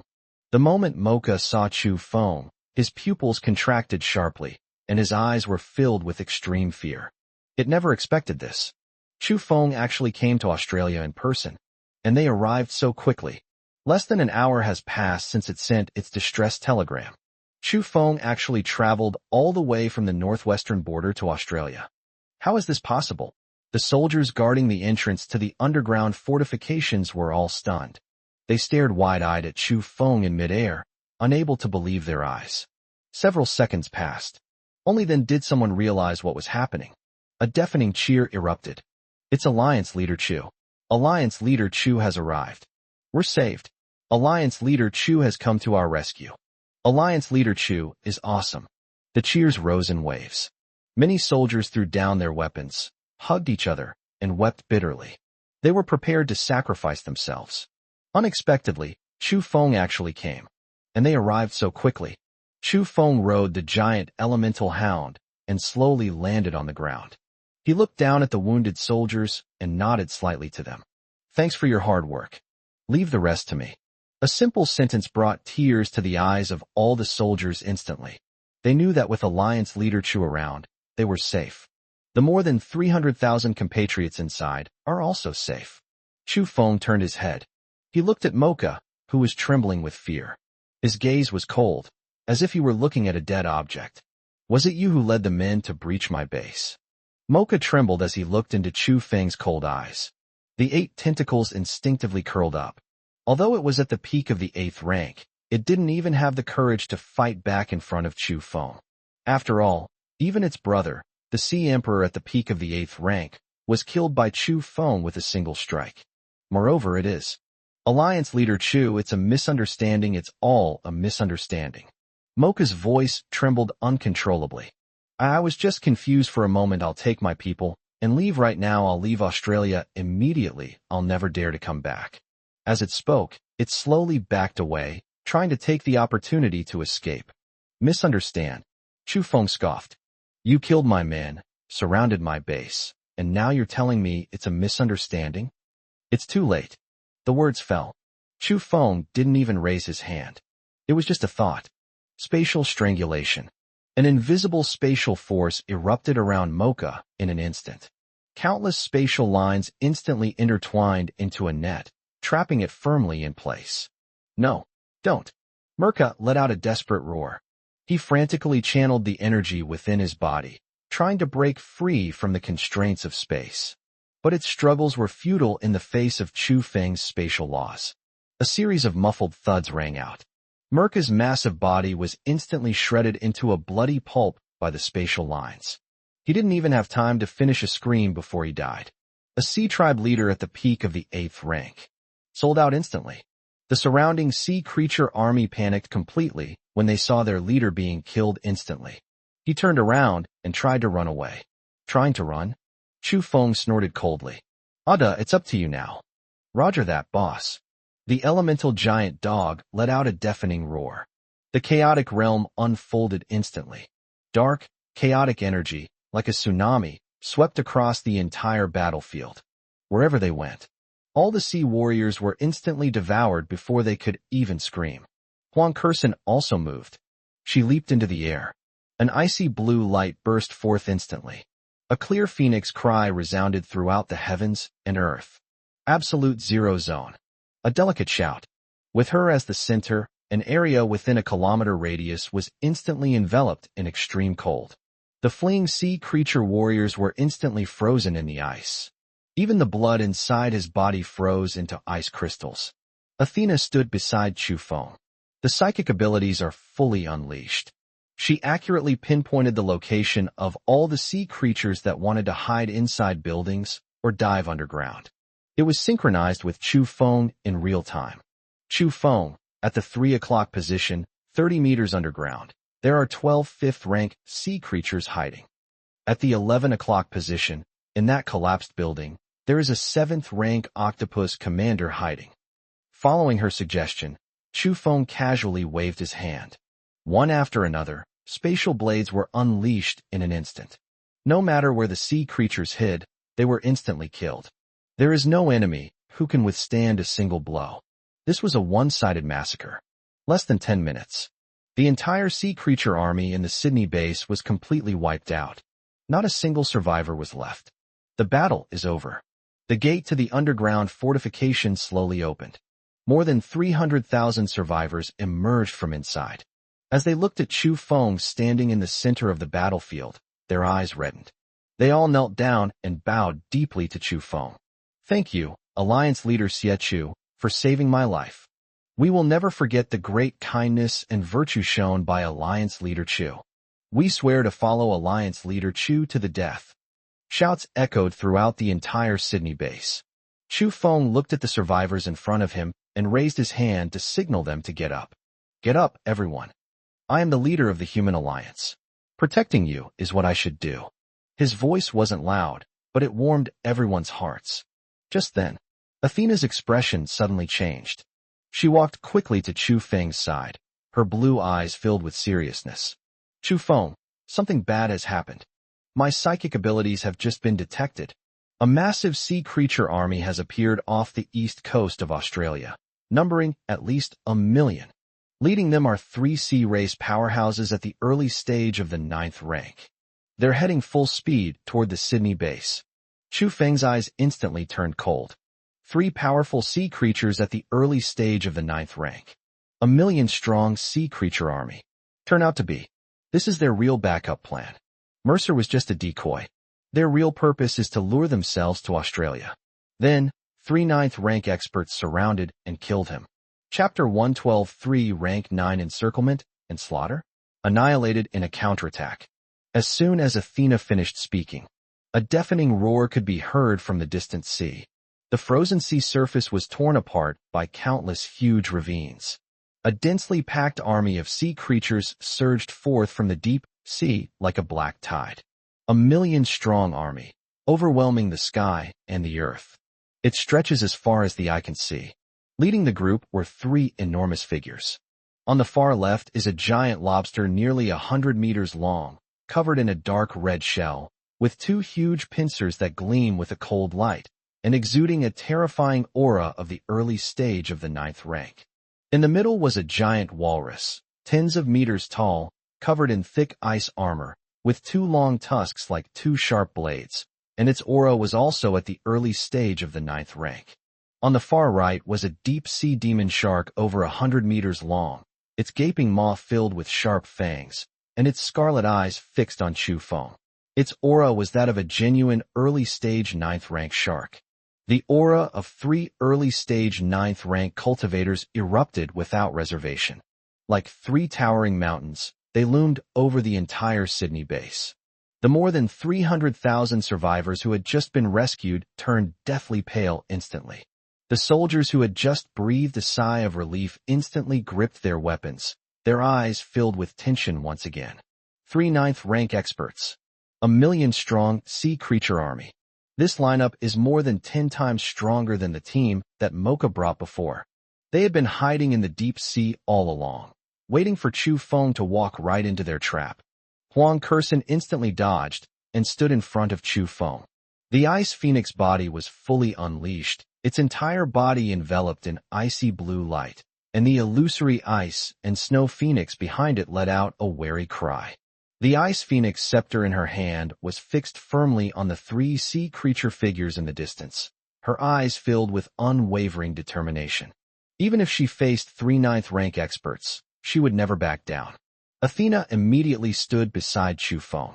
White light surged from the blue eyes. With his psychic abilities fully activated, he instantly locked onto the movements of the three 9th rank sea race experts, even clearly seeing the flow of energy within their bodies. Chu Feng, the lobster leader on the left, specializes in physical cultivation and earth-based abilities, and has extremely strong defense. The walrus leader in the middle specializes in ice-based abilities. It shares the same origin as my Ice Phoenix body, but is much stronger. The demon shark commander on the right specializes in speed and water-based corrosion abilities, and has extremely strong explosive power. The auras of the three of them have been stable at the early stage of the 9th rank for many years, and their foundations are very solid. Athena spoke extremely quickly, instantly relaying all the information about the three powerful individuals to Chu Feng. After finishing her report, she glanced at Chu Feng again and whispered, "Don't be impulsive. Even if we can't win, we can use spatial teleportation to get away immediately. I have already located the spatial coordinates of the northwestern border, and I can leave at any time." She is not afraid of death. What I fear is that Chu Feng might encounter some mishap while trying to save these survivors by fighting against three 9th rank experts. Chu Feng turned his head to look at her tense profile and gently ruffled her hair. "Rest assured, they're just three clowns. They can't make any waves." His tone was calm, without the slightest hint of panic. There was even a hint of disdain in his eyes. Three early-stage 9th rank cultivators. He is now at the 9th rank, 4th level. Even without using the laws of time and space, he can easily crush these three guys with his cultivation alone. Not to mention, he also possesses a 9th grade, 2nd-tier elemental giant dog after fusion, as well as an unsolvable space-time ability. In his eyes, these three guys were no different from three ants. Just then, the three powerful sea creatures opposite them had already led a million-strong army to the coastline of the Sydney base. The leader of the demon sharks looked at Chu Feng, who was standing in the center of the battlefield, and let out a hoarse, grating laugh. "Chu Feng, didn't expect this, did you? We've been waiting for you for so long. You think we're really only after a small Australian base? What we want is your life." The lobster leader beside him also shook its huge claws and let out a deep roar. "Lord Shuekoin has issued an order. Whoever can cut off your head will become the deputy commander of the Myriad Races Alliance on Blue Star and enjoy endless resources. Today is your death day. The walrus commander in the middle, with his cold eyes, swept over Huang Kursin and Athena beside Chu Feng, a glint of greed flashing in his eyes. And these two women beside you are quite good-looking. Once we kill you, we can capture you and use you as our plaything. These words were spoken. Chu Feng's eyes instantly turned cold. The slight mocking smile that had been there vanished completely. Instead, there was a bone-chilling cold. He can ignore the provocations of these three guys. But if they dare to target the people around him, they're asking for death. The three of you have successfully angered me. Chu Feng's voice wasn't loud, but it carried a chill that seemed to lower the temperature of the entire world. The surrounding air instantly dropped to freezing point. The three Sea Tribe leaders instinctively shivered. A strange sense of fear rose in my heart. But they quickly suppressed their fear. All three of them were powerful individuals at the early stage of the 9th rank. With their combined strength, they can even put up a head-on fight against a mid-stage 9th rank expert. Even if Chu Feng is strong, he has only recently broken through to the 9th rank. Could it be that he could take on three opponents single-handedly and kill them all? You arrogant brat. Commander Demon Shark roared and made the first move. Its massive body flashed like a black lightning bolt across the ice. It was moving at an extreme speed, reaching Chu Feng almost instantly. It opened its blood-red maw, unleashing a terrifying water-based corrosive power, and lunged fiercely at Chu Feng. With one bite, even a small mountain can be crushed in an instant. Chu Feng, be careful. Huang Kursin gave a sharp shout. The absolute zero zone unfolds instantly. Countless thick ice walls formed layer upon layer in front of Chu Feng. Each ice wall was infused with the full power of her ice phoenix body, making it indestructible. A trivial skill. Commander Demon Shark grinned maliciously. It took a big bite and slammed its jaws down on the ice wall. The crisp cracking sounds continued incessantly. The dozens of ice walls that Huang Kursin had set up were mostly bitten and shattered by it in one bite. The terrifying corrosive saliva landed on the ice wall, instantly corroding it into huge holes. With just one move, Huang Kursin was so shocked that she staggered back a few steps, and a trace of blood spilled from the corner of her mouth. A full-force attack from an early-stage 9th rank cultivator was beyond her ability to withstand with her peak 5th rank cultivation. Kursin. Chu Feng reached out and steadily supported her as she stumbled backward. A gentle spatial force surged into her body, stabilizing her turbulent blood and qi. Are you all right? Chu Feng looked down at her pale face, his voice tinged with heartache. Huang Kursin shook her head and gave him a forced smile. I'm fine, be careful. Chu Feng nodded. He helped her stand behind him. He then raised his head. He looked at the Demon Shark commander, who was still grinning maliciously. The chill in his eyes intensified. You who hurt me are asking for death. The moment the words fell, Chu Feng made a move. There was no use of teleportation or time-space freeze. Just take that simple step. His figure appeared instantly in front of Commander Demon Shark. It's almost at its limit. Even Commander Demon Shark, a 9th rank expert known for his speed, didn't have time to react. What? Commander Demon Shark's pupils shrank sharply, his eyes filled with disbelief and horror. It didn't even see how the wind was moving. Chu Feng didn't give it a chance to react. Slowly raise your right hand. Make a fist. He slammed a powerful punch down on the head of the Demon Shark commander. This punch was delivered without using any special abilities. It's merely the physical strength of a 9th grade, 4th level being. Yet it carried a world-destroying power. No. Impossible. The Demon Shark commander let out a horrified roar.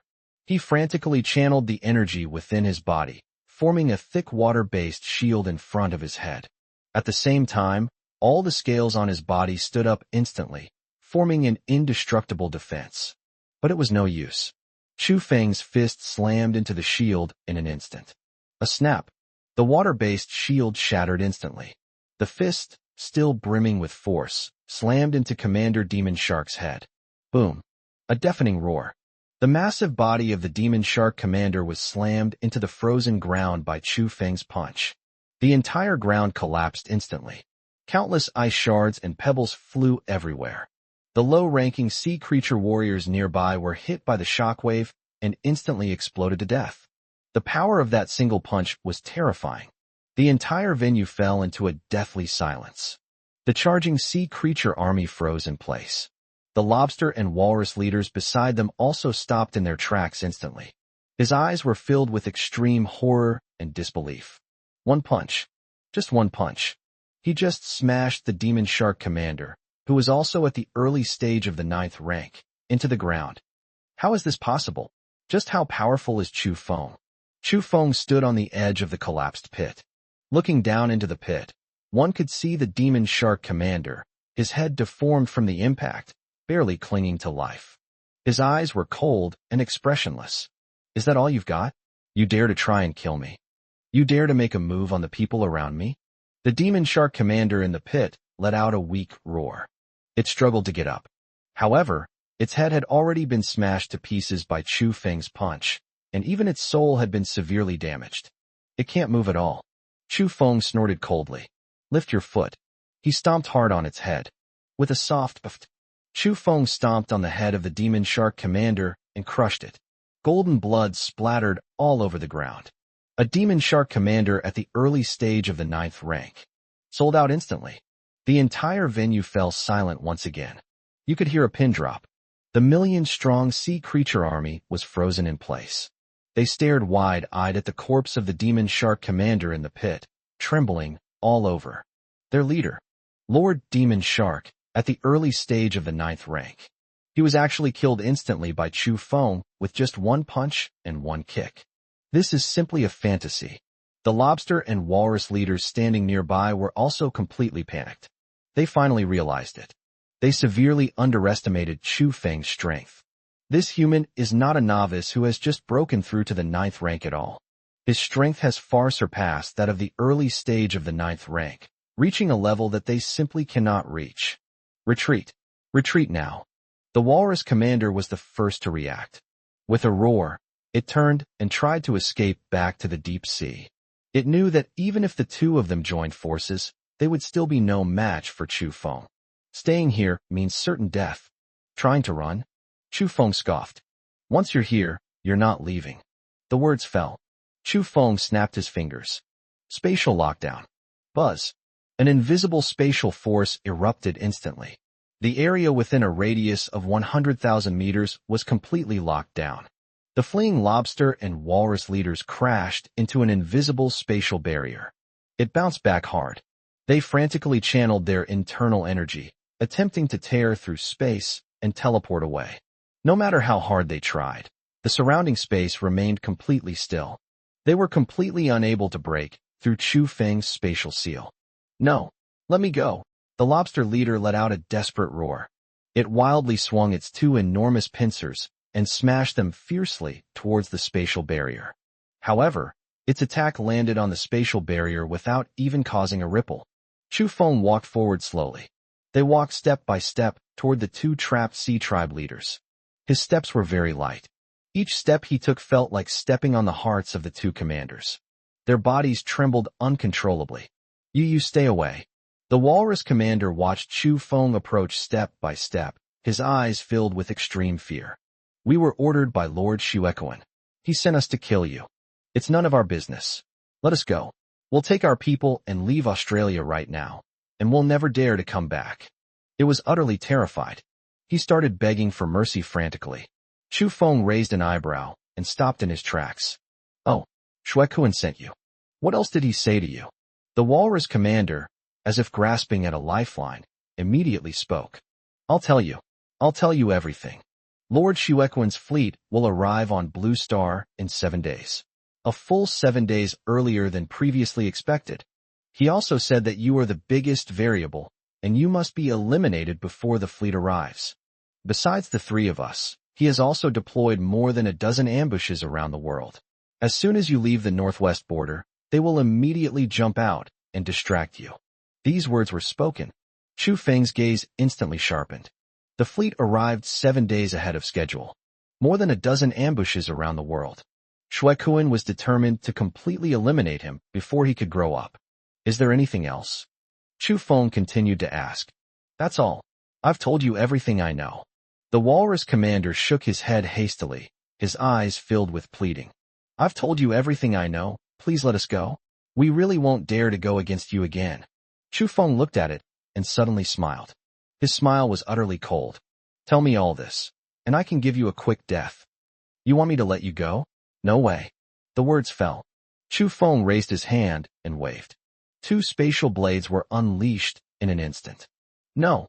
The Lobster King and the Walrus King both let out a desperate scream. But they are trapped in the spatial confinement and have no way to escape. Two muffled thuds. The two enormous heads rolled to the ground in an instant. Golden blood gushed out. Two sea tribe leaders at the early stage of the 9th rank. Both perished. Less than 3 minutes. Chu Feng killed all 3 early-stage 9th rank sea race experts. The entire audience erupted in chaos. The last line of defense for the million-strong sea race army has completely collapsed. Run! Run away! I don't know who shouted it first. The million-strong sea creature army was instantly routed. It turned and fled frantically towards the deep sea. Trying to run? Chu Feng snorted coldly. He turned to look at the elemental giant dog beside him. Ada, it's up to you now. Roger that, boss. The elemental giant dog let out a deafening roar. He dashed out in an instant. The chaotic realm unfolded instantly. The pitch-black chaotic energy, like a tsunami, swept towards the fleeing sea race army. Wherever they went, sea warriors were devoured in droves. There wasn't even time to let out a scream. Huang Kursen also moved. She leaped into the air. The ice phoenix body was unleashed at full power. Countless ice spikes fell like a dense rain. Each ice spike could pierce the body of a sea warrior. On the frozen sea surface, countless sea creature corpses were instantly frozen solid. Athena stood beside Chu Feng. The psychic abilities are fully unleashed. She accurately pinpointed the location of all the sea creatures that tried to escape into the deep sea. The message was synchronized in real time to Chu Feng and the elemental giant dog. No sea creature could escape her perception. Chu Feng hovered in midair. His eyes were cold as he watched the million-strong sea race army flee in disarray. He raised his hand and waved it. Countless spatial cuts fell like a dense rain. Each spatial line can take the lives of dozens of sea creature warriors. This was a massacre with no suspense whatsoever. Having lost their leader, the million-strong sea tribe army had no will to fight. They had absolutely no chance to fight back against Chu Feng and his group. The battle lasted from afternoon until sunset. Until nightfall. On the frozen sea, not a single living sea creature can be seen anymore. A million-strong sea creature army. Completely annihilated. The crisis in Australia has been completely resolved. At the Sydney base, more than 300,000 survivors and more than 2,000 defenders knelt down again as they watched Chu Feng's retreating figure. A deafening roar of cheers echoed throughout the entire base. Alliance Leader Chu is awesome. Alliance Leader Chu is invincible. We swear to follow Alliance Leader Chu to the death. Chu Feng landed slowly. Huang Kursen and Athena immediately came to greet them. Huang Kursen took out a handkerchief and gently wiped the golden blood from Chu Feng's fingertips, then whispered, "Aren't you tired? You must have used up a lot of energy in that fight." Her movements were very gentle, and her eyes were full of heartache. Athena also handed over a cup of warm spiritual water and said softly, "Chu Feng, have some water. I just sent the information about Shui Kuan's global ambush to Fan Xin and asked her to notify Captain Li Hong to immediately lead men to eliminate them. I've also made arrangements on the Australian side, instructing the garrison to immediately reinforce the base's defenses to prevent any more remnants of the sea race from launching sneak attacks. She has arranged everything perfectly." Chu Feng took the water glass, tilted his head back, and took a sip. Looking at the two women beside him, a faint smile appeared on his lips. He reached out and ruffled their hair. "Thank you for your hard work." Those 5 simple words instantly made the two women blush. She quickly lowered her head to hide the joy in her eyes. Just then, the encrypted communicator in Chu Feng's arms suddenly started ringing frantically. It was Jiang Lingyu who called from the Northwest Border Command. Chu Feng answered the phone. As soon as the call connected, Jiang Lingyu's anxious voice came from the other end of the line. "Boss, Something terrible has happened. Our monitoring satellite has just captured the image. The main fleet of the alliance of 10,000 races has suddenly accelerated. At most 3 days. After 3 days, they will reach near Earth orbit around Earth. Chu Feng's pupils contracted instantly. 3 days. It's been moved up again. From 15 days to 7 days. And now it's been shortened to just 3 days. Shuai wasn't even willing to give him a chance to catch his breath. Chapter 113, the fleet arrives on Earth in 3 days. Global defenses determine life or death. Jiang Lingyu's voice was filled with barely suppressed urgency and panic. In the background noise of the communicator, one could also hear the clattering of Jiang Lingyu's keyboard and the suppressed breathing of everyone in the command center. Chu Feng's fingers tightened slightly as he gripped the communicator. 3 days. From the initial 15 days to the 7 days mentioned by the Walrus commander, it has now been shortened to 3 days. Shuai was completely panicked. They weren't even willing to give him the final preparation time. Huang Kursin and Athena, who were standing nearby, also heard the voice from the communicator. The two women's faces paled instantly, and they instinctively gripped Chu Feng's clothes tightly. 3 days. It's too urgent. The construction of the 3 major defense lines is not yet fully completed, the global troop buildup is not yet complete, and the production of elixirs and weapons is still being rushed. The sudden advance of the fleet of all races disrupted everyone's plans. Chu Feng took a deep breath. He suppressed the chill in his heart. In times like these, it's crucial not to panic. He is the backbone of the human race. His actions caused chaos, and the entire human alliance completely fell apart. Don't panic. Chu Feng's voice remained steady. There was no panic whatsoever, not even the slightest ripple. Send all the latest satellite images and detailed fleet navigation data to Athena. Real-time synchronization, not a second can be stopped. Hearing Chu Feng's calm voice on the other end of the phone, Jiang Lingyu instantly regained her composure. His previously rapid breathing calmed down. Yes, boss. I'll send it right away. Furthermore, General Zhou Weigua has already assembled all the troops along the 3 major defense lines and is waiting for you to return and deploy them. President Kong Weihai has also come from Qingzhou, bringing a complete list of war preparedness supplies, and is waiting at the command post.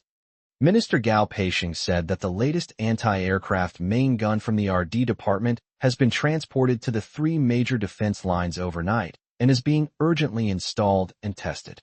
Jiang Lingyu quickly reported the situation at the command post. Everyone is giving it their all, making final preparations. Chu Feng nodded. Very good. Tell everyone to proceed according to the original plan and not to make any mistakes. I'm heading back to the northwest border now. It'll only take me 10 minutes at most. Yes, boss. I hung up the phone. Chu Feng turned his head and looked at Huang Kursin and Athena beside him. The 2 women still had a hint of worry on their faces, but they still stood up straight and looked at him. Chu Feng, shall we go back now? Athena asked immediately, her tablet already receiving satellite data from the command center, white light flashing in her blue eyes. Chu Feng nodded. He reached out and gently brushed away a shard of ice that clung to Athena's cheek. Have all the final arrangements been made in Australia? Everything is arranged. Athena nodded immediately, her cheeks flushing slightly from the warmth of his fingertips. She quickly lowered her head and reported. I have already ordered the garrison commander to lead his men to reinforce the base's defenses, gather the survivors, and clean up the battlefield. The Qingzhou headquarters will send a support team to take over Australia's defense, so there won't be any problems. Chu Feng then looked at Huang Kursin. Huang Kursin immediately gripped his hand, looked up at him and smiled, her eyes resolute. I'm fine. I wasn't injured in the battle just now, so don't worry about me. We'll head back to the northwest border now. No matter how many races come, we'll stand with you. Her palms were slightly cold, but she was holding them very tightly. Even if she were facing the world-destroying fleet of the alliance of myriad races, or 3 stellar-level powerhouses, she would never back down. Looking at the 2 women, Chu Feng felt a warm current surge in his heart. He smiled and ruffled their hair. Good. Let's go home. The words fell. Chu Feng snapped his fingers. Ada, it's time to go. Roger that, boss. The elemental giant hound immediately ran over and squatted steadily in front of Chu Feng. Chu Feng leaped onto its back. Huang Kursin and Athena followed closely behind, landing steadily behind him. Chu Feng had a single thought. Space travel. Buzz. An invisible spatial force instantly enveloped the group. The surrounding space was violently distorted. The next second, Chu Feng and his group, along with the elemental giant hound, vanished instantly from the battlefield of the Sydney base. Only a faint ripple remained in the space where it had been. The survivors and guards in the base bowed deeply once again at the spot where Chu Feng had disappeared. Their lives were saved by Alliance Leader Chu. For the rest of their lives, they will follow Alliance Leader Chu and the Human Alliance to the death. Less than 10 minutes. The temporary command post of the Human Alliance on the northwestern border. Space distorted for a moment. Chu Feng and his group appeared instantly in the command center's lobby. The crowd, who were anxiously waiting in the hall, immediately surrounded Chu Feng when he suddenly appeared. Alliance Leader Chu, you're back. Kong Weihai held a thick list of supplies, his face full of anxiety. Zhou Weiguo, Lu Qian, and Li Hong also gathered around, their eyes filled with solemnity. Sisters Jiang Lingyu and Jiang Lingyin ran over quickly. Jiang Lingyu held a tablet in her hand and quickly handed it to Chu Feng, her voice tinged with urgency. Boss, this is the latest satellite monitoring data. 2 hours ago, the fleet of the Alliance of all races suddenly started faster than light travel, tripling its speed. Based on their current speed, they should reach Earth's near-Earth orbit by the early morning of 3 days from now at the latest. We have also detected that the 3 stellar-level energy fluctuations in the fleet are becoming increasingly active. Shuekuan's main body has been continuously releasing pressure to interfere with our satellite monitoring. 3 monitoring satellites have already been damaged by his energy impacts. Chu Feng took the tablet. Looked down at the satellite image above. In the scene, countless spaceships, like locusts, are speeding towards Earth. 3,000 capital ships were arranged in an attack formation at the forefront. Countless frigates and transport ships followed behind, stretching as far as the eye could see. The entire fleet exuded an aura of world-destroying power. It seemed as if it wanted to completely crush the entire blue planet. Chu Feng's fingers tapped lightly on the tablet screen. His eyes were cold, and he didn't speak. Everyone in the command post held their breath. They looked at Chu Feng, waiting for his instructions. The entire hall was so quiet you could hear a pin drop. Only the sound of Jiang Lingyin typing on the keyboard continued to ring out. A full half-minute passed. Chu Feng slowly raised his head. His gaze swept over everyone present. His eyes remained calm. There was no panic, no fear whatsoever. It's just a few days earlier, isn't it? It's no big deal. What's meant to come will come. If we come a few days earlier, we can send them on their way a few days earlier. Chu Feng's voice was not loud, yet it carried an undeniable confidence. It instantly dispelled the heavy, despairing atmosphere in the command center. Seeing Chu Feng's calm gaze, the panic in everyone's hearts subsided considerably. Yes, Alliance Leader Chu has never let them down. Since the end of the world, he has created countless miracles. A 5th-rank official can defeat a 7th-rank official, a 6th-rank official can defeat an 8th-rank official, and an 8th-rank official can defeat a half-step stellar-level official. He is now a powerful expert at the 4th level of the 9th rank. Even if the fleet of all races arrives ahead of schedule, so what? With their leader, Chu, there was no obstacle they couldn't overcome. Kong Weihai. Chu Feng spoke, looking at Kong Weihai who was holding the list of supplies. Present.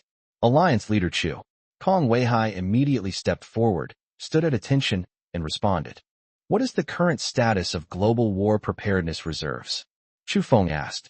Kong Weihai immediately flipped open the list in his hand and quickly reported. Alliance Leader Chu, we currently have a total of 780 billion supernatural crystals in reserve, which is enough to support all troops in 3 months of high-intensity combat. Awakening pills, a total of 12 million pills, healing pills and ability recovery pills, each of which have been distributed to the frontline troops.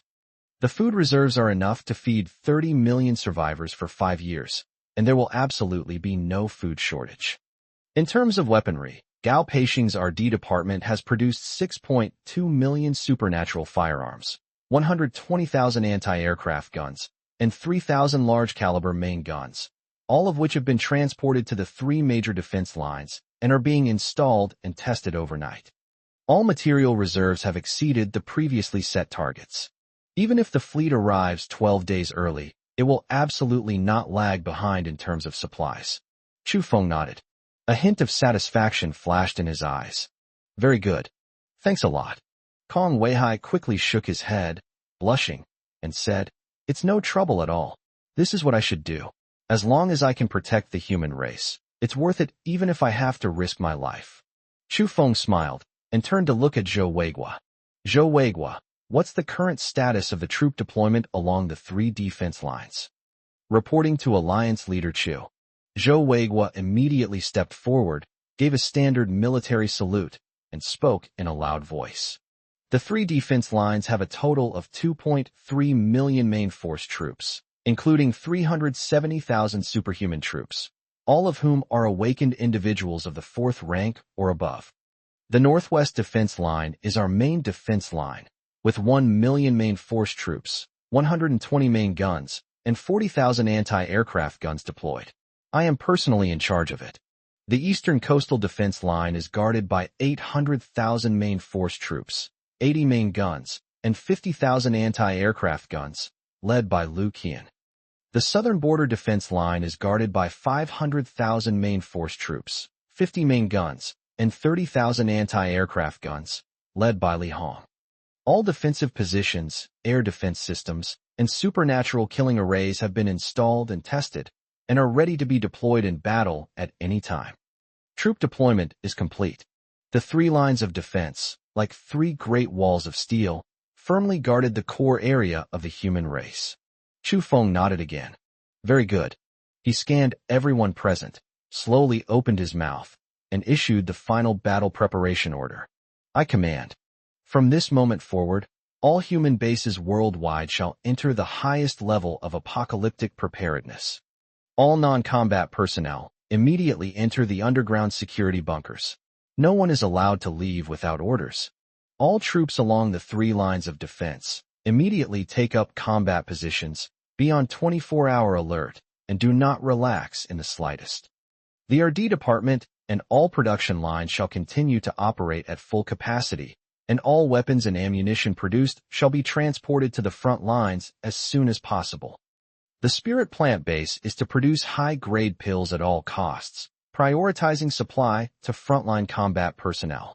The entire Dark Guard is mobilized to eliminate all hidden spies and agents from all races around the world. We must not allow our own backyard to catch fire when the battle begins. All mental ability users have been assembled at the three defense lines, under the unified command of the sisters Jiang Lingyu and Jiang Lingyin, to build a global mental early warning network and monitor the movements of the myriad races fleet in real time. Medical teams immediately move into the field hospitals on the three main lines of defense and make all preparations to treat the wounded. Each instruction was clear and decisive. From troop deployment to logistical support and internal purges, every aspect was taken into account without any omissions.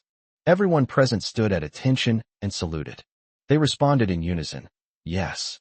We guarantee to complete the mission. The sound was deafening, penetrating the command post and resounding throughout the entire northwestern border region.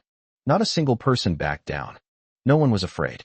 Even when facing a fleet of myriad races capable of destroying the world, they were already prepared for battle. At worst, I'll just die. Even if they die, they will drag all races down with them. We must never allow them to trample our homeland and harm our fellow human beings. The instruction has been issued. Everyone immediately turned around and rushed out of the command post. They went to their respective posts to carry out Chu Feng's orders. In the blink of an eye, inside the command post, only Chu Feng, Huang Kersen, Athena, Jiang Lingyu, Jiang Lingyin, and Fan Xin remained. Fan Xin, carrying a thick stack of documents, walked up to Chu Feng and spoke softly. Chu Feng, this is a list of all high-level awakened individuals worldwide, as well as detailed firepower configuration diagrams for the three major defense lines. I've compiled them all. Please take a look. In addition, I have issued a red alert to all survivor bases around the world, and all bases have responded and will strictly follow your instructions." She kept her head down as she spoke, her fingers gently pinching the edges of the document. Only when Chu Feng took the document did he secretly raise his eyes and glance at him. His eyes were filled with unconcealed worry and affection. Chu Feng took the document and quickly flipped through it. Fan Xin did a very meticulous job, clearly marking the situation of each base, the abilities of each high-level awakened individual, and the firepower configuration of each defensive line. It's clear at a glance. Well done. Chu Feng looked up and smiled at her. Fan Xin's cheeks flushed instantly, and she quickly lowered her head, whispering, "I'm glad I could help you." Zhang Lingyu, holding her younger sister Zhang Lingyin's hand, walked up to Chu Feng and spoke softly. "Boss, Lingyin and I have contacted all the mental awakeners in the world, a total of 1,273 people. They are all heading to the 3 defense lines, and will all be in place tonight. We guarantee that as soon as the fleets of all races enter the Blue Star's territory, we will be able to detect all their movements immediately and will never give them any chance to launch a sneak attack." Zhang Lingyi nodded vigorously, blushing as she added softly, "Boss, even if it's a stellar-level powerhouse, if we join forces with all the mental-type awakened individuals, we can interfere with it for a moment and give you a chance." Chu Feng looked at the 2 sisters and gently patted their shoulders. "Thank you for your hard work. Be careful and don't push yourself." The 2 sisters smiled at the same time and nodded vigorously. They are not afraid of hardship or danger. What I fear is that I won't be able to help Chu Feng. Everyone has finished reporting on their work. The command center fell silent. Chu Feng walked to the window. I looked up at the sky filled with snow. His gaze seemed to pierce through the atmosphere, seeing the fleet of all races hurtling towards them at full speed. Blood Kuan. There were also 2 stellar-level powerhouses who came with him. The faster you come, the faster you will die. Chu Feng slowly clenched his fist. At the fingertips, the power of time and space, alternating between black and white, flows slowly. 3 days. That's enough. He intends to use these 3 days to completely refine all the remaining energy in the stellar-level crystal core. He broke through to the peak of the 9th rank in one fell swoop, and even reached the half-step star level. Until the day the fleet arrives. He wanted the entire alliance of all races to know. Earth is not a place where they can come and go as they please. This is their grave. Chu Feng. Huang Kersen walked gently to his side and took his hand. Her palms were still slightly cool, yet incredibly firm. "I made you a calming soup, and I've kept it warm. Have some. You haven't slept for 2 days and 2 nights. Even if you want to cultivate, you should eat something and rest first." Her voice was soft, filled with deep heartache. From slaying Shui Kuan's half-step stellar-level avatar, to breaking through in seclusion, to rushing to aid Australia, and now facing the threat of the myriad races fleet. Chu Feng didn't even have time to rest. It pained her to see it. Chu Feng turned his head and looked at the worry in her eyes, feeling a warmth in his heart. He took her hand in his own. "Good. I'll listen to you, and have some soup first." His voice was much softer than before. The 5 women couldn't help but smile as they looked at the gentleness in his eyes. Only when facing them does this ruthless and godlike man reveal such a tender side. All they could do was stay by his side. Take care of all the trivial matters for him. This will allow him to cultivate in peace and face the upcoming great battle with a calm mind. No matter what happens, they would all stay with him. To be born together. Let's die together. Chapter 114, 3 Days of Seclusion, Peak of the 9th Rank. The underground training room of the temporary command post has been reinforced, and the walls are inlaid with top-grade spirit crystals imported from Australia, with spiritual energy so dense that it is almost liquefied. Chu Feng has remodeled the spirit gathering array in the center of the room. At the array's core is the stellar-level crystal core with only 40% of its core energy remaining. In the blood-red glow, the stellar-level primordial energy is still vast and terrifying.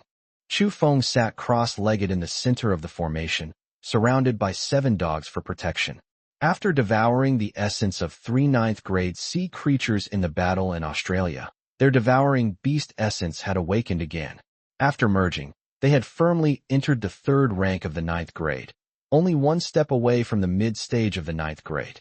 The door to the cultivation room closed softly. As before, Huang Kersen and the other 4 women stood guard outside, isolating him from all distractions. Huang Kersen personally prepared meals and calming soup for him daily, placing them at the door. Athena tracked the movements of the myriad races fleet in real time, compiling key information into notes and posting them on the door. The Jiang sisters, Ling Yu and Ling Yin, along with other mental-type awakened individuals, kept a 24-hour watch on the fleet's movements from the monitoring room. Fan Xin oversaw global emergencies at the command center, only knocking on the door in the most critical situations. In their own ways, they created an absolutely quiet and safe cultivation environment for Chu Feng, allowing him to focus wholeheartedly on reaching higher realms. Inside the cultivation room, Chu Feng entered a deep cultivation state. He did not rush to absorb the crystal core energy, but instead calmed down to sort out his understanding of the laws of spacetime. During his last seclusion, he had already touched the origin of the laws of spacetime and understood the true meaning of spacetime complementing and integrating with each other. What he needed to do now was to thoroughly understand the origin, so that the laws of spacetime could be integrated into his bones, blood, cells, and every strand of supernatural power, so that the laws would follow his thoughts.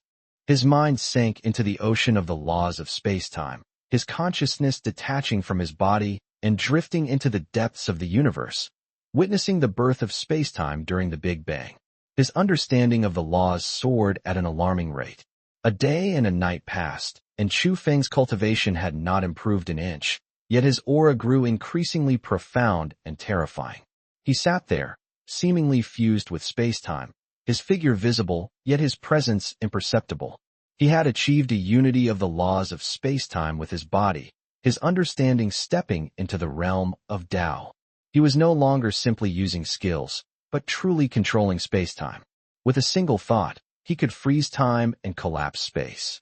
This qualitative leap was his greatest source of confidence in contending with stellar-level powerhouses. That's about it. Chu Feng slowly opened his eyes, a black and white light flashing in his eyes like the birth and death of the universe, before disappearing.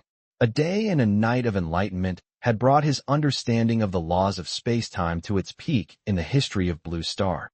It was time to break through to a higher realm. He looked at the stellar-level crystal core at the center of the array. This remaining 40% of core energy was the most essential part of Shui Kuan's clone, still bearing a trace of the stellar-level destructive law imprint of Shui Kuan's original body, domineering and untamable. Previously, he only had the cultivation of the 9th rank, 4th level, and forcibly absorbing it would only damage his foundation. But now his physical body and meridians had undergone a qualitative leap in the tempering of the laws, and he could completely withstand the scouring of this energy. Chu Feng reached out and grasped the crystal core in his palm, closing his eyes and frantically absorbing it through his cultivation technique. The vast and violent energy surged into his body like a volcanic eruption, carrying a world-destroying aura, instantly causing excruciating, tearing pain in his meridians. Chu Feng gritted his teeth and remained motionless, simultaneously guiding the raging energy to circulate and temper his physical meridians, while using the laws of spacetime to erase the mark of the law of destruction within.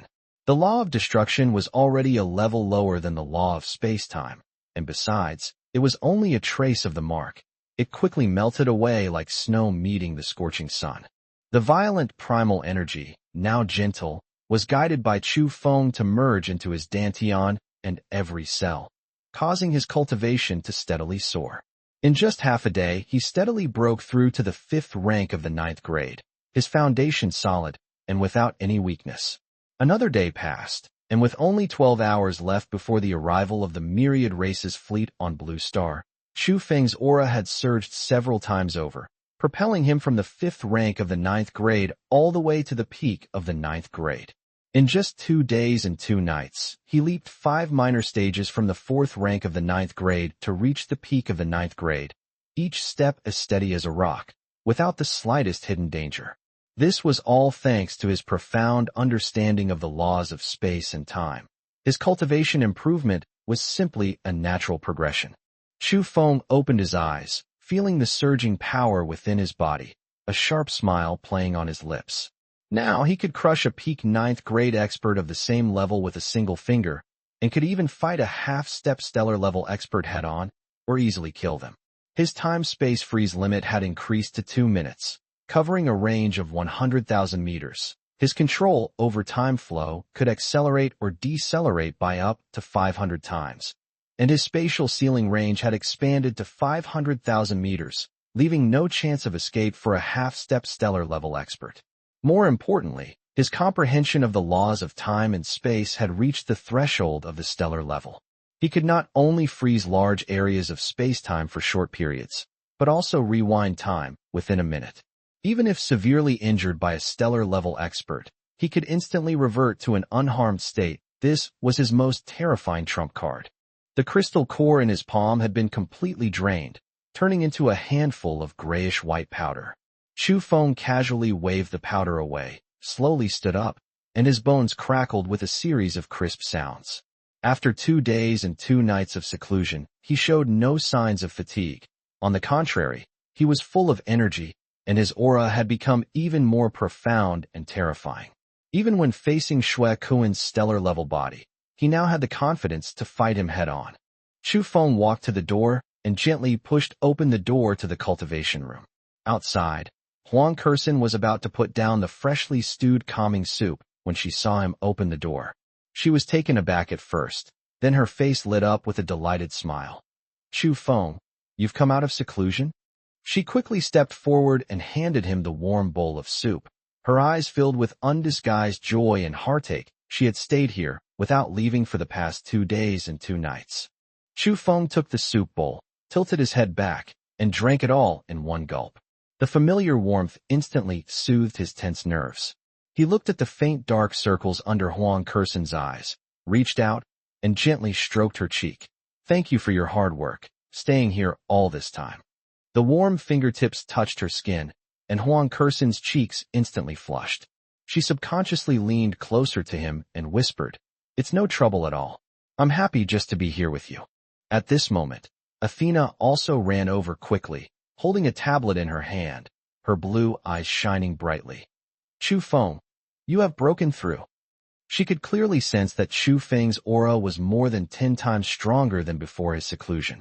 Even if she used all her mental abilities, she could not see through him at all, as if the person standing in front of her was not a person, but an endless universe.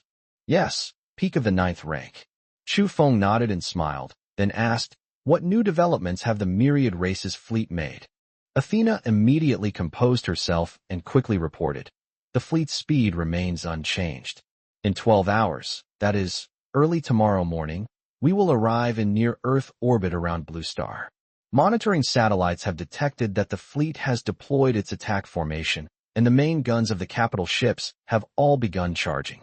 The 3 stellar-level energy fluctuations within the fleet are becoming increasingly active, constantly probing the spatial barriers of Blue Star, attempting to tear through space and arrive ahead of schedule." Chu Feng raised an eyebrow. Shui Kuan was clearly eager to flatten Blue Star. He pressed further, and Athena continued her report. "The deployment of the 3 major global defense lines is complete. All troops are in combat positions on 24-hour alert. The latest main guns from the RD department have been fully installed and tested. All pills and weapons have been distributed to every soldier. All survivors have entered underground safe havens. Everything is ready. We're just waiting for you to emerge from seclusion." Chu Feng nodded, a hint of satisfaction flashing in his eyes. These people who had followed him all the way had never disappointed him. At this moment, Fan Xin, Jiang Lingyu, and Jiang Lingyin also hurried over. Seeing Chu Feng emerge from seclusion, their eyes instantly lit up, and their hearts, which had been hanging in suspense for 2 days and 2 nights, finally settled down. As long as Chu Feng was there, they had nothing to fear. Chu Feng looked at the 5 women surrounding him and smiled faintly. "Let's go to the command post. It's time to prepare to welcome our guests." Chapter 115. The fleet arrives at Blue Star. First battle shatters the main cannon. The command post door was pushed open. Chu Feng led the 5 women in and slowly walked in. The previously noisy command center fell silent instantly. Zhou Weiguo, Lu Qian, Li Hong, and the others, who were deploying tactics on the map, suddenly stopped what they were doing and turned around to look at Chu Feng at the door. When they sensed the unfathomable, terrifying aura emanating from Chu Feng, everyone's eyes lit up instantly. That's the aura of a peak 9th grade cultivator. He's more than 10 times stronger than before he went into seclusion. Alliance Leader Chu, you've emerged from seclusion. Zhou Weiguo was the first to react, quickly stepped forward, gave a standard military salute, and his voice was full of barely suppressed excitement. Congratulations, Alliance Leader Chu, on breaking through to the peak of the 9th rank. Congratulations, Alliance Leader Chu. Everyone in the command post stood at attention, saluted, and shouted in unison. The voice was deafening, and his eyes were filled with fanatical worship and excitement. Previously, they had a lingering sense of unease. After all, the opposing side consisted of 3 stellar-level powerhouses and 20,000 spaceships. Even if Chu Feng is strong, he is only at the 9th rank, 4th level. But now, Chu Feng broke through to the peak of the 9th rank. Moreover, the aura emanating from him was so profound that even a seasoned veteran like Zhou Weiguo felt a chill run down his spine. They instantly regained their composure. With Alliance Leader Chu here, they might not necessarily lose this battle. Chu Feng nodded slightly to everyone. His gaze swept over the huge holographic projection in the command center. On the projection screen was a live feed of the fleet of all races transmitted back from the satellite. The densely packed warships have already crossed the moon's orbit and are now less than 500,000 kilometers away from Earth. All 3,000 capital ships have deployed into attack formation. The main gun on the bow of the ship was flashing with a blinding energy light, frantically charging. Countless frigates and landing ships, like a swarm of bees, surrounded the main warship, ready to launch a landing operation at any time. The entire fleet, carrying an aura of world-destroying power, crushed towards Blue Star. How much longer until we arrive? Chu Feng walked up to the holographic projection and asked. The voice was calm, without the slightest ripple. Reporting to Alliance Leader Chu. The technicians in charge of monitoring immediately stood at attention and responded. At the current speed, the fleet will reach Earth's near-Earth orbit in 12 hours, which is 3 a.m. tomorrow. The main guns of their capital ships have completed their first round of charging and are ready to fire at any time. Chu Feng nodded. My fingers tapped lightly on the surface of the projector. Their gaze fell upon the giant flagship at the very front of the fleet. That flagship was over 30 kilometers long, resembling a suspended asteroid. The ship's hull was covered with thick alloy armor, which was covered with the muzzles of the main guns. The 3 most terrifying stellar-level energy fluctuations emanated from this flagship. The one in the very center, with the most domineering aura, is none other than Shui Kuan's true form. The 2 figures on the left and right, with slightly weaker auras, should be the other 2 early-stage leaders of various races at the stellar level. Blood Kuan. Chu Feng gently tapped the projection of the flagship with his fingertip. A hint of coldness flashed in his eyes. In my past life, it was this very flagship that shattered the last line of defense for the capital of the Xia Kingdom with a single shot. It was Shui Kuan who personally killed the last few 9th rank experts of the human race. It was this fleet that drove the entire human race into the abyss of extinction. This lifetime, this debt needs to be settled. Zhou Weiguo. Chu Feng spoke, his voice clear and decisive. Here, Zhou Weiguo immediately stepped forward. On the northwest main defense line, all main guns should lock onto the vanguard formation of the myriad race's fleet. Once they enter firing range, concentrate fire immediately without waiting for my orders. Yes, sir. Mission accomplished. Lu Qian. Yes. Lu Qian replied immediately. You will lead the Ice Phoenix Special Squad to guard the eastern coastal defense line. If any of the myriad race's landing ships dare to approach the coastline, shoot them down immediately. We must never allow any ground forces of any race to set foot on the land of Blue Star. Yes, rest assured, Alliance Leader, as long as I live, I will never allow a beast of all races to set foot on the coastline. Li Hong. Here. Li Hong stepped forward, his eyes sharp. You will lead the secret guards, divided into 3 mobile squads, to guard the gaps between the 3 lines of defense. Wherever a gap appears, immediately fill it. At the same time, we must eliminate all spies from all races who are taking advantage of the situation to cause trouble, and we must not allow any situation to arise in our own backyard. Yes, sir. Mission accomplished. Kong Weihai. Alliance Leader Chu. I'm here. Kong Weihai immediately stepped forward. You will be stationed at the Qingzhou headquarters to coordinate all logistical supplies and ensure the supply of ammunition, medicine, and food to the 3 defense lines. There must be no interruption of supplies. Yes, I'll risk my life to ensure the logistics are up to standard. Gao Peixiong. Alliance Leader Chu. I'm here.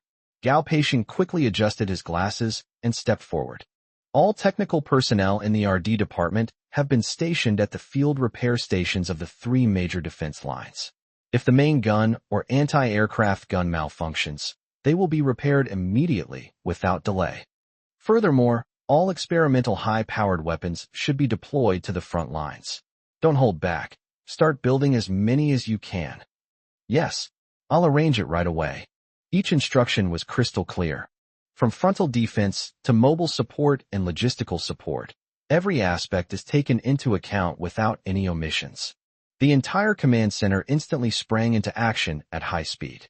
Everyone performed their duties and went to their respective posts. Not a single person backed down, and not a single person panicked.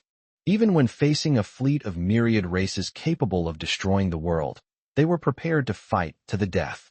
In the blink of an eye, inside the command post, only Chu Feng, Huang Kershin, Athena, Jiang Lingyu, Jiang Lingyin, and Fan Xin remained.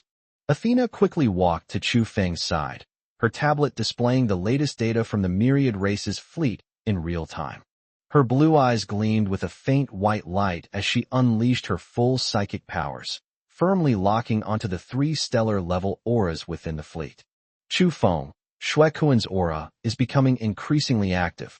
Athena spoke softly, leaning slightly forward, her long golden hair falling onto Chu Feng's shoulder. He seems to be constantly mobilizing the energy within his body, trying to tear apart the atmosphere of Blue Star and descend directly overhead.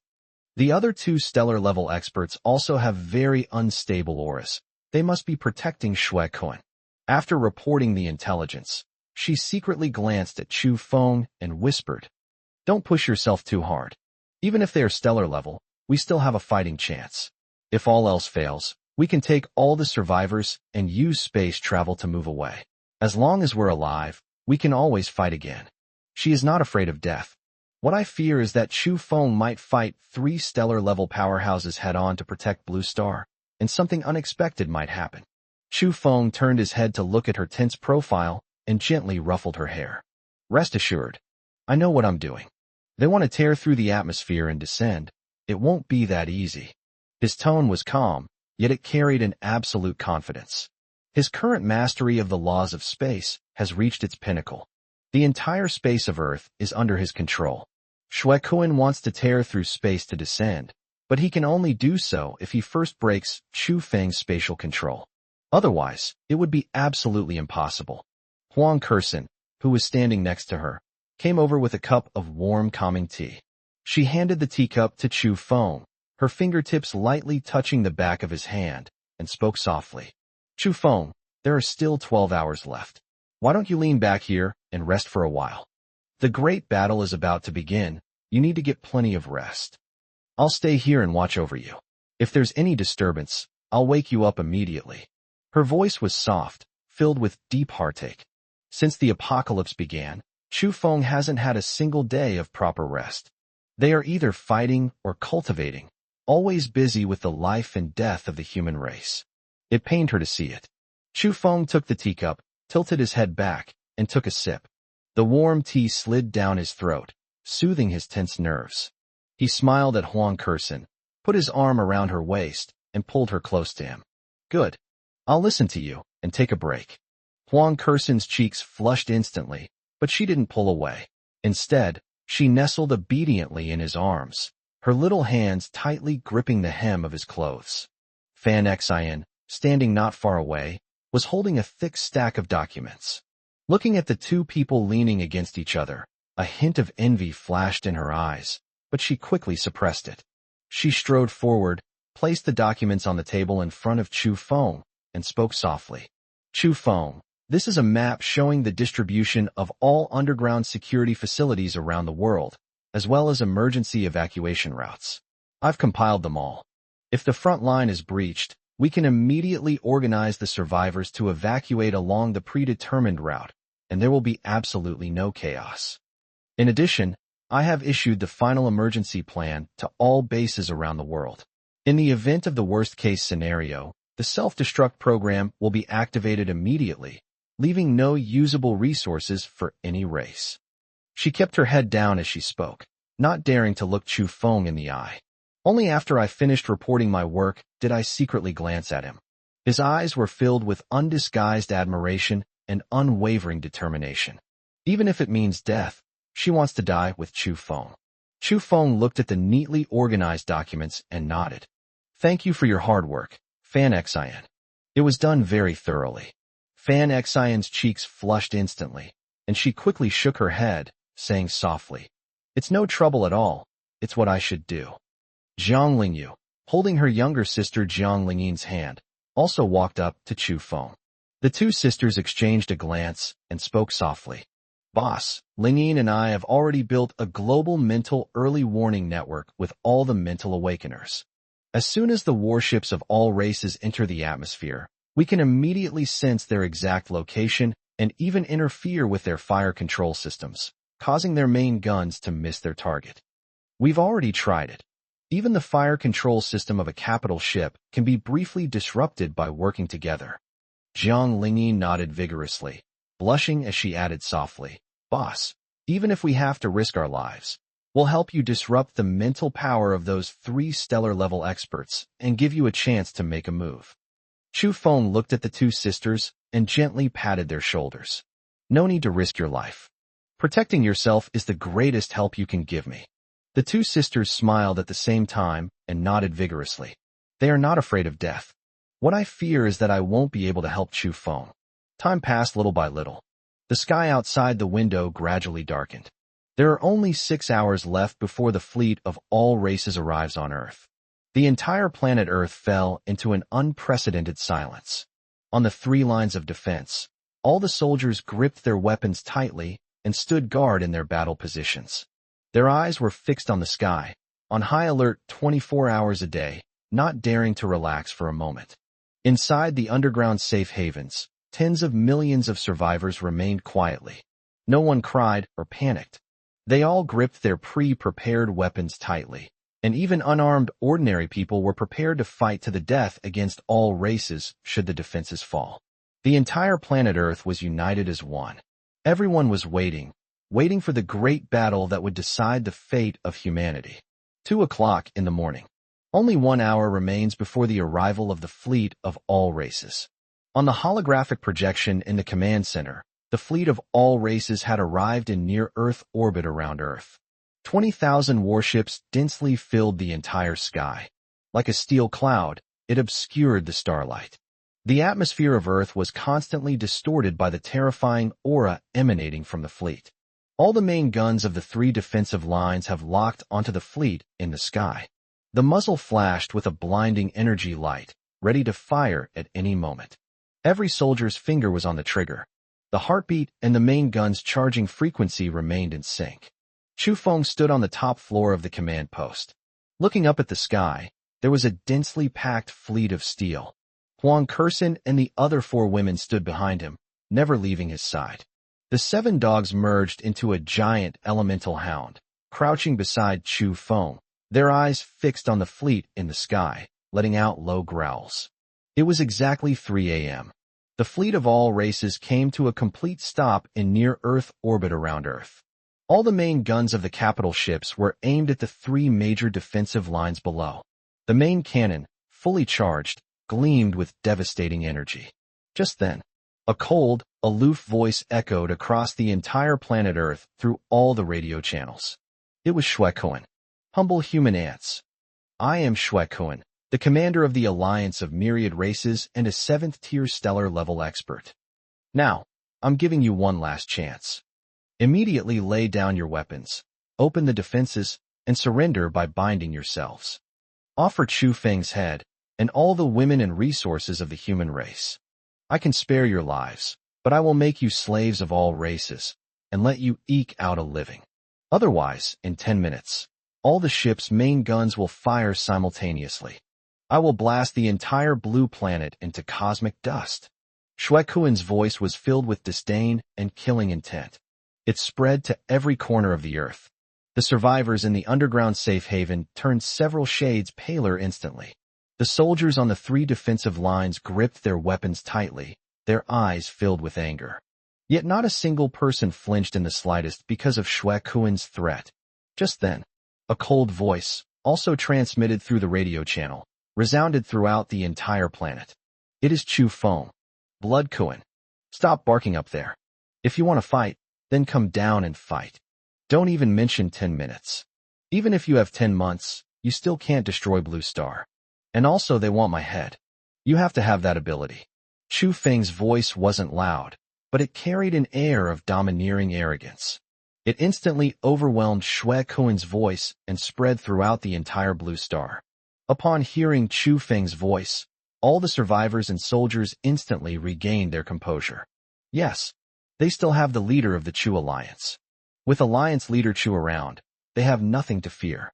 In low Earth orbit, inside the bridge of the flagship of all races. Upon hearing Chu Feng's voice, Shui Kuan instantly flew into a rage. A terrifying killing intent erupted from his bloodshot eyes. Damn ants, you're asking for it. I originally intended to spare your life and seize your origin of the laws of space and time. Now I've changed my mind. I will make you suffer the most painful punishments in the world, so that you will wish you were dead. All ships, listen to my command. Fire all main guns at once. Bomb them. Blast these 3 defensive lines to smithereens. With a command from Shui Kuan. In low Earth orbit, the main guns of 3,000 capital ships opened fire simultaneously. 3,000 dazzling beams of energy, like 3,000 world-destroying dragons, crashed down from the sky. Wherever it passed, space instantly collapsed and distorted. The atmosphere was directly torn apart, forming 3,000 long vacuum trenches. Its devastating power seemed poised to utterly crush the entire blue planet. The soldiers on the 3 defensive lines turned deathly pale as they watched the energy beams crashing down from the sky. But they still didn't back down an inch. His finger was firmly on the trigger, waiting for Chu Feng's command. At this critical moment, Chu Feng made a move. He slowly raised his head, looking at the 3,000 beams of light from the main cannons crashing down from the sky. His eyes were cold and expressionless. He slowly opened his mouth and uttered 4 words. Time and space stand still. The moment the words fell, centered on Chu Feng, the entire atmosphere of Blue Star. Time stood still for a moment. The 3,000 earth-shattering beams of light from the main cannons instantly froze in mid-air. It is less than a kilometer above the ground. The swirling snow, the warships in the sky, even the light itself seemed frozen in this moment. The whole world seemed to have been put on pause. 2 minutes of time and space stands still. That's enough. Chu Feng slowly raised his right hand. At the fingertips, the power of space and the power of time merge wildly. He looked at the 3,000 main cannon beams of light that were still in the sky, and a cold smile appeared on his lips. Go back now. A thought occurred to me. An invisible spatial force erupted instantly. The 3,000 main cannon beams instantly changed direction. It was fiercely reflected back at the fleet of all races in near-Earth orbit. After doing all this, Chu Feng snapped his fingers. Time resume. The words fell. The 2-minute freeze in time and space ended. Time began to flow again. Shui Kuan, who was waiting on the bridge to see the defense line shattered, suddenly discovered that the beam of light from the main cannon he had ordered to fire had changed direction and was hurtling towards his own fleet. Its pupils contracted instantly. No. Impossible. The laws of time. You can actually freeze time in the entire atmosphere. It let out a roar of extreme terror. But it was too late. 3,000 beams of light from the main cannon slammed into the formation of the myriad races fleet. Boom. Boom. Boom. The deafening explosions rang out one after another. 3,000 dazzling sparks exploded in near-Earth orbit in an instant. The hundreds of escort ships at the very front were instantly blasted into cosmic dust by the beams of the main guns. Dozens of capital ships were also directly hit, their hulls blasted with huge holes, billowing black smoke, and losing power. The entire fleet of myriad races was thrown into chaos in an instant. Countless warriors from all races were instantly annihilated in the explosion. There wasn't even time to let out a scream. On the surface of Blue Star, the soldiers on the 3 defensive lines were all stunned as they watched the sparks explode in the sky. Several seconds passed. Then a thunderous cheer erupted. Alliance leader Chu is awesome. That's awesome. They actually deflected the main gun back. Well done. Great frying. Alliance leader Chu is invincible. The cheers rose in waves. It pierced through the swirling snow and resounded throughout the entire blue planet. The top floor of the command post. The 5 girls, including Huang Kursen, looked at Chu Feng's tall and straight back with eyes full of admiration and love. This man can always create miracles. They can always bring them surprises. Chu Feng slowly lowered his hand. Looking up at the sky, one sees a chaotic fleet of myriad races. A cold smile curled at the corner of his lips. Blood Kuan. This is just an appetizer. The real battle has only just begun. Didn't you want to come down? I'll wait here. I want to see if your stellar level 7th order body can withstand my space-time laws. Chapter 116 Stellar Level Arrival. Space-time seal locks the heavens. In low Earth orbit. Inside the bridge of the flagship of all races. Shui Kuan looked at the chaotic fleet outside, at the hundreds of warships blown to pieces, his blood-red eyes filled with overwhelming rage and disbelief. It simply couldn't believe it. Chu Feng was able to freeze time in the entire atmosphere of Blue Star. It can even reflect all 3,000 main guns fired simultaneously back at a time. This is no longer simply applying the laws of time. This is an ultimate mastery of the laws of space and time. How could a mere ant at the peak of the 9th rank possibly achieve such a feat? Useless. A bunch of useless trash. Shui Kuan suddenly turned around and slapped a general from one of the myriad races hard across the face. The general, who possessed the cultivation of a peak 9th rank cultivator, was instantly sent flying, crashing heavily into the wall of the bridge, spitting out a mouthful of golden blood. They didn't even dare to lift their heads. Even a salvo from the main guns can be reflected back. What use are you bunch of useless trash to me? Shui Kuan's roar shook the entire bridge. The 2 early-stage star-level leaders of various races standing beside them also had extremely ugly expressions. One of the Python clan leaders, whose entire body was covered in black scales and who had 3 eyes, spoke in a deep voice. Commander Shui Kuan, now is not the time to lose your temper. This Chu Feng's control over the laws of space-time far exceeds our expectations. Long-range main gun attacks are useless against him. They will only be used against him to attack our fleet. Another eagle chieftain, with enormous wings and covered in feathers, nodded, his voice shrill. Meng Kuan is right. This kid's spatial laws have already allowed him to control the entire atmosphere of Blue Star. Our warships are in near-Earth orbit, so they can't exert their advantages at all. The only way to kill him is to personally descend to Earth, engage in close combat, and crush him with absolute power. No matter how strong the laws of space-time are, they cannot bridge the vast chasm between stellar and planetary levels. The words of the 2 stellar-level powerhouses calmed Shui Kuan's anger somewhat. It stared intently at the tiny figure on the blue planet below. The murderous intent in his eyes was almost overflowing. That's right. Remote attacks are useless. Then I will come in person. As a powerful 7th-level stellar expert, would it be afraid of a mere 9th-grade peak ant? So what if this kid has mastered the laws of space-time? The difference between stellar-level and planetary-level life forms is fundamentally different. It is a chasm that no amount of understanding of the laws can bridge. It descends in person, and with just one move, it can crush this arrogant brat. Pass down the order. Shui Kuan's voice was icy and chilling. All warships, disperse and lock onto all landing points on Earth. All landing ships are deployed to launch a full-scale landing operation, drawing the firepower of the Terrans and tying down their forces. I will personally descend upon Earth and slay Chu Feng, this ant. Mangkuan, Ingjun, you too, come down with me. I want to see if this kid's space-time laws can withstand the combined attack of the three of us stellar-level powerhouses. Yes, Commander. Mangkuan and Ingjun bowed in response.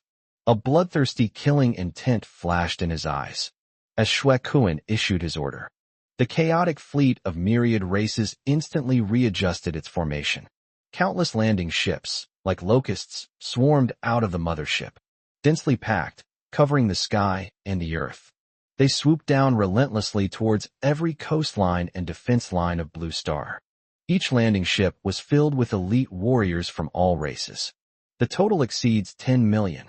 They aim to spread their influence widely, disperse the human forces, and create an opportunity for Shuekuan and his companions to arrive.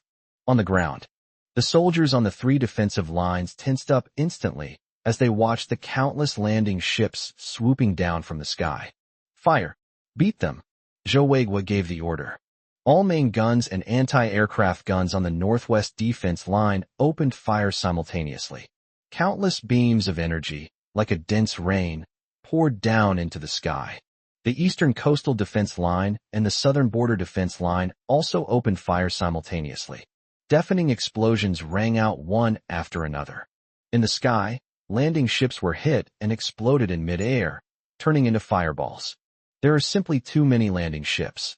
Even after most of them were shot down, countless landing ships still broke through the barrage of fire and swooped down toward the ground. All troops, prepare for close combat. We must not allow a beast of all races to cross the defense line. The soldiers gripped their supernatural weapons tightly, their eyes filled with determination. The great battle has begun. The top floor of the command post.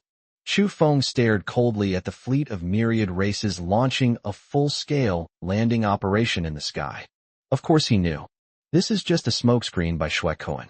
Their true purpose is to use the cover of a landing operation to personally descend upon Earth. Chu Feng, they're here. Athena's expression suddenly changed, and a burst of white light shone from her blue eyes. With his psychic powers fully unleashed, he locked onto 3 points in the sky. Shuekuan, along with 2 other stellar-level experts, have already emerged from the flagship. They are tearing through space, preparing to descend upon us. The words had barely left his mouth. The sky above Chu Feng's head darkened instantly. 3 enormous spatial rifts appeared out of thin air above the clouds. A terrifying stellar-level pressure, like 3 Mount Tai, poured down from the crack. It pressed down heavily on the entire blue planet. The soldiers fighting on the 3 defensive lines were instantly overwhelmed by this oppressive aura, their faces turning pale and their legs going weak. Those with slightly weaker cultivation were directly forced to their knees, spitting out a mouthful of blood. Even Huang Kersen and the other 4 women were shaken by this oppressive aura, causing their blood to surge and instinctively gripping Chu Feng's clothes. Only the Chu style, still standing in the same spot. He stood tall and motionless. The space-time power flowing around him easily dispelled the 3 stellar-level pressures.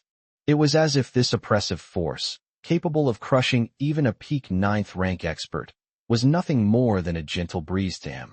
Finally willing to come down, Chu Feng raised his head. Looking at the 3 spatial rifts above the clouds, a cold smile curled at the corner of his lips. I thought you were going to hide in the warship like cowards. Presumptuous. A furious shout came from the spatial rift. Shuekuan was the first to emerge from the crack. It was still that blood-red humanoid figure, no more than 2 meters tall, but the stellar-level pressure emanating from it made the entire world tremble. Its blood-red eyes were fixed on Chu Feng. It was filled with undisguised murderous intent and greed. Boy, I'm going to take your origin of the laws of space-time. Following closely behind, Mangkuan and Eagle Falcon also emerged from the spatial rift. They stood on the left and right sides, beside Shuekuan. 3 stellar-level auras, arranged in a triangular pattern, firmly locked onto Chu Feng. The entire sky was darkened by this terrifying aura. The surrounding space continued to collapse and distort. Even sunlight cannot get within 10 meters of them. Kid, you've managed to get 3 of us, stellar-level powerhouses, to attack you at the same time. Mang Kuen's three eyes were fixed on Chu Feng, his voice hoarse and grating.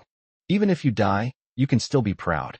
The eagle's sharp eyes swept over the five women, including Huang Kursen, beside Chu Feng, a glint of greed flashing in them. And these women around you, they're quite attractive. Once we kill you, we can take you back and make you our maid. These words were spoken. Chu Feng's eyes instantly turned cold. The slight mocking smile that had been there vanished completely. Instead, there was a bone-chilling cold.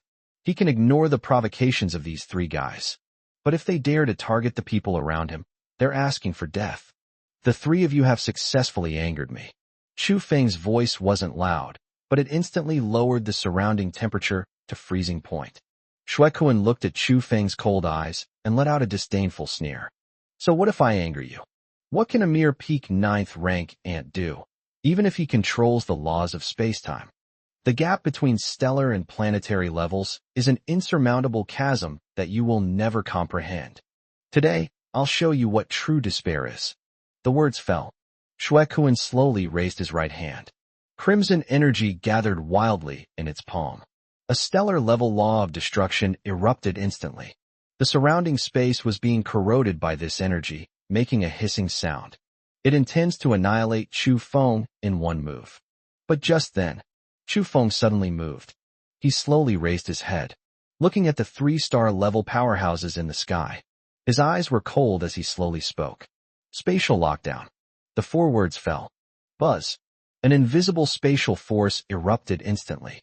With Chu Feng as the center, an area of 500,000 meters in radius was completely locked down.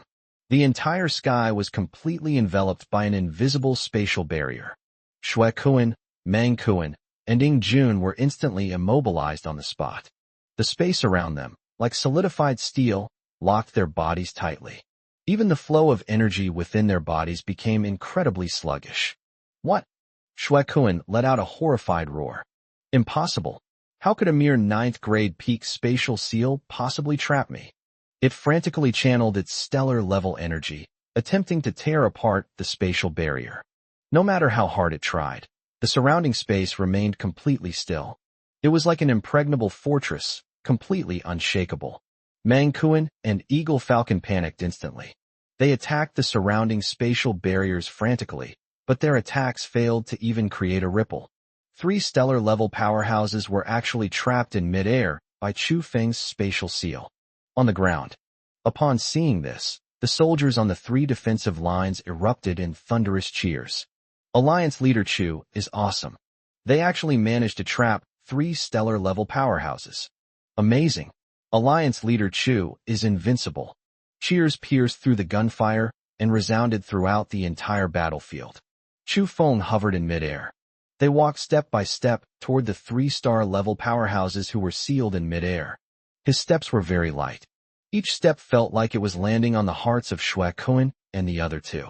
Their bodies trembled uncontrollably. I said that. Chu Feng's voice was icy and chilling. Anyone who tries to take advantage of me will have to pay the price. So what if it's stellar level? Today, I will leave the 3 of you here on Earth forever, to be buried with those human compatriots who died at the hands of all races. The words fell. Chu Feng slowly raised his right hand. At their fingertips, the black and white power of spacetime converges wildly. He wanted to let these 3 high-ranking, star-level powerhouses know. Earth is not a place where they can come and go as they please. This is their grave. Chapter 117, Slaying the Falcon, half-step stellar level. Chu Feng finished speaking. The 3-star level powerhouses, who were sealed in mid-air, instantly flew into a rage. Damn ants! How dare you imprison us?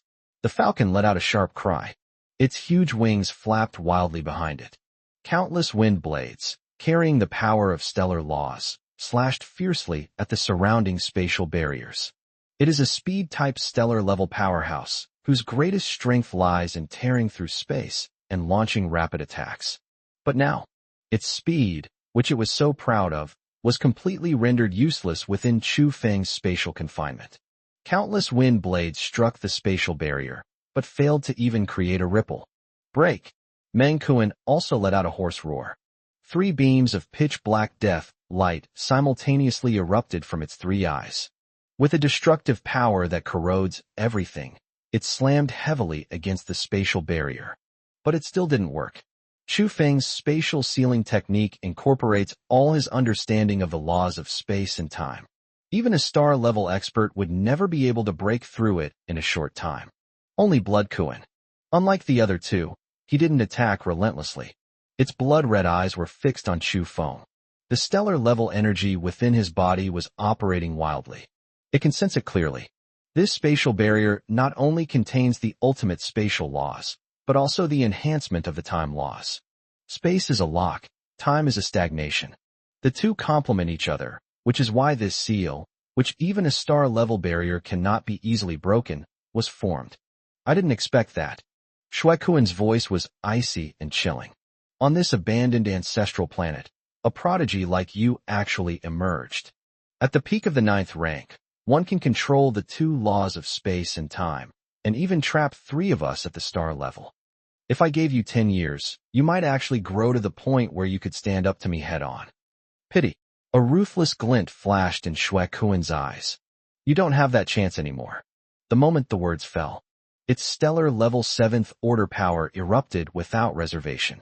The crimson laws of destruction, like a tsunami, swept across the entire sealed space. The surrounding spatial barriers began to tremble violently. The surface was covered with numerous cracks. After all, he was a 7th-tier stellar-level expert. It's several levels above Python Kuan and Eagle Falcon.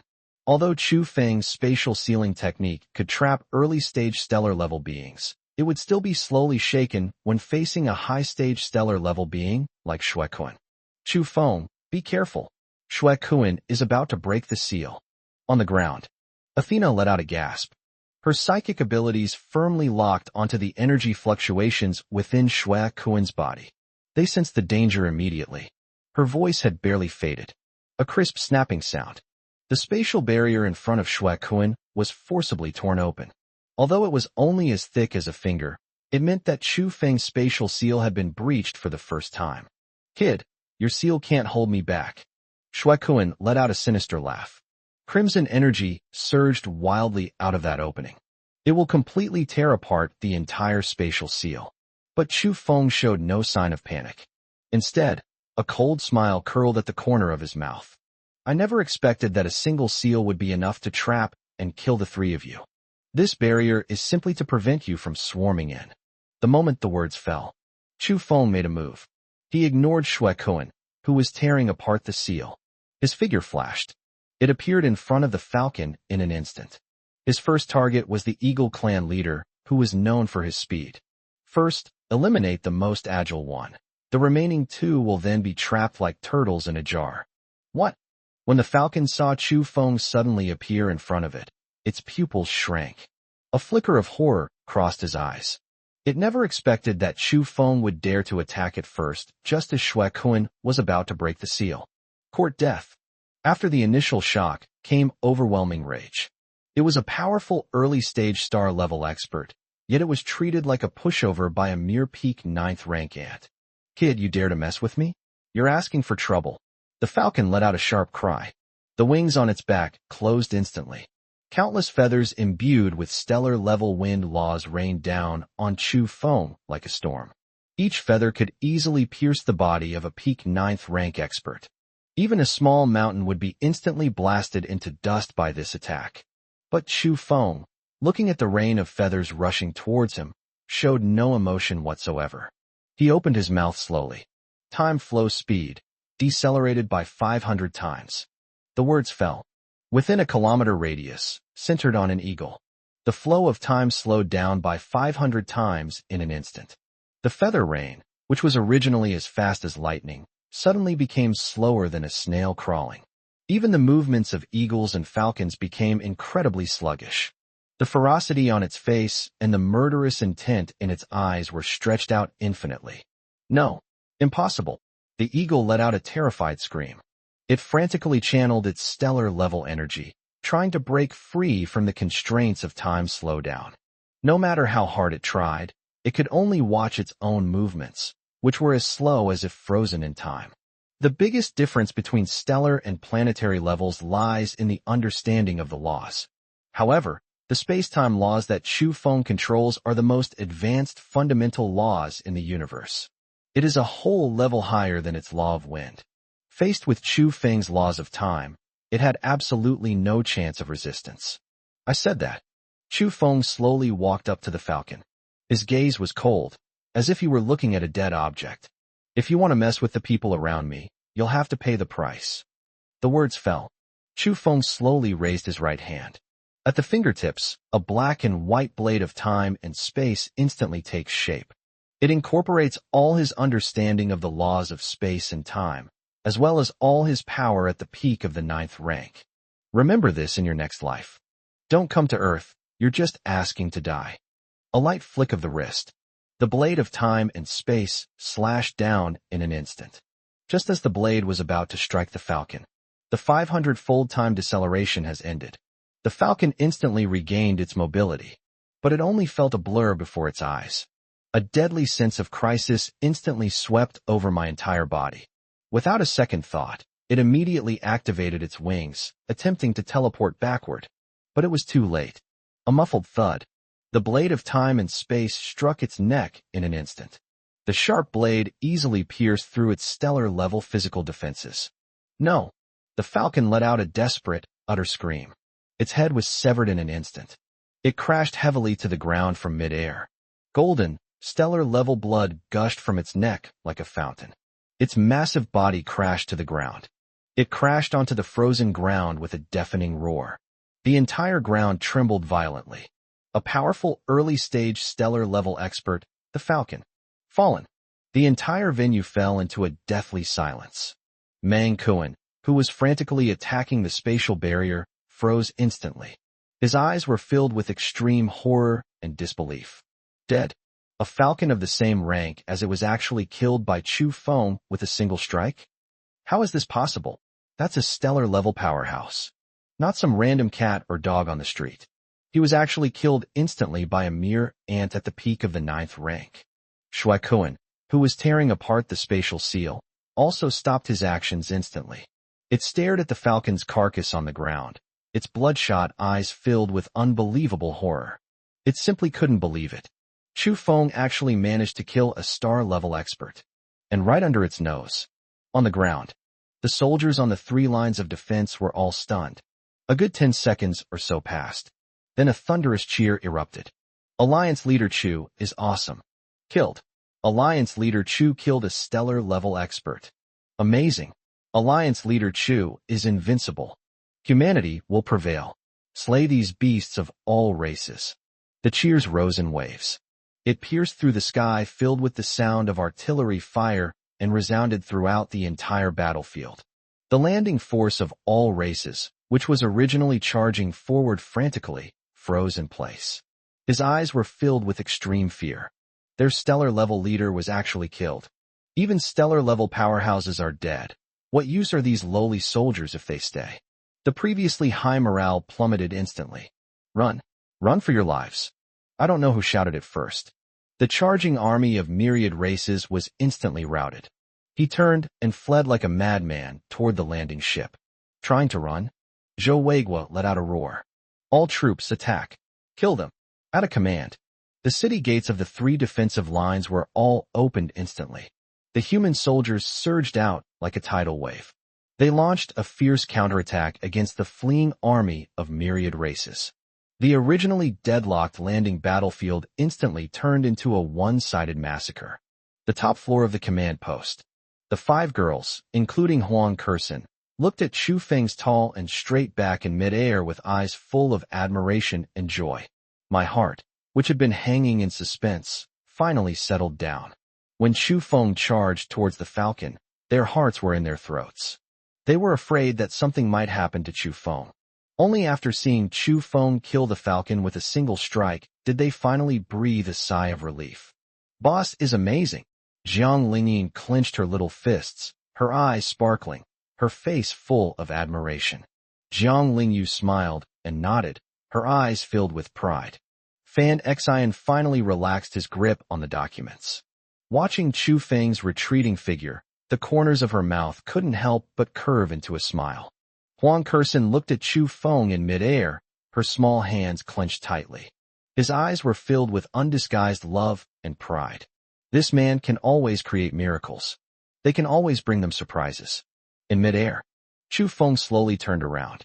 He looked at Mang Kuan and Shui Kuan, who were completely stunned. A cold smile curled at the corner of his lips. "You're next." His gaze fell on Mang Kuan. Mang Kuan trembled all over. Fear instantly filled the three eyes. Seeing Chu Feng's cold gaze, it subconsciously took a step back. It was afraid. "I'm genuinely scared." Even the falcon was instantly killed by Chu Feng with a single strike. It's on the same level as a falcon. Going up there would only be suicide. "Commander Shui Kuan, quickly, break the seal." Python Kuan roared wildly. "This kid is too weird. We need to join forces. Otherwise, we'll all die here." Shui Kuan finally came to his senses. As it looked at Chu Feng, the horror in its eyes was gradually replaced by overwhelming killing intent and greed. "Great. Excellent. I never expected that you could actually kill a stellar-level expert. Your origin of the laws of space-time is more precious than I imagined. Once I devour your soul and seize your fundamental laws, I can rise to the top even among the 12 commanders of the Myriad Races Alliance." Its voice was filled with undisguised greed. It was as if Chu Feng had already become its prey. The words fell. The seventh-tier stellar power within Shui Kuan's body erupted once again without reservation. The blood-red laws of destruction raged wildly. The already cracked spatial seal was instantly torn apart completely. "Mang Kuan, follow me. Kill him." Shui Kuan roared angrily. They charged towards Chu Feng first. A crimson energy beam condensed on its palm. It contains the seventh-order stellar-level laws of destruction. Wherever it passed, space instantly collapsed and vanished. Mang Kuan immediately realized what was happening. 3 beams of pitch-black death light simultaneously erupted from the 3 eyes. In conjunction with Shui Kuan's attack, it shot fiercely towards Chu Feng. 2 stellar-level powerhouses, one on the left and one on the right, formed a pincer attack on Chu Feng. The devastating attack arrived in front of Chu Feng in an instant. The hearts of everyone on the ground jumped into their throats. Huang Kursin tensed up instantly, ready to rush over and help. But Chu Feng remained standing in the same spot. There was no trace of panic on his face. Just as the 2 attacks were about to hit him, Chu Feng spoke slowly. "Time and space stand still." The moment the words fell, with Chu Feng as the center, within a radius of 100,000 meters, time stood still for a moment. Shui Kuan and Mang Kuan's attacks froze in midair. Their forward-rushing figures were frozen in time. The ferocity on his face and the murderous intent in his eyes all froze at that moment. 2 minutes of time and space stand still. That's enough. Chu Feng did not rush to make a move. He slowly closed his eyes. My mind sank into my body. After killing the falcon, he had absorbed the falcon's stellar-level essence and a trace of the wind law imprint. These energies and insights into the laws are flowing wildly within his body. His understanding of the laws of the universe is improving at an alarming rate. The barrier to the peak of the 9th rank is already teetering on the brink of collapse. Right now, Chu Feng let out a low shout in his heart. He completely integrated the stellar-level essence of the eagle into his dantian. At the same time, his understanding of the laws of space and time has once again reached a new level. Boom. A terrifying aura erupted from Chu Feng. It swept across the entire world. The black and white power of space-time swirled wildly around him. The surrounding space, with his breath, naturally arose and vanished. Time flowed naturally around him, following his thoughts. His cultivation level instantly broke through the barrier of the peak of the 9th rank. They've stepped into the half-step stellar level. We've made a breakthrough. The moment he killed the stellar-level powerhouse, he finally broke through the shackles of the planetary level. He has stepped into the realm of a half-star. We're just one step away from becoming a true stellar-level planet. The 2-minute freeze in time and space came to an end just then. Time began to flow again. Shui Kuan and Mang Kuan instantly regained their mobility. Their attacks continued to slam down on Chu Feng. But just then, they sensed the terrifying aura emanating from Chu Feng, which had surged dozens of times. Their pupils contracted instantly. No, impossible. A half-step stellar level. You actually broke through it this time? Shui Kun let out a roar of extreme horror. It simply couldn't believe it. Chu Feng actually broke through to the half-step stellar level during the battle. This is simply against the laws of the universe. But it was too late. Their attack had already reached Chu Feng. Chu Feng slowly raised his hand. Just a gentle squeeze. He instantly grasped two world-destroying, stellar-level attacks in his palm. Then gently pinch it. With a soft poof. The two attacks vanished without a trace in an instant. It didn't even cause a ripple. After breaking through to the half-step stellar level, his strength has increased more than 100-fold. Now, even if he faces Shui Kun, a 7th-level stellar-level expert, he has the confidence to crush him head-on. Chu Feng slowly raised his head. He looked at Shui Kun and Mang Kun, whose faces were filled with horror. A cold smile curled at the corner of his lips. Now, it's my turn to make a move. Chapter 118 Mang Kun's execution, Shui Kun's despair. Chu Feng finished speaking. His figure vanished from the spot in an instant. After breaking through to the half-step stellar level, his control over the laws of space has reached its pinnacle. Even without teleporting, his movement speed already exceeds the speed of light. Shui Kun and Mang Kun only felt a blur before their eyes. Chu Feng's figure had already disappeared from their sight. Not good. Python Kun let out a horrified roar. Without a second thought, it immediately channeled all its energy to form a thick defensive barrier in front of it. Three eyes frantically scanned the surrounding space. They wanted to find Chu Feng's whereabouts, but it cannot sense any spatial fluctuations at all. Chu Feng seemed to have merged with the surrounding space. Behind you. A cold voice suddenly rang in Mang Kun's ear. Mang Kun trembled all over. He suddenly turned around. But it had just turned around. Then I saw Chu Feng's cold face. Chu Feng slowly raised his right hand. At his fingertips, a spatial force, refined to its utmost, coalesced. Gently tapped the center of Python Kun's forehead. No, don't. Python Kun let out a desperate roar. He frantically channeled his stellar-level energy to try and withstand the attack. But its defenses were as flimsy as paper in front of Chu Feng's fingertips. It was easily seen through. With a soft puff, Chu Feng's fingertip instantly touched the center of Mang Kun's forehead. A terrifying power of space-time surged into Mang Kun's body in an instant. Its three eyes widened instantly. It was filled with extreme pain and despair. Its body, starting from the center of its brow, gradually vanished.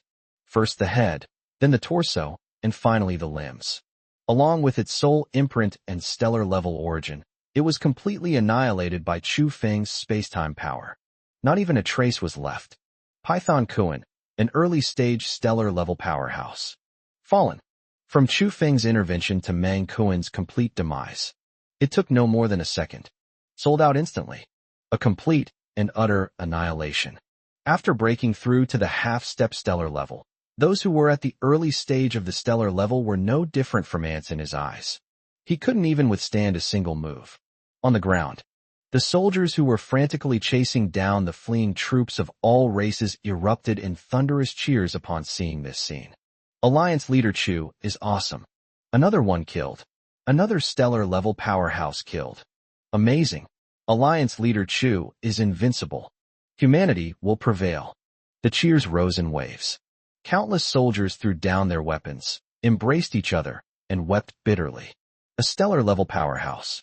That was something they could never even look up to before. It is a terrifying existence capable of easily crushing the entire human race. But now, two stellar-level powerhouses were killed in succession by Chu Feng. This is simply a miracle. It was an unprecedented glory for the entire human race. The top floor of the command post. The five girls, including Huang Kersen, looked at Chu Feng in midair, and tears welled up in their eyes. They were proud of Chu Feng. I feel fortunate for the entire human race. Fortunately, the human race produced a savior like Chu Feng. Athena's psychic abilities were firmly locked onto Chu Feng's vital signs. Feeling the steady yet powerful energy within him, her anxiety finally subsided completely. The corners of his mouth couldn't help but curve into a smile. She knew it. Her Chu Feng will never let her down. In midair, Shue Kun froze on the spot as he watched the completely annihilated Mang Kun. His bloodshot eyes were filled with extreme horror and disbelief. Dead. Another one died? Mang Kun was actually killed by Chu Feng in one move. It couldn't believe its eyes. Just over 10 minutes ago, Chu Feng was just a lowly ant at the peak of the 9th rank. Even if one controls the laws of space and time, one can only barely kill a falcon by resorting to sneak attacks and sealing. But now, he broke through to the half-step stellar level. Their strength has increased to such an extent. Even a stellar-level early-stage python could be killed in one move? How is this possible? There is still a huge gap between the half-step stellar level and the 7th rank of stellar level. But now, looking into Chu Feng's cold eyes, Shue Kun felt a strange sense of fear rising in his heart. This was the first time in its hundreds of thousands of years of life that it had felt fear towards a planetary-sized ant. Blood Kun. Chu Feng slowly turned around. Their gaze fell on Shue Kun. His gaze was cold, as if he were looking at a dead object. Now, you're the only one left. You sent down 2 clones, but I killed them both. You led a fleet of myriad races, destroyed countless homes of my human race, and killed countless of my human compatriots. We need to settle this score properly today. Chu Feng's voice was not loud, yet it carried a chilling cold. The news spread throughout the entire battlefield. Shue Kun suddenly came to his senses. The shock in his eyes was instantly replaced by overwhelming rage. He was one of the 12 commanders of the Alliance of Myriad Races, a powerful 7th-tier stellar-level expert. How could they be forced to this point by a mere ant at the half-step stellar level? Do you still dare to publicly settle blood debts with it? This is an utter disgrace. Presumptuous. Shue Kun let out a deafening roar. The entire sky trembled violently from its roar. Kid, don't think you can act arrogantly in front of me just because you've broken through to the half-step stellar level. A half step into the stellar level, but still only a half step. The difference between them and true stellar level systems is like heaven and earth. Today I'll show you just how terrifying the power of a 7th-tier stellar level being truly is. The moment the words fell, the stellar level energy within Shue Kun's body erupted without reservation. The crimson laws of destruction, like a tsunami, swept across the entire sky. The sky was instantly dyed blood red. The surrounding space continued to collapse and be obliterated. An extremely terrifying pressure pressed down heavily on the entire blue star. The soldiers on the 3 defensive lines were instantly overwhelmed by this oppressive aura, unable to breathe. Even Huang Kersen and the other 4 women were shaken by this oppressive force and staggered back a few steps. His face paled instantly. This is the full power of a 7th-order stellar level being. It is hundreds of times stronger than the eagle and the python combined. Chu Feng stood in the crimson energy storm. His posture remained upright, and he did not move an inch. The spatial and temporal power flowing around him easily dispelled this terrifying pressure. Even when faced with the full power of a 7th-tier stellar-level opponent, he did not back down in the slightest. Is that all you've got? Chu Feng raised an eyebrow, his tone full of disdain. I thought a 7th-tier stellar-level being could be that strong. So, it's nothing special after all. Court death. Shue Kun was completely enraged. It has lived for hundreds of thousands of years and has never suffered such an insult. Blood prison burns the heavens. A furious shout. Shue Kun unleashed both palms simultaneously. Countless crimson energy beams erupted from its palm. In an instant, a huge blood-red cage was formed, trapping Chu Feng inside. The cage was filled with the corrosive power of the laws of destruction. Even a powerful expert at the early stage of the stellar level would be corroded to nothing but bone fragments if imprisoned inside. This is Shue Kun's innate divine power. It is one of its trump cards. Kid, let's see how you hide this time. Shue Kun let out a sinister laugh. It refused to believe that even if Chu Feng had mastered the laws of time and space, he could still escape from its blood prison cage. But just then, Chu Feng, inside the cage, suddenly laughed. That's it. You dare to call it blood prison burning heaven. The words fell. Chu Feng spoke slowly. Time reversal. The 4 words fell. Centered on Chu Feng, the entire area of the blood prison cage. Time began to flow backwards at breakneck speed. The destructive laws that were frantically corroding the cage began to rapidly regress. The enormous blood-red cage shrank and dissipated rapidly at a speed visible to the naked eye.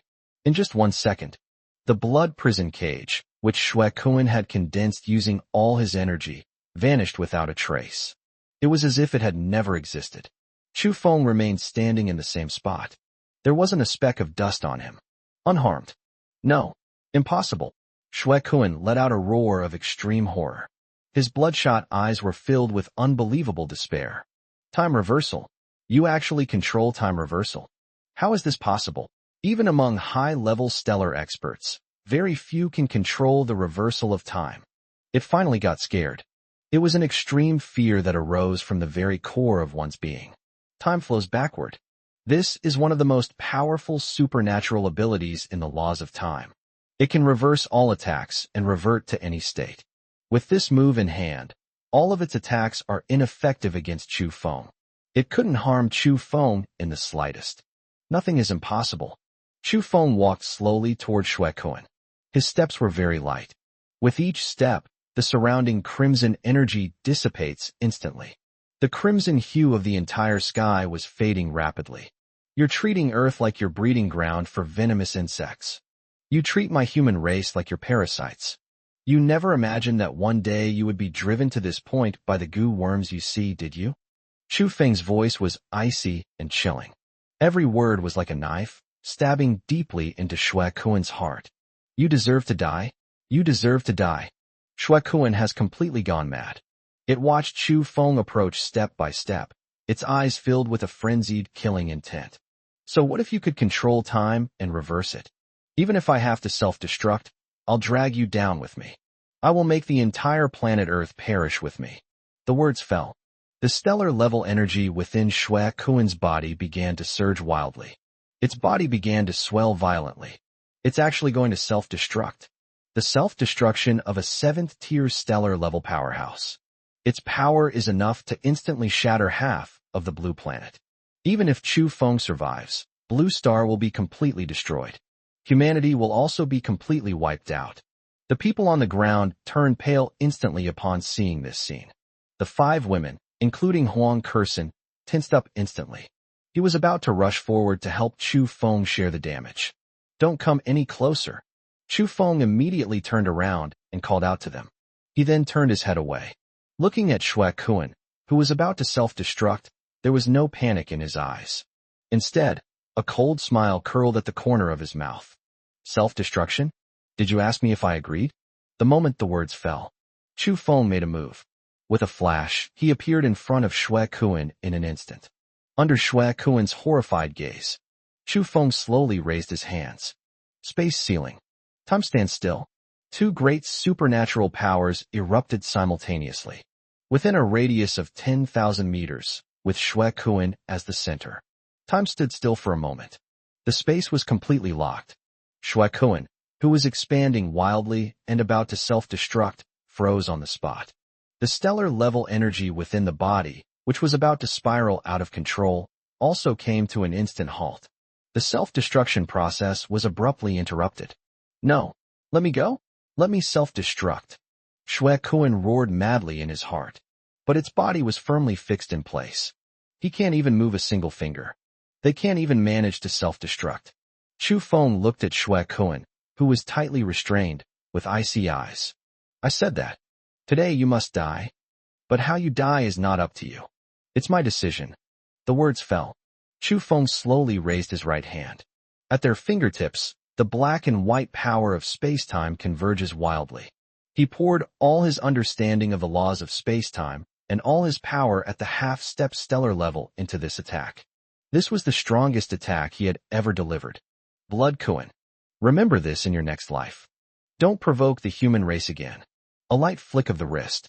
A blade of time and space that pierced through heaven and earth descended in an instant. The 30-second freeze in time and space ended. Chu Feng instantly regained his mobility.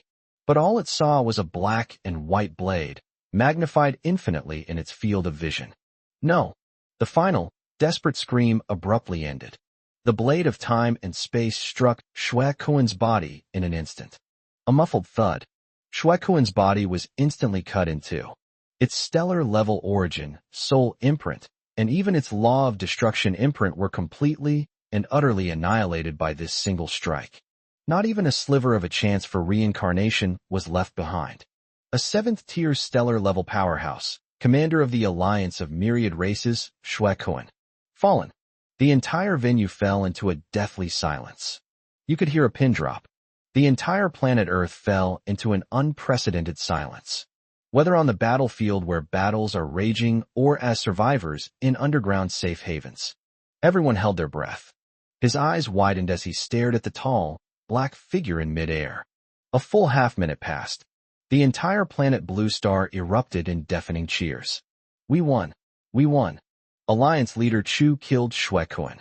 Alliance leader Chu killed Shuequan, a 7th-level stellar-level expert. We won. Humanity won. Alliance leader Chu is awesome. Alliance leader Chu is the savior of humanity. Cheers erupted from the 3 lines of defense, from the various survivor bases, and from the underground security fortifications. Like a tidal wave, it swept across the entire blue planet.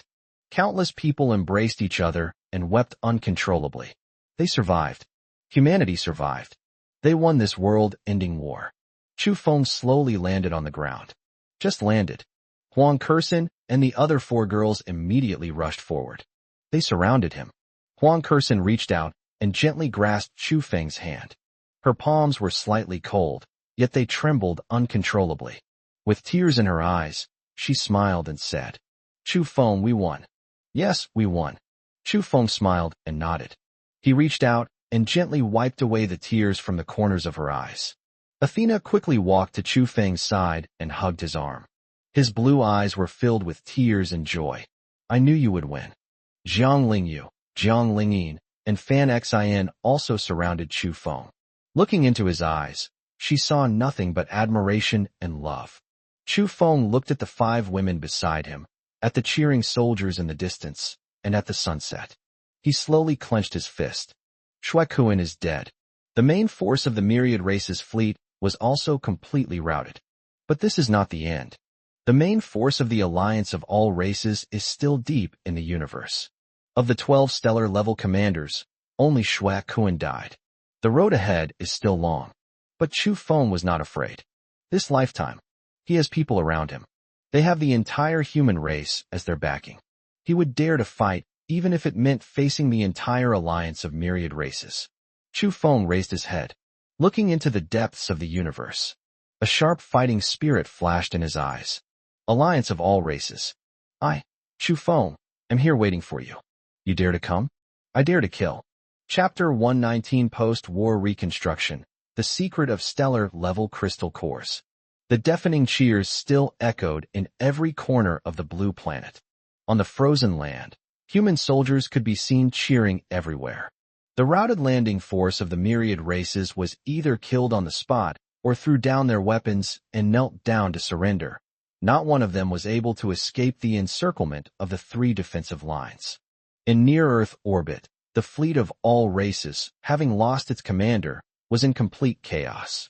The remaining warships either fled in panic towards the outer reaches of the solar system, or were locked in by Chu Feng's spatial power and forcibly pulled down from space, crashing to the ground and exploding into fireballs.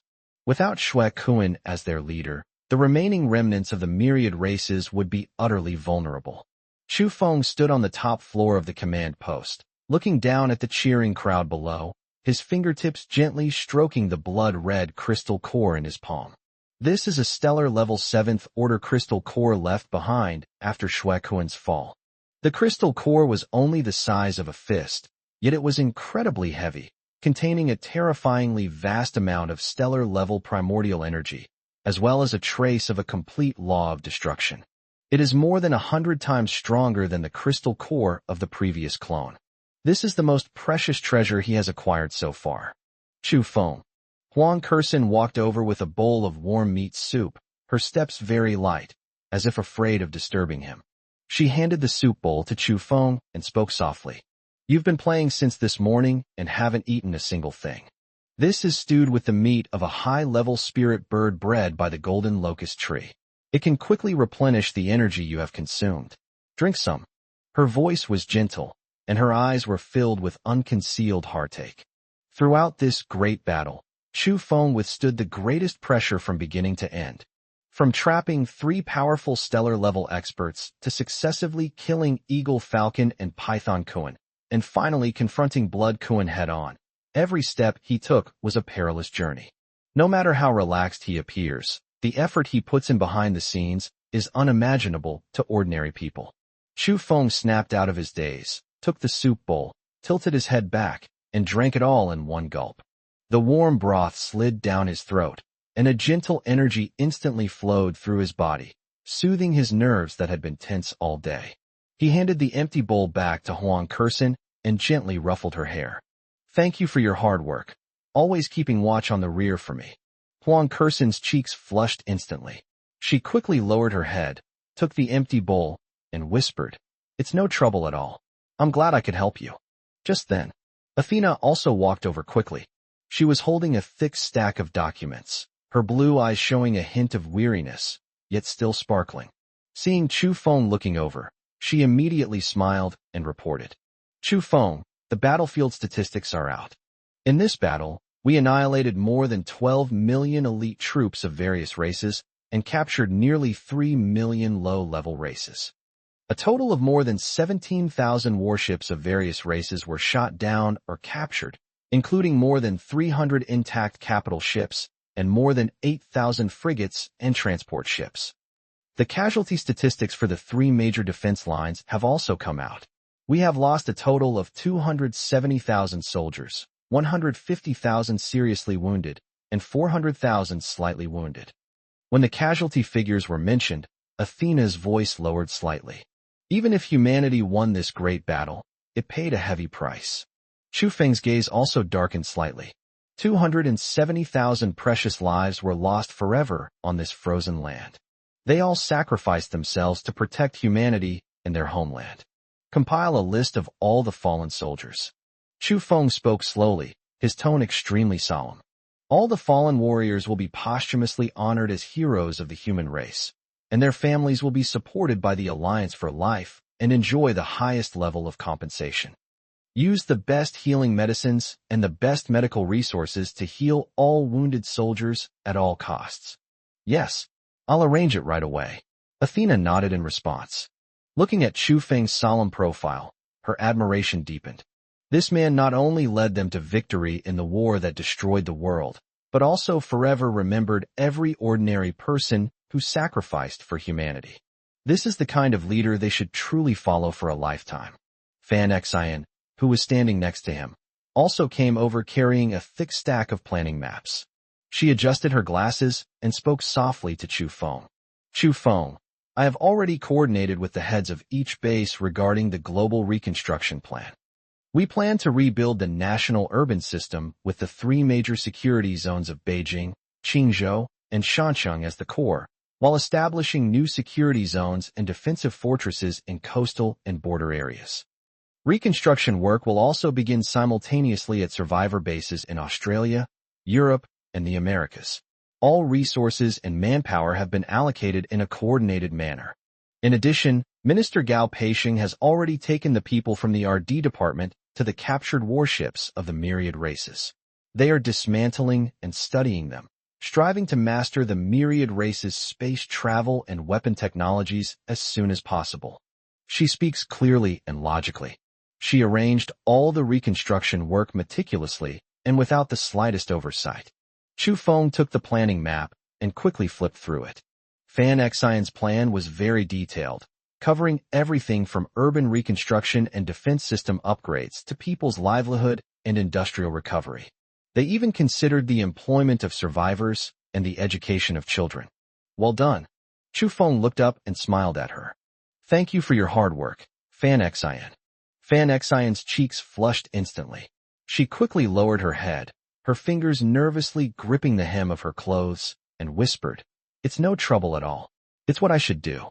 Sisters Jiang Lingyu and Jiang Lingyin also walked over hand in hand. The 2 sisters still looked tired. In the great battle just now, They led all the mental awakeners to build a global mental early warning network and constantly interfered with the fire control systems of the warships of all races, resulting in a huge depletion of their mental energy. Boss, we have completed the global search for mentally awakened individuals. Zhang Lingyu spoke softly, her voice still a little hoarse. We have located all the spies and remnants of the myriad races hiding on Earth. Captain Li Hong has already led his secret guards to wipe them out. They will be completely eliminated within 3 days. Zhang Lingyi nodded vigorously, blushing as she added softly, Boss, we've also built a new global mental early warning network. Even if warships from all races were to approach the solar system again, we could sense it 3 days in advance, ensuring that this unexpected situation would never happen again. Chu Feng looked at the two sisters' pale faces and gently patted their shoulders. A gentle spatial energy flowed into their bodies, helping to stabilize their disordered mental energy.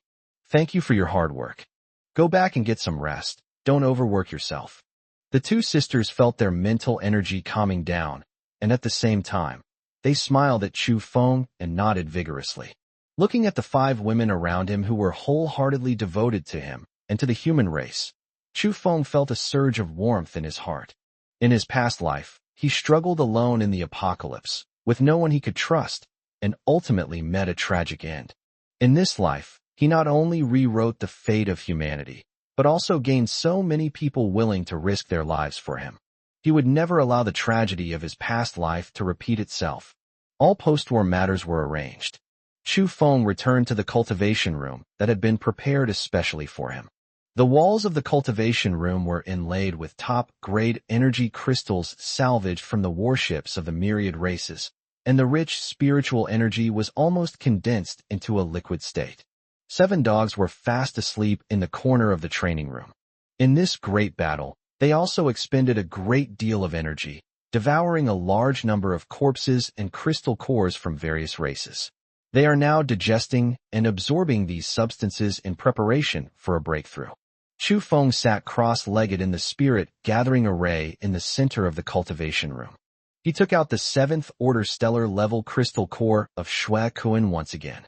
The crystal core sat in his palm, emitting a faint crimson glow. The stellar level energy within it was as vast and violent as a surging river.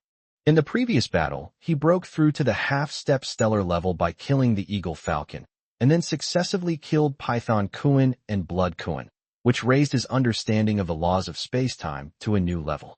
Now is the perfect time to refine this crystal core, thoroughly stabilize my cultivation, and break through to the true stellar level. Chu Feng closed his eyes. He began to carefully guide the energy within the crystal core into his body through the practice. Stellar level energy, gentle yet possessing extreme dominance. Even though he is now at the half-step stellar level, he dares not be careless in the slightest. He can only absorb it slowly, thread by thread, for fear that the violent energy will burst his meridians. A vast amount of energy flowed slowly through his meridians. It constantly tempered his physical body, expanded his dantian, and deepened his understanding of the laws of time and space. His cultivation level is steadily improving. The foundation for becoming a half-star level entity is becoming increasingly solid. Time passed little by little. Before we knew it, 3 days and 3 nights had passed. For the past 3 days, Chu Feng has been in a state of deep cultivation. He has already absorbed nearly 10% of the energy in the crystal core. His cultivation level has been completely stabilized at the peak of the half-step stellar level. It's only 1 step away from becoming a true stellar level planet. And just then, Chu Feng's mind suddenly touched a fragment of memory sealed by Shui Kuan deep within the crystal core. This is the most core memory that Shui Kuan left in his own primordial crystal core. Chu Feng's heart stirred. He immediately activated the power of space-time and tore open the seal. Countless images and information flooded into his mind in an instant. As this information flooded in, Chu Feng's expression gradually darkened. He finally found out. Why is the alliance of all races fixated on Earth? Why would Shui Kuan treat Blue Star as a breeding ground for goo, constantly releasing myriad races and forcing the human race to evolve? Blue Star is not an ordinary abandoned planet at all. It is the ancestral star of humankind in ancient times. It is the only primordial planet in the universe that allows humankind to break through realms without any bottlenecks. The ancient human race was once the most advanced and pinnacle race in the universe. The 12 stellar-level commanders of the Alliance of Myriad Races were nothing more than insignificant figures in the face of the ancient human race. Until hundreds of thousands of years ago, the strongest members of the ancient human race left their ancestral planet and went to the chaotic land deep in the universe in order to explore the ultimate mysteries of the universe. The strength of the ancient human race experienced a precipitous decline. The Alliance of all races, which had been suppressed by the human race, seized the opportunity to unite and launch a siege against the human race. This war lasted for hundreds of thousands of years. Ultimately, the human race was defeated. The surviving humans were hunted down by the Alliance of all races and fled in all directions. Blue Star, the ancestral planet of humanity, was sealed off at the edge of the Milky Way by the Alliance of 10,000 races, cutting off all contact with the outside world. The Alliance of all races dares not completely destroy Earth. This ancestral planet is deeply intertwined with the origins of humanity, but they also dared not allow the human race to rise again. That's why they came up with this plan to raise poisonous insects. They continuously sent countless races to Earth, forcing the human race on Earth to evolve in dire circumstances. When the most outstanding geniuses emerge among the human race, they will personally descend to harvest the genius's essence and plunder the ancestral star's fortune. Chu Feng is the biggest poison they have chosen this time. Shuekuan was merely the vanguard sent by the Alliance of 10,000 races. In Shuekuan's memory, the headquarters of the Alliance of 10,000 races already knew that a human genius who had mastered the laws of space-time had appeared on Blue Star. Apart from Shuekuan, the remaining 11 stellar-level commanders are already assembling their armies. In 6 months at most, they will arrive on Blue Star with the main fleet of the Alliance of 10,000 races. This time, what they're going to do isn't to raise poisonous insects. Instead, it was to completely exterminate all humankind on Earth and gain complete control of this ancestral planet of humanity. Chu Feng slowly opened his eyes. A cold, murderous glint flashed in his eyes. I see. No wonder the Alliance of all races is keeping a close eye on Earth. No wonder Shuekuan was so greedy for the origin of his space-time laws. The root of everything lies here. Half a year. He only has 6 months. 6 months later, he will be facing not just Shuekuan. Instead, it consisted of 11 stellar-level commanders and the main force of the entire Alliance of Myriad Races. Chu Feng slowly clenched the stellar-level crystal core in his palm. The knuckles are slightly white. The pressure is immense. But he showed no fear whatsoever. In his past life, he was all alone, yet he managed to carve out a bloody path through the apocalypse. In this life, he has the entire human race as his support and people by his side, let alone 11 stellar-level commanders. Even if the entire Alliance of Myriad Races came, he would dare to fight. Chu Feng took a deep breath. He closed his eyes again. He continued to frantically refine the stellar-level crystal core in his hand. 6 months. That's enough. He aims to achieve a complete breakthrough to the stellar level within the next 6 months. Even beyond the stellar level. He wanted the entire Alliance of all races to know. The glory of the ancient human race has not yet faded. Humans have never been lambs to the slaughter. They dare to invade. We must be prepared for our entire clan to be wiped out. Chapter 120, the 6-month term. The plan for the rise of humanity. When Chu Feng emerged from the pass, it was already the morning of the 7th day. The door to the meditation room was pushed open. The morning sunlight streamed in through the swirling snow. The rain fell on Chu Feng, giving his tall figure a faint golden edge. After 7 days and 7 nights of secluded cultivation and refinement, he has already absorbed 30% of Shuekuan's stellar-level crystal core. His cultivation level was completely stabilized at the peak of the half-step stellar level. My understanding of the laws of space and time has also reached a new level. Now, even without relying on any supernatural powers, he can directly confront a powerhouse at the early stage of the stellar level with his physical strength alone. When he unleashes his full power, He can even fight head-on against a mid-stage stellar-level expert. More importantly, he obtained the complete method for breaking through to the stellar level from Shui Kuan's memory fragments. We now know the key to moving from the semi-stellar level to the true stellar level.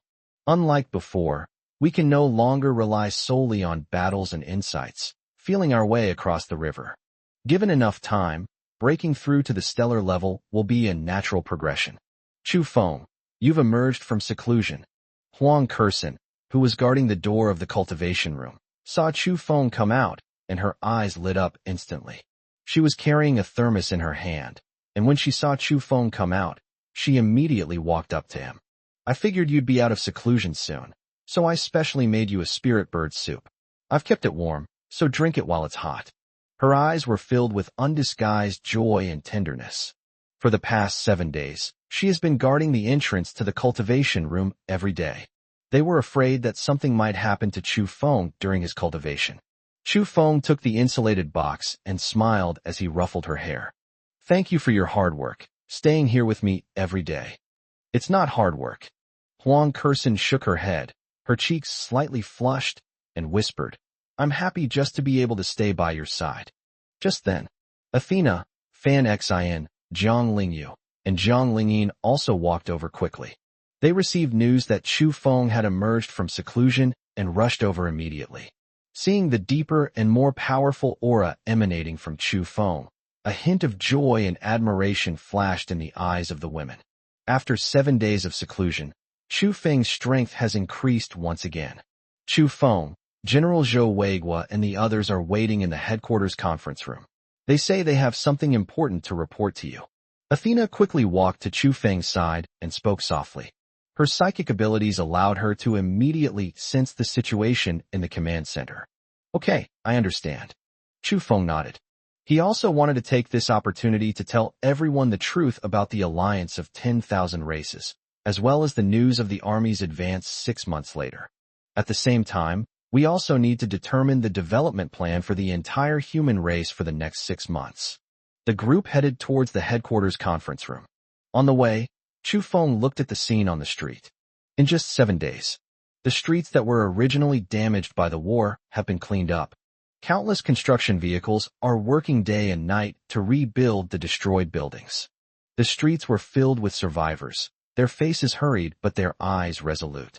Although the apocalypse is not over yet, countless dangers still lie ahead. But after winning this world-ending war, hope for the future was rekindled in everyone's eyes.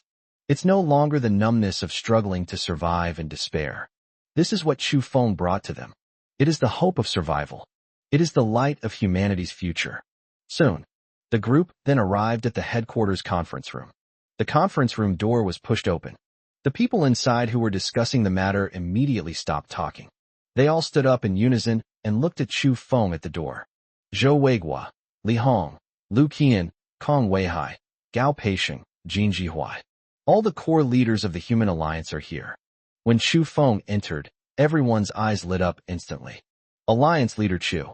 The crowd shouted in unison and gave Chu Feng a standard military salute.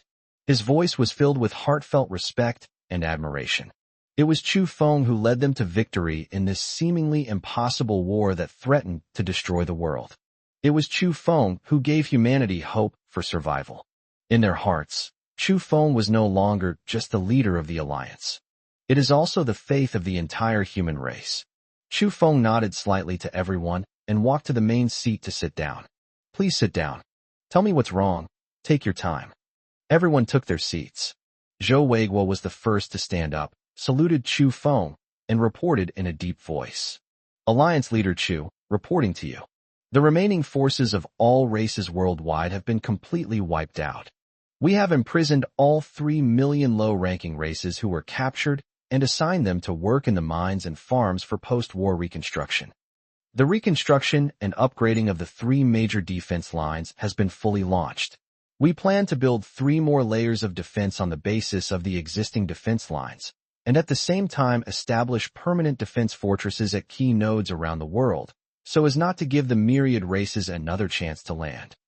The work of providing compensation for all the fallen soldiers has been fully launched, and their families have been properly settled. Zhou Weiguo's report was well organized and comprehensive. All military deployments and post-war cleanup work were arranged in a very clear and detailed manner. Chu Feng nodded. Very good. Thank you for your hard work. Upgrading the defense line must be the top priority. We won't have many peaceful days in the next 6 months. Chu Feng's words stunned everyone in the conference room. The joy on his face instantly faded. Zhou Weiguo immediately stepped forward and asked in a deep voice. Alliance leader Chu, what do you mean by that? Could it be that the alliance of 10,000 races has further plans? All eyes were on Chu Feng. His eyes were filled with solemnity. They have just won the war of annihilation, killing 3 stellar-level powerhouses and defeating 20,000 warships of various races. Is the crisis not over yet? Chu Feng looked at the solemn expressions on everyone's faces and slowly spoke. All the information obtained from the fragments of Shui Kuan's memory. The truth that Blue Star is the ancestral star of the human race. The grudges between the alliance of 10,000 races and the human race. The ins and outs of the Gu-raising plan. And the news that 6 months later, 11-star level commanders would arrive with the main fleet of 10,000 races were told to everyone in detail. The meeting room fell into a deathly silence. You could hear a pin drop. Everyone froze in place. His face was filled with disbelief and horror. They never expected this. There's such a big hidden story behind it all. They have just killed a blood Kuan and won a world-ending war. But 6 months later, they will face 11 stellar-level commanders and the main force of the entire alliance of myriad races. This is 100 or 1,000 times more dangerous than the battle that just ended. A full half-minute passed. Li Hongkai suddenly stood up and slammed his fist on the table. His eyes were filled with overwhelming fighting spirit. Damn it! These beasts of all races are truly persistent. Bring it on. We've even killed Shui Kuan. What are we afraid of the remaining 11 pieces of trash? The worst that can happen is death. Let's fight them. Yes, let's fight them. Lu Qian also immediately stood up, his eyes filled with unwavering determination. If we can win the first time, we can win the second time. With Alliance Leader Chu here, we have the strength to fight even if we face the entire alliance of 10,000 races. Everyone stood up. There was no despair in their eyes, only a burning fighting spirit. They have already fought their way out of a desperate situation once. Even if they face an even more terrifying enemy 6 months later, they will never back down. At worst, I'll risk my life. We must also protect our homeland and the entire human race. Seeing the fighting spirit in everyone's eyes, Chu Feng felt very gratified. What he feared most was that people would fall into despair and numbness after learning the truth. But now it seems that what he feared will not happen at all. Having been tempered by this great war, the human race has truly risen up. They are no longer the race that eked out a living in the apocalypse, at the mercy of others. Chu Feng raised his hand and pressed it down. The noisy conference room fell silent instantly.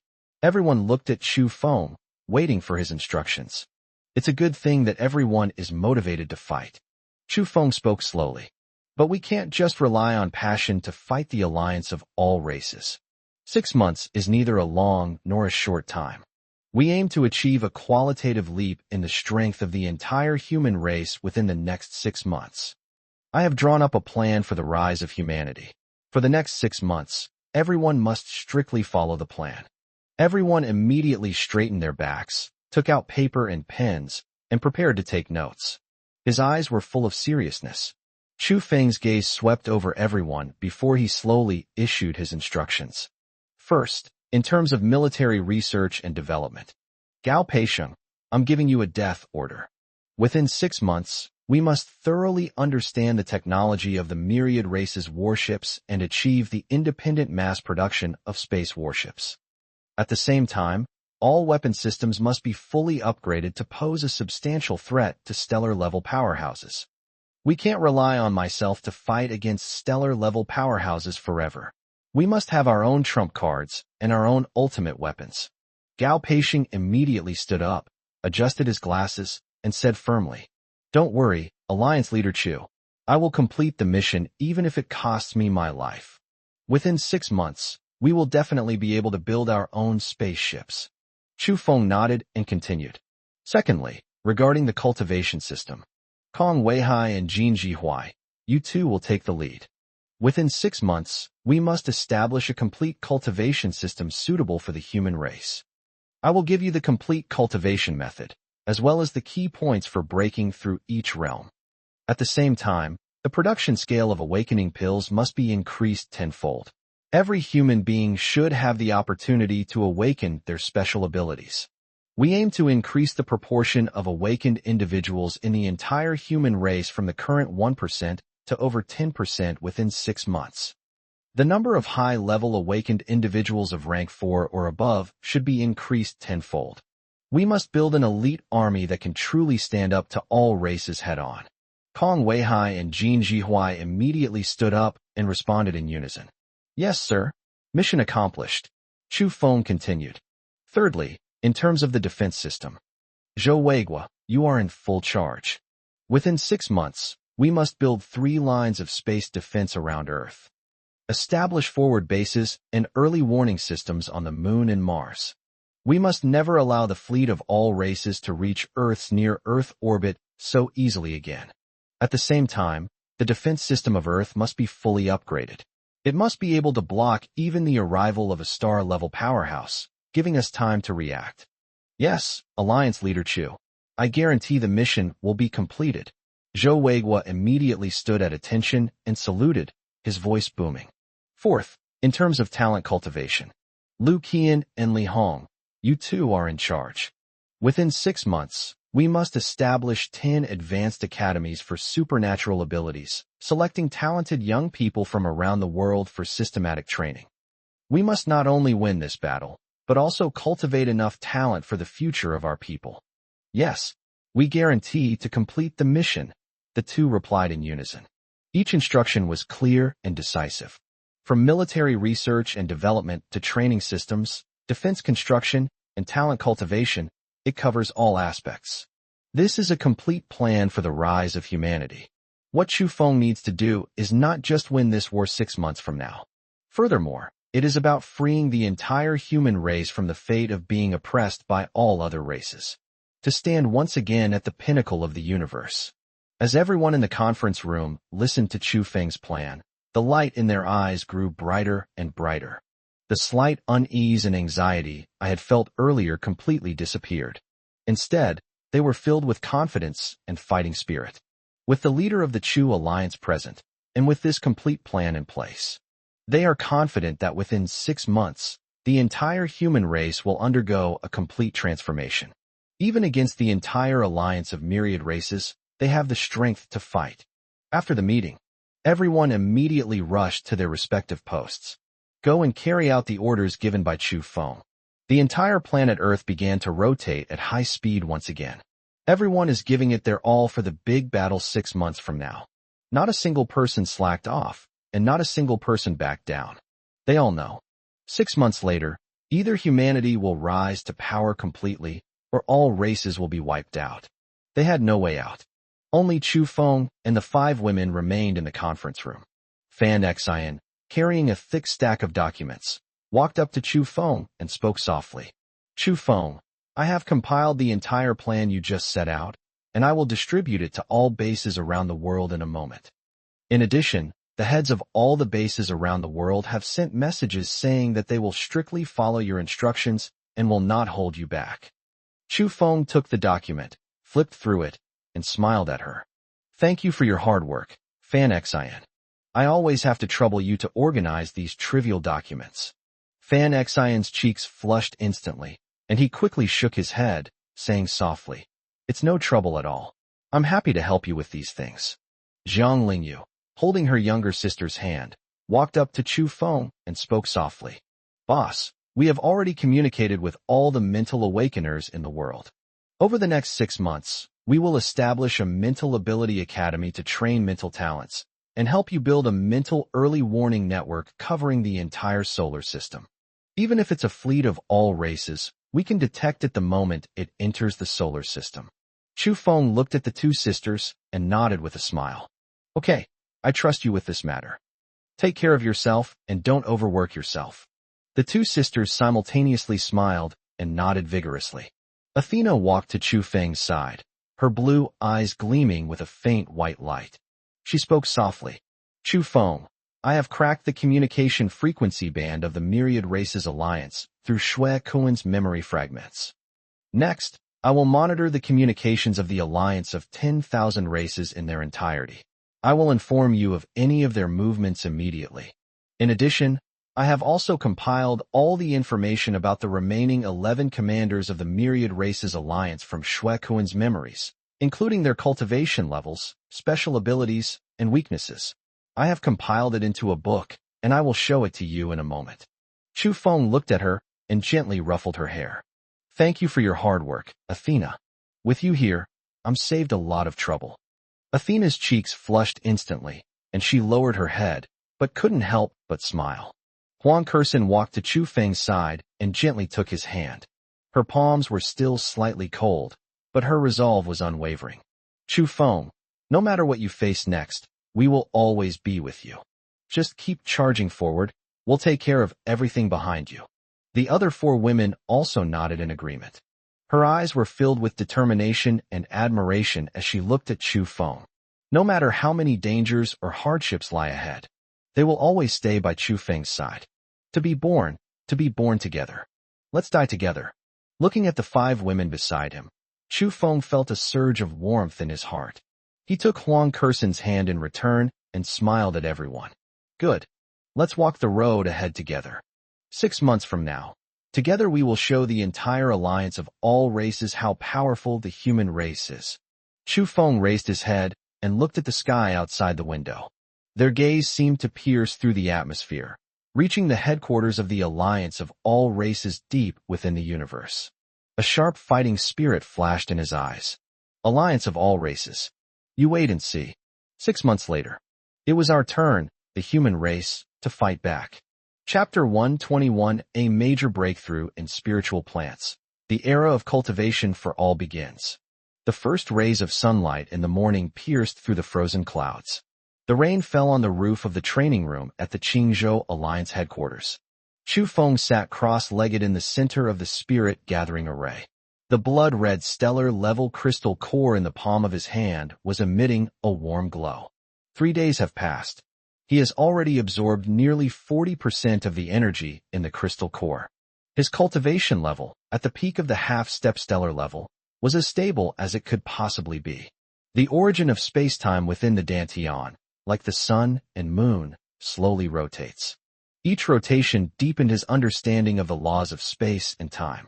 The birth and death of space, the flow of time. In his eyes, it had become the most intuitive set of rules and lines. He can easily manipulate the flow of time within a 100-meter radius. It can fold space within a kilometer at will. It's just one last step away from becoming a true stellar-level planet. As long as we break through this barrier, he will then be able to fully enter the stellar level, to become a true top power in the universe. Call. Chu Feng slowly exhaled a breath of stale air. The day's practice has ended. The crystal nuclei were refined at high intensity for several consecutive days. Even his physical body needs a short rest. The door to the training room was gently pushed open. Huang Kursin carried a white jade plate and walked in quietly. The plate contained warm spirit rice porridge and several delicate spirit fruit side dishes. They were all made from high-level spiritual plants cultivated by the golden locust tree. It can nourish the body and soothe the mind. Chu Feng, you're awake. When Huang Kursin saw Chu Feng open his eyes, her eyes instantly curved into crescents. She walked quickly to Chu Feng's side and placed the plate on the stone table beside him. I figured you've almost finished your cultivation, so I specially cooked some spirit rice porridge. Eat it while it's hot. Her voice was soft, with just the right amount of tenderness. There was no excessive intimacy, but care was evident in every gesture. Chu Feng stood up and walked to the stone table to sit down. He picked up the spoon and scooped up a mouthful of spirit rice porridge. The soft, sticky rice porridge slid down my throat, carrying a faint, refreshing fragrance of medicinal herbs. It instantly dispelled the fatigue from cultivation. It tastes great. Chu Feng looked up and smiled at Huang Kursin. He reached out and gently brushed away a stray hair clinging to her temple. His fingertips brushed against her cheek unintentionally. A faint blush instantly spread across Huang Kursin's cheeks. She lowered her head and whispered, If you like it, I'll make it for you every day from now on. Simple interactions, natural and heartwarming. There was no deliberate ambiguity, yet it warmed my heart. Just then, light footsteps could be heard outside the meditation room. Athena pushed open the door and came in. She was holding a silver communication tablet in her hand. A hint of undisguised joy shone in his blue eyes. Chu Feng, I have good news. Athena quickly walked up to Chu Feng and handed him the tablet. I just intercepted the internal communications of the alliance of all races. The remaining 11 stellar-level commanders are still gathering troops at headquarters and will not set off so soon. Their main fleet will need another 4 months to complete its reorganization. Our preparation time is 2 whole months longer than expected. This news is undoubtedly fantastic news. Originally, there was only a 6-month preparation period. Now it has been extended to 8 months. The extra 2 months. This is enough to significantly enhance the strength of the human race. Chu Feng took the tablet and quickly scanned the monitored content on it. A faint smile appeared at the corner of his lips. Very good. These beasts of all races have given us a great gift. Athena looked at Chu Feng's smile, her eyes filled with joy. She stood beside Chu Feng, leaning slightly forward, pointing to the text on the tablet. He continued to explain the troop deployment of the alliance of 10,000 races in a low voice. Her long, golden hair cascaded down Chu Feng's shoulders. It brings a faint, pleasant fragrance. The two had just finished speaking. Hurried footsteps could be heard outside the meditation room.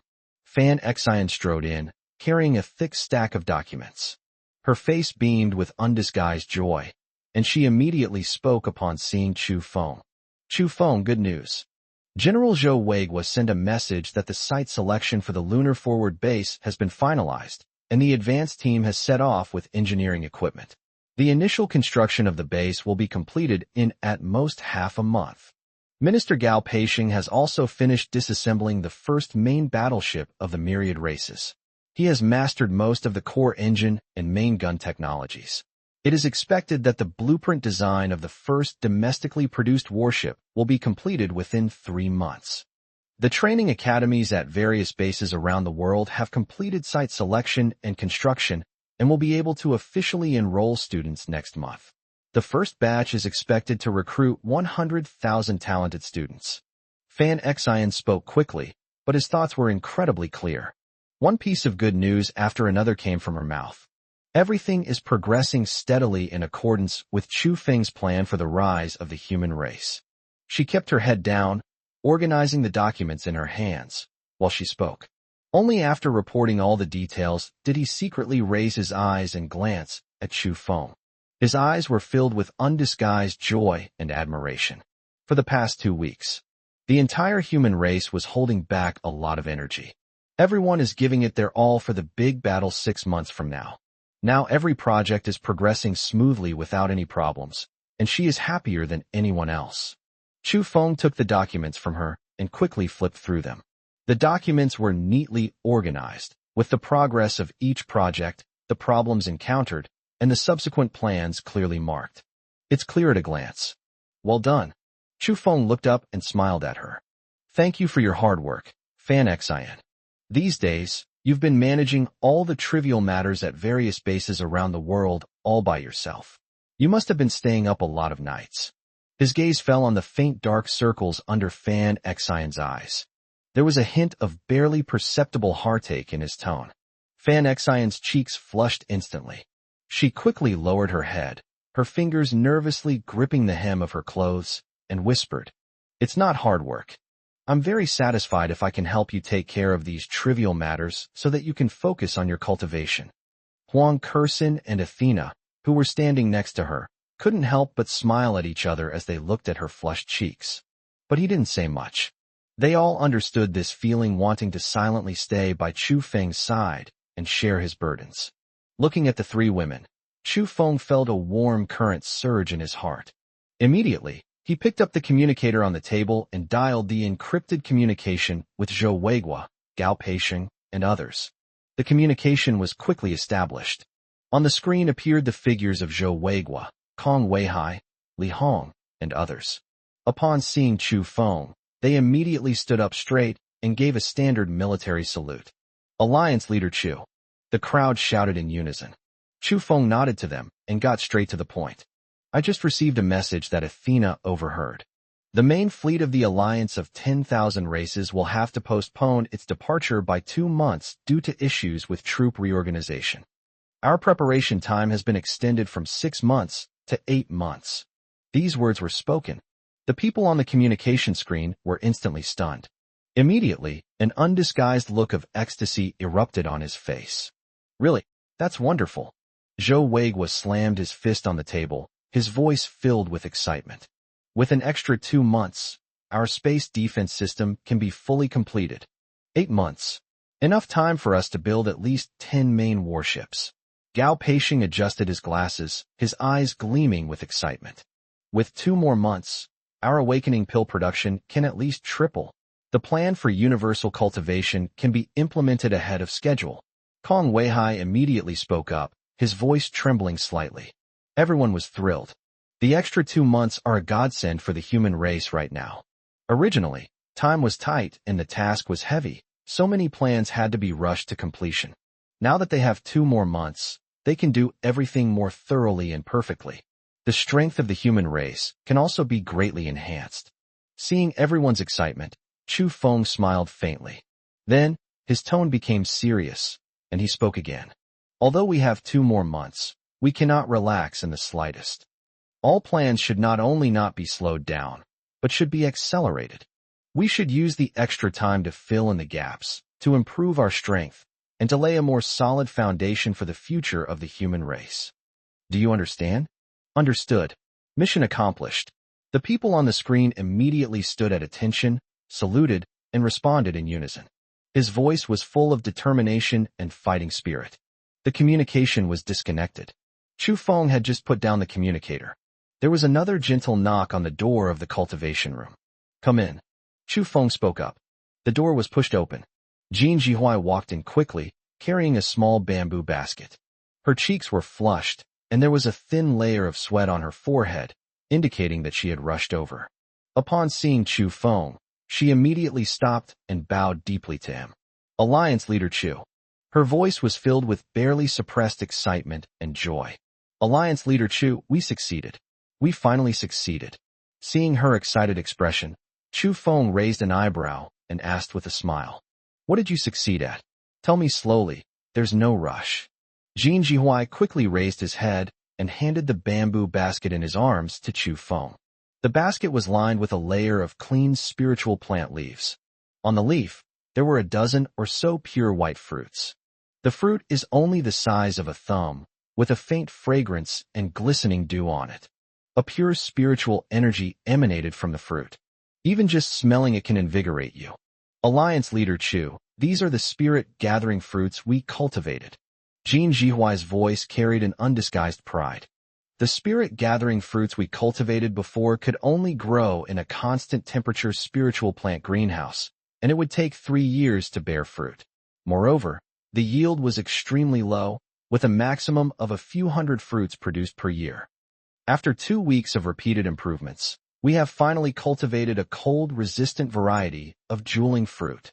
The spirit-gathering fruit can now grow normally even outdoors at temperatures tens of degrees below zero, and its growth cycle has been shortened to 3 months, increasing the yield by a full 100-fold. Furthermore, we have improved the varieties of awakening grass, concentration flower, and healing vine, making them all cold-resistant, high-yielding, and easy to grow. Jin Jihuai became more and more excited as he spoke. Her eyes sparkled as she looked at Chu Feng, like a child waiting for praise. Chu Feng picked up a spirit-gathering fruit and weighed it between his fingertips. Pure spiritual energy flowed into the body through the fingertips. The spiritual energy within this spirit-gathering fruit, while not particularly abundant, is incredibly gentle. Even ordinary people without awakened superpowers can take it directly. It can not only strengthen the body, but also increase the probability of awakening superpowers. For lower-level awakened individuals, it can rapidly improve their cultivation and solidify their foundation. This is practically a spiritual plant tailor-made for the nationwide cultivation plan. Well done. Chu Feng looked at Jin Jihuai and praised him without reservation. Jihuai, you handled this matter exceptionally well. The successful cultivation of this spirit-gathering fruit is even more significant than the construction of 10 main warships. Chu Feng was telling the truth. Warships and weapons are ultimately just external forces.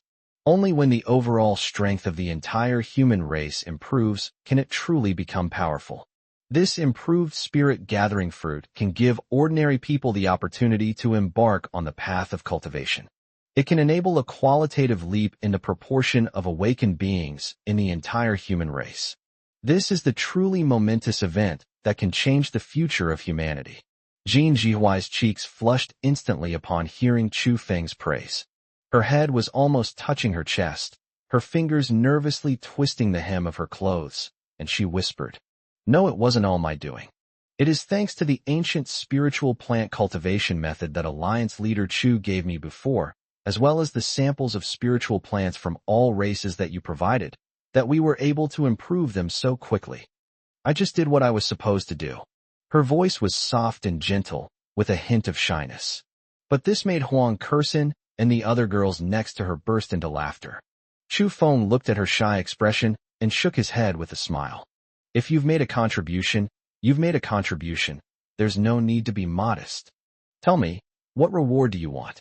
I'll grant you anything I can do." Upon hearing this, Jin Jihuai abruptly raised his head. A glint of light flashed in his eyes. She looked at Chu Feng, hesitated for a long time, and then whispered, "I don't want any reward. I just wanted to, so that if I encounter any problems with cultivation in the future, I can come to Alliance Leader Chu for advice at any time. May I?" Her eyes were filled with cautious anticipation. She was afraid that Chu Feng would refuse.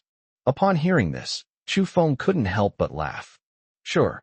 If you have any problems in the future, you can come to me anytime."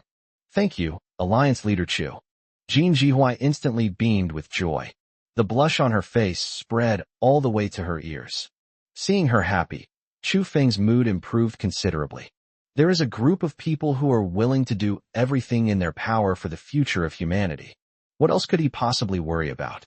Even if the main fleet of the alliance of 10,000 races really arrives 8 months later. He was also confident that he could lead the human race to victory in this war. Chu Feng put the spirit-gathering fruit back into the basket and said to Jin Jihuai, "You should immediately contact Kong Weihai about this matter. Starting today, we will promote the large-scale cultivation of improved spiritual plants such as spirit-gathering fruit and awakening grass around the world. All safe zones should designate special spiritual plant cultivation bases, and all manpower and resources should be prioritized for spiritual plant cultivation. I want to ensure that every human survivor can eat the spirit-gathering fruit within 3 months. I want to usher in a true era of cultivation for all." Chu Feng's voice wasn't loud, but it carried a resolute and decisive air. Jin Jihuai immediately stood up straight and gave Chu Feng a somewhat imperfect military salute. He answered loudly, "Yes, Alliance Leader Chu. I guarantee I will complete the mission." After saying that, she hugged the bamboo basket, turned around happily, and ran out. Their steps became much lighter. Watching her retreating figure, Fan Xian smiled and said, "That's great. With these improved spiritual plants, the plan for universal cultivation can finally be implemented. It won't be long before a large number of awakened individuals emerge from our human race, and our overall strength will increase significantly." Athena nodded, her blue eyes filled with joy. "Moreover, with more awakened individuals, our military strength will also increase significantly. Even if we face the massive army of the alliance of 10,000 races, we have the confidence to confront them head-on." Huang Kursin walked to Chu Feng's side and gently took his hand. He said softly, "Chu Feng, what you wanted to do is gradually becoming a reality. Humanity will get better and better." Chu Feng took her hand in his own, feeling the warmth of her palm. I looked up at the frozen earth outside the window. A determined glint flashed in his eyes. Yes, everything is moving in a positive direction, but he cannot let his guard down. 8 months may seem like a long time, but it actually passes in the blink of an eye. He must break through to the stellar level within these 8 months.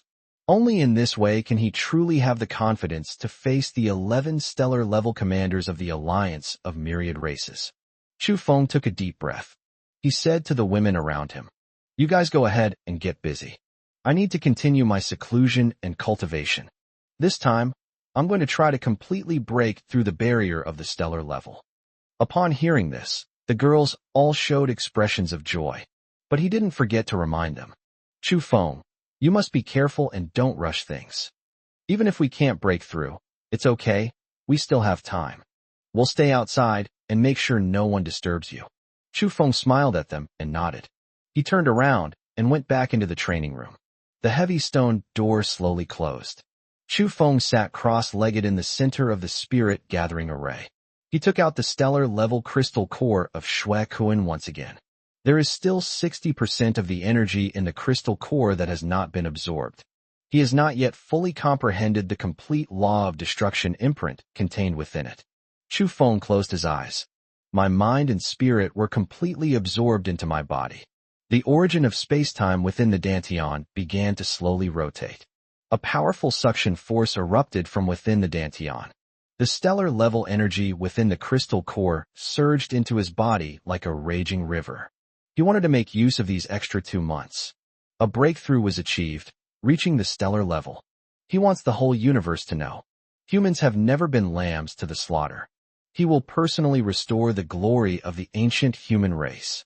Chapter 122: The Perfection of the Origin of Space-Time, the Limit of Half-Step Stellar Level.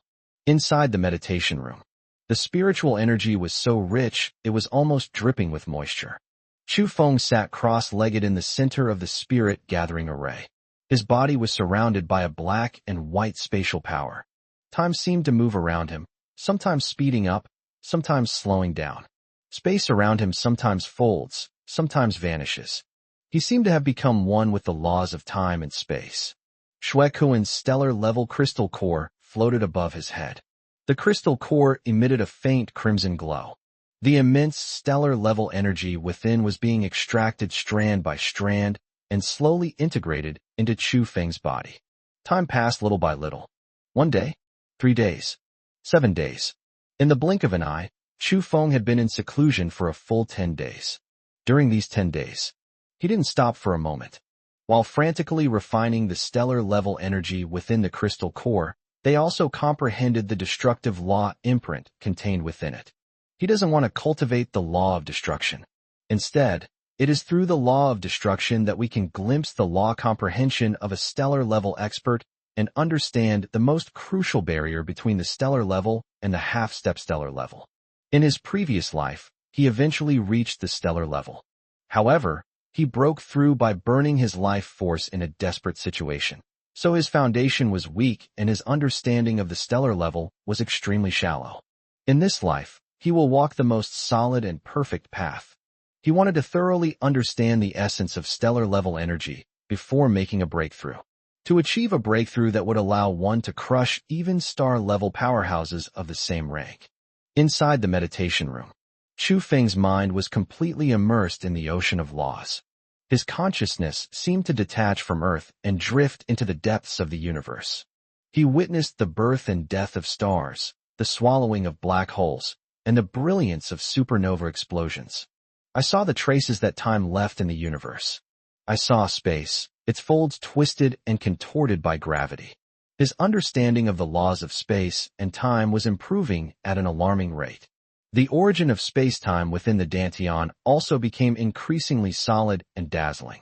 It started as the size of a fist and slowly condensed into a black and white golden pill. The golden core was covered with profound and mysterious law patterns. Each line represents his understanding of the laws of time and space. 10 days. He absorbed another 20% of the energy in the crystal core. Only the last 40% of the core essence remains.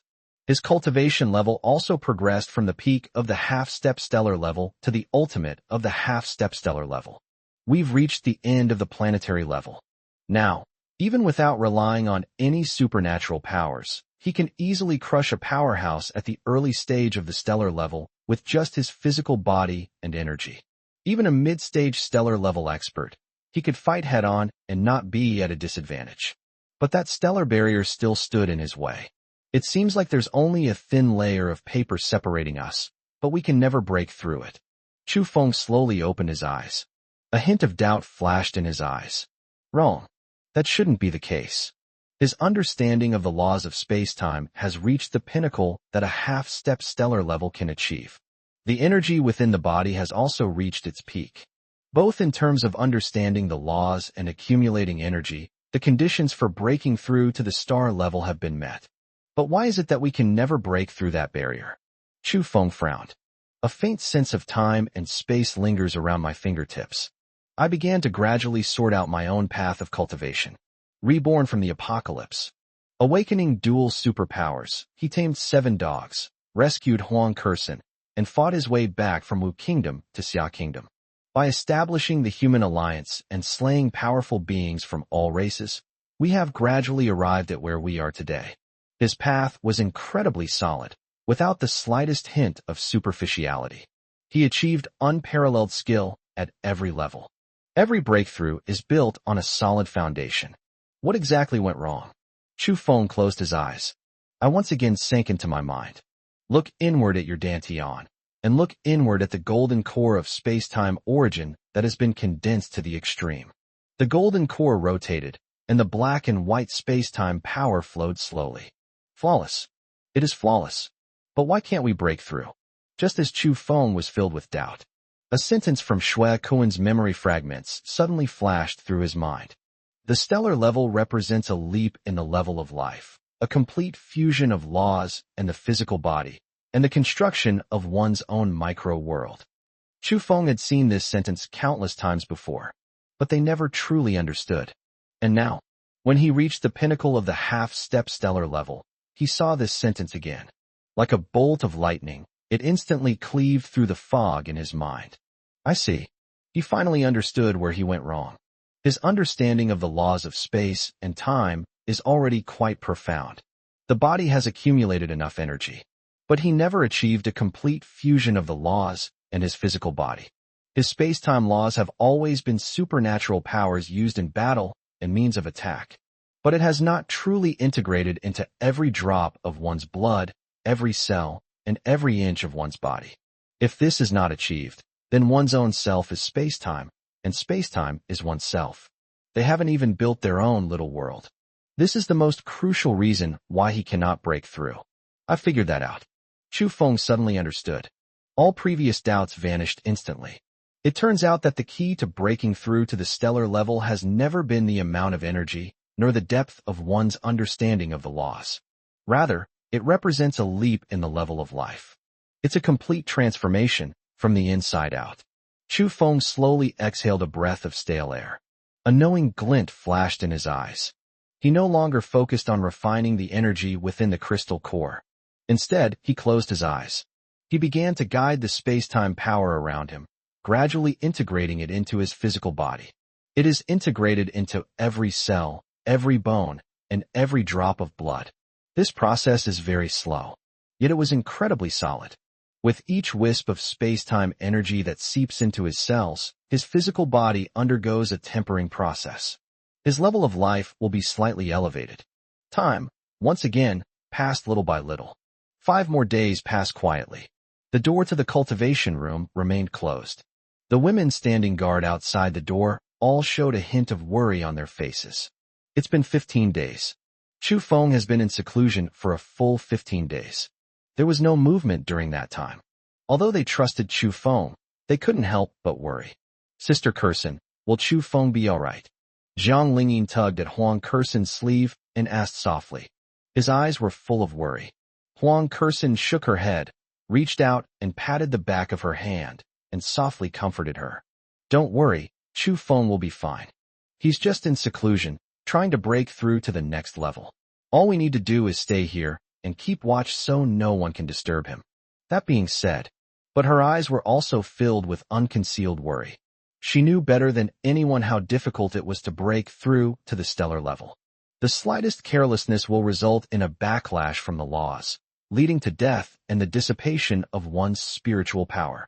Athena stood to the side, her blue eyes flashing with white light. Her psychic abilities were firmly locked onto Chu Feng in the cultivation room. We kept a close eye on his vital signs. Seeing the girl's worried expressions, she immediately spoke up. Don't worry, everyone. Chu Feng's vital signs are stable, and the energy in his body is also stable, with no signs of backlash. He is simply comprehending the laws. There is no danger to him. Upon hearing this, the girls breathed a slight sigh of relief. My anxiety has eased considerably. Fan Xin, holding a stack of newly delivered documents, said softly. Then we'll stay here and keep watch. Let's deal with the outside matters first. Don't let trivial matters bother Chu Feng. The girls nodded in unison. They have a clear division of labor. Athena was responsible for monitoring the communications of the alliance of 10,000 races and keeping an eye on Chu Feng's condition. Wang Hao was in charge of guarding the area around the training room, preventing anyone from getting close. Fan Xin was responsible for handling the alliance's daily affairs, and only major events were recorded and reported back to Chu Feng after he emerged from seclusion. The sisters Jiang Lingyu and Jiang Lingyin were responsible for leading the mental awakeners to monitor global movements and prevent the remaining forces of various races from causing destruction. They silently protected Chu Feng in their own way. Protect everything in the rear for him. Inside the training room, Chu Feng's enlightenment has reached its most crucial moment. 15 days. He has completely integrated the laws of space and time into his physical body. Every cell in his body contains the power of time and space. With each breath he takes, he can influence the flow of time and space around him. His body is the vessel of time and space. His thoughts are the laws of time and space. It has truly achieved that one is oneself, and space-time is oneself. His life level has completed the most crucial transformation. We are only one step away from becoming a true stellar-scale world, building our own little world. Chu Feng slowly opened his eyes. The black and white light in his eyes flashed and disappeared in an instant. He could feel it clearly. My physical body is more than 10 times stronger than before. Even without any special abilities, he can withstand the attacks of a star-level powerhouse with his bare body. Their mastery of the laws of space and time has reached an unprecedented level. Even without breaking through to the stellar level, he can now easily kill a mid-stage stellar-level expert. Even against Shui Kuan, who is at the late stage of the stellar level, he has the ability to fight. Chu Feng slowly stood up. I stretched my body a bit. The bones made a series of cracking sounds. The 15-day retreat did not allow for a complete breakthrough to the stellar level, but it allowed him to complete a transformation at the level of his life. It has reached the true limit of the half-step stellar level. It's just one step away from reaching stellar level. He can build a small world and reach the stellar level whenever he wants. But Chu Feng was not in a hurry to break through. He has to wait, waiting for the most suitable time. He's waiting for the right moment for his little world to take perfect shape. Chu Feng raised his hand and waved. The heavy stone door slowly opened. The women guarding the door rushed over as soon as they saw the stone door open. Chu Feng, you've emerged from seclusion. Wang Hao was the first to rush up, looking Chu Feng up and down. Seeing that he was safe and sound, the worry in her eyes instantly turned into joy. I'm so glad you're all right. We were all so worried. Athena also walked over quickly, her blue eyes filled with joy. She could feel it clearly. The aura emanating from Chu Feng was more than 10 times deeper than before his seclusion. Even if she used all her mental abilities, she still couldn't see through Chu Feng's true strength. It was as if what stood before her was not a person, but an endless universe of time and space. Chu Feng, you've broken through? Athena couldn't help but ask.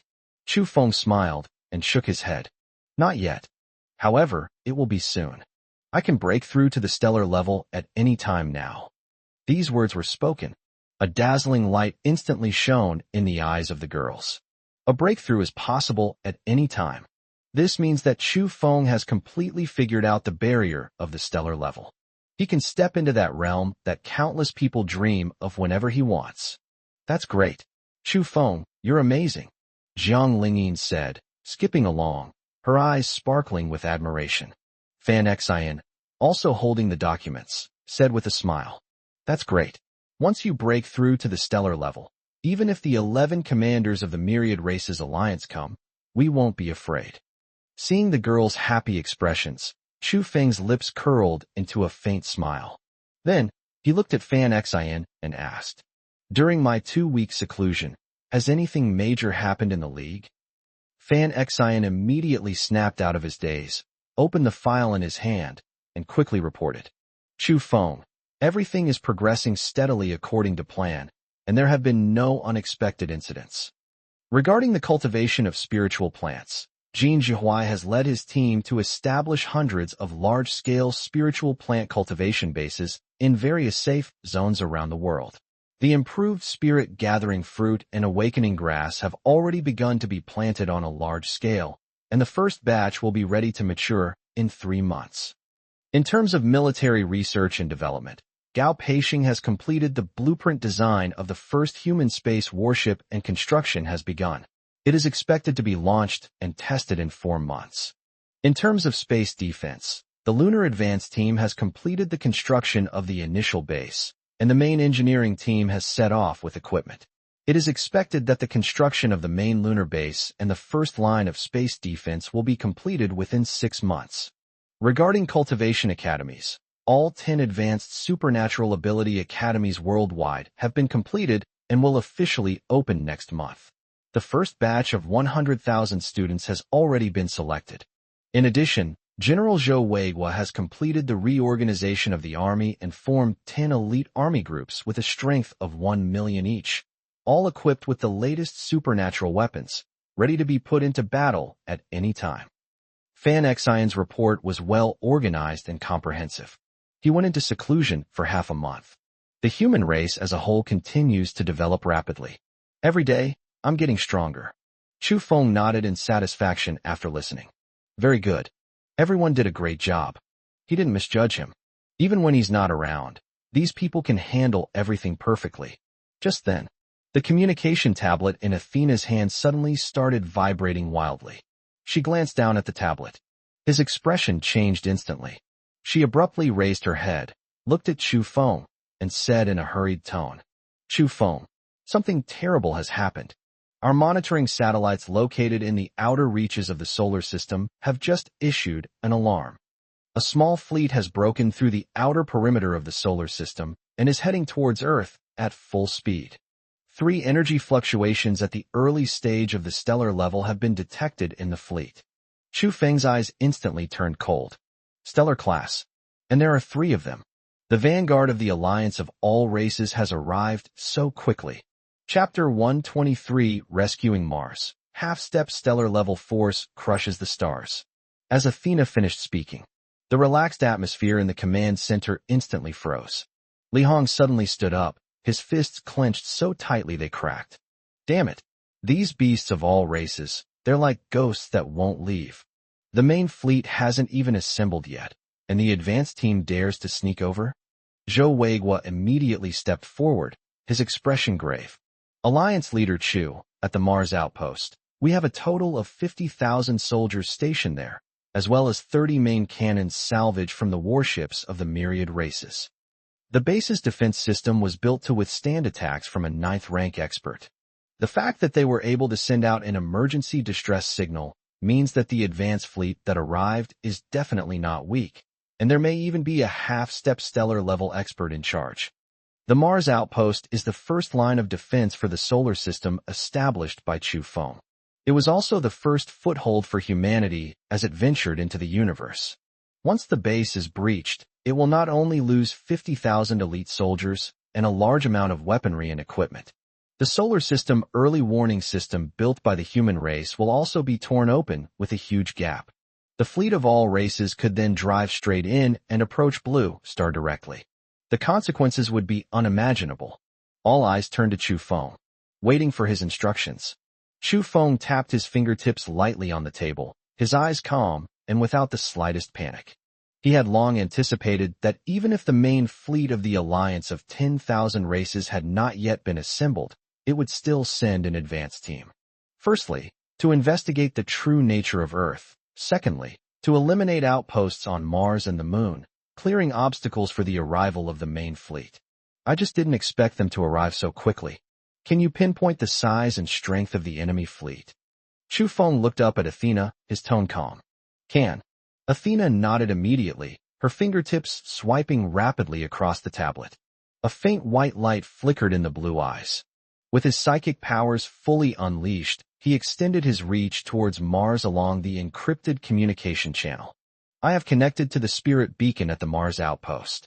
The enemy has a total of 300 warships, including 20 capital ships, and the rest are frigates and landing ships. Within the fleet, there is a half-step stellar-level energy fluctuation, 15 ninth-grade auras, and countless experts below the 8th grade. The base is still holding out, but 3 of its outer defenses have been breached. It can only hold out for another 6 hours at most. Athena spoke very quickly, clearly explaining all the information she had detected. 300 warships, 1 half-step stellar-level expert, and 15 ninth-grade powerhouses. This lineup is no less impressive than the Vanguard fleet that Shui Kun brought back then. For a Martian outpost with only 50,000 defenders, this was a complete annihilation. They've already reached their limit by holding on until now. Alliance Leader Chu, I request to fight. Zhou Weiguo immediately stood at attention and saluted, his voice loud and clear. I will immediately lead the first heavy armored legion, aboard the captured warships of various races, to aid Mars. We will hold the base and drive these beasts of all races back. I'm going to. Lu Qian immediately followed. I'll take the Ice Phoenix Special Squad with me. Even if the enemy has a half-step stellar level, we can buy time for you to provide backup. The two were absolutely adamant in their stance. The Mars base must not be lost. Even if it costs us our lives, we must protect it. Chu Feng waved to the two of them. Need not. You stay on Earth, stabilize the defenses, and continue to advance the war preparation plan. There can be no mistakes. I'll go to Mars myself. Everyone was stunned by these words. Zhou Weiguo immediately said, Alliance Leader Chu, how can this be? Blue Star cannot do without you. What if this is a ploy by all races to lure us away from our mountain? What if they send powerful beings to attack Blue Star the moment you leave? Yes, Alliance Leader Chu. Li Hong quickly added. It's just an advance fleet. There's no need for you to personally intervene. We can handle it. Chu Feng shook his head, his tone leaving no room for argument. The other side has a half-step stellar-level expert. Even if you go, you won't be able to stop them. On the contrary, it would be a pointless sacrifice. With you all here on Blue Star, and with a comprehensive defense system, even if a powerful individual launches a sneak attack, they won't be able to cause any trouble. I can go to Mars and come back in half a day to a day. It won't cause any delays. With his near-stellar-level strength, he has no rivals in the entire solar system, except for the stellar-level powerhouses who have not yet arrived. In his eyes, this advanced fleet was nothing more than a bunch of chickens and dogs. One trip there, and you could crush them with a flick of your wrist. We can also take a look at how the construction of the first human base in the universe is going. Seeing the determination in Chu Feng's eyes, everyone knew that he had made his decision. He could only nod. Yes, Alliance Leader Chu. We will definitely protect Earth and ensure that nothing goes wrong. Just then, Huang Kersen walked gently to Chu Feng's side and took his hand. Her palms were slightly cool, yet incredibly firm. He looked up at Chu Feng, his eyes serious. Chu Feng, I'll go with you. My Ice Phoenix body can unleash its full power even in space, helping you to restrain enemy warships and powerful individuals. Even if I can't be of much help, I can still lend a hand and will never hold you back. Her voice wasn't loud, but it carried an undeniable firmness. Wherever Chu Feng goes, she will stay by his side, even in the perilous universe. I'm going to. Athena quickly walked over, her blue eyes full of certainty. My psychic abilities can cover the entire Mars system, even in space. It can help you accurately locate the positions of all enemy warships and powerful individuals, and provide early warnings of all traps and ambushes. With me around, you'll save yourself a lot of trouble. Boss, we sisters will go with you too. Zhang Lingyu took Zhang Lingyin's hand and quickly stepped forward.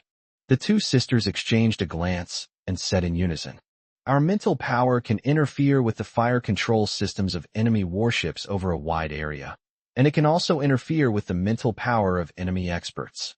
Even if it's a half-step stellar level, we can interfere with it for a moment by joining forces, giving you an opportunity to make a move. Chu Feng, I'm going to. Fan Xin, carrying a thick stack of documents, also came over. She adjusted her glasses and said softly, I am familiar with all the deployments of the Mars base, as well as the various parameters of the myriad race's warship. Once we get there, I can coordinate with the base's garrison to cooperate with your operations and maximize the base's defensive capabilities. Me too. Me too. Jin Jihuai quickly raised his hand, blushing, and said, I brought the highest grade healing pills and ability recovery pills, as well as the explosive spirit pills that can temporarily boost my strength. It can help wounded soldiers receive timely treatment and can also be of assistance to you in critical moments. The 5 women, one after another, all wanted to go to Mars with Chu Feng. Not a single person backed down, not a single person was afraid. They all wanted to stay by Chu Feng's side. Everyone wanted to do their part for him and for this battle. Looking at the 5 women beside him, Chu Feng felt a surge of warmth in his heart. He reached out and ruffled their hair one by one. He said with a smile, Good. Go, everyone. Let's go to Mars together. Upon hearing Chu Feng's agreement, the 5 women's eyes lit up instantly. His face was full of joy. They quickly turned around and started packing their belongings. Watching the girls' busy figures, Zhou Weiguo, Li Hong, and the others couldn't help but exchange smiles. With the leader of the Chu Alliance present, and with so many people working together in harmony, we have the strength to achieve this. How could the human race not rise up? Chu Feng quickly arranged all the defenses of Blue Star. Zhou Weiguo was stationed at the main defense line in the northwest, Lu Qian was stationed at the eastern coast, and Li Hong was responsible for the global internal purge and mobile support. Kong Weihai oversaw logistics. Gao Peixing focused on military research and development, and Jin Jihuai's spiritual plant base also had a deputy assigned to take over. Everything was arranged perfectly, without the slightest mistake. By the time everything was arranged, it was already evening. The silvery moonlight bathed the entire city of Qingzhou. When Chu Feng returned to his residence, Huang Kersen had already helped him pack his luggage. Inside the small backpack were a change of clothes, as well as various healing pills and emergency supplies. It was tidied up neatly and meticulously. Upon seeing Chu Feng enter, Huang Kersen immediately came to greet him. I reached out and helped him take off his coat, then hung it on the hanger. Everything is packed, and I've brought everything I needed. Huang Kersen looked up at Chu Feng, her eyes full of tenderness. The spaceship is ready. It's the captured flagship of the myriad races, the one with the best performance, and it can depart at any time. Thanks a lot. Chu Feng reached out and put his arm around her waist. He gently pulled her into his arms. He lowered his head and placed a kiss on her forehead. Huang Kersen's body trembled slightly. She then reached out and wrapped her arms around his neck. She tiptoed and kissed his lips. Moonlight streamed through the window and fell upon the two of them. A gentle halo of light enveloped the two of them. The temperature in the room gradually rose. After a long while, the two slowly separated. Huang Kersen's cheeks were so red they looked like they were about to bleed. She buried her head in Chu Feng's arms, listening to his steady heartbeat. He whispered, Chu Feng, no matter where you go, I will always be with you. Even to the deepest reaches of the universe, I will go with you. I know. Chu Feng lowered his head and kissed the top of her head. He tightened his arms around her. The warmth and softness in his arms completely relaxed his nerves, which had been tense all day. No matter how many dangers lie ahead, as long as she is there, and as long as there are people around her. He then became fearless. A night of tenderness. The next morning, the sky was just beginning to lighten. Chu Feng then led the 5 women to the spaceport outside Qingzhou City. In the harbor, a giant warship, over 3 kilometers long, sat quietly. This is the most intact flagship captured from Xuequan's fleet. After being modified by Gao Peixing's RD department, it has been fully adapted to the Terran operating system. Firepower, defense, and speed of travel are currently the strongest attributes available to the Terrans. 7 dogs were already waiting on the warship. Upon seeing Chu Feng and his group arrive, they immediately surrounded them excitedly. Boss, we're ready. We can leave any time. Ada shook his huge head and said excitedly. After devouring Shui Kuan's stellar-level origin, their strength surged once again. Now that they have combined, they can steadily reach the half-step stellar level. Even when separated, each of these dogs possesses the strength of a peak 9th-ranked dog. This trip to Mars will be a good opportunity for them to stretch their muscles and bones. Chu Feng nodded. He boarded the warship with several women. Set off. Chu Feng gave the order. Yes, Captain. The pilots on the warship immediately stood at attention in response. The massive warship slowly started moving. The engine emitted a deep roar. It slowly drove away from the spaceport. Breaking through the atmosphere, it sped towards the vast universe. Inside the bridge of the warship, Chu Feng stood in front of the main control console. He gazed calmly at the stars rushing past the window. Huang Kurson stood beside him and gently took his hand. Athena stood in front of the probe, fully activating her psychic abilities to monitor the surrounding starry sky in real time. The Jiang sisters sat in front of the mental energy amplification platform, ready to deal with any emergencies. Fan Xin held a tablet, looking at the star map, constantly checking the navigation route to ensure that he would not deviate from the course. Jin Jihuai stood aside, counting the pills he had brought, making thorough preparations. Everything was in good order. There was not a trace of panic. The flagship of all races, its performance is indeed extremely powerful. Mars, which would normally take several days to reach, was in sight in less than 2 hours. The red planet shines with a unique light in the starry sky. Chu Feng, we're almost there.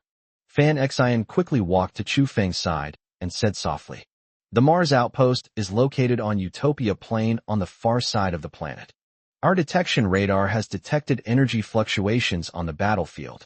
4 lines of defense have been breached at the base, leaving only the final core defense. Chu Feng nodded. His eyes instantly turned cold. All ships, prepare for fire. Target, the fleet of all races in Mars orbit. Charge in. Yes, sir. All ships, prepare fire. Main gun charging. Secondary guns locked on. Instantly, the soldiers' unified response rang out from the bridge. The massive warship's engines instantly unleashed their maximum power. Transforming into a streak of silver lightning, it charged fiercely towards the fleet of all races in Mars orbit. On Mars orbit, 300 warships from various races are surrounding the Martian outpost, unleashing a barrage of firepower. Countless beams of energy slammed into the base's defensive shield. The originally light blue protective shield is now covered with countless cracks. It could shatter completely at any moment. Inside the flagship's bridge, a powerful insectoid warrior, covered in black armor and possessing 8 arms, sat in the main seat. It is the commander of this advanced fleet, a half-star level insectoid. Looking at the crumbling base shield, the insect Spike let out a piercing, sinister laugh. Ha ha, give it a good blast. Break through this last line of defense within 10 minutes. Slaughter every human in the base. Commander Shui Kuan died at the hands of these ants. Today, I will use the blood of all the humans in the base to pay tribute to Commander Shui Kuan's spirit in heaven. The 9th-rank insectoid general beside him immediately bowed and replied, Yes, Commander. The defensive shield can only hold for another 5 minutes at most before it breaks through completely. At that time, none of the 50,000 humans in the base will be able to escape. The insect nodded in satisfaction. His compound eyes were filled with a bloodthirsty glint. It brought an advance fleet, this time with the intention of eliminating the Martian outpost. While we're at it, let's investigate the true nature of Earth. Unexpectedly, this small outpost base is so resilient. They fought for a full 6 hours, but still couldn't take it completely. But now, it's finally coming to an end. Just then, the Zerg soldier in charge of monitoring suddenly let out a terrified scream. Commander, something terrible has happened. An unidentified warship has appeared behind us. It's hurtling towards us at high speed. What? The insect suddenly turned around and looked at the monitoring screen. On the screen, a human-modified flagship of the Multi-Race Alliance is charging toward the fleet at a terrifying speed. We are now less than 100,000 kilometers away from them. Where did these human warships come from? The insect Thorn let out a roar. Lock onto it. Fire. Shoot it down. But but its order had just been issued. The human warship had instantly rushed to their fleet. Chu Feng's voice resounded throughout the entire myriad race's fleet via public communication channels. You want to attack my base? Did you even ask me? The moment the words fell, the Terran flagship's main cannon opened fire instantly. A beam of energy, hundreds of meters in diameter, shot out instantly. The first 10 escort ships of various races were instantly struck by the beam of light. Boom, boom, boom. The deafening explosions rang out one after another. The 10 escort ships were instantly blown into cosmic dust. Not even a trace of remains was left. The entire fleet of myriad races was instantly thrown into chaos. As Insect Thorn stared at the 10 warships that had been instantly blasted to pieces, his compound eyes filled with horror. How is this possible? How can the human race have such powerful warships? In that moment of horror, the space in front of the warship suddenly distorted. Chu Feng's figure instantly appeared in the very center of the myriad race's fleet. He was dressed in black, standing in the vast universe. His body was surrounded by a black and white interplay of space-time power. The aura of a half-step stellar level was unleashed without reservation. It swept across the entire Mars orbit. It's you, Chu Feng. The moment Insect Thorn saw Chu Feng, its pupils contracted sharply. He let out a scream of extreme horror. It had seen Chu Feng's image in the records of the Alliance of Myriad Races. This human was the one who killed Commander Shui Kuan. 3 stellar-level powerhouses have been killed. How did he end up here? Chu Feng looked at the panicked Insect Thorn, and a cold smile curled at the corner of his mouth. Since you're here, then none of you should leave. The words fell. Chu Feng slowly raised his right hand. Spatial lockdown. The 4 words fell. An invisible spatial force erupted instantly. With Chu Feng as the center, an area of 500,000 kilometers in radius was completely locked down. The entire fleet of myriad races, 300 warships, along with all the warriors of myriad races inside, were all firmly imprisoned in place. Unable to move. The engine even shut down instantly and could not be restarted. No. Impossible. The insect stabbed let out a desperate howl. It is a half-step stellar-level powerhouse. They were actually completely trapped by Chu Feng's spatial seal. How is this possible? Chu Feng looked at the fleet of myriad races that was tightly imprisoned, his eyes cold. I said that. Anyone who dares to invade my human race, no matter how far away they are, they will be punished. The words fell. At Chu Feng's fingertips, countless spatial blades instantly materialized. Like a dense rain, it shot fiercely towards the imprisoned fleet of myriad races. Uft, uft, uft. The continuous sound of armor being pierced echoed through the starry sky. One after another, the warships of various races were easily pierced by the spatial blades, as if they were made of paper. The ship exploded instantly. They turned into huge fireballs and exploded in the starry sky. In just 10 seconds, all 300 warships of the myriad races were destroyed by Chu Feng. Not a single ship was left intact. Countless warriors from all races were instantly reduced to ashes in the explosion. Only the insect sting was left behind by Chu Feng. Its warships have been destroyed and are floating in the starry sky, covered in wounds. They were firmly imprisoned by the power of space and could not move. As Chu Feng walked towards it step by step, the insect's eyes were filled with extreme fear. No, don't kill me. I am the younger brother of the Zerg commander of the Alliance of 10,000 races. If you kill me, the Zerg will not let you off. I know all the plans of the Alliance of all races. I'll tell you everything. Please don't kill me. It roared madly, trying to use its identity and information to buy its survival. But Chu Feng's face remained completely expressionless. I have no interest in your intelligence. The Alliance of 10,000 races, I will personally go to them sooner or later. As for you, Chu Feng's eyes instantly turned cold. Dare to touch my base, kill my soldiers. There is only one way out, death. The words fell. Chu Feng unleashed a spatial blade from his fingertip in an instant. With a soft puff, the insect's head was severed in an instant. The Zerg commander, a near-stellar level being, perished on the spot. From Chu Feng's appearance to the complete annihilation of 300 warships of myriad races and the killing of the half-step stellar-level insect thorn, it took no more than a minute. clean and decisive, dominating the entire field. The 5 women on the warship looked at Chu Feng's tall figure in the starry sky, with eyes full of admiration and love. Even in the vast universe, this man remains an omnipotent god. Inside the Mars outpost, the defending soldiers, who had already prepared to sacrifice themselves, watched as fireballs exploded in the starry sky, and the fleet of all races was instantly annihilated. They were all stunned. A full 10 seconds passed before a deafening cheer erupted. It's Alliance Leader Chu. Alliance Leader Chu has arrived. We're saved. Alliance Leader Chu has come to our rescue. Alliance Leader Chu is awesome. Cheers pierced through the base's defensive shield and resounded throughout the entire Utopia plain. Chu Feng glanced at the cheering defenders below, then his figure flashed. They appeared instantly above the base. He slightly raised his hand to signal to the soldiers below.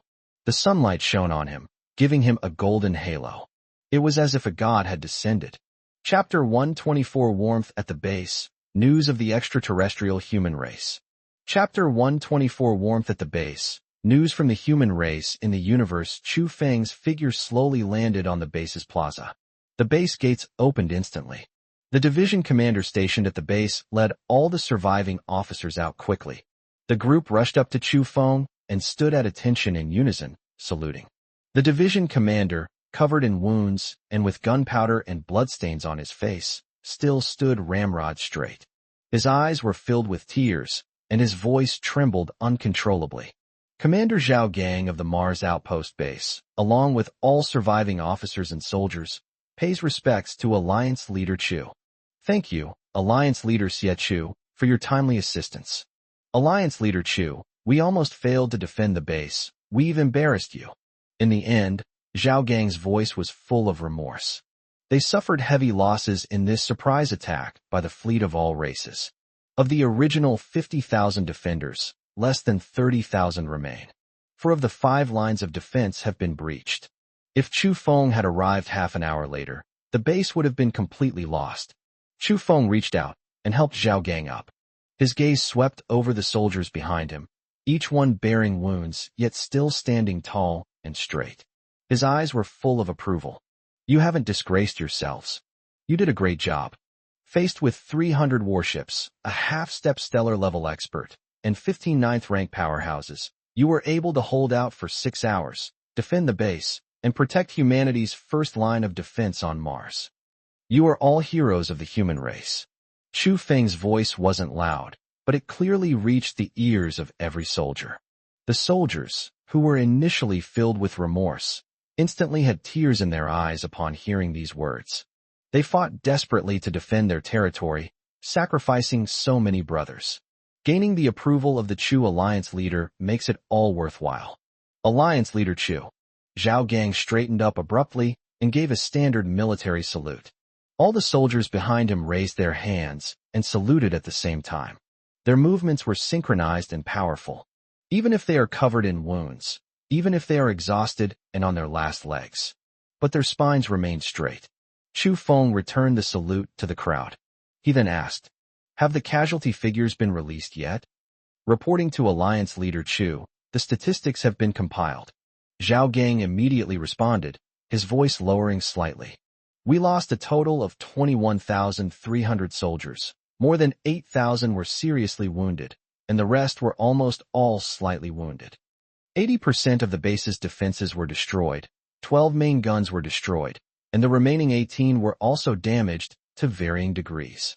However, the core facilities of the base, as well as the living area and planting area, are intact and have not been affected. Chu Feng nodded.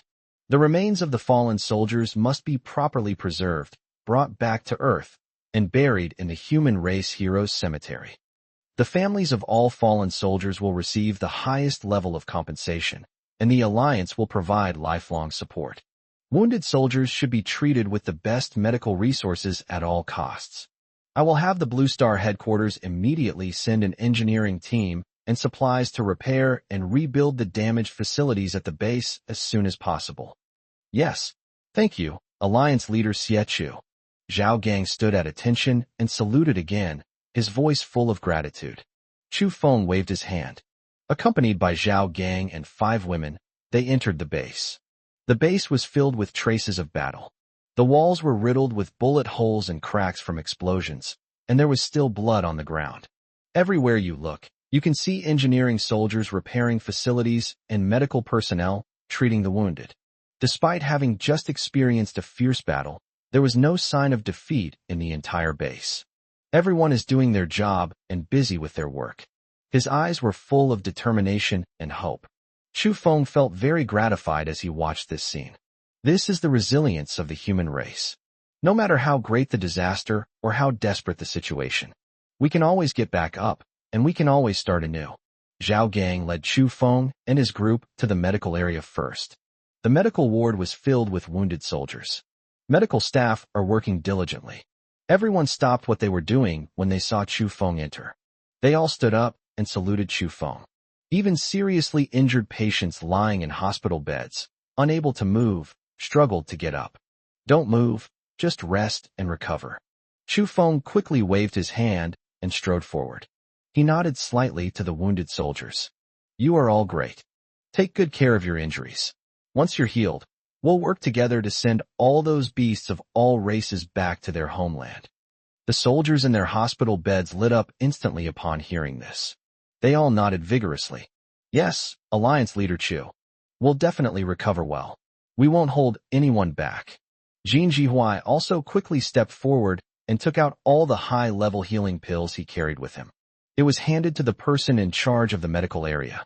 These are the highest-grade muscle regeneration pills and recovery pills. Each severely injured warrior can take one to quickly repair their internal injuries and save their lives. And these mind-concentrating pills are for warriors whose mental strength is damaged. The head of the medical area was trembling as he looked at the box full of high-grade pills in his hands. These elixirs are priceless treasures in the apocalypse. One pill can save a seriously injured life. The leader of the Chu Alliance actually brought so many people all at once. Alliance leader Xie Chu, Miss Xie Jin. The person in charge immediately bowed deeply to Chu Feng and Jin Jihuai. With these pills, almost all the seriously wounded soldiers in the base could be saved. Chu Feng nodded at him. He gave a few more instructions, emphasizing the need to do everything possible to treat the wounded. He then left the medical area with the women. Afterwards, Zhao Gang led Chu Feng on a tour of the base's main control room, weapons depot, planting area, and living quarters. This Mars outpost, though small, is fully equipped. It has a complete ecological cycle system and can achieve self-sufficiency in water and oxygen. There are large planting areas where cold-resistant and drought-resistant plants cultivated by the golden locust are grown, enabling the region to achieve food self-sufficiency. It has a sophisticated weapons system and defense system, capable of withstanding large-scale attacks. It is fully capable of long-term deployment. It was, in a true sense, humanity's first home in the universe. It was already afternoon when we finished touring the entire base. Zhao Gang prepared a simple meal at the base's canteen. All the vegetables are spirit plants grown on site at the base, along with a small amount of canned meat. Although simple, it was the best thing the base could offer. At the dinner table, Zhao Gang picked up a glass of juice made from spirit fruit and stood up. He bowed deeply to Chu Feng. Alliance Leader Chu, on behalf of all the officers and soldiers of the base, as well as all the staff, I would like to offer you a toast. Without you, we would all have perished here today. I won't thank you enough. I'll drink this first as a sign of my respect. After saying that, Zhao Gang tilted his head back and drank the juice in the glass in one gulp. Chu Feng also picked up his cup, raised it to him, and drank it all in one gulp. Setting down his cup, Chu Feng looked at Zhao Gang and asked with a smile, "You've been stationed on Mars for so long, isn't it tough?" Upon hearing this, Zhao Gang grinned. His dark face revealed a set of white teeth. It's not bitter. It's not bitter at all. To be among the first human soldiers to step into space and to defend this first line of defense for the Alliance is the greatest honor of our lives. Don't say it's just that the conditions are a bit tough. We would be willing to risk our lives. The officers behind him also nodded vigorously. His eyes were full of determination. They never felt bitter. It is their pride to guard the frontier for humankind. Chu Feng looked at them, deeply moved. This group of lovely people used their own flesh and blood to build an indestructible defense line for humanity. Good. Chu Feng nodded. Don't worry, it won't be long before we have more warships and more bases. We will establish our defenses on the Moon, on Venus, and throughout the entire solar system. In the future, our footsteps will extend beyond the solar system and traverse the entire Milky Way.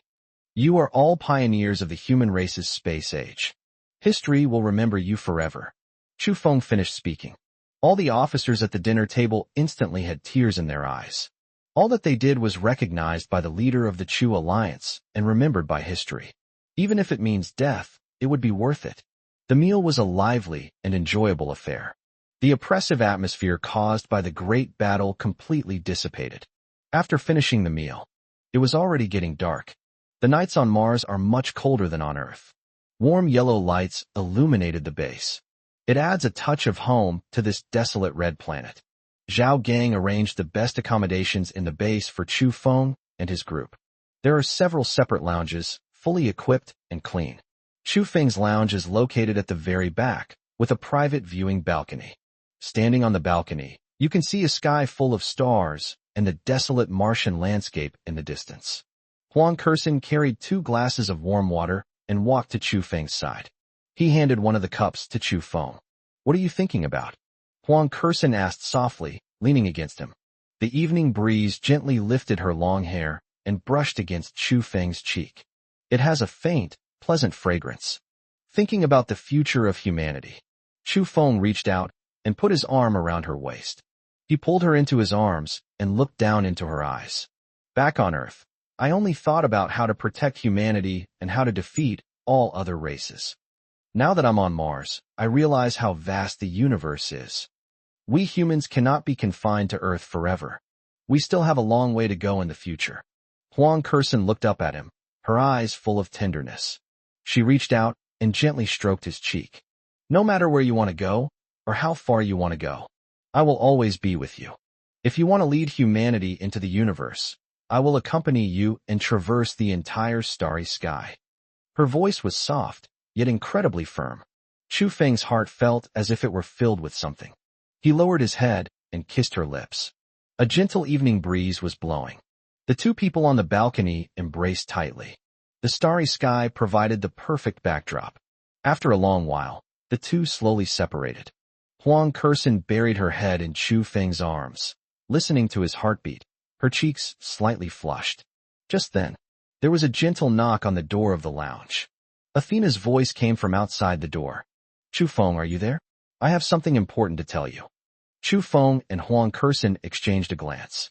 Chu Feng said, Come in, the door isn't locked. The door was pushed open. Athena strode in. In her hand, she held an encrypted tablet. His expression was somewhat solemn, yet it also carried a hint of barely concealed excitement. Seeing Chu Feng and Huang Kersen hugging, Athena's cheeks flushed slightly. He quickly lowered his head and whispered, I'm sorry, did I disturb you? It's nothing, what's wrong? Chu Feng shook his head and released his arm around Huang Kersen. He asked Athena, What's the matter? Why are you in such a hurry? Athena immediately snapped out of her daze and quickly walked up to Chu Feng. He handed the tablet in his hand to Chu Feng. Chu Feng, just now, our base's deep space exploration radar received an encrypted signal from the depths of the universe. I spent a whole hour cracking it, and finally I deciphered the signal. This signal was sent by the human race. These words were spoken. Chu Feng and Huang Kersen were stunned for a moment. A signal sent by the humans? From the depths of the universe? Chu Feng immediately took the tablet. He looked down at the deciphered content above. On the tablet, there was a clear text and an audio recording. The text was written in standard Xia script. The gist of the story is that they are human survivors scattered in the depths of the universe who established a human settlement. Recently, signals from our own kind have been detected in the solar system. We want to ascertain the situation of the human race in the solar system and hope to make contact. The audio was of a middle-aged man. His tone was filled with barely concealed excitement and anticipation. Chu Feng's pupils contracted slightly.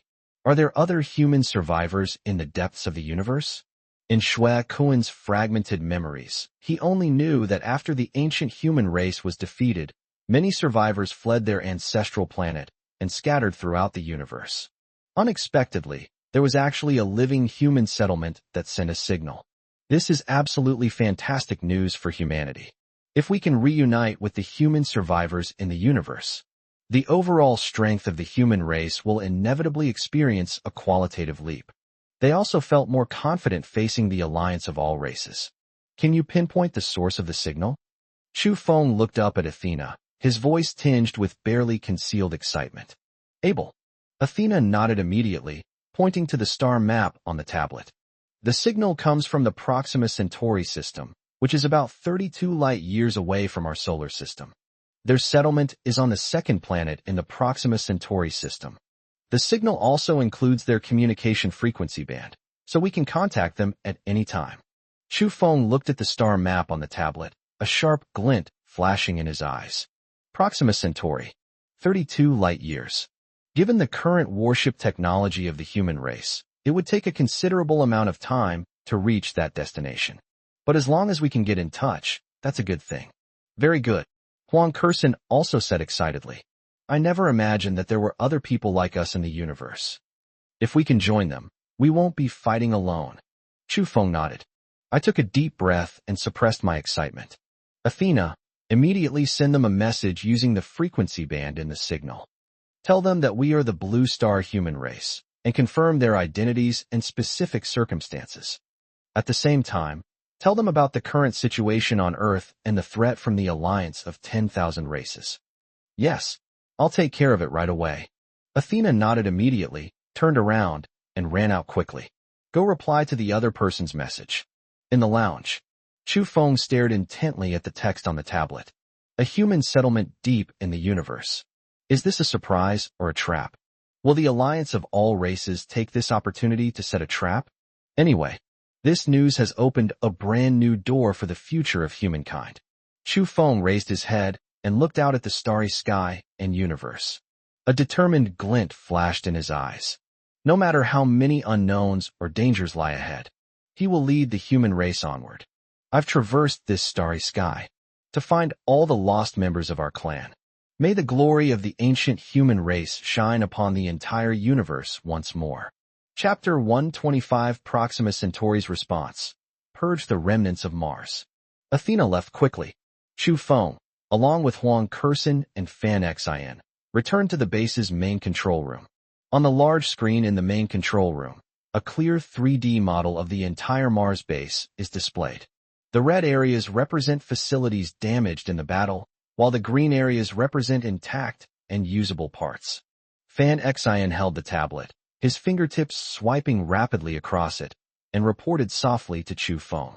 Chu Feng, I have already contacted headquarters. The Qingzhou headquarters will send 3 transport ships tomorrow, bringing engineering teams, building materials, and maintenance equipment. I have also drafted a preliminary plan for rebuilding the base's defense system. I plan to add 3 more outer early warning defense lines on top of the existing 5 lines of defense, and at the same time, install early warning radars and main cannons on the 2 satellites of Mars. In this way, even if another fleet of all races comes, we can detect it in advance from tens of millions of kilometers away. Fan Xin speaks slowly and clearly. The tablet in his hand was covered with dense markings of various parameters, timelines, and material requirements for the reconstruction. Every detail has been carefully considered. Chu Feng took the tablet and quickly flipped through it.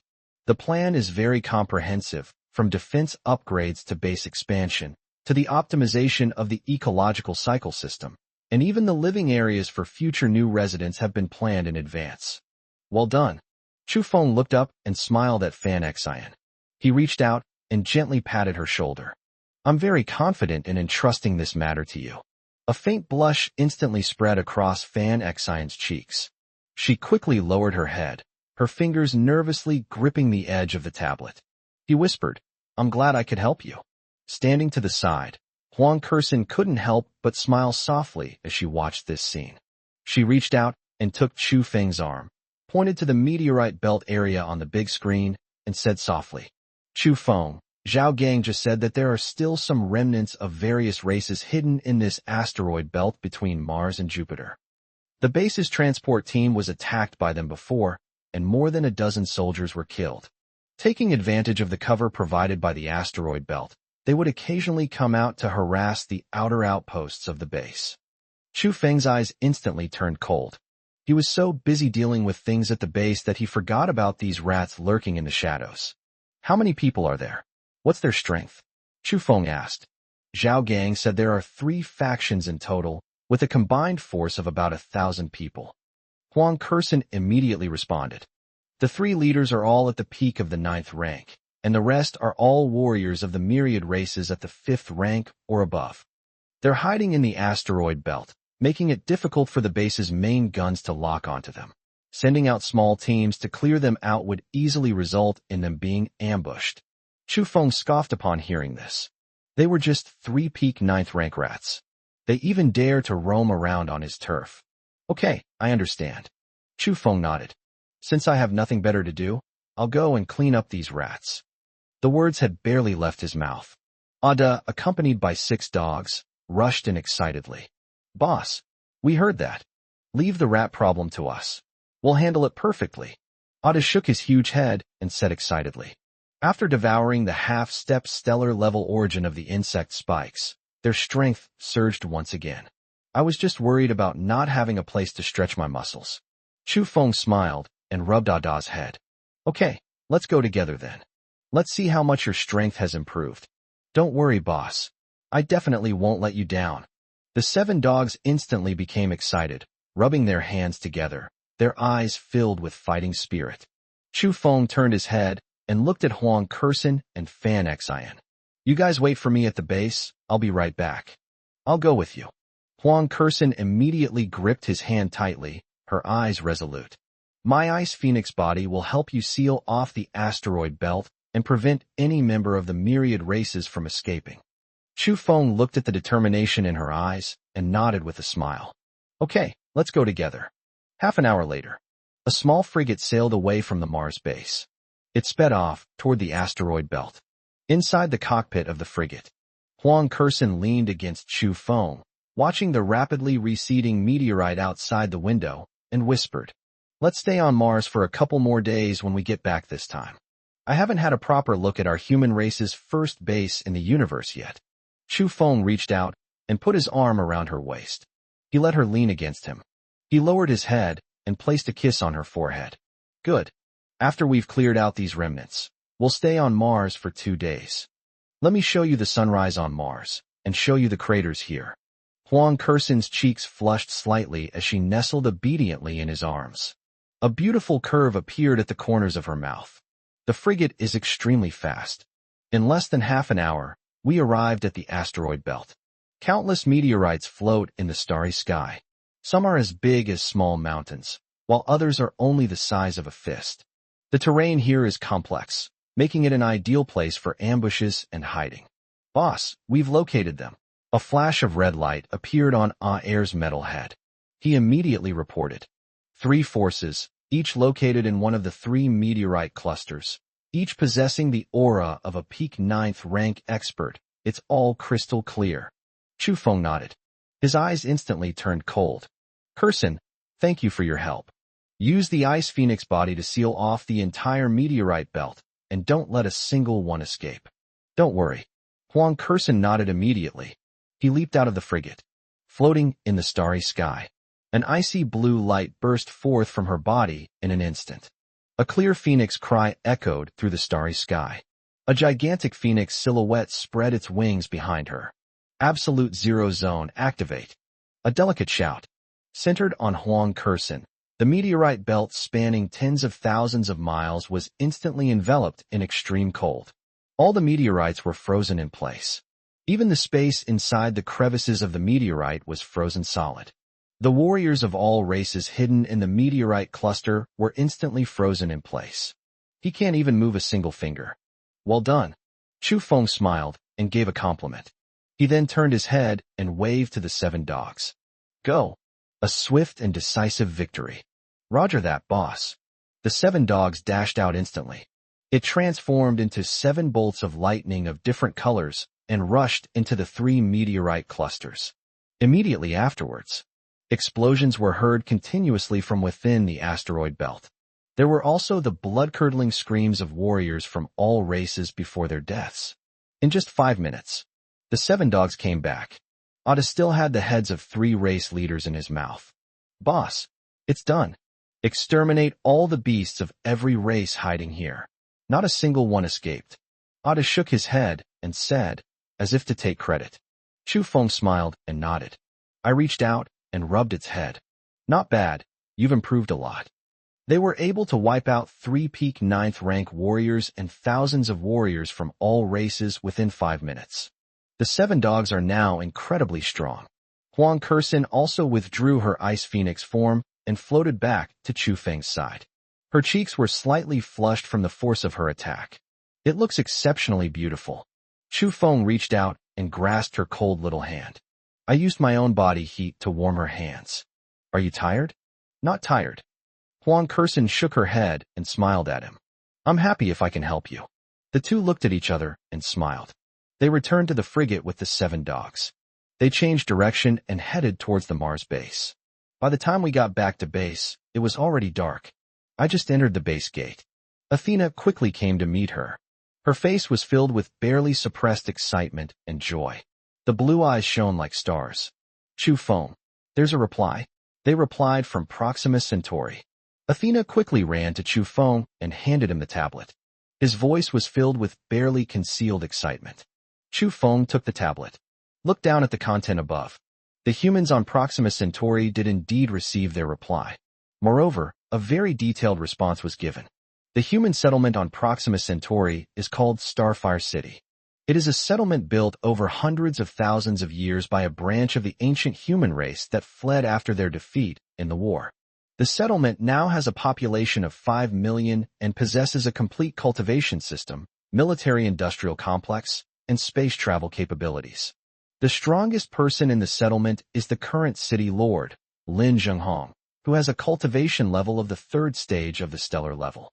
In addition, there were more than a dozen half-step stellar-level experts and hundreds of 9th-rank powerhouses. Their overall strength far surpasses that of the current human race on Earth. They have been scattered in the depths of the universe, dealing with the alliance of all races for hundreds of thousands of years. They have been searching for their lost kin and the whereabouts of the ancestral planet of humanity. They were incredibly excited to receive the signal from Earth. In their reply, they made it clear. They are willing to provide the human race of Blue Star with complete space travel technology, advanced cultivation methods, and military weapons technology. They are also willing to send an elite team with a wealth of resources to Blue Star to discuss cooperation with Chu Feng. They were even willing to send troops to support Blue Star when the main fleet of the All-Race Alliance attacked. As Chu Feng read the reply, the light in his eyes grew brighter and brighter. This is absolutely fantastic news. With the help of the neighboring Starfire City, the human race's development speed can be accelerated by at least 10 times. Facing the main fleet of the alliance of 10,000 races 6 months later, they had much more confidence. Very good. Huang Kursin read the reply and excitedly gripped Chu Feng's hand tightly. We are finally not fighting alone. Athena nodded vigorously and said with a smile, I have replied to them as you instructed and arranged a time to communicate. They said they would send an advance team in 3 days and expect to arrive on Earth in a month. Chu Feng nodded. I took a deep breath and suppressed my excitement. Very good. Continue to follow up on this matter. Tell me any news as soon as possible. Don't worry, Chu Feng, leave it to me. Athena immediately nodded in agreement. His eyes were full of joy. She was happier than anyone else to help Chu Feng accomplish this great thing. That evening, a simple celebration banquet was held at the base. Firstly, it was to celebrate Chu Feng's timely assistance in defending the base. Secondly, it's a celebration of finding our kind in the universe, giving us new hope. At the victory celebration banquet, the soldiers from the base took turns toasting Chu Feng. They were all so excited that their faces turned red. Chu Feng did not refuse and agreed to each one with a smile.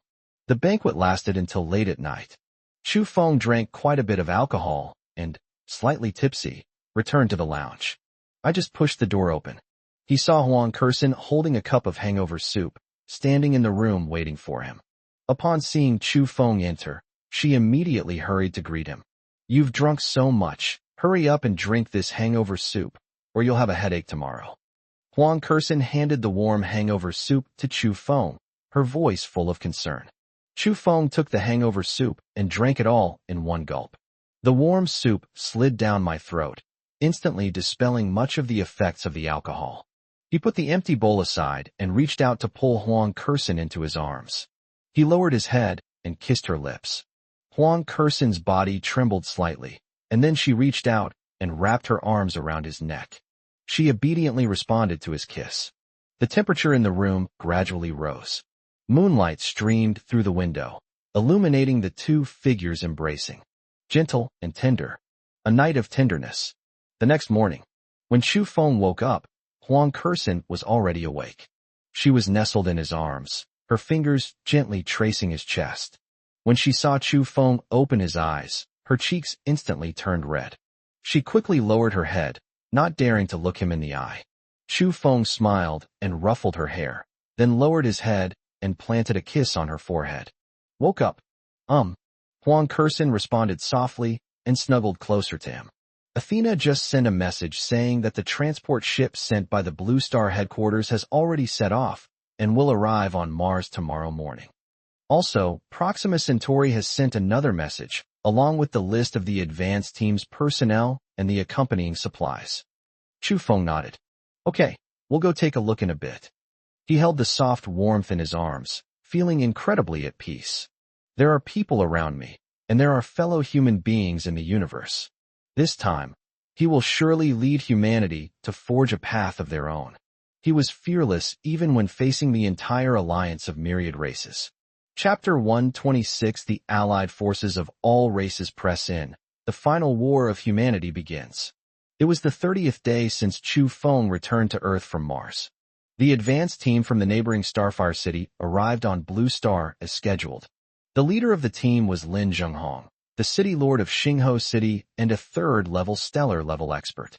Accompanying them were 50 state-of-the-art space warships, 1,000 elite human warriors, complete stellar-level cultivation methods, cosmic-level military technology, and mountains of cultivation resources. With the help of Xingho City, the strength of the human race on Earth experienced an explosive leap. 3 more months passed.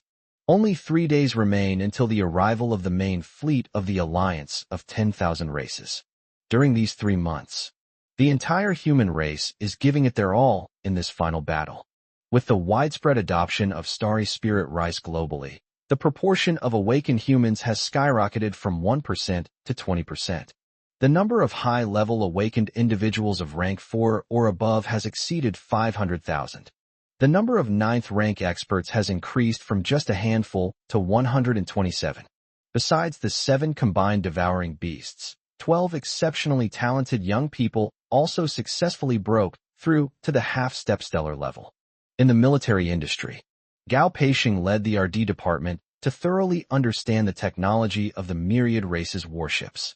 Combined with the blueprints provided by Starfire City, they achieved the independent mass production of the space warships. 300 of the human race's self-developed main warships have been deployed and are stationed on the 3 lines of defense of the solar system. The Annihilation Cannon, capable of destroying stars, has also been mass-produced and deployed in every defensive fortress on Earth, the Moon, and Mars.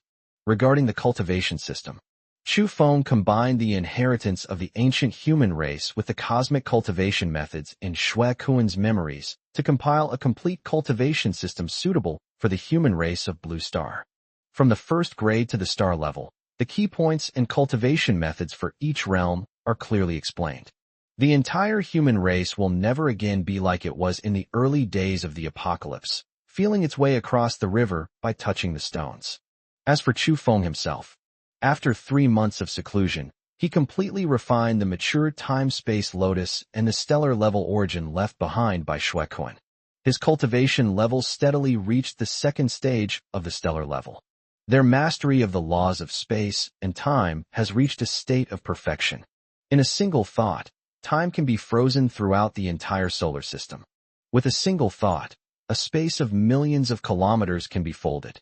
Even when facing a high-level stellar expert, he has the strength to fight. This day, the early warning radar in near-Earth orbit of Earth simultaneously issued the highest level of alert.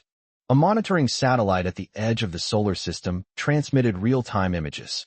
In the vast universe, countless spaceships, like locusts swarming across the land, broke through the boundaries of the solar system. 12,000 main warships and 30,000 frigates and landing ships filled the entire starry sky. The 12 colossal flagships at the head of the fleet exuded a terrifying stellar-level pressure. The main fleet of the alliance of all races has finally arrived. It arrived 3 days earlier than scheduled. Human Alliance Headquarters, Supreme War Room. The atmosphere was solemn, but there was no sign of panic. Chu Feng sat in the main seat, his fingertips lightly tapping the table. His gaze swept over everyone present. Zhou Weiguo, Li Hong, Lu Qian, Kong Weihai, Gao Peisheng, Jin Jihuai, and Lin Zhenghong, the city lord of Xingho City. All of the core high-ranking members of the human race gathered here. Huang Kursin, Athena, Jiang Lingyu, Jiang Lingyin, and Fan Xian, the 5 women, also stood beside Chu Feng. Every face bore a resolute fighting spirit. Not a single person backed down, not a single person was afraid. They're here. Chu Feng spoke slowly, his voice calm, yet carrying a calming power. What's meant to come will come. This apocalypse that has lasted for almost 2 years should come to an end. Lin Zhenghong immediately stood up and bowed to Chu Feng. Alliance leader Chu, all the humans in Starfire City are willing to obey your command. The 50 warships and 1,000 elite soldiers I brought are all incorporated into the combat sequence. I, Lin Zhenghong, am willing to be a vanguard, to carve out a path to survival for my human race. His voice was firm and resolute, his eyes filled with determination. After drifting in the universe for hundreds of thousands of years, they finally found their ancestral planet and their kind. Even if it costs them their lives, they will protect this land that is the origin of humankind. Good. Chu Feng nodded. He then raised his eyes, scanned the crowd, and slowly issued the final battle order. Zhou Weiguo, lead the main force to guard the Blue Star Homeland Defense Line. We must not allow any warship of any race to set foot in the Blue Star atmosphere. Yes, sir. Mission accomplished. Lu Qian, lead the Ice Phoenix Special Squad to guard the Lunar Defense Line and cooperate with the Annihilation Main Cannon to intercept the enemy's Vanguard fleet. Yes. Li Hong, lead the Dark Guards, in coordination with the elite troops of Starfire City, as a mobile force to fill any gaps that arise. Yes. Gao Peisheng will be stationed at the military-industrial headquarters to ensure the normal operation of all weapon systems. Any malfunctions will be repaired immediately. Yes. Kong Weihai and Jin Jihuai, coordinate all logistical supplies and medical supplies to ensure the supply of every soldier on the front line. Yes. Athena, Jiang Lingyu, and Jiang Lingyin joined forces to build a mental early warning network covering the entire solar system, locking onto the movements of all enemy warships and star-level powerhouses in real time, and interfering with the enemy's fire control system. Yes. Fan Xian is responsible for coordinating all bases worldwide, synchronizing all operational information, and ensuring the smooth operation of the command system. Yes. Huang Kursin, you will come with me to face the stellar-level commander of the Alliance of Myriad Races head-on. Huang Kursin immediately stepped forward, gripped the Ice Phoenix scepter tightly, and her eyes were filled with unwavering determination. Okay, I'll go with you. Each instruction was clear and decisive. From frontal defense to mobile support, and then to logistical support and intelligence early warning, everything is taken into account without any omissions. Everyone present stood at attention and saluted. They responded in unison. Yes. We guarantee to complete the mission. The sound was deafening, carrying a resolute determination to burn one's bridges. This battle will either lead to the complete rise of humanity or to the annihilation of the race. They had no way out. Just then, suddenly, the public communication channel of the Alliance of 10,000 Races was connected to the large screen in the war room. The scene showed a dragon-like creature covered in golden scales and with 3 giant horns. He is the current leader of the Alliance of All Races, the patriarch of the Dragon Clan, and the 8th Order Star-level Azure Sky. He was also the supreme commander of this allied forces of all races. Behind it stood the remaining 10 stellar-level commanders. Each one of them is a ruthless character with a notorious reputation in the universe. Humble human ants. The voice of the heavens resounded throughout the conference room through the communication channel. With an air of superiority and disdain. I am Tsang Qiong, the leader of the Alliance of Myriad Races. Now, I'm giving you one last chance. Immediately lay down your weapons, open the defenses, and surrender by binding yourselves. Offer Chu Feng's head in exchange for control of the ancestral star. I can spare your human race's lives, but I'll make you slaves of all races, so you can eke out a miserable existence.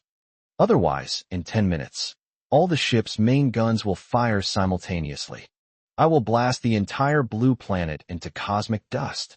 The voice of the sky was filled with undisguised killing intent. Shuekuan died on Blue Star at the hands of Chu Feng. It brought the main force of all races this time, not only to completely control the ancestral star of the human race, but also to use the blood of the entire human race to commemorate the spirit of Shuekuan in heaven. Chu Feng walked to the front of the big screen. Looking at the sky in the picture, a cold smile curled at the corner of his mouth. The sky. Stop barking there. If you want to fight, then come down and fight. Don't even mention 10 minutes. Even if you have 10 months, you still can't destroy Blue Star. They want the ancestral star, they want my head. It all depends on whether you have the life to take it. Chu Feng's voice wasn't loud, but it carried an air of domineering arrogance. The message was transmitted to every warship of the myriad races via the communication channel. Presumptuous. The heavens instantly flew into a rage. A pair of golden vertical pupils erupted with overwhelming killing intent. You ignorant ants. Since you're courting death, then I'll grant your wish. All ships, listen to my command. Main guns charged. Target, Earth. Bomb. With a command from the heavens. The edge of the solar system. The main cannons of 40,000 warships from various races simultaneously lit up with dazzling energy. The destructive energy converged instantly. The entire space of the solar system was slightly distorted by this terrifying energy. But just as the main gun was about to fire, Chu Feng slowly raised his right hand. His eyes were cold as he uttered 4 words. Time and space stand still. The moment the words fell. With Chu Feng as the center, the entire solar system is within this range. Time stood still for a moment. The 40,000 warships of various races, along with all the warriors of various races inside, were instantly frozen in place. The beam of light from the main cannon, about to be fired, was also fixed on the muzzle. The entire starry sky seemed to have been paused. Chu Feng looked at the scene where Tsang Qiong's expression was frozen in fury, and a cold smile curled at the corner of his mouth. I said that. If you want to fight, we'll see if you have the ability. The final battle has officially begun from this moment. Chapter 127 Slaying Generals in the Starry Sky. Even stellar-level beings are like ants. 2 minutes of time stood still, fleeting in an instant. Time began to flow again. The warships of the myriad races, which had been frozen in place, instantly regained their mobility. The roar of the heavens once again resounded through the communication channel. The law of time. It's that damned law of time again. Chu Feng, I will tear you to pieces. It simply couldn't believe it. Chu Feng was able to freeze time and space, covering the entire solar system. This is something that ordinary stars cannot do. Even a powerful 8th-tier stellar-level being like it couldn't possibly grasp this level of control over the laws. But its roar hadn't even finished. Chu Feng's figure had already disappeared from the war room. A thought. Space travel. Chu Feng's figure instantly traversed a distance of billions of kilometers. It appeared in the very center of the fleet of the allied forces of 10,000 races. He was dressed in black and hovered in the vast starry sky. His body was surrounded by a black and white interplay of space-time power. The aura of a 2nd-tier stellar-level being unleashed without reservation. It swept across the entire starry sky. What? Tsang Qiong, who was located on the flagship's bridge, saw Chu Feng suddenly appear in the center of the fleet, and his pupils shrank. He let out a horrified roar. How did he suddenly appear here? The laws of space. His control over the laws of space has reached such a level. The expressions of the several stellar-level commanders beside them also changed instantly. They never expected this. Chu Feng actually dared to venture alone into their formation of 40,000 warships. This is simply disregarding their alliance of 10,000 races. Court death. A first-tier commander of the Tiger clan at the stellar level instantly flew into a rage. He is a fierce general in the alliance of all races, renowned for his physical strength. With a roar, it instantly broke through the ship's hull and rushed out of the flagship. It transformed into a golden streak of light and pounced fiercely towards Chu Feng. Boy, you dare to venture alone into my great array of myriad races? You're tired of living. Today, I, who lie, will first slay you, you arrogant ant. Its fists were covered with thick golden armor. With the beastly laws at the stellar level, he threw a punch. Wherever it passed, space collapsed instantly. Even an asteroid would be completely blasted into dust by its punch. But Chu Feng, looking at Hu Lai rushing towards him, showed no emotion whatsoever. He didn't even move a step. He simply raised his right hand slowly. He gently shook hands with Hu Lai. Spatial strangulation. The 4 words fell. An invisible spatial force erupted instantly around Hu Lai. Countless sharp spatial lines instantly intertwined into a net. Hu Lai was trapped in place. No, impossible. Hu Lai let out a horrified roar. He frantically channeled the stellar-level energy within his body, attempting to break free from the constraints of space. But its struggles were futile in the face of Chu Feng's spatial laws. A series of muffled thuds rang out. The sharp spatial lines easily pierced through its proud physical defenses. It instantly shredded its massive body into bloody froth. Its soul imprint and stellar-level origin were also completely annihilated. Not even a trace was left. Tiger Fierce, a first-tier commander of the stellar class. Fallen. From the moment he made his move to his demise, it took no more than a second. Sold out instantly. A complete and utter annihilation. The entire fleet of myriad races fell into an instant silence. All the warriors of the myriad races stared wide-eyed at the black figure in the starry sky. His eyes were filled with extreme fear. That's a stellar-level powerhouse. He is the supreme commander of their alliance of all races. He was actually killed instantly by Chu Feng in one move. How is this possible? The sky above the bridge also froze instantly. His golden, vertical pupils were filled with unbelievable horror. It knew that Chu Feng was very strong. They knew that Chu Feng could kill Shuekoan. But it never expected this. Chu Feng has become this strong. He instantly killed a first-tier stellar-level expert. Even if it were, it simply couldn't do it. Attack together. The sky reacted instantly and let out a deafening roar. This kid is really weird. Let's attack together and kill him. With a command from the heavens. The remaining 10 stellar-level commanders moved simultaneously. They instantly tore through the ship's hull and rushed out of the flagship. They scattered and surrounded Chu Feng from all directions.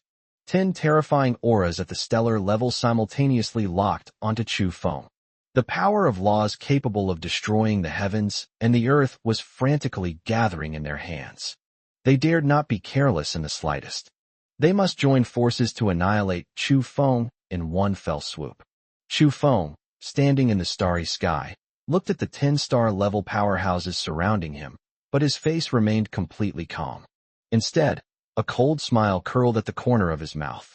Attack together? Perfect. Saves me the trouble of looking for them one by one. The moment the words fell, Chu Feng made a move. There was no use of teleportation or time-space freeze. Just take that simple step. His figure instantly appeared in front of the Serpent Clan's stellar-level commander on the far left. This Snake Clan leader specializes in poison-based laws and is most adept at insidious and sneaky attacks. When it saw Chu Feng suddenly appear in front of it, it panicked instantly.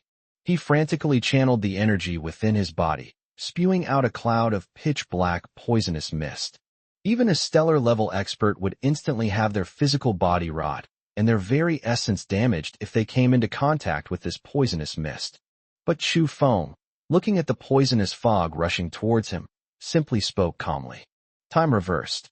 The 4 words fell. Within a kilometer radius of the Snake Clan commander, time instantly reversed. The jet-black poisonous mist that had been sprayed out was instantly poured back into its mouth. Its body decayed and dissolved rapidly at a speed visible to the naked eye. No. The Snake Clan commander let out an extremely shrill scream. It never imagined that its most prized poison would ultimately kill it. Just 2 seconds. The serpent leader's body, along with its very soul, completely dissolved into the starry sky. Not even a trace was left. The second stellar level commander has fallen. Eliminate the Snake Clan commander. Chu Feng's figure flashed again. They appeared behind another Wolf Clan commander. A spatial blade flashed from his fingertip, slashing out in an instant. With a soft pft, the Wolf Clan leader's head was severed in an instant. The 3rd star level being has fallen. It took no more than 10 seconds. 3 stellar level commanders were successively killed by Chu Feng. Clean and efficient, without any unnecessary delays. The remaining 7 stellar level commanders panicked instantly. They finally realized it. The young man before them was someone they could not possibly contend with. Even if they join forces, they are no match for each other. Retreat. Retreat now. A stellar level commander of the Turtle Clan let out a terrified roar. They turned around and wanted to escape back to the flagship. It is a defensive stellar level creature, best at defense, but in front of Chu Feng, it didn't even have the courage to make a move. Trying to run? Chu Feng scoffed. Once you're here, you're not leaving. Spatial lockdown. The words fell. An invisible spatial force erupted instantly. An area spanning millions of kilometers was completely locked down. The 7 stellar level commanders who were fleeing instantly crashed into an invisible spatial barrier. They were trapped in place. No matter how hard they tried, they couldn't break through Chu Feng's spatial seal. Chu Feng walked forward slowly. They walked step by step toward the 7 trapped stellar level commanders. His steps were very light. Each step felt like stepping on their hearts. Their bodies trembled uncontrollably. They finally understood. The despair that Shui Kuan felt when facing Chu Feng was so profound. So what if it's stellar class? In front of Chu Feng, they were nothing more than slightly stronger ants. Just then, a streak of icy blue light instantly pierced the starry sky. Huang Kerson's figure appeared at the edge of the sealed space. The phantom of the snow phoenix behind her emitted a clear phoenix cry. The ultimate power of ice surged into the sealed space in an instant. The 7 panicked star-level commanders were instantly frozen in place. Chu Feng, I'm here to help you. Huang Kerson's voice came through clearly. After 2 years of training, and with Chu Feng's meticulous guidance, her ice phoenix body has been fully awakened. His cultivation level also broke through to the half-step stellar level. Even when facing a true early-stage stellar-level powerhouse, it can put up a head-on battle. That freeze just now would have slowed even a stellar-level expert for 3 seconds. Chu Feng turned around and smiled at her. His eyes were full of tenderness. Okay, let's do it together. The words fell. Chu Feng raised his right hand again. At their fingertips, the black and white power of space-time converges wildly. He poured all his understanding of the laws of space-time and all his stellar-level power into this strike. A space-time blade piercing through the entire starry sky instantly took shape. He gently waved his hand towards the 7 trapped stellar-level commanders. A series of muffled thuds rang out. The bodies of the 7 stellar-level commanders, along with their soul essence, were instantly and completely annihilated by the blade of time and space. Not even a trace was left. In less than 5 minutes, of the 11 stellar-level commanders, all except Song Qiong, who was still in the flagship, were killed by Chu Feng. The entire starry sky fell silent instantly. All the warriors of all races on the 40,000 warships of various races were frozen in place. His eyes were filled with extreme fear. Their leader, their faith. In just a few minutes, Chu Feng had wiped them all out. This is simply a fantasy. Chu Feng slowly turned around.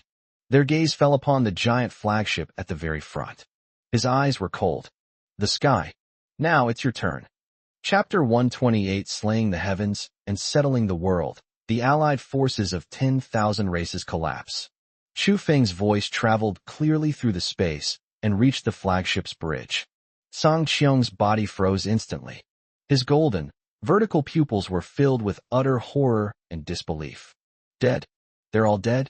11 stellar-level commanders were wiped out by Chu Feng in just a few minutes. It couldn't believe its eyes. Those are 11 stellar-level powerhouses. Not some random cat or dog on the street. Even it could barely defend itself against the combined attack of 11 star-level beings. It was impossible for it to be completely annihilated. But Chu Feng killed them all in just a few minutes. How is this possible? He's clearly only at the second level of the stellar realm. How could it be this powerful? No. Impossible. This is absolutely impossible. The sky let out a hysterical roar. His golden, vertical pupils were bloodshot. It has lived for hundreds of thousands of years and has never encountered anything so outrageous. A human at the second level of the stellar realm was able to crush his peers, instantly kill stellar realm experts, and even kill 11 stellar realm powerhouses in a row. This violates the universal laws of cultivation. But it knew very well what was going on in its mind. Everything I see is real. Now, of all the allied forces of the myriad races, only it remains as a stellar-level powerhouse. It looked at the black figure in the starry sky, walking step by step toward the flagship. A chill that penetrated to the bone instantly shot from the soles of my feet to the top of my head. It was afraid. I'm genuinely scared. The dignified leader of the alliance of myriad races at the 8th level of the stellar level, actually felt fear towards a human at the 2nd level of the stellar level. Chu Feng, don't come any closer. The sky let out a roar that was all bark and no bite. I am the leader of the alliance of myriad races, the patriarch of the dragon clan, a powerhouse at the 8th level of the stellar realm. You dare touch me? The alliance of all races will not let you get away with this. All races throughout the universe will hunt you down to the ends of the earth. It tried to scare Chu Feng away by using the name of the alliance of all races. Chu Feng merely scoffed. Their steps did not falter in the slightest. The alliance of 10,000 races? Once I kill you, the next target will be the headquarters of the alliance of 10,000 races. I will collect the blood debts you owe to the human race, one by one, with interest. Chu Feng's voice wasn't loud, but it carried an undeniable resolve. The blood feud of the ancient human race, and the human compatriots who died at the hands of all races in the apocalypse. Someone has to pay this debt. The sky was just the first one. As they were talking, Chu Feng had already reached the front of the flagship. Looking at the colossal flagship that stretched for 30 kilometers, Chu Feng slowly raised his right hand. At his fingertips, a spatial force, condensed to its ultimate limit, instantly took shape. With a gentle tap, he aimed at the bow of the flagship.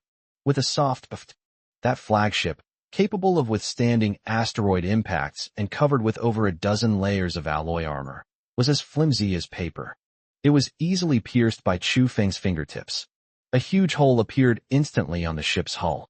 Chu Feng's figure flashed by. It instantly passed through the ship's armor and appeared inside the flagship's bridge. The generals of all races on the bridge panicked the moment they saw Chu Feng suddenly appear. They all drew their weapons and were about to rush towards Chu Feng. But they had just started moving. Chu Feng only had a thought. An invisible spatial force erupted instantly.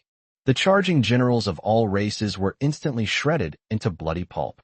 The entire bridge was instantly turned into a mess. Only Chu Feng and Song Qiong, who was standing in the main seat, remained. Chu Feng.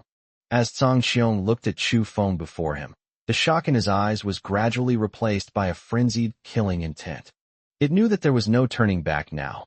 It will either kill Chu Feng, or it will die here. You really think that killing a few early-stage stellar-level trash gives you the right to act arrogantly in front of me?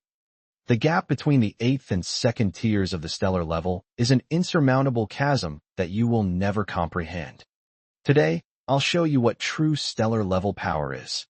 The moment the words fell, the 8th order stellar power within Song Qiong's body erupted without reservation.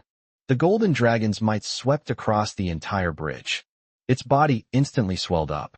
It transformed into a golden dragon over 100 meters long. Its body was covered with indestructible dragon scales, and its huge dragon wings spread out, causing the entire bridge to collapse instantly due to the support of its body. The terrifying laws of the dragon path raged wildly around it. This is the true full power burst of an 8th-tier stellar-level expert. The dragon roars across the 9 heavens. A deafening dragon's roar echoed from the heavens. The enormous dragon claw, carrying a world-destroying force, slammed down towards Chu Feng. This claw contains all its power and the laws of the dragon path. Even a planet could be completely shattered by its claw. Chu Feng stood still, upright and motionless. He showed no panic as he watched the dragon claw hurtling towards him. Just as the dragon's claw was about to strike him, Chu Feng spoke slowly. Time and space stand still. The words fell. The entire area of the collapsed bridge. Time stood still for a moment. The colossal body of the azure sky, along with its slamming dragon claw, froze instantly in place. The ferocity on his face and the murderous intent in his eyes were frozen in this moment. A minute of time and space stand still. That's enough. Chu Feng walked forward slowly. They walked up to the enormous dragon head in the sky. Looking at its frozen golden vertical pupils, Chu Feng slowly raised his right hand. At their fingertips, the power of space-time and the power of chaos merge wildly. He incorporated the chaotic essence of the 7 dogs devouring beasts into this attack. This was the strongest attack he had ever delivered. The sky. Chu Feng's voice was icy and chilling. Remember this in your next life. Don't provoke the human race again. The words fell. Chu Feng's fingertip gently touched Song Qiong's brow. Buzz.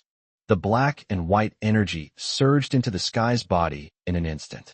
The power of time and space is strangling its meridians and physical body.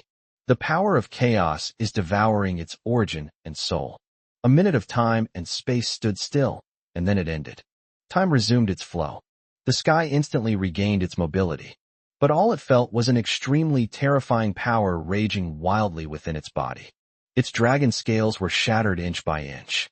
Its meridians were broken inch by inch. Its stellar origin is being rapidly devoured at a speed visible to the naked eye. No, no. The sky let out a desperate scream. It frantically channeled its internal energy, trying to suppress the rampant power within it. But no matter how hard it tried, it was all in vain. It could clearly feel its life slipping away rapidly.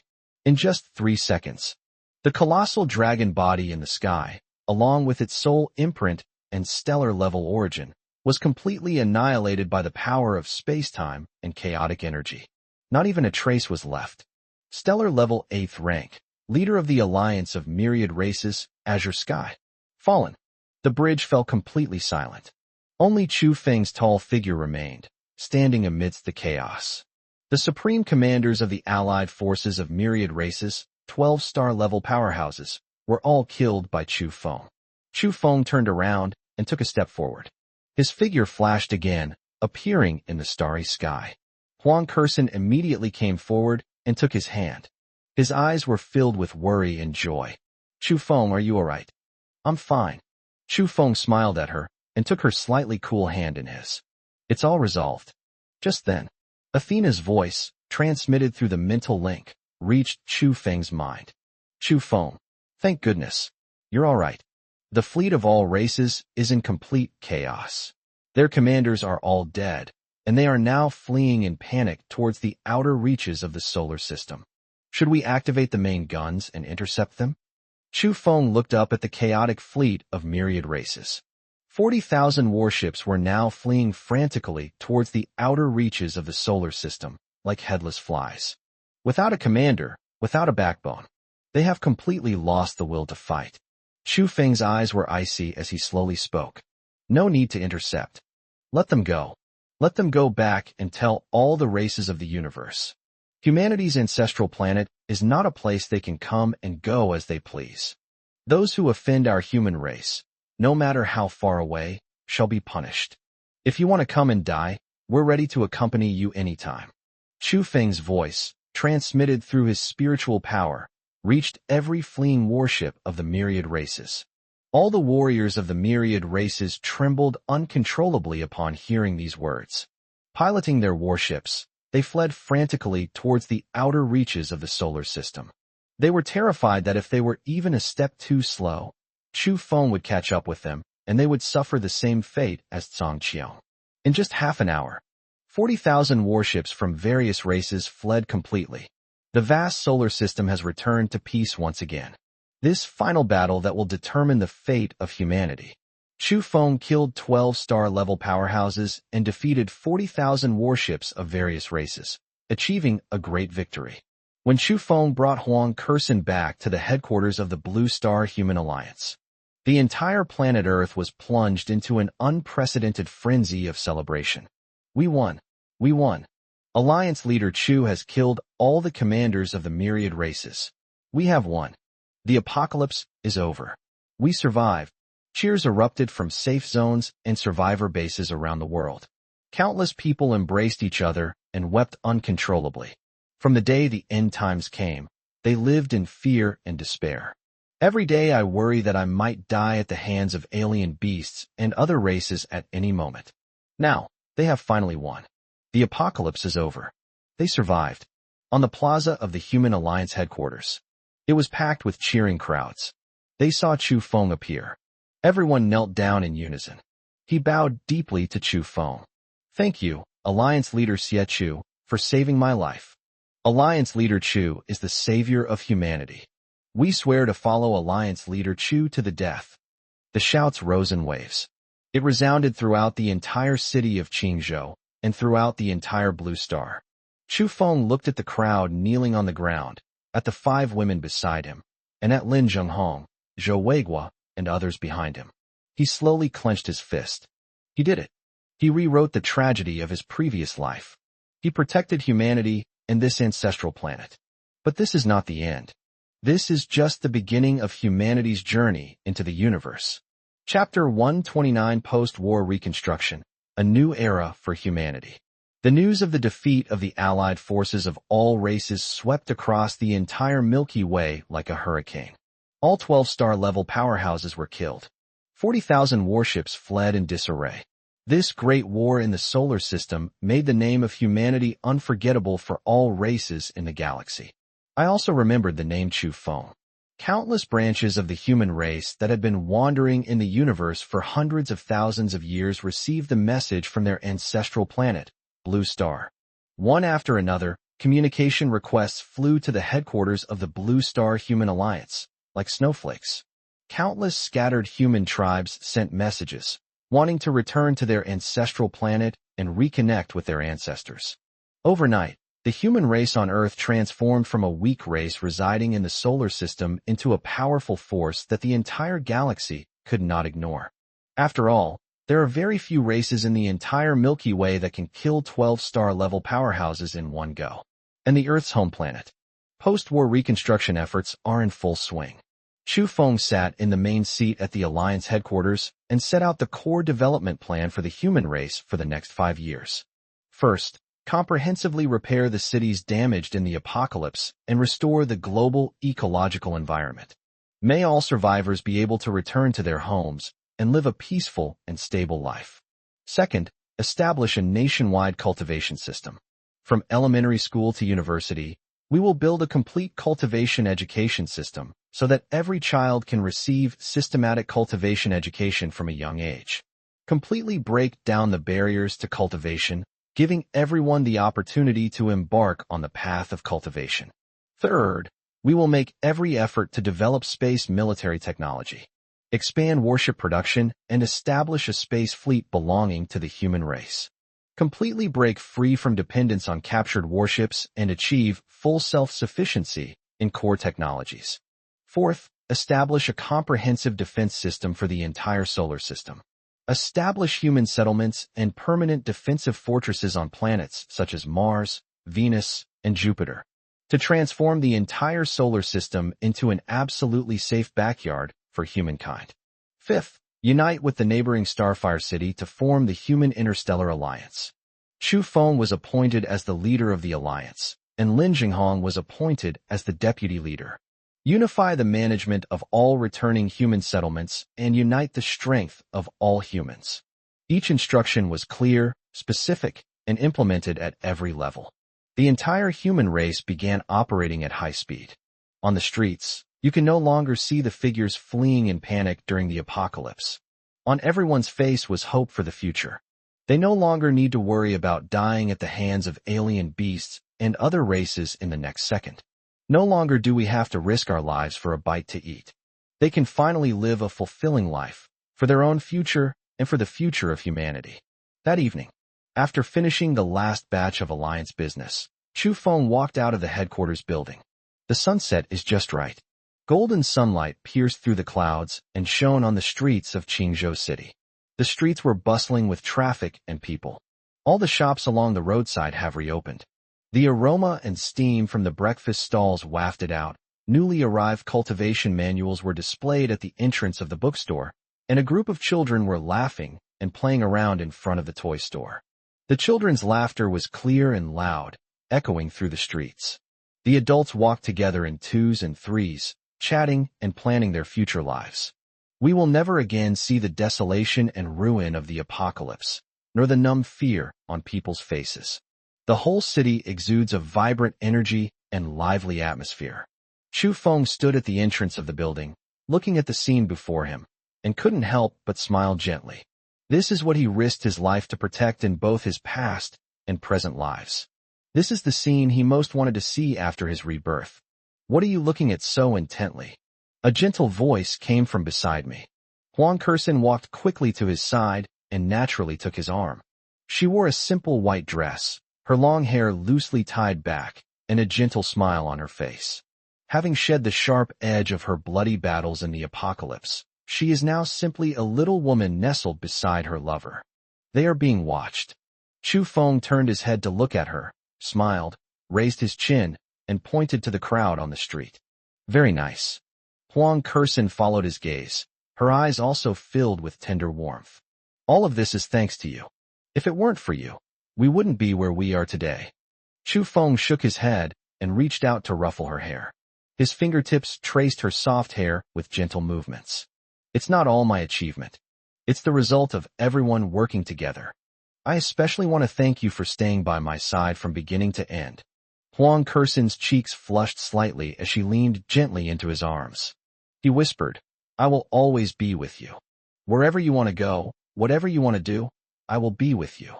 Just then, a few light laughs came from behind. Athena, Fan Xin, Jiang Lingyu, Jiang Lingyin, and Jin Jihuai, the five women, walked over together. Athena waved the communication tablet in her hand and joked with a smile. We all heard that, Sister Kursin. You can't keep Chu Feng all to yourself. Huang Kursin's cheeks flushed even redder instantly, but she didn't let go of Chu Feng's hand. She just gave Athena a reproachful look. But there was not the slightest hint of unease in his eyes. Having come all the way from the beginning of the apocalypse, the women have long regarded each other as family. Chu Feng looked at the girls who had gathered around him, and his smile deepened. Have you finished what you were doing? Yes, I'm all done. Fan Xin nodded, adjusted his glasses, and spoke with a smile. She was holding a stack of neatly organized documents, her eyes and brows radiating competence. Global urban redevelopment plans have already been implemented at various sites. The reconstruction of the northwest border in Australia, the areas most severely damaged, is more than halfway complete and is expected to be finished within 6 months. Jiang Lingyu also took her sister's hand and stepped forward with a smile. The Mental Energy Academy that Lingyin and I are in charge of has been fully built and will officially open next month. The first batch of students has been recruited, and they are all top-notch talents. Jiang Lingyin nodded vigorously, blushing as she added softly, Boss, we're still at the academy. We've reserved a private tutor's office for you. You can go there and teach the kids whenever you have time. Jin Jihuai quickly raised the report on the spiritual plant in his hand, his eyes shining. Alliance leader Chu, the starry spirit rice at the spirit plant base has yielded another bumper harvest this year. The newly cultivated interstellar drought-resistant spiritual plants have successfully sprouted. In the future, even on barren planets like Mars and Venus, we can grow food on a large scale and no longer have to worry about supply problems during interstellar voyages. The women chatted amongst themselves, reporting on their respective tasks. His tone was full of joy and pride. They were never Chu Feng's appendages. Rather, they were his comrades in arms, his companions in building the human race's home.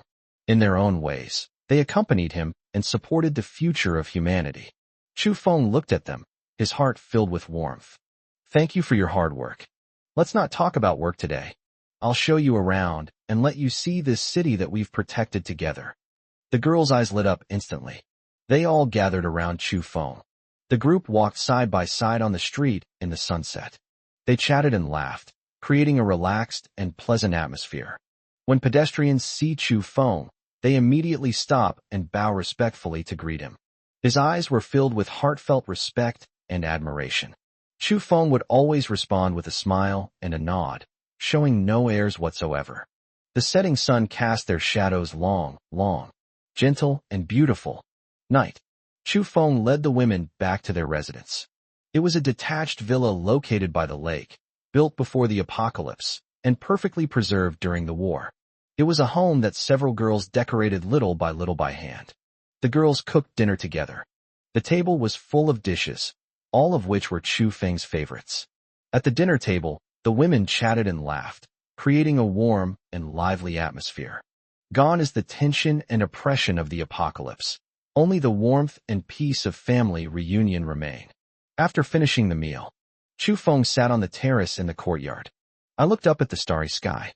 Huang Kursen leaned against him, Athena sat beside him, and the other girls sat around her. We gazed at the starry sky in silence. No one spoke, yet there was no awkwardness at all. Only the evening breeze gently blows, carrying the fresh scent of grass and trees by the lake. Chu Feng, what are you thinking about? Athena spoke softly, looking up at him. The blue eyes reflected the starlight of the sky. Thinking about the future. Chu Feng lowered his head, looked at her, and smiled gently. I'm thinking about where our human race should go in the future. Although the alliance of all races has lost this time, its foundation is still deep in the universe. It will not let this loss go unpunished. We can't just stay in the solar system and wait to die. We must go out into the depths of the universe to find more of our lost human compatriots. Go and take back what belongs to our human race. Let the entire universe remember the name of our human race.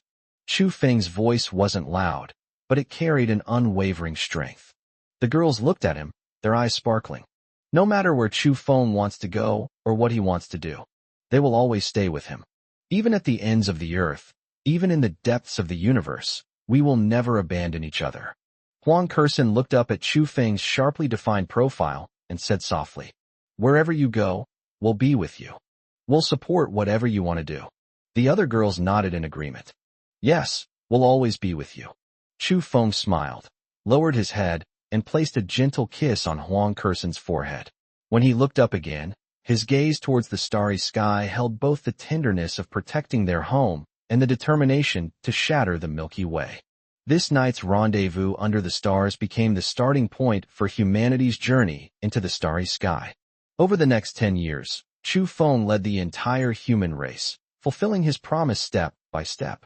The 5-year plan was fully implemented 2 years ahead of schedule. All the damaged cities on Earth were restored, green mountains and clear waters returned to the land, and the traces of the apocalypse were completely erased.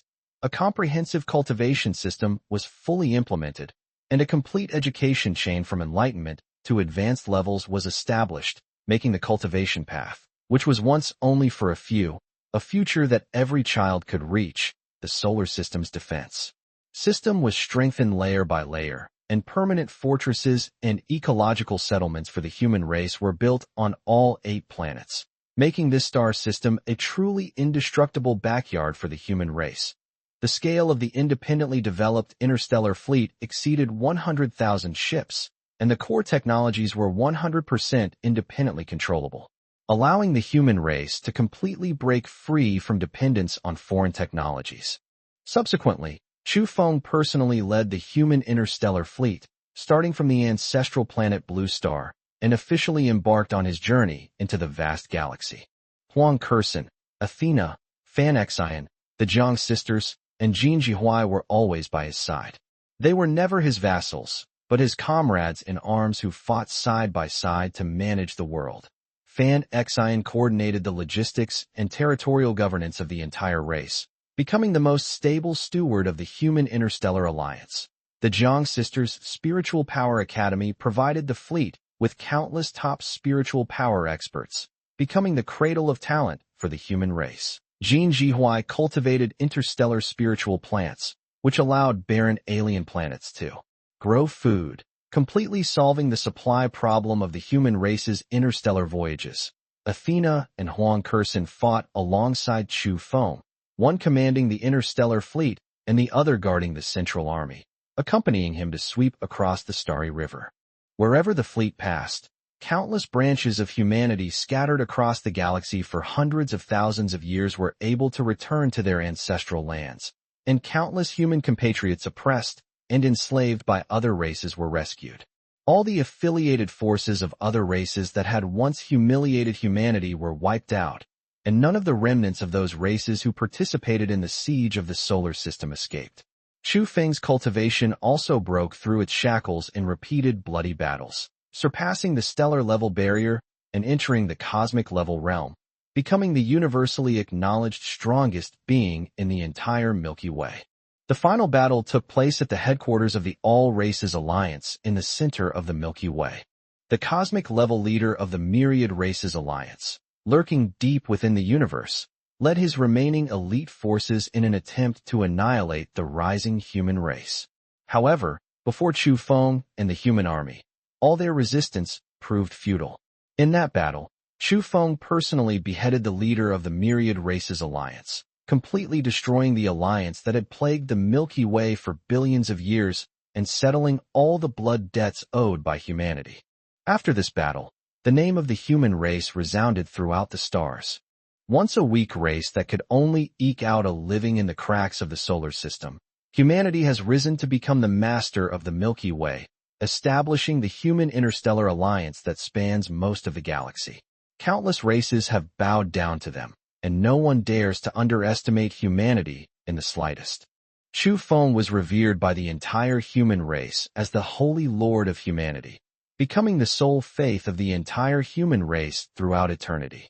Yet, at the height of humanity's power, he handed over all the authority of the alliance to his carefully nurtured successors and veteran ministers like Lin Jinghong, and returned to Blue Star, to Qingzhou City, and to that lakeside villa with the women who had accompanied him through 2 lifetimes of trials and tribulations. It was another evening with the sun setting.